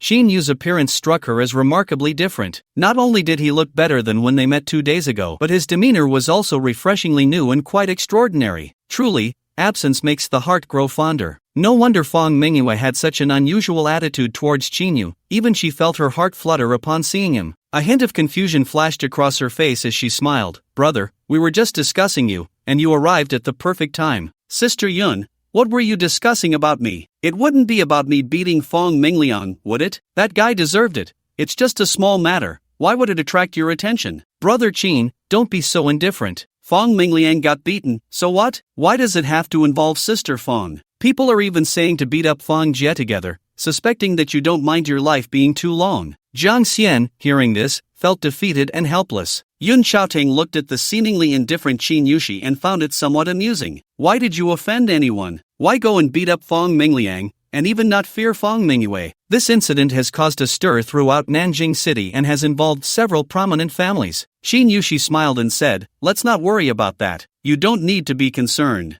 I'm here for a matter. Let's sit down and talk. Alright, let's sit down and have some tea while we chat. Yun Chaoting turned around and saw Qin Mier standing behind, smiling charmingly, her bright eyes watching Qin Yushi. She gestured and introduced, Brother, let me introduce you to her. She is Chin Mier, the general manager of the Nanchang Club. You can call her manager Chin. Mier, this is Chin Yushi. You just said you really wanted to meet him. Also, I have recognized him as my brother. Hello, young Master Chin. I just heard your name and now I see you in person. It's truly a privilege. Chin Mier frowned slightly, her eyes sparkling like water as she smiled at Chin Yushi, extending a delicate hand. Hello, Manager Chin. What name? It refers to the fight this morning, right? As long as you don't take it as infamy, it's fine. After all, fighting is wrong. Chin Yushi glanced at the woman dressed in a white stand collar shirt and a plain white long skirt, looking as pure as snow. He shook her hand, smiling, and teased. Manager Chin's temperament is somewhat ethereal, carrying a hint of detachment from the mundane. Chin Mier smiled gently. Young Master Chin really knows how to joke. This isn't just a matter of fighting. To be able to beat the heir of the Fong family and still be here chatting calmly, that kind of courage isn't something everyone possesses. Yin Xiaoting looked at the two and said with a smile, don't just stand there, let's sit down and talk slowly. Okay. Chin Gu, this way please. Then, Chin Mier turned and sat back in her original position. Following Jiang Xian's guidance, Chin Yushi sat in an empty chair beside Chin Mier, next to Jiang Xian in the other corner. Brother, you said you came to find me today for something. Yun Xiaoting took out 2 new teacups, washed them, and poured fresh tea. She handed 1 cup to Jiang Xian and 1 to Chin Yushi, then filled Chin Mier's cup before smiling and asking. She really wanted to ask about the relationship between Chin Yushi and Fong Manhwa, but with outsiders present, she had to hold back. Chin Yushi said, Sister Yun, I came today to buy a car. I have my eye on a model, but I don't know if you have a channel to get it. What car? Yun Xiaoting immediately became interested. She had experienced Chin Yushi's spending power. It was clear from the last time he bought the Dark Night Wind that ordinary cars wouldn't catch his eye. This time, coming specifically to her to buy a car, it must be something extraordinary. The Angel Chiaing. Chin Yushi stated the car he wanted to buy. Wait, Chin Good, don't you already have one of this model? Why buy another? Jiang Xian was surprised. I'm not talking about the subversion of the Angel Chiaing, but the official version. Chin Yushi corrected. Official version? This car has both official and subversions? Jiang Xian was confused, but Yun Xiaoting and Chin Mier's expressions slightly changed. Chin Yushi, you mean the Angel Chiaing that will be launched tomorrow but cannot be used for civilian purposes? That's right, it's this model. Chin Mier smiled. Young Master Chin's vision is indeed extraordinary, to have set his sights on the Angel Chiaing just as it is about to be launched. You're joking. I just heard others mention this car, and I became interested in wanting to buy it, Chin Yushi replied. Yun Xiaoting pondered for a moment and said, wanting to buy this car, especially wanting to register it in Longxia, is very difficult. The official version of the Angel Chiaing is set to launch tomorrow, but it's hard to buy. It's already been stipulated that it cannot be used for civilian purposes in various countries. If you want to buy one and transport it back home for registration, without connections, you simply can't get the paperwork done. Is there any way to get one? Chin Yu asked. If you really want to buy it, although it's very difficult, your sister can still help you get one back. Since Sister Yun has a way to get it, how many can you get in total? Chin Yu said, determined not to be surprised. Chin Yu, are you saying you don't just want one, but many? Yun Xiaoting was taken aback. That's right. To be honest, as long as Sister Yun can get them, I want as many as possible. Yun Xiaoting felt a wave of dizziness and smiled bitterly. Brother, you've given me a tough problem. Your sister can't help you get too many of this model. At most, I can manage to get 2. 2. Chin Yu sighed slightly, then it's 2. I'll trouble you, Sister Yun. We're siblings, there's no need to talk about trouble. Yun Xiaoting smiled. They didn't discuss the price of the car. Yun Xiaoting had become numb to Chin Yu's spending power. Buying a hotel worth over 100 billion was just a casual decision for him. Besides, Chin Yu still had a supreme black card in his possession. As for Chin Yu, he cared even less about the price, hoping it would be as high as possible. If he wanted to bargain, that would be an insult to the system. Jiang Xian asked curiously, why aren't you discussing the price? Since the Angel Chiaing has both a standard and a premium version, wouldn't the newly launched official version be more expensive? Yun Xiaoting smiled. Of course, it's much more expensive. I've seen the relevant information. This car will be launched in 3 countries tomorrow, and the current pre-sale price has reached 400 million. 400 million? Jiang Xian gasped, cursing, damn, I suddenly feel very poor. Yun Xiaoting shot Jiang Xian a glare, her gaze fixed on Chin Yu. However, I have a business partner who is also a dealer for the Angel Chiaing. Getting 2 from him shouldn't be a problem, and the price will be much cheaper than the pre-sale price. But, she raised her eyebrows and smiled slightly, if you're not in a hurry, it's best to wait a month to buy, it will be much cheaper. Chin Yu asked in confusion, Why will the price be cheaper in a month? I heard this model hasn't even launched yet, and the pre-sales at foreign car dealerships are basically sold out. It's particularly hot. I'm worried it will be even harder to buy later, and the price will go up. Yun Xiaoting chuckled, you don't understand the ins and outs. The manufacturer only delivered 5,000 units initially, and the allocation to dealers in various countries is very limited. Plus, the demand is high at the start, so of course, it sells like hotcakes. But as the supply increases, the demand will decrease, and the price will drop significantly. You have to understand, its factory price is less than 300 million. I see. Xinyu realized, recalling that when he asked Lu Xing, he thought this model had an initial production run of over 50,000 units, but it turned out not to be the case. Yun Xiaoting continued, as for the price, the cost for 2 cars is about 900 million. Adding transportation, registration fees, and other expenses, it totals 1.4 billion. 1.4 billion. Auntie, you don't think Qin Gu has money and want to rob him, do you? At this price, TSK, buying a supercar, one Angel Chiaing is worth at least 10. Hearing this figure, Jiang Xian couldn't sit still. He was already shocked by the 400 million,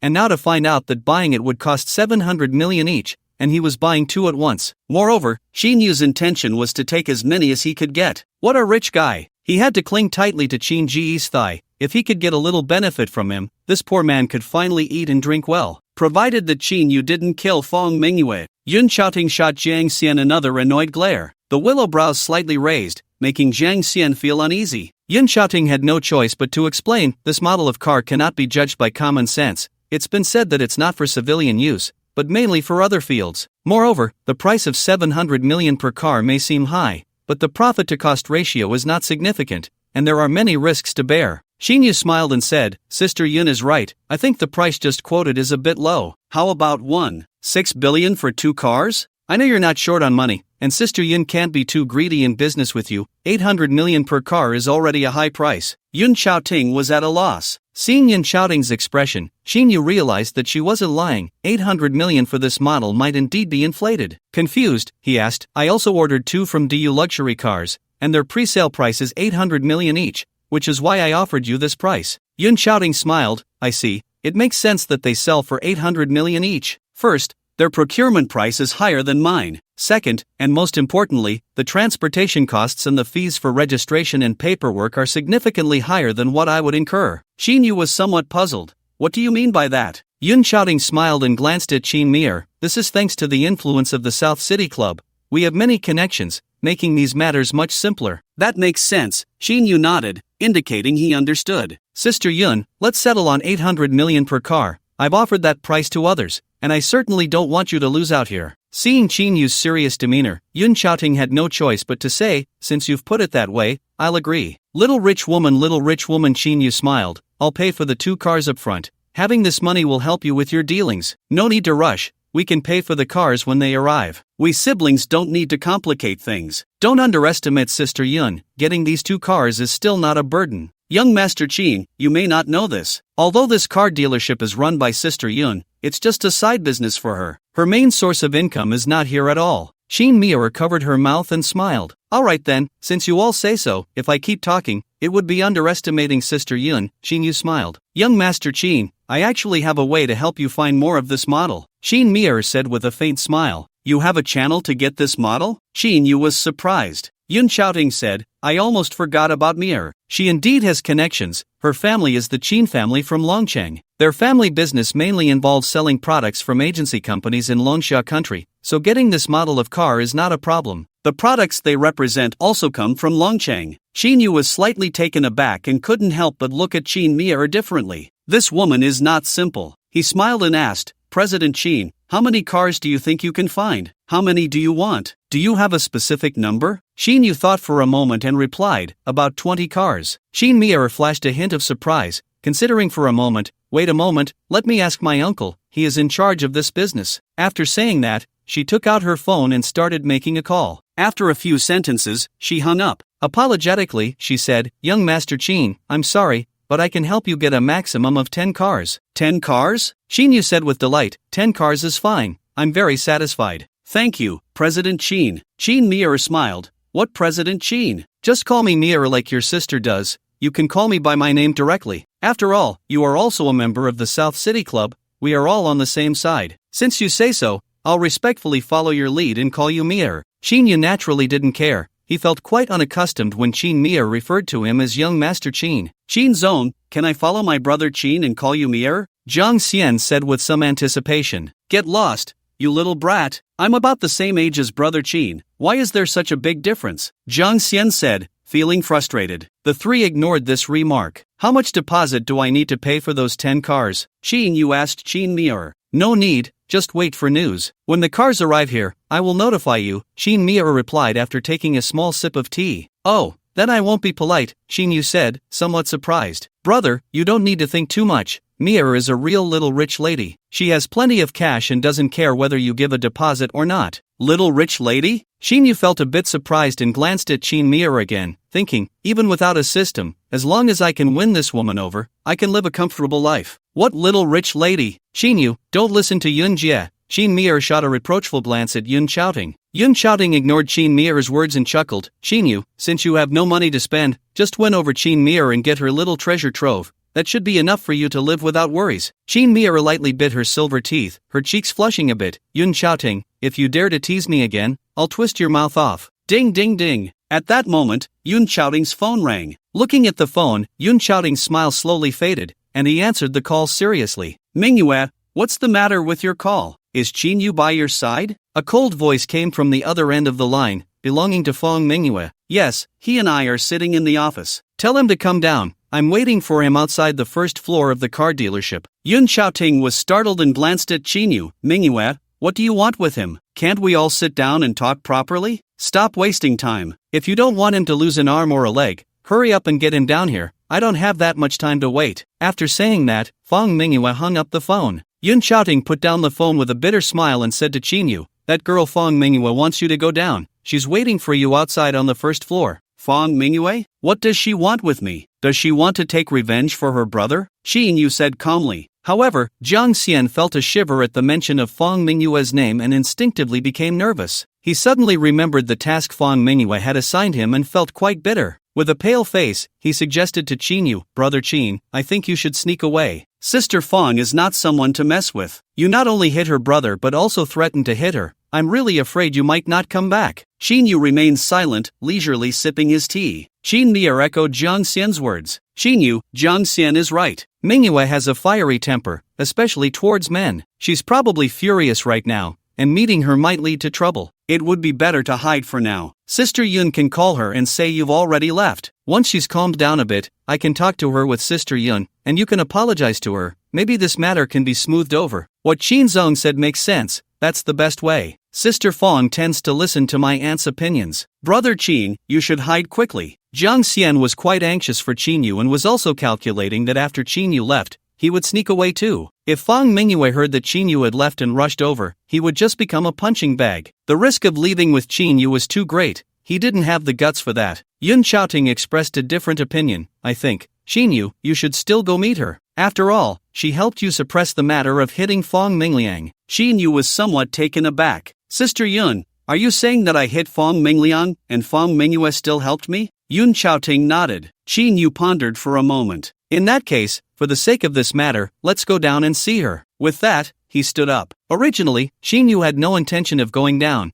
He planned to drink tea here while Fong Manhwa waited below. It wasn't his style to just go when someone casually called him over. Be careful then. Seeing Chin-yu about to leave, Yun Chaoting stood up to see him off. Chin-yu, take care. I hope to see you again tomorrow. Jiang Xian also stood up, his expression somewhat solemn. Chin-yu completely ignored him. Chin-yu, Manhwa is actually quite easy to talk to. Just give her a little leeway, and I believe there won't be any issues. But don't think just because you're good at fighting that you can look down on her. Never underestimate her strength. Chin Mir noticed something and kindly advised Chin-yu. As soon as there was a disagreement, they would go to war. Chin-yu waved his hand and left the office, appearing somewhat bored and casual, showing no signs of fear. Just as he stepped out of the South Cloud shop, a petite woman with delicate features, dressed in a very formal business suit, approached him. Hello, Mr. Chin. Please follow me. Director Fong is waiting for you in the car. Saying this, she extended her left hand, fingers together, making a gesture of invitation. All right, lead the way, Chin-yu replied. The woman led him to a Black Angel shadow car. She opened the back door and gestured for Chin-yu to get in.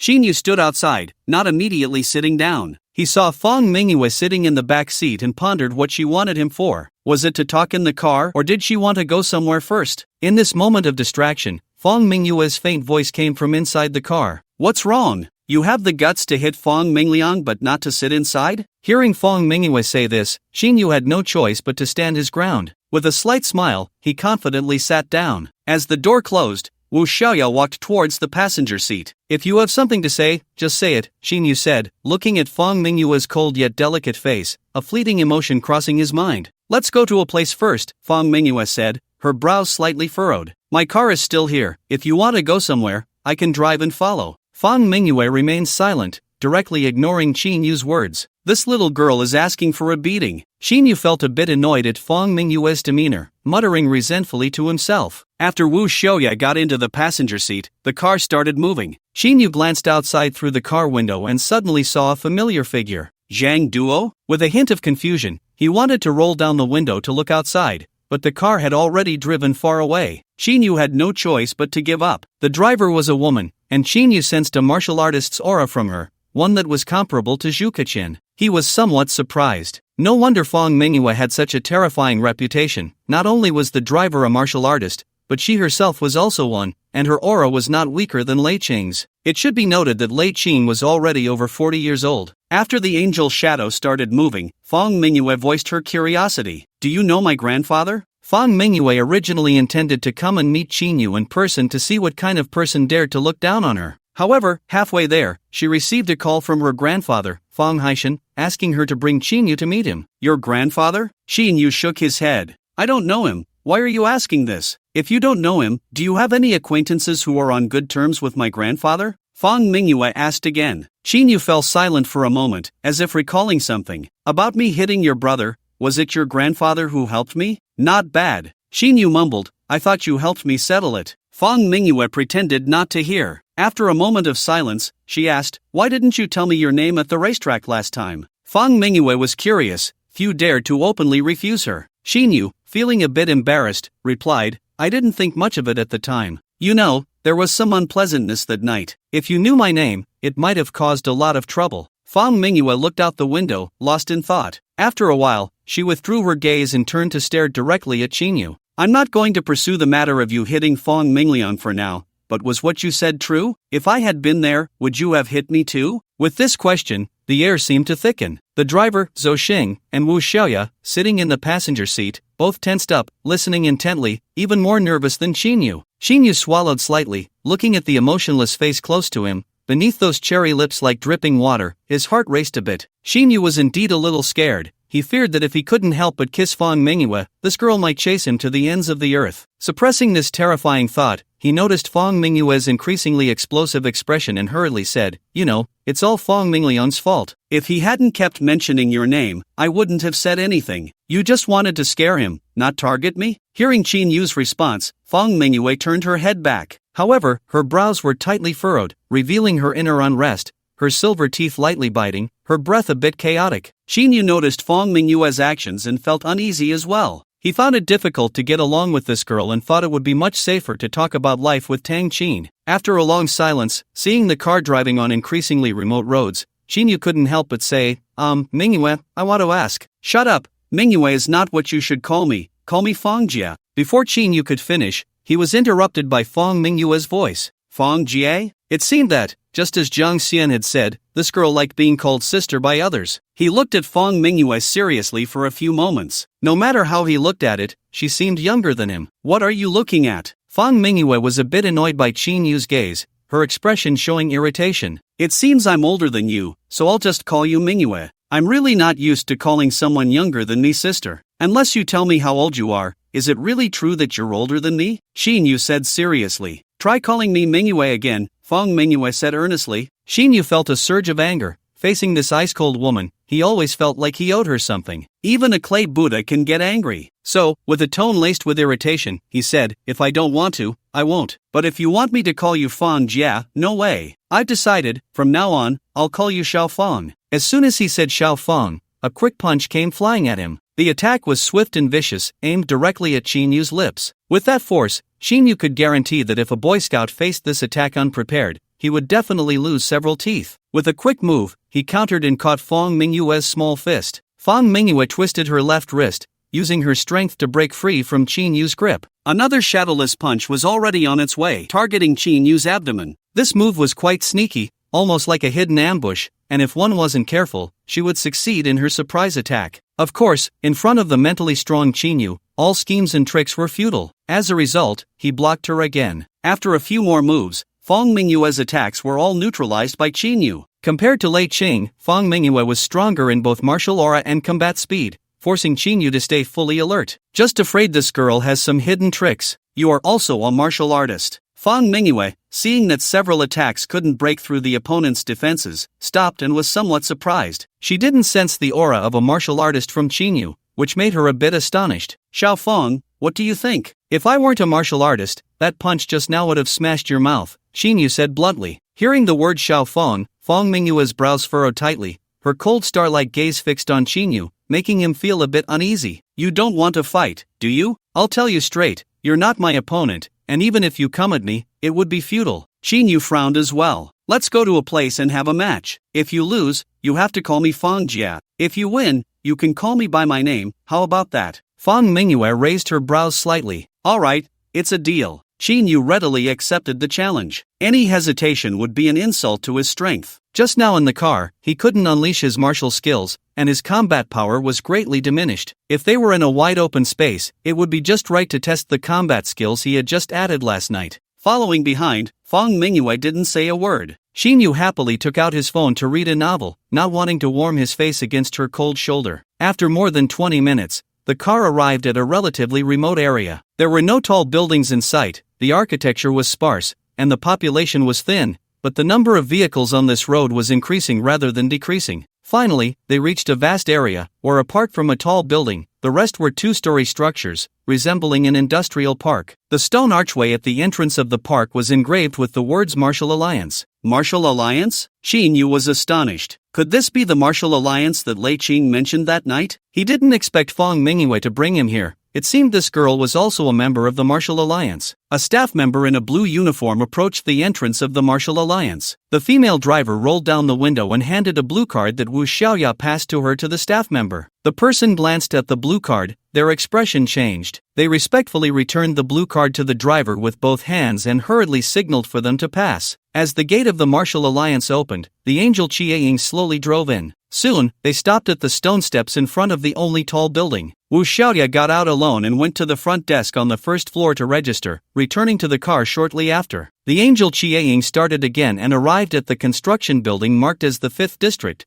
parking in the designated spot. Seeing Fong Mingyue get out of the car, Qin Yu followed suit. The four of them walked inside and arrived at room 512. Wu Xiaoya and Zhou Yan stood guard outside while Qin Yu and Fong Mingyue entered the chamber. It was a 50 square meter room, 10 meters high, appearing very spacious and bright. The lighting was as bright as day, and the air carried a faint smell of blood. A large platform-style ring was set up inside, and Fong Mingyue walked over and directly climbed onto the ring. Interesting. Qin Yu smiled slightly and also walked toward the ring. Sitting in the car earlier and entering this place of the Martial Alliance felt like stepping into a world of martial artists. At least half of the people he saw were martial artists. However, these martial artists had very weak auras. In front of him, they couldn't even be considered weaklings. Apart from Fong Mingyue and that female driver, the strongest martial artist he saw here was far inferior compared to Tong Jun. Even the half-faced person he killed last time couldn't compare. Qin Yu and Fong Mingyue stood together on the ring, facing each other. Are you ready? Fong Mingyue spoke. Ready, Xiao Fong, Qin Yu replied casually. But before his words had even finished, a blade of light was already stabbing toward Qin Yu. The graceful figure appeared right in front of Qin Yu as soon as he uttered the word Fong. Even though Qin Yu had been on guard against Fong Mingyue and anticipated her underhanded tactics, he did not expect that her martial arts level and attack speed had improved significantly since their encounter in the car, almost reaching a new level. In an instant, caught off guard, Qin Yu dared not block with his bare hands and hurriedly dodged backward. With a tearing sound, the fabric of his shirt at the right chest was sliced open,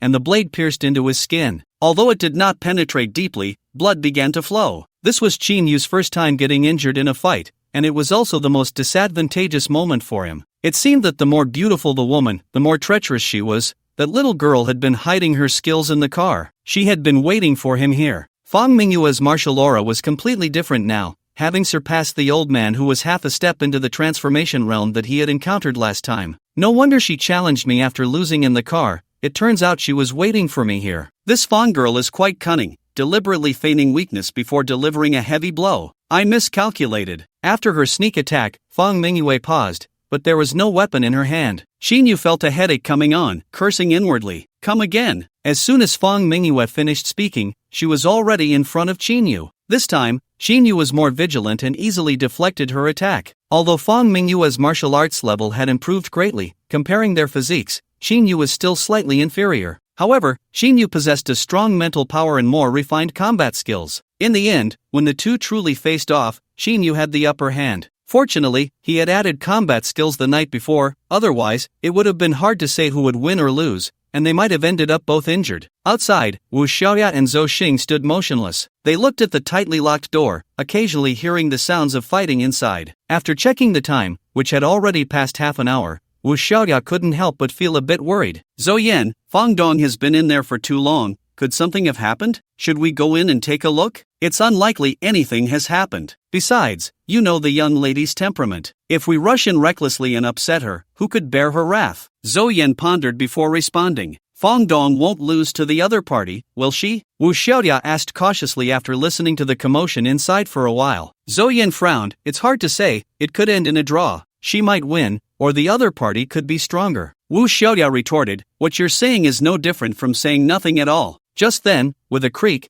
the door opened. Fong Mingyue stepped out with a blank expression. Her hair was somewhat disheveled, her clothes slightly disordered, and there was a tear in one place. Her pretty face bore 2 bruises, her pale complexion tinged with a hint of red, and her long legs wobbled slightly as she walked. Xinyu followed closely behind, looking much more relaxed than Fong Mingyue. He walked steadily, his face not as pale, though his clothes had 2 tears, with some bloodstains on the fabric at his right chest, and he had taken a punch to the face. Notably, there were also bite marks on his neck. Wu Xiaoya and Zhou Yan exchanged glances, a flash of confusion passing between them. Something was off. Fong Mingyue's attitude was not right. The two dared not speak and hurried to follow. On the way, Zhou Yan drove while Wu Xiaoya sat in the passenger seat. Although they remained silent, their curiosity was piqued. Who had won? But with Qin Yu's next words, the answer was revealed. Mingyue, where exactly are you taking me? The fight is over, you should at least tell me. Seeing the atmosphere was a bit heavy, Qin Yu voiced his confusion. To a clothing store, Fong Mingyue replied briefly. It was unclear whether she was answering Qin Yu's question or instructing Zhou Yan to drive. And then where to? Qin Yu wanted to dig deeper and asked again. Fong Mingyue remained silent, not answering. After waiting for a while and seeing that Fong Mingyue still said nothing,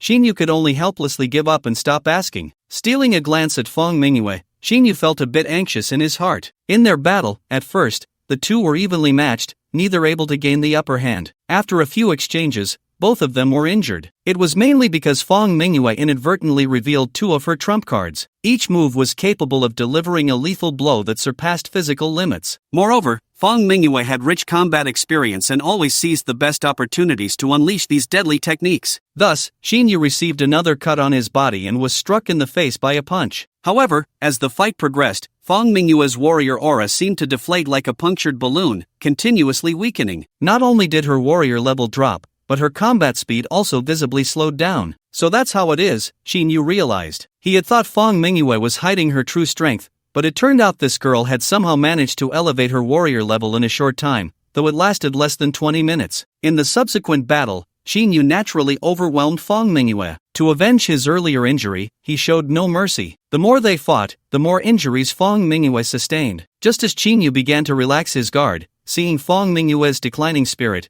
she suddenly launched a sneak attack again. Her aura changed dramatically, and as her warrior level rose again, she unleashed her shadowless blade and charged at him. Qin Yu, a bit flustered, sidestepped to evade and threw a punch, hitting Fong Mingyue in the chest. It was indeed the chest, the soft part. Qin Yu was puzzled as to why his punch felt like it had struck cotton. Seeing the fiery glare in Fong Mingyue's eyes, he finally realized. He could only apologize. I didn't mean to, please don't take it to heart. Fong Mingyue's expression quickly calmed down, and she coldly said, you win this time, but even if it wasn't intentional, you've already offended me, and you must give me an explanation. An explanation? Qin Yu smiled and explained, you know, in a fight, punches and kicks are blind, and it's inevitable to hit places one shouldn't. What explanation do you want? Fong Mingyue's eyes turned cold, her gaze sharp as she stared directly at Chinyu. From that knife-like gaze, Chinyu felt a dangerous aura approaching. His heart sank. Could it be that this girl has an even more terrifying killing move that I can't withstand? Thinking of this, he hurriedly began to backtrack. Mingyue, I promise you, just say what explanation you want. Upon hearing the name Mingyue, Fong Mingyue involuntarily furrowed her brows. Silently, she walked in front of Chinyu, the two of them standing very close, their faces mere inches apart. Just as Chinyu felt a bit flustered, wondering what this girl was up to, Fong Mingyue suddenly lowered her head and bared her teeth, aiming to bite Chinyu's neck. Looking at the rapidly passing scenery outside the car window, Chinyu rubbed the 2 rows of clear teeth marks on his neck, his fingers drawing out some blood. He cursed inwardly, so ruthless. I really doubt if this girl is a dog. How stupid of me to just stand there and let her bite. The angelic car arrived at a luxury goods mall, and as soon as they got out, Fong Mingyue rushed into the mall. They went up to the 2nd floor and entered a domestic brand clothing store called Shuangliu. Chinyu followed her in and saw Fong Mingyue heading to the women's clothing section to pick out clothes, so he went to the men's section. The female driver who had been driving did not follow, but Fong Mingyue's assistant did, standing outside the store. Chinyu? Bai Xiaoye asked with a tone of uncertainty, still inquiring about the name. Chinyu had just picked up a piece of clothing when he heard that somewhat familiar voice and turned to look. Frowning slightly, he coldly uttered 3 words, Bai Xiaoye, so it really is you, Chinyu. I thought I had recognized the wrong person. Bai Xiaoye's lips curled into a slight smirk, a hint of pride in her expression, mixed with that old sharpness. Chinyu had changed so much, his appearance was completely different from before. Not only were his features more defined, but he also looked much more handsome, and he seemed to have grown taller. Bai Xiaoye, who was picking out clothes in the store, saw him the moment he stepped inside. She stared for a long time before daring to confirm that this somewhat ragged-looking person was indeed Chinyu. It seemed that Chinyu had just been in a fight. This made Bai Xiaoye feel even more disdainful and smug. With an emotionless gaze, she glanced at the spirited Bai Xiaoye, then swept her eyes over the man beside her, who was dressed extravagantly but looked quite ordinary. Chinyu picked up a piece of clothing and didn't pay Bai Xiaoye any more attention as he walked toward the cash register. From Bai Xiaoye's perspective, she saw a look of superiority in him, which left Chinyu feeling somewhat confused. Stop, Chinyu, I have something to say to you. Bai Xiaoye was a bit angry when she saw Chinyu trying to leave without saying a word, clearly not considering her at all. Say it then, spit it out. Chinyu took a few steps, then stopped, turning his head with a hint of disgust and impatience. Seeing him halt, Bai Xiaoye smiled slightly, directly ignoring his earlier rudeness. In her heart, she was thinking about how to elevate her current status and how to step on him while showing off in front of him. After all, Chinyu had humiliated her at the car dealership last time, and she had been holding in a lot of dissatisfaction since then. Like a proud peacock,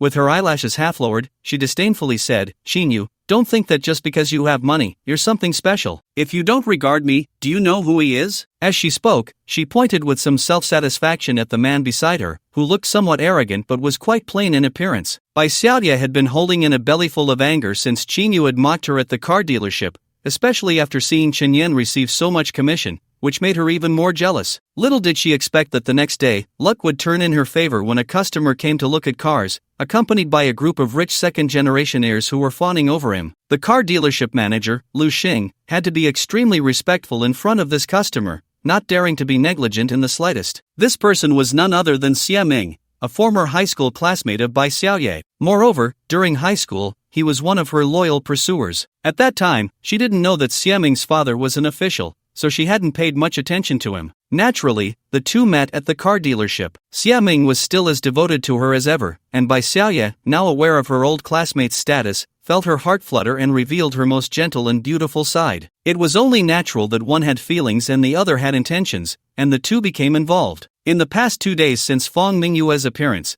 Bai Xiaoye had truly transformed from an ugly duckling into a lofty phoenix. She stayed in a luxury hotel, wore designer clothes, and adorned herself with jewelry and diamonds. Surrounding her was a group of rich second-generation heirs, who had previously been out of her reach. Especially in front of her, these rich heirs had to act very polite, not daring to show any disrespect. Even a second-generation heir with family assets exceeding 10 billion had to lower his voice in front of Xie Ming. Although Xie Ming was not a local and had only been in Nanjing City for a short time, he wielded immense power as soon as he arrived. Bai Xiaoye deeply felt Xie Ming's influence, those rich airs seemed diminished in his presence. Naturally, Xinyu was no exception. She boasted again, he is now my boyfriend. As for his status, Xinyu, if I were to tell you, even if you are very wealthy, you would be scared. After saying this, her gaze became even more arrogant. Are you sick? His status, whether divine or demonic, has nothing to do with me. Didn't I say before that you better not let me see you again? The farther you roll away from me, the better. Xinyu squinted slightly, his words still as rude as before. You dare. Bai Xiaoye said this with some exasperation. Xia Ming, on the other hand, spoke out in anger. You belong to which family, daring to be so arrogant in front of me? You really don't know who I am. Xia Ming's eyes glinted coldly as he spoke imperiously. He had long been accustomed to the flattery and fawning of others in South River City, and just now he was pretending to be profound,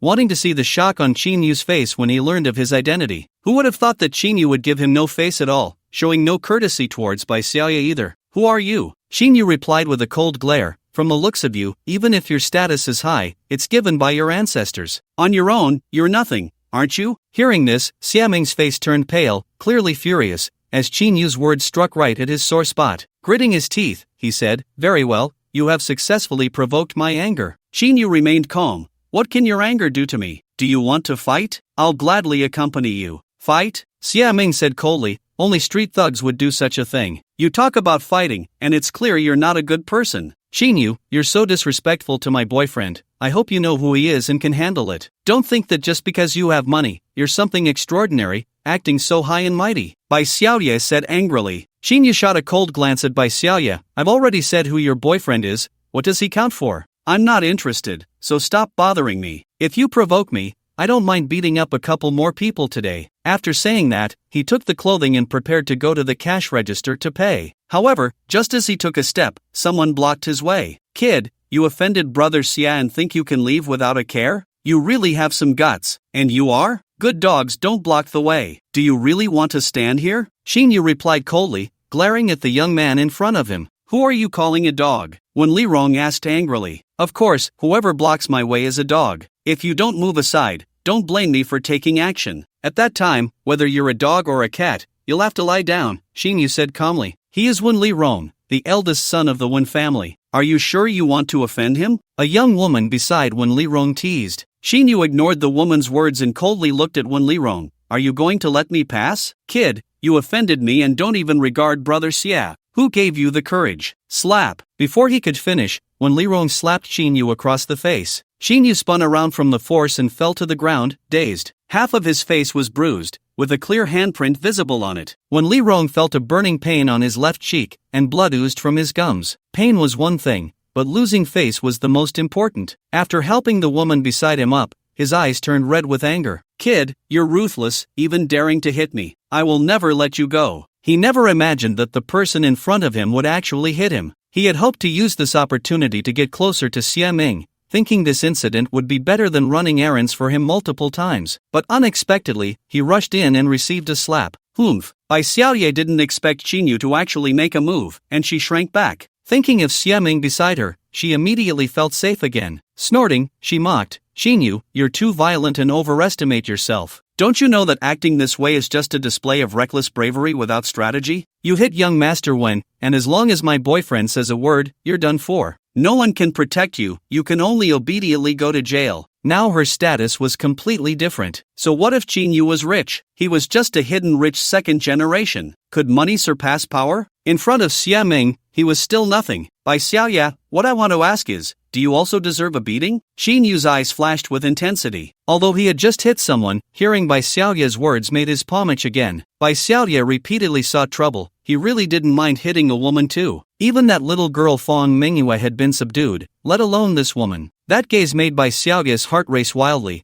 and his chest felt a bit tight. It was terrifying. Was this still the same timid and humble person from before? That gaze was like that of a fierce beast. He couldn't help but take a step back. You are Qinyu, right? I don't care who you are, but if you dare to threaten my girlfriend, apologize to her immediately and kneel to beg for my forgiveness. Otherwise, you absolutely cannot withstand my wrath. Xia Ming stepped forward, blocking Bai Xiaoye behind him, his sharp gaze fixed on Qinyu. Qinyu's earlier disrespect had already angered him. Now, not only had he hit Wen Lirong, but he was also threatening his girlfriend. This was a complete disregard for him. It seemed that although he had only come to Nanjing City with his father for a short time, it was time to take ahead to establish his authority. Brother Xia, as long as you deal with this kid, I will definitely assist you with all my strength. I have a grudge with this person that cannot be resolved without bloodshed. It's either him dead or me dead. I want him and the family behind him to pay a heavy price. When Li Rong rubbed his half-numbed face, glaring viciously at Qinyu. Just as he finished speaking, a calm female voice rang out. Quite the bravado, and you want him to pay a heavy price? Who do you think you are? Fang Mingyue walked towards Qinyu with some dissatisfaction. As she got closer, she heard when Li Rong's words directed at her. When Li Rong was already furious, and hearing that voice aimed at him only fueled his anger. Who the hell is this brat, daring to come over and talk back, even to me? As he spoke, he turned to look at Fang Mingyue. Bai Xiaoya's fear met the sight of the graceful figure standing tall, with long legs and a slender body. And that face, with brows like a waning moon and eyes like cold stars, was as frosty as the winter. Fang, Sister Fang. This face was actually Fang Mingyue. When Li Rong felt a loud ringing in his head, his lips moved awkwardly, trying to call out Sister Fang, but his throat tightened, and the words came out like a whisper. His face turned pale in an instant, his legs felt unsteady, and his whole body trembled slightly. The scene of Fang Mingyue beating up Fan Tao not long ago flashed in his mind, and he had felt a bit pleased at that time. But now, you can't be Qin Yu's new girlfriend, can you? Open your eyes and see, your boyfriend is finished. Young Master Wen's family assets are worth over 100 billion, while my boyfriend's father is the deputy mayor of Nanjing City. With just a word from either of them, Qin Yu will have no chance to turn things around. Bai Xiaoya felt a bit jealous upon seeing Fang Mingyue. This woman was absolutely flawless in appearance. Her only flaw was that she gave off an icy vibe. Fang Mingyue stood beside Qin Yu, glancing at him with some dissatisfaction. Buying clothes takes so long. I've been waiting at the cash register for ages. At this moment, Fang Mingyue had changed into new clothes and applied light makeup, making it hard to notice the bruises unless looked at closely. The expensive custom outfit she had changed out of was long gone. Seeing that Fang Mingyue didn't even glance at her and ignored her words, Bai Xiaoya felt furious. This was unacceptable. Her current status was not ordinary. How could she tolerate a woman ignoring her? Qin Yu, you scumbag, as soon as you find a pretty girl, you immediately dump Su Li. And you vixen, relying on your looks to act pure while seducing other people's men. You're clearly a gold digger, yet you dare to put on airs in front of me, acting like you're some rich young lady. These words finally caught Fang Mingyue's attention, and her gaze shifted from Qin Yu to Bai Xiaoye. Her eyes, like autumn waters, remained as calm as ever. They did not waver in response to Bai Xiaoye's sharp words, nor was there the slightest hint of anger. She said, "Which of your eyes saw me seducing men? You're still pretending, still acting high and mighty. Qin Yu just broke up with his girlfriend, and now he has a beauty like you by his side. Tell me, if you weren't deliberately seducing him, how would you know him?" Shut up. Bai Xiaoya had not finished speaking when she was interrupted by Xia Ming. From the first moment Xia Ming saw Fang Mingyue, he was stunned. He felt she looked somewhat familiar, as if he had seen her somewhere before, and her presence gave him a sense of heart palpitations. It seemed that this stunningly beautiful ice queen before him held a significant identity. He racked his brain until Bai Xiaoya's words struck him like a bolt of lightning, and he suddenly remembered who this beauty was. Fang Mingyue. On his first day in Nanjing City, his father had repeatedly warned him about the person he must never provoke. He even brought a photo of Fang Mingyue for Xia Ming to recognize her. Fang Mingyue had become the most taboo figure in Nanjing City, and this small city had drawn everyone's attention because of her. Even Xia Ming's father, Xia Gongliang, who had been transferred here, was extremely cautious in front of Fang Mingyue. "Why you are Fang Mingyue?" Xia Ming asked respectfully, with enough caution in his voice. This demeanor startled Bai Xiaoye, who had just regained her composure. "Xia Ming, do you know her?" Xia Ming did not answer Bai Xiaoye but looked at Fang Mingyue with trepidation. "Who allowed you to call my name?" "Slap yourself." Fang Mingyue frowned slightly and said. Upon hearing this, Xia Ming stood there, somewhat at a loss. Bai Xiaoye huffed angrily. "What's wrong with calling your name? Do you really have to slap yourself for that? You." Just as she was saying this, there was a sudden thud, and when Li Rong unexpectedly knelt on the ground. This sudden turn of events interrupted Bai Xiaoye's voice. "Sister Fang, I was wrong. I didn't know it was you. Can you please spare me? It's my fault. It's all because of my mouth." When Li Rong pleaded for mercy from Fang Mingyue, terrified, then he raised his two large hands, swinging them left and right, delivering 6 loud slaps to himself. There was no pretense, and blood slowly trickled from the corner of his mouth. This incident attracted a few customers to watch, and 2 store employees hurried over. However, they all recognized that when Li Rong's identity was not ordinary, and no one dared to intervene. After 6 resounding slaps, when Li Rong remained kneeling, looking pitifully at Fang Mingyue, Bai Xiaoye stared in shock at when Li Rong, then re-evaluated Fang Mingyue. She began to feel anxious, realizing she had provoked someone she shouldn't have. This person was a woman, but thinking of Xia Ming's identity, she felt somewhat reassured. Slap, slap. Just as Bai Xiaoye thought of Xia Ming's identity, she heard 2 more loud slaps. They came from the man beside her. Looking at the kneeling Wen Li Rong, Xia Ming recalled his father's warnings. He steeled himself, no longer hesitating, and slapped himself twice before bowing to Fang Mingyue in apology. I was reckless just now, I formally apologize to you. The son of the vice president would be so afraid of a woman of the same age that he had to slap himself as instructed. How powerful could this woman be? Could she be the daughter of the president? Even if that were true, it wouldn't be possible for her to make Xia Ming obediently slap himself with just one word. Bai Xiaoye felt dizzy as several thoughts flashed through her mind,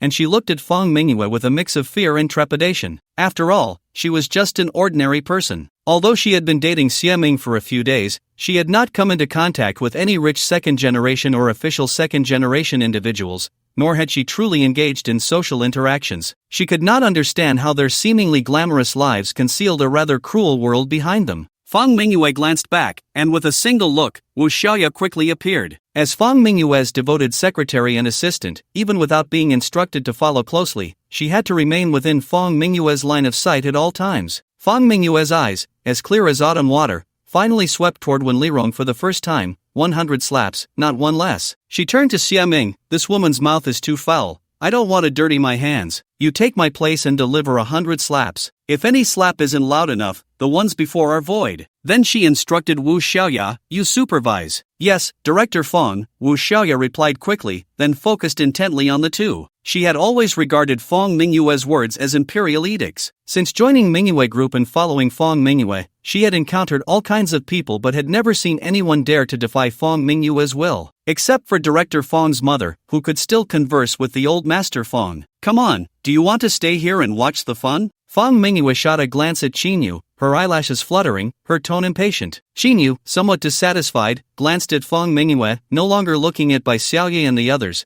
and walked toward the cashier with the piece of clothing. Fang Mingyue was clearly blaming him for making her wait so long, wasting her time. Qinyu wasn't deliberately slow in picking out clothes, it was entirely Bai Xiaoye trying to show off her impressive boyfriend, wanting to come over and retaliate, making Qinyu see her superiority in clinging to him. Bai Xiaoye felt a slight relief when she saw Qinyu leave with Fang Mingyue. She was filled with endless regret, regretting why she had provoked Qinyu. Not only did she gain nothing, but she also angered that terrifying woman. Then she heard a thud-thud sound, when Lirong was really kneeling there, knocking his head against the smooth, shiny floor. Each time his forehead hit the ground, it made a loud sound. How ruthless! She thought that once Fang Mingyue walked away, this matter would be over. Who knew that young Master Wen would actually follow her instructions and execute them so thoroughly? This action not only frightened Bai Xiaoye but also terrified the woman following Wen Lirong, turning her pale. Bai Xiaoye watched in fear, recalling Fang Mingyue's words, and couldn't help but feel a bit of a lie. She said to Xia Ming, lacking confidence, Xia Ming, you wouldn't really listen to that woman, would you? What is her status that you fear her so much? Xia Ming looked firmly at Bai Xiaoye. Xiaoye, don't blame me, this is all you're doing. Xia Ming, what do you mean by that? Bai Xiaoye was taken aback, her words barely finished. Then, slap, slap. Xia Ming began to rain slaps on Bai Xiaoye's face, the sound sharp and piercing. Bai Xiaoye was stunned by the blows, tears streaming down her cheeks. She didn't dare to dodge. If she did, it would truly be over. This lesson would be etched in her memory for life. After paying for the blue long-sleeved shirt, Qinyu went to the fitting room, took off the torn shirt he was wearing, and changed into the new clothes. When he came out, he walked out with Fang Mingyue. Because of the earlier incident, both the staff and customers looked at Fang Mingyue with a hint of fear. Fang Mingyue ignored the strange looks around her, her calm demeanor indicating that she had long since grown accustomed to it all. Mingyue, can you now tell me where you're taking me? In the car, Qinyu asked again, puzzled. If Fang Mingyue intended to take him to apologize to Fang Mingliang, that didn't seem right. Such trivial matters shouldn't trouble this girl. Fang Mingyue slightly furrowed her brows, showing a natural resistance to Qinyu's address. After a moment, she finally uttered a few words. "You'll know when you get there, why ask so much?" Shinyu, feeling gloomy, retorted, "If you want to take me somewhere, you should at least tell me where it is. Isn't it rude to keep it a secret? As if I owe you something. With that attitude, I might as well get out of the car. I can't accompany you any longer." Shinyu was not one to indulge Fong Mingyue like others did. So what if this girl was a bit strong? She was still no match for him. Others feared Fong Mingyue, but in Shinyu's eyes, she was just that, nothing more than what was said outside, not as terrifying as rumored. Fong Mingyue raised her eyebrows and finally spoke, "To my grandfather's place." "Your grandfather? Is he seeing me because of Fong Mingliang, to hold me accountable?" Shinyu felt puzzled. "Why ask so much? You'll know when you get there. Then, since it's my first visit, should I buy a gift?" "Don't be noisy. What gifts? Does my grandfather care about these?" Shinyu fell silent, pondering. At that moment, Wu Xiaoya finally jogged out. After getting in the car, they left the place. The Silver River Mountain Villa community was built atop a mountain peak. At the foot of the mountain to the north flowed a river, which was the Silver River. Although there were only 8 villa estates, these 8 villas were the most expensive and well-known in Nanjing City. Completed 30 years ago, even the smallest villa sold for 300 million at the time, and now it was impossible to buy even with money. Because it was located on the mountaintop, the air quality and environment were unmatched by other places. Halfway up the mountain was a famous golf course, and looking down, a river wound around the mountain, offering a panoramic view. The car carrying Qin and the others entered the mountain range. Following the winding mountain road, they ascended to the peak. Finally, they arrived at the largest villa at the very top. Entering this vast estate, they drove for a long distance before stopping in the garage of an old-fashioned villa. "Follow me." After getting out of the car, Fong Mingyue said and exited the garage. Shinyu followed her, glancing around. Although this villa was the top one in the Silver River Mountain community, the interior architecture was nothing special, not luxurious at all, but rather simple. Behind them, only Fong Mingyue's secretary followed. Under Fong Mingyue's lead, they finally entered the main hall on the first floor. The main hall was grand and imposing, with a classical deep wood color scheme. The east wall was adorned with several deep brown leather sofas, where an elderly man, past his 70s, with white hair and a thin face, sat in the main seat. His eyes were deeply sunken, making him appear even more gaunt. Yet, his deep gaze was quite spirited. On the left sofa sat a tall middle-aged man in a blue outfit, in his 40s. Behind him stood a young man and woman respectfully. Among them, the young girl caught Yu's eye as familiar. Upon a closer look, he finally remembered who she was. "Grandpa." Fong Mingyue sat beside the elderly man, addressing him respectfully. Then she casually greeted the middle-aged man, "Mr. Wang." Wang Mui stood up and smiled. "Director Fong is back. I was just talking to your grandfather about you when you returned." Fong Mingyue smiled in acknowledgement, not continuing with Wang Mui's words, and sat down on the sofa beside Fong Haishan. Despite her violent tendencies, she was sharp-minded and could easily see what others were thinking. After Fong Mingyue sat down, Wang Mui also returned to his seat, his eyes involuntarily looking at Qin, sizing up this young man he had never seen before. Fong Haishan looked kindly at Fong Mingyue as she sat down,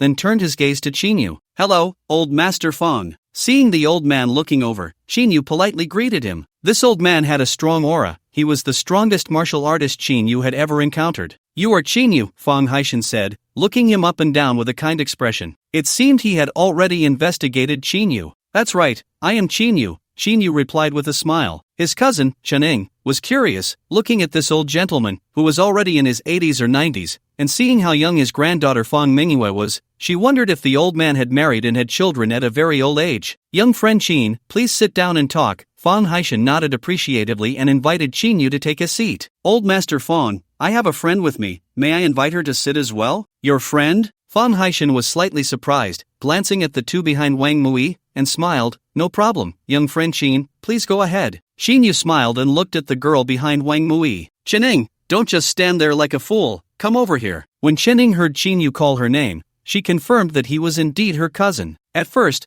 she thought he looked somewhat familiar but didn't recognize him. It wasn't until old Master Fong mentioned Qin name that she was startled and began to speculate, still unsure. After all, her cousin came from a rural background and had no significant connections. Although there was that familial tie, their family was not favored by her grandfather, and they had basically severed ties with the Chen family in Jiangzhou. Only Chen Ying's father had taken her to visit a couple of times, as her grandfather had once made a statement, and her father didn't dare take any real action to help Qin Yu's family, having been reprimanded by old Master Chen last time. Therefore, it was even less likely that Qin Yu would receive any care from the Chun family. 7 years later, seeing her cousin again, he had become a guest of Old Master Fong. In the entire Nanjing city, very few people enjoyed such treatment. It was only when Qin Yu called her name that she confirmed he was indeed her cousin. Cousin Qin Yu, it really is you. Chen no longer stood still and hurried over to greet Qin Yu. Let's sit and talk. Qin Yu sat down on the sofa to the right of Old Master Fong, gesturing for Chen to sit beside him. Chen, however, didn't dare be as casual as Qin Yu. She bowed slightly to Old Master Fong to greet him before sitting down next to Qin Yu. The fact that they were cousins and met so coincidentally made Fong Haishan and Fong Mingyue exchange glances,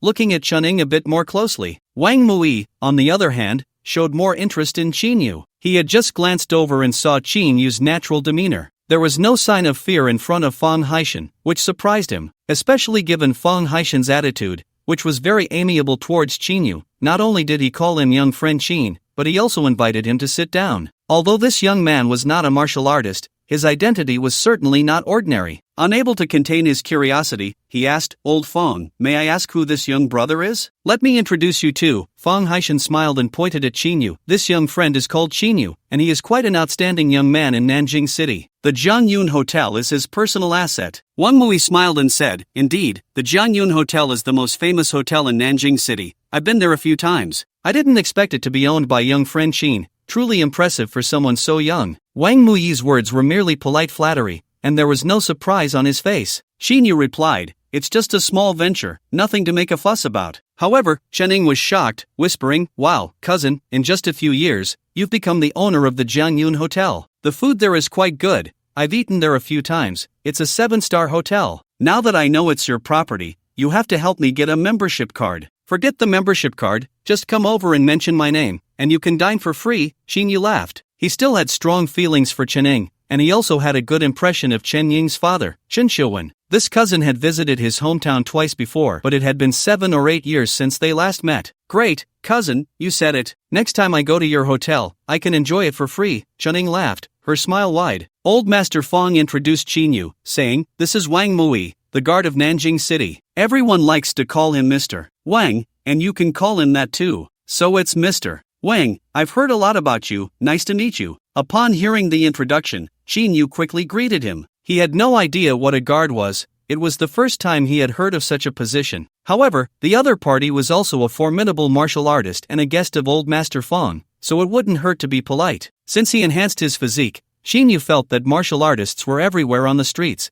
and he encountered them no matter where he went. Even his cousin, whom he hadn't seen in years, had become a martial artist. To be safe, he needed to earn more sign-in points quickly to enhance his physique. Wang Mui nodded politely. Old Master Fong then mentioned to Wang Mui, although Qin Xiaoyu is young, he is still under Shueishan, who values him highly. "The Dragon Guard Shueishan from Jiangzhou?" "That's right." Wang Mui's expression immediately became solemn as he carefully scrutinized Qin Yu, a look of confusion flashing across his face. "Qin Xiaoyu, I didn't expect you to know old Shui. May I ask what your relationship is with him?" Qin Yu smiled slightly, understanding that Old Master Fong was referring to the Dragon Guard Shueishan from Jiangzhou. If he wasn't mistaken, it was the old man he encountered that night, a martial artist at the half-step transformation level. He sold a mystery, saying in an inscrutable manner, "My relationship with him is quite complicated. It's hard to explain in a moment. I'll tell you slowly later." Wang Mui laughed heartily. "Qin Xiaoyu, since that's the case, we'll chat in detail later. It seems we are fated.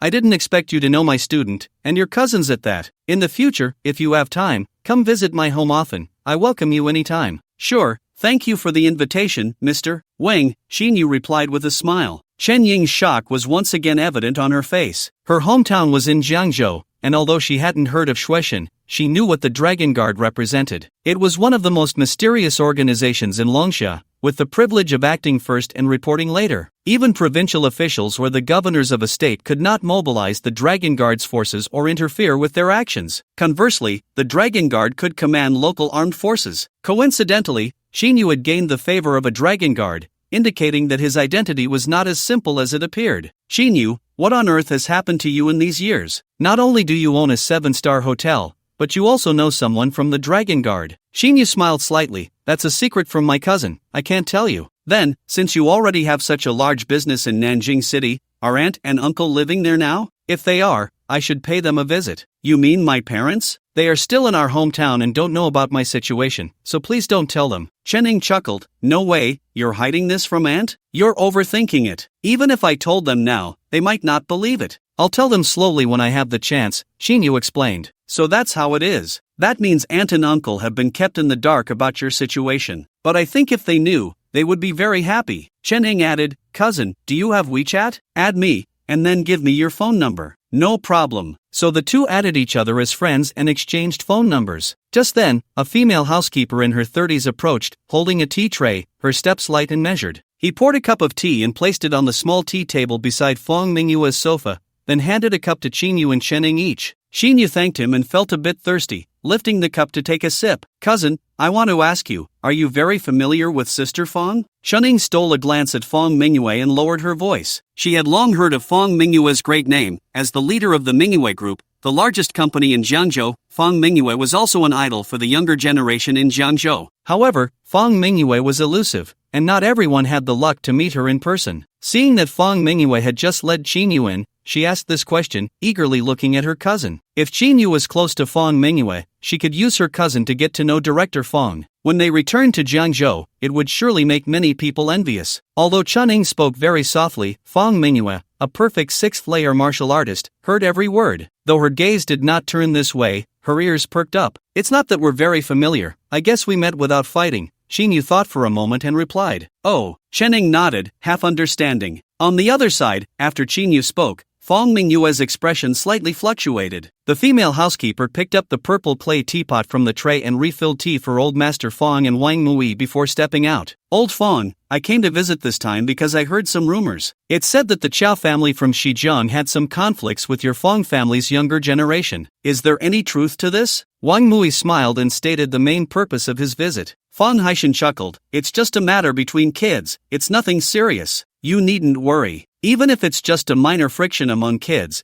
it could escalate into something bigger. If the Chow and Fong families accidentally get into a fight, my position as the defender of Nanjing City would be under great pressure. Wang Mui said with a wry smile, hinting at the implications. Old Master Fong replied calmly, this so-called pressure you speak of refers to my old bones, right? Old Fong, you jest. Wang Mui quickly waved his hand and laughed awkwardly. I mean no such thing. Please don't think too much about it. Rest assured, I'm currently focused on enjoying my old age and don't want to be bothered by these trivial matters. But if someone really wants to ride on my Fong family's back, that's another story. Mr. Wang need not worry, this matter is limited to the younger generation. The grievances faced by the younger ones are something our Fong family can bear, Fong Haishan said lightly. With old Fong saying that, I can rest easy. Wang Mui clasped his hands and smiled. Remembering that he had something very important to discuss today, Wang Mui turned his gaze to Fong Mingyue. He smiled and said, Director Fong, I have something to discuss with you, and it just so happens you are here. If there's something, just say it, Fong Mingyue said, lifting her cup, removing the lid, and taking a sip, speaking calmly. Wang Mui smiled. I brought 2 students today, and this student behind me is also surnamed Fong, named Fong Changgang. And then there's Chen-ning beside Qin Xiaoyu. Both have reached the perfect 3rd layer of body tempering and are preparing to challenge the 4th layer. To increase the chances of success, I wanted to ask Director Fong to purchase a few breaking body pills. Fong Mingyue listened calmly. She had long anticipated Wang Mui's purpose for seeking her out. However, upon hearing this, she was still slightly surprised. She looked at Chen-ning and asked, How old are you this year? Director Fong, I just turned 18. 18. Fong Mingyue felt a bit regretful. I thought you would be 2 years younger, but achieving the perfect 3rd layer of body tempering at this age is quite a talent. Thank you for the compliment, Sister Fong, Chen-ning said happily. Fong Haishan also expressed some envy. Mr.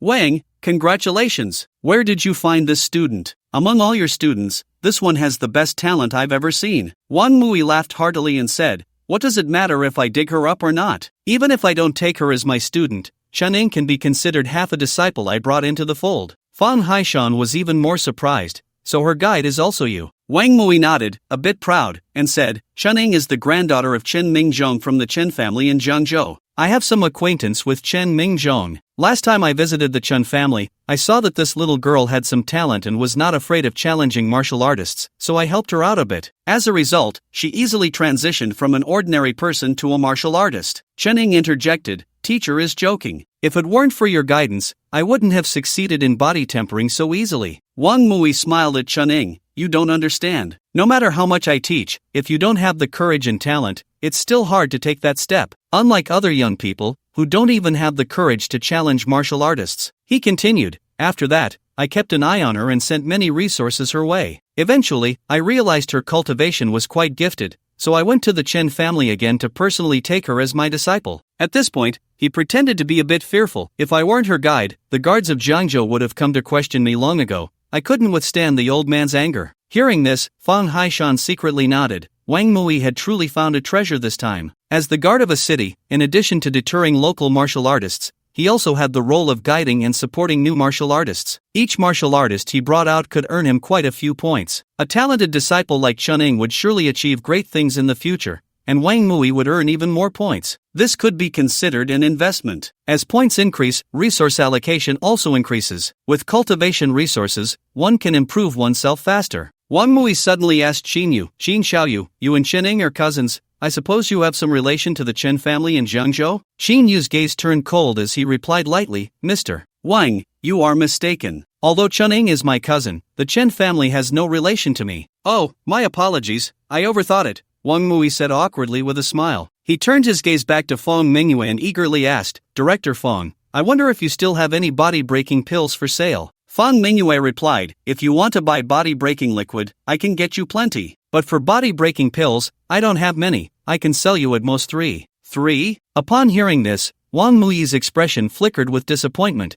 but he still nodded in gratitude. 3 it is then, thank you, Director Feng. Wang Mui knew that during this time, body-breaking pills were in short supply not just in Longsha but across the entire world. Every time there was a shipment, the distribution was allocated early. It was difficult to purchase more elsewhere. Being able to buy 3 from Feng Mingyue was already quite good. However, with only 3 pills, the 2 students wouldn't have enough to share. 3 was barely enough for one person's portion. Wang Mui looked at Chuning, then turned to glance at Feng Changgung behind him, feeling a bit troubled. Teacher, senior brother Feng needs the body-breaking pills more than I do to break through his realm. I won't buy them this time, let senior brother Feng buy them. Chening smiled understandingly. Junior sister Chen, you should buy them. You have more talent. Breaking through earlier will benefit you, Feng Changgung said with a wry smile. Chening resolutely shook her head. Senior brother, don't decline. She then said to Wang Mui, Teacher, I won't buy the body-breaking pills for now. I'll solidify my foundation at the 3rd level of body tempering before attempting to break through. That would be more prudent. After all, I haven't been at this martial artist level for long. Wang Mui thought for a moment and nodded. It's fine to wait a bit longer to break through. Feng Changgung is already 30 this year. If he doesn't break through soon, it will be hard for him to progress in this lifetime. Changgung, what junior sister said makes sense. You should go buy them. Well, okay. Feng Changzhen, seeing that the teacher had said so, no longer declined and smiled apologetically at Chening. Chening returned an encouraging glance. You can contact my assistant and just trade with her, Feng Mingyue said to Feng Changzhen. With this statement, Wu Xiaoya appeared behind Feng Mingyue at the right moment. Thank you, Sister Feng. Feng Changzhen quickly expressed his gratitude. Xin Yu asked Chening, how many body-breaking pills do you need? Chening replied, to break through to the 4th layer of the body refinement realm, at least 3 are needed. Otherwise, it won't have much effect. So, 3 might not be enough? Xin Yu asked. That's right. Chening continued, of course, the body-breaking pills are just auxiliary, as long as the talent is sufficient. Relying on the blood energy of the blood-devouring iron armor beast can also break through the shackles. Unfortunately, my talent is still not enough. Without the assistance of the body-breaking pills, I can only have a maximum of 30% certainty. However, if I stabilize my realm a bit more, I can increase it by 1 layer. Understood. Xin Yu thought for a moment and turned to Feng Mingyue. Mingyue, I also want to buy body-breaking pills. Can you sell me a few dozen? Wang Mui had just picked up his teacup, and upon hearing this, his hand holding the cup trembled slightly. It was evident that this statement had unsettled him. He quickly put the cup down and observed Feng Mingyue's expression. Seeing that Feng Mingyue showed no anger, he was surprised again. The most critical information in Qin Yu's words was not how many body-breaking pills he wanted to buy, but that he directly called out Mingyue's name. Feng Haishan was also somewhat shocked. This was the first time he had heard a peer directly call Feng Mingyue's name, and Feng Mingyue wasn't angry. Wu Xiaoda and Feng Changzhen, who were preparing to step aside for the transaction, paused upon hearing Qin Yu's words, waiting to see Feng Mingyue's reaction. Feng Mingyue shot a dissatisfied glance at Qin Yu. That thing is of no use to you. Why are you buying it? This statement was indeed reasonable. Wang Mui nodded in agreement, believing that Chinyu, not being a martial artist, had no use for the body-breaking pills. For an ordinary person to take body-breaking pills, wouldn't that be asking for trouble? Little did they know that Fong Mingyue meant that Chinyu's realm was too high, and taking body-breaking pills wouldn't be very useful. You don't need to worry about whether it's useful for me, just buy it for me, Chinyu said with a smile. Fong Mingyue frowned. No sale. Xiao Fong,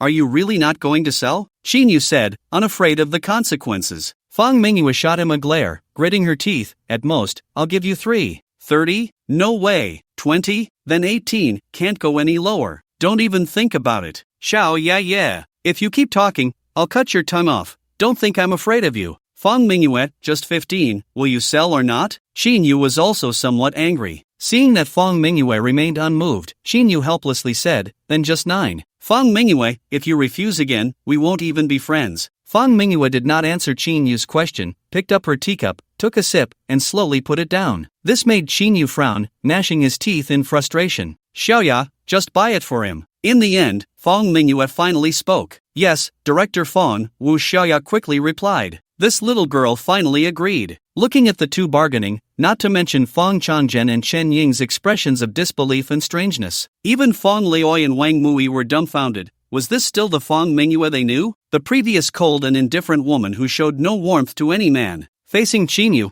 although her attitude was still very cold, anyone could see that compared to before, it was completely different. Thinking that he could only buy 3 pills while Chinyu had even more face than him, Wang Muyi's face twitched slightly. With a hint of resentment, she glanced at Fong Mingyue and said, you promised you could only sell 3, so why did that guy get 9? If I had known, I would have haggled a bit. Chinyu, seeing that Fong Mingyue had agreed, let out a sigh of relief. In fact, he had estimated that he could only buy 6 in the end. Wu Xiaoya, imitating Fong Mingyue, directly asked, Xiaoya, how much for 9 in total? I'll transfer the money over. Wu Xiaoya quickly replied, Mr. Xin, the breaking body pill is 5 million each, so 9 would be 45 million. Alright, give me an account number, and I'll transfer the money to you. Wu Xiaoya glanced at Fong Mingyue and then provided Chinyu with a company account. Chinyu used the system to transfer 45 million over. Fong Changzhen also came over to pay for 3 breaking body pills. Mr. Xin, the pills will be delivered to your home shortly, Wu Xiaoya informed him. So, you're sending someone to deliver them, and there's no stock on hand. Yes, Mr. Xin, we can't carry these things everywhere, Wu Xiaoya explained. In that case, just send them directly to my cousin Chening, Chinyu instructed. Okay, Mr. Xin. Wu Xiaoya then said to Chening, Miss Chen, could you please tell me your address? Cousin, you're not buying those 9 breaking body pills for me, are you? Chening, not being foolish, quickly guessed Chinyu's intention. Chinyu nodded and smiled, yes,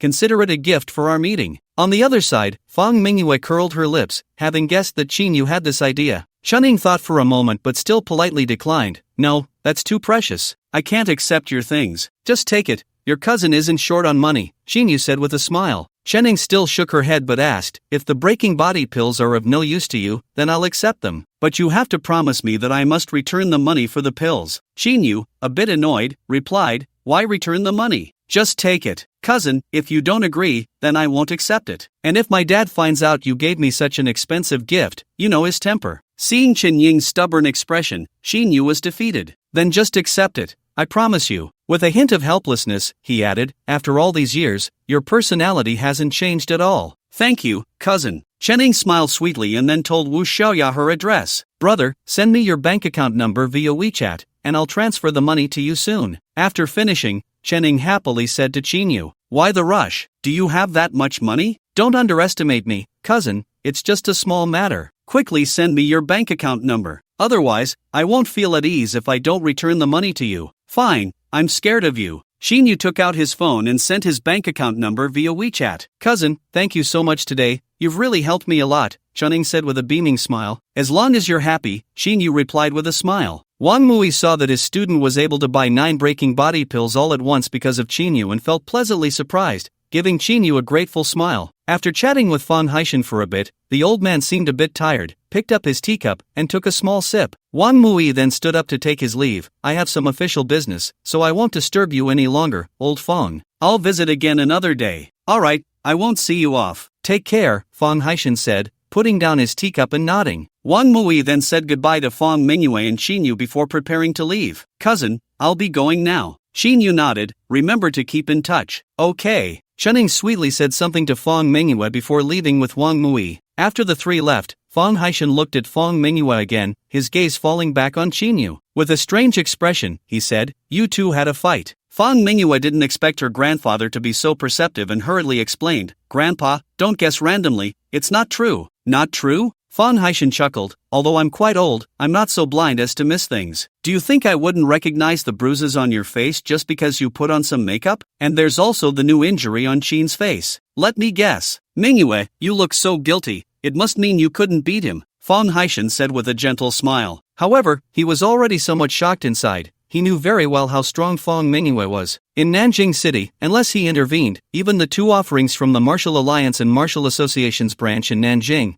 as well as Wang Mui from earlier, were not Fong Mingyue's match. This Qinyu before him not only didn't appear to be a martial artist but was also capable of defeating Fong Mingyue. Fong Mingyue could no longer be described as a genius, and with a good master, she lacked for nothing in resources. As for Qinyu, he certainly didn't have the same conditions as Fong Mingyue. The two were not far apart in age, yet Qinyu's martial arts cultivation surpassed Fong Mingyue's. This showed how extraordinary this kid was. No wonder Shueishan values this person so much. Another prodigy was about to emerge in Nanjing City. Who couldn't beat him? I just haven't used my full strength yet, Fong Mingyue said lightly, her expression somewhat unconvinced, but she didn't deny Fong Haishan's words. Qinyu felt a bit uncomfortable hearing this. A loss was a loss. Why say it was because he hadn't gone all out? Mingyue, if you didn't go all out, does that mean I did? Fong Mingyue shot Qinyu a fierce glare, feeling a bit aggrieved but said nothing. Fong Haishan rarely showed a happy smile, and his gaze towards Qinyu became more scrutinizing. Qin Xiaoyu, I assume you are also a martial artist, and your level is not low. Can you tell me one question? Why do you not have the aura of a martial artist? You see, every martial artist in training must rely on the blood and energy of the blood-devouring iron-armored beast or blood crystals to cultivate. There should be some trace of the beast's violent aura on you, and a martial artist's blood or internal strength is distinctly different from an ordinary person. But I don't sense either from you. Why is that? With this question, Fong Mingyue also curiously stared at Qinyu, waiting for his answer. Qinyu felt a bit of a headache. He had merely relied on the system to enhance his physique. How would he know anything about martial artists or the blood-devouring iron-armored beast that the old man mentioned? He couldn't just say that it was all thanks to the system. If he did, others would either think he was a fool or treat him like one. Even if they really believed him, he would be done for, definitely taken away by the relevant authorities for dissection. After pondering for a moment, he awkwardly said, "Sorry, that's a personal matter, I can't disclose it. Since it's your privacy, there's no need to share. I was being presumptuous," Fong Haishan said nonchalantly. Fong Mingyue shot him a somewhat displeased glance. Just then, two people walked in. Fong Mingyue seemed to sense it, turned her head, and then broke into a smile. A hint of joy appeared on her face. "Mom, you're here." This was the first time Qinyu saw Fong Mingyue smile. He thought this girl was like a block of ice, incapable of smiling. But to be honest, she looked quite good when she smiled. Following Fong Mingyue's gaze upward, he saw two people approaching. One was a middle-aged woman in a white and red striped short-sleeved dress, elegant in demeanor, resembling Fong Mingyue, around 30 years old, still exuding charm. The other was actually Chao Jinghua. Chao Wanzi, who had just been wearing a stern face, immediately broke into a gentle smile upon seeing Fong Mingyue. "Mingyue, you're here too." Fong Mingyue stood up and went over, pulling Chao Wanzi to sit down on the sofa next to Qinyu. A radiant smile blossomed on her face. "Xin Yu, Chao Gu." Chao Jinghua was a bit incredulous upon seeing Qinyu for the first time, but after confirming it wasn't an illusion, he greeted him with a smile. He first approached Old Master Fong, politely nodding and bowing in greeting, before shaking hands with the standing Qinyu. Unable to contain his curiosity, he asked, "Qinyu, how did you end up here? Do you have some connection with the Fong family? Let's sit down and talk." Qinyu replied with a smile. "All right." After hesitating for a moment, Chao Jinghua walked over and sat down next to Qinyu. In fact, he hadn't wanted to sit down. Old Master Fong was sitting there, and his aunt had come with ill intentions. If he provoked Old Master Fong's anger, being caught in the middle would be quite awkward. However, since he saw Qinyu sitting, it would be inappropriate to remain standing. Once Qinyu settled back into his original position, he answered Chao Jinghua's earlier question. "I don't have any connection with the Fong family. I came here today entirely because Mingyue brought me. It was Old Master Fong who wanted to see me, which is why I'm here." Qinyu's expression was calm, and his words were unremarkable, but this statement stunned Chao Jinghua. At the same time, Chao Wanzi, who was chatting casually with Fong Mingyue, also heard this and was taken aback, immediately turning her gaze to Qinyu. This statement revealed two pieces of information. First, he was invited by Old Master Fong, which indicated that his status was quite extraordinary. The second was that he had just referred to Fong Mingyue as Mingyue. Chao Jinghua looked at Qin Yu in shock, then secretly glanced at Fong Mingyue, and finally at Old Master Fong. The formidable Fong mother, combined with Qin Yu's previous purchase of the shares of Jiangyun Hotel that he held, as well as spending over 2 billion to buy 4 buildings, all seemed to be just a normal side of Qin Yu. His true identity was something that even Old Master Fong and Fong Mingyue had to treat with caution. Old Master Fong sat there, calm and composed, without saying a word, only casting a glance at Chao Wanzi that held a hint of guilt. Chao Wanzi observed her daughter and saw that her expression was very calm,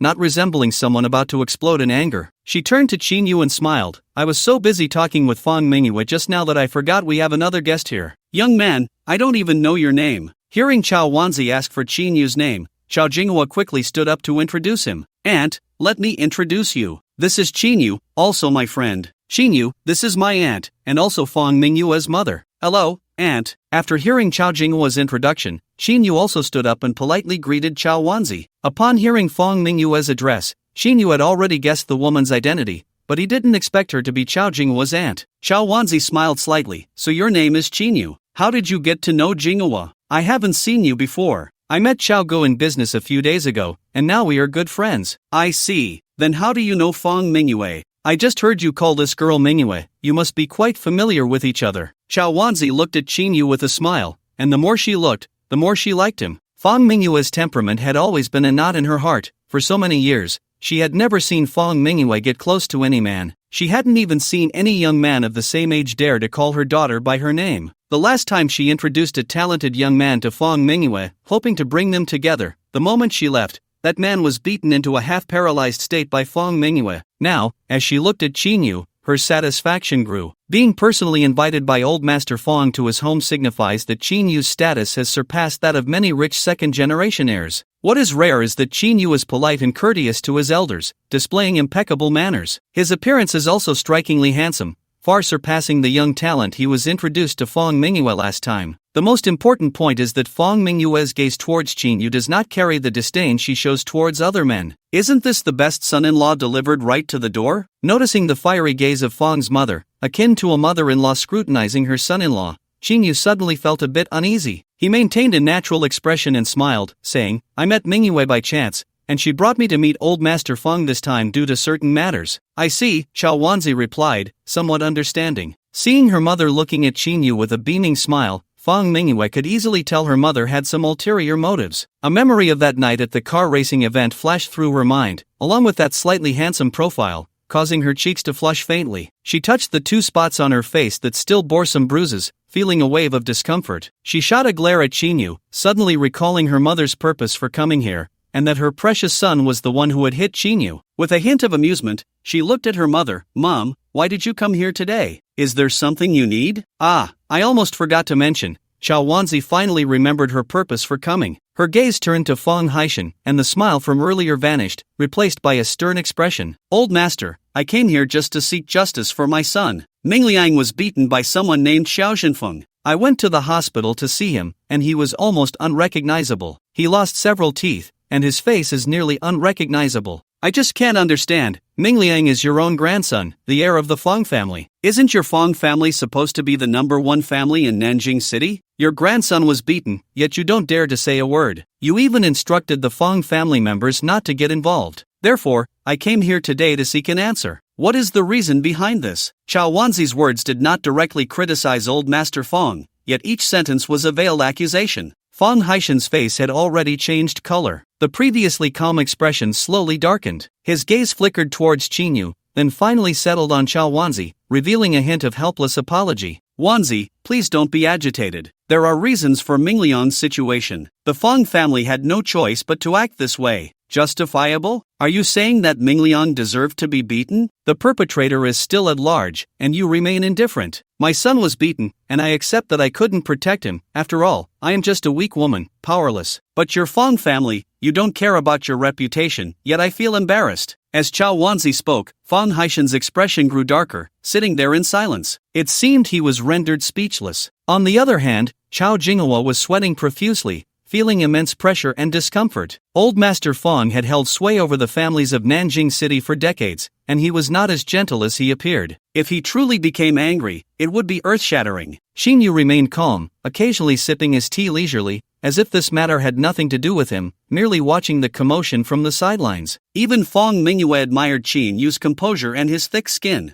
However, beneath the surface calm, Xinyu was already in a state of panic. He never expected Fong's mother to be so fierce. That friendly smile was entirely a facade, especially since he was the person involved in the incident. If she found out he was the one who had hit Fong Mingliang, would she still maintain the same attitude, or would she go to the kitchen to fetch a kitchen knife? Fong Mingyue had a faint smile at the corner of her mouth. She didn't want to see Fong Haishan in such a difficult position. She spoke up to ease the tension. "Mom, don't worry. The one who hit Mingliang is Qiao Xinfeng from the Qiao family. I've already negotiated with the Qiao family, and they must give me an explanation. If that explanation doesn't satisfy me, I will not let them off the hook." After saying this, Fong Mingyue's eyes shot out a cold glint. Hearing her words, Qiao Wanzi's expression finally cleared a bit. She turned her head and smiled gently. "That's my daughter. Mingyue, don't be like your grandfather. This matter must be resolved for your brother. We need to get justice. Mom, just rest assured. You don't need to worry about this anymore. Leave it to me. With your word, I can feel a lot more at ease." Qiao Wanzi smiled slightly. She continued, "But how come I heard that it wasn't Qiao Xinfeng who hit Fong Mingliang, but someone else? Tell me, is this true? Or can you not find out either?" It seemed that Fong Mingyue's intelligence was inherited from her mother. It's me,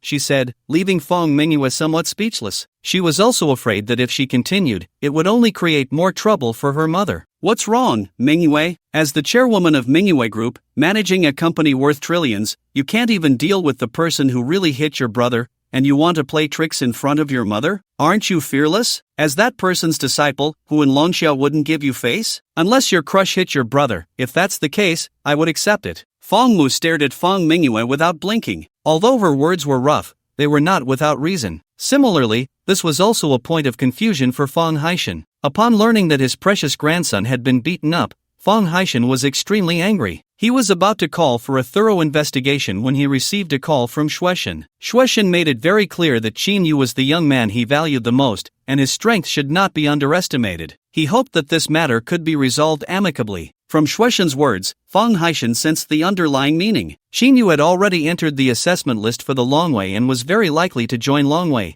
even having the chance to become an external member of Longdun. This piqued his curiosity about Qin Yu. At such a young age, he was already deemed by Shueishan as someone whose strength could not be underestimated, indicating his extraordinary capabilities. He had once been part of that organization and had entered the third tier of the group, but he chose to retire after being seriously injured during a mission. As a retired member of Longwei, the Fong family had received various forms of support over the decades. Nanjing City, as the Fong family's stronghold, had rapidly developed and expanded under his management. Without that layer of connections, the Fong family would not have reached such heights today. Therefore, Fong Haishan had to consider Shueishan's words carefully. Ultimately, with a helpless sigh, he could only suppress the matter. However, the only concern was Fong Mingyue. If Fong Mingyue decided to take action, no one could persuade or stop her. Even the highest authority in Longdun would likely have to step back. He hurriedly called Fong Mingyue, only to hear that she was on her way to find Qin Yu. Fong Haishan feared something might happen and quickly asked her to bring Qin Yu over. He also wanted to meet this young man to see if he was truly as formidable as Shueishan said. As a result, upon meeting, he confirmed that this person was even more extraordinary than Fong Mingyue. "Mom, what are you talking about?" Fong Mingyue's cheeks flushed slightly, feeling both amused and embarrassed. She secretly glared at Qin Yu,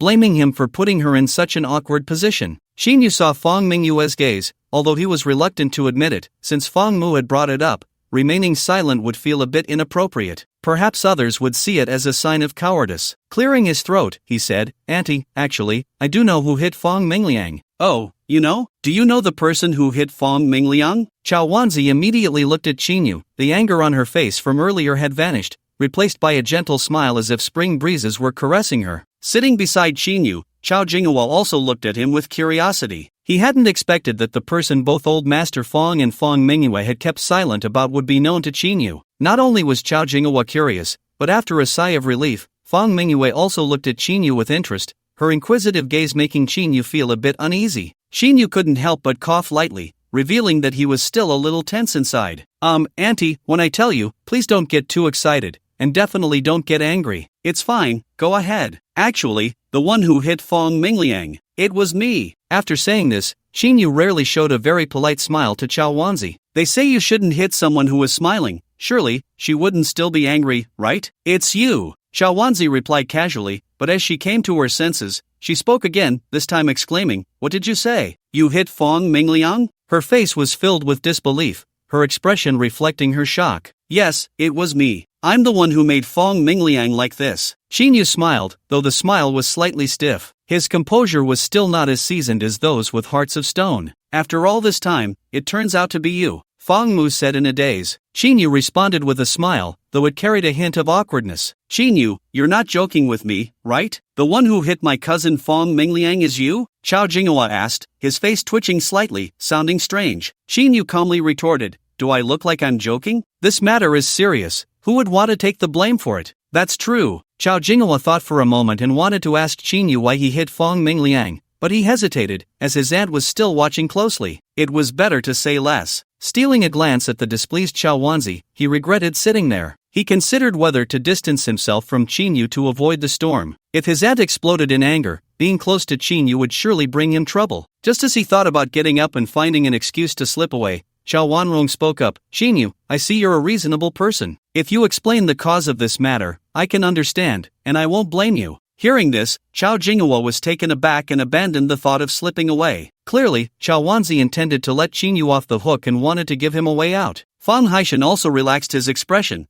looking at Xinyu and Chao Wanzi with a faint smile. Xinyu thought for a moment and began to recount the situation at that time. Of course, there were some embellishments in his words. Fong Mingliang had become a young master who relied on his family's influence to act recklessly outside. In fact, it was indeed the case. Fong Mingyue listened quietly, showing no change in her expression. Occasionally, the corners of her mouth would twitch slightly. She had already learned the details from several witnesses at the scene and knew that Xinyu had exaggerated in some places, but it didn't change the essence of the matter. As Xinyu spoke, the butler also brought over 2 cups of tea. Chao Wanzi listened to Xinyu's narration while sipping her tea. When Xinyu finished, she slammed her teacup down heavily, causing some tea to spill onto the small table. Angrily, she said, this Fong Mingliang is truly lawless, being so arrogant outside, he really deserves a beating. Her expression changed several times before she turned to Xinyu, her anger replaced with a pleasant demeanor. Speaking of which, I have to thank you for teaching this brat a lesson. I believe after this, he will be more restrained. Xinyu did not expect Fong's mother to be so easy to talk to.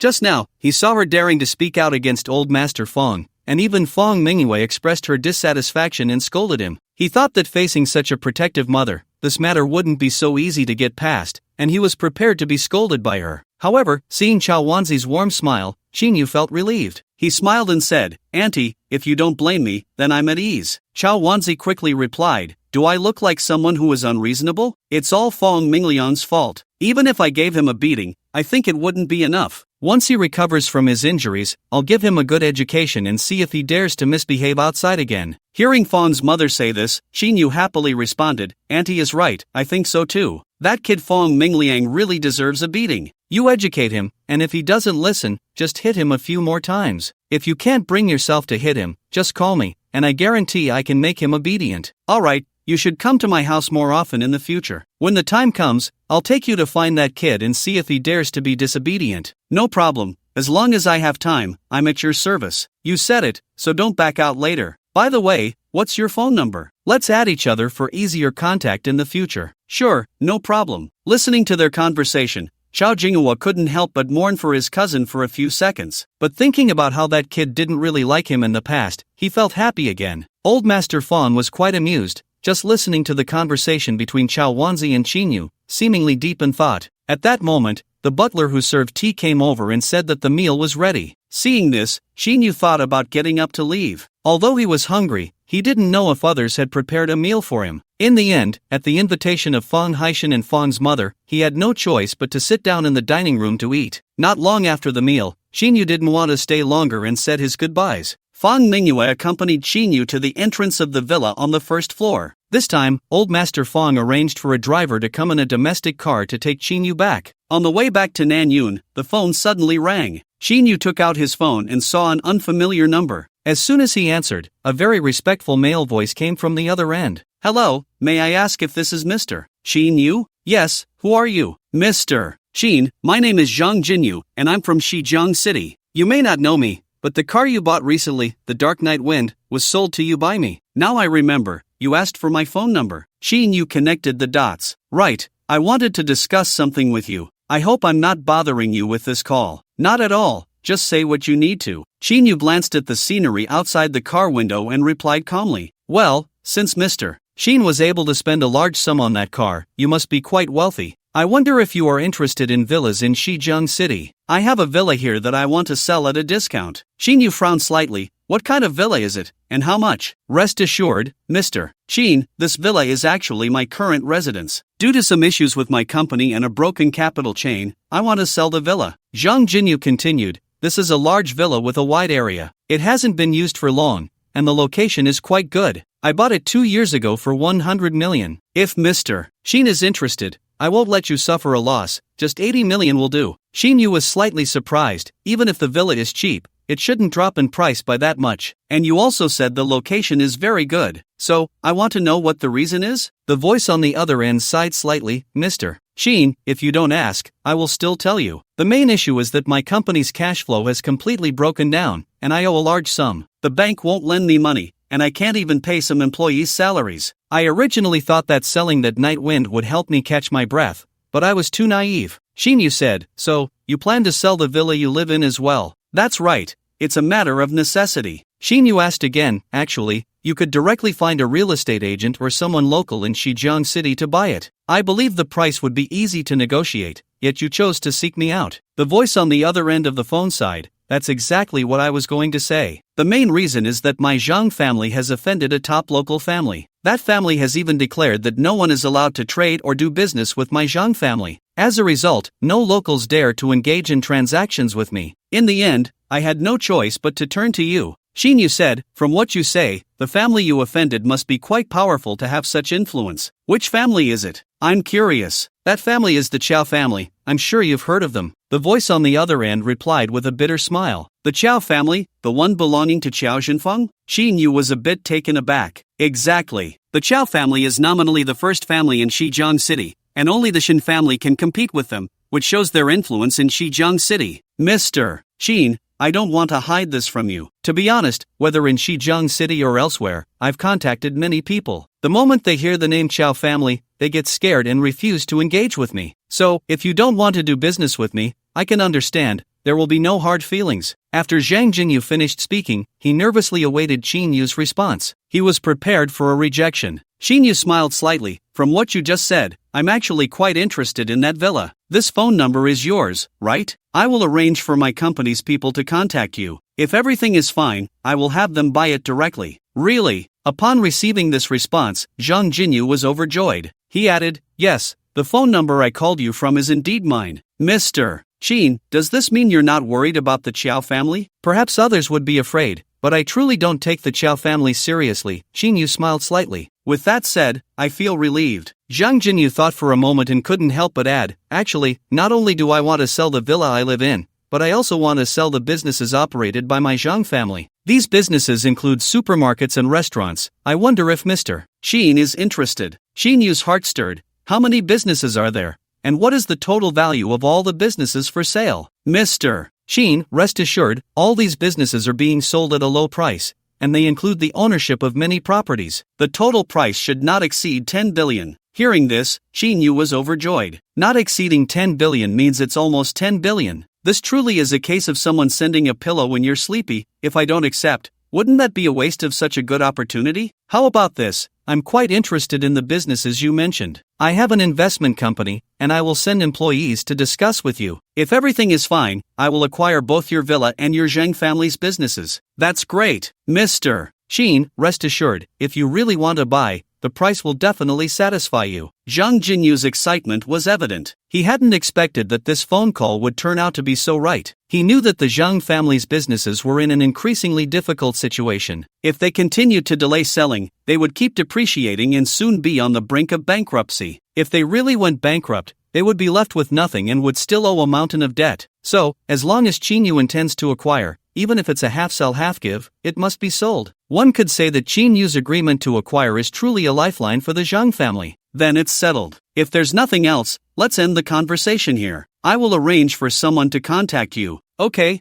thank you, Mr. Chin. I will wait for your call. Zhang Jinyu repeatedly expressed his gratitude before hanging up the phone. After putting down his mobile, Xinyu began to ponder the potential impacts this matter would have on him. The most likely scenario is that the transaction with Zhang Jinyu could lead to conflicts with the Qiao family, even resulting in a confrontation with Xiao Jinfeng again. But so what? Ever since Xiao Jinfeng sent someone to kill him, they have been sworn enemies. Throughout his life, Xinyu may have been low-key in his dealings, but his character is by no means cowardly. When it comes to fighting, as long as he is in the right, he dares to fight fiercely. Now, he certainly cannot compare this meeting with Xiao Jinfeng to their first encounter. So what if the other party is a martial artist? In front of him, they are nothing but trash. He is not afraid of going against the Qiao family or playing dirty. If it comes to a direct confrontation, then it's just a matter of who has more money. After thinking for a while, the phone rang again. Opening his phone, it was a call from his cousin, Shen Ying. Cousin, are you still at the Feng family? As soon as the call connected, Shen Ying's somewhat mischievous voice came through. I've already left and am on my way back. Oh,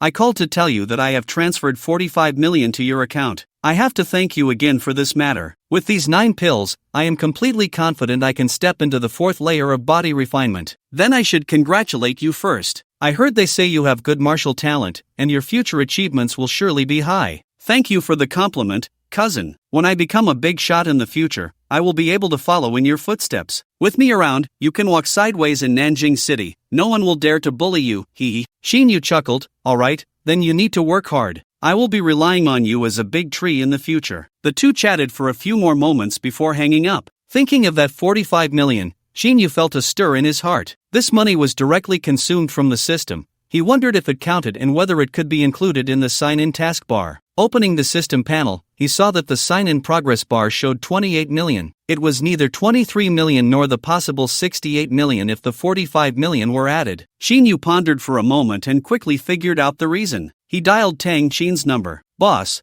what do you need from me? Tang Qin's voice quickly came through the phone. Xinyu thought for a moment and asked with concern, are you eating right now? I'm having fast food. Are you planning to treat me to a meal? If so, I will throw this fast food away. Tang Qin said, half jokingly and half seriously. Xinyu smiled slightly. You should finish your fast food. I've already eaten. Even if I wanted to treat you now, it would be too late. I'm still far from Huajiang Square. That's too bad. I thought you were going to treat me to a big meal, and now I feel like I got my hopes up for nothing. Xinyu said helplessly, hearing you say that, I feel embarrassed. I'll treat you next time. You said it. I'll remember that. Then she whispered, by the way, did anyone come to trouble you about this morning's incident? I've been worried about you. The other party is from the Feng family in Nanjing City. I've inquired about them, and they are quite intimidating. Do you have confidence in dealing with them? Xinyu replied, don't worry, the matter has been resolved. Really? Then I can rest easy. I want to ask you, did you use any funds from the company account today? Xinyu inquired. Yes, it was for the headhunting company's service fee and some office renovation materials.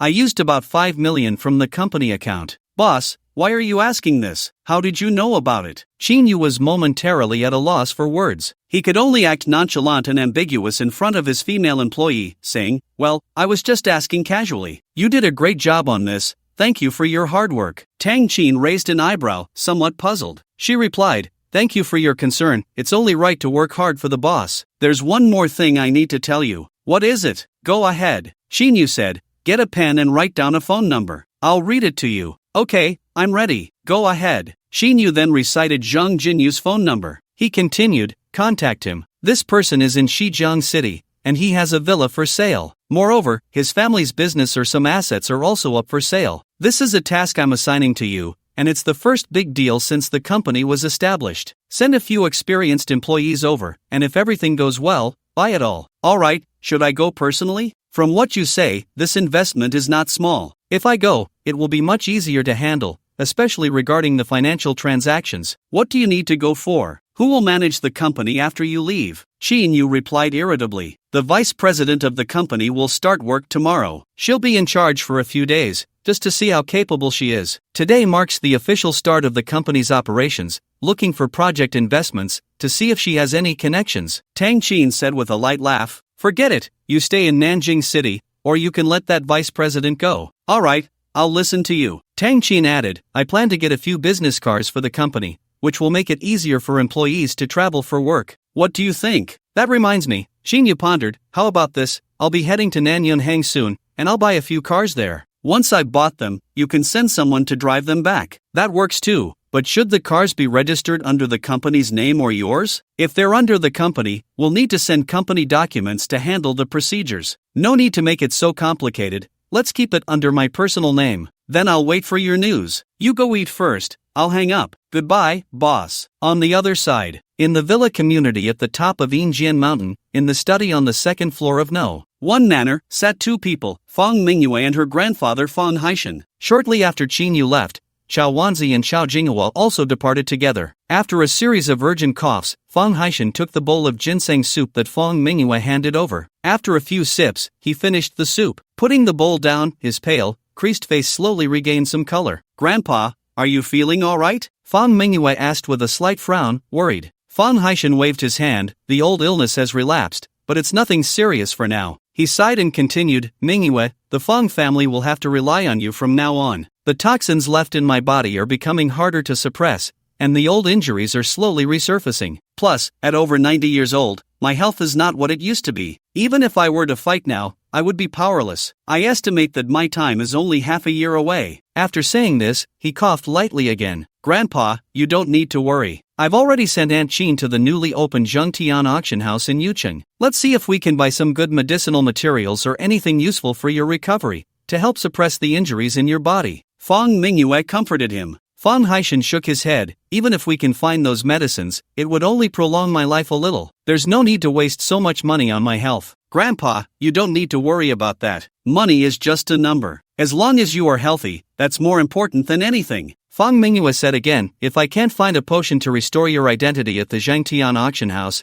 I can always go to the Holy Mountain to find my master and ask her for a Xinyuan pill. Fang Haishan replied, didn't your master tell you that as long as you haven't reached the transformation stage, you can't go to the Holy Mountain to see her? That's a hard rule. Just as Fang Mingyue was about to speak, Fang Haishan raised his hand to stop her and continued, the Xinyuan pill is only effective when you take the first one. Taking it again won't be of much use. I should have run out of luck 10 years ago and faded away from this world. But because of this pill, I've lived another 10 years. To be honest, I'm quite satisfied and have no regrets. Moreover, you've grown up now. With you around, even if I leave, the Fang family will be worry-free. Fang Mingyue felt a bit down and gritted her teeth, saying, Grandpa, you don't need to be overly self-pitying. I will definitely find a way to heal your injuries. As for the issue of lifespan, as long as you break through your martial arts realm again, your lifespan can also be extended. Or perhaps, one day we might find that divine Dr. Qi Jiang and have him come to treat you. Seeing the somewhat stubborn Fang Mingyue, Fang Haishan smiled slightly. He didn't want to say anything unlucky that would dampen his granddaughter's confidence. Alright, then I'll wait for your good news. Changing his tone, he asked,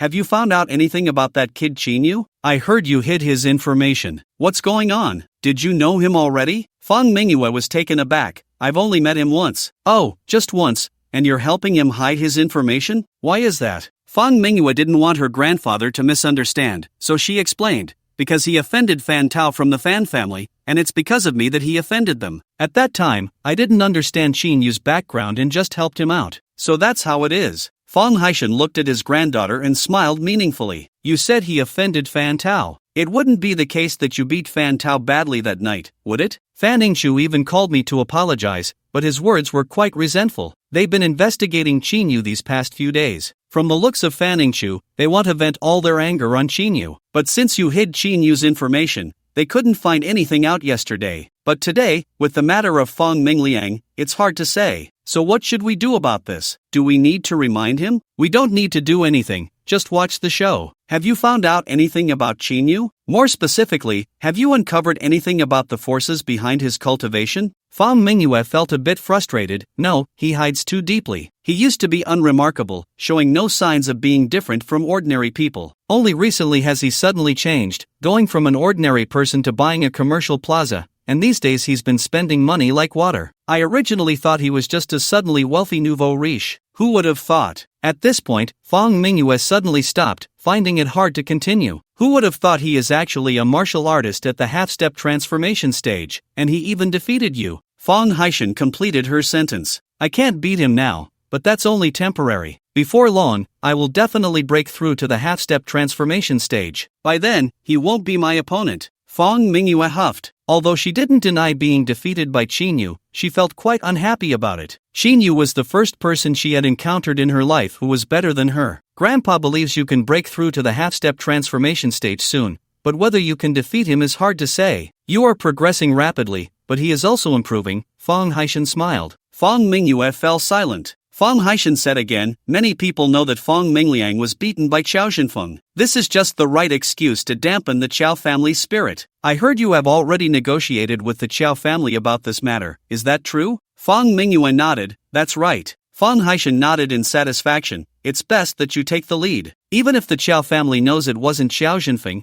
they probably won't dare to deny it. In recent years, their influence has grown too strong. Even in this provincial capital, Nanjing City, the Qiao family's power is becoming increasingly formidable. Grandpa, should we take this opportunity to withdraw all their investments here? Old Master Fong shook his head. We don't need to bother with them. We shouldn't take any of the Qiao family's assets. If we do, it might just become a hot potato in the future. From what you said, have you discovered some of their secrets? Fong Haishan did not immediately answer Fong Mingyue's question, hesitatingly saying, since I stepped back and your father took over as the head of the Fong family has not only failed to grow stronger but has actually shown a downward trend. Many of the Fong family's businesses have even reported negative profits, which is also due to your father's several decision-making mistakes. With a helpless sigh, he continued, if he had half your talent, I wouldn't have to worry so much. Fong Mingyue smiled. You know how capable the old man is, Grandpa, you've known that for a long time. Besides, isn't this exactly the result you wanted? That is indeed the case. You are sharp-witted, so my intentions naturally cannot escape your notice. But truly, as I expected, seeing your father so unambitious still makes me quite unhappy. I hope that after these setbacks, he can grow a bit and learn to be smarter. Fong Mingyue remained silent, listening quietly. Fong Haishan continued, the Fong family, under my management, developed too rapidly. If I could live a few more years, it would be fine, but unfortunately, fate does not favor me, and my health is deteriorating. Without me here, although you are present, no one dares to make things difficult for the Fong family. But after all, you are not a man, and last time I asked you, you also didn't want to inherit the Fong family's business. As for your father, he can't even manage to defend our territory, let alone expand it. So now we can only remain stagnant and try to keep a low profile as much as possible. As for the Qiao family, Fong Haishan snorted coldly. Although Shijiang City is just a municipal city, in the past,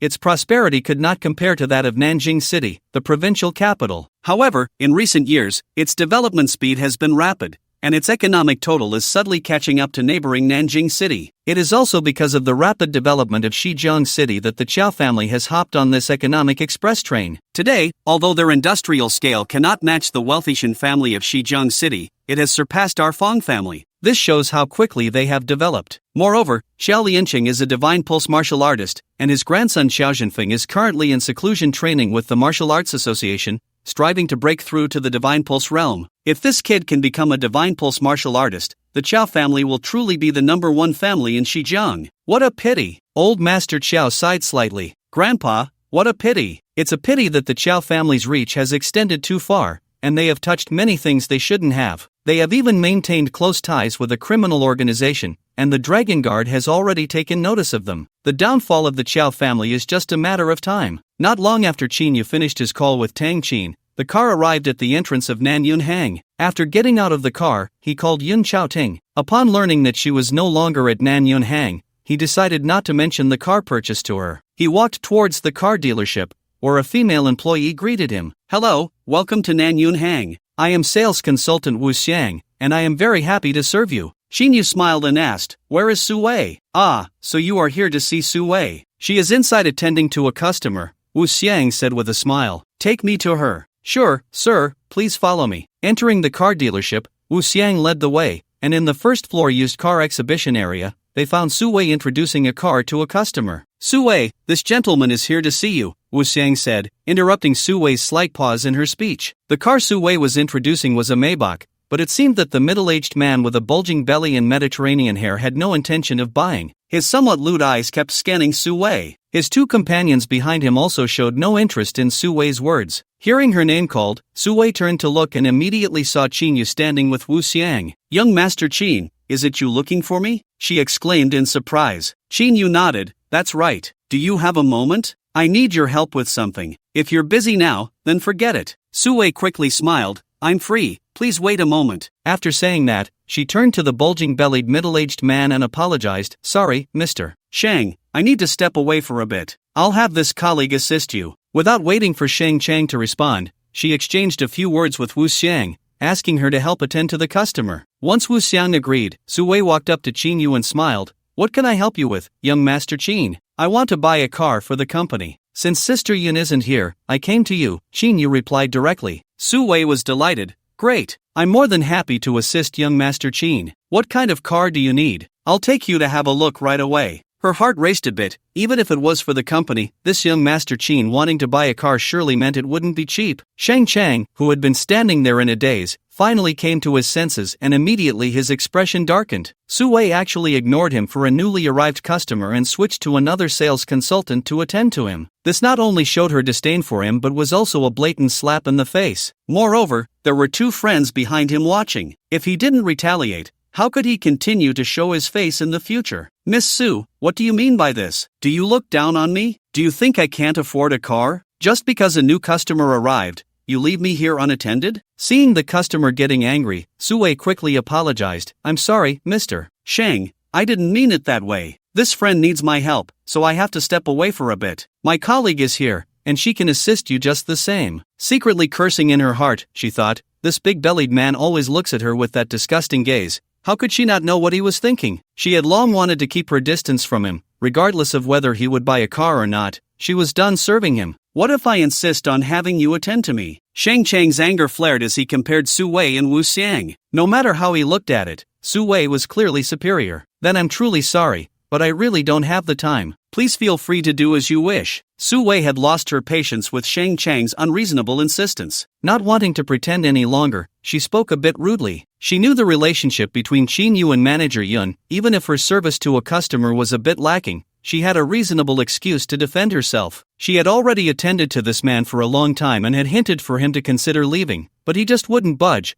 constantly asking questions, often with a hint of provocation in his tone. I was the first customer you attended to. Shouldn't there be a first come, first served policy? Is it just because he is handsome or has more influence than I do that you ignore me? Shang Chang pointed at Qin Yu. Seeing that the conversation had turned to him, Qin Yu remained calm, silently watching how Sue would respond. He had lost interest in such a minor character. The premise is that the other party should be sensible and not really provoke him. Mr. Shang, I have already shown you many car models and introduced everything that needed to be introduced. If you are still not satisfied, why not go back and think it over? Isn't it just wasting time being here? Sue's words left no room for this big-bellied man, almost directly saying that he simply didn't have the money to buy a car, and continuing the conversation was a waste of time. Shang Chang, filled with anger, said, All right, you said it. Since you're treating me this way, I will make you regret it. Oh, really? Sue smiled faintly. Do as you wish, I'm leaving. Little girl, you look down on me, Shanggu, huh? Let's show her some color. A man in his 40s stepped forward menacingly behind Shang Chang. Yes, let her see what it means to look down on others, another person chimed in, cheering him on. Sue ignored their words, shifting her gaze to Qin Yu. Just as Sue was about to speak to Qin Yu, Shang Chang interrupted her. Miss Sue, since you think I can't afford a car,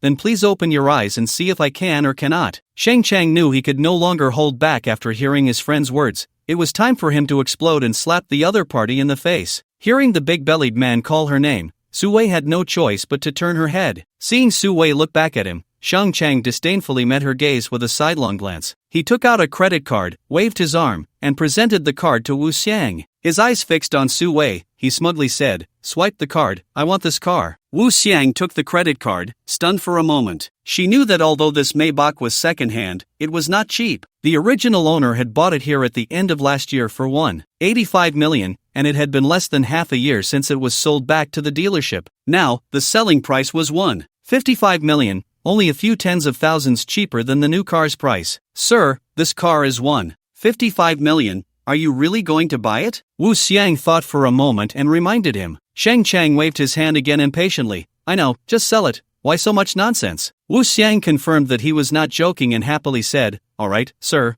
why not follow me over there to sit for a bit? It's not too late to pay after signing the purchase contract. Shang Chang had already seen a hint of regret in Sue's eyes, and his two friends looked at him with admiration. He was overjoyed, giving himself a perfect score for his earlier performance. Not only had he slapped this female salesperson in the face, but he also gained more face in front of his friends. To elevate his status further, he waved his hand again and pretentiously said, "First swipe the card, we can take our time signing the purchase contract later. Otherwise, this Miss Sue might think I'm just putting on a show and not sincerely buying." "Okay, please wait a moment." Wu Xiang hurriedly left and quickly brought back the card machine. Then she entered the amount, swiped the card, and had him sign. Done. "So, how about it? Regret it? Does it hurt? If you had treated me well just now, this deal would have been yours. But you dared to ignore me and cast me aside. This is your own doing." Shang Chang was quite pleased, looking at Su Wei with a smirk. Su Wei was indeed surprised that he would really buy this car. Just as Mr. Shang had said, she had thought he was just putting on a show. She had spent half the day trying to persuade him, but it had no effect at all. Yet because of her disregard, Wu Xiang benefited. This car cost 1.55 million, bought outright without any negotiation. As the salesperson who sold this car, her commission would definitely be high. "Mr. Shang, then I congratulate you." Su smiled and suppressed a hint of displeasure. She realized that the big-bellied man was clearly trying to show off in front of her, hoping to make her regret it. She didn't want him to be pleased with himself, so she congratulated him lightly and turned to Qinyu with an apologetic smile. "Sorry, Qin Xiao, for keeping you waiting." Qinyu replied calmly, "It's fine, I'm not in a hurry." However, Shang Chang was not pleased. He had just bought a car worth over $1 million, yet the car salesman was indifferent to losing such a big client. He looked at Su with some disdain and said, "Miss Su, if you're counting on him to buy a car, I think your judgment is really lacking. Just look at this kid. Even if he comes to buy a car, it would only be a shabby one worth a little over 100,000. How can he compare to me?" Xinyu glanced over. "I haven't even bought a car yet, and you already know what price range I'm looking at?" Shang Chang scoffed. "Isn't that obvious? Don't tell me you can pull out $1 million to buy a car." Xinyu shook his head. For him, $1 million was no different from 100. He turned to Su and asked, "What new cars do you have in the store? You want to buy a new car?" Su thought for a moment and said, "The new cars are all concentrated on the first floor, right in that exhibition area." She pointed to a spot. "Then let's go take a look," Xinyu said, walking directly in that direction. Seeing this, Su hurried a few steps ahead to lead the way. "Let's go, we'll follow and see. I don't believe that kid can afford anything too expensive. We'll have a good laugh later. He dares to ignore me. I want that girl to regret it." "Brother Shang, you're absolutely right, let's follow him." The three of them exchanged a few words and headed in that direction with ill intentions. Xinyu followed Su to the new car exhibition area, where he saw 30 new cars. Most of these new cars were Mercedes-Benz, along with a few different models of Audi. Su first introduced several Audi models, all under 400,000. The most expensive one was also an Audi, not exceeding 450,000. Shang Chang, who had come to watch the fun, grinned and said, "Kid, I think that Audi suits you. You can afford one around 200,000. After saying that, the three of them burst into laughter. Xinyu ignored them and looked at Su, waiting for her to continue the introduction. Su began to talk about the Mercedes-Benz models, mentioning that Maybach was the new car that Nanyun was promoting, with 20 cars on display here. There were 2 models, 12 of one type and 8 of another. Besides these 20 cars, there were also a few cheaper Mercedes-Benz models. Xinyu calculated the prices. Although these cars were not cheap, even if he bought all of them, the total amount wouldn't be enough to meet the level 3 sign-in requirement for the system task accumulated from yesterday. Thinking of this, he felt somewhat bored. After Su finished her introduction, she looked at him with an inquiring gaze. Xinyu took a few steps forward, under the mocking eyes of Shang Chang and the others, and pointed to an Audi priced around 300,000. Just as he was about to speak, he heard the big-bellied Mediterranean man chuckle. Then he sneered, as expected, "I knew you would pick such a cheap car worth a few 100,000. Ah, Brother Shang, you're so insightful, I knew it from the start." Another person teased Su, "Miss Su, did you see that? You gave up on our big client, Brother Shang, for this little customer. Isn't that not worth it?" Although these words were harsh, Su's expression didn't change at all. Her gaze remained fixed on Xinyu. Xinyu felt a bit unhappy at being interrupted by these remarks and shot a cold glance at Shang Chang. He pointed again at the Audi and said to Su, "These few cars." Then he pointed to the cheaper Mercedes-Benz models, "And these, I don't want either." "Ha ha." Shang Chang couldn't help but laugh again. "Damn, you really scared me just now. I thought you wanted to buy those cars. As a result, they didn't want it at all. Isn't that just too funny? It's really laughable to the point of death." Then the 3 big men burst into laughter. Xinyu's gaze turned icy as he stared at them. "Try laughing again, and I guarantee I'll knock your teeth out. The arrival of Shueishan brought with it a chilling gaze that seemed to carry an invisible, terrifying pressure. The three men were startled and fell silent. However, Shang Chang quickly regained his composure, feeling a bit embarrassed for being intimidated by Qin Yu's threat. He stopped laughing and coldly said, "Fine, we won't laugh. I'm curious to see what car you're going to buy next," acting all smug. Qin Yu withdrew his gaze and said to Su Wei, "Forget about the few cars I mentioned earlier. Pack up the remaining 20 new cars for me. Calculate the total cost, including the on-road price." Upon hearing this, it was Su Wei's turn to be shocked. But thinking about how Qin Yu had just bought a sports car worth nearly 200 million, buying 20 such cars seemed normal. She replied, "All right, young Master Qin, please wait a moment while I calculate the total for these 20 cars." The three men, who had been watching the show, had the cold smirks wiped off their faces, their expressions becoming somewhat stiff. They were dumbfounded, looking at Qin Yu with a mix of shock and deep fear. The words they had prepared to mock him with vanished, leaving them speechless. It seemed they had offended a wealthy big shot. "Young Master Qin, I've calculated it. The total for the 20 cars is 38,400,000. Su Wei quickly reported the price to Qin Yu. "However, because of your status, I can offer a direct 10% discount. Or I could call President Yun, she might be able to give an even lower price," Su Wei suggested at the end. Qin Yu waved his hand. "Forget it, let's go with the 38,400,000. This small matter doesn't need to be mentioned to Sister Yun. Just consider yourself my sales consultant and take whatever commission you deserve." "Thank you, young Master Qin," Su Wei exclaimed with joy. She knew that Qin Yu referred to their boss's sister, and coming here to buy a car, she had to offer the lowest price, which was a true friendship price. This way, her commission would be less. But Qin Yu directly refused the discount and hinted that she should take whatever commission she deserved. This changed the nature of the situation,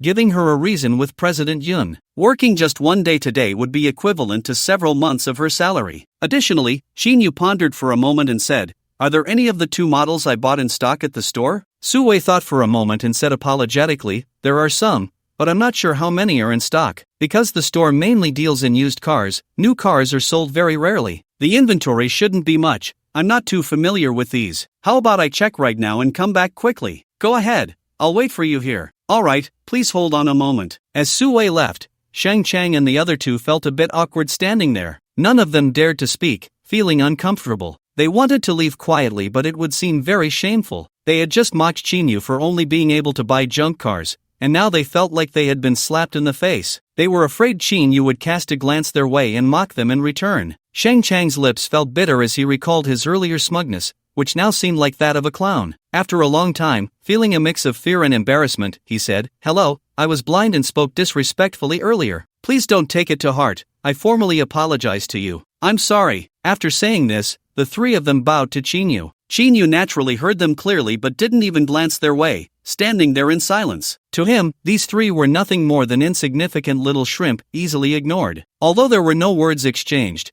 Shang Chang felt that Qin Yu was even more inscrutable. There was even an invisible pressure that made the three of them feel a bit breathless. They were afraid of displeasing this big shot. With just one word, they could be finished. They stood there cautiously, no one daring to leave. This was the intimidating effect of Qin Yu's earlier extravagant purchase of 20 luxury cars for tens of millions. "Mr. Qin, there are still 10 units of each of these two models in stock," Su Wei quickly returned, speaking respectfully to Qin Yu. Qin Yu calculated for a moment and asked, "Are there any more expensive new cars?" Su Wei hurriedly replied, "There are 5 Maybachs, with a landing price of around 5 million each, located in the exhibition area on the 3rd floor. Qin Yu directly commanded, "I'll take all 5 of those new cars, and add another 5 as well." This statement once again left Shang Chang and the others deeply stunned. They had thought Qin Yu was already extravagant enough, but he was even more inhumane in his lavishness. It was laughable that they had just considered confronting him. They truly did not know how to live. "Alright, young Master Qin," Su Wei said respectfully. Her gaze towards Qin Yu was tender, and the meaning in her eyes was clear to everyone. In the end, Qin Yu spent 73 million at the car dealership. Su Wei had originally thought of giving him a big discount,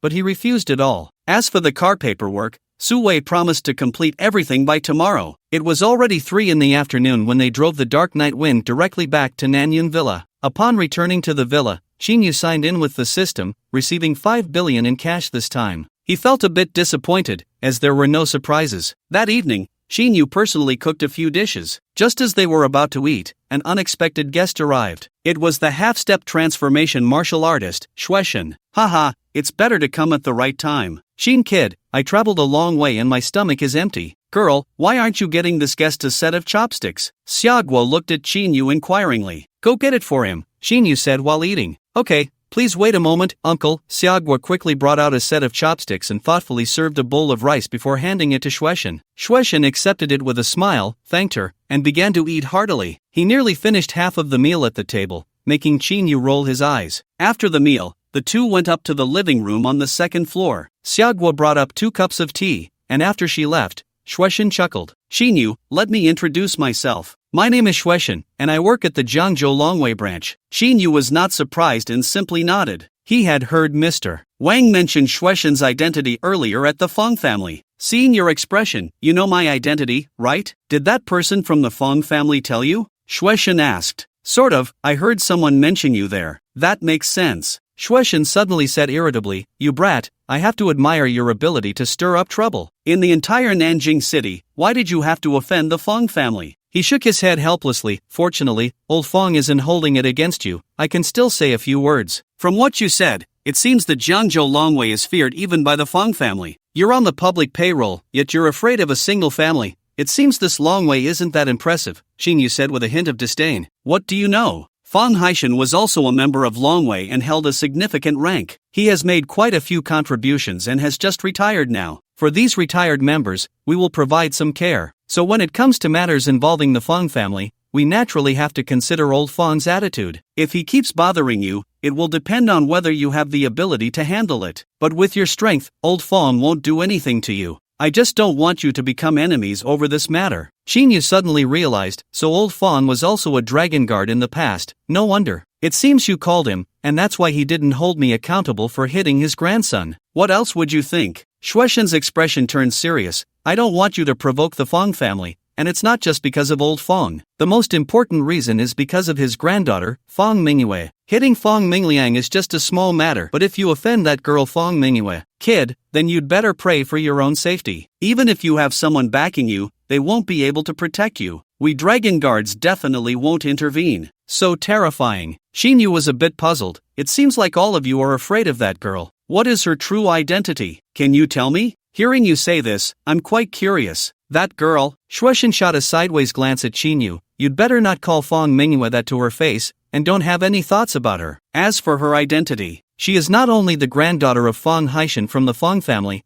but also the chairwoman of the Jiangzhou Mingyue Group. This Mingyue Group cannot be compared to ordinary enterprises. The market value of this company is something even the Dragon Guards don't quite know, but it's around 30 to 40 trillion, making it the leading enterprise in Jiangzhou. But that's not the most impressive part of this company's reputation. The real power lies in its control over all sales channels of Tiansheng Pharmaceutical in Longxia. Just this alone is incredibly terrifying. No one dares to act against this company. And the predecessor of this company was a branch under Tiansheng Group. On one of Fong Mingyue's birthdays, someone gifted her this company as a birthday present. In short, her identity exceeds your imagination. No matter who it is in the entire Longxia country, they have to give her some face. Upon hearing this, Xinyu suddenly recalled the punch he threw at Fong Mingyue today and felt inexplicably guilty. If he had known this girl had such a powerful background, he would have given her a little leeway. It would be better to keep his distance from her in the future, Xinyu secretly decided. But after thinking about it, he felt he was being overly cautious. Fong Mingyue had a background,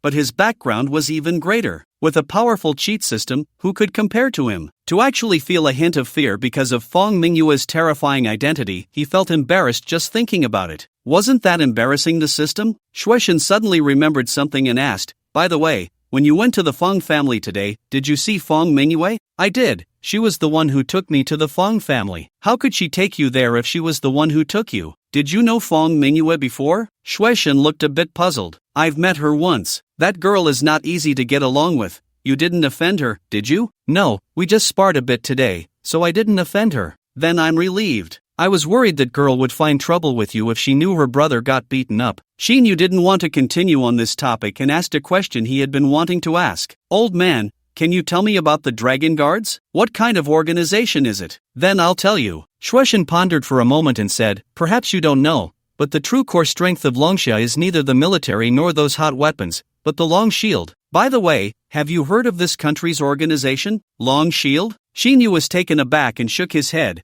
I really haven't heard of it before. You seem to imply it's quite famous. It seems I've been living under a rock. Shueishan took a sip of tea, set down the cup, and said, "Kid, although you've become a martial artist, it seems you know nothing about the matters of martial artists. Let me tell you about the origins of martial artists and the history of the Dragon Guards, as a way to open a door to another world that ordinary people are unaware of." Seeing that Qin was completely clueless about martial artists, Shueishan decided to enlighten him about this world. Qin smiled and said, "Go ahead, I'm all ears." Shueishan became serious and said, "I'll briefly outline the development history of martial artists." He then began to speak in detail. Actually, 300 years ago, there were no martial artists on this planet at all. Until the appearance of black holes, countless blood-eating iron-armored beasts surged out from the dark domain. They enjoyed devouring any living creature on this planet, especially humans, to the point of madness, with an insatiable thirst for human blood. They possess incredibly hard scales and an exceptionally strong physique, with the lowest being at the level of a body refinement martial artist. They are unafraid of nuclear threats. Those powerful guns and hot weapons can hardly injure them unless they hit their core. In just a few months, millions of humans on this planet were killed or injured, and the military suffered countless casualties. At that time, humanity was utterly powerless to resist these creatures. If this continued for another year or two, once the vast numbers of blood-eating iron-armored beasts spread completely, humanity would surely face extinction. At this point, a look of fear surfaced on Shueishan's face. After taking another sip of tea, he continued, "Just as the allied armies formed by various countries faced complete defeat against the blood-eating iron-armored beasts, and all of humanity was about to face a great disaster, three major forces suddenly appeared. These three forces came from nowhere, and history has no record of them. Each one was a martial artist of a very high realm, experienced in dealing with the blood-eating iron-armored beasts. In less than half a year, they eliminated the vast majority of the beasts that had emerged from the black hole, changing the fate of humanity and averting a catastrophe. At the same time, with the help of these three forces, humanity learned to use the blood and blood crystals of the blood-eating iron-armored beasts to cultivate martial artists, gradually improving their martial arts levels." Xinyu listened quietly. This was his first exposure to the secrets of this world that ordinary people did not know. Throughout his life, he had never heard of such things. 300 years ago, humanity was on the brink of extinction. The blood-eating iron-armored beasts actually emerged from black holes. Were they not foreign entities? And what exactly were these so-called three major forces? Seeing Shueishan pause, Xinyu was moved and asked, "Can you tell me more about these three major forces? Where did they come from, and what are their current affiliations?" Shueishan smiled and said, "Although more than 200 years have passed, our impression of these three major forces is still vague. We don't truly understand their real strength. However, one thing is universally acknowledged: these three forces are very strong. Even if all the martial artists from various countries gathered to confront them, they would be easily defeated." Xinyu asked, "So, does that mean that any actions taken by the countries involving these three forces must be done with caution?" Shueishan chuckled, "You don't need to worry about that. After all, these three forces are not a single entity, they belong to three different factions. Their existence has not brought any harm to the countries. In these 200 years, aside from helping humanity kill the blood-eating iron-armored beasts, they have also assisted humanity in entering martial arts cultivation, without any other actions or interference in any country. Moreover, many of their actions have been beneficial to humanity on this planet or have helped improve martial arts levels. As for the names of these three forces, I believe you must have heard of one of them, which is the company." "Company?" Xinyu's expression showed no surprise. "When I heard you say that just now, I thought of this company, but I only considered it to be a company established by one of their factions, not realizing it was one of the three major powers." Shueishan smiled and said, "Don't underestimate this company. Although we are unclear about their true strength, there is a consensus that this company is the most powerful among the three factions." Xinyu nodded, "I understand. So which are the other two major powers?" "The Heavenly Holy Hall and the Master of Heaven Auction House. You'll naturally come into contact with them later." Shueishan continued from the previous topic. Decades later, as the number of martial artists in various countries surged, it became increasingly difficult for the states to maintain control. In Longsha country, martial artists frequently break the law, committing murder and robbery, and it has become a persistent issue. Meanwhile, in the dark domain, the number of bloodthirsty iron-armored beasts has dwindled due to the hunting and killing by martial artists from various countries, or occasionally being captured by the three major powers. It has become increasingly difficult to obtain the blood and blood crystals of the bloodthirsty iron-armored beasts. I don't know when it started, but the conflicts among countries have intensified, all for the sake of acquiring more bloodthirsty iron-armored beasts. They compete for territory in the dark domain and resources in the shadow domain to strengthen their power. Under this dual pressure, composed entirely of martial artists, led by the strongest figure of the state, the Dragon Shield was born. Later, the Dragon Shield was divided into two major departments, the Dragon Guard and the Dragon Fong. The Dragon Guard primarily operates internally, responsible for supervising and enforcing laws among the martial artist community within the country. The Dragon Fong, on the other hand, operates externally, responsible for the competitions of martial artists outside the national borders and the hunting in the dark domain against various countries. The Dragon Shield serves to protect the national borders and deter enemies, both domestic and foreign. At this point, Shueishan paused, having clarified the origins of the Dragon Guard. Xinyu pondered for a moment, digesting what Shueishan had said, and asked, "Old man, with your strength,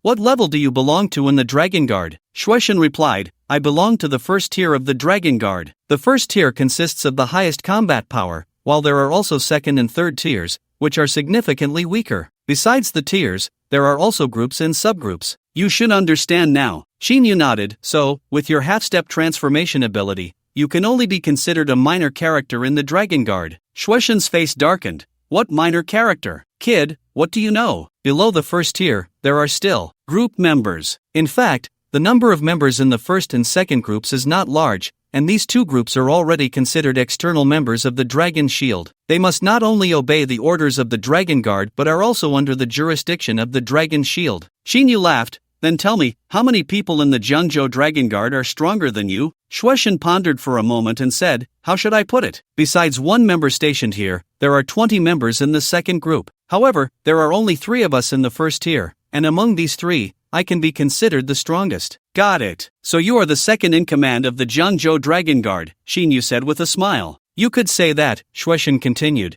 "but the Dragon Guard can only be considered a covert law enforcement agency. On the surface, it deters local martial artists, especially those powerful families with martial artists, and mainly relies on the local defense office." Xinyu suddenly understood. "Now I see what this defense office is for." After taking a sip of tea, he asked, "So, what brings you here today?" Shueishan did not answer directly but instead brought up another matter. "Xinyu, there's something I need to tell you. I've investigated you." As he said this, Shueishan first explained, "This investigation is not out of suspicion, and there is no malice intended. I hope you won't take it to heart." Xinyu frowned slightly but did not speak. He was also mindful in his heart. His own safety was not a problem, but his parents must have a security team dispatched quickly to protect them. Shueishan continued, "You were born into a very ordinary farming family. Although your father graduated from university, he is now only doing some small business at home. Even though your maternal grandfather is Chen Mingzhong from the Chen family of Jiangzhou, the Qin and Chen families are like strangers, and you have been unremarkable from childhood until now. Just this month, it's as if you become a different person, not only possessing so many assets in Nanjing City but also being a martial artist not weaker than I am. I can say your talent as a martial artist has truly shocked me, and being born a commoner makes you a rare pillar of society. As long as you have no ties to the Medicine King Valley, I don't care what secrets you have behind you or which expert has trained you. I just want to ask you one thing, will you commit serious legal violations that harm the country?" After saying this, Shueishan stared seriously at Xinyu, waiting for his answer. Xinyu shook his head. "Don't worry, although I don't understand grand principles, I would never do anything that harms the innocent." Although this answer was somewhat vague, Shueishan still nodded in appreciation and smiled. "Good, with your words, I can rest easy. So I'll be straightforward. The purpose of my visit today is to hope that you can join the Dragon Guard and become one of us." "Join the Dragon Guard?" Xinyu was taken aback. After pondering for a moment, he shook his head. "Sorry, I'm very busy and don't want to be constrained. If you want to tell me that joining the Dragon Guard will bring great power or benefits, those things are of little use to me. Besides, my abilities are low, so joining the Dragon Guard wouldn't be very effective. Therefore, if you want to pull me in, just forget it." The first beauty, Shueishan, showed no signs of disappointment and smiled. "Kid, don't reject so quickly. I haven't finished speaking yet." "Then go ahead," Xinyu said, taking a sip from his teacup. Shueishan thought for a moment and said, "If you're worried that joining the Dragon Guard will lead to organizational constraints and loss of freedom, affecting your life, then that concern is completely unnecessary." "What do you mean by that?" Xinyu asked, somewhat confused, but his interest was piqued. Shueishan smiled slightly. "In fact, whether it's the Dragon Shield, Dragon Tooth, or the martial artist members of the Dragon Guard, on one hand, they serve the country. On the other hand, they also aim to enhance their own cultivation. So, by joining the Dragon Guard, in addition to a basic salary, there's another source of income, which is cultivation resources. To obtain cultivation resources, one must participate in work or accept tasks to earn points that can be exchanged for resources. Shinyu, somewhat understanding, said, "So you mean that joining the Dragon Guard allows one to be a slacker or to work, and as long as one works, there will be points earned to obtain cultivation resources?" "That's about right," Shueishan continued. "Regarding the acquisition of points, participating in ordinary Dragon Guard work only earns the most basic cultivation resources. If the nature of your work is more dangerous and you achieve more,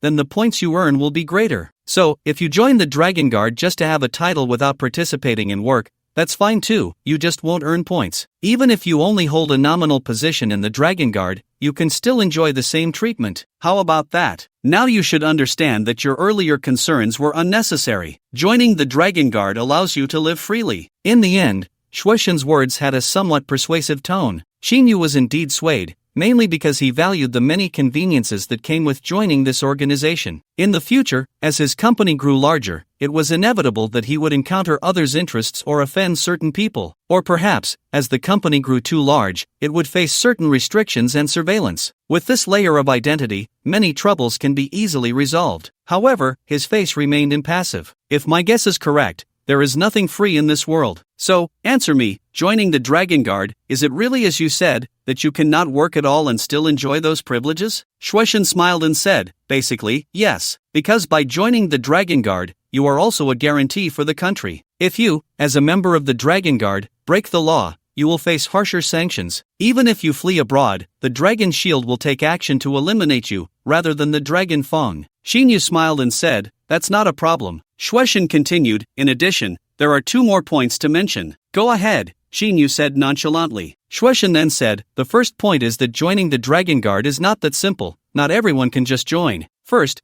you need to have the corresponding martial artist strength, and then you must be investigated and recommended by existing Dragon Guard members, followed by assessments and reviews from the Provincial Dragon Guard office. Each level of screening is quite strict. The second point is that after becoming a member of the Dragon Guard, even if you do not participate in work or accept tasks, if an emergency arises or there is a shortage of personnel, you will still be assigned tasks and must comply. But don't worry, such situations are generally rare." With these 2 points, I've said what I needed to say. What do you think? After finishing, Shueishan showed an expression of great anticipation. After hearing these 2 points, Shinyu became even more interested in joining the Dragon Guard. If it were so easy to enter this organization and enjoy member benefits without working, he would be suspicious. With the identity of the Dragon Guard, it would be very convenient for him to earn money and complete system tasks. At that time, he could speed up the process of obtaining sign-in points and quickly enhance his physical condition. Once his physical condition reached a terrifying level, he would no longer fear anyone or any force. Moreover, regarding the matter of dealing with Fang Mengliang, that old man had indeed helped him. After thinking for a long time, Shinyu finally said, "If what you said is true, then joining is not a problem." "So you agree?" Shueishan laughed heartily. "Then I will report your name." Shinyu nodded calmly. Shueishan recalled their meeting that night and asked curiously, "Do you know why that person with half a face wanted to kill you? Did you offend him or some enemy? You couldn't find that out?" Shinyu countered. Shueishan shook his head. "This person specifically goes to be someone else's assassin to exchange for martial artist training resources,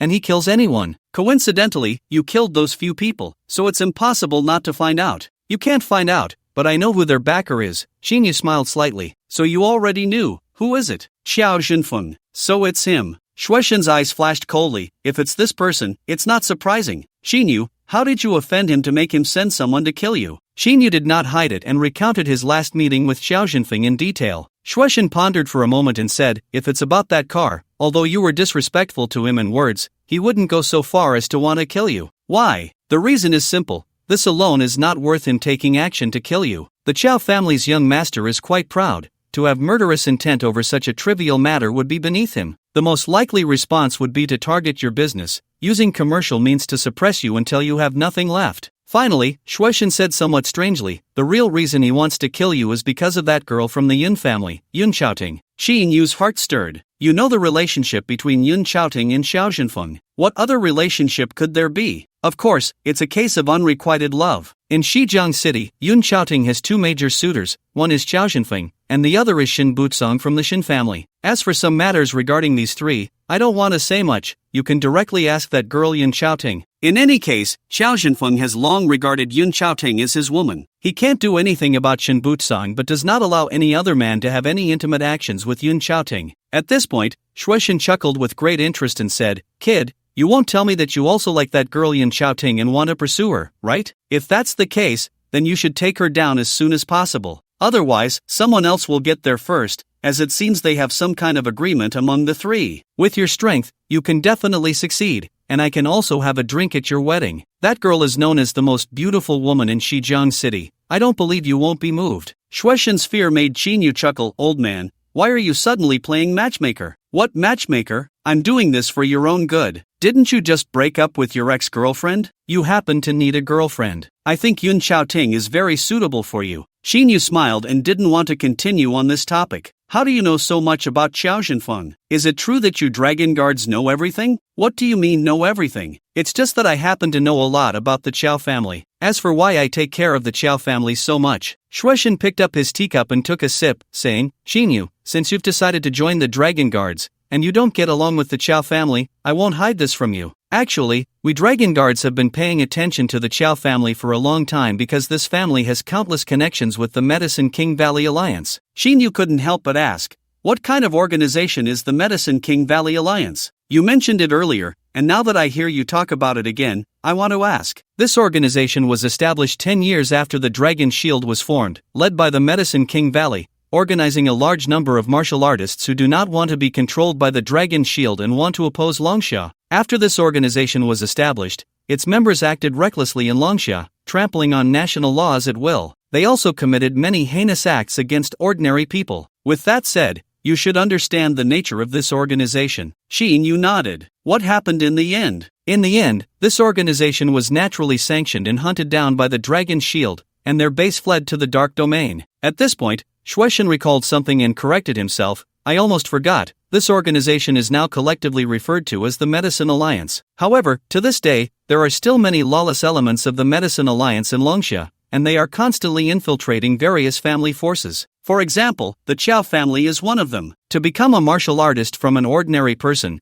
it's not just about having cultivation resources. You also need talent, perseverance, and, more importantly, that kind of courage. Every year, countless children or teenagers die while trying to become martial artists using the blood of the blood-devouring iron-armored beast. As for that Xiao Zhenfeng, he does have the courage to become a martial artist, but his talent is quite average. In the end, he relied on the god-devouring pill refined by the Medicine King Valley to successfully step into the realm of martial artists, and he secretly has a master who is a disciple of the Medicine King Valley. These matters, the Qiao family thought they were very secretive, but we still found out." "Since you have already found out, why don't you take action against the Qiao family?" Qinyu asked. Shueishan sighed, "They are too well hidden, and mainly we don't have sufficient evidence. The dragon guards also need to rely on evidence to act. But this evidence is not for the parties involved to see, it is just to confirm the facts of this family's crimes. If there is no injustice, we can act directly." Qinyu nodded. "In that case, it makes sense. So now, do you have any useful information?" Shueishan smiled. "We really have uncovered some. That person who killed you, the one with the half-covered face, we found out he is a pawn cultivated by Xiao Zhenfeng. Moreover, this person has been involved in many murders, all bearing Xiao Zhenfeng's shadow. That night, I intended to personally pursue him,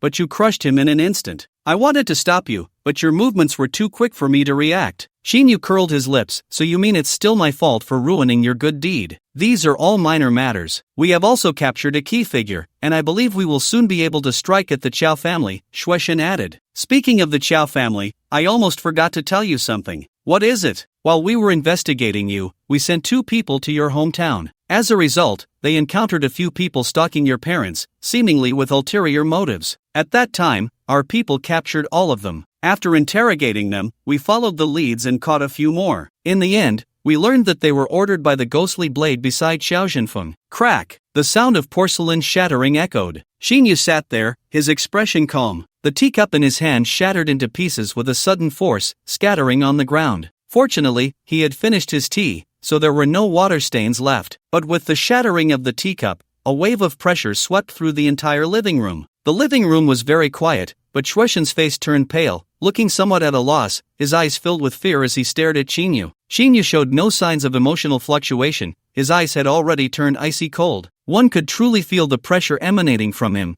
as if the spirit had suddenly been imprisoned. This was not the kind of oppression between martial artists of different realms, but rather a mental pressure. Despite appearing calm, Xinyu was already filled with a murderous intent. Anyone who dared to harm his parents would lead to Qiao Jinfeng's death and the downfall of the Qiao family. He silently made up his mind. Cold sweat trickled down Xuexin's forehead. A few seconds felt incredibly long. It was terrifying. Even meeting the monsters within the dragon shield had not brought him such pressure. This young man definitely harbored a great secret. Just a moment later, the pressure surrounding Xuexin's mind dissipated as quickly as it had come. "Old man, are you alright?" As the pressure faded, Xinyu's calm voice came through. I am fine." Xuexin wiped the cold sweat from his forehead, looking at Xinyu with lingering fear. He wanted to ask what had just happened, but after thinking it over, he changed his words. "You don't need to worry about your parents. I've already dispatched personnel to protect them nearby. No one will disturb them." "Thank you for this." Xinyu glanced at the shattered teacup on the ground, his expression calm as he expressed his gratitude. "No need to thank me.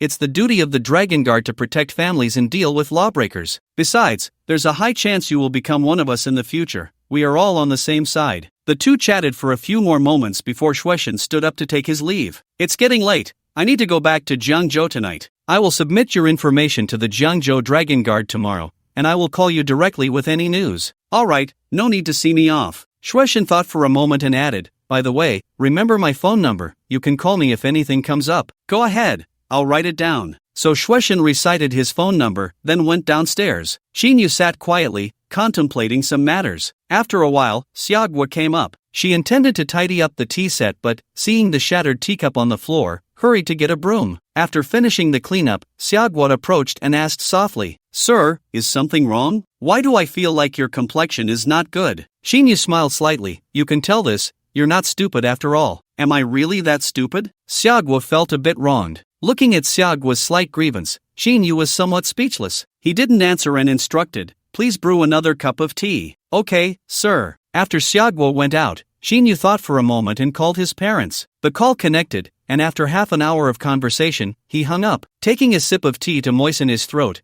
Xinyu felt a bit overwhelmed and somewhat regretted making the call. He originally wanted to ask about his parents' recent situation and also intended to send some money back. However, he ended up with his mother urging him to get married, saying the family had found several girls for him and wanted him to come home immediately to take a look. Xinyu had to talk a lot of reasoning and spent quite some effort to brush it off before hastily hanging up the phone. That night, Xinyu received two more calls. The first was from Jiang Xian, who indirectly asked if Xinyu was okay and whether Fang Mingyue had done anything to him. In the end, he also asked for Xinyu's address, saying he would come to visit when he had time. The second call was from Lei Qing. Lei Qing mentioned he would be coming to Nanjing City tomorrow and was bringing 6 more brothers with him. However, Zhu Keqian couldn't come up for the time being and would need a few more days. Hearing that Lei Qing was bringing 6 more people, Xinyu finally showed a hint of a smile. He instructed Lei Qing to come directly to Nanyun Mountain Villa after arriving in Nanjing City. After hanging up the phone, Xinyu felt much better. He thought to himself, "It seems I must speed up the enhancement of my own strength, whether it was improving his physique or expanding his influence." At that moment, in the main house of the Qiao family's backyard in Shijiang City, 3 people were sitting in the study on the 2nd floor. Sitting in the upper position was the elderly Qiao Lianqing, who was in his 70s. Opposite him were his 2 sons, Xiao Jining and Xiao Guiqin. "Father, why are we so afraid of the Fang family?" Clearly, it wasn't the nephew of Jinfeng who hit Fang Mingliang, yet the Fang family is lying through their teeth. When has our Qiao family ever been so humble? I heard that the old man of the Fang family is on his last legs. Once he's gone, that family will become a toothless paper tiger. And our Qiao family is in its prime. Our family's power is not inferior to the Fang family. Yet,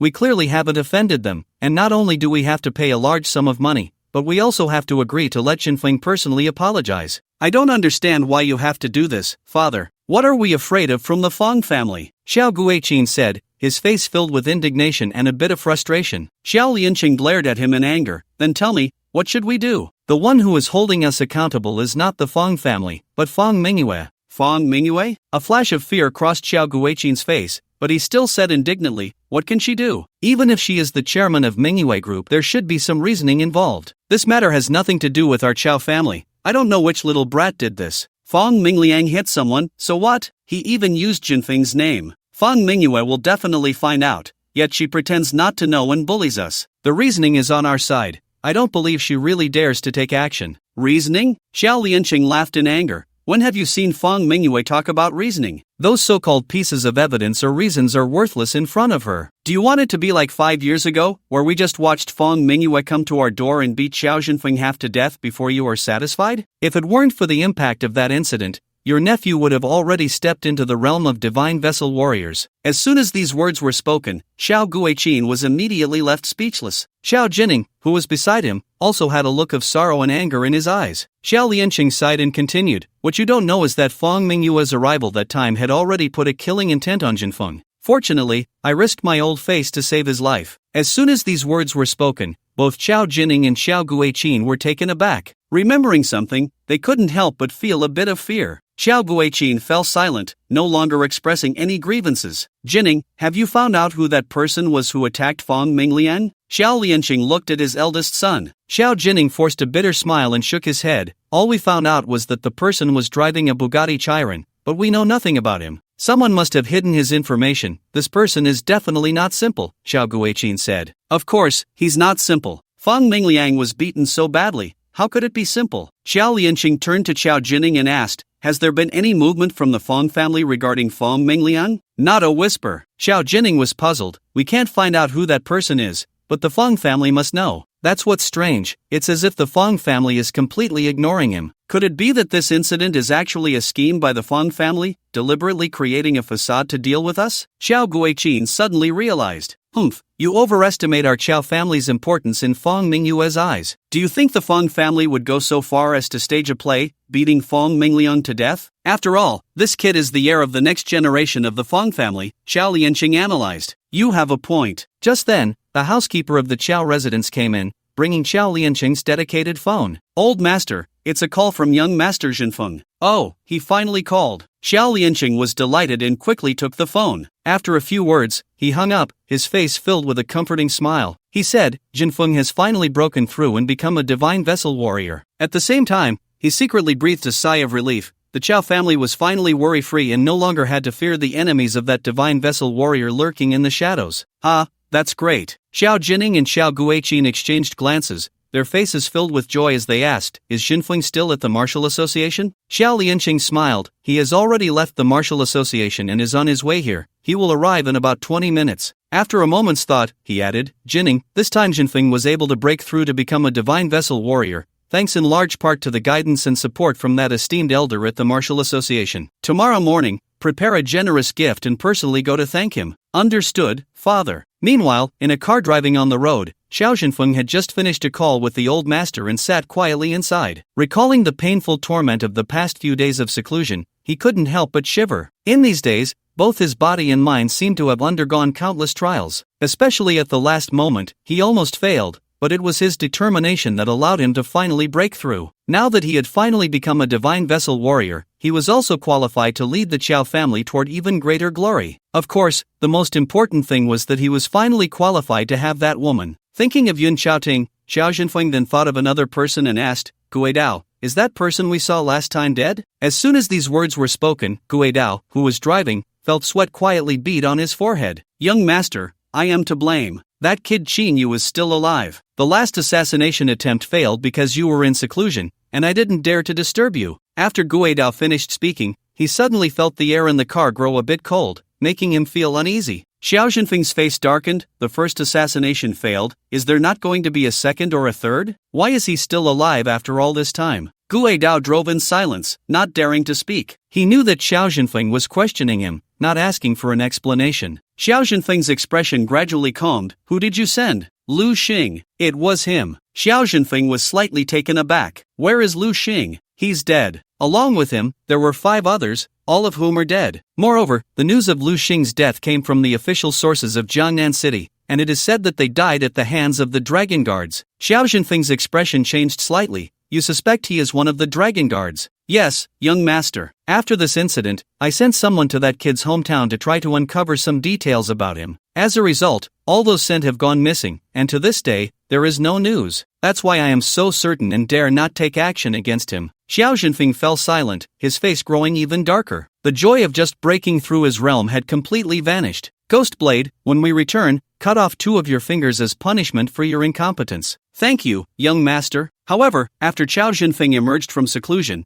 the first piece of bad news he heard from Ghostblade was just the beginning. When the carriage arrived at the Qiao residence and he met with old Master Qiao, as well as his father and uncle, the second and third pieces of bad news left him stunned. Fang Mingliang was beaten, and the assailant used his name. Fang Mingyue came to the Qiao family to demand justice. His grandfather promised that, in addition to compensating the Fang family with 100 billion, he would also have to personally apologize at the Fang family's doorstep. Xiao Jinfeng's face could no longer be described as merely difficult, it had turned purple. He slammed the table in anger. Fang Mingyue, Fang family, you are going too far. Xiao Lianqing sighed with some guilt. Jinfeng, you need not be so furious. A small loss of patience can disrupt a grand plan. We cannot afford to offend Fang Mingyue. Right, Jinfeng, your grandfather is right, Xiao Guiqin advised. Xiao Jinfeng snorted, I am not only angry at Fang Mingyue but also at the one who beat Fang Mingliang. The wind of the dark night. Xinyu, you are ruthless, plotting against me. Xiao Jining caught the implication. Jinfeng,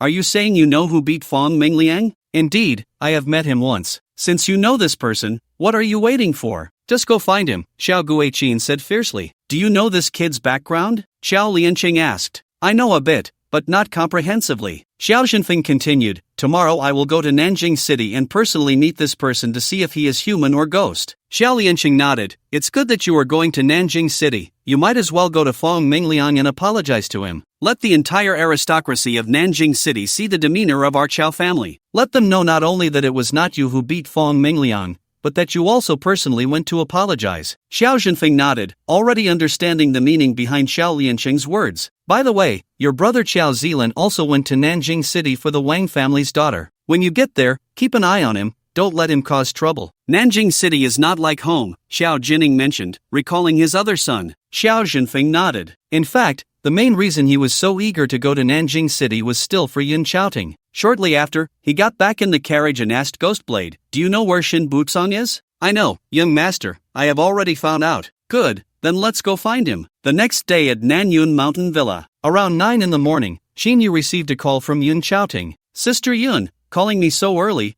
what's the matter? Xinyu said with a smile while having breakfast. Yun Chaoting replied irritably, you really have the nerve. You quietly moved almost half of the new cars from my dealership. Didn't you order more than 10 Angel Chiaing cars? Why buy so many more? I'm taking care of your business. Why are you asking so many questions? Who told you I'm your sister? You at least can't spend money recklessly. I hate it when people show off their wealth in front of me. Am I a rich person? Do I look like a rich person? Please, I'm a godly rich person, okay? Is there any rich person who can compare to me? Next time we meet, just watch me pull your ears, you rich brat. Yun Chaoting laughed in anger. Hearing about pulling ears, Xinyu still felt a bit of a sting. He said seriously, it's not for personal use, the company needs a car. Company? Are you referring to Jianyun Hotel? Don't they have cars there? You don't need to buy so many. Yun Chaoting asked, puzzled. Not the hotel, I've opened a new investment company, so naturally, I need a few more cars. Oh, so you opened an investment company. Why did you open this company? Is it to expand your career? I can't help but feel that this is so unreliable coming from you, a rich guy. If it's to make money, why would you casually spend over 10 billion to buy Jianyun Hotel? Yun Chaoting said with a tone of mock frustration. Sis,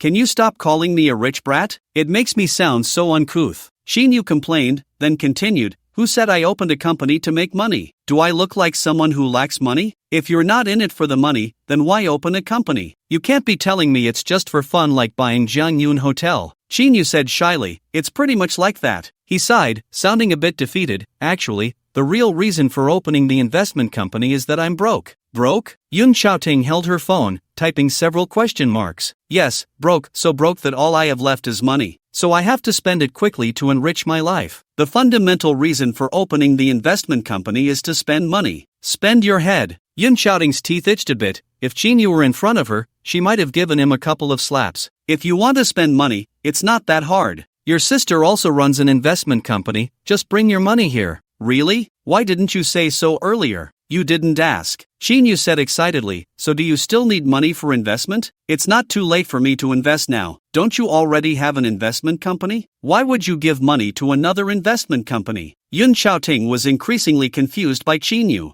Never mind, the more the merrier. My company is just starting out, and I don't have good projects to invest in, so the money is being spent too slowly. So, you understand. Yun Xiaoting was silent for a while before weakly saying, alright, since you still want to spend money on investments, then you can contact Qin Mier. Qin Mier? Yes, this investment company was opened by me, Fong Mingyue, and Qin Mier, the president of the company is Qin Mier. So, the bosses of this company are you three beauties. There must be a lot of girls in the company, right? Are you still hiring? I want to work there. Qin Yu joked. Indeed, as you guessed, but if you want to chase girls, it's not that simple. When you have time, I'll introduce you to a girl. You can pick whichever one you like. See, I'm being nice to you. On the other end of the phone, Yun Xiaoting squinted her eyes. Qin Yu smiled slightly. Sure, no problem. But the girl you introduce can't be too vague. She has to be at least as pretty as you. Then there's no way around it. You can choose between Fong Mingyue and Qin Mier. Qin Yu thought seriously. Forget those two. One has too small a chest, and the other is too dangerous. Neither is my type. Don't say Qin Mier has a small chest. If she hears that, she won't want to invest with you. I'm not saying it in front of her. I'm just telling you. Qin Yu then asked, what's Qin Mier's phone number? I'll call her later. You don't have her number? Yun Xiaoting realized, right, she forgot to give you her business card yesterday. I'll read it to you, remember it. Just read it directly. Qin Yu didn't take a pen to jot it down. With his mental strength, he would never forget after just one listen. Alright, listen carefully. Yun Xiaoting recited a string of numbers. After telling Qin Yu the phone number of Qin Mier, Yun Xiaoting curiously asked, did Fong Mingyue do anything to you when you met yesterday? What could she do to me? Qin Yu replied somewhat bitterly, wondering why Jiang Xian and now Yun Xiaoting both asked if Fong Mingyue would do something to him. Why not ask if he would do something to Fong Mingyue? He continued, we had a pleasant conversation. She even took me to meet Old Master Fong, and we had a meal there before coming back. A pleasant conversation? You even met Old Master Fong and had a meal before coming back? Qin Yu, you're not joking with me, are you? Yun Xiaoting sounded as if she had heard a tall tale. After all, Qin Yu had beaten Fong Mingliang the day before. Why would I lie to you? Just ask Mingyue if you don't believe me. Alright, I believe you. Yun Xiaoting got to the main point. The paperwork for the 30 new cars you bought last night is all done and registered under your name. The license plates are on, and the necessary modifications to the cars are almost complete. So fast? Qin Yu was surprised. After you bought the cars yesterday afternoon, didn't you tell Su Wei to hurry? With a big client like you saying that, how could it not be fast? I took Su Wei's call, went back to the dealership, and even called over many other employees from competing dealerships to help out, so it got done quickly. Still impressive, Yun Jia. It seems I made the right choice buying cars from your dealership. Qin Yu flattered her. Enough with the sweet talk. When are you coming to pick up the car? You can come over now if you want. Qin Yu thought for a moment. How about this? I'll send you 2 addresses via WeChat, and you can help me find a driver to bring the car over. Whatever you want, I've put the car's documents inside. Got it. Qin Yu pondered for a moment and asked a question that had been on his mind. Yun Jia, I want to ask you something. What's your relationship with Xiao Zhenfeng? Why are you suddenly asking about this? Did Xiao Zhenfeng cause you any trouble? Yun Xiaoting asked suspiciously. Trouble? Qin Yu chuckled. I guess you could say that. You're not in any trouble, are you? Yun Xiaoting was startled. What trouble could I be in? Qin Yu laughed. Now that you say that, I feel relieved. Yun Xiaoting thought that since Qin Yu had even beaten Fong Mingliang, it couldn't just be because of Fong Mingyue that he was safe and sound. Qin Yu asked, I heard someone say you and Xiao Zhenfeng have some kind of agreement. Is there a story behind it? Yun Xiaoting replied, the matter between Xiao Zhenfeng and me is simple. It's all because of your sister's charm. He likes me. Not just him, but Shin Bangkong from the Shin family in Shijiang City is also pursuing me. The two families are known as the top 2 families in Shijiang City. Although I don't like either of them, I can't outright refuse. With Xiao Zhenfeng's personality, if I reject him, he definitely won't let it go easily. Since my grandfather passed away, the Yin family has become weak in Shijiang City and can't withstand the pressure from the Shin and Xiao families. Later, Xiao Zhenfeng, Shin Bangkong, and I made an agreement based on Xiao Zhenfeng's martial artist level as a wager. If within 6 years he becomes a divine vessel martial artist, Shin Bangkong must withdraw, and I will tacitly become Xiao Zhenfeng's woman. If he fails to become a divine vessel martial artist after 6 years, then he must withdraw. No matter who withdraws, they cannot target the Yun family. Qin Yu asked, I see. So how many years are left now? In 2 months, 6 years will be up, but I've heard that Xiao Zhenfeng is currently in seclusion, trying to break through to become a divine vessel martial artist. At this point, Yun Xiaoting asked again, after saying all that, do you understand martial artists? Understood, I am also a martial artist, Qin Yu said with a smile. You're a martial artist too? Yun Xiaoting was quite skeptical. You're not trying to fool me, are you? You don't look like a martial artist at all. If you don't believe me, that's fine. Xinyu brought up the previous topic, so, do you hope Xiao Jinfeng can succeed? Isn't that obvious? Of course, I don't hope so. So, you must like that Shin Butsong then. How could I possibly like him? If I had to choose between being Shin Butsong's girlfriend or Xiao Jinfeng, I'd pick Xiao Jinfeng. Who would like that fat guy? Fat guy? Xinyu was taken aback. Are you saying Shin Butsong is fat? I thought with a name like that, he'd be a handsome guy. Yun Xiaoting chuckled a bit. If you meet Shin Butsong, you can call him handsome, but never call him fat. He hates it the most when people call him that. Since you dislike Shin Butsong so much, why don't you want Xiao Jinfeng to win? If Shin Butsong wins, at least he's easier to deal with. The Shin family is more measured in their actions, not as overbearing as the Qiao family. So what you're saying is, no matter who wins, you won't marry him. Exactly. Actually, that agreement is just between Shin Butsong and Xiao Jinfeng. Although I've tacitly accepted it, I never said I'd marry whoever wins, Yun Xiaoting said playfully. Aren't you afraid that your family will be affected by this? Yun Xiaoting smiled. That's why I came to Nanjing City. Investing to establish Nanyun Company is just a cover. The main reason is to move the Yun family's funds or some core industries from Shijiang City here. Plus, with my relationship with Feng Mingyue and my status here in Nanjing City, I no longer have to fear Xiao Jinfeng. Impressive, Xinyu praised. Sister Yun, your strategy of secretly maneuvering is brilliant. If Xiao Jinfeng knew your plans, he'd definitely be frustrated. Hearing Xinyu's words, Yun Xiaoting didn't seem pleased. Instead, she looked a bit helpless. It seems like my plan has succeeded, but I'm actually quite troubled. 6 years have passed, and I'm already over 30. If I don't get married soon, no one will want me. Xinyu couldn't help but picture Yun Xiaoting's stunning face and her alluring, tall figure, and he couldn't resist laughing. Sister Yun, is that true or false? You look no more than 18. If you're worried about not getting married, I'm here. I wouldn't mind picking you up. Are you asking for a beating? You dare to tease me? Xinyu sighed. I'm serious. Since you said that, let's pretend I didn't say anything.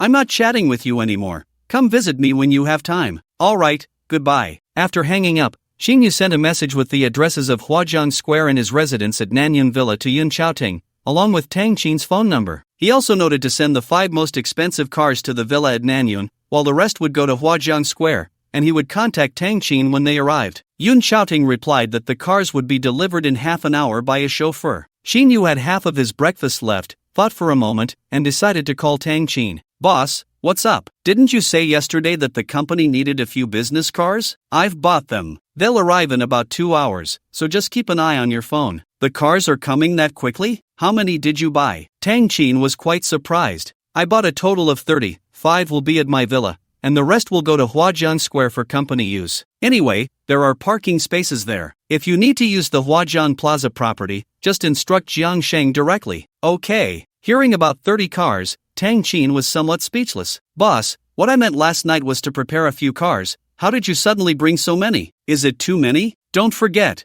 the company is just starting out. In the future, as it grows and more employees join, we will need to buy more cars. Xinyu said somewhat dissatisfied. Tang Qin wanted to retort, saying it would be fine to buy more cars later when there were more employees. But recalling Xinyu's past, she feared that saying too much would lead the boss to deduct her bonus. So she said, alright, I understand. By the way, have you contacted that Zhang Jinyu? I've already reached out. The other party is quite looking forward to our visit. I've arranged for Lin Ingzhu to lead a few employees from different departments. Who is Lin Ingzhu? She's the new beautiful vice president of the company. That's fine, just make the arrangements. But one thing, there's no need to lower the acquisition price offered by the other party. A higher price is fine. Why? Tang Qin was puzzled. No reason. Just consider that I have too much money and want to spend a bit more. Xinyu didn't want to explain further and said it straightforwardly. He needed Tang Qin to intuitively understand his intentions so that she could truly implement his investment philosophy in the company. Hearing Xinyu's response, Tang Qin felt a bit exasperated. She said helplessly, okay, boss. She muttered to herself, if you have too much money and nowhere to spend it,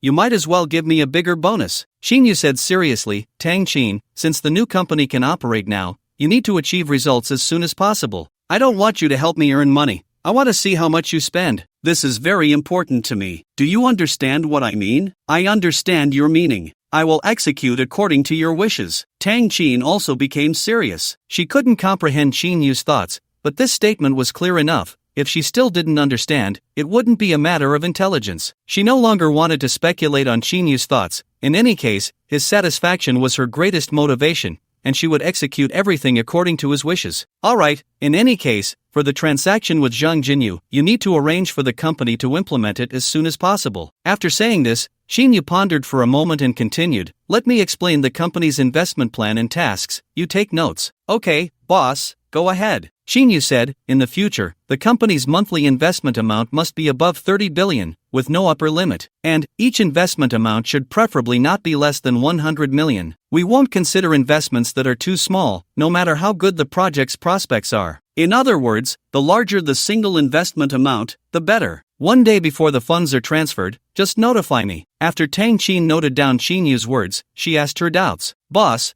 what does no upper limit mean? Is there a specific amount? No limit on the amount. You can invest 100 billion at once, or even 1,000 billion, 10,000 billion, whatever. And the larger the amount, the more I like it. Also, I'll transfer another 1,000 billion to you later, otherwise, I fear you might still doubt what I said. 1,000 billion? Tang Qin said dryly, boss, are you really going to transfer another 1,000 billion into the company account? Don't doubt your boss's capabilities. In any case, spend a lot, don't be afraid of losses. If the money runs out, I have plenty here. Tell the company people to work according to my ideas. If they do well, the bonuses will double. At that time, your rewards will be more than enough. Okay, I will definitely not let you down. Hearing the word reward, Tang Qin immediately perked up. After thinking for a moment, she continued, boss, is it true that the larger the single investment amount, the better? The bigger the investment, the higher the reward? Almost, Xinyu said with a hint of amusement. Tang Qin really was a bit too money-minded, but her straightforward personality, not hiding anything,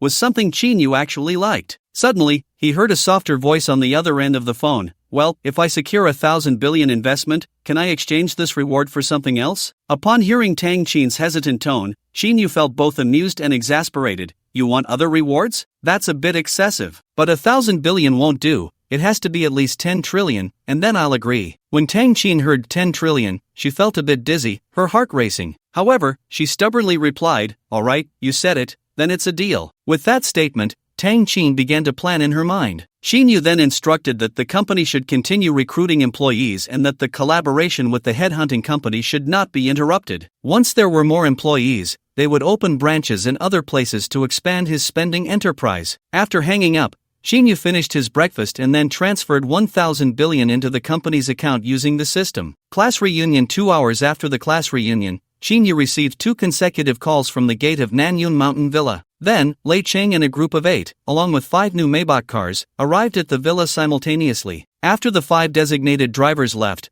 Lei Cheng introduced the 6 people to Xinyu. The 2 younger ones were named Wan Minglong and Fang Yu, both at the second level of body refinement. The 3 who were the same age as Lei Cheng were named Huang Shang, Huang Long, and Sui Wei. These 3 were all at the 4th level of body refinement. The last person was a middle-aged man in his 50s named Huang Zhe, at the late stage of the 1st level of divine essence. The 6 individuals had varying martial arts levels, but they all shared a common trait, a fierce and intimidating demeanor, clearly having undergone life and death trials. These people are great material for bodyguards, Xinyu silently praised. He was particularly surprised to see a martial artist at the 1st level of divine essence. Although he was a bit older, he was still a divine essence warrior. After discussing with Lei Cheng, they decided on an annual salary of 3 million for the 2 weaker individuals, 4 million for the 3 at the 4th level of body refinement, and 6 million for Huang Zhe, who was at the late stage of the 1st level of divine essence. Xinyu immediately transferred 24 million as the annual salary for the 6 to Lei Cheng's account for him to distribute. Then, Xinyu asked,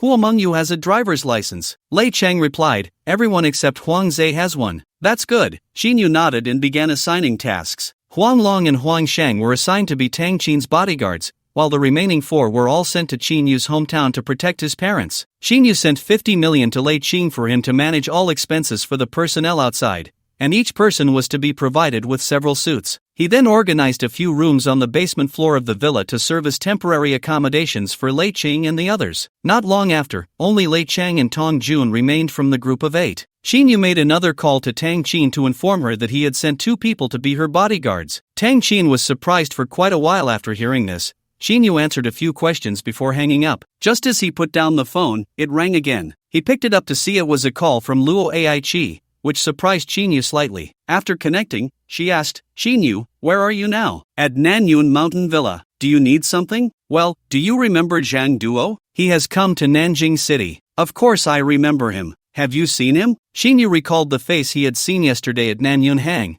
It must be Zhang Duo without a doubt. Luo Aichi continued, I met him yesterday, and he brought his girlfriend along. He wants to invite a few old classmates in Nanjing City to gather for lunch. Just now he called to invite me, and I mentioned you. He was especially happy to hear that you are also in Nanjing City and asked me to call and see if you have time to come over and chat with everyone. Do you have time to go now? The dining location is in room 8 on the 3rd floor of Jianyun Hotel. Room 8? Xinyu felt it was a bit strange. Why was it that room again? After thinking for a moment, he decided to go. He asked, are you going over now? I'm getting ready to go. I should be there in about half an hour. But I might arrive a bit late. From what Zhang Duo said, they will be at the hotel soon. In that case, I'll go meet Zhang Duo. That's great, Luo Aichi exclaimed in surprise. What time do you think you'll arrive at Jianyun Hotel? About half an hour, I guess, Xinyu estimated. Alright, we'll talk more when you get there. Bye, goodbye. On the way, Xinyu couldn't help but recall bits and pieces from his university days regarding Zhang Duo. Zhang Duo's family background was no less than Li Juinxiao's, but their personalities were completely opposite. He didn't have the overwhelming superiority of Li Junxiao, nor the arrogance of Fang Mingliang. Instead, he was very sunny in appearance, easygoing in character, and got along well with his classmates. The most memorable impression Xinyu had of him was when Zhang Duo suddenly came to him one day, asking for a small favor. Afterwards, to show his gratitude, Zhang Duo took Qinyu's meal card to help him recharge it. The result was a recharge of 10,000 yuan. That amount was enough for Qinyu's meals for 2 or 3 years at school. At that time, although Qinyu didn't say much, he was very touched. He also knew that the small favor was just an excuse. Xinyu had always lived a frugal life in university, often taking on part-time jobs to supplement his living expenses and some tuition fees. Before Zhang Duo recharged the 10,000 yuan, Xinyu rarely ate in the school cafeteria. Although the school meals were cheaper than outside, they were still too expensive for him. His family had scraped together just enough to send him to university, and by the time he graduated, he had accumulated a lot of debt. Most of the income from his more than 3 years of work had been sent home to pay off that debt. Remembering the struggles before he had the system,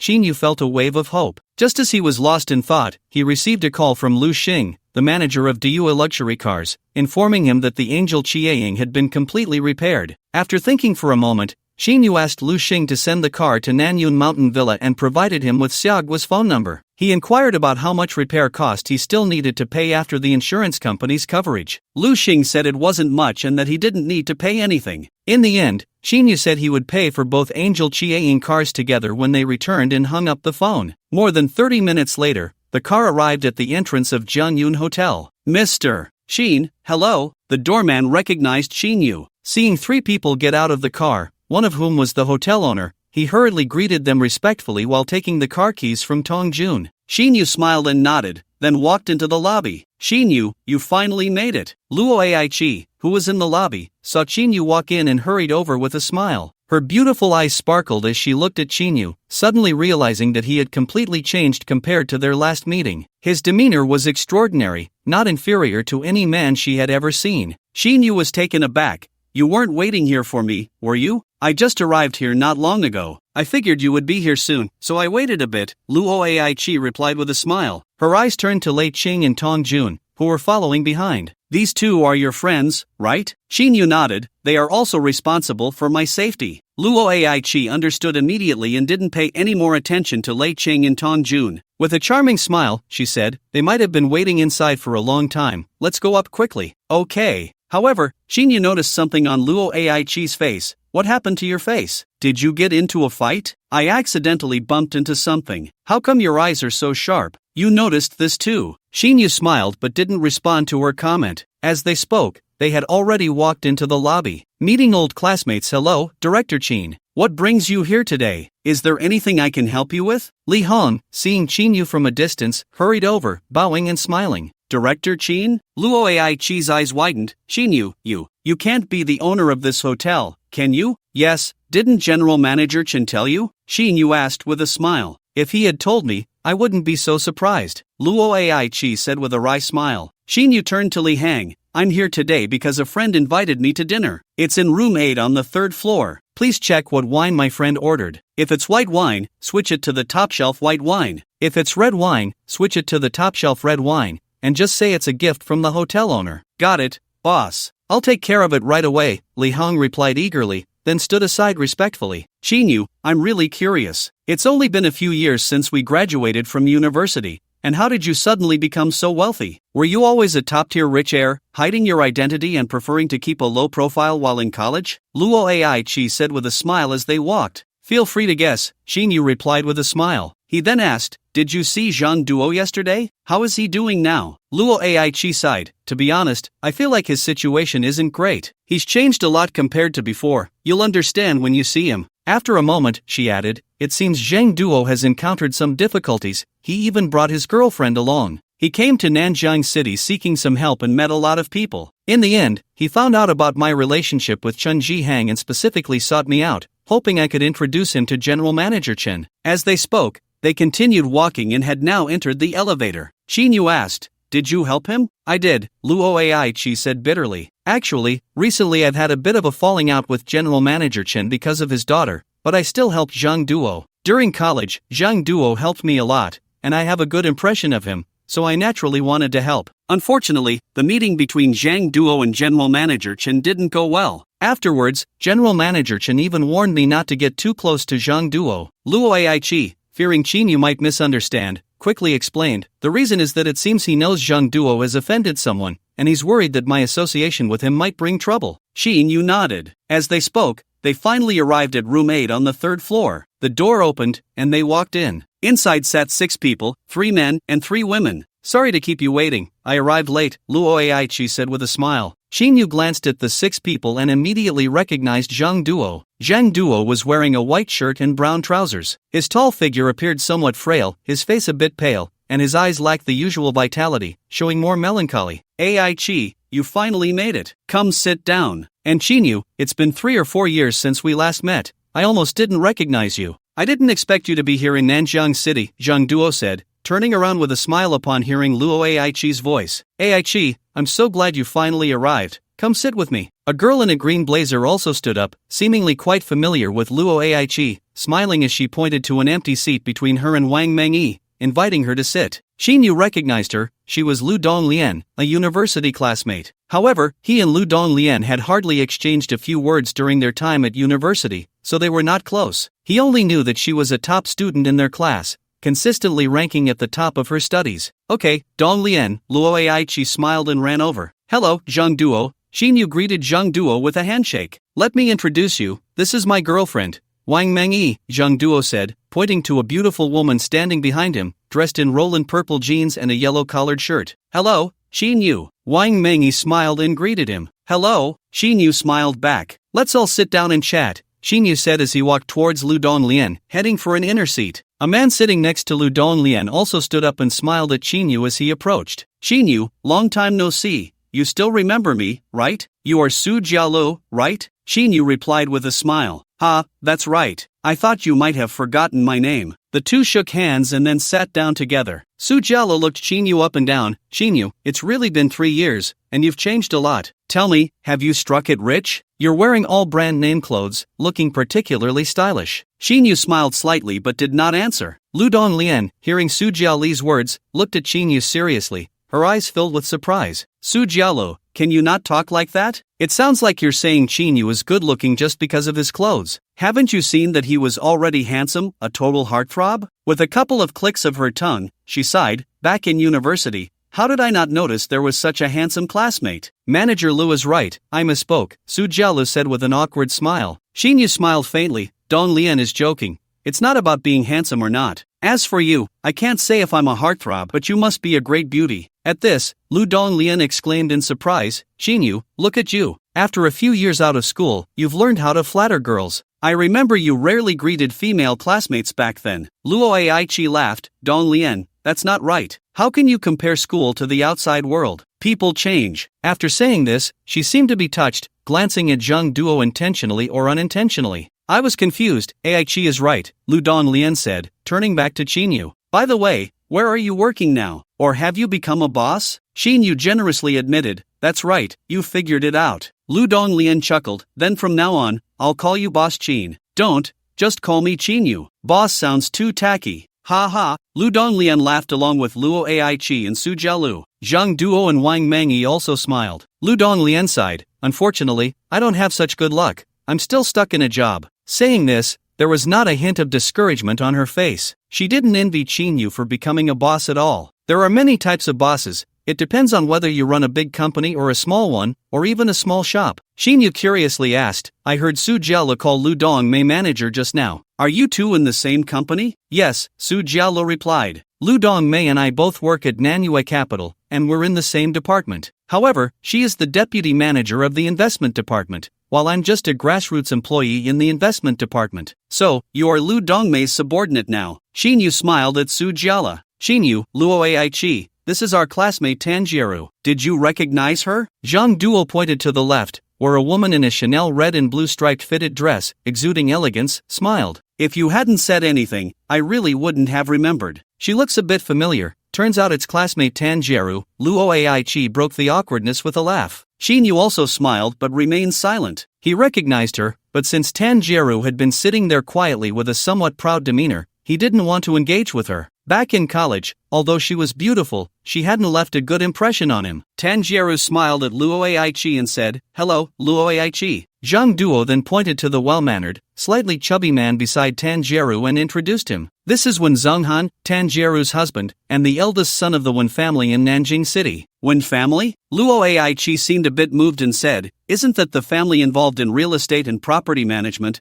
owning many apartment buildings and office towers? That's right, Tanjiro replied proudly. Lu Donglian laughed and said, Tanjiro is so lucky now, becoming a wealthy lady, while I'm still struggling for a living. Jiro, you don't need to envy me. If you want to become a wealthy lady, I can introduce you to a few rich young men, Lu Donglian offered. Oh, forget it. A forced relationship isn't sweet. I'll wait for my Prince Charming to appear. Lu Donglian quickly waved her hand. At this moment, Wen Zhonghan looked at Luo Aichi and said, Hello, Miss Luo. I know General Manager Chen from Huaxing Pharmaceutical and have heard your name. I didn't expect you to be so young and beautiful. Really? You're too kind, Luo Aichi replied, her expression slightly unnatural as she smiled. Luo Aichi, I heard General Manager Chen is over 50. You aren't planning to marry him, are you? Tanjiro asked curiously, looking at Luo Aichi with a strange expression. Luo Aichi felt even more awkward and could only smile. I haven't been in touch with General Manager Chen much lately, so what you said isn't true. So, you broke up, Tanjiro said, somewhat astonished. Qinyu also looked at Luo Aichi curiously. The last time he saw her, she and Chen Zhihong seemed to get along well, so how could they have broken up? Is it because of General Manager Chen's daughter, Chen Hailing? I heard she really dislikes anyone trying to be her stepmother, especially women around her age. General Manager Chen had looked for a woman before, but they were all chased away by her. Wen Zhonghan seemed to know the underlying details well. That's about right, Luo Aichi admitted. After Qinyu sat down, Zhang Duo used the call button to instruct the waiter to serve the dishes. As they chatted, the food was brought out by the waiter, plate by plate. Zhang Duo was about to ask the waiter to open the red wine when he froze. He asked the waiter, I don't think I ordered this brand of red wine. Did you make a mistake? No mistake, these 4 bottles of red wine are yours. Hearing this, Tanjiro looked over in surprise. Romani Conti. She recognized the wine, she had drunk it before. The international average price is nearly 200,000, and in this hotel, it must be even more expensive. Driven by curiosity, she walked over, picked up a bottle, and was shocked to see the vintage on the label. Looking at the other 3 bottles of red wine, she was even more astonished. These 4 bottles of red wine are also from 20 years ago.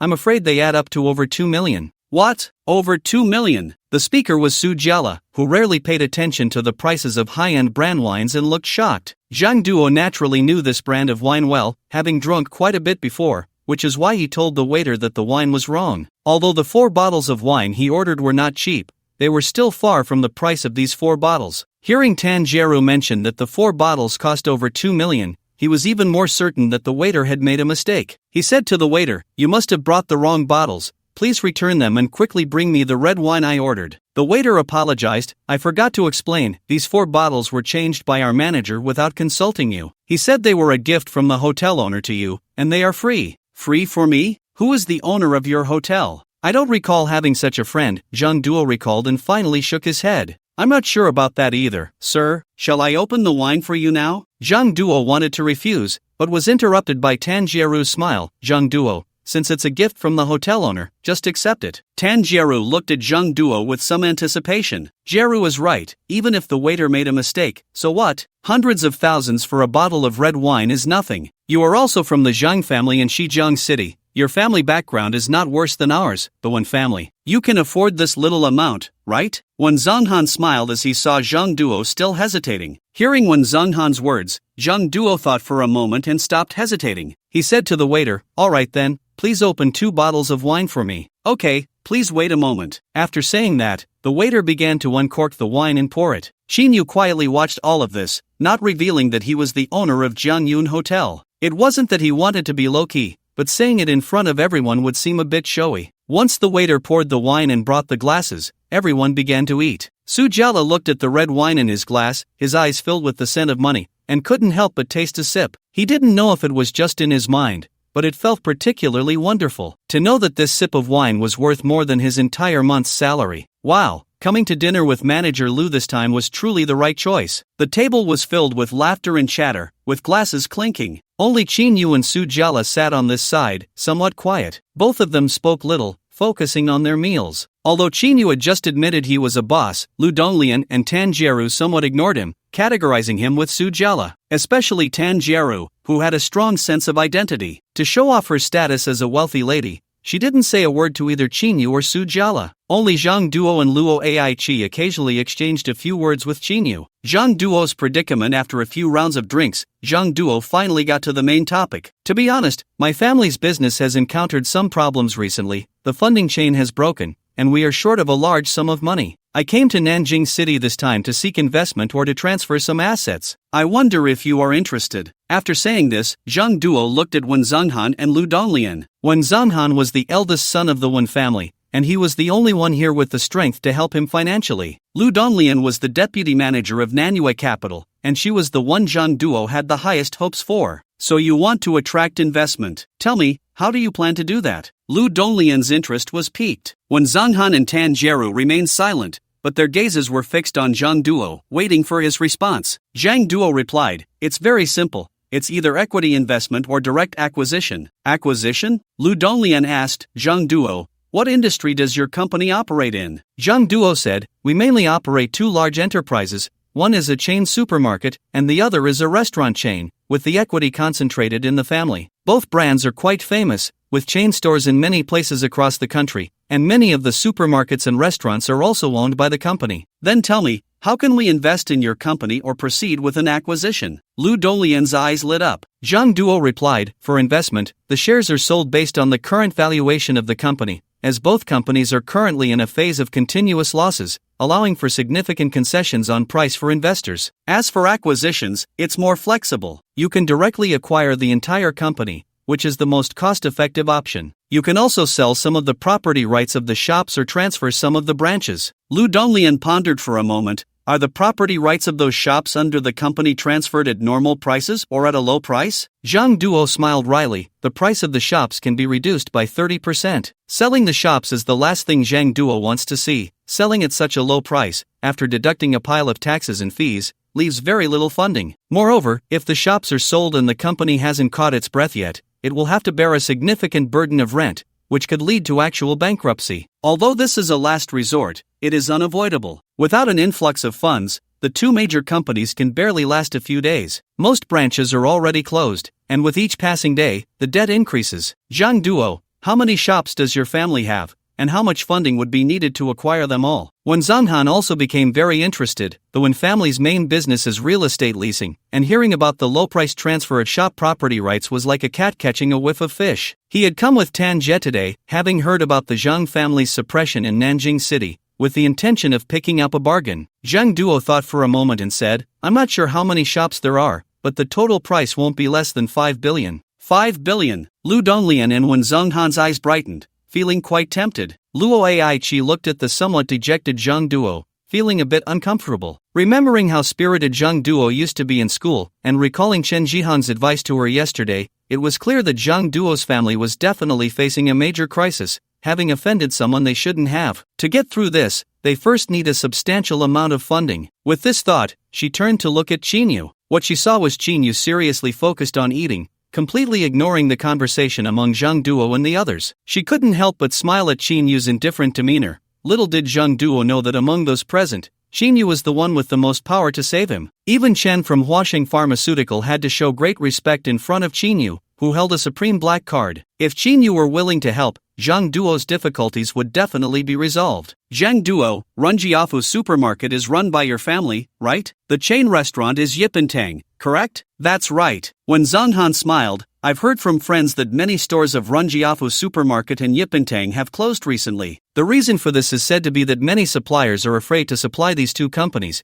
and the supermarket has also taken many products off the shelves. Additionally, these two companies have broken their capital chain, accumulating large debts, and can't even pay their employees' wages. Especially since some supermarkets or restaurants are often inspected by officials, some supermarkets lack complete qualifications, or some restaurants do not meet hygiene standards, leading to many stores being shut down. At this point, Wan Zhanhan looked at Zhang Duo and said, I'm very curious, who exactly did your Zhang family offend? It seems this person has a significant background, able to make two factions listen to him. Although Wan Zhanhan was interested in the Zhang family's assets, he needed to understand who they had offended. If it were that kind of terrifying top boss, he wouldn't want to wade into this murky water, as it could backfire on him for the sake of some interests. Upon hearing Wan Zhanghan's words, the others put down their chopsticks and looked at Zhang Duo. Only Qin Yu was still slowly eating from his bowl. He had already confirmed that Zhang Duo and Zhang Jinyu were definitely from the same Zhang family. However, it was a bit strange. Didn't he promise Zhang Jinyu that he would send someone to investigate the acquisition? Why was Zhang Duo still here begging for the acquisition? It was likely that Zhang Jinyu hadn't informed Zhang Duo about the transaction they were preparing. Zhang Duo said somewhat bitterly, speaking of which, the reason the Zhang family is facing this great calamity is all because of me. I offended the second son of the Qiao family, Qiao Zilan, and it was his revenge that led to this situation. The Qiao family? When Zhanhan's face turned pale with shock, so it's the Qiao family that's targeting your Zhang family, no wonder. Is the Qiao family very powerful? Tan Jieru asked curiously. When Zhanhan forced a smile and said, this family is quite formidable in Shijian City, equivalent to the Fong family in Nanjing City. What do you think? The Fong family? Tan Jieru's expression changed to one of seriousness as she asked in shock, Zhang Zhe, how did you offend that second son of the Qiao family, Xiao Zilan? Lu Donglian also looked at Zhang Duo with a serious expression, knowing how terrifying the influence of the Fong family was in Nanjing City. The Qiao family, on the other hand, had similar strength. Luo Aichi wasn't very familiar with the aristocratic families but could see the underlying issues. Concerned, she asked, yes, Zhang Zhe, how did you offend Xiao Zilan to provoke such revenge from the Qiao family against yours? Let me answer that.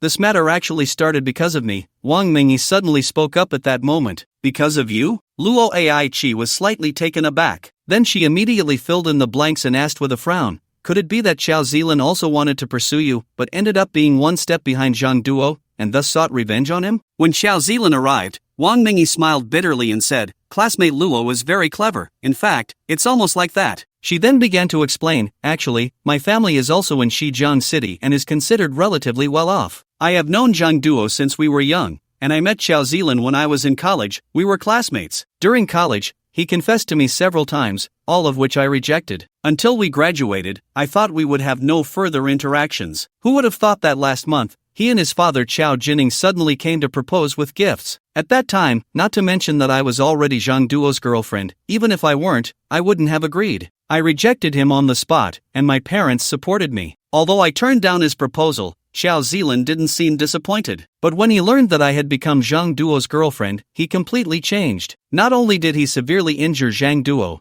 but he also wanted to send someone to kidnap me. Fortunately, I noticed in time and escaped. After that, not only did he not apologize to Zhang Duo, but the Qiao family's influence began to suppress all of Zhang Duo's family's businesses, while also putting pressure on my parents. After Zhang Duo recovered from his injuries and learned about the family's situation, he put aside past grievances and personally begged Xiao Zilan for mercy. As a result, Xiao Zilan not only refused to spare the Zhang family but also humiliated him. Upon hearing this, Luo Aichi snorted, that Xiao Zilan is too much. And this Qiao family is also too domineering, indulging their descendants like this. Love should be about personal freedom. If you can't win someone over, you resort to force. Especially wanting to kidnap Mengyi. That's truly outrageous. It's fortunate that Mengyi didn't choose him. Marrying such a person would definitely bring no happiness. Lu Donglian also supported, Aichi is right. Xiao Zilan is definitely not a good person and should be avoided. Xinyu glanced at Zhang Duo. No wonder he looked so weak. It turned out he had been seriously injured. Tan Jia and his wife, however, did not show much emotion. Wang Mingyi let out a bitter laugh. I saw through Xiao Ziluan's true nature a long time ago. He has done plenty of bad things at school. Sighing, she continued, I didn't expect that my choice of Zhang Duo would implicate his entire family. Now, it's impossible to get the Qiao family to back off. The only way is to sell off the Zhang family's business. And my coming to Nanjing City with Zhang Duo was not only to seek investment. Another reason was also the fear that Xiao Ziluan might target me and Zhang Duo again. I see. Luo Ai Chi nodded sympathetically. Lu Donglian asked, Zhang Duo, although your family's two businesses are in a difficult situation, it shouldn't be too hard to sell them at a low price,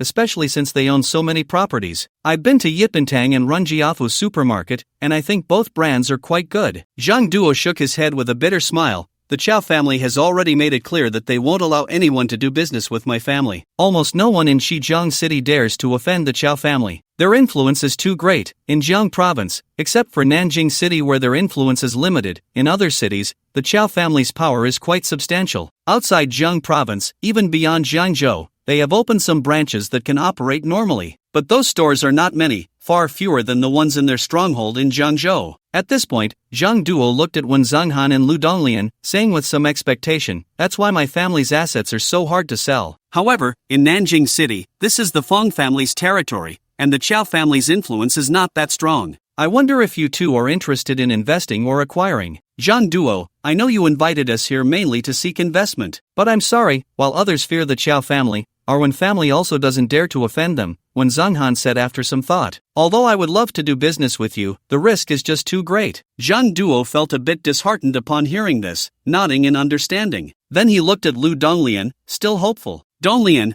I know that Nanyue Capital has a strong background and considerable strength. Not only does it have the Feng family's backing, but it also has connections in Longcheng, with investments both domestically and internationally, so it shouldn't fear the Qiao family. As a deputy manager of this group's investment department, is there anyone interested in investing in my family's business? Lu Donglian pondered for a moment. How about this? I'll go back and write a report to present directly to the general manager and see her attitude. This matter involves the Qiao family, so it ultimately has to be decided by the general manager. Alright, thank you. Zhang Duo understood Lu Donglian's meaning and expressed his gratitude. This path through Lu Donglian was his last lifeline. Xinyu, are you interested in investing in the Zhang Duo family's business? Luo Ai Chi finally couldn't help but turn to Xinyu and ask with a smile. At that moment, two extended black Range Rovers stopped at the entrance of Jiangyun Hotel, and 7 people got out of the 2 cars. Xiao Ziluan and Zhao Song walked in front, followed by a middle-aged man in his 40s who looked somewhat frail. Behind them were 4 bodyguards of Xiao Ziluan. These 4 bodyguards were not ordinary. The Qiao family's influence was intricate, involving all kinds of industries. They even owned an underground fighting arena, training many fighters. These 4 bodyguards were selected from among those fighters, the strongest of the bunch. One of them could take on 10 ordinary people. Although they were not martial artists,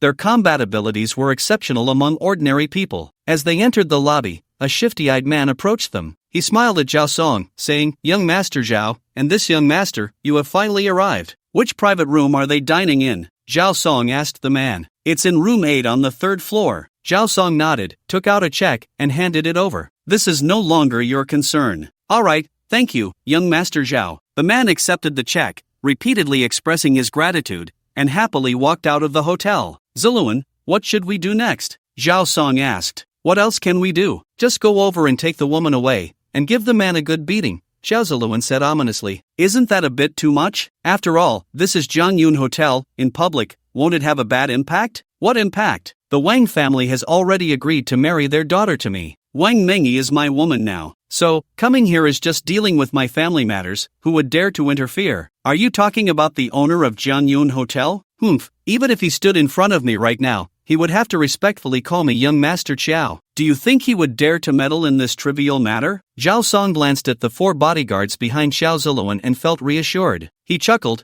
You're right, I was too cautious. Xiao Ziluan patted Zhao Song on the shoulder, meaningfully saying, Zhao Song, you underestimate our Qiao family. Even in Nanjing City, I don't even regard the Feng family. Who else would I be afraid of? Just follow me up and watch a good show. It will let you know what a true playboy should look like. With you saying that, I'll stick with you from now on. Zhao Song's face was full of admiration, and his understanding of the Chao family deepened. His brother Zhao, who married Xiao Guqin's daughter, so their families were considered in-laws. When Xiao Ziluan arrived in Nanjing City, he sought refuge with the Zhao family, and his father instructed him to treat Xiao Ziluan well. At first, Zhao Song was reluctant. He had been too focused on playing and didn't understand the strength of his sister-in-law's family. After a day of interaction, seeing several rich second-generation individuals showing respect to Xiao Ziluan and envying him, he realized how wise his father was. Especially when he heard Xiao Ziluan say he wasn't afraid of the Fong family, he was even more shocked. Little did he know, as fellow second-generation playboys, he and Xiao Ziluan were cut from the same cloth. After chatting for a bit, the group headed towards room 8 on the 3rd floor of the hotel. After Luo Aichi asked that question, everyone present curiously stared at Qinyu. Did they hear correctly? Luo Aichi actually asked Qinyu if he was interested in investing in the Zhang Duo family business. In Lu Donglian and Tan Jieru's minds, even if it was a branch of one of Zhang's 2 enterprises,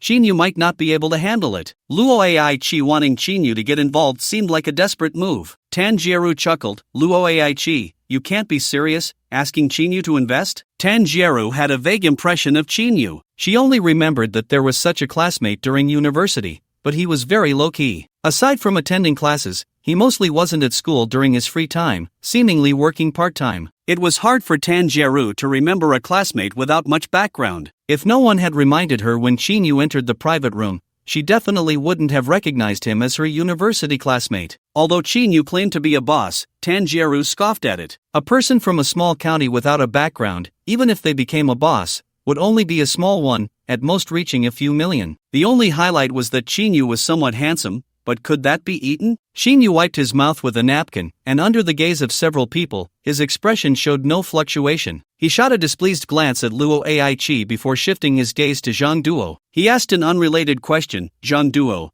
what is your relationship with Zhang Jinyu? Zhang Duo was surprised. Zhang Jinyu is my uncle. Qinyu, do you know him? I've never met him, but we've been in contact by phone. The conversation took a turn as he continued. I think I saw you yesterday at Nanyun Hang. What were you doing there? Oh, you saw me at Nanyun Hang? On the bus. I just caught a glimpse of you before the bus left, so I didn't get off to find you. I see. I went to find General Yun at Nanyun Hang yesterday, hoping she could help me. You know her? She's also from Shijiang City. I've met her a few times before. General Yun is quite well known in Nanjing City and has a deep background. Xinyu smiled. What did she say? Zhang Duo forced a smile. She didn't agree. She said she couldn't help because it involved the Chao family. Zhang Duo, so you wanted to get funding from General Yun, but she refused? Lu Donglian asked. That's right. It seems she has some reservations about matters involving the Chao family. Zhang Duo, perhaps you don't know, but General Yun of Nanyun Hang is also one of the shareholders of Nanyue Capital. If she says she can't help, it's likely that Nanyue Capital won't be able to do business with your Zhang family either. Lu Donglian said apologetically. Really? Zhang Duo's face turned even paler. Nanyue Capital had become his last lifeline. If this group didn't dare to act, he would truly be at a dead end. Nanyue Capital. Xinyu's heart stirred. He realized that the investment company Yin Xiaoting mentioned was indeed Nanyue Capital. Zhang Duo's thoughts were a bit chaotic. After a moment, he forced a smile at Xinyu, apologizing. I'm sorry for losing my composure just now. Xinyu, you mentioned that my uncle contacted you. What's going on? Looking at the pale-faced Zhang Duo, Xinyu could easily imagine the psychological torment his once carefree and sunny college classmate had been facing these days. Remembering the 10,000 yuan Zhang Duo had lent him for meals back in college, Xinyu silently made a decision. He smiled and said, your uncle called not only to sell me the villa he lives in but also to discuss the acquisition of your Zhang family's business. Zhang Duo stood there in shock. Xinyu, are you saying that my uncle contacted you just to discuss this? That's right. Zhang Duo felt even more dejected and said with shame, I'd drag my uncle down,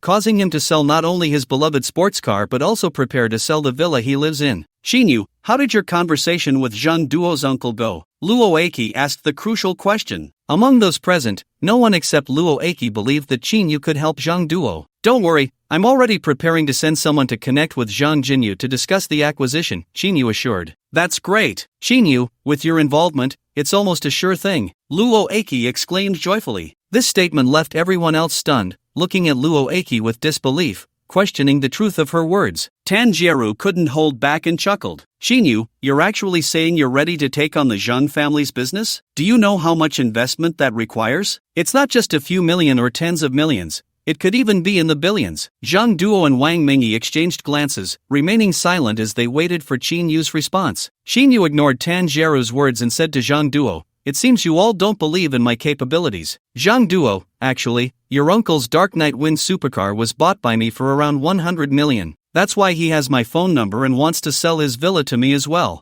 I have the full capability to acquire both of your family's enterprises. Seeing Zhang Duo go from dejected to shocked, Xinyu smiled slightly and continued, "I'm still the owner of this hotel. If you don't believe me, you can ask Luo Aki, or I can directly call the hotel manager over, and you'll know if what I'm saying is true." After saying this, he took a sip of red wine. Spending 100 million to buy a sports car? Isn't this the big boss of the 7-star hotel? Tanjiro and her husband, along with Lu Donglian and Su Jiala, all looked at Qinyu with expressions of disbelief. The threat to Zhang Duo and Wang Mingyi made their hearts race in unison. If what Qinyu said was true, then the heavy pressure weighing on their hearts could be completely lifted. Seeing Qinyu's serious expression, Zhang Duo already believed about 80 to 90%. He exclaimed excitedly, "Qinyu, is what you said true? Are you really going to acquire my family's business entirely?" "Don't worry, I wouldn't joke about something like this." Qinyu nodded. "With your word, I can rest easy, Qinyu, thank you." Unexpectedly, Wen Zhonghan suddenly pointed at Qinyu and said, "Who are you trying to fool? Isn't the major shareholder of Jianyun Hotel Yun Zhengong?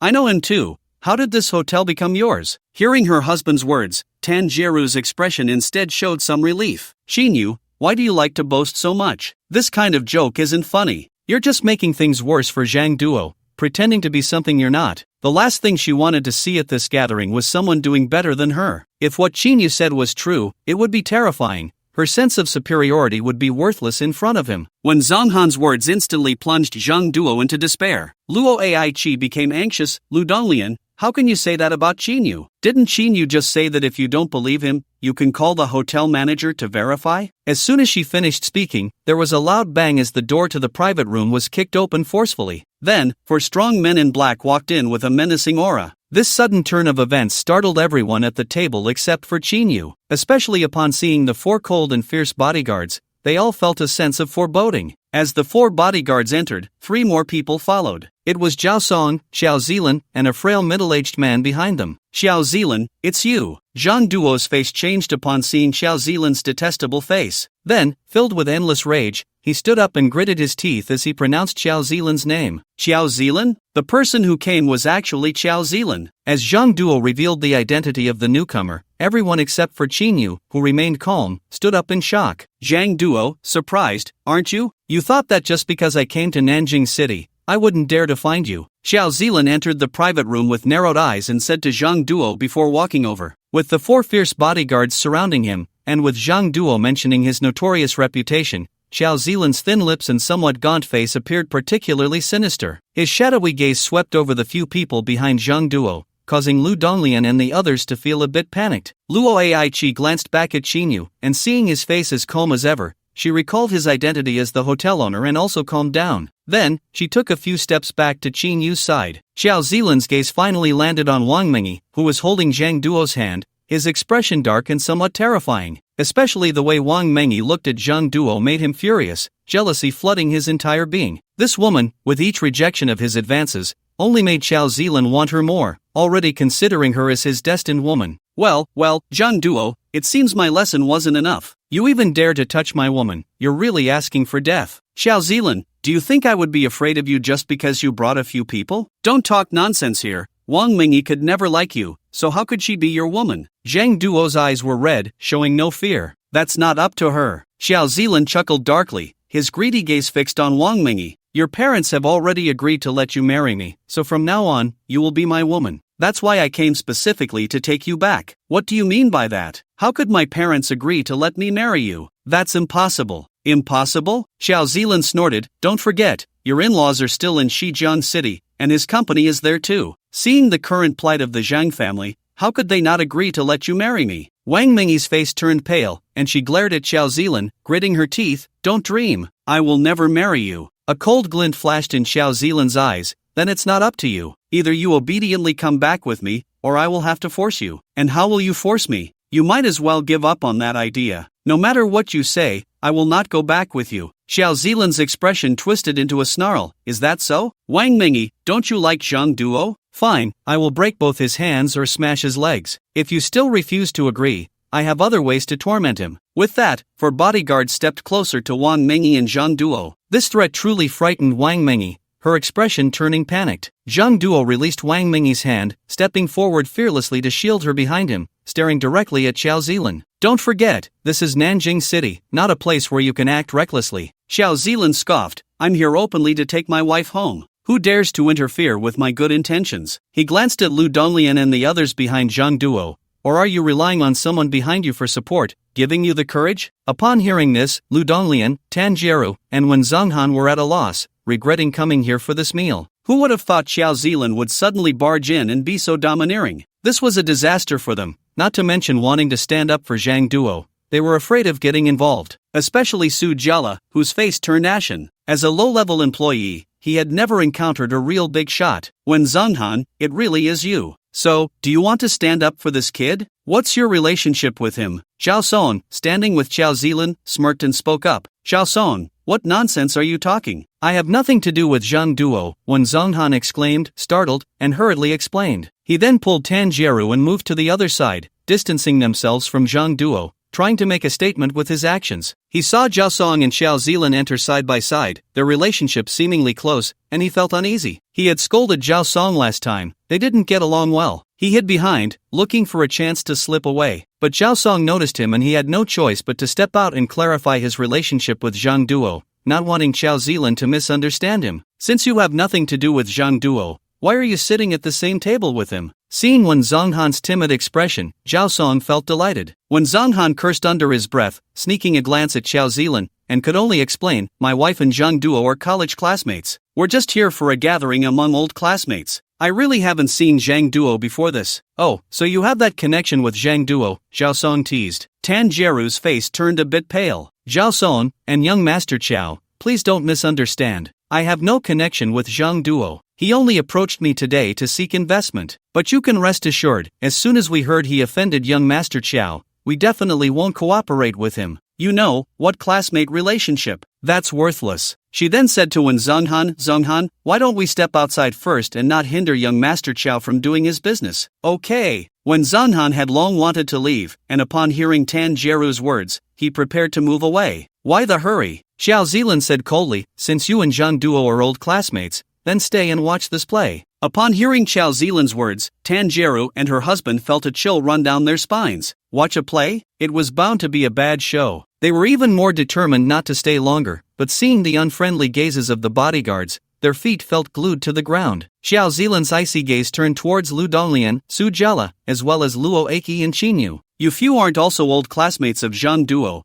wanting to stand up for him, are you? Lu Donglian and Luo Eiki exchanged a glance, feeling somewhat conflicted. If you don't leave now, don't blame me for being rude. Xiao Zilan was getting impatient. He wanted to isolate Zhang Duo first. Then he would let Zhang Duo be thoroughly humiliated in front of his former classmates, crushing his pride underfoot. He wanted him to understand that trying to compete with him for women was utterly foolish. Thinking of these scenarios, Xiao Zilan felt a sense of relief. Lu Donglian gritted her teeth and stopped hesitating. She glanced apologetically at Zhang Duo and walked out, with Su Jiala following closely behind. Luo Eiki did not move, standing behind Qinyu, but still felt a bit anxious. Sit down, your standing here is making me uncomfortable, Qinyu said helplessly. All right. Seeing Qinyu's fearless demeanor, Luo Eiki had no choice but to sit down, though her body remained somewhat stiff. Zhang Duo silently watched as Wen Zhonghan and his wife distanced themselves from him as if avoiding a plague, followed by Lu Donglian and Su Jiala leaving one after another. The few people who had just been laughing and chatting had suddenly turned into strangers. At this point, his face had already turned pale, devoid of any color. In a daze, he felt a sudden growth within himself. Hey, you look so familiar, have we met before? Zhao Song noticed Qinyu sitting at the dining table. Qinyu smiled slightly. Does it matter whether we know each other? Xiao Zilan's expression darkened as he stared at Qinyu. Kid, you seem unafraid of me, daring to sit there. Only then did Zhang Duo realize that Qinyu and Luo Eiki were still seated. After thinking for a moment, he could only smile bitterly. Qinyu, and Ai Qi, let's just do as he says,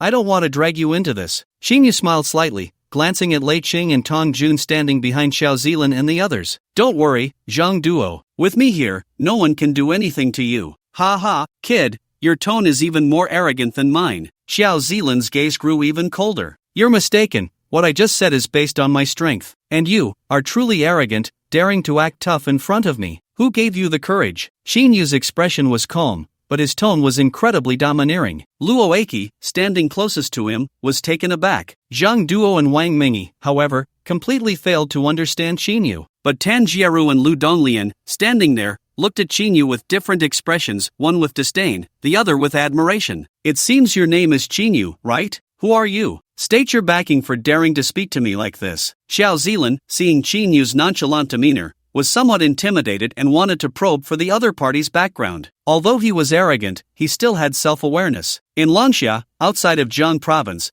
there were too many people he couldn't afford to provoke. If he really encountered those formidable characters, he could only play the role of a submissive. Backing? Xin Yu smiled slightly. You don't need to inquire about my background. My backing is myself. But to be honest, don't say it's you. Even Xiao Zhenfeng wouldn't have the qualifications to be arrogant in front of me. You know my brother and still don't take him seriously. Xiao Zilan felt a slight relief at the first part of Qin Yu's statement, but was startled by the next. Xiao Zilan, meeting me today is your misfortune. I consider you and your brother to be mortal enemies, and since you have harmed my friend so severely, don't blame me for collecting some interest from you. Qin Yu spoke so calmly. Who exactly are you, to be my brother's enemy? Xiao Ziluan increasingly felt uneasy from Qin Yu's unremarkable face. To dare to call his brother by name and be so disrespectful, the other party showed no signs of lying, which made his words seem true. His brother's enemy was surely on the same level as him. Who I am is not important. What matters is that since you've come to me, don't expect to escape.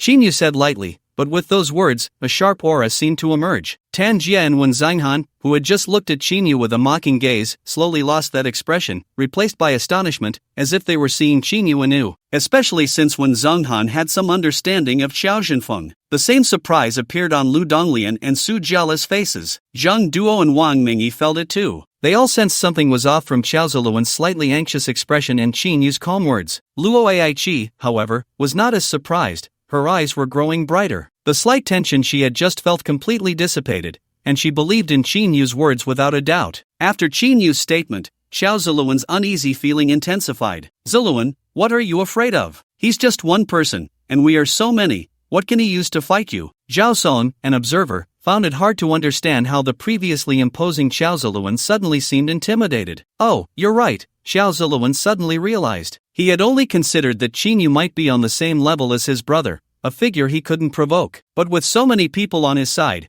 and with the martial artist Luo Jin guarding him, why should he fear a weak and unknown kid? Xiao Ziluan's anxious heart immediately calmed down, and he felt a bit ashamed of his earlier behavior. Narrowing his eyes, he looked at Qin Yu with the same arrogance he had before. Qin Yu, do you think I would be afraid of you? Since you have a grudge with my brother and want to help that Zhang Duo, especially since you shamelessly want to keep me here, then I won't hold back. No matter who you are, this is what you brought upon yourself. As they clashed, Qin Yu finally revealed a hint of a smile. What? Are you so confident that you're starting to show off again? Is it just because of your 4 bodyguards? Or is it because of that person behind you? As he said this, Qin Yu glanced at the middle-aged man behind Xiao Ziluan. Luo Jin felt a chill at Qin Yu's glance, as if all his secrets were exposed in that moment. That feeling was too dangerous. Luo Jin immediately sensed that Qin Yu might also be a martial artist, and not weaker than him. He hurriedly stepped in front of Xiao Ziluan, his expression full of vigilance. Uncle Luo? Xiao Ziluan asked in confusion. Second young master, be careful, this person is not simple. Luo Jin stared seriously at Qin Yu without turning back. Not simple? He might also be a martial artist, and not weaker than me. Luo Jin's feeling grew stronger. Xiao Ziluan's face changed dramatically. He naturally knew what being a martial artist represented. But seeing how young Qin Yu was, he couldn't believe it. Uncle Luo, how is that possible? Even if he is a martial artist, he can't be your match, right? How did you see that? Then, feeling a bit insecure, he asked Qin Yu, are you really a martial artist? With these words, Lu Donglian, Luo Aichi, and the others were left in confusion. It was the first time they had heard the term martial artist. However, they were not overly surprised, thinking that the so-called martial artist was just a general term for those who practiced martial arts. The only strange thing was how Qin Yu came to be labeled as a martial artist. Xiao Zilan seemed to be quite wary of Qin Yu being a martial artist. After all, Didn't he bring 4 strong bodyguards? Who could possibly be a match for these 4 bodyguards? Xinyu had long since noticed that the middle-aged man was at the same level of martial arts as Huang Long and the others, who were at the 4th level of body refinement. A cold smile appeared at the corner of his mouth. He didn't respond to Xiao Zilan's words, but what he said could be considered an acknowledgement. A mere 4th level body refinement martial artist dares to stand in front of me, unaware of his own mortality. As soon as these words were spoken, the middle-aged man's expression changed drastically. He couldn't see Qinyu's cultivation level, but Qinyu could tell his martial arts realm at a glance. It was obvious that the other party was far beyond his own level. Moreover, this person was so young, indicating his high talent. With a serious expression, he said without a doubt, "Second young master, leave here immediately with your people." Xiao Zilan was taken aback. "Uncle Luo,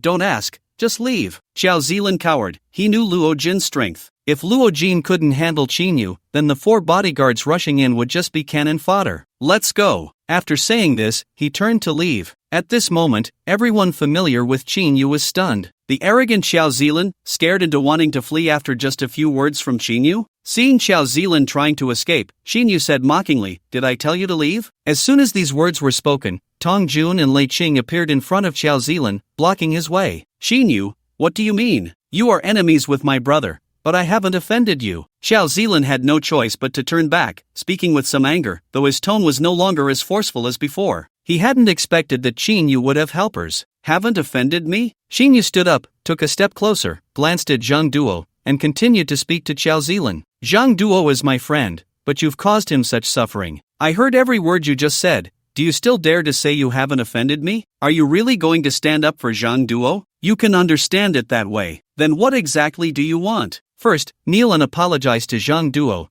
then give him a beating until he is satisfied. Following that, it's a matter between you and me. You just kicked the door of this room, don't you need to compensate for that? Impossible." Xiao Zilan almost roared. "Xinyu, you're forcing me to the brink, asking me to apologize to Zhang Duo, no way. And to beat him up? Even less likely. I might fear you, but don't forget, no matter what your identity is, if you offend me to the core, you are opposing the Qiao family." The conditions Qinyu had just stated were, for Xiao Zilan, a blatant humiliation. "Then it's not up to you. How you treated Zhang Duo before, today you will repay it double." Qinyu looked down at Xiao Zilan like a ruler surveying the world, coldly. Xiao Zilan had been so reckless when he entered, wanting to capture someone in public, especially in the Jiangyun Hotel under his name. He had long been furious. Upon hearing this, Xiao Zilan knew it was impossible to make Qinyu let him go. "Qinyu, since you're forcing me like this, then I can only fight with Uncle Luo, you block him." As soon as Xiao Zilan finished speaking, he hurriedly instructed the 4 bodyguards,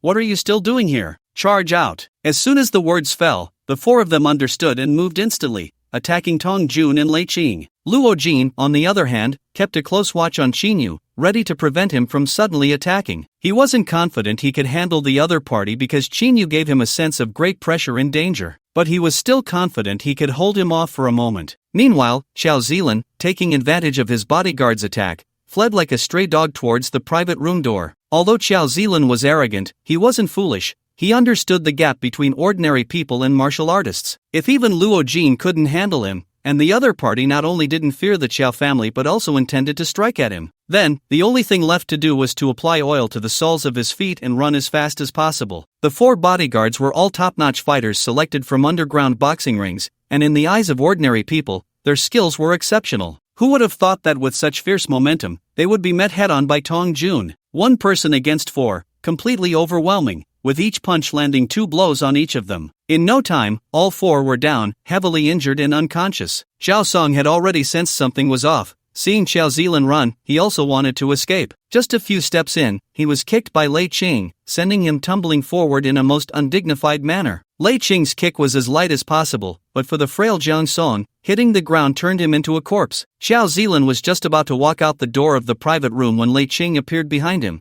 grabbing him by the collar and dragging him back. No matter how he struggled, he was held tightly. In the end, Lei Qing kicked him from behind, sending him crashing down in front of Qinyu, looking utterly disheveled. "Second young master." Luo Jin was focused on Qinyu, and when he regained his senses, he saw Xiao Zilan sprawled on the ground. Without a second thought, he wanted to go over and help Xiao Zilan up, but was blocked by Tong Jun. Luo Jin's gaze turned cold, and he suddenly attacked Tong Jun, leading to a bare-handed fight between the two. However, after just a few exchanges, Luo Jin was caught off guard, retreating repeatedly and becoming completely defensive. The more they fought, the harder it became, and he was increasingly shocked. He was completely intimidated by Tong Jun's momentum. As Luo Jin retreated step by step, Tong Jun's strikes became faster and faster. Finally, a kick landed on Luo Jin's abdomen, sending him flying with a thud against the wall, then sliding down. Just as Luo Jin stood up, he saw Tong Jun's figure flying towards him like a cannonball. With a heavy punch, there was another thud, and Luo Jin's body slid down the wall again, completely losing consciousness. Xiao Zilin crawled up from the ground, seeing Luo Jin down and spitting blood, unconscious and unsure if he was dead or alive. His greatest support had fallen, and the shame and anger he felt moments ago turned into sheer terror. A glance at the miserable state of the others made his body tremble slightly. From the moment Xiao Zilin spoke up to escape until all his men were down, it took only a few minutes. But this one-sided brawl, so intense and brutal, was almost like a scene from a movie, leaving an indelible impression on Qin Yu's classmates. Was it too exciting? Was it too intense? Was it too tragic? Was it too cruel? In the end, everyone felt that the scene just now had left them deeply shaken. The shock was not only due to the fight. They also understood that the terrifying fighting power of Tong Jun and Lei Qin were actually two of Qin Yu's subordinates. It was evident that Qin Yu was undoubtedly a formidable figure who could look down on everyone present. One by one, they looked at Qin Yu with horror. No one dared to doubt Qin Yu's identity as the hotel owner anymore, and they believed he could help Zhang Duo without question. If there's anything wrong with Qin Yu, I formally apologize to you. If you must move against me, it will truly be a fight to the death with the Chow family. You should know that my grandfather has been a martial artist at the Divine Core level for many years, and my brother is about to break through to become a Divine Core martial artist. I hope you can weigh your own strength. Xiao Zilin, caught in a dilemma, stood there knowing escape was impossible. Although terrified, he gritted his teeth and revealed these secrets. He hoped Qin Yu would recognize the true strength of the Chow family and thus be cautious, not daring to act against him. Otherwise, recalling the conditions Qin Yu had just mentioned, he truly felt like he wanted to die. He could never have imagined that one day, he would become the fish on someone else's chopping board. You mean to say that I'm still afraid of the Chow family, yet I'm still stubborn and even threatening me? Slap him. Qin Yu raised an eyebrow and glared at Xiao Zilin. I didn't. Xiao Zilin's heart skipped a beat, and he hurriedly tried to explain, but his collar had already been grabbed by Tong Jun. Smack, smack, smack, smack. After 4 resounding slaps, Xiao Zilin's screams followed. His face was swollen on both sides, his hair disheveled. Several of his teeth had fallen out, his mouth filled with blood, and the pain made him gasp for air. Although Tong Jun's strikes weren't too heavy, they were definitely not light. Having seen blood on the battlefield before, where a severed arm or leg was considered a minor injury, how could he possibly hold back? Once he released his grip on Xiao Zilin, he collapsed to the ground like a pile of mud. Besides losing teeth, Xiao Zilin also suffered a concussion, feeling dizzy and disoriented. This scene left Lu Donglian and the others once again dumbfounded. They all understood Xiao Zilin's identity. A member of such a terrifying family seemed to be at Qin Yu's mercy, as if he could hit or even kill him at will. Was this the crushing oppression between different social classes? Looking at Qin Yu's commanding presence, with just a few words, Xiao Zilin was like a dead dog crawling before him. Coupled with Qin Yu's earlier silence during their meal, it was a wave of shame. Luo Aichi's gaze towards Qin Yu was filled not only with deep shock but also with many other emotions. On the contrary, Zhang Duo felt a rush of satisfaction, a sense of relief. Zhang Duo, take care of Xiao Zilin. Feel free to beat him. If you kill him, it's on me, Qin Yu said as he walked over and patted Zhang Duo's shoulder casually. Qin Yu. Zhang Duo looked at Qin Yu with gratitude. I won't forget your kindness today. After saying that, his eyes blazed with anger. He walked over, ignoring the still groaning Xiao Zilin, and began to rain down punches and kicks. This anger had been pent up for a long time, and with Xiao Zilin's earlier oppression, he was on the verge of exploding. Now, with such a good opportunity before him, if he didn't act, he would be letting himself down. Memories of the pressure he had faced recently flooded his mind, recalling how his family had been completely suppressed by the Chow family, and the last time he had severely injured Xiao Zilin, along with Xiao Zilin's threat to Wang Mengyi. One by one, these incidents replayed in his mind. Zhang Duo's eyes turned red, and his strikes became heavier and more ruthless, venting his pent-up rage. Under Zhang Duo's relentless assault, Xiao Zilin's pained groans turned into howls of despair. He kept begging for mercy, no longer the arrogant figure he once was. Watching all this, everyone remained silent. Their expressions varied, some felt pity, some felt relief, and others felt fear. The fearful ones were Wen Zhonghan and Tan Jieru. They knew the Chow family's power well. If Xiao Zilin were to be beaten to death or severely injured, they might also be implicated. Xinyu might not fear the Qiao family, but they did. After 2 full minutes of beating, a hand suddenly grabbed Zhang Duo, stopping him from continuing. Seeing Wang Mingyi's worried expression, Zhang Duo suddenly came to his senses. He looked at Xiao Zilan, who lay on the ground gasping for air, and felt a twinge of fear. After all, he was an ordinary person. Although Xinyu had said that if someone died, it would be on him, he still felt uneasy about it. Just then, several hotel security guards in white uniforms walked in from outside the private room. The last to enter were the lobby manager Li Hang and the security department manager Zhang Xiao. Since the door to the private room had been kicked open, it had remained ajar. A passing waiter had seen the situation and hurriedly reported it to their superiors. Li Hong was taken aback by the shocking news. He knew the boss was dining in this private room and prayed that nothing had happened to him. He immediately informed Zhang Xiao,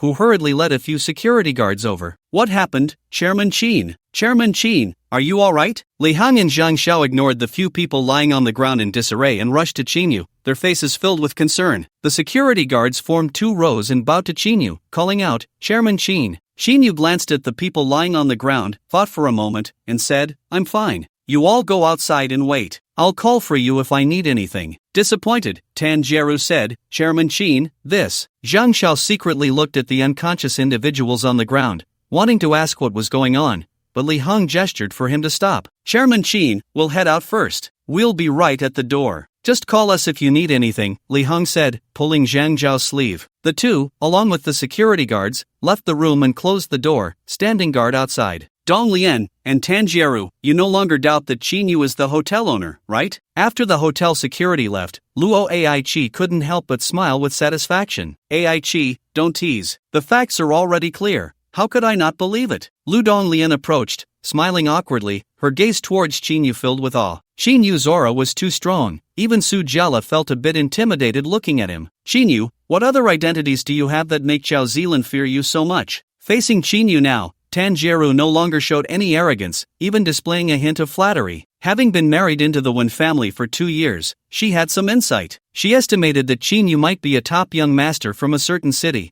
someone the Qiao family wouldn't take seriously. Such a person, being her old classmate, she had to curry favor with. If Qinyu looked at her differently because of their past, her status in the Wen family would rise significantly. She began to calculate how to get closer to Qinyu to elevate her status in the future. With this thought, her gaze towards Qinyu was tinged with eagerness. Qinyu frowned slightly and glanced at Tanjiro. Sorry, do I know you well? Didn't you say that the relationship of old classmates is worthless? If you try to get close to me again, don't blame me for being rude. Qinyu, I'm sorry. I was wrong earlier. I apologize. Tanjiro's expression changed, and she hurried to apologize. She couldn't help but recall her dismissive attitude towards Qinyu at the earlier dinner and felt deeply regretful. A glance at Luo Aichi made her feel displeased again. It seemed Luo Aichi must know some of Qinyu's background but hadn't revealed it, causing her to offend Qinyu earlier, which she blamed on her. Indeed, Qinyu, we were blind and offended you. We're sorry. Wen Zonghan also smiled apologetically at Qinyu. He understood very well that Qinyu was not someone he could provoke. Even if they couldn't become friends, they certainly couldn't become enemies. No need to apologize. Tanjiro just said we aren't familiar, so there's no question of offense. Qinyu finally issued the dismissal. You can leave now. Alright, then we'll take our leave. When Zonghan dared not defy Qinyu's words, dragging the unwilling and extremely disappointed Tanjiro away. Seeing the couple leave, Luo Aichi felt a wave of relief. She had long found them displeasing, especially their attitude when they first met and the things they said. She felt 1,000 grievances but had only kept them to herself. Qinyu, I assume the red wine we had earlier was a gift from you, right? Wang Mingyi thought of something and couldn't help but ask. Mingyi is right. I saw Qinyu instruct the manager to send red wine with my own eyes. Luo Aki said with a smile. So you already knew about Qinyu's identity, Aki. Why didn't you say it earlier? Lu Donglian said somewhat reproachfully. Qinyu made it clear that he is the owner of this hotel, and you all didn't believe it. If I had said it, wouldn't you have believed it even less? That's true, Lu Donglian said with an awkward smile. She then said her goodbyes. Qinyu, Zhang Duo, Aki, I have to go now. Let's chat again when we have time. Indeed, it's getting late. I should leave too. Su Jiala nodded and followed suit. He still had to return to the company to work after dinner with Lu Jinlian, so he naturally didn't have much time to stay. Alright,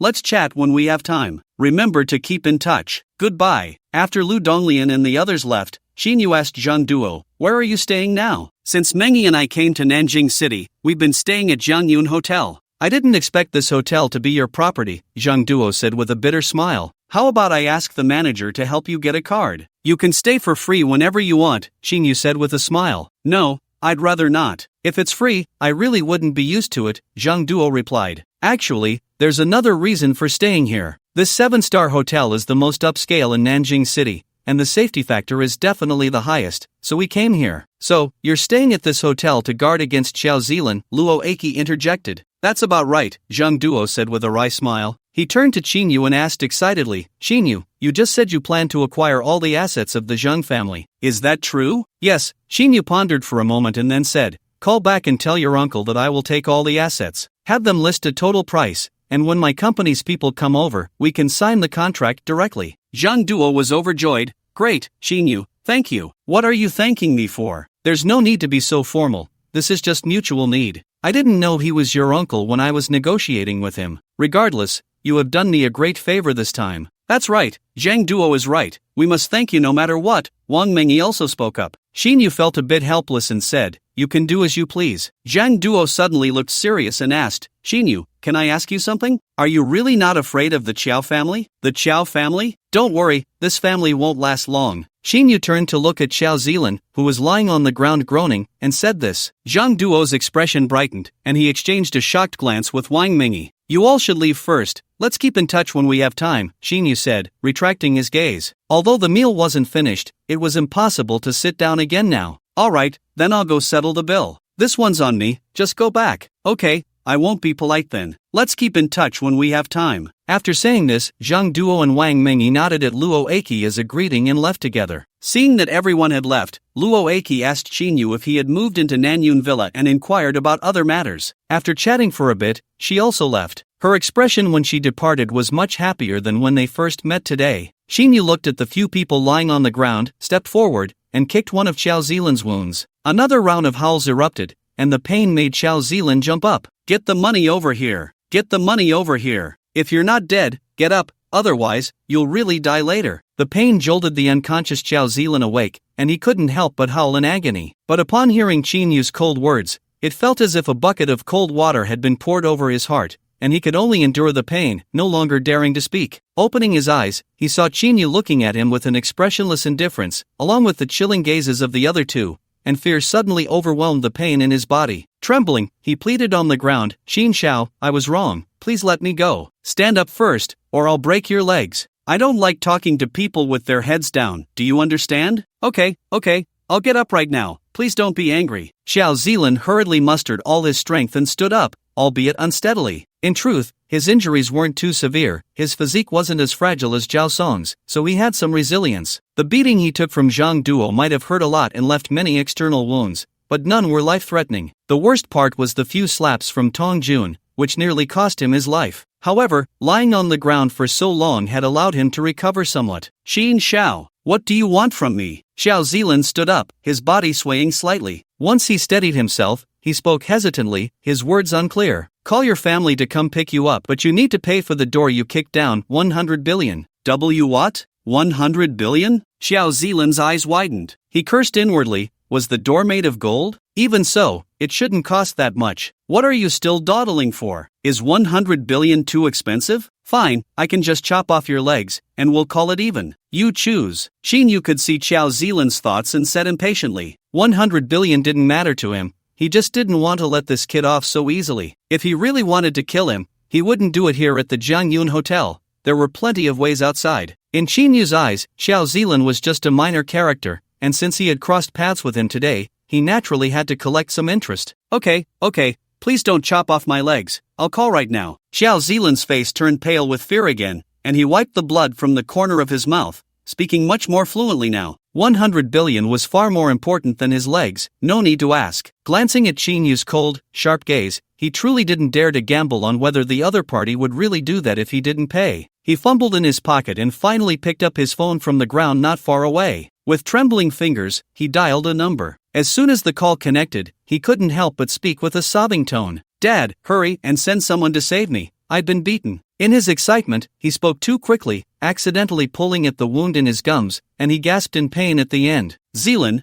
what happened? Who beat you? Where are you now? His father on the other end was momentarily stunned but quickly reacted. Xiao Zilan stole a glance at Xinyu. I'm at the Jiangyun Hotel in Nanjing City. Dad, please come save me. They said I have to pay 100 billion, so you need to send 100 billion in cash, or they'll chop off my legs. What? 100 billion? They dare to chop off your legs. Who are they? Do they have the guts to touch someone from the Chow family? Dad, don't worry about that. Just get the money here first. What about Luo Jin? Isn't he supposed to be protecting you? Where did he go? That's not it. The other side has 2 martial artists who took down Uncle Luo and 4 bodyguards. They're all unconscious. So he has martial artists with him. In that case, wait a moment. Your brother is also in Nanjing City. I'll call him to handle it. My brother is in Nanjing City too? That's great. Tell him to come save me quickly. Seeing Qinyu's terrifying gaze, Xiao Zilan quickly added, oh no, I mean for my brother to hurry and bring 100 billion. Who exactly are they? Do you know them? Xinyu said impatiently, walking over to snatch the phone. Stop rambling and hurry up and send someone with the money. You have half an hour. If the money isn't here in half an hour, just wait for me to cripple your son and return him to you. You're the one who hurt my son. Who are you? A venomous, cold voice came through the phone. Who I am isn't important. Remember, you only have half an hour. Your son damaged my property, and it's only normal for me to ask for compensation. 1 billion, not a penny less, right here on the 3rd floor of Jiangyun Hotel. If the money isn't here in half an hour, I will follow through on my words. Fine, just wait. I'll have someone here soon. Don't think calling Xiao Zhenfeng will help. If he comes without the money,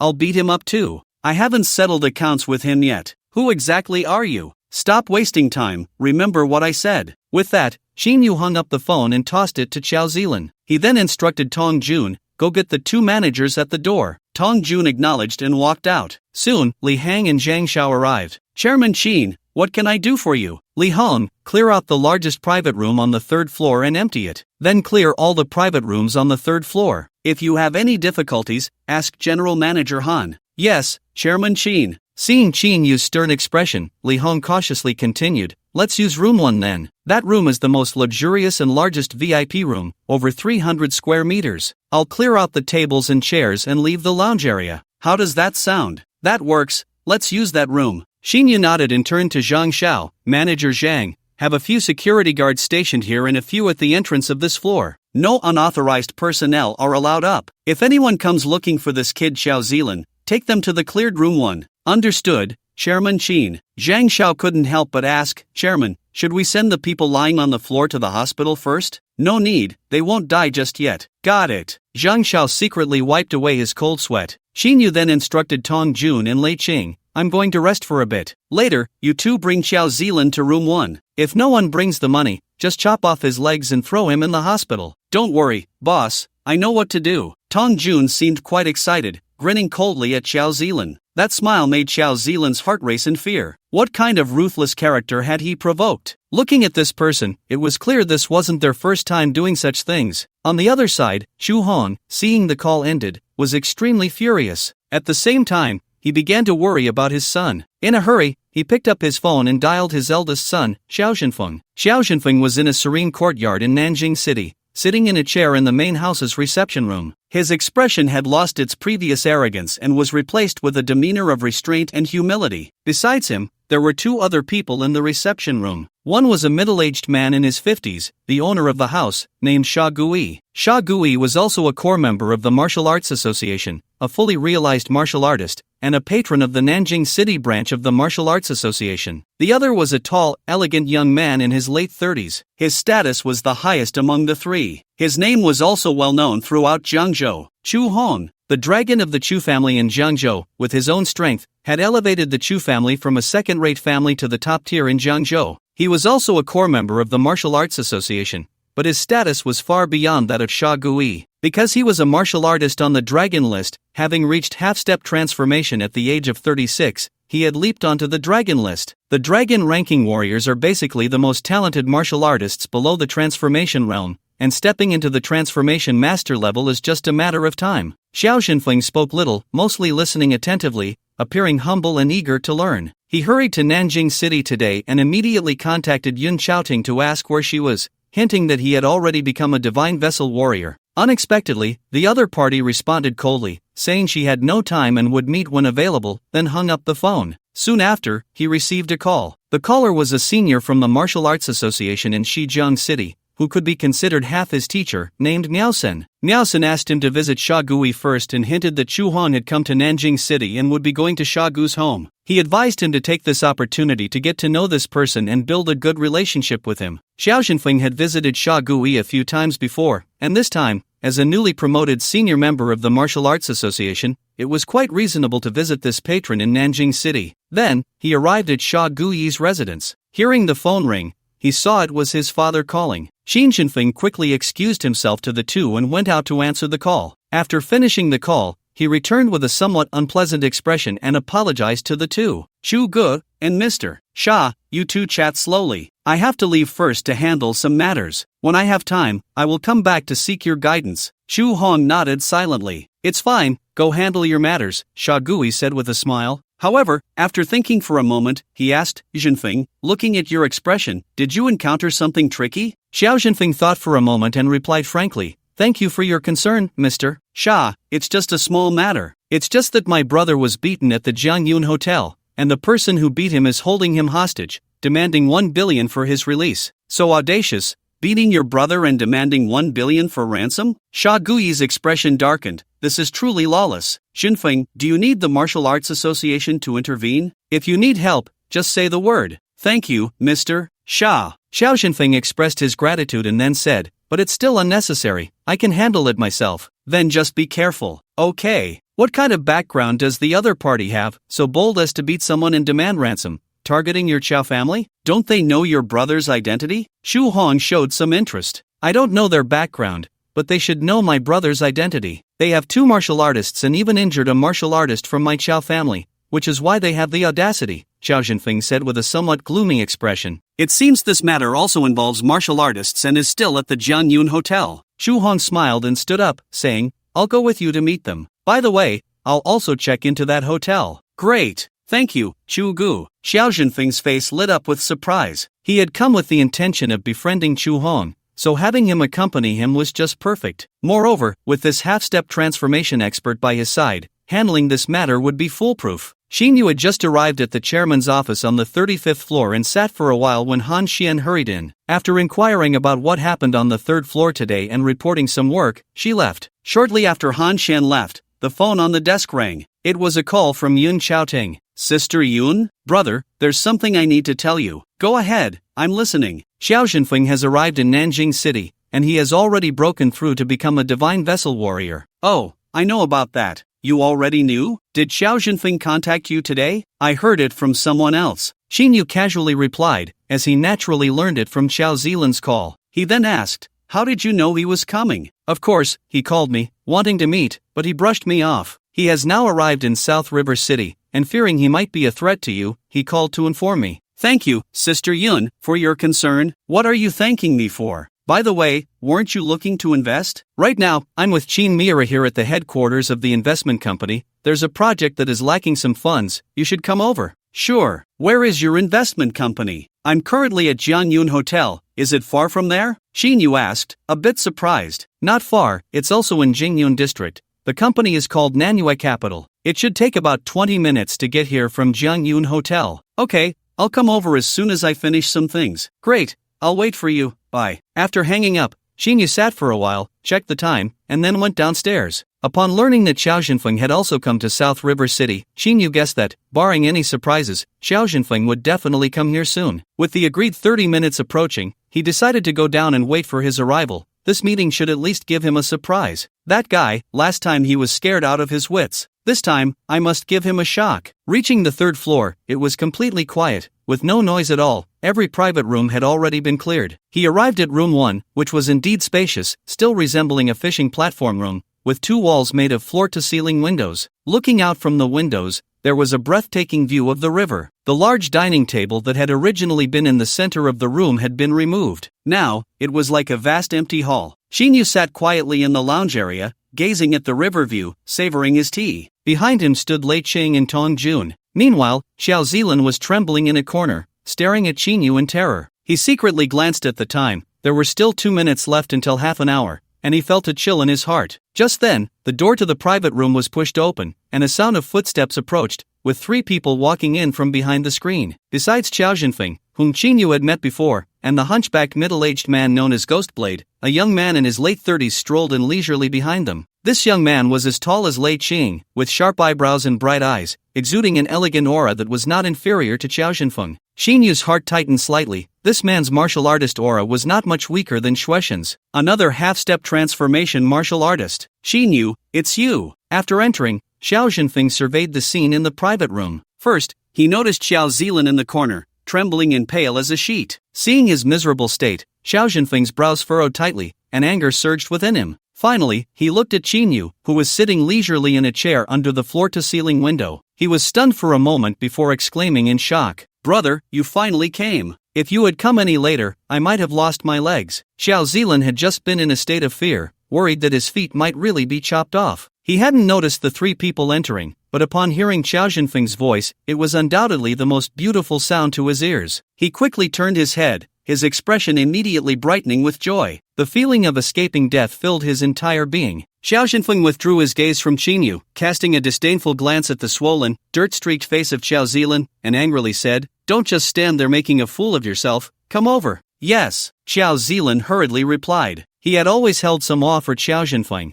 and now he was even more fearful. Looking somewhat timid, he stumbled over to stand in front of Xiao Jinfeng. Qinyu watched coldly, unable to discern any change in his expression. "Brother, this time you must help me take revenge. That Qinyu is too arrogant. Not only did he beat me, but he also insulted you. Especially since he was thinking of extorting me for 10 billion, this matter absolutely cannot be easily forgiven." Xiao Zilan felt a sense of security now that he was away from Qinyu and with his brother present, giving him the confidence to shout, "Bastard, do I need you to teach me how to do things? Is this a place for you to speak? Aren't you embarrassed enough?" Xiao Jinfeng glared at him. "Yes, I was wrong." Xiao Zilan quickly lowered his head to admit his mistake. "This is Brother Chu. Hurry up and pay your respects." "Brother Chu?" Xiao Zilan was stunned for 2 seconds, seeing his brother's respectful attitude towards the man behind him, suddenly realizing that this was definitely a big shot much more powerful than his brother. "Hello, Brother Chu." Chu Hong merely nodded slightly, his gaze shifting to the distance,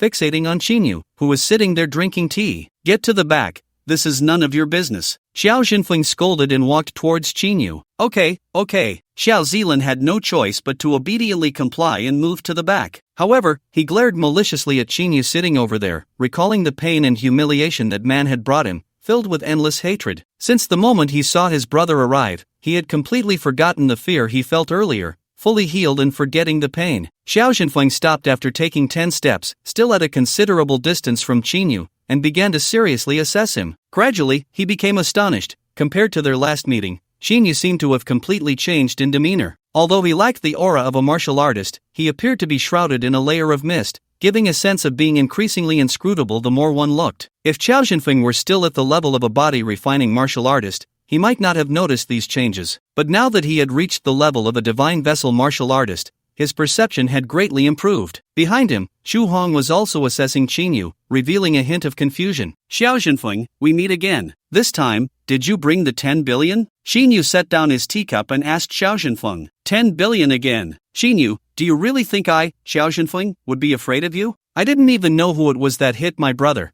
and now that I know it's you, I definitely won't give it. Whether you are afraid of me or not is none of my business. But if you don't have that 10 billion, your brother won't be able to leave this door. I said, if there is no money, even if you come, you will end up like your brother. Don't think you can leave unscathed." At first, Qinyu's tone was somewhat calm, but as he spoke, it grew colder, and his gaze became increasingly icy. "Qinyu, in front of my brother and Brother Chu, you still dare to be arrogant? Don't you know you're in big trouble? Don't think that just because you have 2 powerful subordinates, you're invincible. In front of my brother, you're nothing." Xiao Zilan seemed to have regained his former arrogance and began to show off again. "Xiao Zilan, it seems you haven't learned your lesson yet. No need to rush. I'll take care of you slowly later." Qinyu's deep gaze shot over, a slight smirk at the corner of his mouth. Although they were far apart, Xiao Zilan still felt that piercing gaze from Qinyu, causing his body to tremble involuntarily. He wanted to say something fierce, but only managed to utter a "you" before he could say no more. "Xiao Zilan, if you don't speak, no one will take you for a mute. If you keep talking nonsense, I won't even need him to make a move. I'll deal with you myself." Xiao Jinfeng, seeing his brother intimidated by Qinyu's aura, was even more furious. If you won't speak, then don't, you're making him lose face. He shot a fierce glare at Xiao Zilan. Xiao Zilan shrank his neck and dared not speak again. Although he hated Qinyu, he still had a significant psychological shadow regarding him. Xiao Zhenfeng turned back, once again directing his gaze at Qinyu, as well as at Lei Qing and Tong Jun, who were standing behind Qinyu, watching like hawks, especially the increasingly serious expression on Lei Qing's face. Perhaps the distance between the two sides was a bit too far, or perhaps it was difficult for a martial artist to gauge the cultivation of someone at a higher realm. Xiao Zhenfeng simply could not determine Lei Qing's martial artist realm. Yet, he felt an ominous aura emanating from the other party. How could that be possible? Xiao Zhenfeng could not believe that Qinyu had a bodyguard who was a divine vessel martial artist. But he also understood that even if the person wasn't a divine vessel martial artist, they were still very close to it. He shot a dissatisfied glare at the ghost blade. Hadn't it been investigated that Qinyu was just a farmer from a small county? His parents still lived in the countryside. How could the other party have two martial artists as subordinates? If he had found this out earlier, would he have dared to provoke them? Although Xiao Zhenfeng was shocked, he still had to maintain his authority. Qinyu, I admit that I underestimated you last time. I didn't expect you to have such high-level martial artists as your subordinates, but if you think those two behind you can do anything to me, isn't that a bit presumptuous? Xiao Zhenfeng couldn't discern Lei Qing's martial artist realm, and he didn't even know who was stronger or weaker. But he was completely unafraid. If he really couldn't defeat the other party, he still had Xu Hong behind him. As a fellow member of the Martial Arts Association, Xu Hong wouldn't just stand by and watch him get bullied. Thinking of this, Xiao Zhenfeng felt incredibly fortunate that Xu Hong had come along. Xiao Zhenfeng versus Lei Cheng. Xiao Zhenfeng can't do anything to you? Qinyu's lips curled slightly, forming a cold smile. Where does your confidence come from? Is it because you just broke through to become a divine vessel martial artist? Or is it because of your Qiao family? Or that person behind you? As he spoke, Qinyu's cold gaze swept over Xu Hong, who stood behind Xiao Zhenfeng. Xiao Zhenfeng sneered, so, you mean to say you aren't afraid of me, a divine vessel martial artist? Qinyu, you wouldn't tell me that the person behind you is also a divine vessel martial artist, would you? Indeed, the person behind me is a divine vessel martial artist, and he is stronger than you, who has just barely broken through. Xiao Zhenfeng's face stiffened. How is that possible? How could you have a divine vessel martial artist as a subordinate? Is that so strange? Qinyu's eyes glinted coldly as he continued, Xiao Zhenfeng, you claim to be the Qilin of the West River Qiao family, yet you don't realize that in my eyes, you are nothing. Even being my bodyguard is beneath you. After just one meeting, you wanted to send someone to kill me. Did you really think those small characters could deal with me? Xiao Zhenfeng's heart sank. Indeed, Lu Xing's death was definitely caused by Qinyu. It seems that our grudge cannot be resolved. Last time I sent someone to deal with you, and this time you have severely injured Xiao Zilan. So let's settle this once and for all and see who is stronger. Xiao Zhenfeng's eyes also turned cold. He knew that he and Qinyu had to determine a winner and settle this. If he retreated out of fear this time, especially with Xu Hong present, his reputation would take a significant hit, and how could he continue to make a name for himself in Jiang Province or Jiangzhou in the future? With Xu Hong here, the opportunity was indeed rare. Even if he couldn't defeat Qinyu's divine vessel martial artist subordinate, he could still call on Xu Hong. As for why he was so confident he could call on Xu Hong, it was naturally because of a rule within the Martial Arts Association. Then there's no need to say more. Let's see the truth in our hands. I await your challenge at any time. As they spoke, the atmosphere began to grow tense. Xu Hong watched the unfolding drama with great interest, like a spectator enjoying a show. Xiao Zhenfeng couldn't gauge Lei Qing's depth,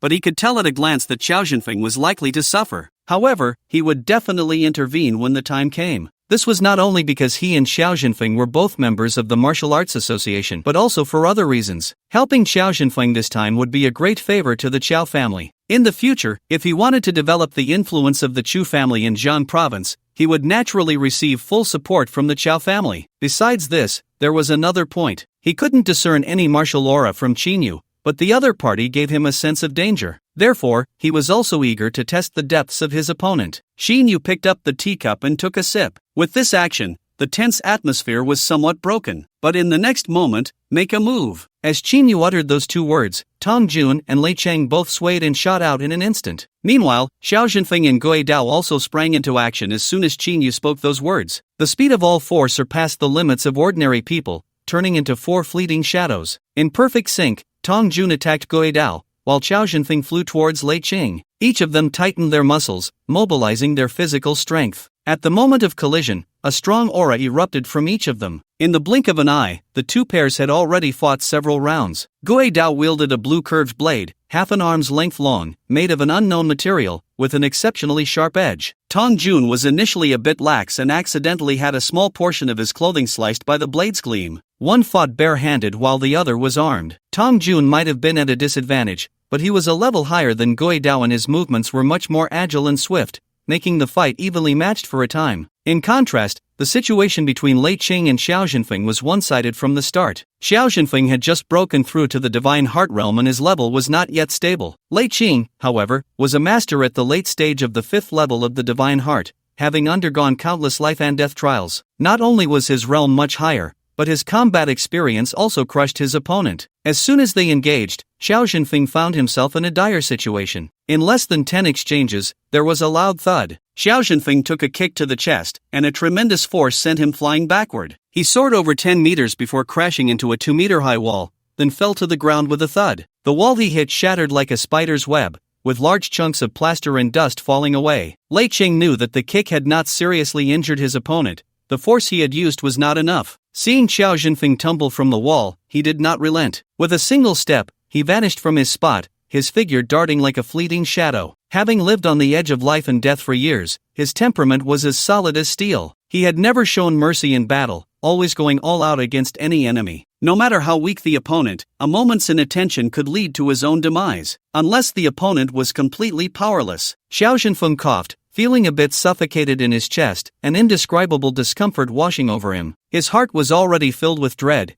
As soon as they engaged, he realized he had made a grave mistake. Not only was this a true divine heart warrior, but his realm was likely beyond what even his grandfather could suppress. How could one of Qin Yu's subordinates possess such strength? Just as Xiao Zhenfeng's thoughts were in turmoil and he had just managed to get up, a sudden alarm rang out. "Brother, be careful!" With Xiao Ziliai's panic shout, Lei Qing had already taken a step forward, his imposing presence bearing down on him like a mountain. This kind of pressure was something Xiao Zhenfeng found hard to withstand, even if he were uninjured. If struck by this palm, it was certain to result in serious injury. "Brother Chu, save me!" Xiao Zhenfeng, disregarding his dignity, prepared to defend himself while calling for help from Chu Hong, who was not far away. Just as he spoke, Lei Qing had already closed in. Bang! A loud sound like thunder reverberated throughout the private room. The shockwave from the two forces not only created a deafening noise but also formed a massive airwave, enveloping the entire room like a storm. The chandelier on the ceiling swayed violently, and a wooden rack by the wall was overturned, causing many items to fall with a crash. Even the chairs beside Qin Yu emitted crackling sounds as they shifted backward. At the source of this series of noises, a figure was propelled backward uncontrollably by the recoil. As he flew more than 10 meters and landed on the ground, his body swayed slightly, and he took several steps back to dissipate the force of the rebound. On the other side, Xiao Zilin also felt a buzzing in his ears and was pushed back several steps by the sudden wave of energy. But his eyes were fixed on Xiao Zhenfeng's direction, his palms sweating coldly. The battle between Tong Jun and Gui Dao,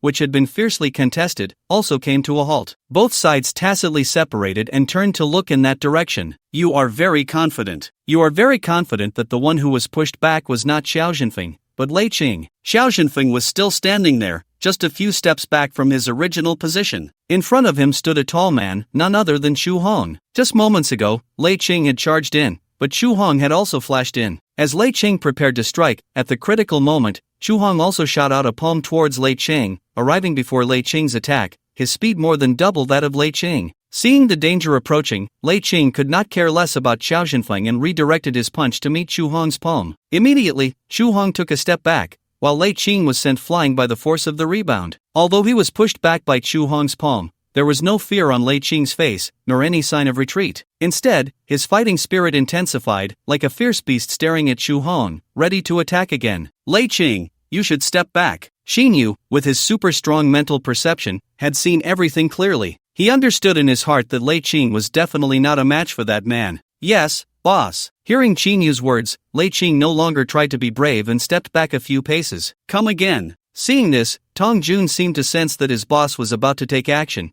and he no longer focused on that side, looking eagerly at Gui Dao. As he spoke these words, the blood in his body began to boil again. Just now, he hadn't fought to his heart's content. He had always lived a life on the edge, teetering between life and death. Almost every day was either spent in battle or on the way to battle. After returning to Longsha country, it had been a long time since he had a satisfying fight, and his hands and feet were itching for action. Guo Dao, seeing his boss injured, initially did not want to continue fighting. He had already been gradually at a disadvantage, and he had little confidence left. But seeing Tong Jun's wolf-like gaze fixed on him, it seemed that even if he said no, the other side would still pounce on him. He had no choice but to muster his fighting spirit again and replied with a good. Thus, the two engaged in fierce combat once more. Chu Ge, thank you. If it weren't for your intervention just now, I would have been seriously injured. Xiao Zhenfen wiped the cold sweat from his brow, expressing his gratitude to the man in front of him. You should rest for a bit. Since I've intervened, I'll handle everything, Xu Hong replied confidently, but his gaze turned to Qinyu. Who are you, and why are you helping Xiao Zhenfeng? Qinyu picked up a teacup, slowly savoring it, his eyes like a cold light, staring directly at Xu Hong. You must be Qinyu. Xiao Zhenfeng mentioned your name just now. Xu Hong countered with a question instead of answering. That's right, Qinyu replied coldly with 2 words. My name is Xu Hong. I wonder if you've heard of me. Xu Hong smiled, his expression somewhat arrogant. Xu Hong, haven't you heard? Unless you are not just a martial artist but also a celebrity. Otherwise, you wouldn't ask me that. But I don't follow celebrities, Qinyu said somewhat bitterly. Xu Hong's expression stiffened a bit at the mention of celebrity, and his mouth twitched. Finally, he forced a smile and changed the subject, saying, to have 2 martial artists by your side, one of whom is at the 5th level of the divine vessel, shows that your status is certainly not ordinary. I wonder which major power or prominent family you come from. How come I've never heard of your name before? Isn't it normal that you haven't heard of my name? I haven't heard of yours either, and it's the same. Xu Hong found himself somewhat speechless at Qinyu's words, while also becoming more curious. Even his name has never been heard, yet he has such capable subordinates. Could he be a dragon crossing the river from outside Zhengzhou? Qinyu said again, none of this is important. You don't need to inquire about my background any further. The question remains, do you really want to help Xiao Zhenfeng? If you insist on attacking him, then I can only help him. With me here, you won't be able to harm him. Wouldn't it be better for both sides to shake hands and make peace? Shaking hands and making peace is impossible. You heard it, he wanted to kill me first. Since the enmity has been established, one of us must lie down. A cold smile appeared at the corner of Qinyu's mouth. As for your confidence that I can't harm him, aren't you afraid of being slapped in the face in the end? It seems you still have some trump cards you haven't revealed. What trump cards do I need? Then I look forward to seeing it. Still, I hope you stop here, Xu Hong said nonchalantly. You protect Xiao Zhenfeng so much. Can you tell me what your relationship is with him? Qinyu was also a bit curious. This person is a half-step transformation martial artist. How did Xiao Zhenfeng come to know him? Could it be that he is one of the people from the Medicine King Valley Alliance mentioned by Xueshen? My relationship with Xiao Zhenfeng is that today is our first meeting, so you don't have much of a relationship with him. Why do you want to help him? Qinyu was even more puzzled. Because I am also a member of the Martial Arts Association. When a fellow member is in trouble, I naturally have to help. Aren't you worried at all that this small relationship might offend me? I'm sorry, but this isn't a matter of small relationships. It's about a rule of the Martial Arts Association. Xu Hong continued, today I helped Xiao Zhenfeng, but next time, it might be me in trouble, and another member of the Martial Arts Association will come to help me. This is the rule of the association. When a member is in danger, you must help within your ability. It is also because of this rule that the organization has greater cohesion and attracts more talented individuals to join. You could say that the Martial Arts Association has developed to this extent thanks to this rule. Xu Hong spoke eloquently. In that case, I have nothing to say. Even if you are here today, it won't help. No one can save him. Qinyu said firmly. Qinyu, don't talk so big. With Brother Chu here, he has the final say. You have no right to be reckless. Xiao Zhenfeng mocked. He felt completely at ease after hearing Xu Hong's words. Xiao Zhenfeng, you're too happy too soon. A cold smile appeared on Qinyu's lips. Xu Hong lightly coughed, wanting to mediate again, and smiled. Qinyu, can you sit down and talk with Xiao Zhenfeng? If he has offended you in any way, I can have him apologize to you or compensate you in other ways. What do you think? Qinyu's identity was too mysterious, full of unknowns. Xu Hong was also afraid of offending someone he couldn't provoke, which would truly be a loss. Not at all. Don't even think about it. There's no possibility of negotiation. Qinyu said decisively. Even if you give me a favor, if anything happens in the future, just let me know. Within my ability, I will definitely help you. You know, it seems you haven't lost today, you even beat his people. Xu Hong extended an olive branch. So what? How much is your face worth? Do you really think I'm afraid of you? Qinyu had no good feelings towards Xu Hong. It sounded good, but if he lost to Xiao Jinfeng, that would be another matter. Xu Hong's smile disappeared. It seems you are very confident. Xinyu versus Xu Hong. Xinyu, don't think that just because you have two capable subordinates, you can look down on everything and not give Brother Chu any face. If you insist on attacking, aren't you worried about offending the Martial Arts Association as well? Brother Chu is a core member of the Martial Arts Association. If you don't respect him, many people from the association will come looking for trouble with you. Although Xiao Jinfeng had just been defeated by Lei Qing, he showed no signs of being a loser and instead looked at Qingyu with disdain. Of course, his words were also meant to provoke, as he had begun to fear the strength Qingyu had displayed. If it weren't for Chu Hong being present today, he would have definitely fallen here. Qingyu cast a cold glance over, then turned to Chu Hong. Chu Hong, Xiao Jinfeng cannot leave here safely today. If you insist on intervening, then I don't mind having one more enemy. If you want to involve the Martial Arts Association, do you really think I'm afraid? As these words were spoken, a windless force began to stir around Qingyu, slowly brewing a powerful aura. Xu Hong noticed the momentum emanating from Qingyu and his expression grew serious. Indeed, this kid was also a martial artist. He just didn't know to what level. Looking directly at Qingyu, he said, "Then I'm sorry, Xiao Jinfeng,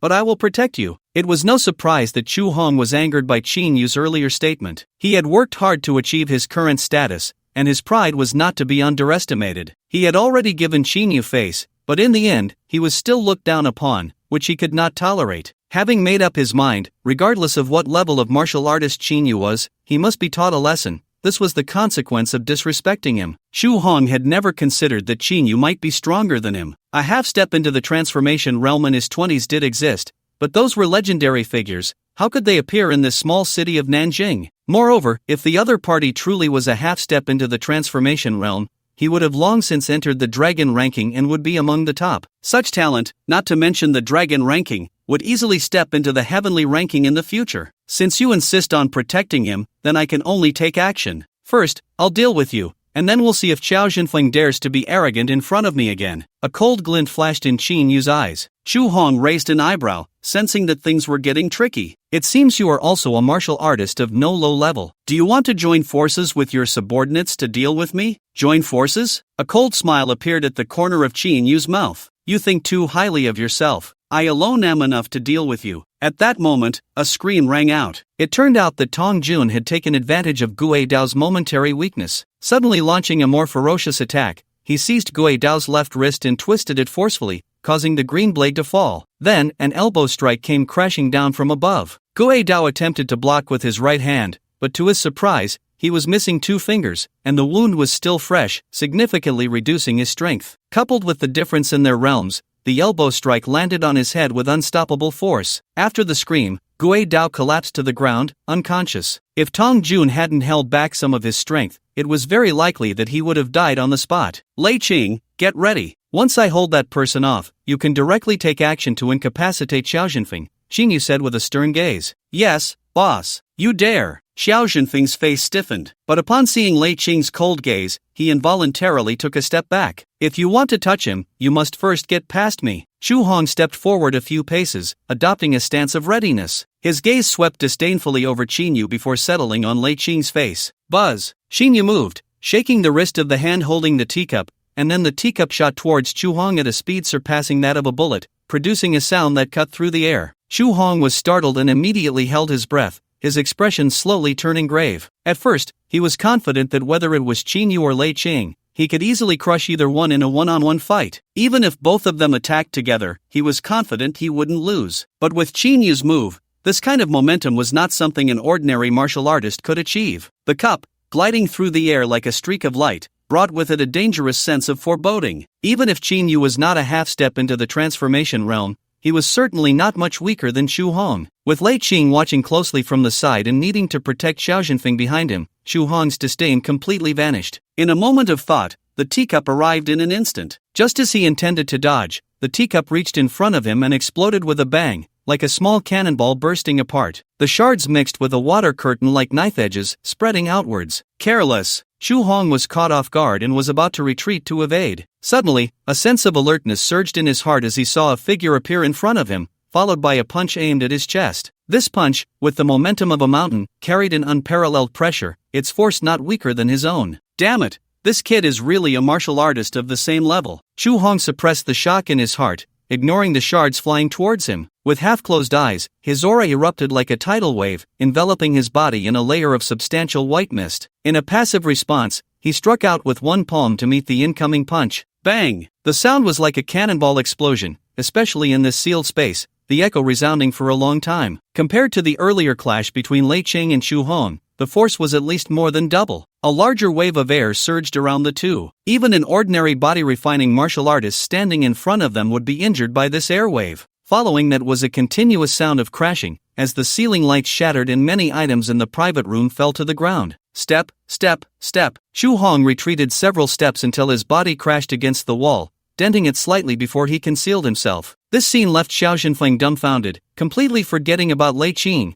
who was watching him closely and ready to strike. In the distance, Xiao Zilan was also swept away by the airwave, rolling on the ground several times. When he got up, he was filled with terror. At first, when he saw Xiao Zhenfeng defeated by Lei Qing, his heart sank, but upon witnessing Chu Hong's strike, he became excited. Now, however, it was Qin Yu who had pushed Chu Hong back with a punch. Wasn't this just like something out of a movie? It turned out that Qin Yu was the one hiding the deepest. He looked at Qin Yu with a mix of fear and intense jealousy. He finally understood why his grandfather insisted he become a martial artist too. He had previously tried hard to break through from an ordinary person to a martial artist, but his talent was insufficient, and he nearly lost his life because of it. In the past, he thought no one in the younger generation could compare to his brother. Now, it seemed that in front of Chu Hong and Qin Yu, his brother had completely become a mere chicken. You are actually a half-step transformation martial artist. After stabilizing himself, Chu Hong looked at Qin Yu in disbelief. The frustrated Chu Hong was actually most surprised not by Qin Yu becoming a transformation martial artist, but by his age only in his 20s, especially since Qin Yu's internal strength was not weaker than his own. Why had he not made it onto the dragon list? One had to reach the half-step transformation level to qualify for it. For example, Fang Mingyue from Nanjing City had broken through to the list with a mid-level 6th stage of the Divine Vessel. Is it strange? If you can reach half-step transformation, why can't I? Qin Yu mocked. Chu Hong was choked by his words, snorted, and replied in a deep voice, "Don't get too proud. Although I was at a disadvantage just now, that was in an unprepared situation, and I only exerted a little strength in a passive counterattack. If we were to face each other head-on, I believe you definitely wouldn't have my depth of skill." Chu Hong still felt confident, estimating that Qin Yu, being young, must have only recently broken through to transformation, and in the end, he would still be slightly stronger. "Then I look forward to seeing if you are as confident as you say," Qin Yu said, his eyes slightly narrowed. To be honest, he did not wish to spar with this person. Not because he would offend him, but because this was his hotel. Two half-step martial artists, when they fight, the aftermath could really tear this private room apart. But since a battle is to be fought, let it be. Whatever the losses, he can just compensate for them. "Lei Chang, make your move." Qin Yu glanced at Xiao Zhenfeng and sneered. Whoosh! As the words fell, Lei Chang moved like a rabbit, taking a swift step towards Xiao Zhenfeng. Looking for death. Chu Hong's face darkened as he saw Lei Ching had already made his move. He had just claimed he would protect Xiao Zhenfeng. If he failed to do so, it would be a slap in his face. He turned around, ready to block Lei Ching. Suddenly, an extremely dangerous feeling enveloped his heart. Not good. Without time to think, he heard a sharp wind behind him. He hurriedly flipped over and leaped out. To an ordinary person, this movement seemed like he vanished in an instant, only to reappear more than 10 meters away. Quick reaction. No wonder you're a half-step martial artist. Qin Yu smiled slightly as his fist hit nothing but air. Then, his figure vanished again. Chu Hong had just landed, and before he could catch his breath, he felt an extremely dangerous aura approaching. Damn, how can this kid be so terrifyingly fast? Chu Hong cursed inwardly, realizing he had no time to dodge this time. The opponent was like a shadow, leaving him no chance to even catch his breath. In the blink of an eye, Qin Yu descended like a great bird from above, his left leg sweeping horizontally, unleashing an overwhelming force that pressed down on Chu Hong's head like a mountain. Chu Hong turned around, hurriedly clenching his fists, pushing upward to block Qin Yu's earth-shattering kick. Bang! Another muffled sound echoed. As the airwaves rolled, Chu Hong was pushed off the ground by the immense force of Qin Yu's kick, his body involuntarily flying backward for more than 10 meters until he crashed into a wall, creating a hole before finally stopping. Struggling to suppress the surging blood in his veins, Chu Hong rubbed his aching wrist, looking at Qin Yu with a face full of dirt and growing anger. Having been ambushed twice by the opponent and continuously falling into a disadvantage, how could he save face as a half-step martial artist on the dragon list? Qin Yu, don't get cocky, it's my turn to strike now. With that, Chu Hong exerted force in his right leg, his figure instantly reaching in front of Qinyu. He kicked out with his left leg, aiming for Qinyu's lower body. However, this powerful kick missed entirely, as it only struck Qinyu's afterimage. Hearing the wind behind him, Xu Hong reacted extremely quickly. He flipped and leaped, kicking backward to deflect Qinyu's palm strike. Yet Qinyu was like a shadow, closely following. Before Xu Hong could land, he faced another palm strike from Qinyu. Once again, he was knocked back a considerable distance. Just as he landed, still trying to stabilize himself, Qinyu's strange figure flashed before him. When their fists met, Qinyu's first punch was blocked, but the second came even faster. In contrast, Xu Hong found each palm strike increasingly ineffective. With the third punch, Qinyu's speed increased further, and this time Xu Hong couldn't block it, taking the punch to his abdomen. A wave of pain surged from his stomach, pushing Xu Hong back again, crashing into the wall. "You brat, you're ruthless. How can you be so fast?" After stabilizing himself, Xu Hong nearly spat out a mouthful of old blood, barely managing to suppress it. Feeling the pain in his abdomen, his face twisted in anger as he glared fiercely at Qinyu. His expression was a mix of rage and frustration. The first time he was pushed back, he could attribute it to the opponent's ambush, but the second, third, and fourth times were all the same. With each clash, he found himself at a disadvantage, and his confidence was completely shaken. "That's because your speed is too slow, daring to ruin my good fortune, thinking you're so capable, but you're just like this." Qinyu leaned back, mocking him. "Is that so? Then let's not compete in speed. Let's see whose inner strength is deeper." Xu Hong had already developed a deep wariness of Qinyu's speed, so he resorted to fierce combat techniques. "You idiot! Who are you calling an idiot?" On the other side, Lei Qing also faced off against Xiao Zhenfeng as Qinyu dealt with Xu Hong. This time, Xiao Zhenfeng was more severely injured, while Lei Qing had only sustained a minor injury from his earlier clash with Xu Hong. The difference in their martial arts realms was still significant, and it could be said that Xiao Zhenfeng was completely overwhelmed. After a few exchanges, he was knocked to the ground by 2 punches, and then Lei Qing came up and kicked him. Xiao Zhenfeng felt like crying. His opponent's cultivation was far superior, and even in his injured state, he was going all out. Was it really necessary to bully him like this? Now he had lost his combat ability, and the only thing he could do was hope that Xu Hong would come to his aid. "Brother, are you okay?" On the other side, Xiao Zilan was pale with fear and didn't dare to approach, asking in terror. Then he turned to Xu Hong and pleaded, "Brother Chu, please save my brother." Hearing this, Xu Hong's expression darkened a few shades. He realized that with Qinyu's speed, it was impossible for him to bypass him to deal with Lei Qing. The only way to take the initiative was to defeat Qinyu first. No longer hiding his cultivation, he fully unleashed it, and the white mist around him grew thicker. A pressure as heavy as a mountain swept out, enveloping the entire private room in an invisible weight that made it hard to breathe. Even from a distance, Xiao Zilan felt a tightness in his chest, looking at Xu Hong in terror. "It seems you're ready to go all out," Qinyu said calmly. "That's right. Let's see if you can take it. Bring it on." As soon as the words left his mouth, both of them vanished from their spots. Bang! Bang! Boom! The 2 figures converged in an instant, palms clashing against palms, fists against fists, with the sounds of punches and kicks exploding like cannon fire. The speed of their attacks increased, and soon all that could be seen were the afterimages of their swinging arms, their forms becoming ethereal. The layer of white mist surrounding Xu Hong gradually dissipated as his internal energy was consumed. The air around them surged like towering waves, each layer bursting forth with increasing intensity, the pressure growing heavier and the destructive power becoming more astonishing. Crack, crack, crack. Finally, at that moment, the glass of the floor-to-ceiling windows began to crack, the first fissure appearing and quickly spreading until all were fractured. From a distance, Xiao Zilan felt like he was in a small boat on the ocean, about to be submerged by the waves. Unable to withstand the pressure, he spat out a mouthful of blood and fainted from the heavy breathing.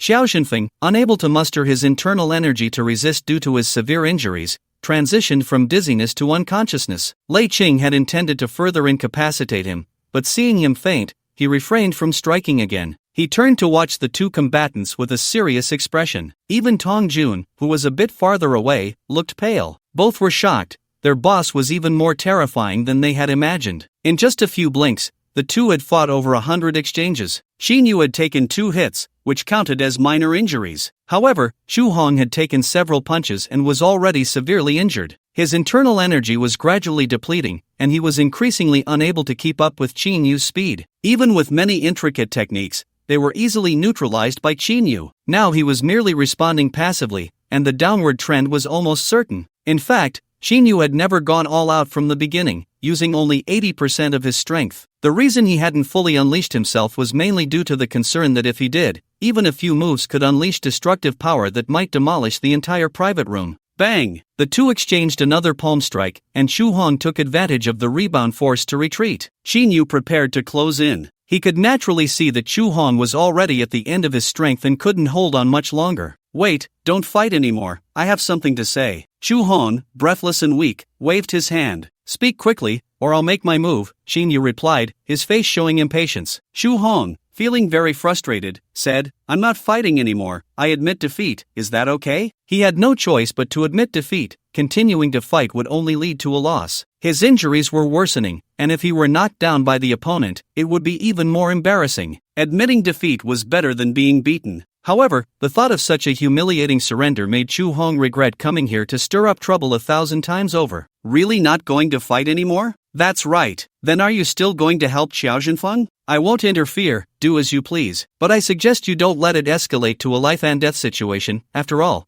Xiao Zhenfeng is a member of the Martial Arts Association. If something happens to him, the association will come looking for you. So what you mean is, as long as no one dies, the Martial Arts Association won't interfere? Xin Yu asked, getting to the crux of the matter. That's the idea, Chu Hong thought for a moment and added, Xin Yu, I know your background is extraordinary and your talent is high. But Xiao Zhenfeng is a member of the Martial Arts Association, and the Qiao family is not easy to deal with. Don't go too far. Are you teaching me how to do things? Xin Yu's expression turned cold. No, I wouldn't dare. Just pretend I never said that. Chu Hong quickly denied it. He was very frustrated. As a loser now, he could only lower his head in front of Xin Yu. Of course, he admitted defeat verbally, but in his heart, he had not accepted it. He secretly resolved to go out and hone his skills after some time, to break through to the Master of Transformation and beat Xin Yu the next time they met. Only then did Xin Yu turn his gaze to the fallen Xiao Zhenfeng. He spat out, drag him over here. Tong Jun immediately walked over, grabbing Xiao Zhenfeng by his clothes and dragging him over like a chick, throwing him in front of Xin Yu. This action, however, woke Xiao Zhenfeng up. Xin Yu, today I fell into your hands, and I have nothing to say, do as you wish. But if you want me to surrender and beg for mercy, that's absolutely impossible. I will remember today's events forever. Lying on the ground, Xiao Zhenfeng's expression started off somewhat bleak, but by the end, his face twisted with a hint of madness as he stared fiercely at Xin Yu. Still have some backbone, Xin Yu scoffed. But is being so tough useful? It just means I'll hit harder later. Ha ha ha. Xiao Zhenfeng, however, remained unfazed, laughing maniacally. Xin Yu, do you think you can easily manipulate me? I'll tell you the truth, I have a master who has been a master of transformation for many years. If you kill me or injure me too severely, he will definitely come to my aid, I swear. Even if you're half a step into transformation, what do you have to counter my master? So you'd better let me go obediently, and I can pretend today never happened. By the end, Xiao Zhenfeng looked as if he had won a battle, staring triumphantly at Xin Yu. This statement did not intimidate Xin Yu. Instead, it shocked Chu Hong, whose expression changed several times. Threatening me? And you want me to let you go? Xin Yu snorted. Your calculations are good, but even if you have a master of transformation as a master, do you think I'm an idiot? Just because you can't beat me, you bring out your master to scare me,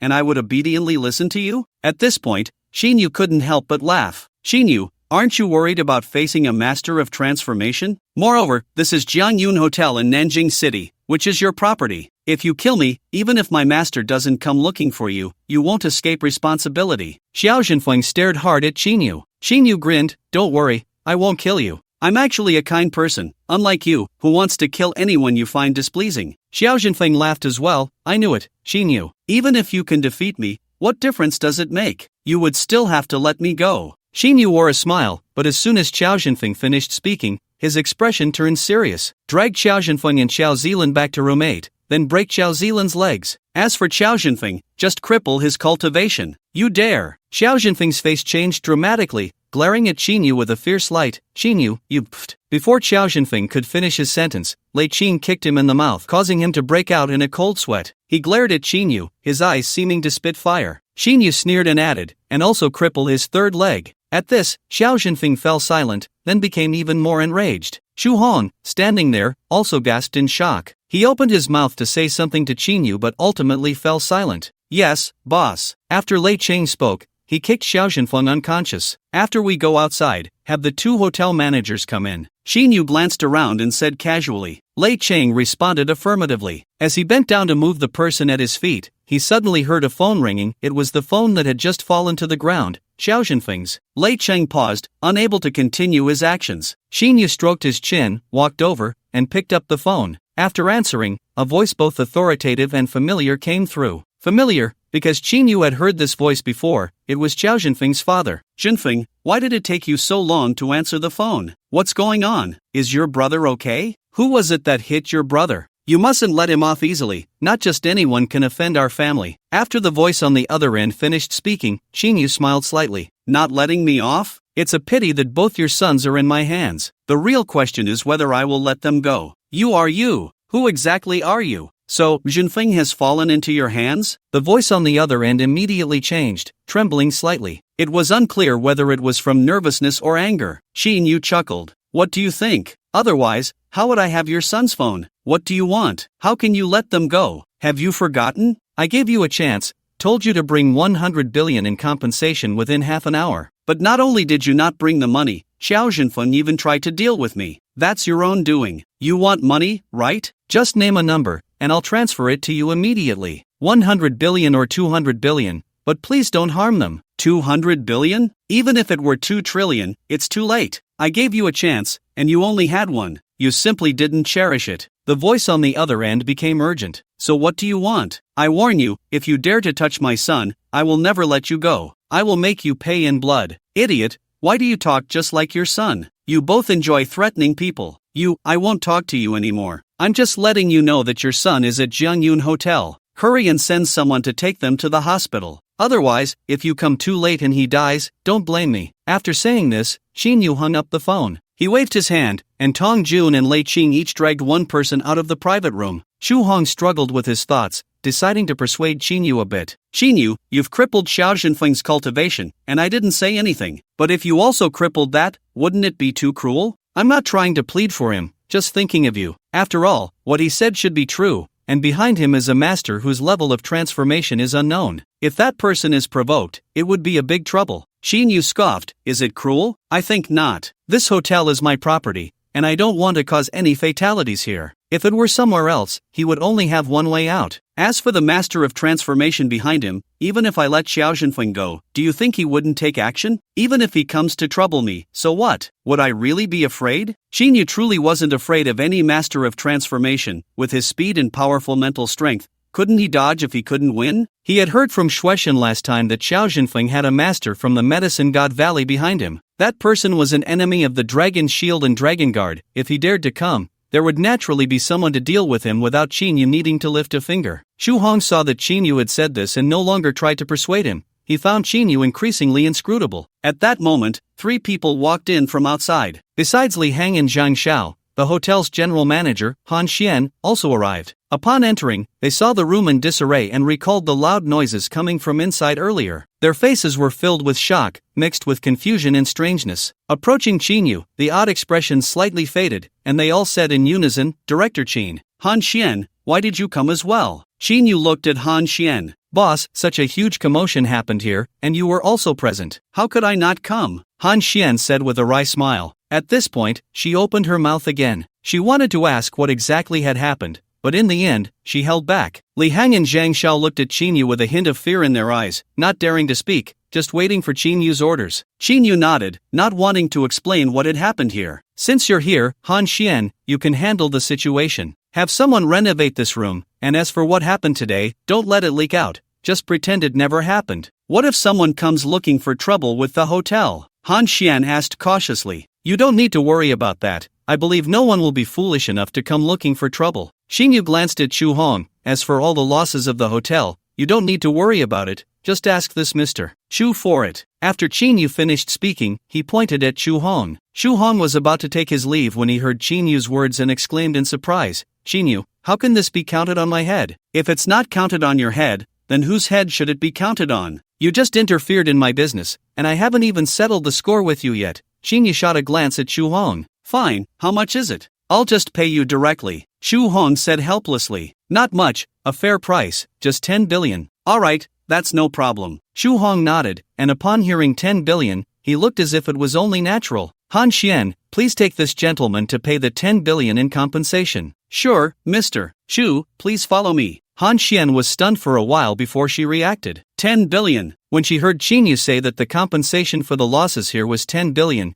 she thought this gentleman would explode with rage. But it turned out he didn't care about this amount of money. No, he didn't care about this 10 billion at all. A tycoon. Absolutely a tycoon. Li Hang and Zhang Xiao were also shocked, exchanging glances, secretly lamenting that they really didn't understand the world of the wealthy. They felt even more apprehensive about Qin Yu's background. To damage a private room and pay 10 billion, such good fortune depended on whether you had that kind of strength. Qin Yu, here's my business card. If you need anything in the future, you can contact me directly. Chu Hong was about to step away but thought for a moment and handed over a business card. Qin Yu took the card and glanced at it. It was plain, with just a name and a phone number. Seeing that Chu Hong had not moved, he said, I don't have a business card. You can ask Han Xian for my contact number. Chu Hong nodded and left with Han Xian. Qin Yu then instructed the two managers a few more things, and after listening, Li Heng and Zhang Xiao quickly nodded and went out. Lei Cheng and Tong Jun entered before the two managers had left. After thinking for a moment,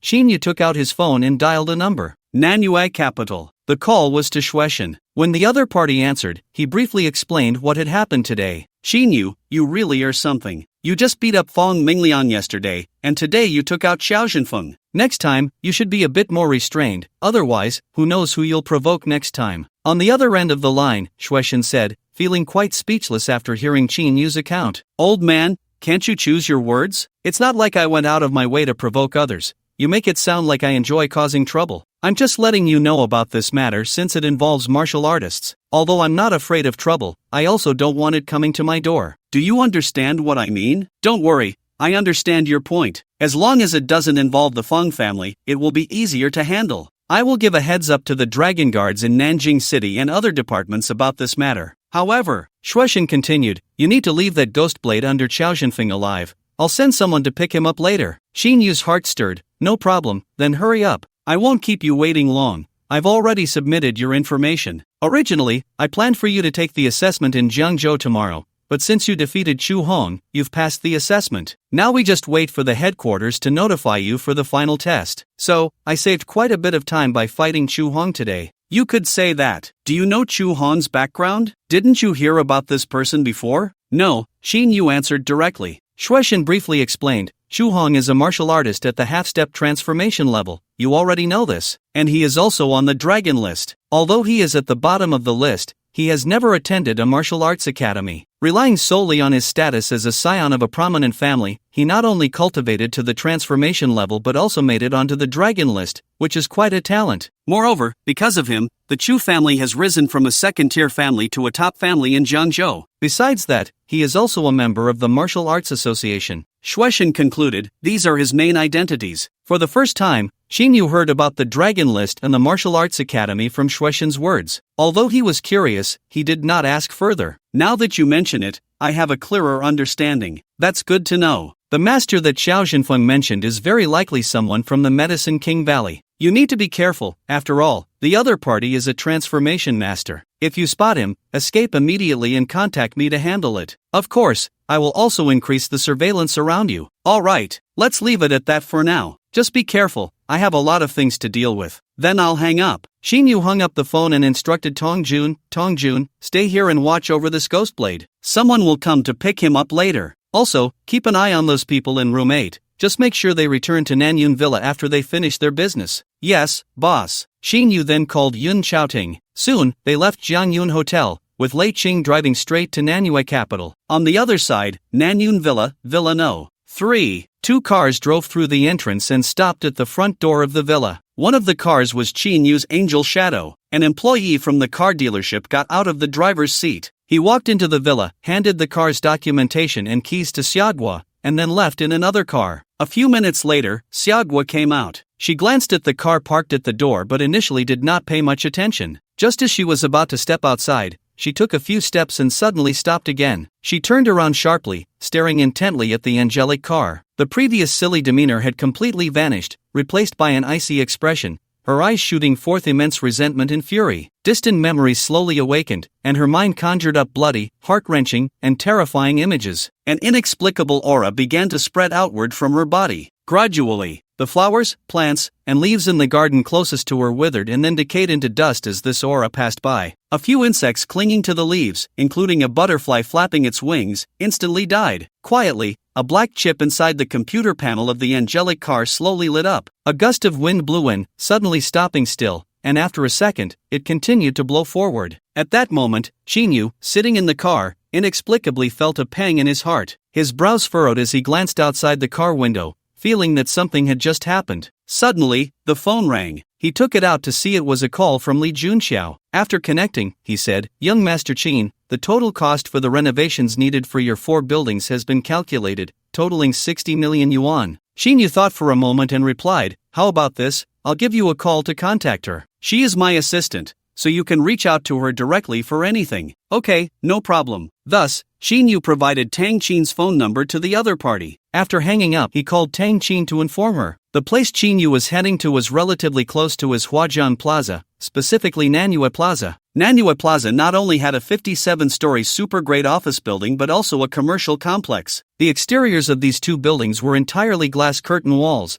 making them landmark buildings in the area. The office building had 2 main entrances. The front door was for tenants below the 47th floor, with property security on guard. The back door served as the reception for Nanyue Capital. The top 10 floors of this building belonged to Nanyue Capital Group. After more than 20 minutes, the figures of Qinyu and Lei Qing appeared at the reception desk of Nanyue Capital. Seeing the bustling crowd, with many business people inquiring at the front desk, Qinyu frowned slightly. He intended to ask the 2 receptionists how to go up to find their general manager Qin, but seeing they were both busy, he dismissed the thought. He took out his phone, preparing to inform Yun Xiaoting that he had arrived and to ask her to send an employee down to escort him up. Just then, a familiar voice rang out beside him. "Xinyu, what brings you here?" Xinyu turned his head, put down his phone, and smiled. "Lu Donglian, what a coincidence. I just arrived and ran into you." "Ha, it really is a coincidence. I just came down from upstairs," Lu Donglian replied with a beaming smile. "I thought I had mistaken you for someone else, but when I came closer, it really was you. Do you have business here? Do you need my help?" Seeing Qinyu, her first reaction was that he was also here to seek investment,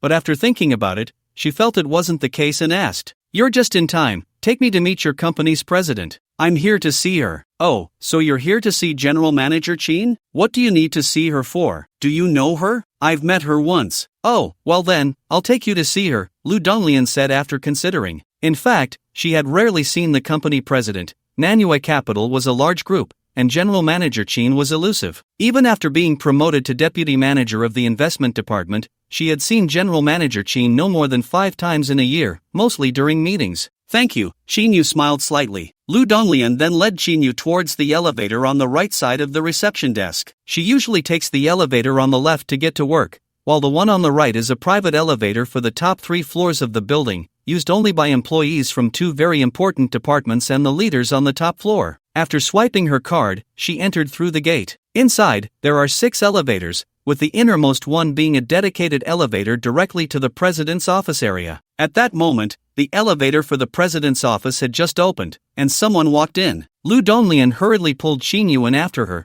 with Lei Qing following closely behind. Once inside, Lu Donglian could see who the person in the advanced elevator was and quickly greeted her politely. "Director Peng, hello." The woman in front of her, dressed in professional attire and still charming in her 40s, was the director of the investment department, making her Lu Donglian's direct superior. Peng Yulan nodded and glanced at Qinyu and Lei Cheng. "Manager Lu, where are you taking these 2? "This is an old university classmate of mine. I'm taking him to meet President Qin," Lu Donglian quickly replied. "To meet President Qin?" Peng Yulan frowned slightly. "Manager Lu, do you have any business with President Qin? You should know that she is extremely busy. If it's just trivial matters, don't bother her, or you might make her unhappy." "Thank you for the reminder, I understand," Lu Donglian said somewhat awkwardly. She had no idea what Qinyu wanted to see the company president for, nor did she know the relationship between Qinyu and President Qin. She felt a bit anxious. After all, President Qin was not someone who could be seen just because one wanted to. However, having witnessed Qinyu's capabilities at Jiangyun Hotel, she was eager to build a good relationship with him. Therefore, she also wanted to use this opportunity to get closer to Qinyu. Their conversation pointed towards him, but Qinyu stood there calmly, appearing indifferent. "Manager Lu, I've reminded you, if you insist on seeing President Qin, there's nothing I can do." Lu Donglian could only chuckle awkwardly and change the subject. "Director Peng, are you also going to see President Qin? Pang Yulan pointed to the documents in her hand and said, I have an investment project contract to deliver for her signature. Oh, Lu Donglian nodded as if she understood. As they spoke, the elevator reached the top floor of the building. This was the most luxurious office area Qin Yu had ever seen, with decorations that could only be described as magnificent. The space was vast, over 2,000 square meters. Especially when looking out through the glass walls, it felt like being on Cloud 9, with the bustling streets and tall buildings below in full view. Compared to the office area at Xishang Advertising, it was like heaven and earth. After exiting the elevator, Lu Donglian deliberately slowed her pace, allowing Peng Yulan to leave first. She is the director of the investment department, making her my direct superior, Lu Donglian secretly explained to Qin Yu. Qin Yu nodded. There weren't many people here, a few were sitting around, all very busy. After walking a short distance, they finally arrived at the president's office door. After knocking, a female secretary opened the door. The secretary looked at Qin Yu with curiosity, then focused on Lu Donglian. Are you here to see President Qin? Do you have an appointment? Lu Donglian quickly replied, Hello, I am Lu Donglian, the deputy manager of the investment department. Is President Qin in? The secretary glanced back, thought for a moment, and said, She is inside, you can go in. Okay, thank you. After Lu Donglian finished speaking, she walked in with Qin Yu, while Lei Cheng stayed outside. Once inside, Qin Yu saw that the earlier director Peng was standing somewhat humbly at the tea table opposite the desk. On the sofa in front of her, Qin Mir was sitting and browsing through a document. Sitting on the sofa opposite Qin Mir was Yun Xiaoting, who was currently sipping from a cup with a straw. Hello, President Qin, Director Yun. Lu Donglian felt a bit nervous as she walked over to Peng Yulan, politely greeting Yun Xiaoting and Qin Mir. Qin Mir glanced up at Lu Donglian, her gaze finally resting on Qin Yu. She smiled at Qin Yu and nodded, then lowered her head to continue looking at the documents in her hands. Peng Yulan casually shot a glance at Qin Yu, noticing that he still appeared quite relaxed, which made her frown, her displeasure evident. Her look towards Lu Donglian held a hint of reproach, and she gently shook her head. She hadn't expected Lu Donglian to really bring this person in so carelessly. Such a rookie mistake was surprising, and she truly wondered how Lu Donglian had climbed to the position of deputy manager in the investment department. Qin Yu, I was just about to call you to ask if you had arrived, and here you are, Yun Xiaoting said, having noticed Qin Yu as she set down her milk tea with a smile. I just happened to run into an old classmate, so I asked her to bring me up. Qin Yu replied as he walked towards Yun Xiaoting, his eyes fixed on a half-eaten pizza on the tea table. The food looked quite appetizing, and Qin Yu immediately felt hungry. In fact, he hadn't really eaten enough at lunch, and after having a fight with someone, his stomach had been protesting for a while. It was only upon seeing the food on the table that he realized how hungry he was. He sat down next to Yun Xiaoting without any pretense, took out a disposable glove, and tore off a piece of pizza to eat. Seeing this, Yun Xiaoting handed him a cup of unopened milk tea. Peng Yulan's eyes nearly bulged out. Lu Donglian, this old classmate, actually knew the company's director Yun and seemed quite familiar with her. Just a moment ago, she had looked down on Qin Yu, thinking he was like a country bumpkin, probably looking for a job or trying to attract investment, not even bothering to reflect on his own status while trying to leverage his old classmate's connections to get to General Manager Qin. Yet, in the blink of an eye, it turned out he knew Director Yun. Realizing her earlier thoughts, she felt rather childish. Lu Donglian was also surprised. Qin Yu had only mentioned having met General Manager Qin once, but she hadn't expected him to be so familiar with Yun Xiaoting. Her anxious heart completely relaxed at that moment. Qin Mir signed the document and closed the file. She then looked at Qin Yu and smiled. Qin Yu, you look like you didn't have enough for lunch and came here to mooch off food. This food isn't meant for me? Qin Yu pretended to be astonished. When did I say it was for you? Hey, I haven't eaten yet, and you're already eating. Lu Donglian felt embarrassed. As Qin Mir was speaking, she saw Qin Yu tearing off another piece and quickly stopped him, annoyed. Peng Yulan took the document, shocked, and stole a glance at Qin Yu, incredulous as she left. Yet, she felt a bit envious of Lu Donglian. It seemed that Lu Donglian, this old classmate, had an extraordinary background and a deep connection with the two bosses of the company. With such connections, wouldn't she have a smooth path in the company in the future? Thinking of this, Peng Yulan secretly decided to build a good relationship with this subordinate in the department. Mir, don't you know that women shouldn't eat too much greasy food? Be careful not to gain weight, Qin Yu suggested while wolfing down the food. This made Yun Xiaoting unable to hold back a laugh. She could see that Qin Yu was indeed very hungry. Seeing him eat so heartily, she said to Qin Mir, Mir, I actually think Qin Yu has a point.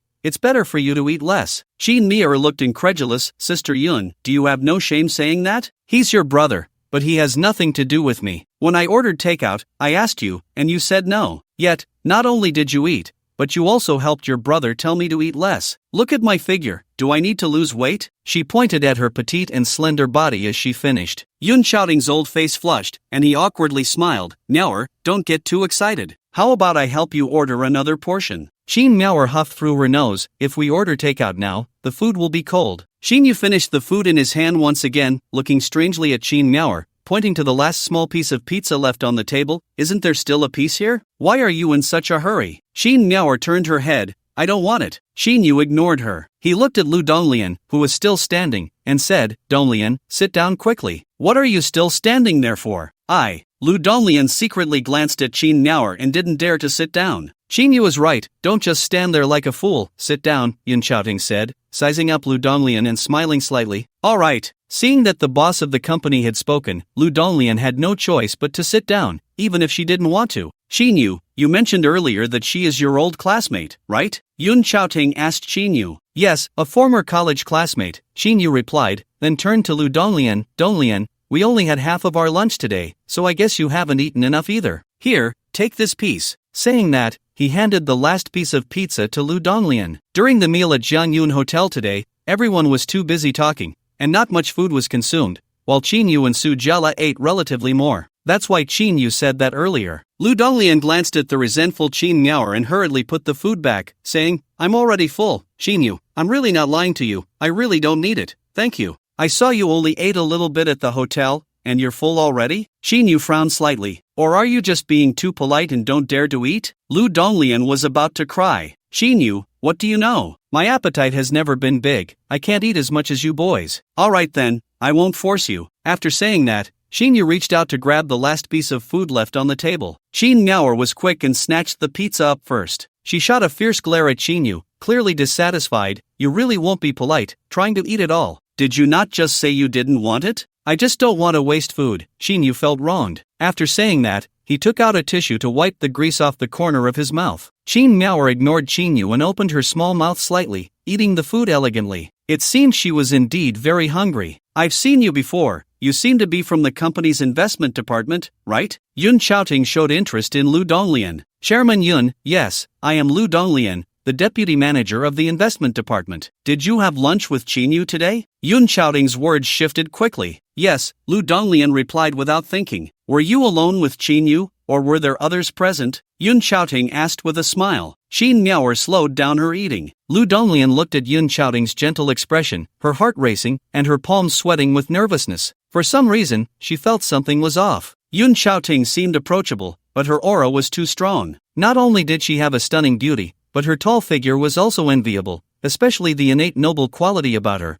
which made Lu Donglian feel inferior. Of course, there were others present. Actually, after I graduated from university, I haven't been in touch with Qin Yu. Today was just a coincidence. Another old classmate treated us, so we ran into each other. I see, Yun Xiaoting nodded. Qin Meower no longer paid attention to the conversation and picked up her eating pace again. Well, I still have work to do, so you all take your time chatting. Lu Donglian realized that this was not a place she should be, hurriedly getting up to take her leave. Alright, you go to work then, Yun Xiaoting said with a smile, noticing Lu Donglian's nervous and reserved expression. Then I'll be leaving first. Lu Donglian signaled to Qin Yu and left as if escaping. Sister Yun, you won't misunderstand that I was on a date with Lu Donglian, will you? Why do you all like to overthink so much? Look, you've scared her away. Qin Yu said somewhat helplessly. Qin Meower quickly corrected Qin Yu's mistake. You got it wrong. It's not you all, it's you. Don't drag me into this. Yun Xiaoting denied it, saying, what misunderstanding? Which of your eyes saw that I meant that? Qin Yu could only smile it off and ask about the main purpose of his visit. Wasn't it said that there's a project investment lacking funds? What project is it? Upon hearing this, Qin Meower put down her food and snapped her fingers. Then, the curvy lady who had just opened the door brought over a thick stack of documents. After receiving the documents,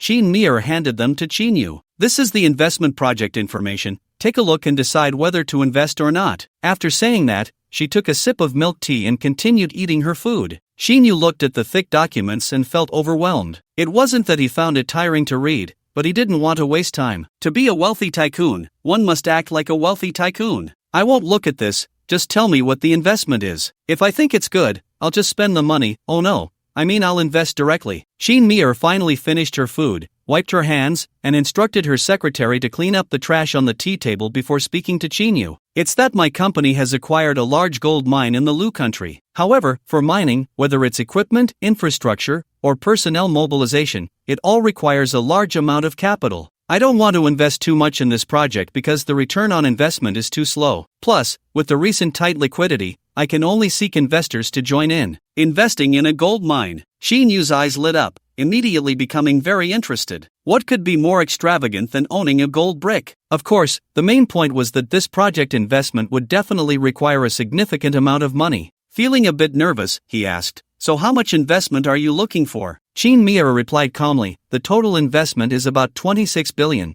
and we're still short of 10 billion. Originally, I wanted to seek a bank loan or equity investment, but Sister Yun suddenly mentioned you, so I came to ask if you might be interested." Hearing about the 10 billion, Shin-yu felt great. After pondering for a moment, he said, "No problem, just 10 billion, I'll invest." Yun Xiaoting couldn't help but remind him, "Brother, this involves over 10 billion in funds. Shouldn't you carefully study the project information before agreeing to invest?" "I haven't finished speaking," Shin-yu laughed. "Sister Yun, didn't I say I also run an investment company? I'll call my people over to study it. As for how to invest, allocate shares, or draft the investment agreement, let them handle it." "Sounds good, then you can call your company people over," Shin Mi-er said with a smile. The slight dissatisfaction she had with Shin-yu earlier completely dissipated. Shin-yu then took out his phone and called Tang Chin, asking her to bring a few people over to Manhwa capital, mentioning that there was an investment for her to handle. After hanging up, Shin Mi-er asked, "Shin-yu, I heard from Sister Yun that Manhwa took you to meet Old Master Fong yesterday and even had a meal there. Didn't they blame you?" Shin-yu replied, "Isn't that a silly question? If they really blamed me, why would they keep me for dinner? They would have chased me away with a kitchen knife." "You make a good point." After saying that, Shin Mi-er said strangely, "Yesterday I went to see Fong Minglian, a young man who used to be so handsome. Sigh, look at what you've done to him, his face has completely changed." She added, "Shin-yu, why do I feel like you're jealous of his good looks and are deliberately targeting his face to beat him up?" Shin-yu's face turned red,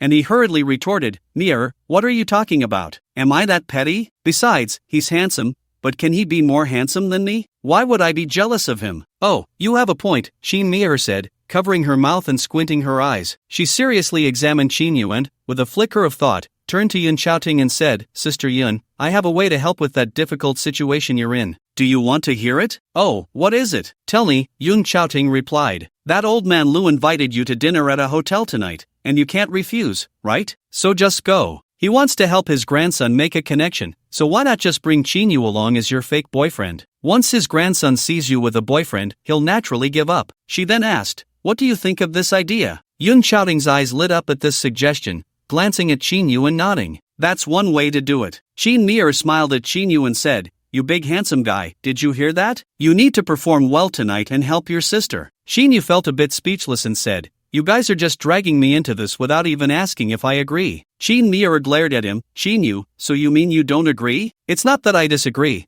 but at least you should have asked me first." Shinyu felt ignored. "Well, that's settled then. You didn't disagree, so what else is there to say?" Yun Xiaoting felt a huge weight lift off her shoulders and smiled happily. "Shinyu, having you here really solves a big problem for me." Shinyu laughed. "Sister, you're too kind. It's only right for us to help each other." "But who is that old man Jin? Why is it so hard to refuse his invitation?" "It's like this," Yun Xiaoting explained. "Old man Lu was the former head of the Lu family in Yicheng, Song province, named Lu Shan. He had a friendship with my late grandfather. After my grandfather passed away, he even helped the Yun family. Nanjing City is also the Lu family's ancestral home. Although old man Lu settled in Yicheng, he would come back here once a year. Last time he returned to Nanjing City, I went with my father to pay him a visit and ended up running into his grandson. After that Lu Su kept bothering me. I avoided him a few times, but this time, he managed to get old man Lu to intervene. He set up a dinner tonight, saying he wanted to gather with me, and even brought my sister along, so I had no choice but to agree." Upon hearing this, Shin Mi-er couldn't help but exclaim, "Sister Yun, this is what they call a femme fatale. Men see your beauty and are like fish drawn to the scent of blood, all swimming to shore. Lu Su, Xiao Zhenfeng, Shen Bushan, and even that Lu Bin are all like this." "What do you mean by femme fatale?" This is just your sister's charm, understand? Yun Xiaoting shot a dissatisfied glance at Qin Mir. Who is Lu Bin? Qin Yu asked curiously. He was her university classmate, a dual PhD student from an overseas prestigious university. He bothered Sister Yun a few times,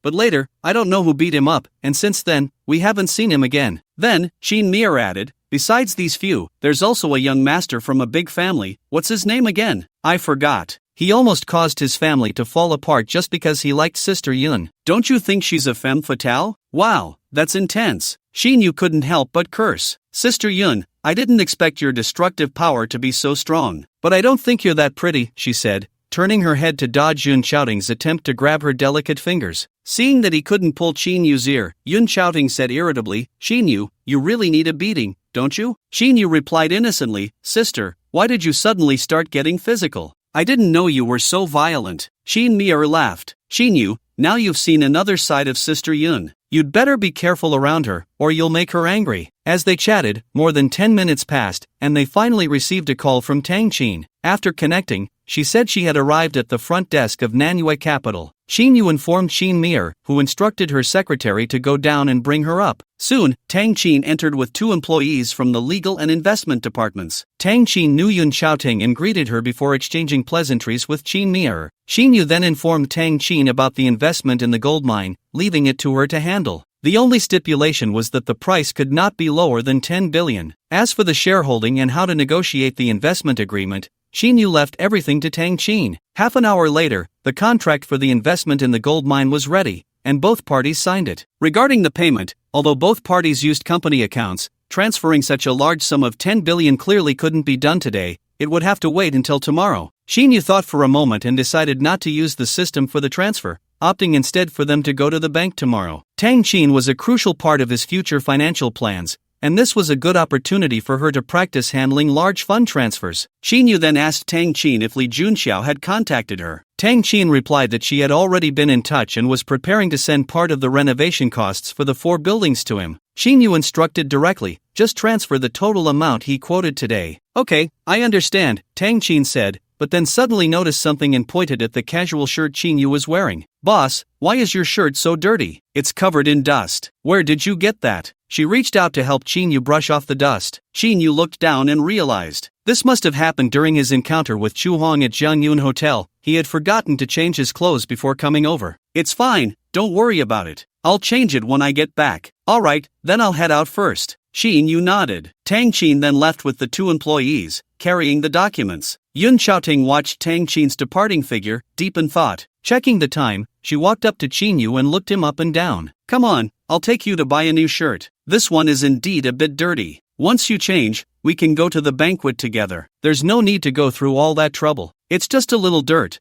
I can clean it up. That won't do. You're acting as my boyfriend this time, and I get to decide, Yun Xiaoting said firmly. Qin Yu shrugged. Alright, it's up to you. Yun Xiaoting thought for a moment and then turned to Qin Mir, asking, Mir, do you want to come along? Didn't you say you wanted to buy some clothes too? Qin Mir smiled. Forget it, I won't go. What would I be doing with you two? Being a third wheel? Third wheel? Don't say such nonsense. Yun Xiaoting's cheeks flushed slightly. Qin Yu chuckled. Mir, at least you know yourself. Yun Xiaoting shot a playful glare at Qin Yu. Qin Mir pouted. Qin Yu, what do you mean by that? Are you saying you don't want me around? Qin Yu laughed. I didn't say that. Didn't you say you didn't want to be a third wheel? You've made me very unhappy with that comment. After saying this, Qin Mir turned to the secretary with the curvy figure and said, Xiao Tao, prepare the car. Yes, Miss Qin. Upon hearing Qin Mir's words, Xiao Tao quickly called the driver. Seeing this, Qin Yu inwardly cursed, Qin Mir, I was just joking. Why did you take it seriously? He knew that shopping for clothes was the most troublesome thing for women, and with Qin Mir beside him, he always felt a bit uncomfortable talking to Yun Xiaoting, unable to be too casual. Qin Mir raised an eyebrow slightly. Qin Yu, stop lying to me. Your expression has betrayed you. Am I really that annoying? Qin Yu helplessly replied, fine, do as you wish. But just then, Qin Mir's phone rang. After listening for a while, she said a few surprised words before putting the phone down. Yun Xiaoting also received a call. The two exchanged glances. Did you hear about Xiao Zhenfeng? Yun Xiaoting asked. Yes, Xiao Zhenfeng and his brother, along with a few others, were wiped out at Jiangyun Hotel, all severely injured. At this point, they both exclaimed in unison, Fang Minghua has struck again. But Minghua just went to Jiangzhou City, right? Yun Xiaoting recalled something and shook her head. If it wasn't her, then who could it be? Who has that kind of ability? Both women looked puzzled. Qinyu, Jianyun Hotel is your property. No one reported this incident to you? Yun Xiaoting asked Qinyu, recalling something. Qinyu chuckled, stop guessing. I know who did it. You know? The two women exchanged glances, and Qin Mir looked at Qinyu with keen interest. If you know, then hurry up and tell us. There's a condition, if you agree, I'll tell you. Qinyu smiled slyly. Qin Mir frowned slightly. What condition? Just say it. The condition is, you can't follow me and Sister Yun when we go out later. Qin Mir smiled slightly. Alright, I agree. Now tell me. Qinyu glanced at Yun Xiaoting, who also looked curious, coughed lightly, and then slowly said, that person is none other than me,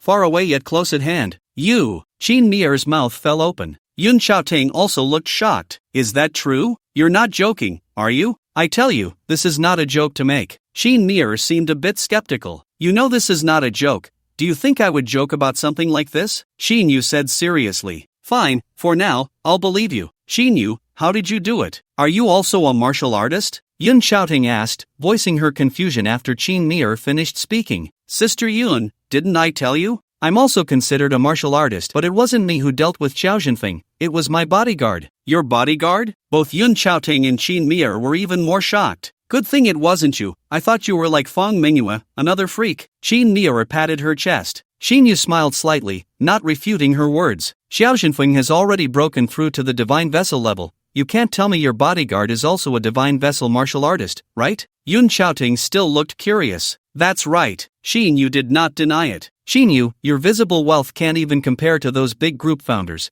and your bodyguard is a divine vessel martial artist. Can you tell us your true background? I'm getting more and more curious. Qin Mir said earnestly. I won't die. I won't die. Qinyu smiled slightly, wanting to tease this woman. Mir, you want to know my true identity? No problem, but you have to agree to 3 things first before I tell you. Why do you always have conditions? What are those 3 things? Tell me. Qin Mir frowned. This, you have to agree first before I say anything. Qinyu's eyes glimmered with a greenish light. Qin Miao huffed, Qinyu, do you think I'm a 3-year-old? You want me to agree to 3 things? Dream on. Then I can't tell you. Qinyu pretended to be helpless. Humph. Clearly you don't want to say it. Why bring up needing me to agree to 3 things? If you won't say it, then forget it. You're not stupid. Qinyu smiled slightly, non-committal. It's getting late. Miaoer, if you're not going, I'll leave with Qinyu first, Yun Xiaoting said at that moment. Alright, you two go ahead. I won't disturb your little world. Qin Miaoer smiled lightly. Yun Xiaoting shot a glance at Qin Miaoer and said to Qinyu, let's go, don't mind her. Okay. With that, Qinyu left the office with Yun Xiaoting. Is this your bodyguard? After leaving the president's office and seeing Lei Qing approaching, Yun Xiaoting asked Qinyu. That's right. After saying that, Qinyu introduced Lei Qing, who had walked up to them. Lei Qing, this is my sister, Yun Xiaoting. Sister Yun, this is Lei Qing. Mr. Lei, hello. Yun Xiaoting's expression was somewhat serious as she smiled. Hello, Miss Yun, Lei Qing replied in a muffled voice. Soon, the 3 of them took the elevator down from the top floor to the first floor. Qinyu did not get into his own car but instead got into Yun Xiaoting's white Bentley, sitting in the back seat with her. The driver was a woman,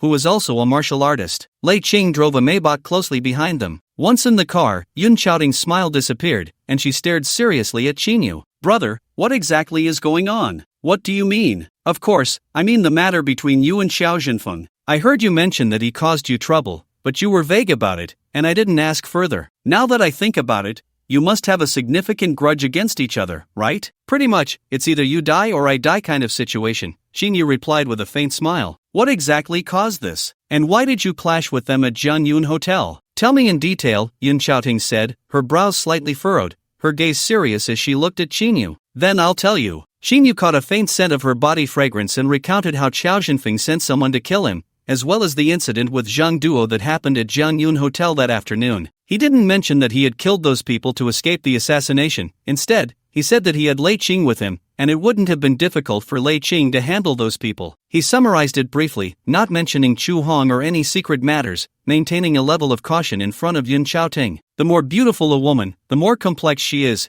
Yu understood this principle. His enhanced mental strength had sharpened his thinking ability. Among the three women, Yun Xiaoting, Qin Miaoer, and Fang Mingyue, Qin Miaoer felt the most inscrutable to him, her thoughts the most complicated. In contrast, Fang Mingyue, who spoke less with him, had a more straightforward personality. Thinking of Fang Mingyue, for some reason, Yu felt a bit nostalgic. I didn't expect Xiao Zhenfeng would want to kill you over that matter. Fortunately, Lei Qing was by your side, or his plan would have succeeded. Speaking of which, I also played a significant role in dragging you into this, sister, Yun Xiaoting said with a bitter smile, a hint of fear in her voice. Don't worry, I'm not someone who can be easily manipulated, Yu replied calmly. Xiao Zhenfeng sees me as a small fry he can crush at will. Today's events are the bitter fruit he reaped because of that. Looking at Yu's sharp and resolute face, Yun Xiaoting's eyes became somewhat dreamy. Thinking of someone, she smiled and said, Zhang Duo was actually your classmate. It seems he's quite lucky to have you as a friend. Yu smiled slightly and asked, did he mention that he sought your help? Do you know each other? Yun Xiaoting lightly pressed her lips together. We met a few times when we were very young. He didn't come looking for me. I almost didn't recognize him. As for my not agreeing to help him, I believe you're aware of that. Moreover, I've been doing my best to invest funds here. Yu nodded, indicating his understanding. Yun Xiaoting then asked, how badly is Xiao Zhenfeng hurt? Someone just called to tell me that Xiao Zhenfeng and his brother were attacked at Jiangyun Hotel, and both brothers are seriously injured. As she spoke, she looked at Yu with a hint of concern.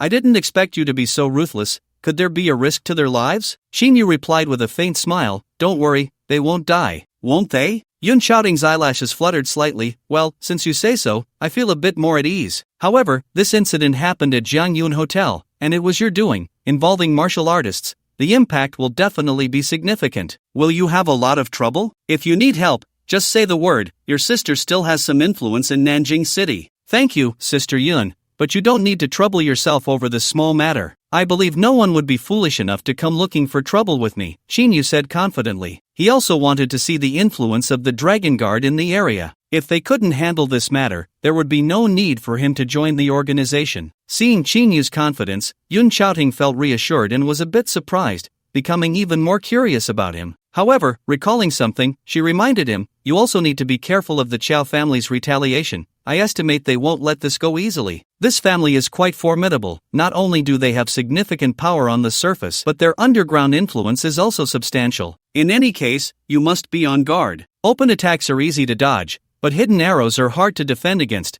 Be careful, they might come at you from the shadows. Yu nodded, acknowledging her words. He reassured her, perhaps they do have considerable power, but provoking me is their biggest mistake. If they want to come, I'm always ready. When the time comes, I wouldn't mind personally going to have tea with them. As he said this, Yu looked out the car window, his eyes glinting with ferocity. Hearing this, Yun Xiaoting was startled. It was the first time she felt such a fierce killing intent from Yu. The two talked in the car, and after 10 minutes, they parked in the basement of a shopping plaza. A nameless pawn from the parking lot's first basement level, they took the elevator to the 3rd floor. After exiting the elevator, they passed a few shops, and finally, Yu pulled Yun Xiaoting into a clothing store called Shuangliu. Yesterday, Yu had bought a piece of clothing from this brand. The fabric quality was good, and it felt quite comfortable to wear. The price, however, was much higher than that of foreign high-end brands, which would have made the old Yu keep his distance, but now he didn't have to worry about that. The store was quite busy, with many customers selecting clothes. But as soon as Yun Xiaoting entered, she quickly attracted the attention of many people in the store. Yun Xiaoting wore a white shirt with a black leather belt at the hem,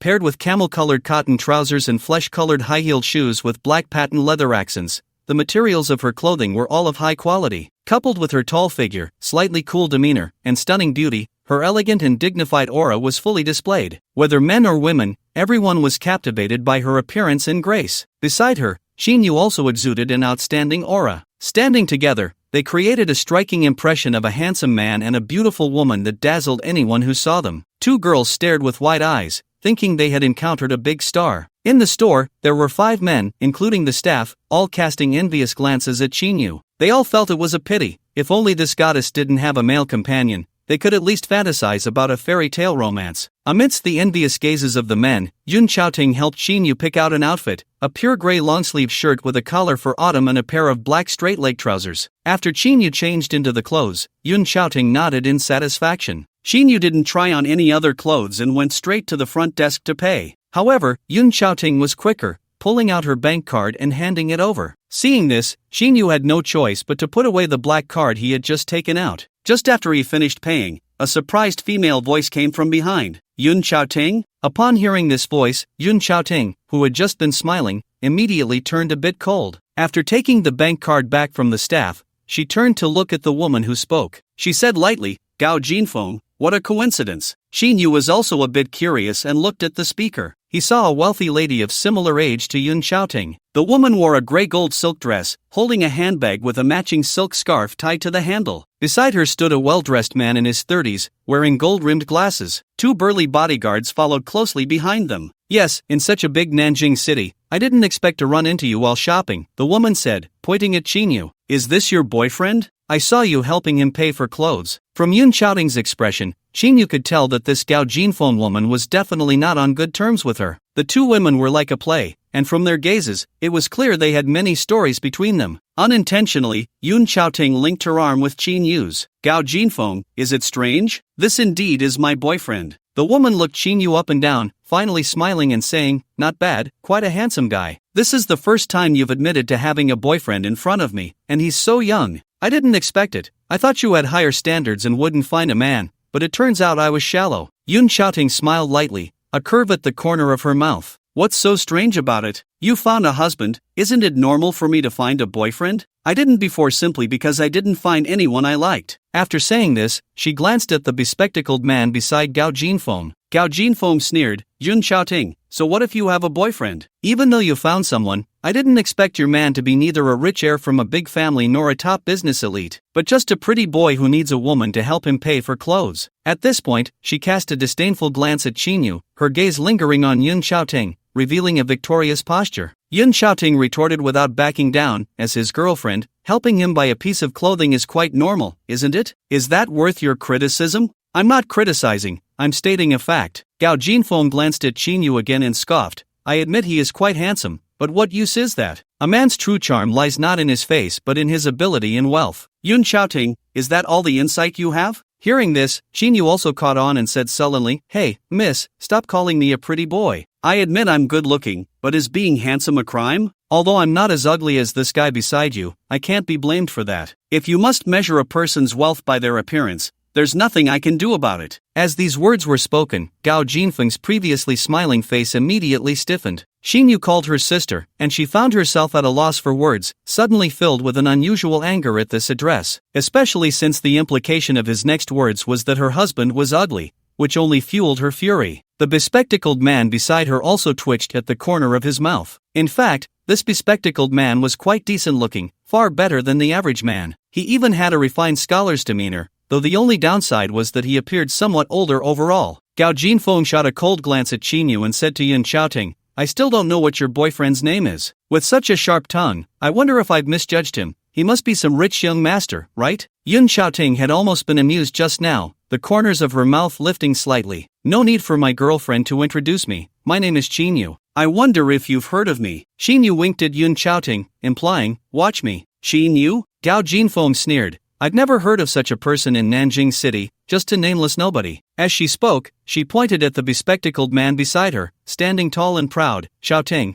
I believe you know who he is now. Today, I formally introduce him to you. He is my husband, Chu Weiming, the second young master of the Chu family in Jiangzhou City. Although he is from Jiangzhou City, he still holds a certain influence here in Nanjing City." After saying this, she shot a disdainful glance at Xinyu. "Hello, Miss Yun, I've long admired your name. I've heard you're a director at the South City Club. I hope you'll take care of me in the future." The bespectacled man smiled elegantly at Yun Xiaoting upon being introduced. Xinyu felt a bit bitter, immediately recalling Chu Hong, whom he had met today. This man did indeed bear some resemblance to Chu Hong, and being the second young master of the Chu family in Jiangzhou City, it was very likely they were brothers. "So, Xinyu, I wonder if you've heard of my husband's name. But considering your perspective, I doubt you even know the Chu family in Jiangzhou City." Gao Jinfeng still held a grudge against Xinyu for his earlier words. Xinyu smiled slightly. "The Chu family? I really don't take them seriously. Not to mention you, even if Chu Hong were in front of me, he'd have to act humble." "Humph." Upon hearing this, Chu Weiming not only felt no fear but instead wore a face of anger. "Xinyu, it seems you've heard of my family and even know my brother's name. But my brother's name is not something anyone can insult. What you just said has already offended me, and even the entire Chu family. For Miss Yun's sake, I'll give you a chance. Please apologize to my face immediately,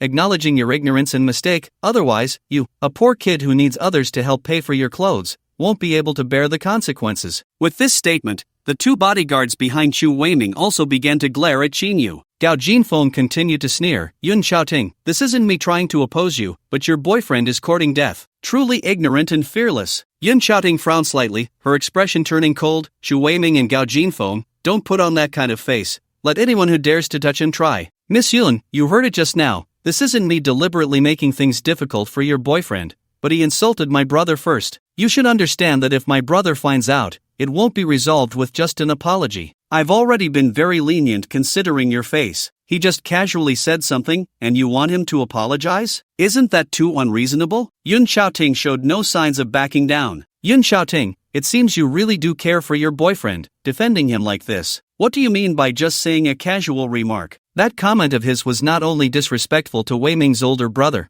but even to an ordinary person, it would be quite rude, Gao Jinfeng said disdainfully. Xin Yu chuckled. "I still stand by what I said. Xu Hong can only act like a grandson in front of me. What can you do about it?" This statement completely enraged Chu Weiming. "Xinyu, this is your own fault for not knowing when to back down. Don't blame me for being rude." As soon as he said this, two bodyguards behind Chu Weiming moved closer to Qinyu. Yun Xiaoting was about to speak but was stopped by Qinyu, who gave her a reassuring look. "Oh, it seems you guys are ready to get rough." Qinyu smiled. "Get rough?" Chu Weiming snorted. "I just want to teach you a lesson." Qinyu grinned. "Fighting? Who's afraid of whom? That's my favorite thing to do." As soon as he said this, the tall figure of Lei Qing appeared behind Qinyu, and with a slight release of his aura, the two bodyguards stepped back in fear, staring at Lei Qing in terror. Not only the two bodyguards, but Chu Weiming and Gao Jinfeng also turned pale, feeling a chilling intimidation from Lei Qing's presence. The atmosphere between the two sides suddenly became tense, drawing the attention of several people nearby, who all turned their gazes this way. Especially the girl at the cash register, who was quite nervous. She wanted to say something to remind them, but after thinking it over, she didn't dare to speak. She could tell that the people talking were not to be trifled with. If she accidentally offended them,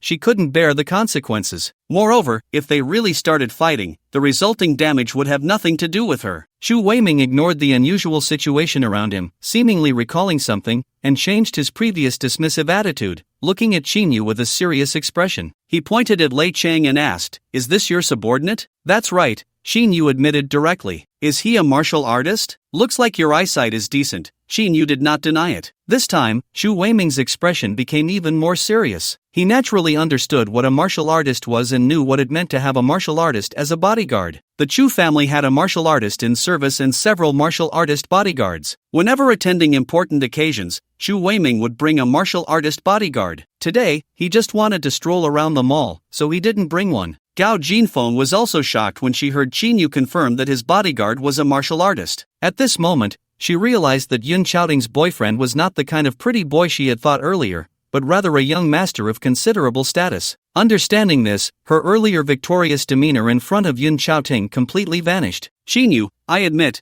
I underestimated you just now, but if you think that just because you have a martial artist as your bodyguard, my brother won't take you seriously, then you're gravely mistaken. To be honest, even the guards in Nanjing City have to show some respect in front of my brother." Although Chu Weiming was a bit shocked earlier, he recalled his brother's status among martial artists. The seriousness in his expression immediately disappeared, and with newfound confidence, he looked at Qinyu with a hint of disdain. Qinyu ignored Chu Weiming's words and asked, "Weren't you just trying to teach me a lesson? Are you still coming?" At this, Chu Weiming felt a bit embarrassed. He never expected the other party would have a martial artist as a bodyguard. Gao Jinfeng seemed to sense her husband's awkwardness and spoke up. "Qinyu, we didn't mean to provoke you. What you said just now was indeed quite disrespectful to our Chu family." Qinyu replied, "It seems you still don't believe what I said and think I'm just boasting. That remark, not to mention in front of you, even if I said it in front of Chu Hong, he wouldn't dare do anything to me. Do you know my brother?" Chu Weiming saw how serious Qinyu was and felt a bit scared. Of course, if it weren't for the appearance of Lei Qing, no matter how seriously Qinyu spoke, he would still be looked down upon. Qinyu chuckled and said, "I suppose so. Coincidentally, I just met him for the first time today." Chu Weiming and Gao Jinfeng exchanged glances, both sensing each other's confusion. "So he is also here in Nanjing City. You didn't know?" Qinyu looked at Chu Weiming oddly. "I only see him a few times a year. How would I know his whereabouts?" Chu Weiming had to explain. He then asked, Chinyu, may I ask which prominent family you belong to that gives you such confidence? After this question was asked, not only did Gao Jinfeng look a bit tense at Chinyu, but even Yun Xiaoting, who was close to Chinyu, listened intently. She had naturally heard of Chu Hong's great name and knew of his significant influence. However, she was unaware that Chu Hong was also a martial artist, and a half-step transformation martial artist at that. Chu Weiming showed weakness. In Longxia, the existence of martial artists seemed to be strictly prohibited from being known to ordinary people. Xinyu was too lazy to explain his identity. If you want to know my identity, it's simple, just call your brother and ask him, and you'll know. Right, a phone call. This statement suddenly enlightened Chu Weiming. In fact, he still didn't fully believe Qinyu's words, so it would be best to call his brother to find out. If his brother Chu Hong also dared not offend Qinyu, then he would promptly apologize to Qinyu to avoid bringing trouble to the Chu family by offending someone they shouldn't. Of course, if his brother didn't know this person, he could expose it face to face. He took out his phone, and the call was quickly connected. After a few words, he asked about Qinyu. What? Qinyu,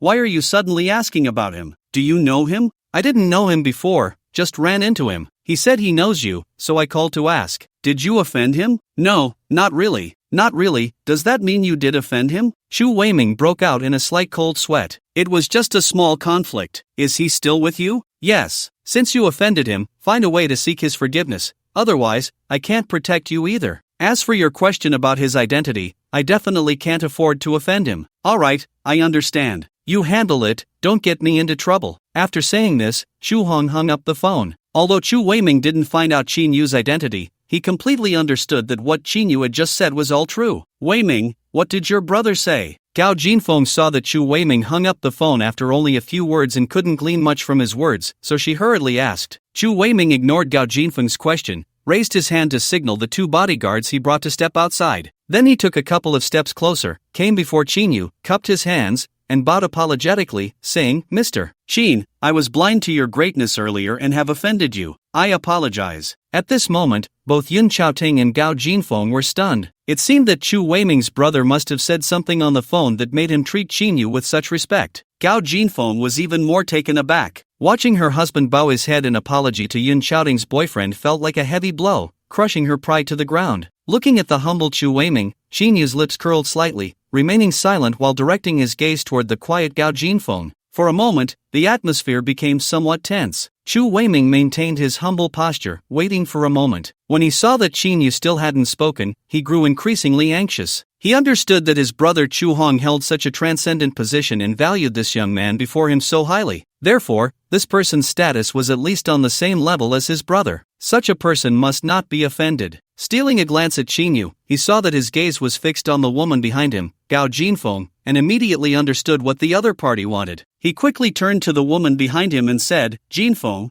what are you standing there for? Hurry up and apologize to Mr. Qin. Gao Jinfeng wanted to refuse, but seeing the lowly and submissive Chu Weiming, she finally gritted her teeth and lowered her head, saying, Mr. Qin, I'm sorry. Qinyu's expression softened slightly. He didn't want to waste any more time, so he said, since you've apologized, I'll let you off this time. If there's any disrespect next time, I'll make you pick up your teeth from the ground. Thank you, Mr. Qin. Hearing Qinyu's words, Chu Weiming finally breathed a sigh of relief. Gao Jinfeng also thanked him, but her heart was filled with disappointment and shame. Although she didn't look at Yun Xiaoting, she felt an uncomfortable, burning gaze from that direction. She had originally thought that marrying Chu Weiming would completely overshadow Yun Xiaoting. In the end, the man she found was not only younger but also of a status that made Chu Weiming bow his head in apology. This time, she had completely lost to Yun Xiaoting. Qinyu looked at Yun Xiaoting and playfully winked, gently saying, Xiaoting, it's getting late, let's go. Upon hearing Qinyu say Xiaoting in such a gentle tone, Yun Xiaoting felt a mix of wanting to hit someone and trying not to laugh. With a half-pout, she pinched Qinyu's palm with her fingers. Then, smiling at Gao Jinfeng, she said, Gao Jinfeng, you're here to buy clothes too, right? You can take your time, I'm leaving first. Gao Jinfeng shot a cold glance at Yun Xiaoting and gritted her teeth, saying, no need to see you off. Yun Xiaoting smiled slightly, took Qinyu's arm, and walked towards the door. Once outside the clothing store, Yun Xiaoting couldn't help but voice her confusion. Qinyu, how do you know that Chu Hong guy? I've heard his name, he's quite remarkable, considered one of the best among the younger generation in Jiangzhou,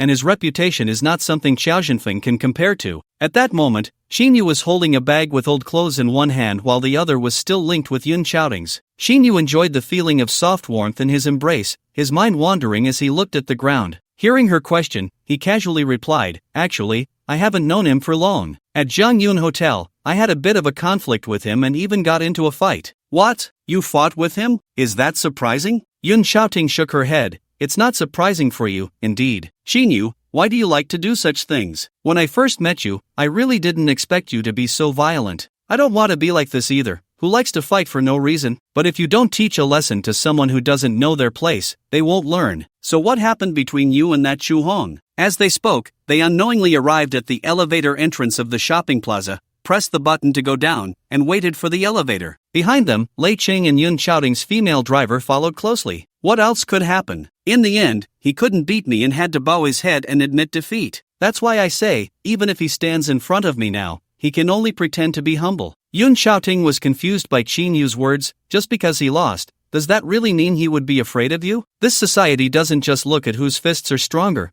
it also depends on who has greater power to earn respect. Qin Yu smiled. "Sister Yun, you have a point. But if we're talking about personal strength, do you really think that Chu Hong can compare to me?" Yun Xiaoting was taken aback and nodded. "You're right." Only then did she remember that Qin Yu held a supreme black gold card, which only the wealthiest and most powerful people in the world could possess. Wealth is the most direct way to measure a person's strength. Uncle? Yun Xiaoting felt something and couldn't help but turn her head, seriously examining Qin Yu's profile. Qin Yu gave her the impression of being shrouded in layers of mist, forever elusive, and her curiosity grew stronger. Qin Yu felt a bit uncomfortable under her gaze and turned to look into Yun Xiaoting's watery eyes. "Sister Yun, even though I'm handsome, you can't look at me like that." "What, handsome or not? Stop being vain. I just saw that you have some dirt here." Yun Xiaoting indeed spotted a small patch of dust behind Qin Yu's ear. Qin Yu thought for a moment and said, "It might be from a fight." "Don't move, let me help you clean it up a bit." "All right then."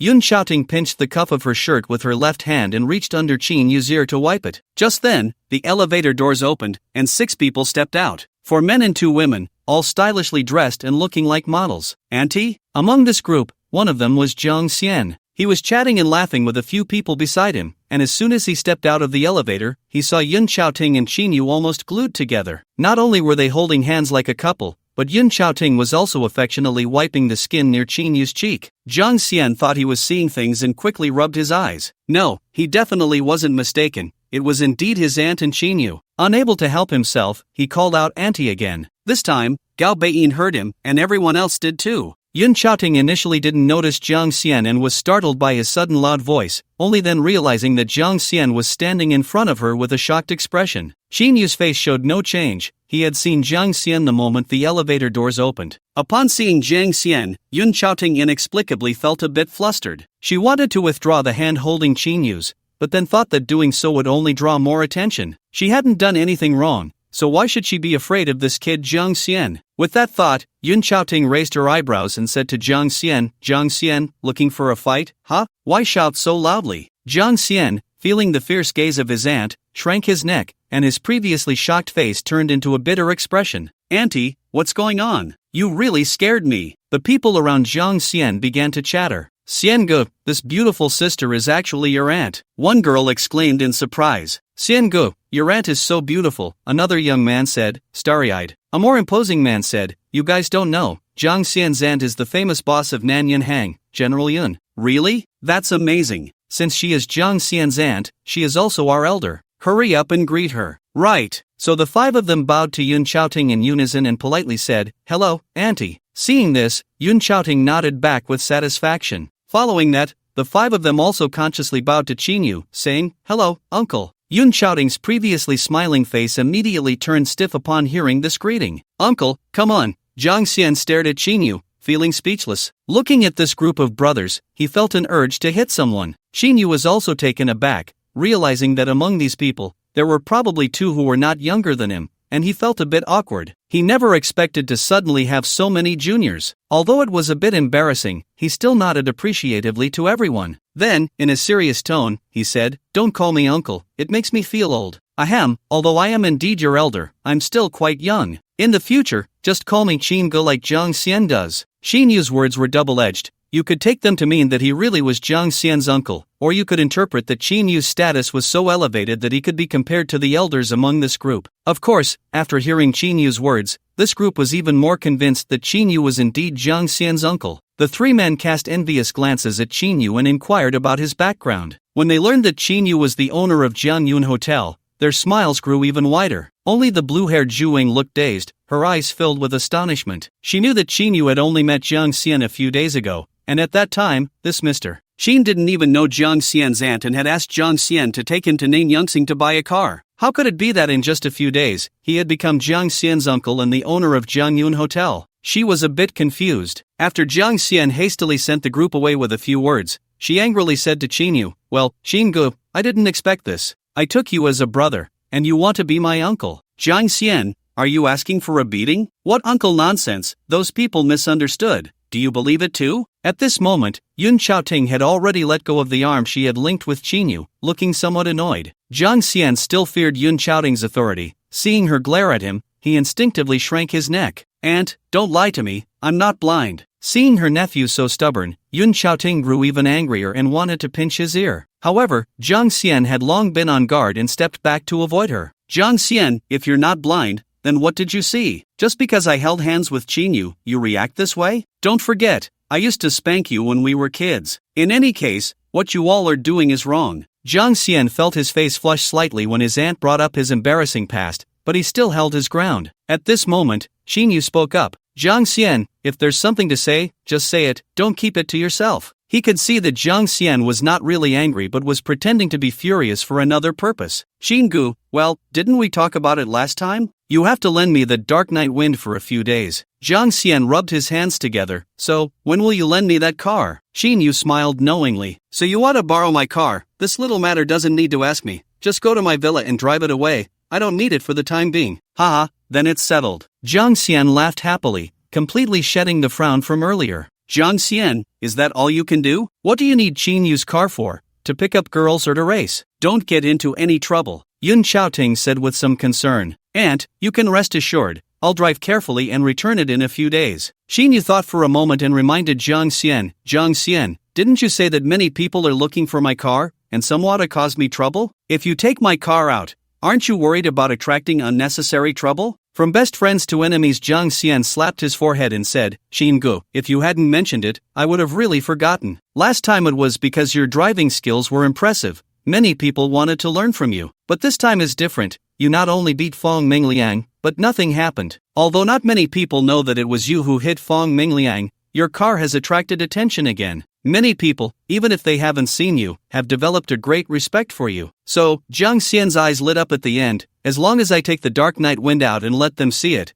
they will definitely know that my relationship with you is extraordinary, and they will have to look at me differently in the future." Qin Yu chuckled. "So your ultimate goal is to flaunt your power by borrowing my name, using the car as an excuse to show off in front of your friends." Jiang Xian awkwardly smiled. "That's about the gist of it." Yun Xiaoting was confused. "I know about Qin Yu beating Fong Mingliang, but what's this about Qin Yu's driving skills? Aunt, you don't know? Just a few nights ago, Qin Yu raced on the track and beat all of us." "Oh," Yun Xiaoting nodded, somewhat understanding. But then she thought of something and asked, "Which night was it?" "The night of May 24th. Was Fong Mingyue there too?" "Yes, Sister Fong was present." "Did Mingyue meet with Qin Yu that night?" "Wow, Aunt, how do you know all this?" "I also heard that Fan Tao got beaten badly by Mingyue that night." "What happened? Can you tell me? What else could it be?" "He offended Sister Fong." At this point, Jiang Xian remembered something and asked, a bit fearfully, "Aunt, has the sports car you ordered come back yet?" "It has returned and is currently getting some upgrades at the shop. It will be ready for delivery soon." Jiang Xian patted his chest. "That's good. I hope Sister Fong will be satisfied." "Don't change the subject. I want to know why Fan Tao seriously injured Mingyue." "Well," Jiang Xian's gaze shifted to Qin Yu. "Aunt, actually, Brother Qin knows more about this than I do. You might as well ask him." "Qin Yu?" Yun Xiaoting turned to Qin Yu and said, "This incident isn't related to you, is it?" Qin Yu nodded. "Sort of. I knew it. I guessed it just now," Yun Xiaoting said with a smile. She didn't press further but turned to Qin Yu with a serious expression. "You better be careful. Don't cause any more trouble next time. Don't look so gloomy." "I told you, I don't want to cause trouble either," Qin Yu shrugged. Jiang Xian couldn't help but want to laugh at Qin Yu's predicament, but Yun Xiaoting suddenly turned back to him, and he immediately straightened up. Jiang Xian, no matter what, you need to be more restrained outside. If you get into big trouble, no one will be able to cover for you. Okay, I understand, Jiang Xian said, lowering his head. If you understand, then get lost. Your group of friends is still waiting for you. Brother Qin, don't mind me, but can I ask you a question? Jiang Xian originally wanted to leave, but after taking a step, he turned back, full of curiosity. What is it? Go ahead. I mean, you aren't really dating my aunt, are you? If you really become my uncle in the future, how should I address you? Get lost, Xiao Xian. If you keep this up, you won't need to leave. Before Qin Yu could answer, Yun Xiaoting exploded in anger. I was just asking. It seems you guys aren't what I thought, so I'm relieved. Jiang Xian quickly stepped back, laughing heartily. However, seeing Yun Xiaoting getting angrier, he quickly added, Aunt, I'm going ahead. And Qin Yu, I won't disturb you from pursuing my aunt anymore. As soon as he finished speaking, he dashed away like a rabbit. Little brat! Yun Xiaoting glared at Jiang Xian's retreating figure, her teeth grinding in anger. Then she turned back to Qin Yu and glared, Qin Yu, I think you need a beating too. They just called you uncle, and you seemed quite pleased. Qin Yu rubbed his nose and chuckled, Sister, which of your eyes saw me pleased? You must have misunderstood. Yun Xiaoting got even angrier. So, are you saying that since I'm so beautiful, you find me undesirable? My goodness, Qin Yu thought, sweating profusely, how could I find you undesirable? I'm just afraid you might misunderstand. At that moment, the elevator doors opened again. Then all four of them entered the elevator. Soon, the two cars exited the underground parking lot of the shopping plaza together. It was already evening. Yun Xiaoting glanced at the time, her delicate brows slightly furrowed. Inside the car, Qin Yu recalled the encounter with Gao Jinfeng at the clothing store. Curiously, he asked, Sister Yun, what is your relationship with that woman? You two looked like you were meeting an enemy. Yun Xiaoting gazed out the car window and said softly, Actually, she used to be one of my closest friends. Close friends? Qin Yu was taken aback. Surprised, aren't you? Yun Xiaoting turned back and smiled. So how did you two go from best friends to enemies? Yun Xiaoting sighed lightly. It's quite unfair to me, really. I met Gao Jinfeng a long time ago. Her family is quite powerful in Nanjing City. When I moved from Shijiang City to Nanjing City to develop my career, Gao Jinfeng helped me a lot. At that time, she had a boyfriend named Yang Yu, who was not Chu Weiming from the Chu family. They had been dating for several years and were at the stage of discussing marriage. Upon hearing this, Qin Yu couldn't help but interject, Sister Yun,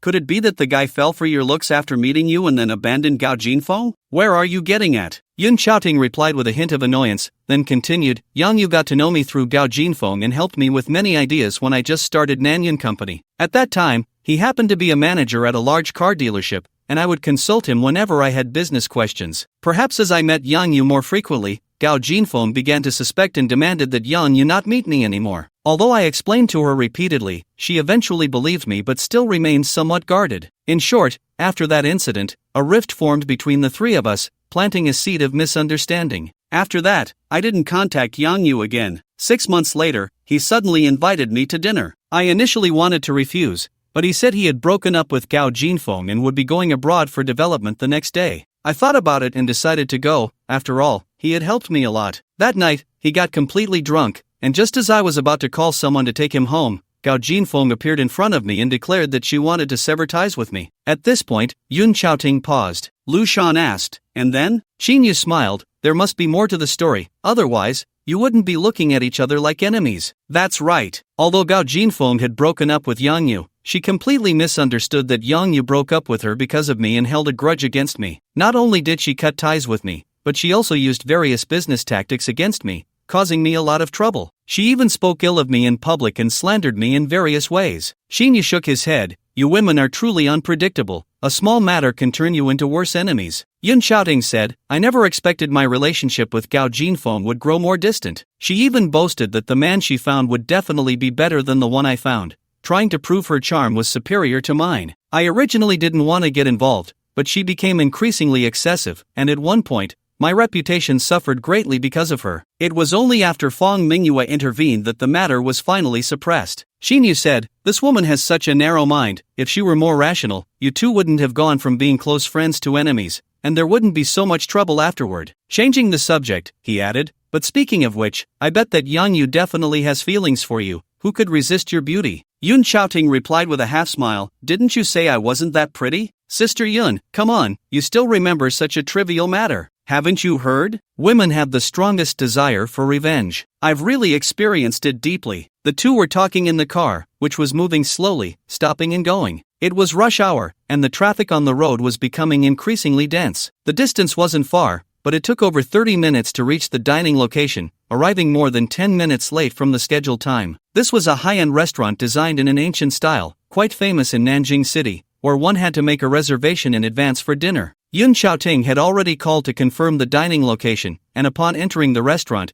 the two headed straight to the private room inside. Along the way, Yun Xiaoting unknowingly linked her arm with Qin Yu's. After finding the private room, they pushed the door open and entered. The room was spacious, elegantly decorated with an ancient charm. Inside, there was a large round table for 10, with 4 people already seated. Among them were an elderly man in his 80s and a young man in his 30s. The remaining 2 were middle-aged individuals who bore a slight resemblance to Jiang Xian, a man and a woman. It was obvious that these 2 were Jiang Xian's parents, and also Yun Xiaoting's brother-in-law and sister. Behind the elderly man stood a hunchbacked old man in his 60s or 70s. Xinyu couldn't help but glance at the hunchbacked old man, a slight smile curling at the corner of his mouth. Xiaoting, you finally made it. I was worried sick. Why did it take so long? Lu Qiqing, seeing her sister just walk in, quickly stood up and smiled. At the same time, she felt a sense of relief. She knew that this dinner hosted by Old Master Lu was mainly for her sister. If Yun Xiaoting hadn't come, it would have been a bit awkward,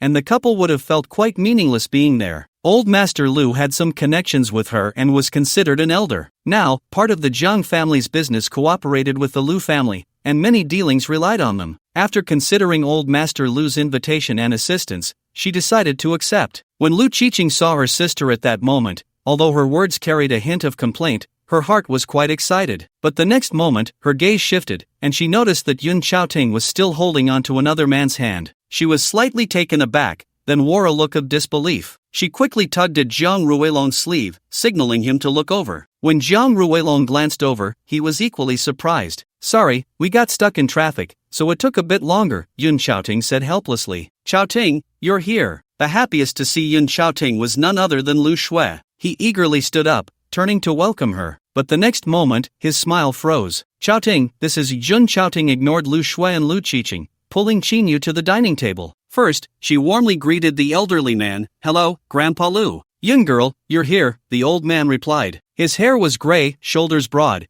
and his face was lined with wrinkles. Although his eyes were somewhat cloudy, they sparkled with spirit. Lu Shan smiled kindly at Yun Xiaoting, his murky gaze shifting to Qinyu. Who is this? Why not introduce him? His name is Qinyu, and he's my boyfriend. Boyfriend? Lu Shan's cloudy gaze deepened a bit. Finally, he nodded and smiled. Not bad. Qinyu, let me introduce you. This is Grandpa Lu, also my elder. Hello, Grandpa Lu. Qinyu politely greeted. Lu Shan nodded kindly. This is my sister, Yun Qiqing, and my brother-in-law, Jiang Ruilong. Yun Xiaoting introduced the other 2. Hello, sister and brother-in-law, Qinyu said with a smile. Hello, Yun Qiqing and Jiang Ruilong's smiles were somewhat stiff. Finally, Yun Xiaoting looked at Lu Shui, who appeared dazed. This is Grandpa Lu's grandson, Lu Shui. Hello, Qinyu nodded. Lu Su finally came to his senses, but there was not a trace of a smile on his face as he coldly stared at Qinyu. Sit down, don't just stand there. Xiaosu, go call the waiter to bring the dishes. I think everyone is hungry, the old man Lu said with a gentle smile. This statement awakened Lu Su. He couldn't care less about the gloom in his heart and walked out. Qinyu and Yun Xiaoting found 2 adjacent seats to sit down. After Lu Su returned, the dishes were quickly served one after another by the waiter. When the wine arrived, everyone raised a glass to the old man Lu. Everyone at this dinner understood that the old man Lu wanted to personally facilitate a match between his grandson Lu Su and Yun Xiaoting. No one expected that halfway through, Qinyu would suddenly appear, which was simply a slap in the face for both the old man Lu and Lu Su. Besides the 2 of them, Yun Qiqing also felt a bit awkward. Her presence was mainly to add some flair, helping Lu Su with a few words. Lu Su and Yun Xiaoting were already of an age to discuss marriage, and while Yun Xiaoting was stunningly beautiful, Lu Su also came from an extraordinary background, and his own strength was not to be underestimated. It could be said that the 2 were quite well matched. Yun Qiqing naturally understood the situation between Yun Xiaoting and Xiao Zhenfeng, but she also knew that Yun Xiaoting's main purpose in coming to Nanjing City was to develop her career. The Lu family, or rather their influence, could not compare to the Qiao family, but their connections were unmatched by the Qiao family. Considering all aspects, Yun Qiqing was very willing to facilitate the 2 before Yun Xiaoting arrived. Who would have thought that Yun Xiaoting would suddenly show up with a boyfriend without a word? Ever since Yun Xiaoting and Qinyu entered, the atmosphere in the private room had been somewhat dull. Among those present, the most relaxed was undoubtedly Qinyu. After taking a sip of wine, he spoke little, and seeing that the dishes on the table suited his taste, he ate heartily and happily. Yun Xiaoting smiled, mostly focusing on the food in her bowl, and spoke little as well. Lu Su was even more silent. Even when he did speak, it was somewhat stiff. Meanwhile, Zhang Ruilong, sitting next to Yun Xiqing, also appeared quite dull as he ate. Therefore, Yun Xiqing felt very tired. She became the lively element among the few present. She chatted and laughed alone, sometimes asking the old man Lu what food he liked, helping to serve him. She also inquired about how things were going at Yun Xiaoting's company recently. The old man Lu maintained a kind expression, chatting with Yun Xiqing about trivial matters. He rarely picked up his chopsticks but drank quite a bit of wine. After taking a sip, he looked at his silent grandson, then at Qinyu, who was enjoying his meal, and his somewhat murky eyes sparkled slightly as he smiled at Yun Xiaoting. "Ting girl, why are you just focused on eating? How did you meet your boyfriend? I never heard you mention having a boyfriend before." Yun Xiaoting paused her chopsticks, forced a somewhat unnatural smile, and lied without her heart racing. "Actually, I've known Qinyu for 2 years, but we only confirmed our relationship not long ago." "I see." I was still puzzled. "The last time I saw you, you said you were single. How did you suddenly have a boyfriend? So it turns out you just confirmed your relationship." At this point, the old man Lu chuckled again and continued, "I originally heard you were still single, and Lu Su was also alone, and I was thinking of helping you two get together, but it seems Lu Su just doesn't have that luck." Grandpa Lu was joking. "It's really Xiaoting who doesn't have that fortune. I believe Lu Su will definitely find someone better than me in the future," Yun Xiaoting said awkwardly with a smile. "Let's hope so." After saying this, the old man Lu turned his gaze to Qinyu. "You are Qinyu, right? Xiaoting has always had high standards, and for you to win her favor, you must have some exceptional qualities. I wonder if you are running your own business or working at a big company." The old man Lu's words clearly indicated that he wanted to inquire about Qinyu's capabilities. Aside from Yun Xiaoting having a bit of understanding about Qinyu's background, the other three were secretly observing him, especially Yun Xiqing, who almost met with Yun Xiaoting every few days. The two were so familiar, yet she had never heard her sister mention Qinyu. When Qinyu first entered the private room, she immediately thought he was someone Yun Xiaoting had found to pretend to be her boyfriend. Now it seemed there was indeed a bit of a story between them, quite different from her initial thoughts. In any case, Qinyu's appearance was very sudden for Yun Xiqing, catching her off guard, and she naturally wanted to learn more about him. Qinyu put down his chopsticks, took a sip of the tea just brewed by the waiter, and looked at old Master Lu, saying, "I have a few companies, but they are all small ones. I usually don't manage them, I leave them to my employees." Old Master Lu nodded. "It seems that young Qin is quite accomplished. You don't look very old, yet you own several companies. In this regard, you are much better than Xiaoxiu, who only has one company." "Oh, really?" Qinyu then turned to Lu Su and said, "No worries, I believe in you. Maybe in the future, your company will surpass mine." As soon as these words were spoken, Yun Xiqing couldn't help but want to laugh. She found Qinyu quite interesting, unsure if he was genuinely naive or just pretending to be clueless. One's strength couldn't be measured by the number of companies owned. Qinyu. Lu Su finally spoke up, and his tone was somewhat confrontational. "No matter how many companies you have, so what? My company is valued at over 10 billion, and I own 70% of the shares. Just that one company alone means my net worth is over 70 billion. I wonder if the total value of all your companies even reaches 70 billion. Upon hearing this, Yun Xiqing and Zhang Ruilong exchanged glances, both shocked. It should be noted that the total valuation of the Zhang family's assets was only a little over 300 billion, and that was just one family's holdings. Lu Su's single company was worth over 70 billion, not including his savings and other income. By this measure, Lu Su was far ahead of his peers. "Oh, so your company is valued at over 100 billion? That's not bad." Qinyu nodded, casting a look of approval at Lu Su. Then, he picked up his chopsticks again and started eating. Lu Su was filled with anger but had nowhere to vent it. He wanted to slap Qinyu hard, thinking, "How can you not understand my meaning?" Especially since he saw the woman he was infatuated with just now helping this kid pick up food. "Since you know I own a company worth over 100 billion, then I wonder if the total value of all your companies reaches 100 billion. These words were almost spoken word by word. He had to make Yun Xiaoting see that the gap between him and Qinyu was an insurmountable chasm. "All my companies?" Qinyu thought for a moment and said, "I own a commercial plaza, Huajiang Plaza, which is valued at around 40 to 50 billion. As soon as he said this, everyone was somewhat moved. "Qinyu, Huajiang Plaza is actually yours. I didn't know you owned it outright, not in partnership with anyone. Zhang Ruilong couldn't help but speak up. Of course, it belongs solely to me. Xinyu glanced at Zhang Ruilong and continued, the Jiangyun Hotel was also acquired by me not long ago for 12 billion. In the midst of everyone's surprise, he added, and I have an investment company. This company is preparing to spend over 100 billion to acquire some assets in Shijiang City. Additionally, I have already signed a contract with a company to invest 100 billion to jointly develop a large gold mine. Hearing this, Lu Su felt as if his face had been slapped hard by the other party. Yun Qiqing asked somewhat dryly, is it true that you just acquired the Jiangyun Hotel? That's right. If you don't believe me, you can check online. Just look up the chairman or legal representative of this hotel. Xinyu replied with a slight smile. Lu Shui sneered, Xinyu, you say you've also opened an investment company. You plan to spend 100 billion to acquire some industries in Shijiang City,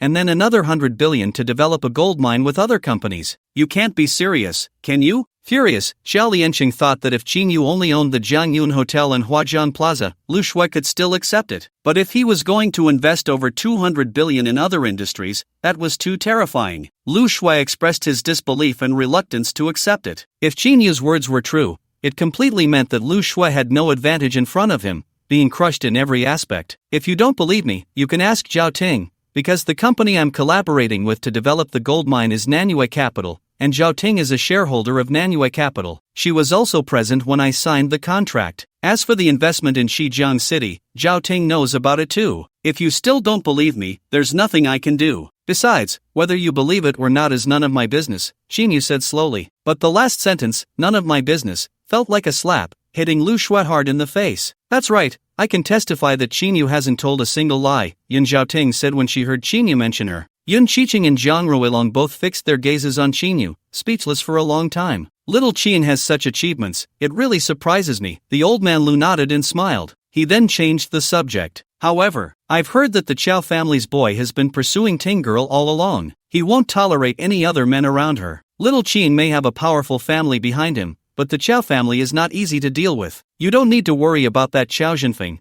because he can no longer pose a threat to me. What do you mean by that? It seems little Qin has met him, the old man Lu said, somewhat surprised. That's right, I had a friendly exchange with him. Xinyu grinned. A friendly exchange? Just a competition to see whose fist is bigger. What was the result? The old man Lu understood and was even more astonished. The result was that he ended up in a terrible state. From a normal person, he became a useless one. As soon as Xinyu finished speaking, the room fell silent. At that moment, Lu Shui and Yun Qiqing looked at Qinyu's seemingly harmless face, feeling a sense of fear in their hearts. Yun Zhaoting also sensed something from Qinyu's words and was equally astonished. Little Qin not only has such a profound background, but his strength is also beyond what his peers can match. He truly deserves to be called a dragon among men. Hearing Xinyu say this, the old man Lu not only showed no displeasure but instead expressed great admiration. Grandpa Lu, please don't flatter me, I can't take such a title. Ha, little Qin is still so humble, that's really rare. Xinyu smiled slightly and turned his attention back to the food. The atmosphere at the dinner table became even more peculiar. The old man Lu received a phone call midway, handed the phone to someone behind him, and looked at Xinyu with a hint of fear in his eyes. Soon after, Yun Zhaoting said she had some matters to attend to and pulled Xinyu away. After leaving the restaurant, Yun Zhaoting spoke a few more words to Xinyu, specifically advising him to be cautious of the Chow family, before they parted ways. On the other side, in the backyard of the Chow residence, old man Xiao Lianqing sat solemnly in the main seat of the first floor hall. 7 people sat below, all members of the Chow family. The scene was somewhat chaotic. These people were whispering and debating about the incident involving the 2 brothers, Xiao Zhenfeng and Xiao Zilan, being beaten. As the first heir of the Chow family, Xiao Zhenfeng was also the greatest pride of this family. And now, not only has his meridians been completely destroyed, but his ability to carry on the family line has also been rendered useless. Similarly, as a direct descendant,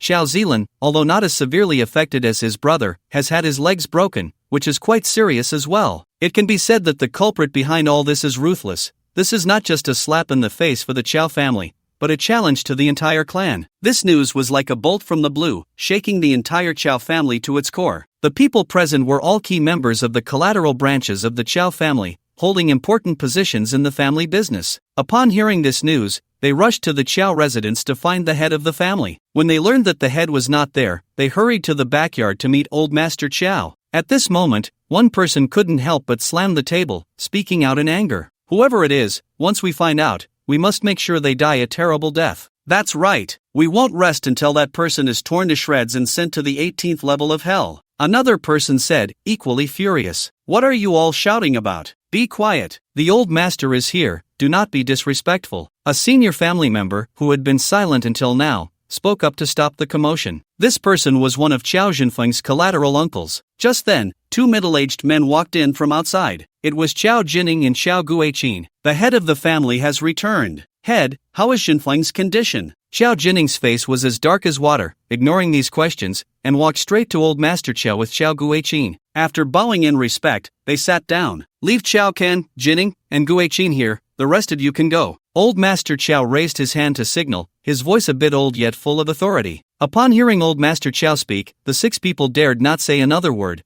hurriedly greeting Old Master Qiao and Qiao Jining before retreating. Soon, only 4 people remained in the hall. Qiao Ken was the collateral uncle of Qiao Jinfeng, managing many of the Qiao family's businesses scattered outside Shijian City. How are the 2 brothers, Jinfeng and Zilin? After the others left, Old Master Qiao asked Qiao Jining, whose face looked somewhat tired but still held a hint of anger in his eyes. Qiao Jining thought for a moment and gritted his teeth, saying, Jinfeng's condition is not good, but Zilin is relatively optimistic. He had contacted the Qiao family's representative in Nanjing City right after finishing a call with Qin Yutong at noon, sending someone to pick them up from Jianyun Hotel and take them to the hospital, and also got in touch with the Zhao family. Upon learning about his 2 sons' conditions, Qiao Jining felt dizzy. After Qiao Jinfeng and his brother received treatment at the hospital, their lives were no longer in danger. The Qiao family directly sent a helicopter to bring the 2 back to Shijiang City, where they are now receiving treatment and care in a hospital invested in by the Qiao family. Qiao Jining also went to visit his 2 sons and had just returned from the hospital. That Qinyu, before he crippled Jinfeng, received your call. What did you say to him at that time? Old Master Qiao's gaze was sharp, fixed on Qiao Jining. Faced with Old Master Qiao's piercing gaze, Qiao Jining felt a bit flustered. Not daring to hide anything, he recounted his conversation with Qinyu at that time. Bastard! Old Master Qiao heavily threw a teacup at Qiao Jining's feet. Your 2 sons are in the hands of the enemy, and not only do you not care about your sons,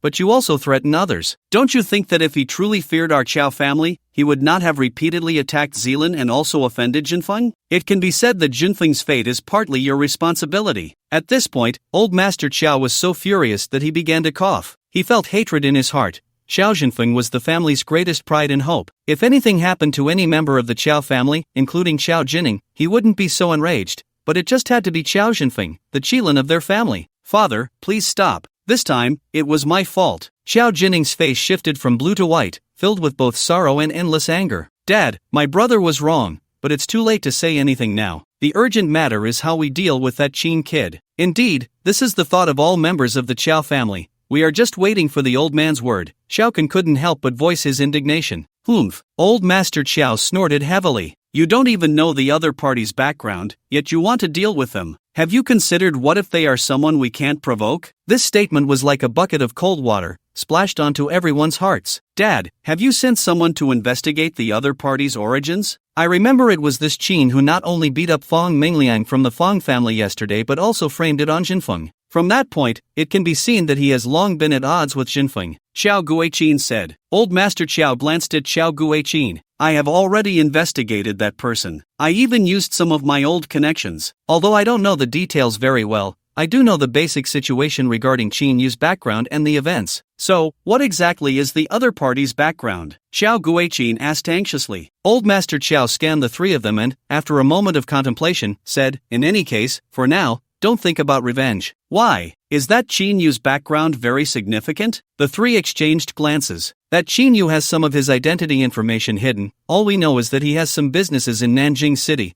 and these businesses are valued at nearly 20 billion. Of course, this is just his surface strength, which seems simple, but precisely because of this, it shows how terrifying this person is, and he truly deserves my fear. What do you mean by that? Xiao Ken asked, confused. The reason Jinfeng ended up in such a situation is naturally that he couldn't defeat the other party. Not only Jinfeng, but even the core member of the martial association, Shu Han, was also defeated by him. What Chu Hong? Are you referring to the Chu Hong from the Chu family in Jiangzhou City who made it onto the dragon list? Xiao Kan exclaimed in shock. That's the one. He was also present at the time and followed Jinfeng over. In the end, even with his help, it was of no use. Chu Hong is a master at the half-step transformation level. Could it be that Qin Yu has also become a half-step transformation master? Xiao Jining asked. This possibility cannot be ruled out, but the chance is very small. After all, that kid is only in his 20s. He has 2 bodyguards by his side. It should be those 2, or at least one of them has reached the half-step transformation level. Half-step transformation bodyguards? The 3 were greatly shaken. Old Master Qiao continued the previous topic. I also used connections to find Chu Hong's contact number and called him personally to clarify the matter. What did he say? Xiao Guiqin asked nervously, staring at Old Master Qiao. Chu Hong only said that he also wanted to help Jinfeng at the time, but even with his efforts, he couldn't withstand the other party. He didn't say much and didn't reveal more information about Qin Yu,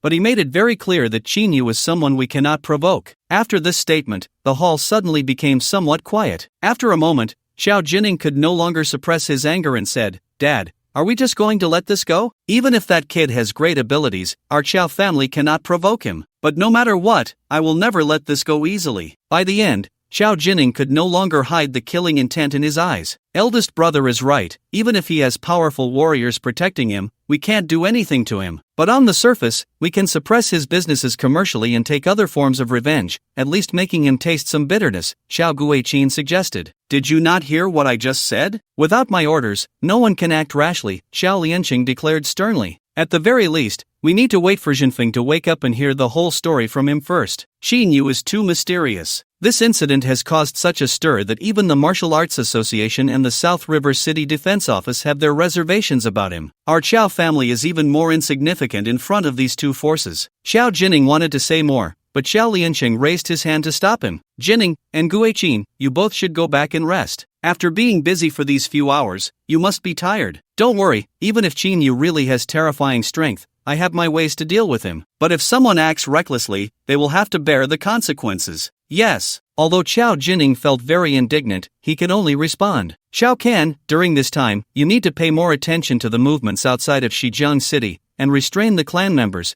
telling them to be more discreet. Old Master Qiao squinted his eyes. I have a feeling that something is off lately, as if many eyes are watching our Qiao family and Jining. As the head of the Qiao family, you need to keep a close watch. The 2 quickly agreed. After returning to the front courtyard of the Qiao residence, Xiao Jining hurried up to the study on the 2nd floor. Not long after sitting down, a man in his 40s rushed in. This man was Xiao Jining's butler, Zheng Rong. He was also the key figure in Xiao Jining's control of the underground forces. The Qiao family had been cultivating an underground organization for many years, which consisted of both extraordinary ordinary people and martial artists. Previously, this organization was quite weak and hardly made a name for itself in Jiang province, considered a very small force. However, since receiving help from the Medicine King Valley, this force had made rapid progress and now had a divine vessel martial artist stationed. This organization had always been under the control of Old Master Qiao, but now it was handed over to Xiao Jining to manage. Every command issued by Xiao Jining to this organization went through Zhang Rong's hands. Zhang Rong, have you found the whereabouts of the Ghost Blade? Master, I've only found out that 2 people went directly to Jiangyun Hotel to carry him away. Have you found out who those 2 are? Xiao Jining's face was extremely grim. No,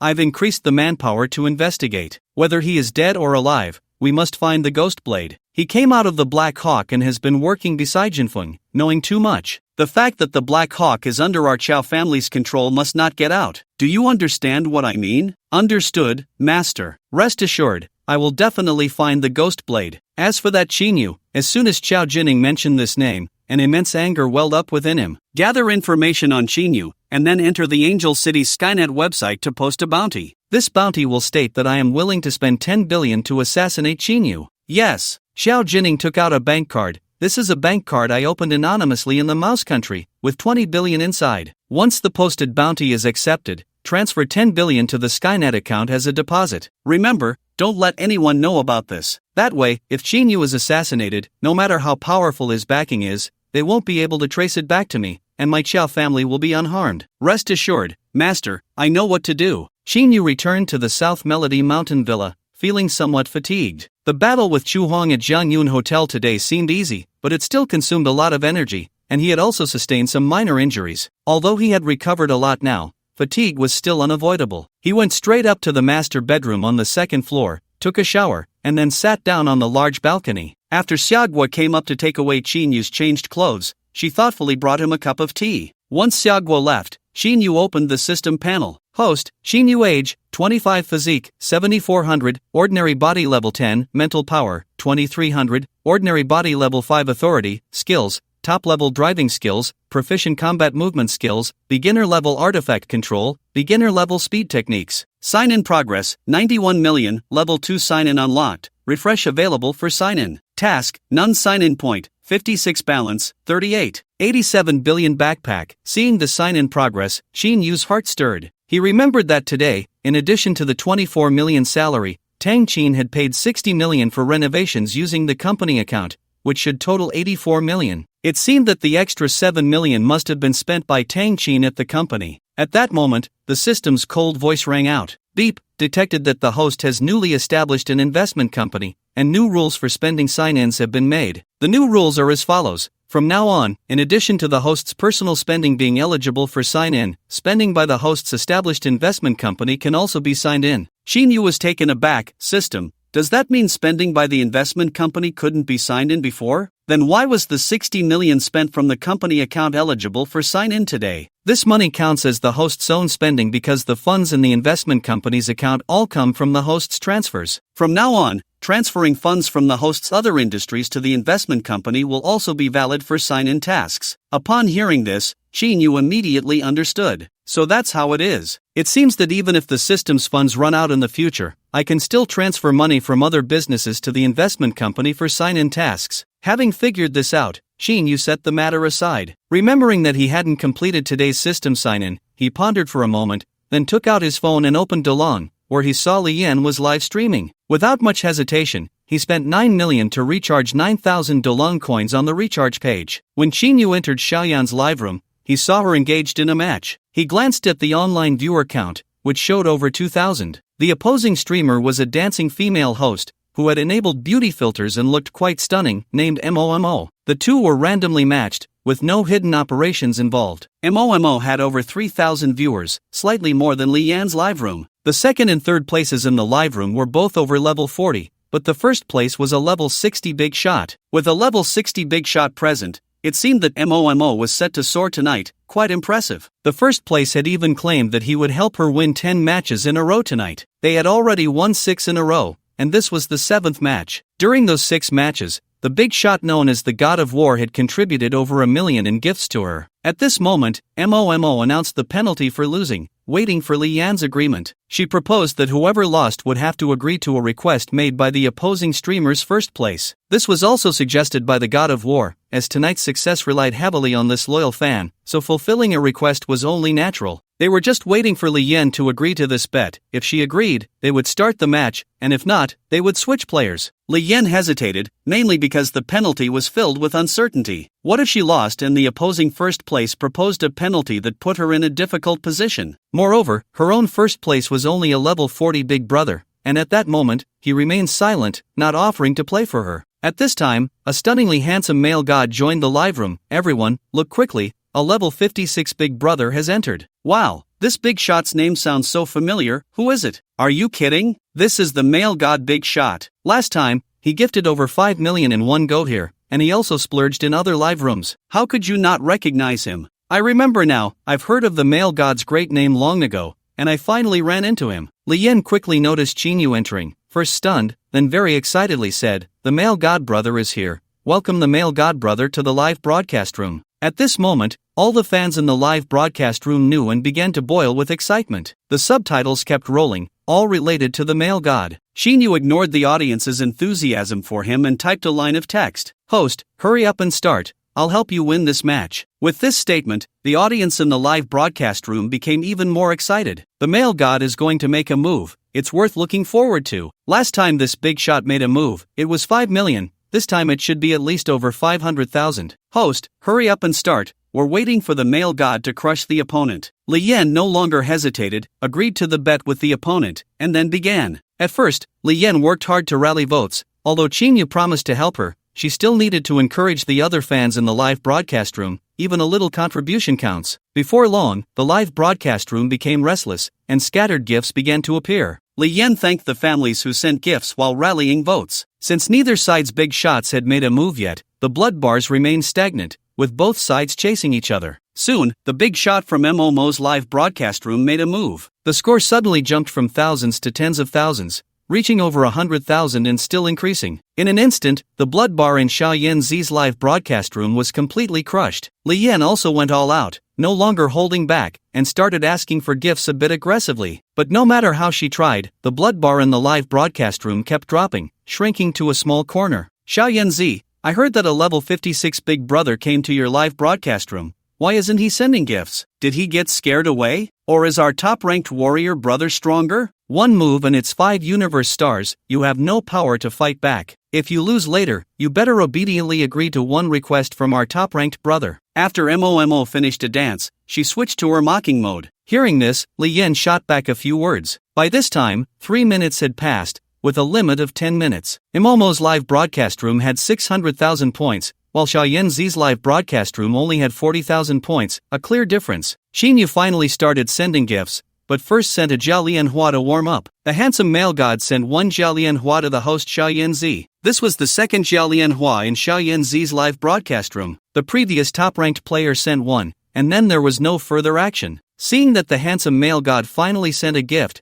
the audience, who had been waiting impatiently, immediately became restless again. After sending one gift, Xinyu finally began to take real action. The handsome male god sent Jiao Lianhua to Xia Yanzi. The live broadcast room was filled with dazzling special effects that lasted a full minute. This scene once again shocked Li Yan. The public screen was filled with 666. In the blink of an eye, thousands of people surged into the live broadcast room, all coming in from the Do Lang public screen after seeing the handsome male god sending gifts and causing an explosion. And the number was still rapidly increasing. On the other side, the host MOMO and countless viewers in the live broadcast room were dumbfounded. What the hell? Just a moment ago, they were far ahead, and victory seemed almost certain, but in the blink of an eye, the blood bar suddenly dropped to the bottom. Did the opponent's big brother make a move? Right from the start, they spent over 600,000, jumping from 40,000 points to nearly 7 million points. In contrast, they had 10 times more points than their side. MOMO also began to panic, constantly rallying votes, asking Big Brother, Big Shot, and Sister Family for help. However, while her face showed anxiety, her heart secretly rejoiced. Finally finding a more challenging opponent, this was exactly what she needed. The more money the top player spent on her, the better. Unlike the previous 6 matches, which were lackluster and barely profitable, she had only earned a little over 300,000 after deductions. She thought to herself, top player, you need to step it up. As for losing, MOMO had never considered the possibility of being defeated by the other side. However, the top player, the war god, felt a bit dissatisfied. He had always been there to guard the field. He had thought this match would be an easy win, but unexpectedly, the opposing side also had a big shot, and the situation was suddenly reversed. He had promised to protect the streamer and help her win 10 matches in a row tonight, and this was the 7th. He couldn't let it all fall apart here. If he won this match and the last 3, he could finally ask the streamer out and enjoy her company as he wished. Thinking of the streamer's fiery figure, he gritted his teeth and, just in case, topped up his account with over 2 million. Then, he began his performance once more. The gifts he sent weren't the usual ones but the most expensive universe star, which cost 20,000, worth 200,000 points. The war god sent streamer MOMO 1 universe star. The war god sent streamer MOMO a universe star. MOMO saw the top player making a move and breathed a sigh of relief, feeling as if she had drunk honey, continuously thanking the top player for the gifts. Amidst her expressions of gratitude, MOMO's livestream health bar quickly rebounded. Then it surpassed, while the top player continued to send gifts. The war god sent the streamer a universe star. In Little Swallow's livestream, it suddenly became a bit quiet. Li Yan saw the other side surpassing again. The handsome top player, who had already secured the top position, stopped sending gifts, and she didn't dare to solicit votes anymore. Because the gifts had indeed been too many, even if she lost this match, she would accept it. Li Yan understood very well that many top players sending gifts to streamers had their own motives. Either they wanted to promote products for the top player after the match or increase their fan base, or the top player was someone from the Streamers Guild, or perhaps there were other private deals. And this handsome top player was a genuine wildcard. Every gift he sent brought real profits into her pocket. Just as Li Yan was about to concede in her heart, Xinyu set down his teacup and picked up his phone. He glanced at both sides' health bars, smiled, and typed a line on the public screen.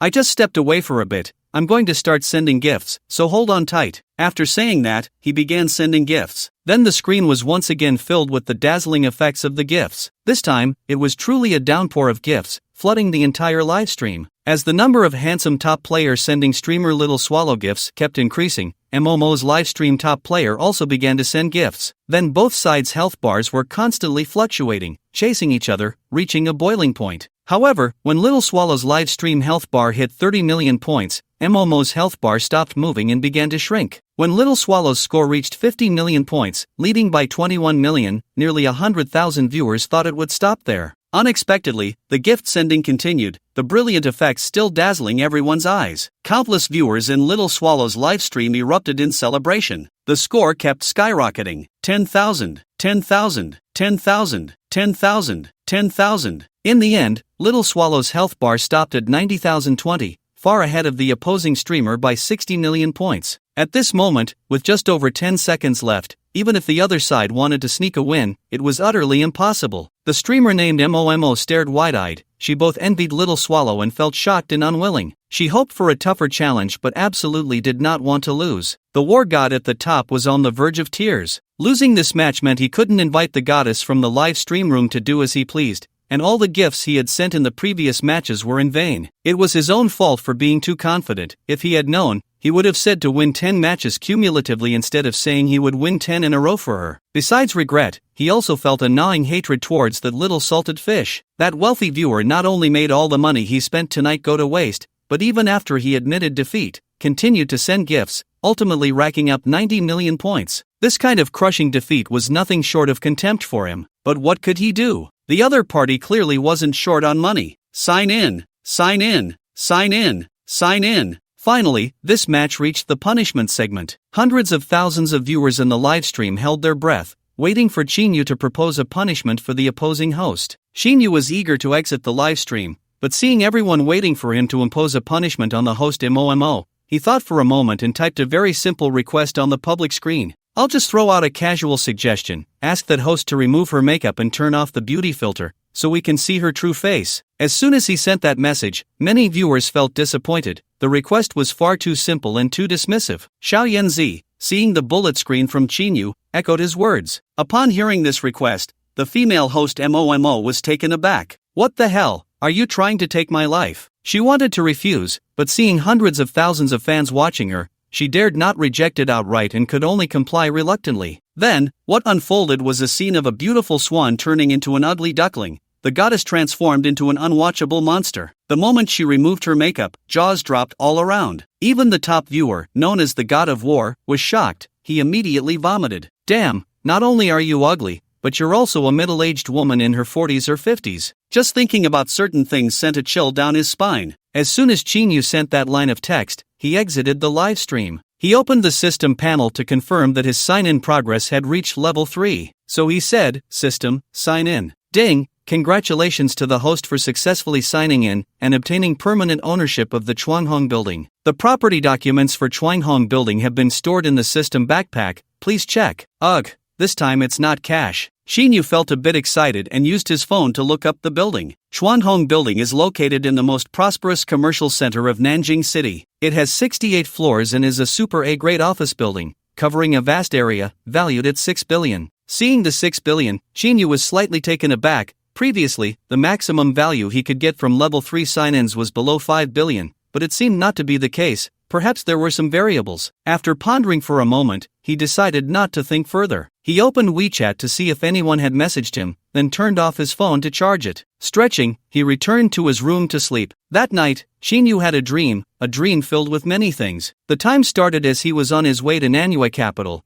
when suddenly a colossal object appeared in the sky, followed by an overwhelming pressure. Under this pressure, everyone in Nanjing City turned to ashes, and even his city was instantly destroyed. Only Chinyu, with the help of the system, managed to escape. After that, many terrifying figures appeared, bloodthirsty armored beasts, and horrifying firearms. Not just Nanjing City, but the entire Longxia, the whole world, the entire universe was in ruins. Xia Gua. Chinyu suddenly woke up, looking around at the quiet surroundings. Damn, it was just a dream, scared the hell out of me. Xinyu buried his head back into his pillow to sleep. Was it really just a dream? Xinyu had a faint suspicion in his heart. Perhaps once he added enough mental strength, everything would naturally be revealed. The next day, Xinyu first received a call from the property manager of Chuanhong Building, who respectfully asked if he had time to come over. Xinyu said a few words before hanging up the phone. At 10 in the morning, Tang Qin called to say that 10 billion had already been transferred to the company account of Manhwa Capital. After the call,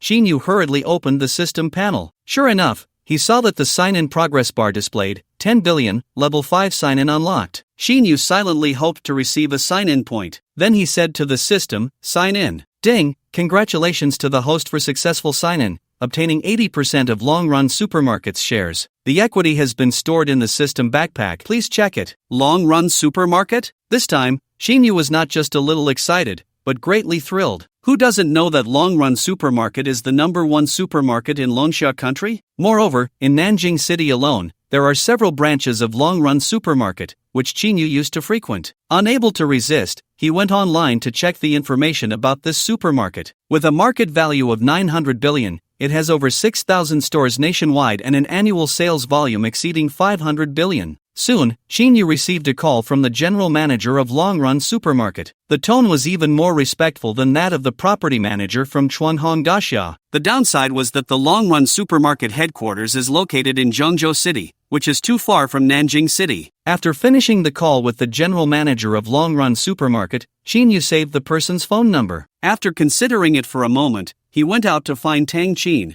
This time, he took the angel Chiaying out, with Tong Jun acting as the driver. When he met Tang Qin, Xinyu noticed that the number of staff in the office area had more than doubled compared to last time, and he nodded in satisfaction. Boss, Lin Yingzhu went to Shijiang City yesterday, and I believe news will come soon, Tang Qin said with a smile. I hope so, Xinyu replied, handing the document bag in his hand to Tang Qin. What is this? Tang Qin asked as she took the document bag. This is the ownership document for Huajian Plaza and Chuanhong Building, and also 80% of a supermarket's shares. Xinyu was sitting in Tang Qin's office chair, talking while sipping coffee. Chuanhong Building? 80% of a supermarket's shares. Tang Qin already knew that Huajian Plaza was an asset under Qinyu's name, but Chuanhong Building was also Qinyu's? And a supermarket? Tang Qin, looking like a curious child, opened the document and read it carefully for a moment, finally exclaiming in shock. Long Run Supermarket? Boss, 80% of Long Run Supermarket's shares. This can't be fake, right? Tang Qin said, her mouth dry. Fake your head.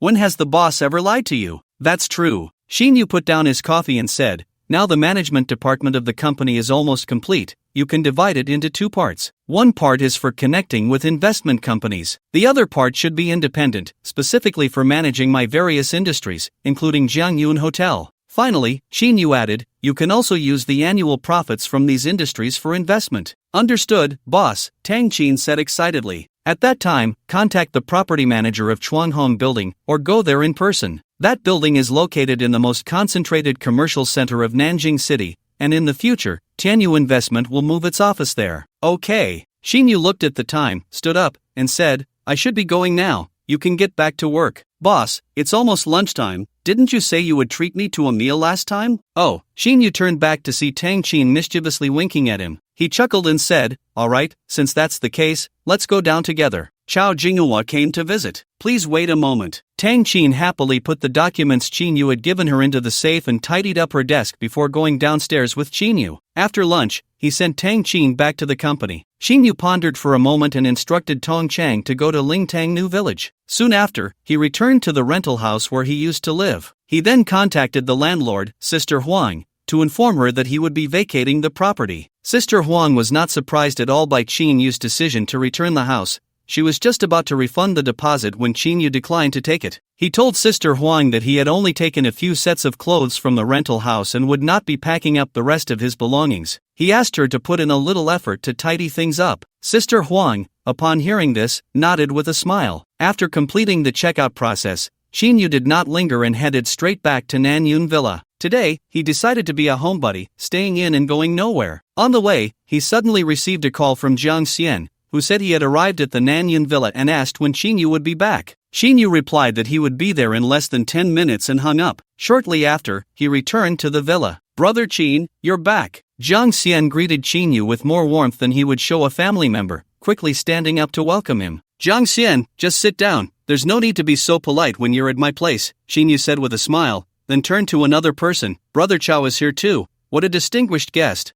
Today it was this kid Jiang Xian who specially invited me to come along, Chao Jinghua continued. I thought since Brother Qin has been in Nanjiang City for a while, he should come visit, so I came with him. I hope you don't mind my uninvited presence, Brother Qin. Why would I mind? I was actually hoping you would come over, Brother Chao. Feel free to visit whenever you like in the future, Xinyu said with a smile, shaking hands with both Jiang Xian and Chao Jinghua. The three then sat down together in the main hall on the first floor. When Xiaogua saw that Xinyu had returned, she diligently ran to the tea room to brew a cup of tea and brought it over. Brother Qin, there's something I want to ask. That kid Zhao Song was beaten up at Jianyun Hotel and is still lying in the hospital. This matter, it wouldn't have anything to do with you, would it? After some casual conversation, Chao Jinghua asked this question with a smile. That's right, it was me, Xinyu replied. I'm stunned, it really was Brother Qin who did it. Jiang Xian looked at Xinyu with admiration. He then added, Brother Qin, why do you always get into fights? If you plan to beat someone up next time, can you take me along to observe your might? I was really impressed when I heard you beat up Fong Mingliang, and now hearing that you beat up that kid Zhao Song, I regret not being there. Jiang Xian, you need to think carefully. If Xinyu goes to beat up someone like Fong Mingliang again, would you dare to watch? Others might not dare to touch Xinyu, but you, as his sidekick, would just become someone else's punching bag, Chao Jinghua said seriously. That's true, I take back what I just said.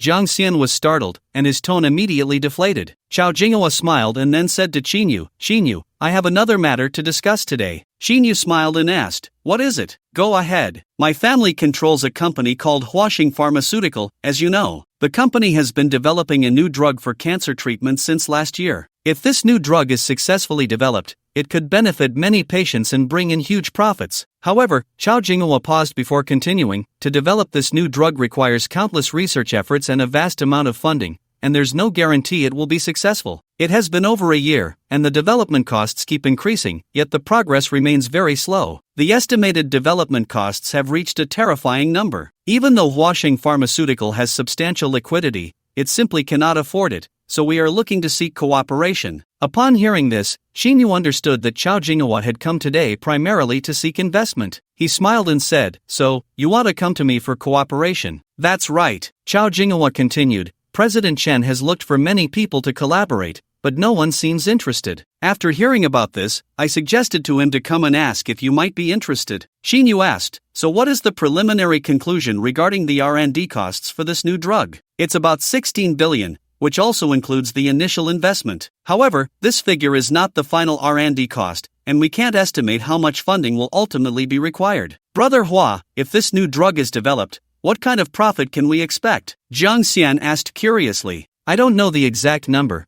but it won't be less than 300 billion. So much. Jiang Xian was taken aback by this figure. How about this? Xinyu said, looking at Chao Jinghua. I'm quite interested in this investment. For the specifics of the investment and negotiations, please contact my assistant. I've started an investment company, and she handles all investment matters. Alright, just give me her contact number, and I'll have President Chen reach out to her directly. Sure. Xinyu then gave Chao Jinghua Tang Qin's phone number. The three chatted for another 10 minutes before Chao Jinghua stood up to take his leave. After they left, Xinyu didn't go out again. By evening, after finishing work, Tang Qin came directly to Nanyun Villa. She drove a white Maserati and brought many pieces of clothing with her. It seemed she planned to stay overnight. Behind her was a Maybach, with Huang Long and Huang Sheng inside. Upon entering the villa, she immediately pulled Xiaogui to the kitchen to get busy. It appeared Xiaogui had known Tang Qin would come and had prepared a lot of ingredients. Half an hour later, steaming plates of food were served. Xinyu tasted each dish and found them all quite good. Upon inquiry, he learned that most of the dishes were made by Xiaogui,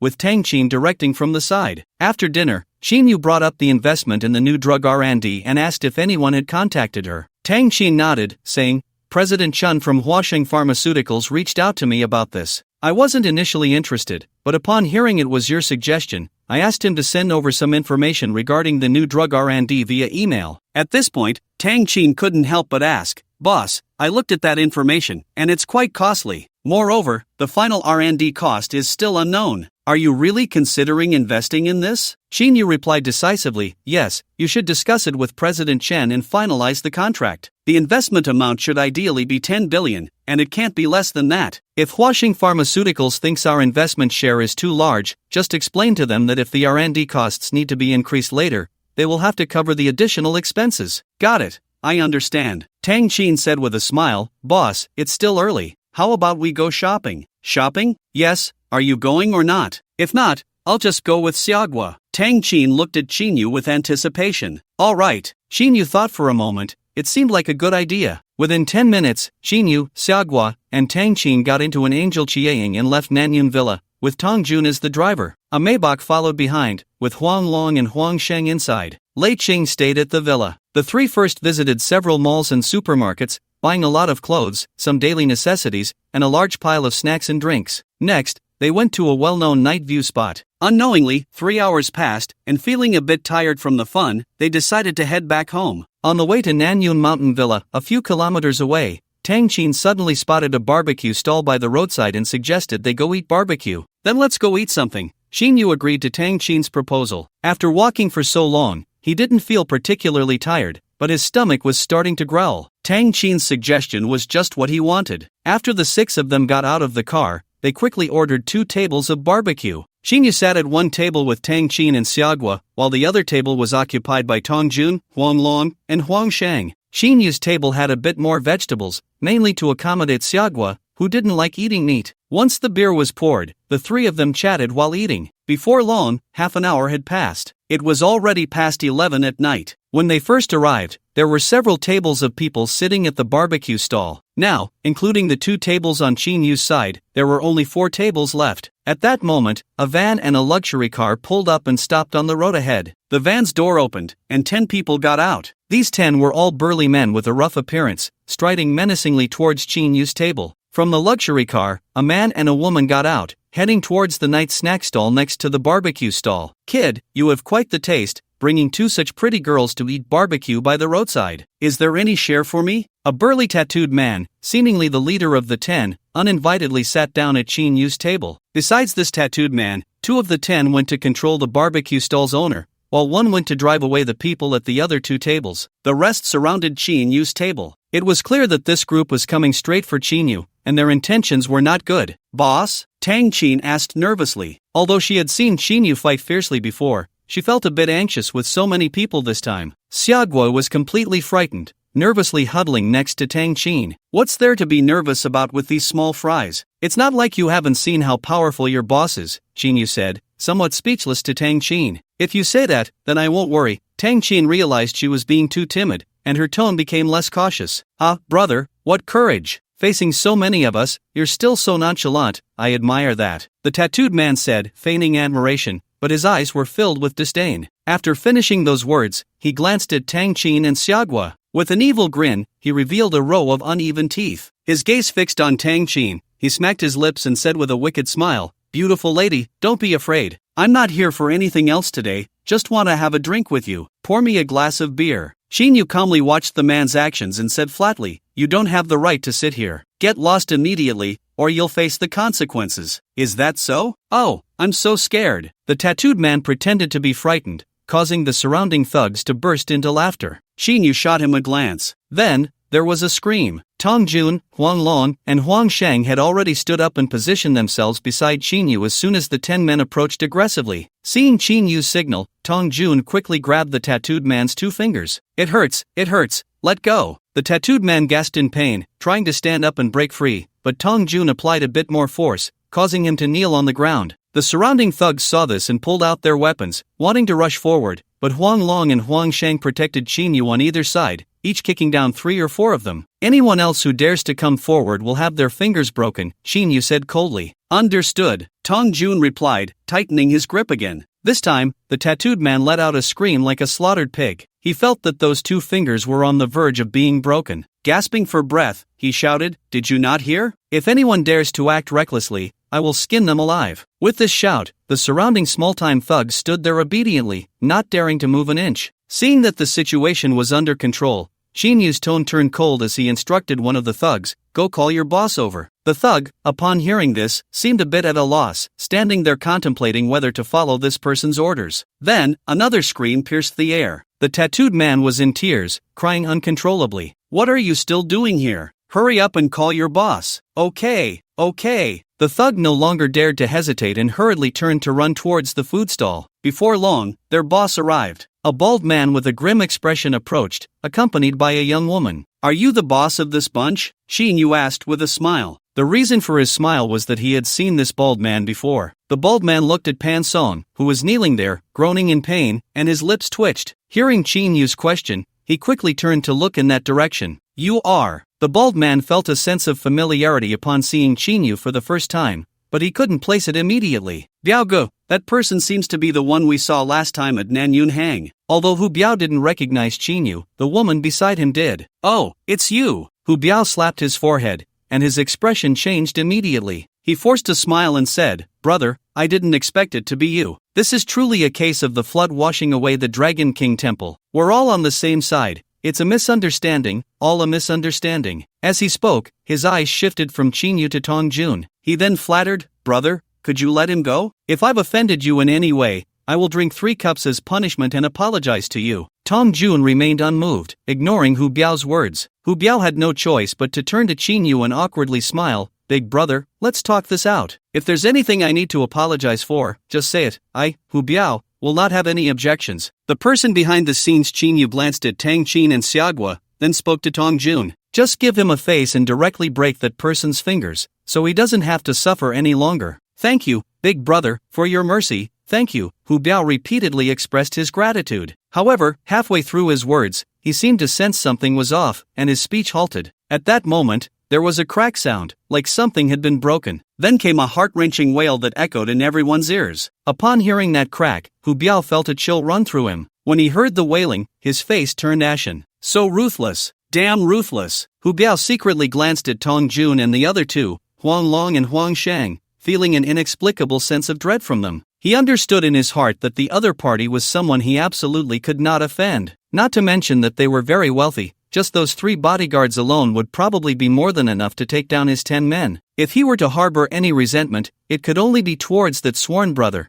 Today he had really gotten himself into trouble, kicking a hard iron plate. The woman beside Hu Biao was stunned, her body trembling slightly. Besides her, Tang Qin was also frightened. Qin Yu held Tang Qin's somewhat cold hand, giving her a comforting look. At this moment, the atmosphere suddenly became tense. Hu Biao, who had been speaking, fell silent halfway through, standing there with an uncertain expression. Only the tattooed man's wails curled up on the ground could be heard, and nothing else. Qin Yu frowned slightly and instructed Tong Jun, "Knock him out, it's too noisy." Tong Jun stepped forward, and with one kick, the tattooed man fell completely still. Seeing that it had quieted down, Qin Yu turned to Hu Biao and said, "Who is that person? Bring him out, he still wants to hide in front of me." In the end, he snorted. You knew all along?" Hu Biao showed a look of surprise. "Is there any need to think about this?" "A discerning person can tell at a glance," Qin Yu said expressionlessly. "You too, hurry up and drag Su Shaowen out." Hu Biao didn't dare to delay, commanding the 2 little thugs in a stern voice. His anger towards Su Shaowen was so intense that he didn't use polite language, instead opting for the word drag. "Su Shaowen." Qin Yu's lips curled slightly, letting out a cold laugh. "Yes, boss." The 2 little thugs replied and hurried off to that big roadside eatery. When they returned,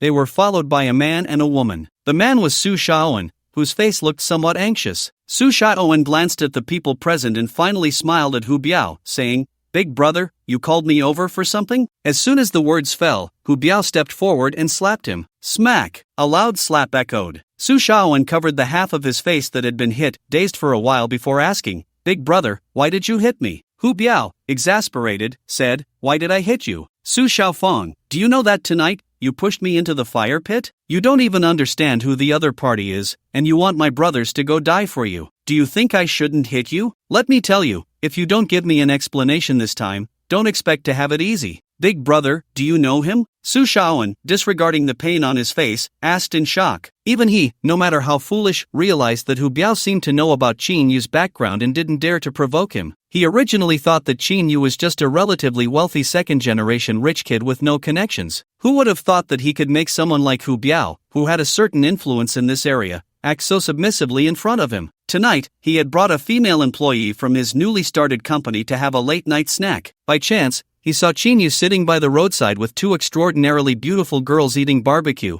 and he recalled that Gui Yafeng had broken up with him because of this guy. Fueled by malice, he contacted Hu Biao, asking him to bring some people to deal with Chinyu, promising a reward of 300,000 yuan after the matter was settled. After Hu Biao confirmed that the other party was just from a wealthy family but had no deep background, he readily agreed. What followed was the scene before them. Do you know him? Hu Biao couldn't help but want to step forward and slap Su Shaoan again. He said fiercely, "Do you still dare to ask if I know this big shot? Let me tell you, even though I don't know his name, he drives a car worth nearly 200 million. Just one of his cars is worth 200 million. Do you know what that means? As long as he moves a finger, he can crush me, understand?" As soon as these words were spoken, all the little thugs who heard them gasped in shock. They looked at Chinyu with eyes full of fear and envy. What? 200 million? Su Shaoan was also stunned by this figure. His newly dating girlfriend looked at Chinyu in shock and then subtly distanced herself from Su Shaoan. Although Su Shaoan was surprised, he quickly turned to disbelief. "Chinyu, impossible, you can't own such an expensive car. Even if you do, I bet it's borrowed from someone else, right? You still dare to doubt young Master Qin?" This was told to me by an employee from the car dealership.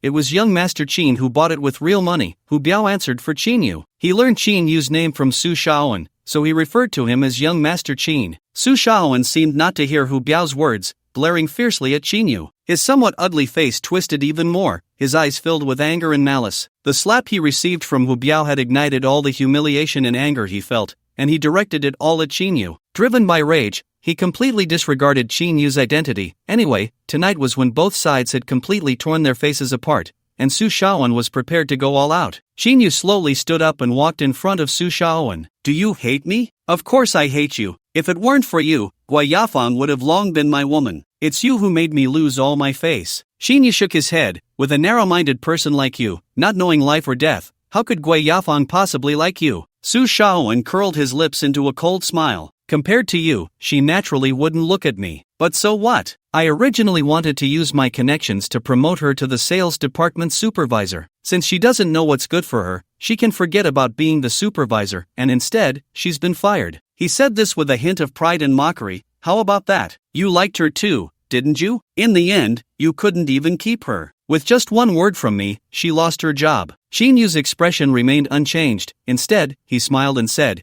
"You think it's impressive that you can make an employee lose their job with just one word? Do you believe that with just one word from me, I could make you lose your job?" Ha ha! Su Shaoan couldn't help but burst into laughter. "Chinyu, I admit, I can't compete with you. But if you think you can interfere with my company and get me fired, you really overestimate yourself." A hint of doubt crossed his mind. "To tell you the truth, at Tianhu Real Estate, my uncle Li Degan is a cousin of the chairman. No one in the company can touch me." "You're very confident? Chinyu, stop bragging. You're an outsider. What do you know about Tianhu Real Estate? Don't think that just because you have a little money, everyone will give you face," Su Shaoan said coldly. Chinyu stopped talking, calmly took out his phone, and directly called Li Dezhou. The phone rang 3 times before the other party picked up. "Boss Li, I hope I'm not disturbing you." "Oh, it's young Master Qin." No, you're not disturbing me. What can I do for you?" Chinyu got straight to the point. "I really don't like your company's marketing director, Su Shaoan." "Oh, did he offend you?" "That's right. What does young Master Qin mean? You handle it as you see fit. How about this? No matter who he is, offending young Master Qin is equivalent to offending me. Since he is part of my company, I will call and have him fired immediately, and then I can slowly settle the score with him later." "Alright, I'll hang up now." After saying that, Chinyu put away his phone. This call had few words, only mentioning Su Shaoan's name, but he never said anything about firing him. Su Shaoan laughed loudly. "Chinyu, is that all the power you have? Please, even if you want to scare me, can you at least not act so fake?" Chinyu remained silent, quietly waiting. He didn't speak, and apart from Su Shaoan, no one else did either. Seeing Chinyu silent, Su Shaoan taunted, "Chinyu, what's wrong? Did I make you speechless?" When Chinyu still didn't respond, Su Shaoan smugly said a couple more things, feeling that he had truly rendered Chinyu speechless, and his mood brightened. Just then, a ringtone sounded from a phone. Su Shaoan was taken aback and took out the phone that was still ringing. He glanced at the calm-faced Chinyu, a sense of foreboding flashing through his mind. Looking at the caller ID, he answered, "Uncle, why are you looking for me so late?" "Su Shaoan, tell me, did you offend Mr. Sheen, if you want to die, don't drag me down with you. Mr. Sheen, you. That's right. Is he still next to you? Why yes. If so, immediately bow your head and apologize to him, or your life is over. What? You want me to bow my head and apologize to him? Can't you see the situation? In short, you have been fired from the company and are no longer the marketing director of Tianhu Real Estate. Uncle, why? Why are you afraid of him? With just one word, he can have me fired. I'm your nephew, yet you listen to an outsider. I tell you, I don't have a nephew like you. Just now, Director Lee called and scolded me. Su Shaowen, let me tell you, if you offend Mr. Sheen, don't think it's as simple as just being fired. What? Is this the chairman's intention? Are you saying that firing me is the chairman's idea? When Su Shaowen heard it was the chairman's involvement, his heart trembled wildly, and he didn't quite catch what Li Dijing said afterward. If it's not the chairman's intention, who do you think it is? Of course, I mean the same. Finally, the voice on the other end added, remember, Mr. Sheen is absolutely not someone you can offend. If this matter isn't handled well, no one will be able to protect you. You should know this. After saying that, the call was hung up. Su Shaowen put down his phone, his face already ashen. The look he cast at Qin Yu was filled with despair. He had completely lost, losing everything. At this moment, he understood that in front of Qin Yu, he was just an insignificant ant. His lips moved, wanting to plead for mercy from Qin Yu, but he still couldn't make a sound. Inside, there was endless regret, regretting provoking Qin Yu tonight. Qin Yu was not pleased, instead, he felt a bit bored. This outcome was nothing unexpected. He turned to the submissive Hu Biao and said, you handle Su Shaowen, but your punishment won't be less either. You should self-punish with 3 bottles of liquor later. Young Master Qin, I will listen to you, Hu Biao hurriedly replied. Hearing Qin Yu's words, Su Shaowen's face turned even uglier, filled with fear. Not long after, Qin Yu and the others got into the car, heading back to Nanyun Villa. Qin Yu received a call from Li Junxiao. After a few exchanges, he inquired about the events of the night. The two didn't say much, but in the end, Qin Yu mentioned Gui Yafeng, and Li Junxiao indicated he understood. After hanging up, Qin Yu noticed Tang Qin looking at him with a strange expression. Tang Qin, why are you staring at me like that? Are you curious about what happened at the barbecue stall? Tang Qin shook her head and said, no, I want to know who that Gui Yafeng is. Gui Yafeng? Qin Yu replied calmly, why do you want to ask her? She's just an ordinary friend of mine. What's there to ask? Is it that simple? Yes, it's that simple. I thought she was your ex-girlfriend. Tang Qin laughed. Ex-girlfriend? Where did you get that idea? Even if she were my ex-girlfriend, so what? What's there to talk about? Qin Yu shot a glance at Tang Qin. Tang Qin could only awkwardly make a face and stopped asking. Xiagua, are you okay? Are you tired? Qin Yu looked at Xiagua and asked. Oh, sir, I'm fine, Xiagua quickly replied. Qin Yu nodded and didn't ask further, but he felt a hint of doubt. Why was Xiagua a bit nervous as soon as she got in the car, while she didn't seem so tense when encountering those matters at the barbecue stall? After returning to the villa, Tang Qin went to Xiagua's room. Qin Yu went up to the master bedroom on the second floor,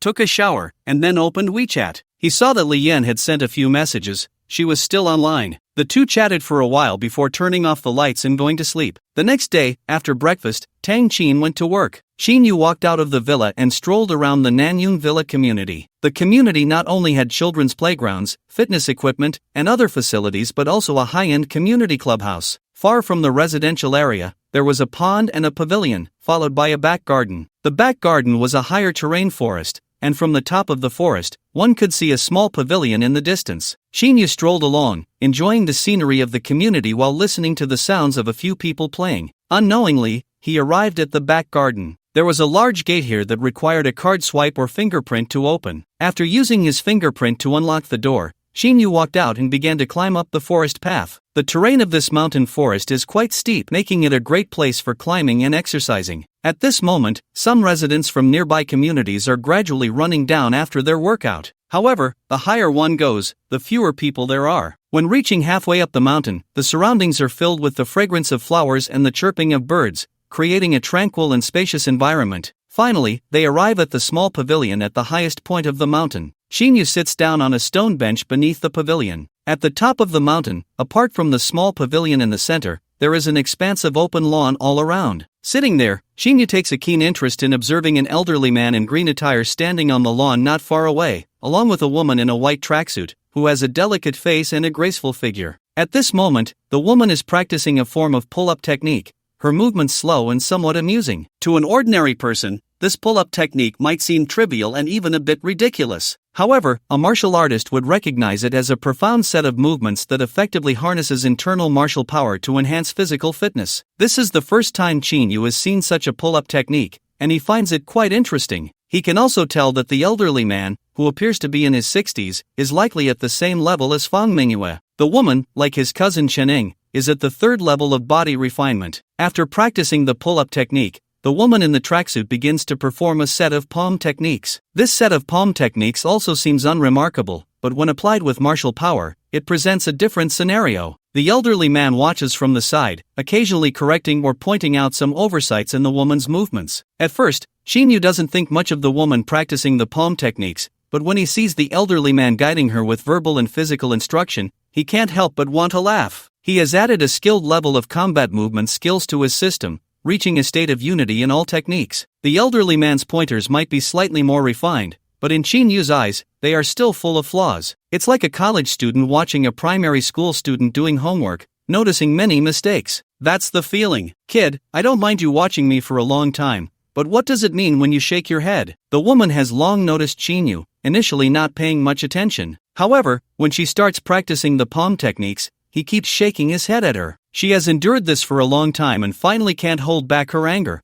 marching over to question him with a puffed-up expression. Hearing the accusation, Chin-yu gives an awkward smile. Sorry, I was a bit too absorbed in watching. I apologize if I offended you. He was indeed a bit absorbed, and of course, besides watching the girl practice martial arts, there was also her curvaceous figure, especially her prominent front, which almost made Chin-yu drool. This was the most spectacular sight he had ever seen. Absorbed in watching? Then what does your head shaking mean? Do you think I was funny just now, or that I didn't perform well enough? The woman furrows her brows tightly, looking relentless. How could it not look good? You performed beautifully. Chin-yu doesn't know what's wrong. His eyes keep sneakily glancing at the woman's impressive curves in front of her. He has to admit that this thin tracksuit on her is even more suggestive than her underwear. Beautifully performed? The woman is somewhat puzzled, and upon suddenly noticing the lewd gaze from the person in front of her, her already unpleasant expression turns into one of deep resentment. Pervert, if you keep looking, I'll gouge your eyes out. Hearing her call him a pervert, Chin-yu gets angry too. Hey, girl,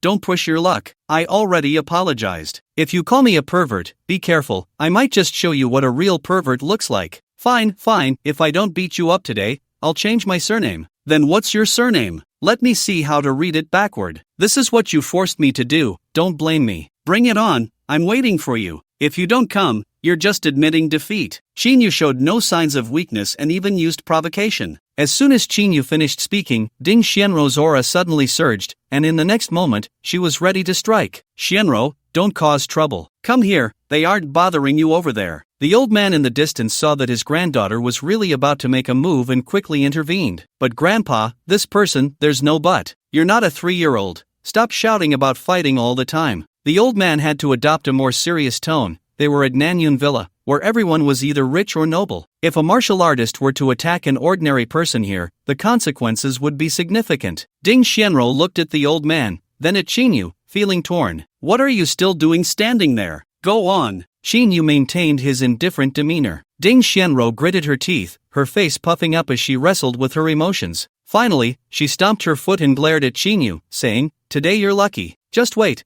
next time when my grandpa isn't around, if I see you again, I'll definitely make you regret it. With that, she stormed off in a huff. Watching her graceful figure disappear, Chin-yu couldn't help but chuckle. Seeing the girl start practicing her palm techniques again, he decided not to linger and left the place. Back at the villa, feeling a bit bored, he remembered a survival mobile game he used to enjoy called Watch Base. He had played an account for over a year but sold it because he couldn't compete with the pay-to-win players. He downloaded the game on his phone, registered a new account, and started playing in a new battle zone. He recharged and bought a lot of diamonds, upgraded his base, and filled several technologies with diamonds. Before he knew it, an hour had passed, and Chin-yu logged out of the game. He contemplated whether to call Tang Qin to ask if the acquisition of the Zhang family's assets in Shijian City was successful. He needed to speed things up. He was still waiting to complete his sign-in task. It struck him as odd that he had already reached out to both parties, and he could just go over to sign the acquisition contract, yet nothing had been settled yesterday. After thinking it over, he ultimately decided against making the call. Sir, are you tired of sitting? Let me help you with a back rub, Xiaogua said cheerfully as she finished her work and noticed Chin-yu still sitting there. Oh,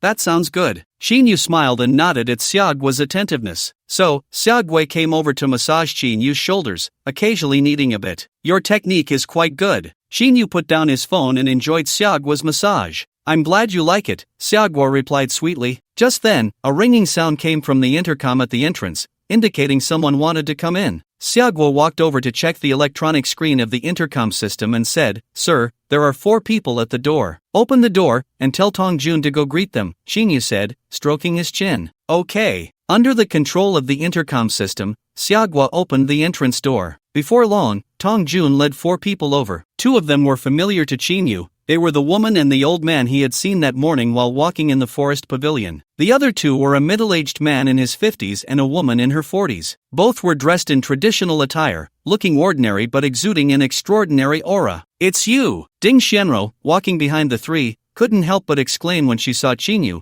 her face filled with shock and disbelief. Could this rogue be the one who defeated Chu Hong? Xianro, do you know him? The speaker was a woman in her 40s. I just saw you this morning, Ding Xianro explained. But her eyes were still fixed on Shinyu. She kept praying in her heart, hoping that the young half-step martial artist who defeated Chu Hong was not this person. Oh, it's not surprising. You live so close to him. It's normal to run into each other, Xu Qinglan said somewhat absent-mindedly. You look surprised to see me. Shinyu smiled and asked Ding Xianro. You can't be that Shinyu, Ding Xianro asked nervously without answering his question. Yes, I am Shinyu, he replied, then added with a smile, you said that the next time we meet, you would beat me until I couldn't find my teeth. How about I give you a chance now? Let's have a fight, and I hope it goes as you wish. Humph. Ding Xianro turned her head, not responding to Shinyu. She knew she was in the wrong because she had indeed said that. Deep down, she understood that Shinyu had defeated the half-step martial artist Chu Hong. As a mid-stage body tempering practitioner, she wouldn't be able to make him lose his teeth, and a single finger from him could easily knock her down. Xianro, stop being childish and apologize to Mr. Qin, Ding Jianjun hurriedly scolded his granddaughter. Why should I apologize?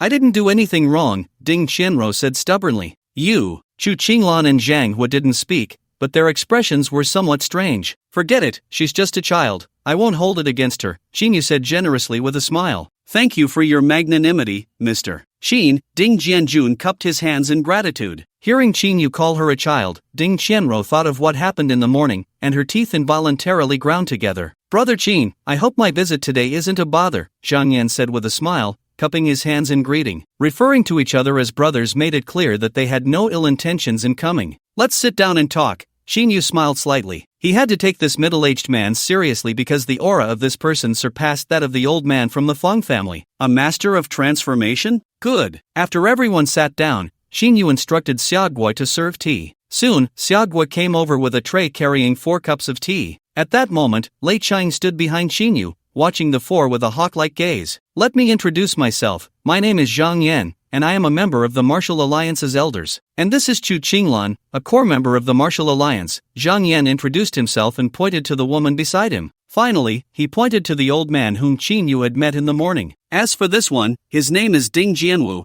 and he lives here at Nanyun Villa. He is also a core member of the Martial Alliance and currently serves as a worshipper in the Martial Alliance of Nanjing City. Xinyu was slightly surprised. So you are all from the Martial Alliance. Who is this one? Why not introduce her? The last sentence was directed at the still unhappy Ding Xianro. Mr. Qin, this is my granddaughter Ding Xianro, Ding Jianwu introduced somewhat awkwardly. Ding Xianro is a nice name, but why do you seem to lack any gentleness? Xinyu asked in confusion. Mr. Qin, you just said you wouldn't hold it against me, so why are you bringing up my flaws now? Are you still angry with me for my attitude this morning? Ding Xianro couldn't help but retort at Xinyu's seemingly malicious comment. Miss Ding, where are you getting that from? I'm not that petty, I was just curious. Is it wrong to ask a question? Xinyu replied. In fact, Ding Xianro was right. Xinyu was indeed annoyed with her and wanted to retaliate. Ever since Ding Xianro walked in, she had a look that made him want to hit her, and the more he looked at her, the more displeased he became.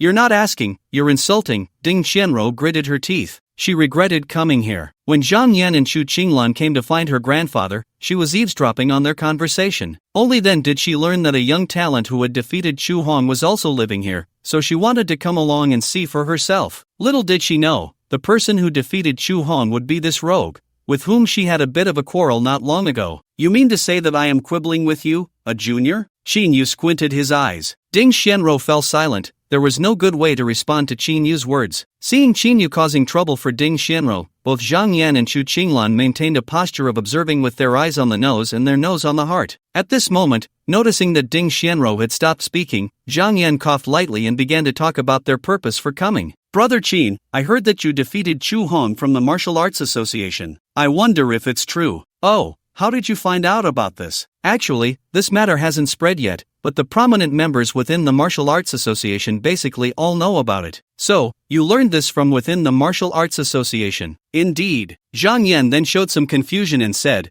but I don't sense the aura of a martial artist from you, rather I can feel the aura of someone at the 5th level of the divine vessel behind you. Moreover, Brother Qin, you are really too young. If it weren't for the fact that you defeated Chu Hong, it would be hard to believe that you are also a martial artist at the half-step transformation level. Do you think the rumors are untrue? Qin Yu asked. Of course not, I'm just a bit confused. Although I don't know why you don't have the aura of a martial artist, I believe that you really did defeat Chu Hong. Qin Yu smiled non-committally. So, tell me, why have you suddenly come here today? Zhang Yan said seriously, Brother Qin, I checked, and you have neither joined the Martial Arts Association nor the Martial Alliance. I wonder if you would be interested in joining our Martial Alliance right now. You came here to recruit me into the Martial Alliance? That's right. Brother Qin, you are only in your 20s and have already reached such a level as a martial artist. This kind of talent can rival the most monstrous figures in Longxia country.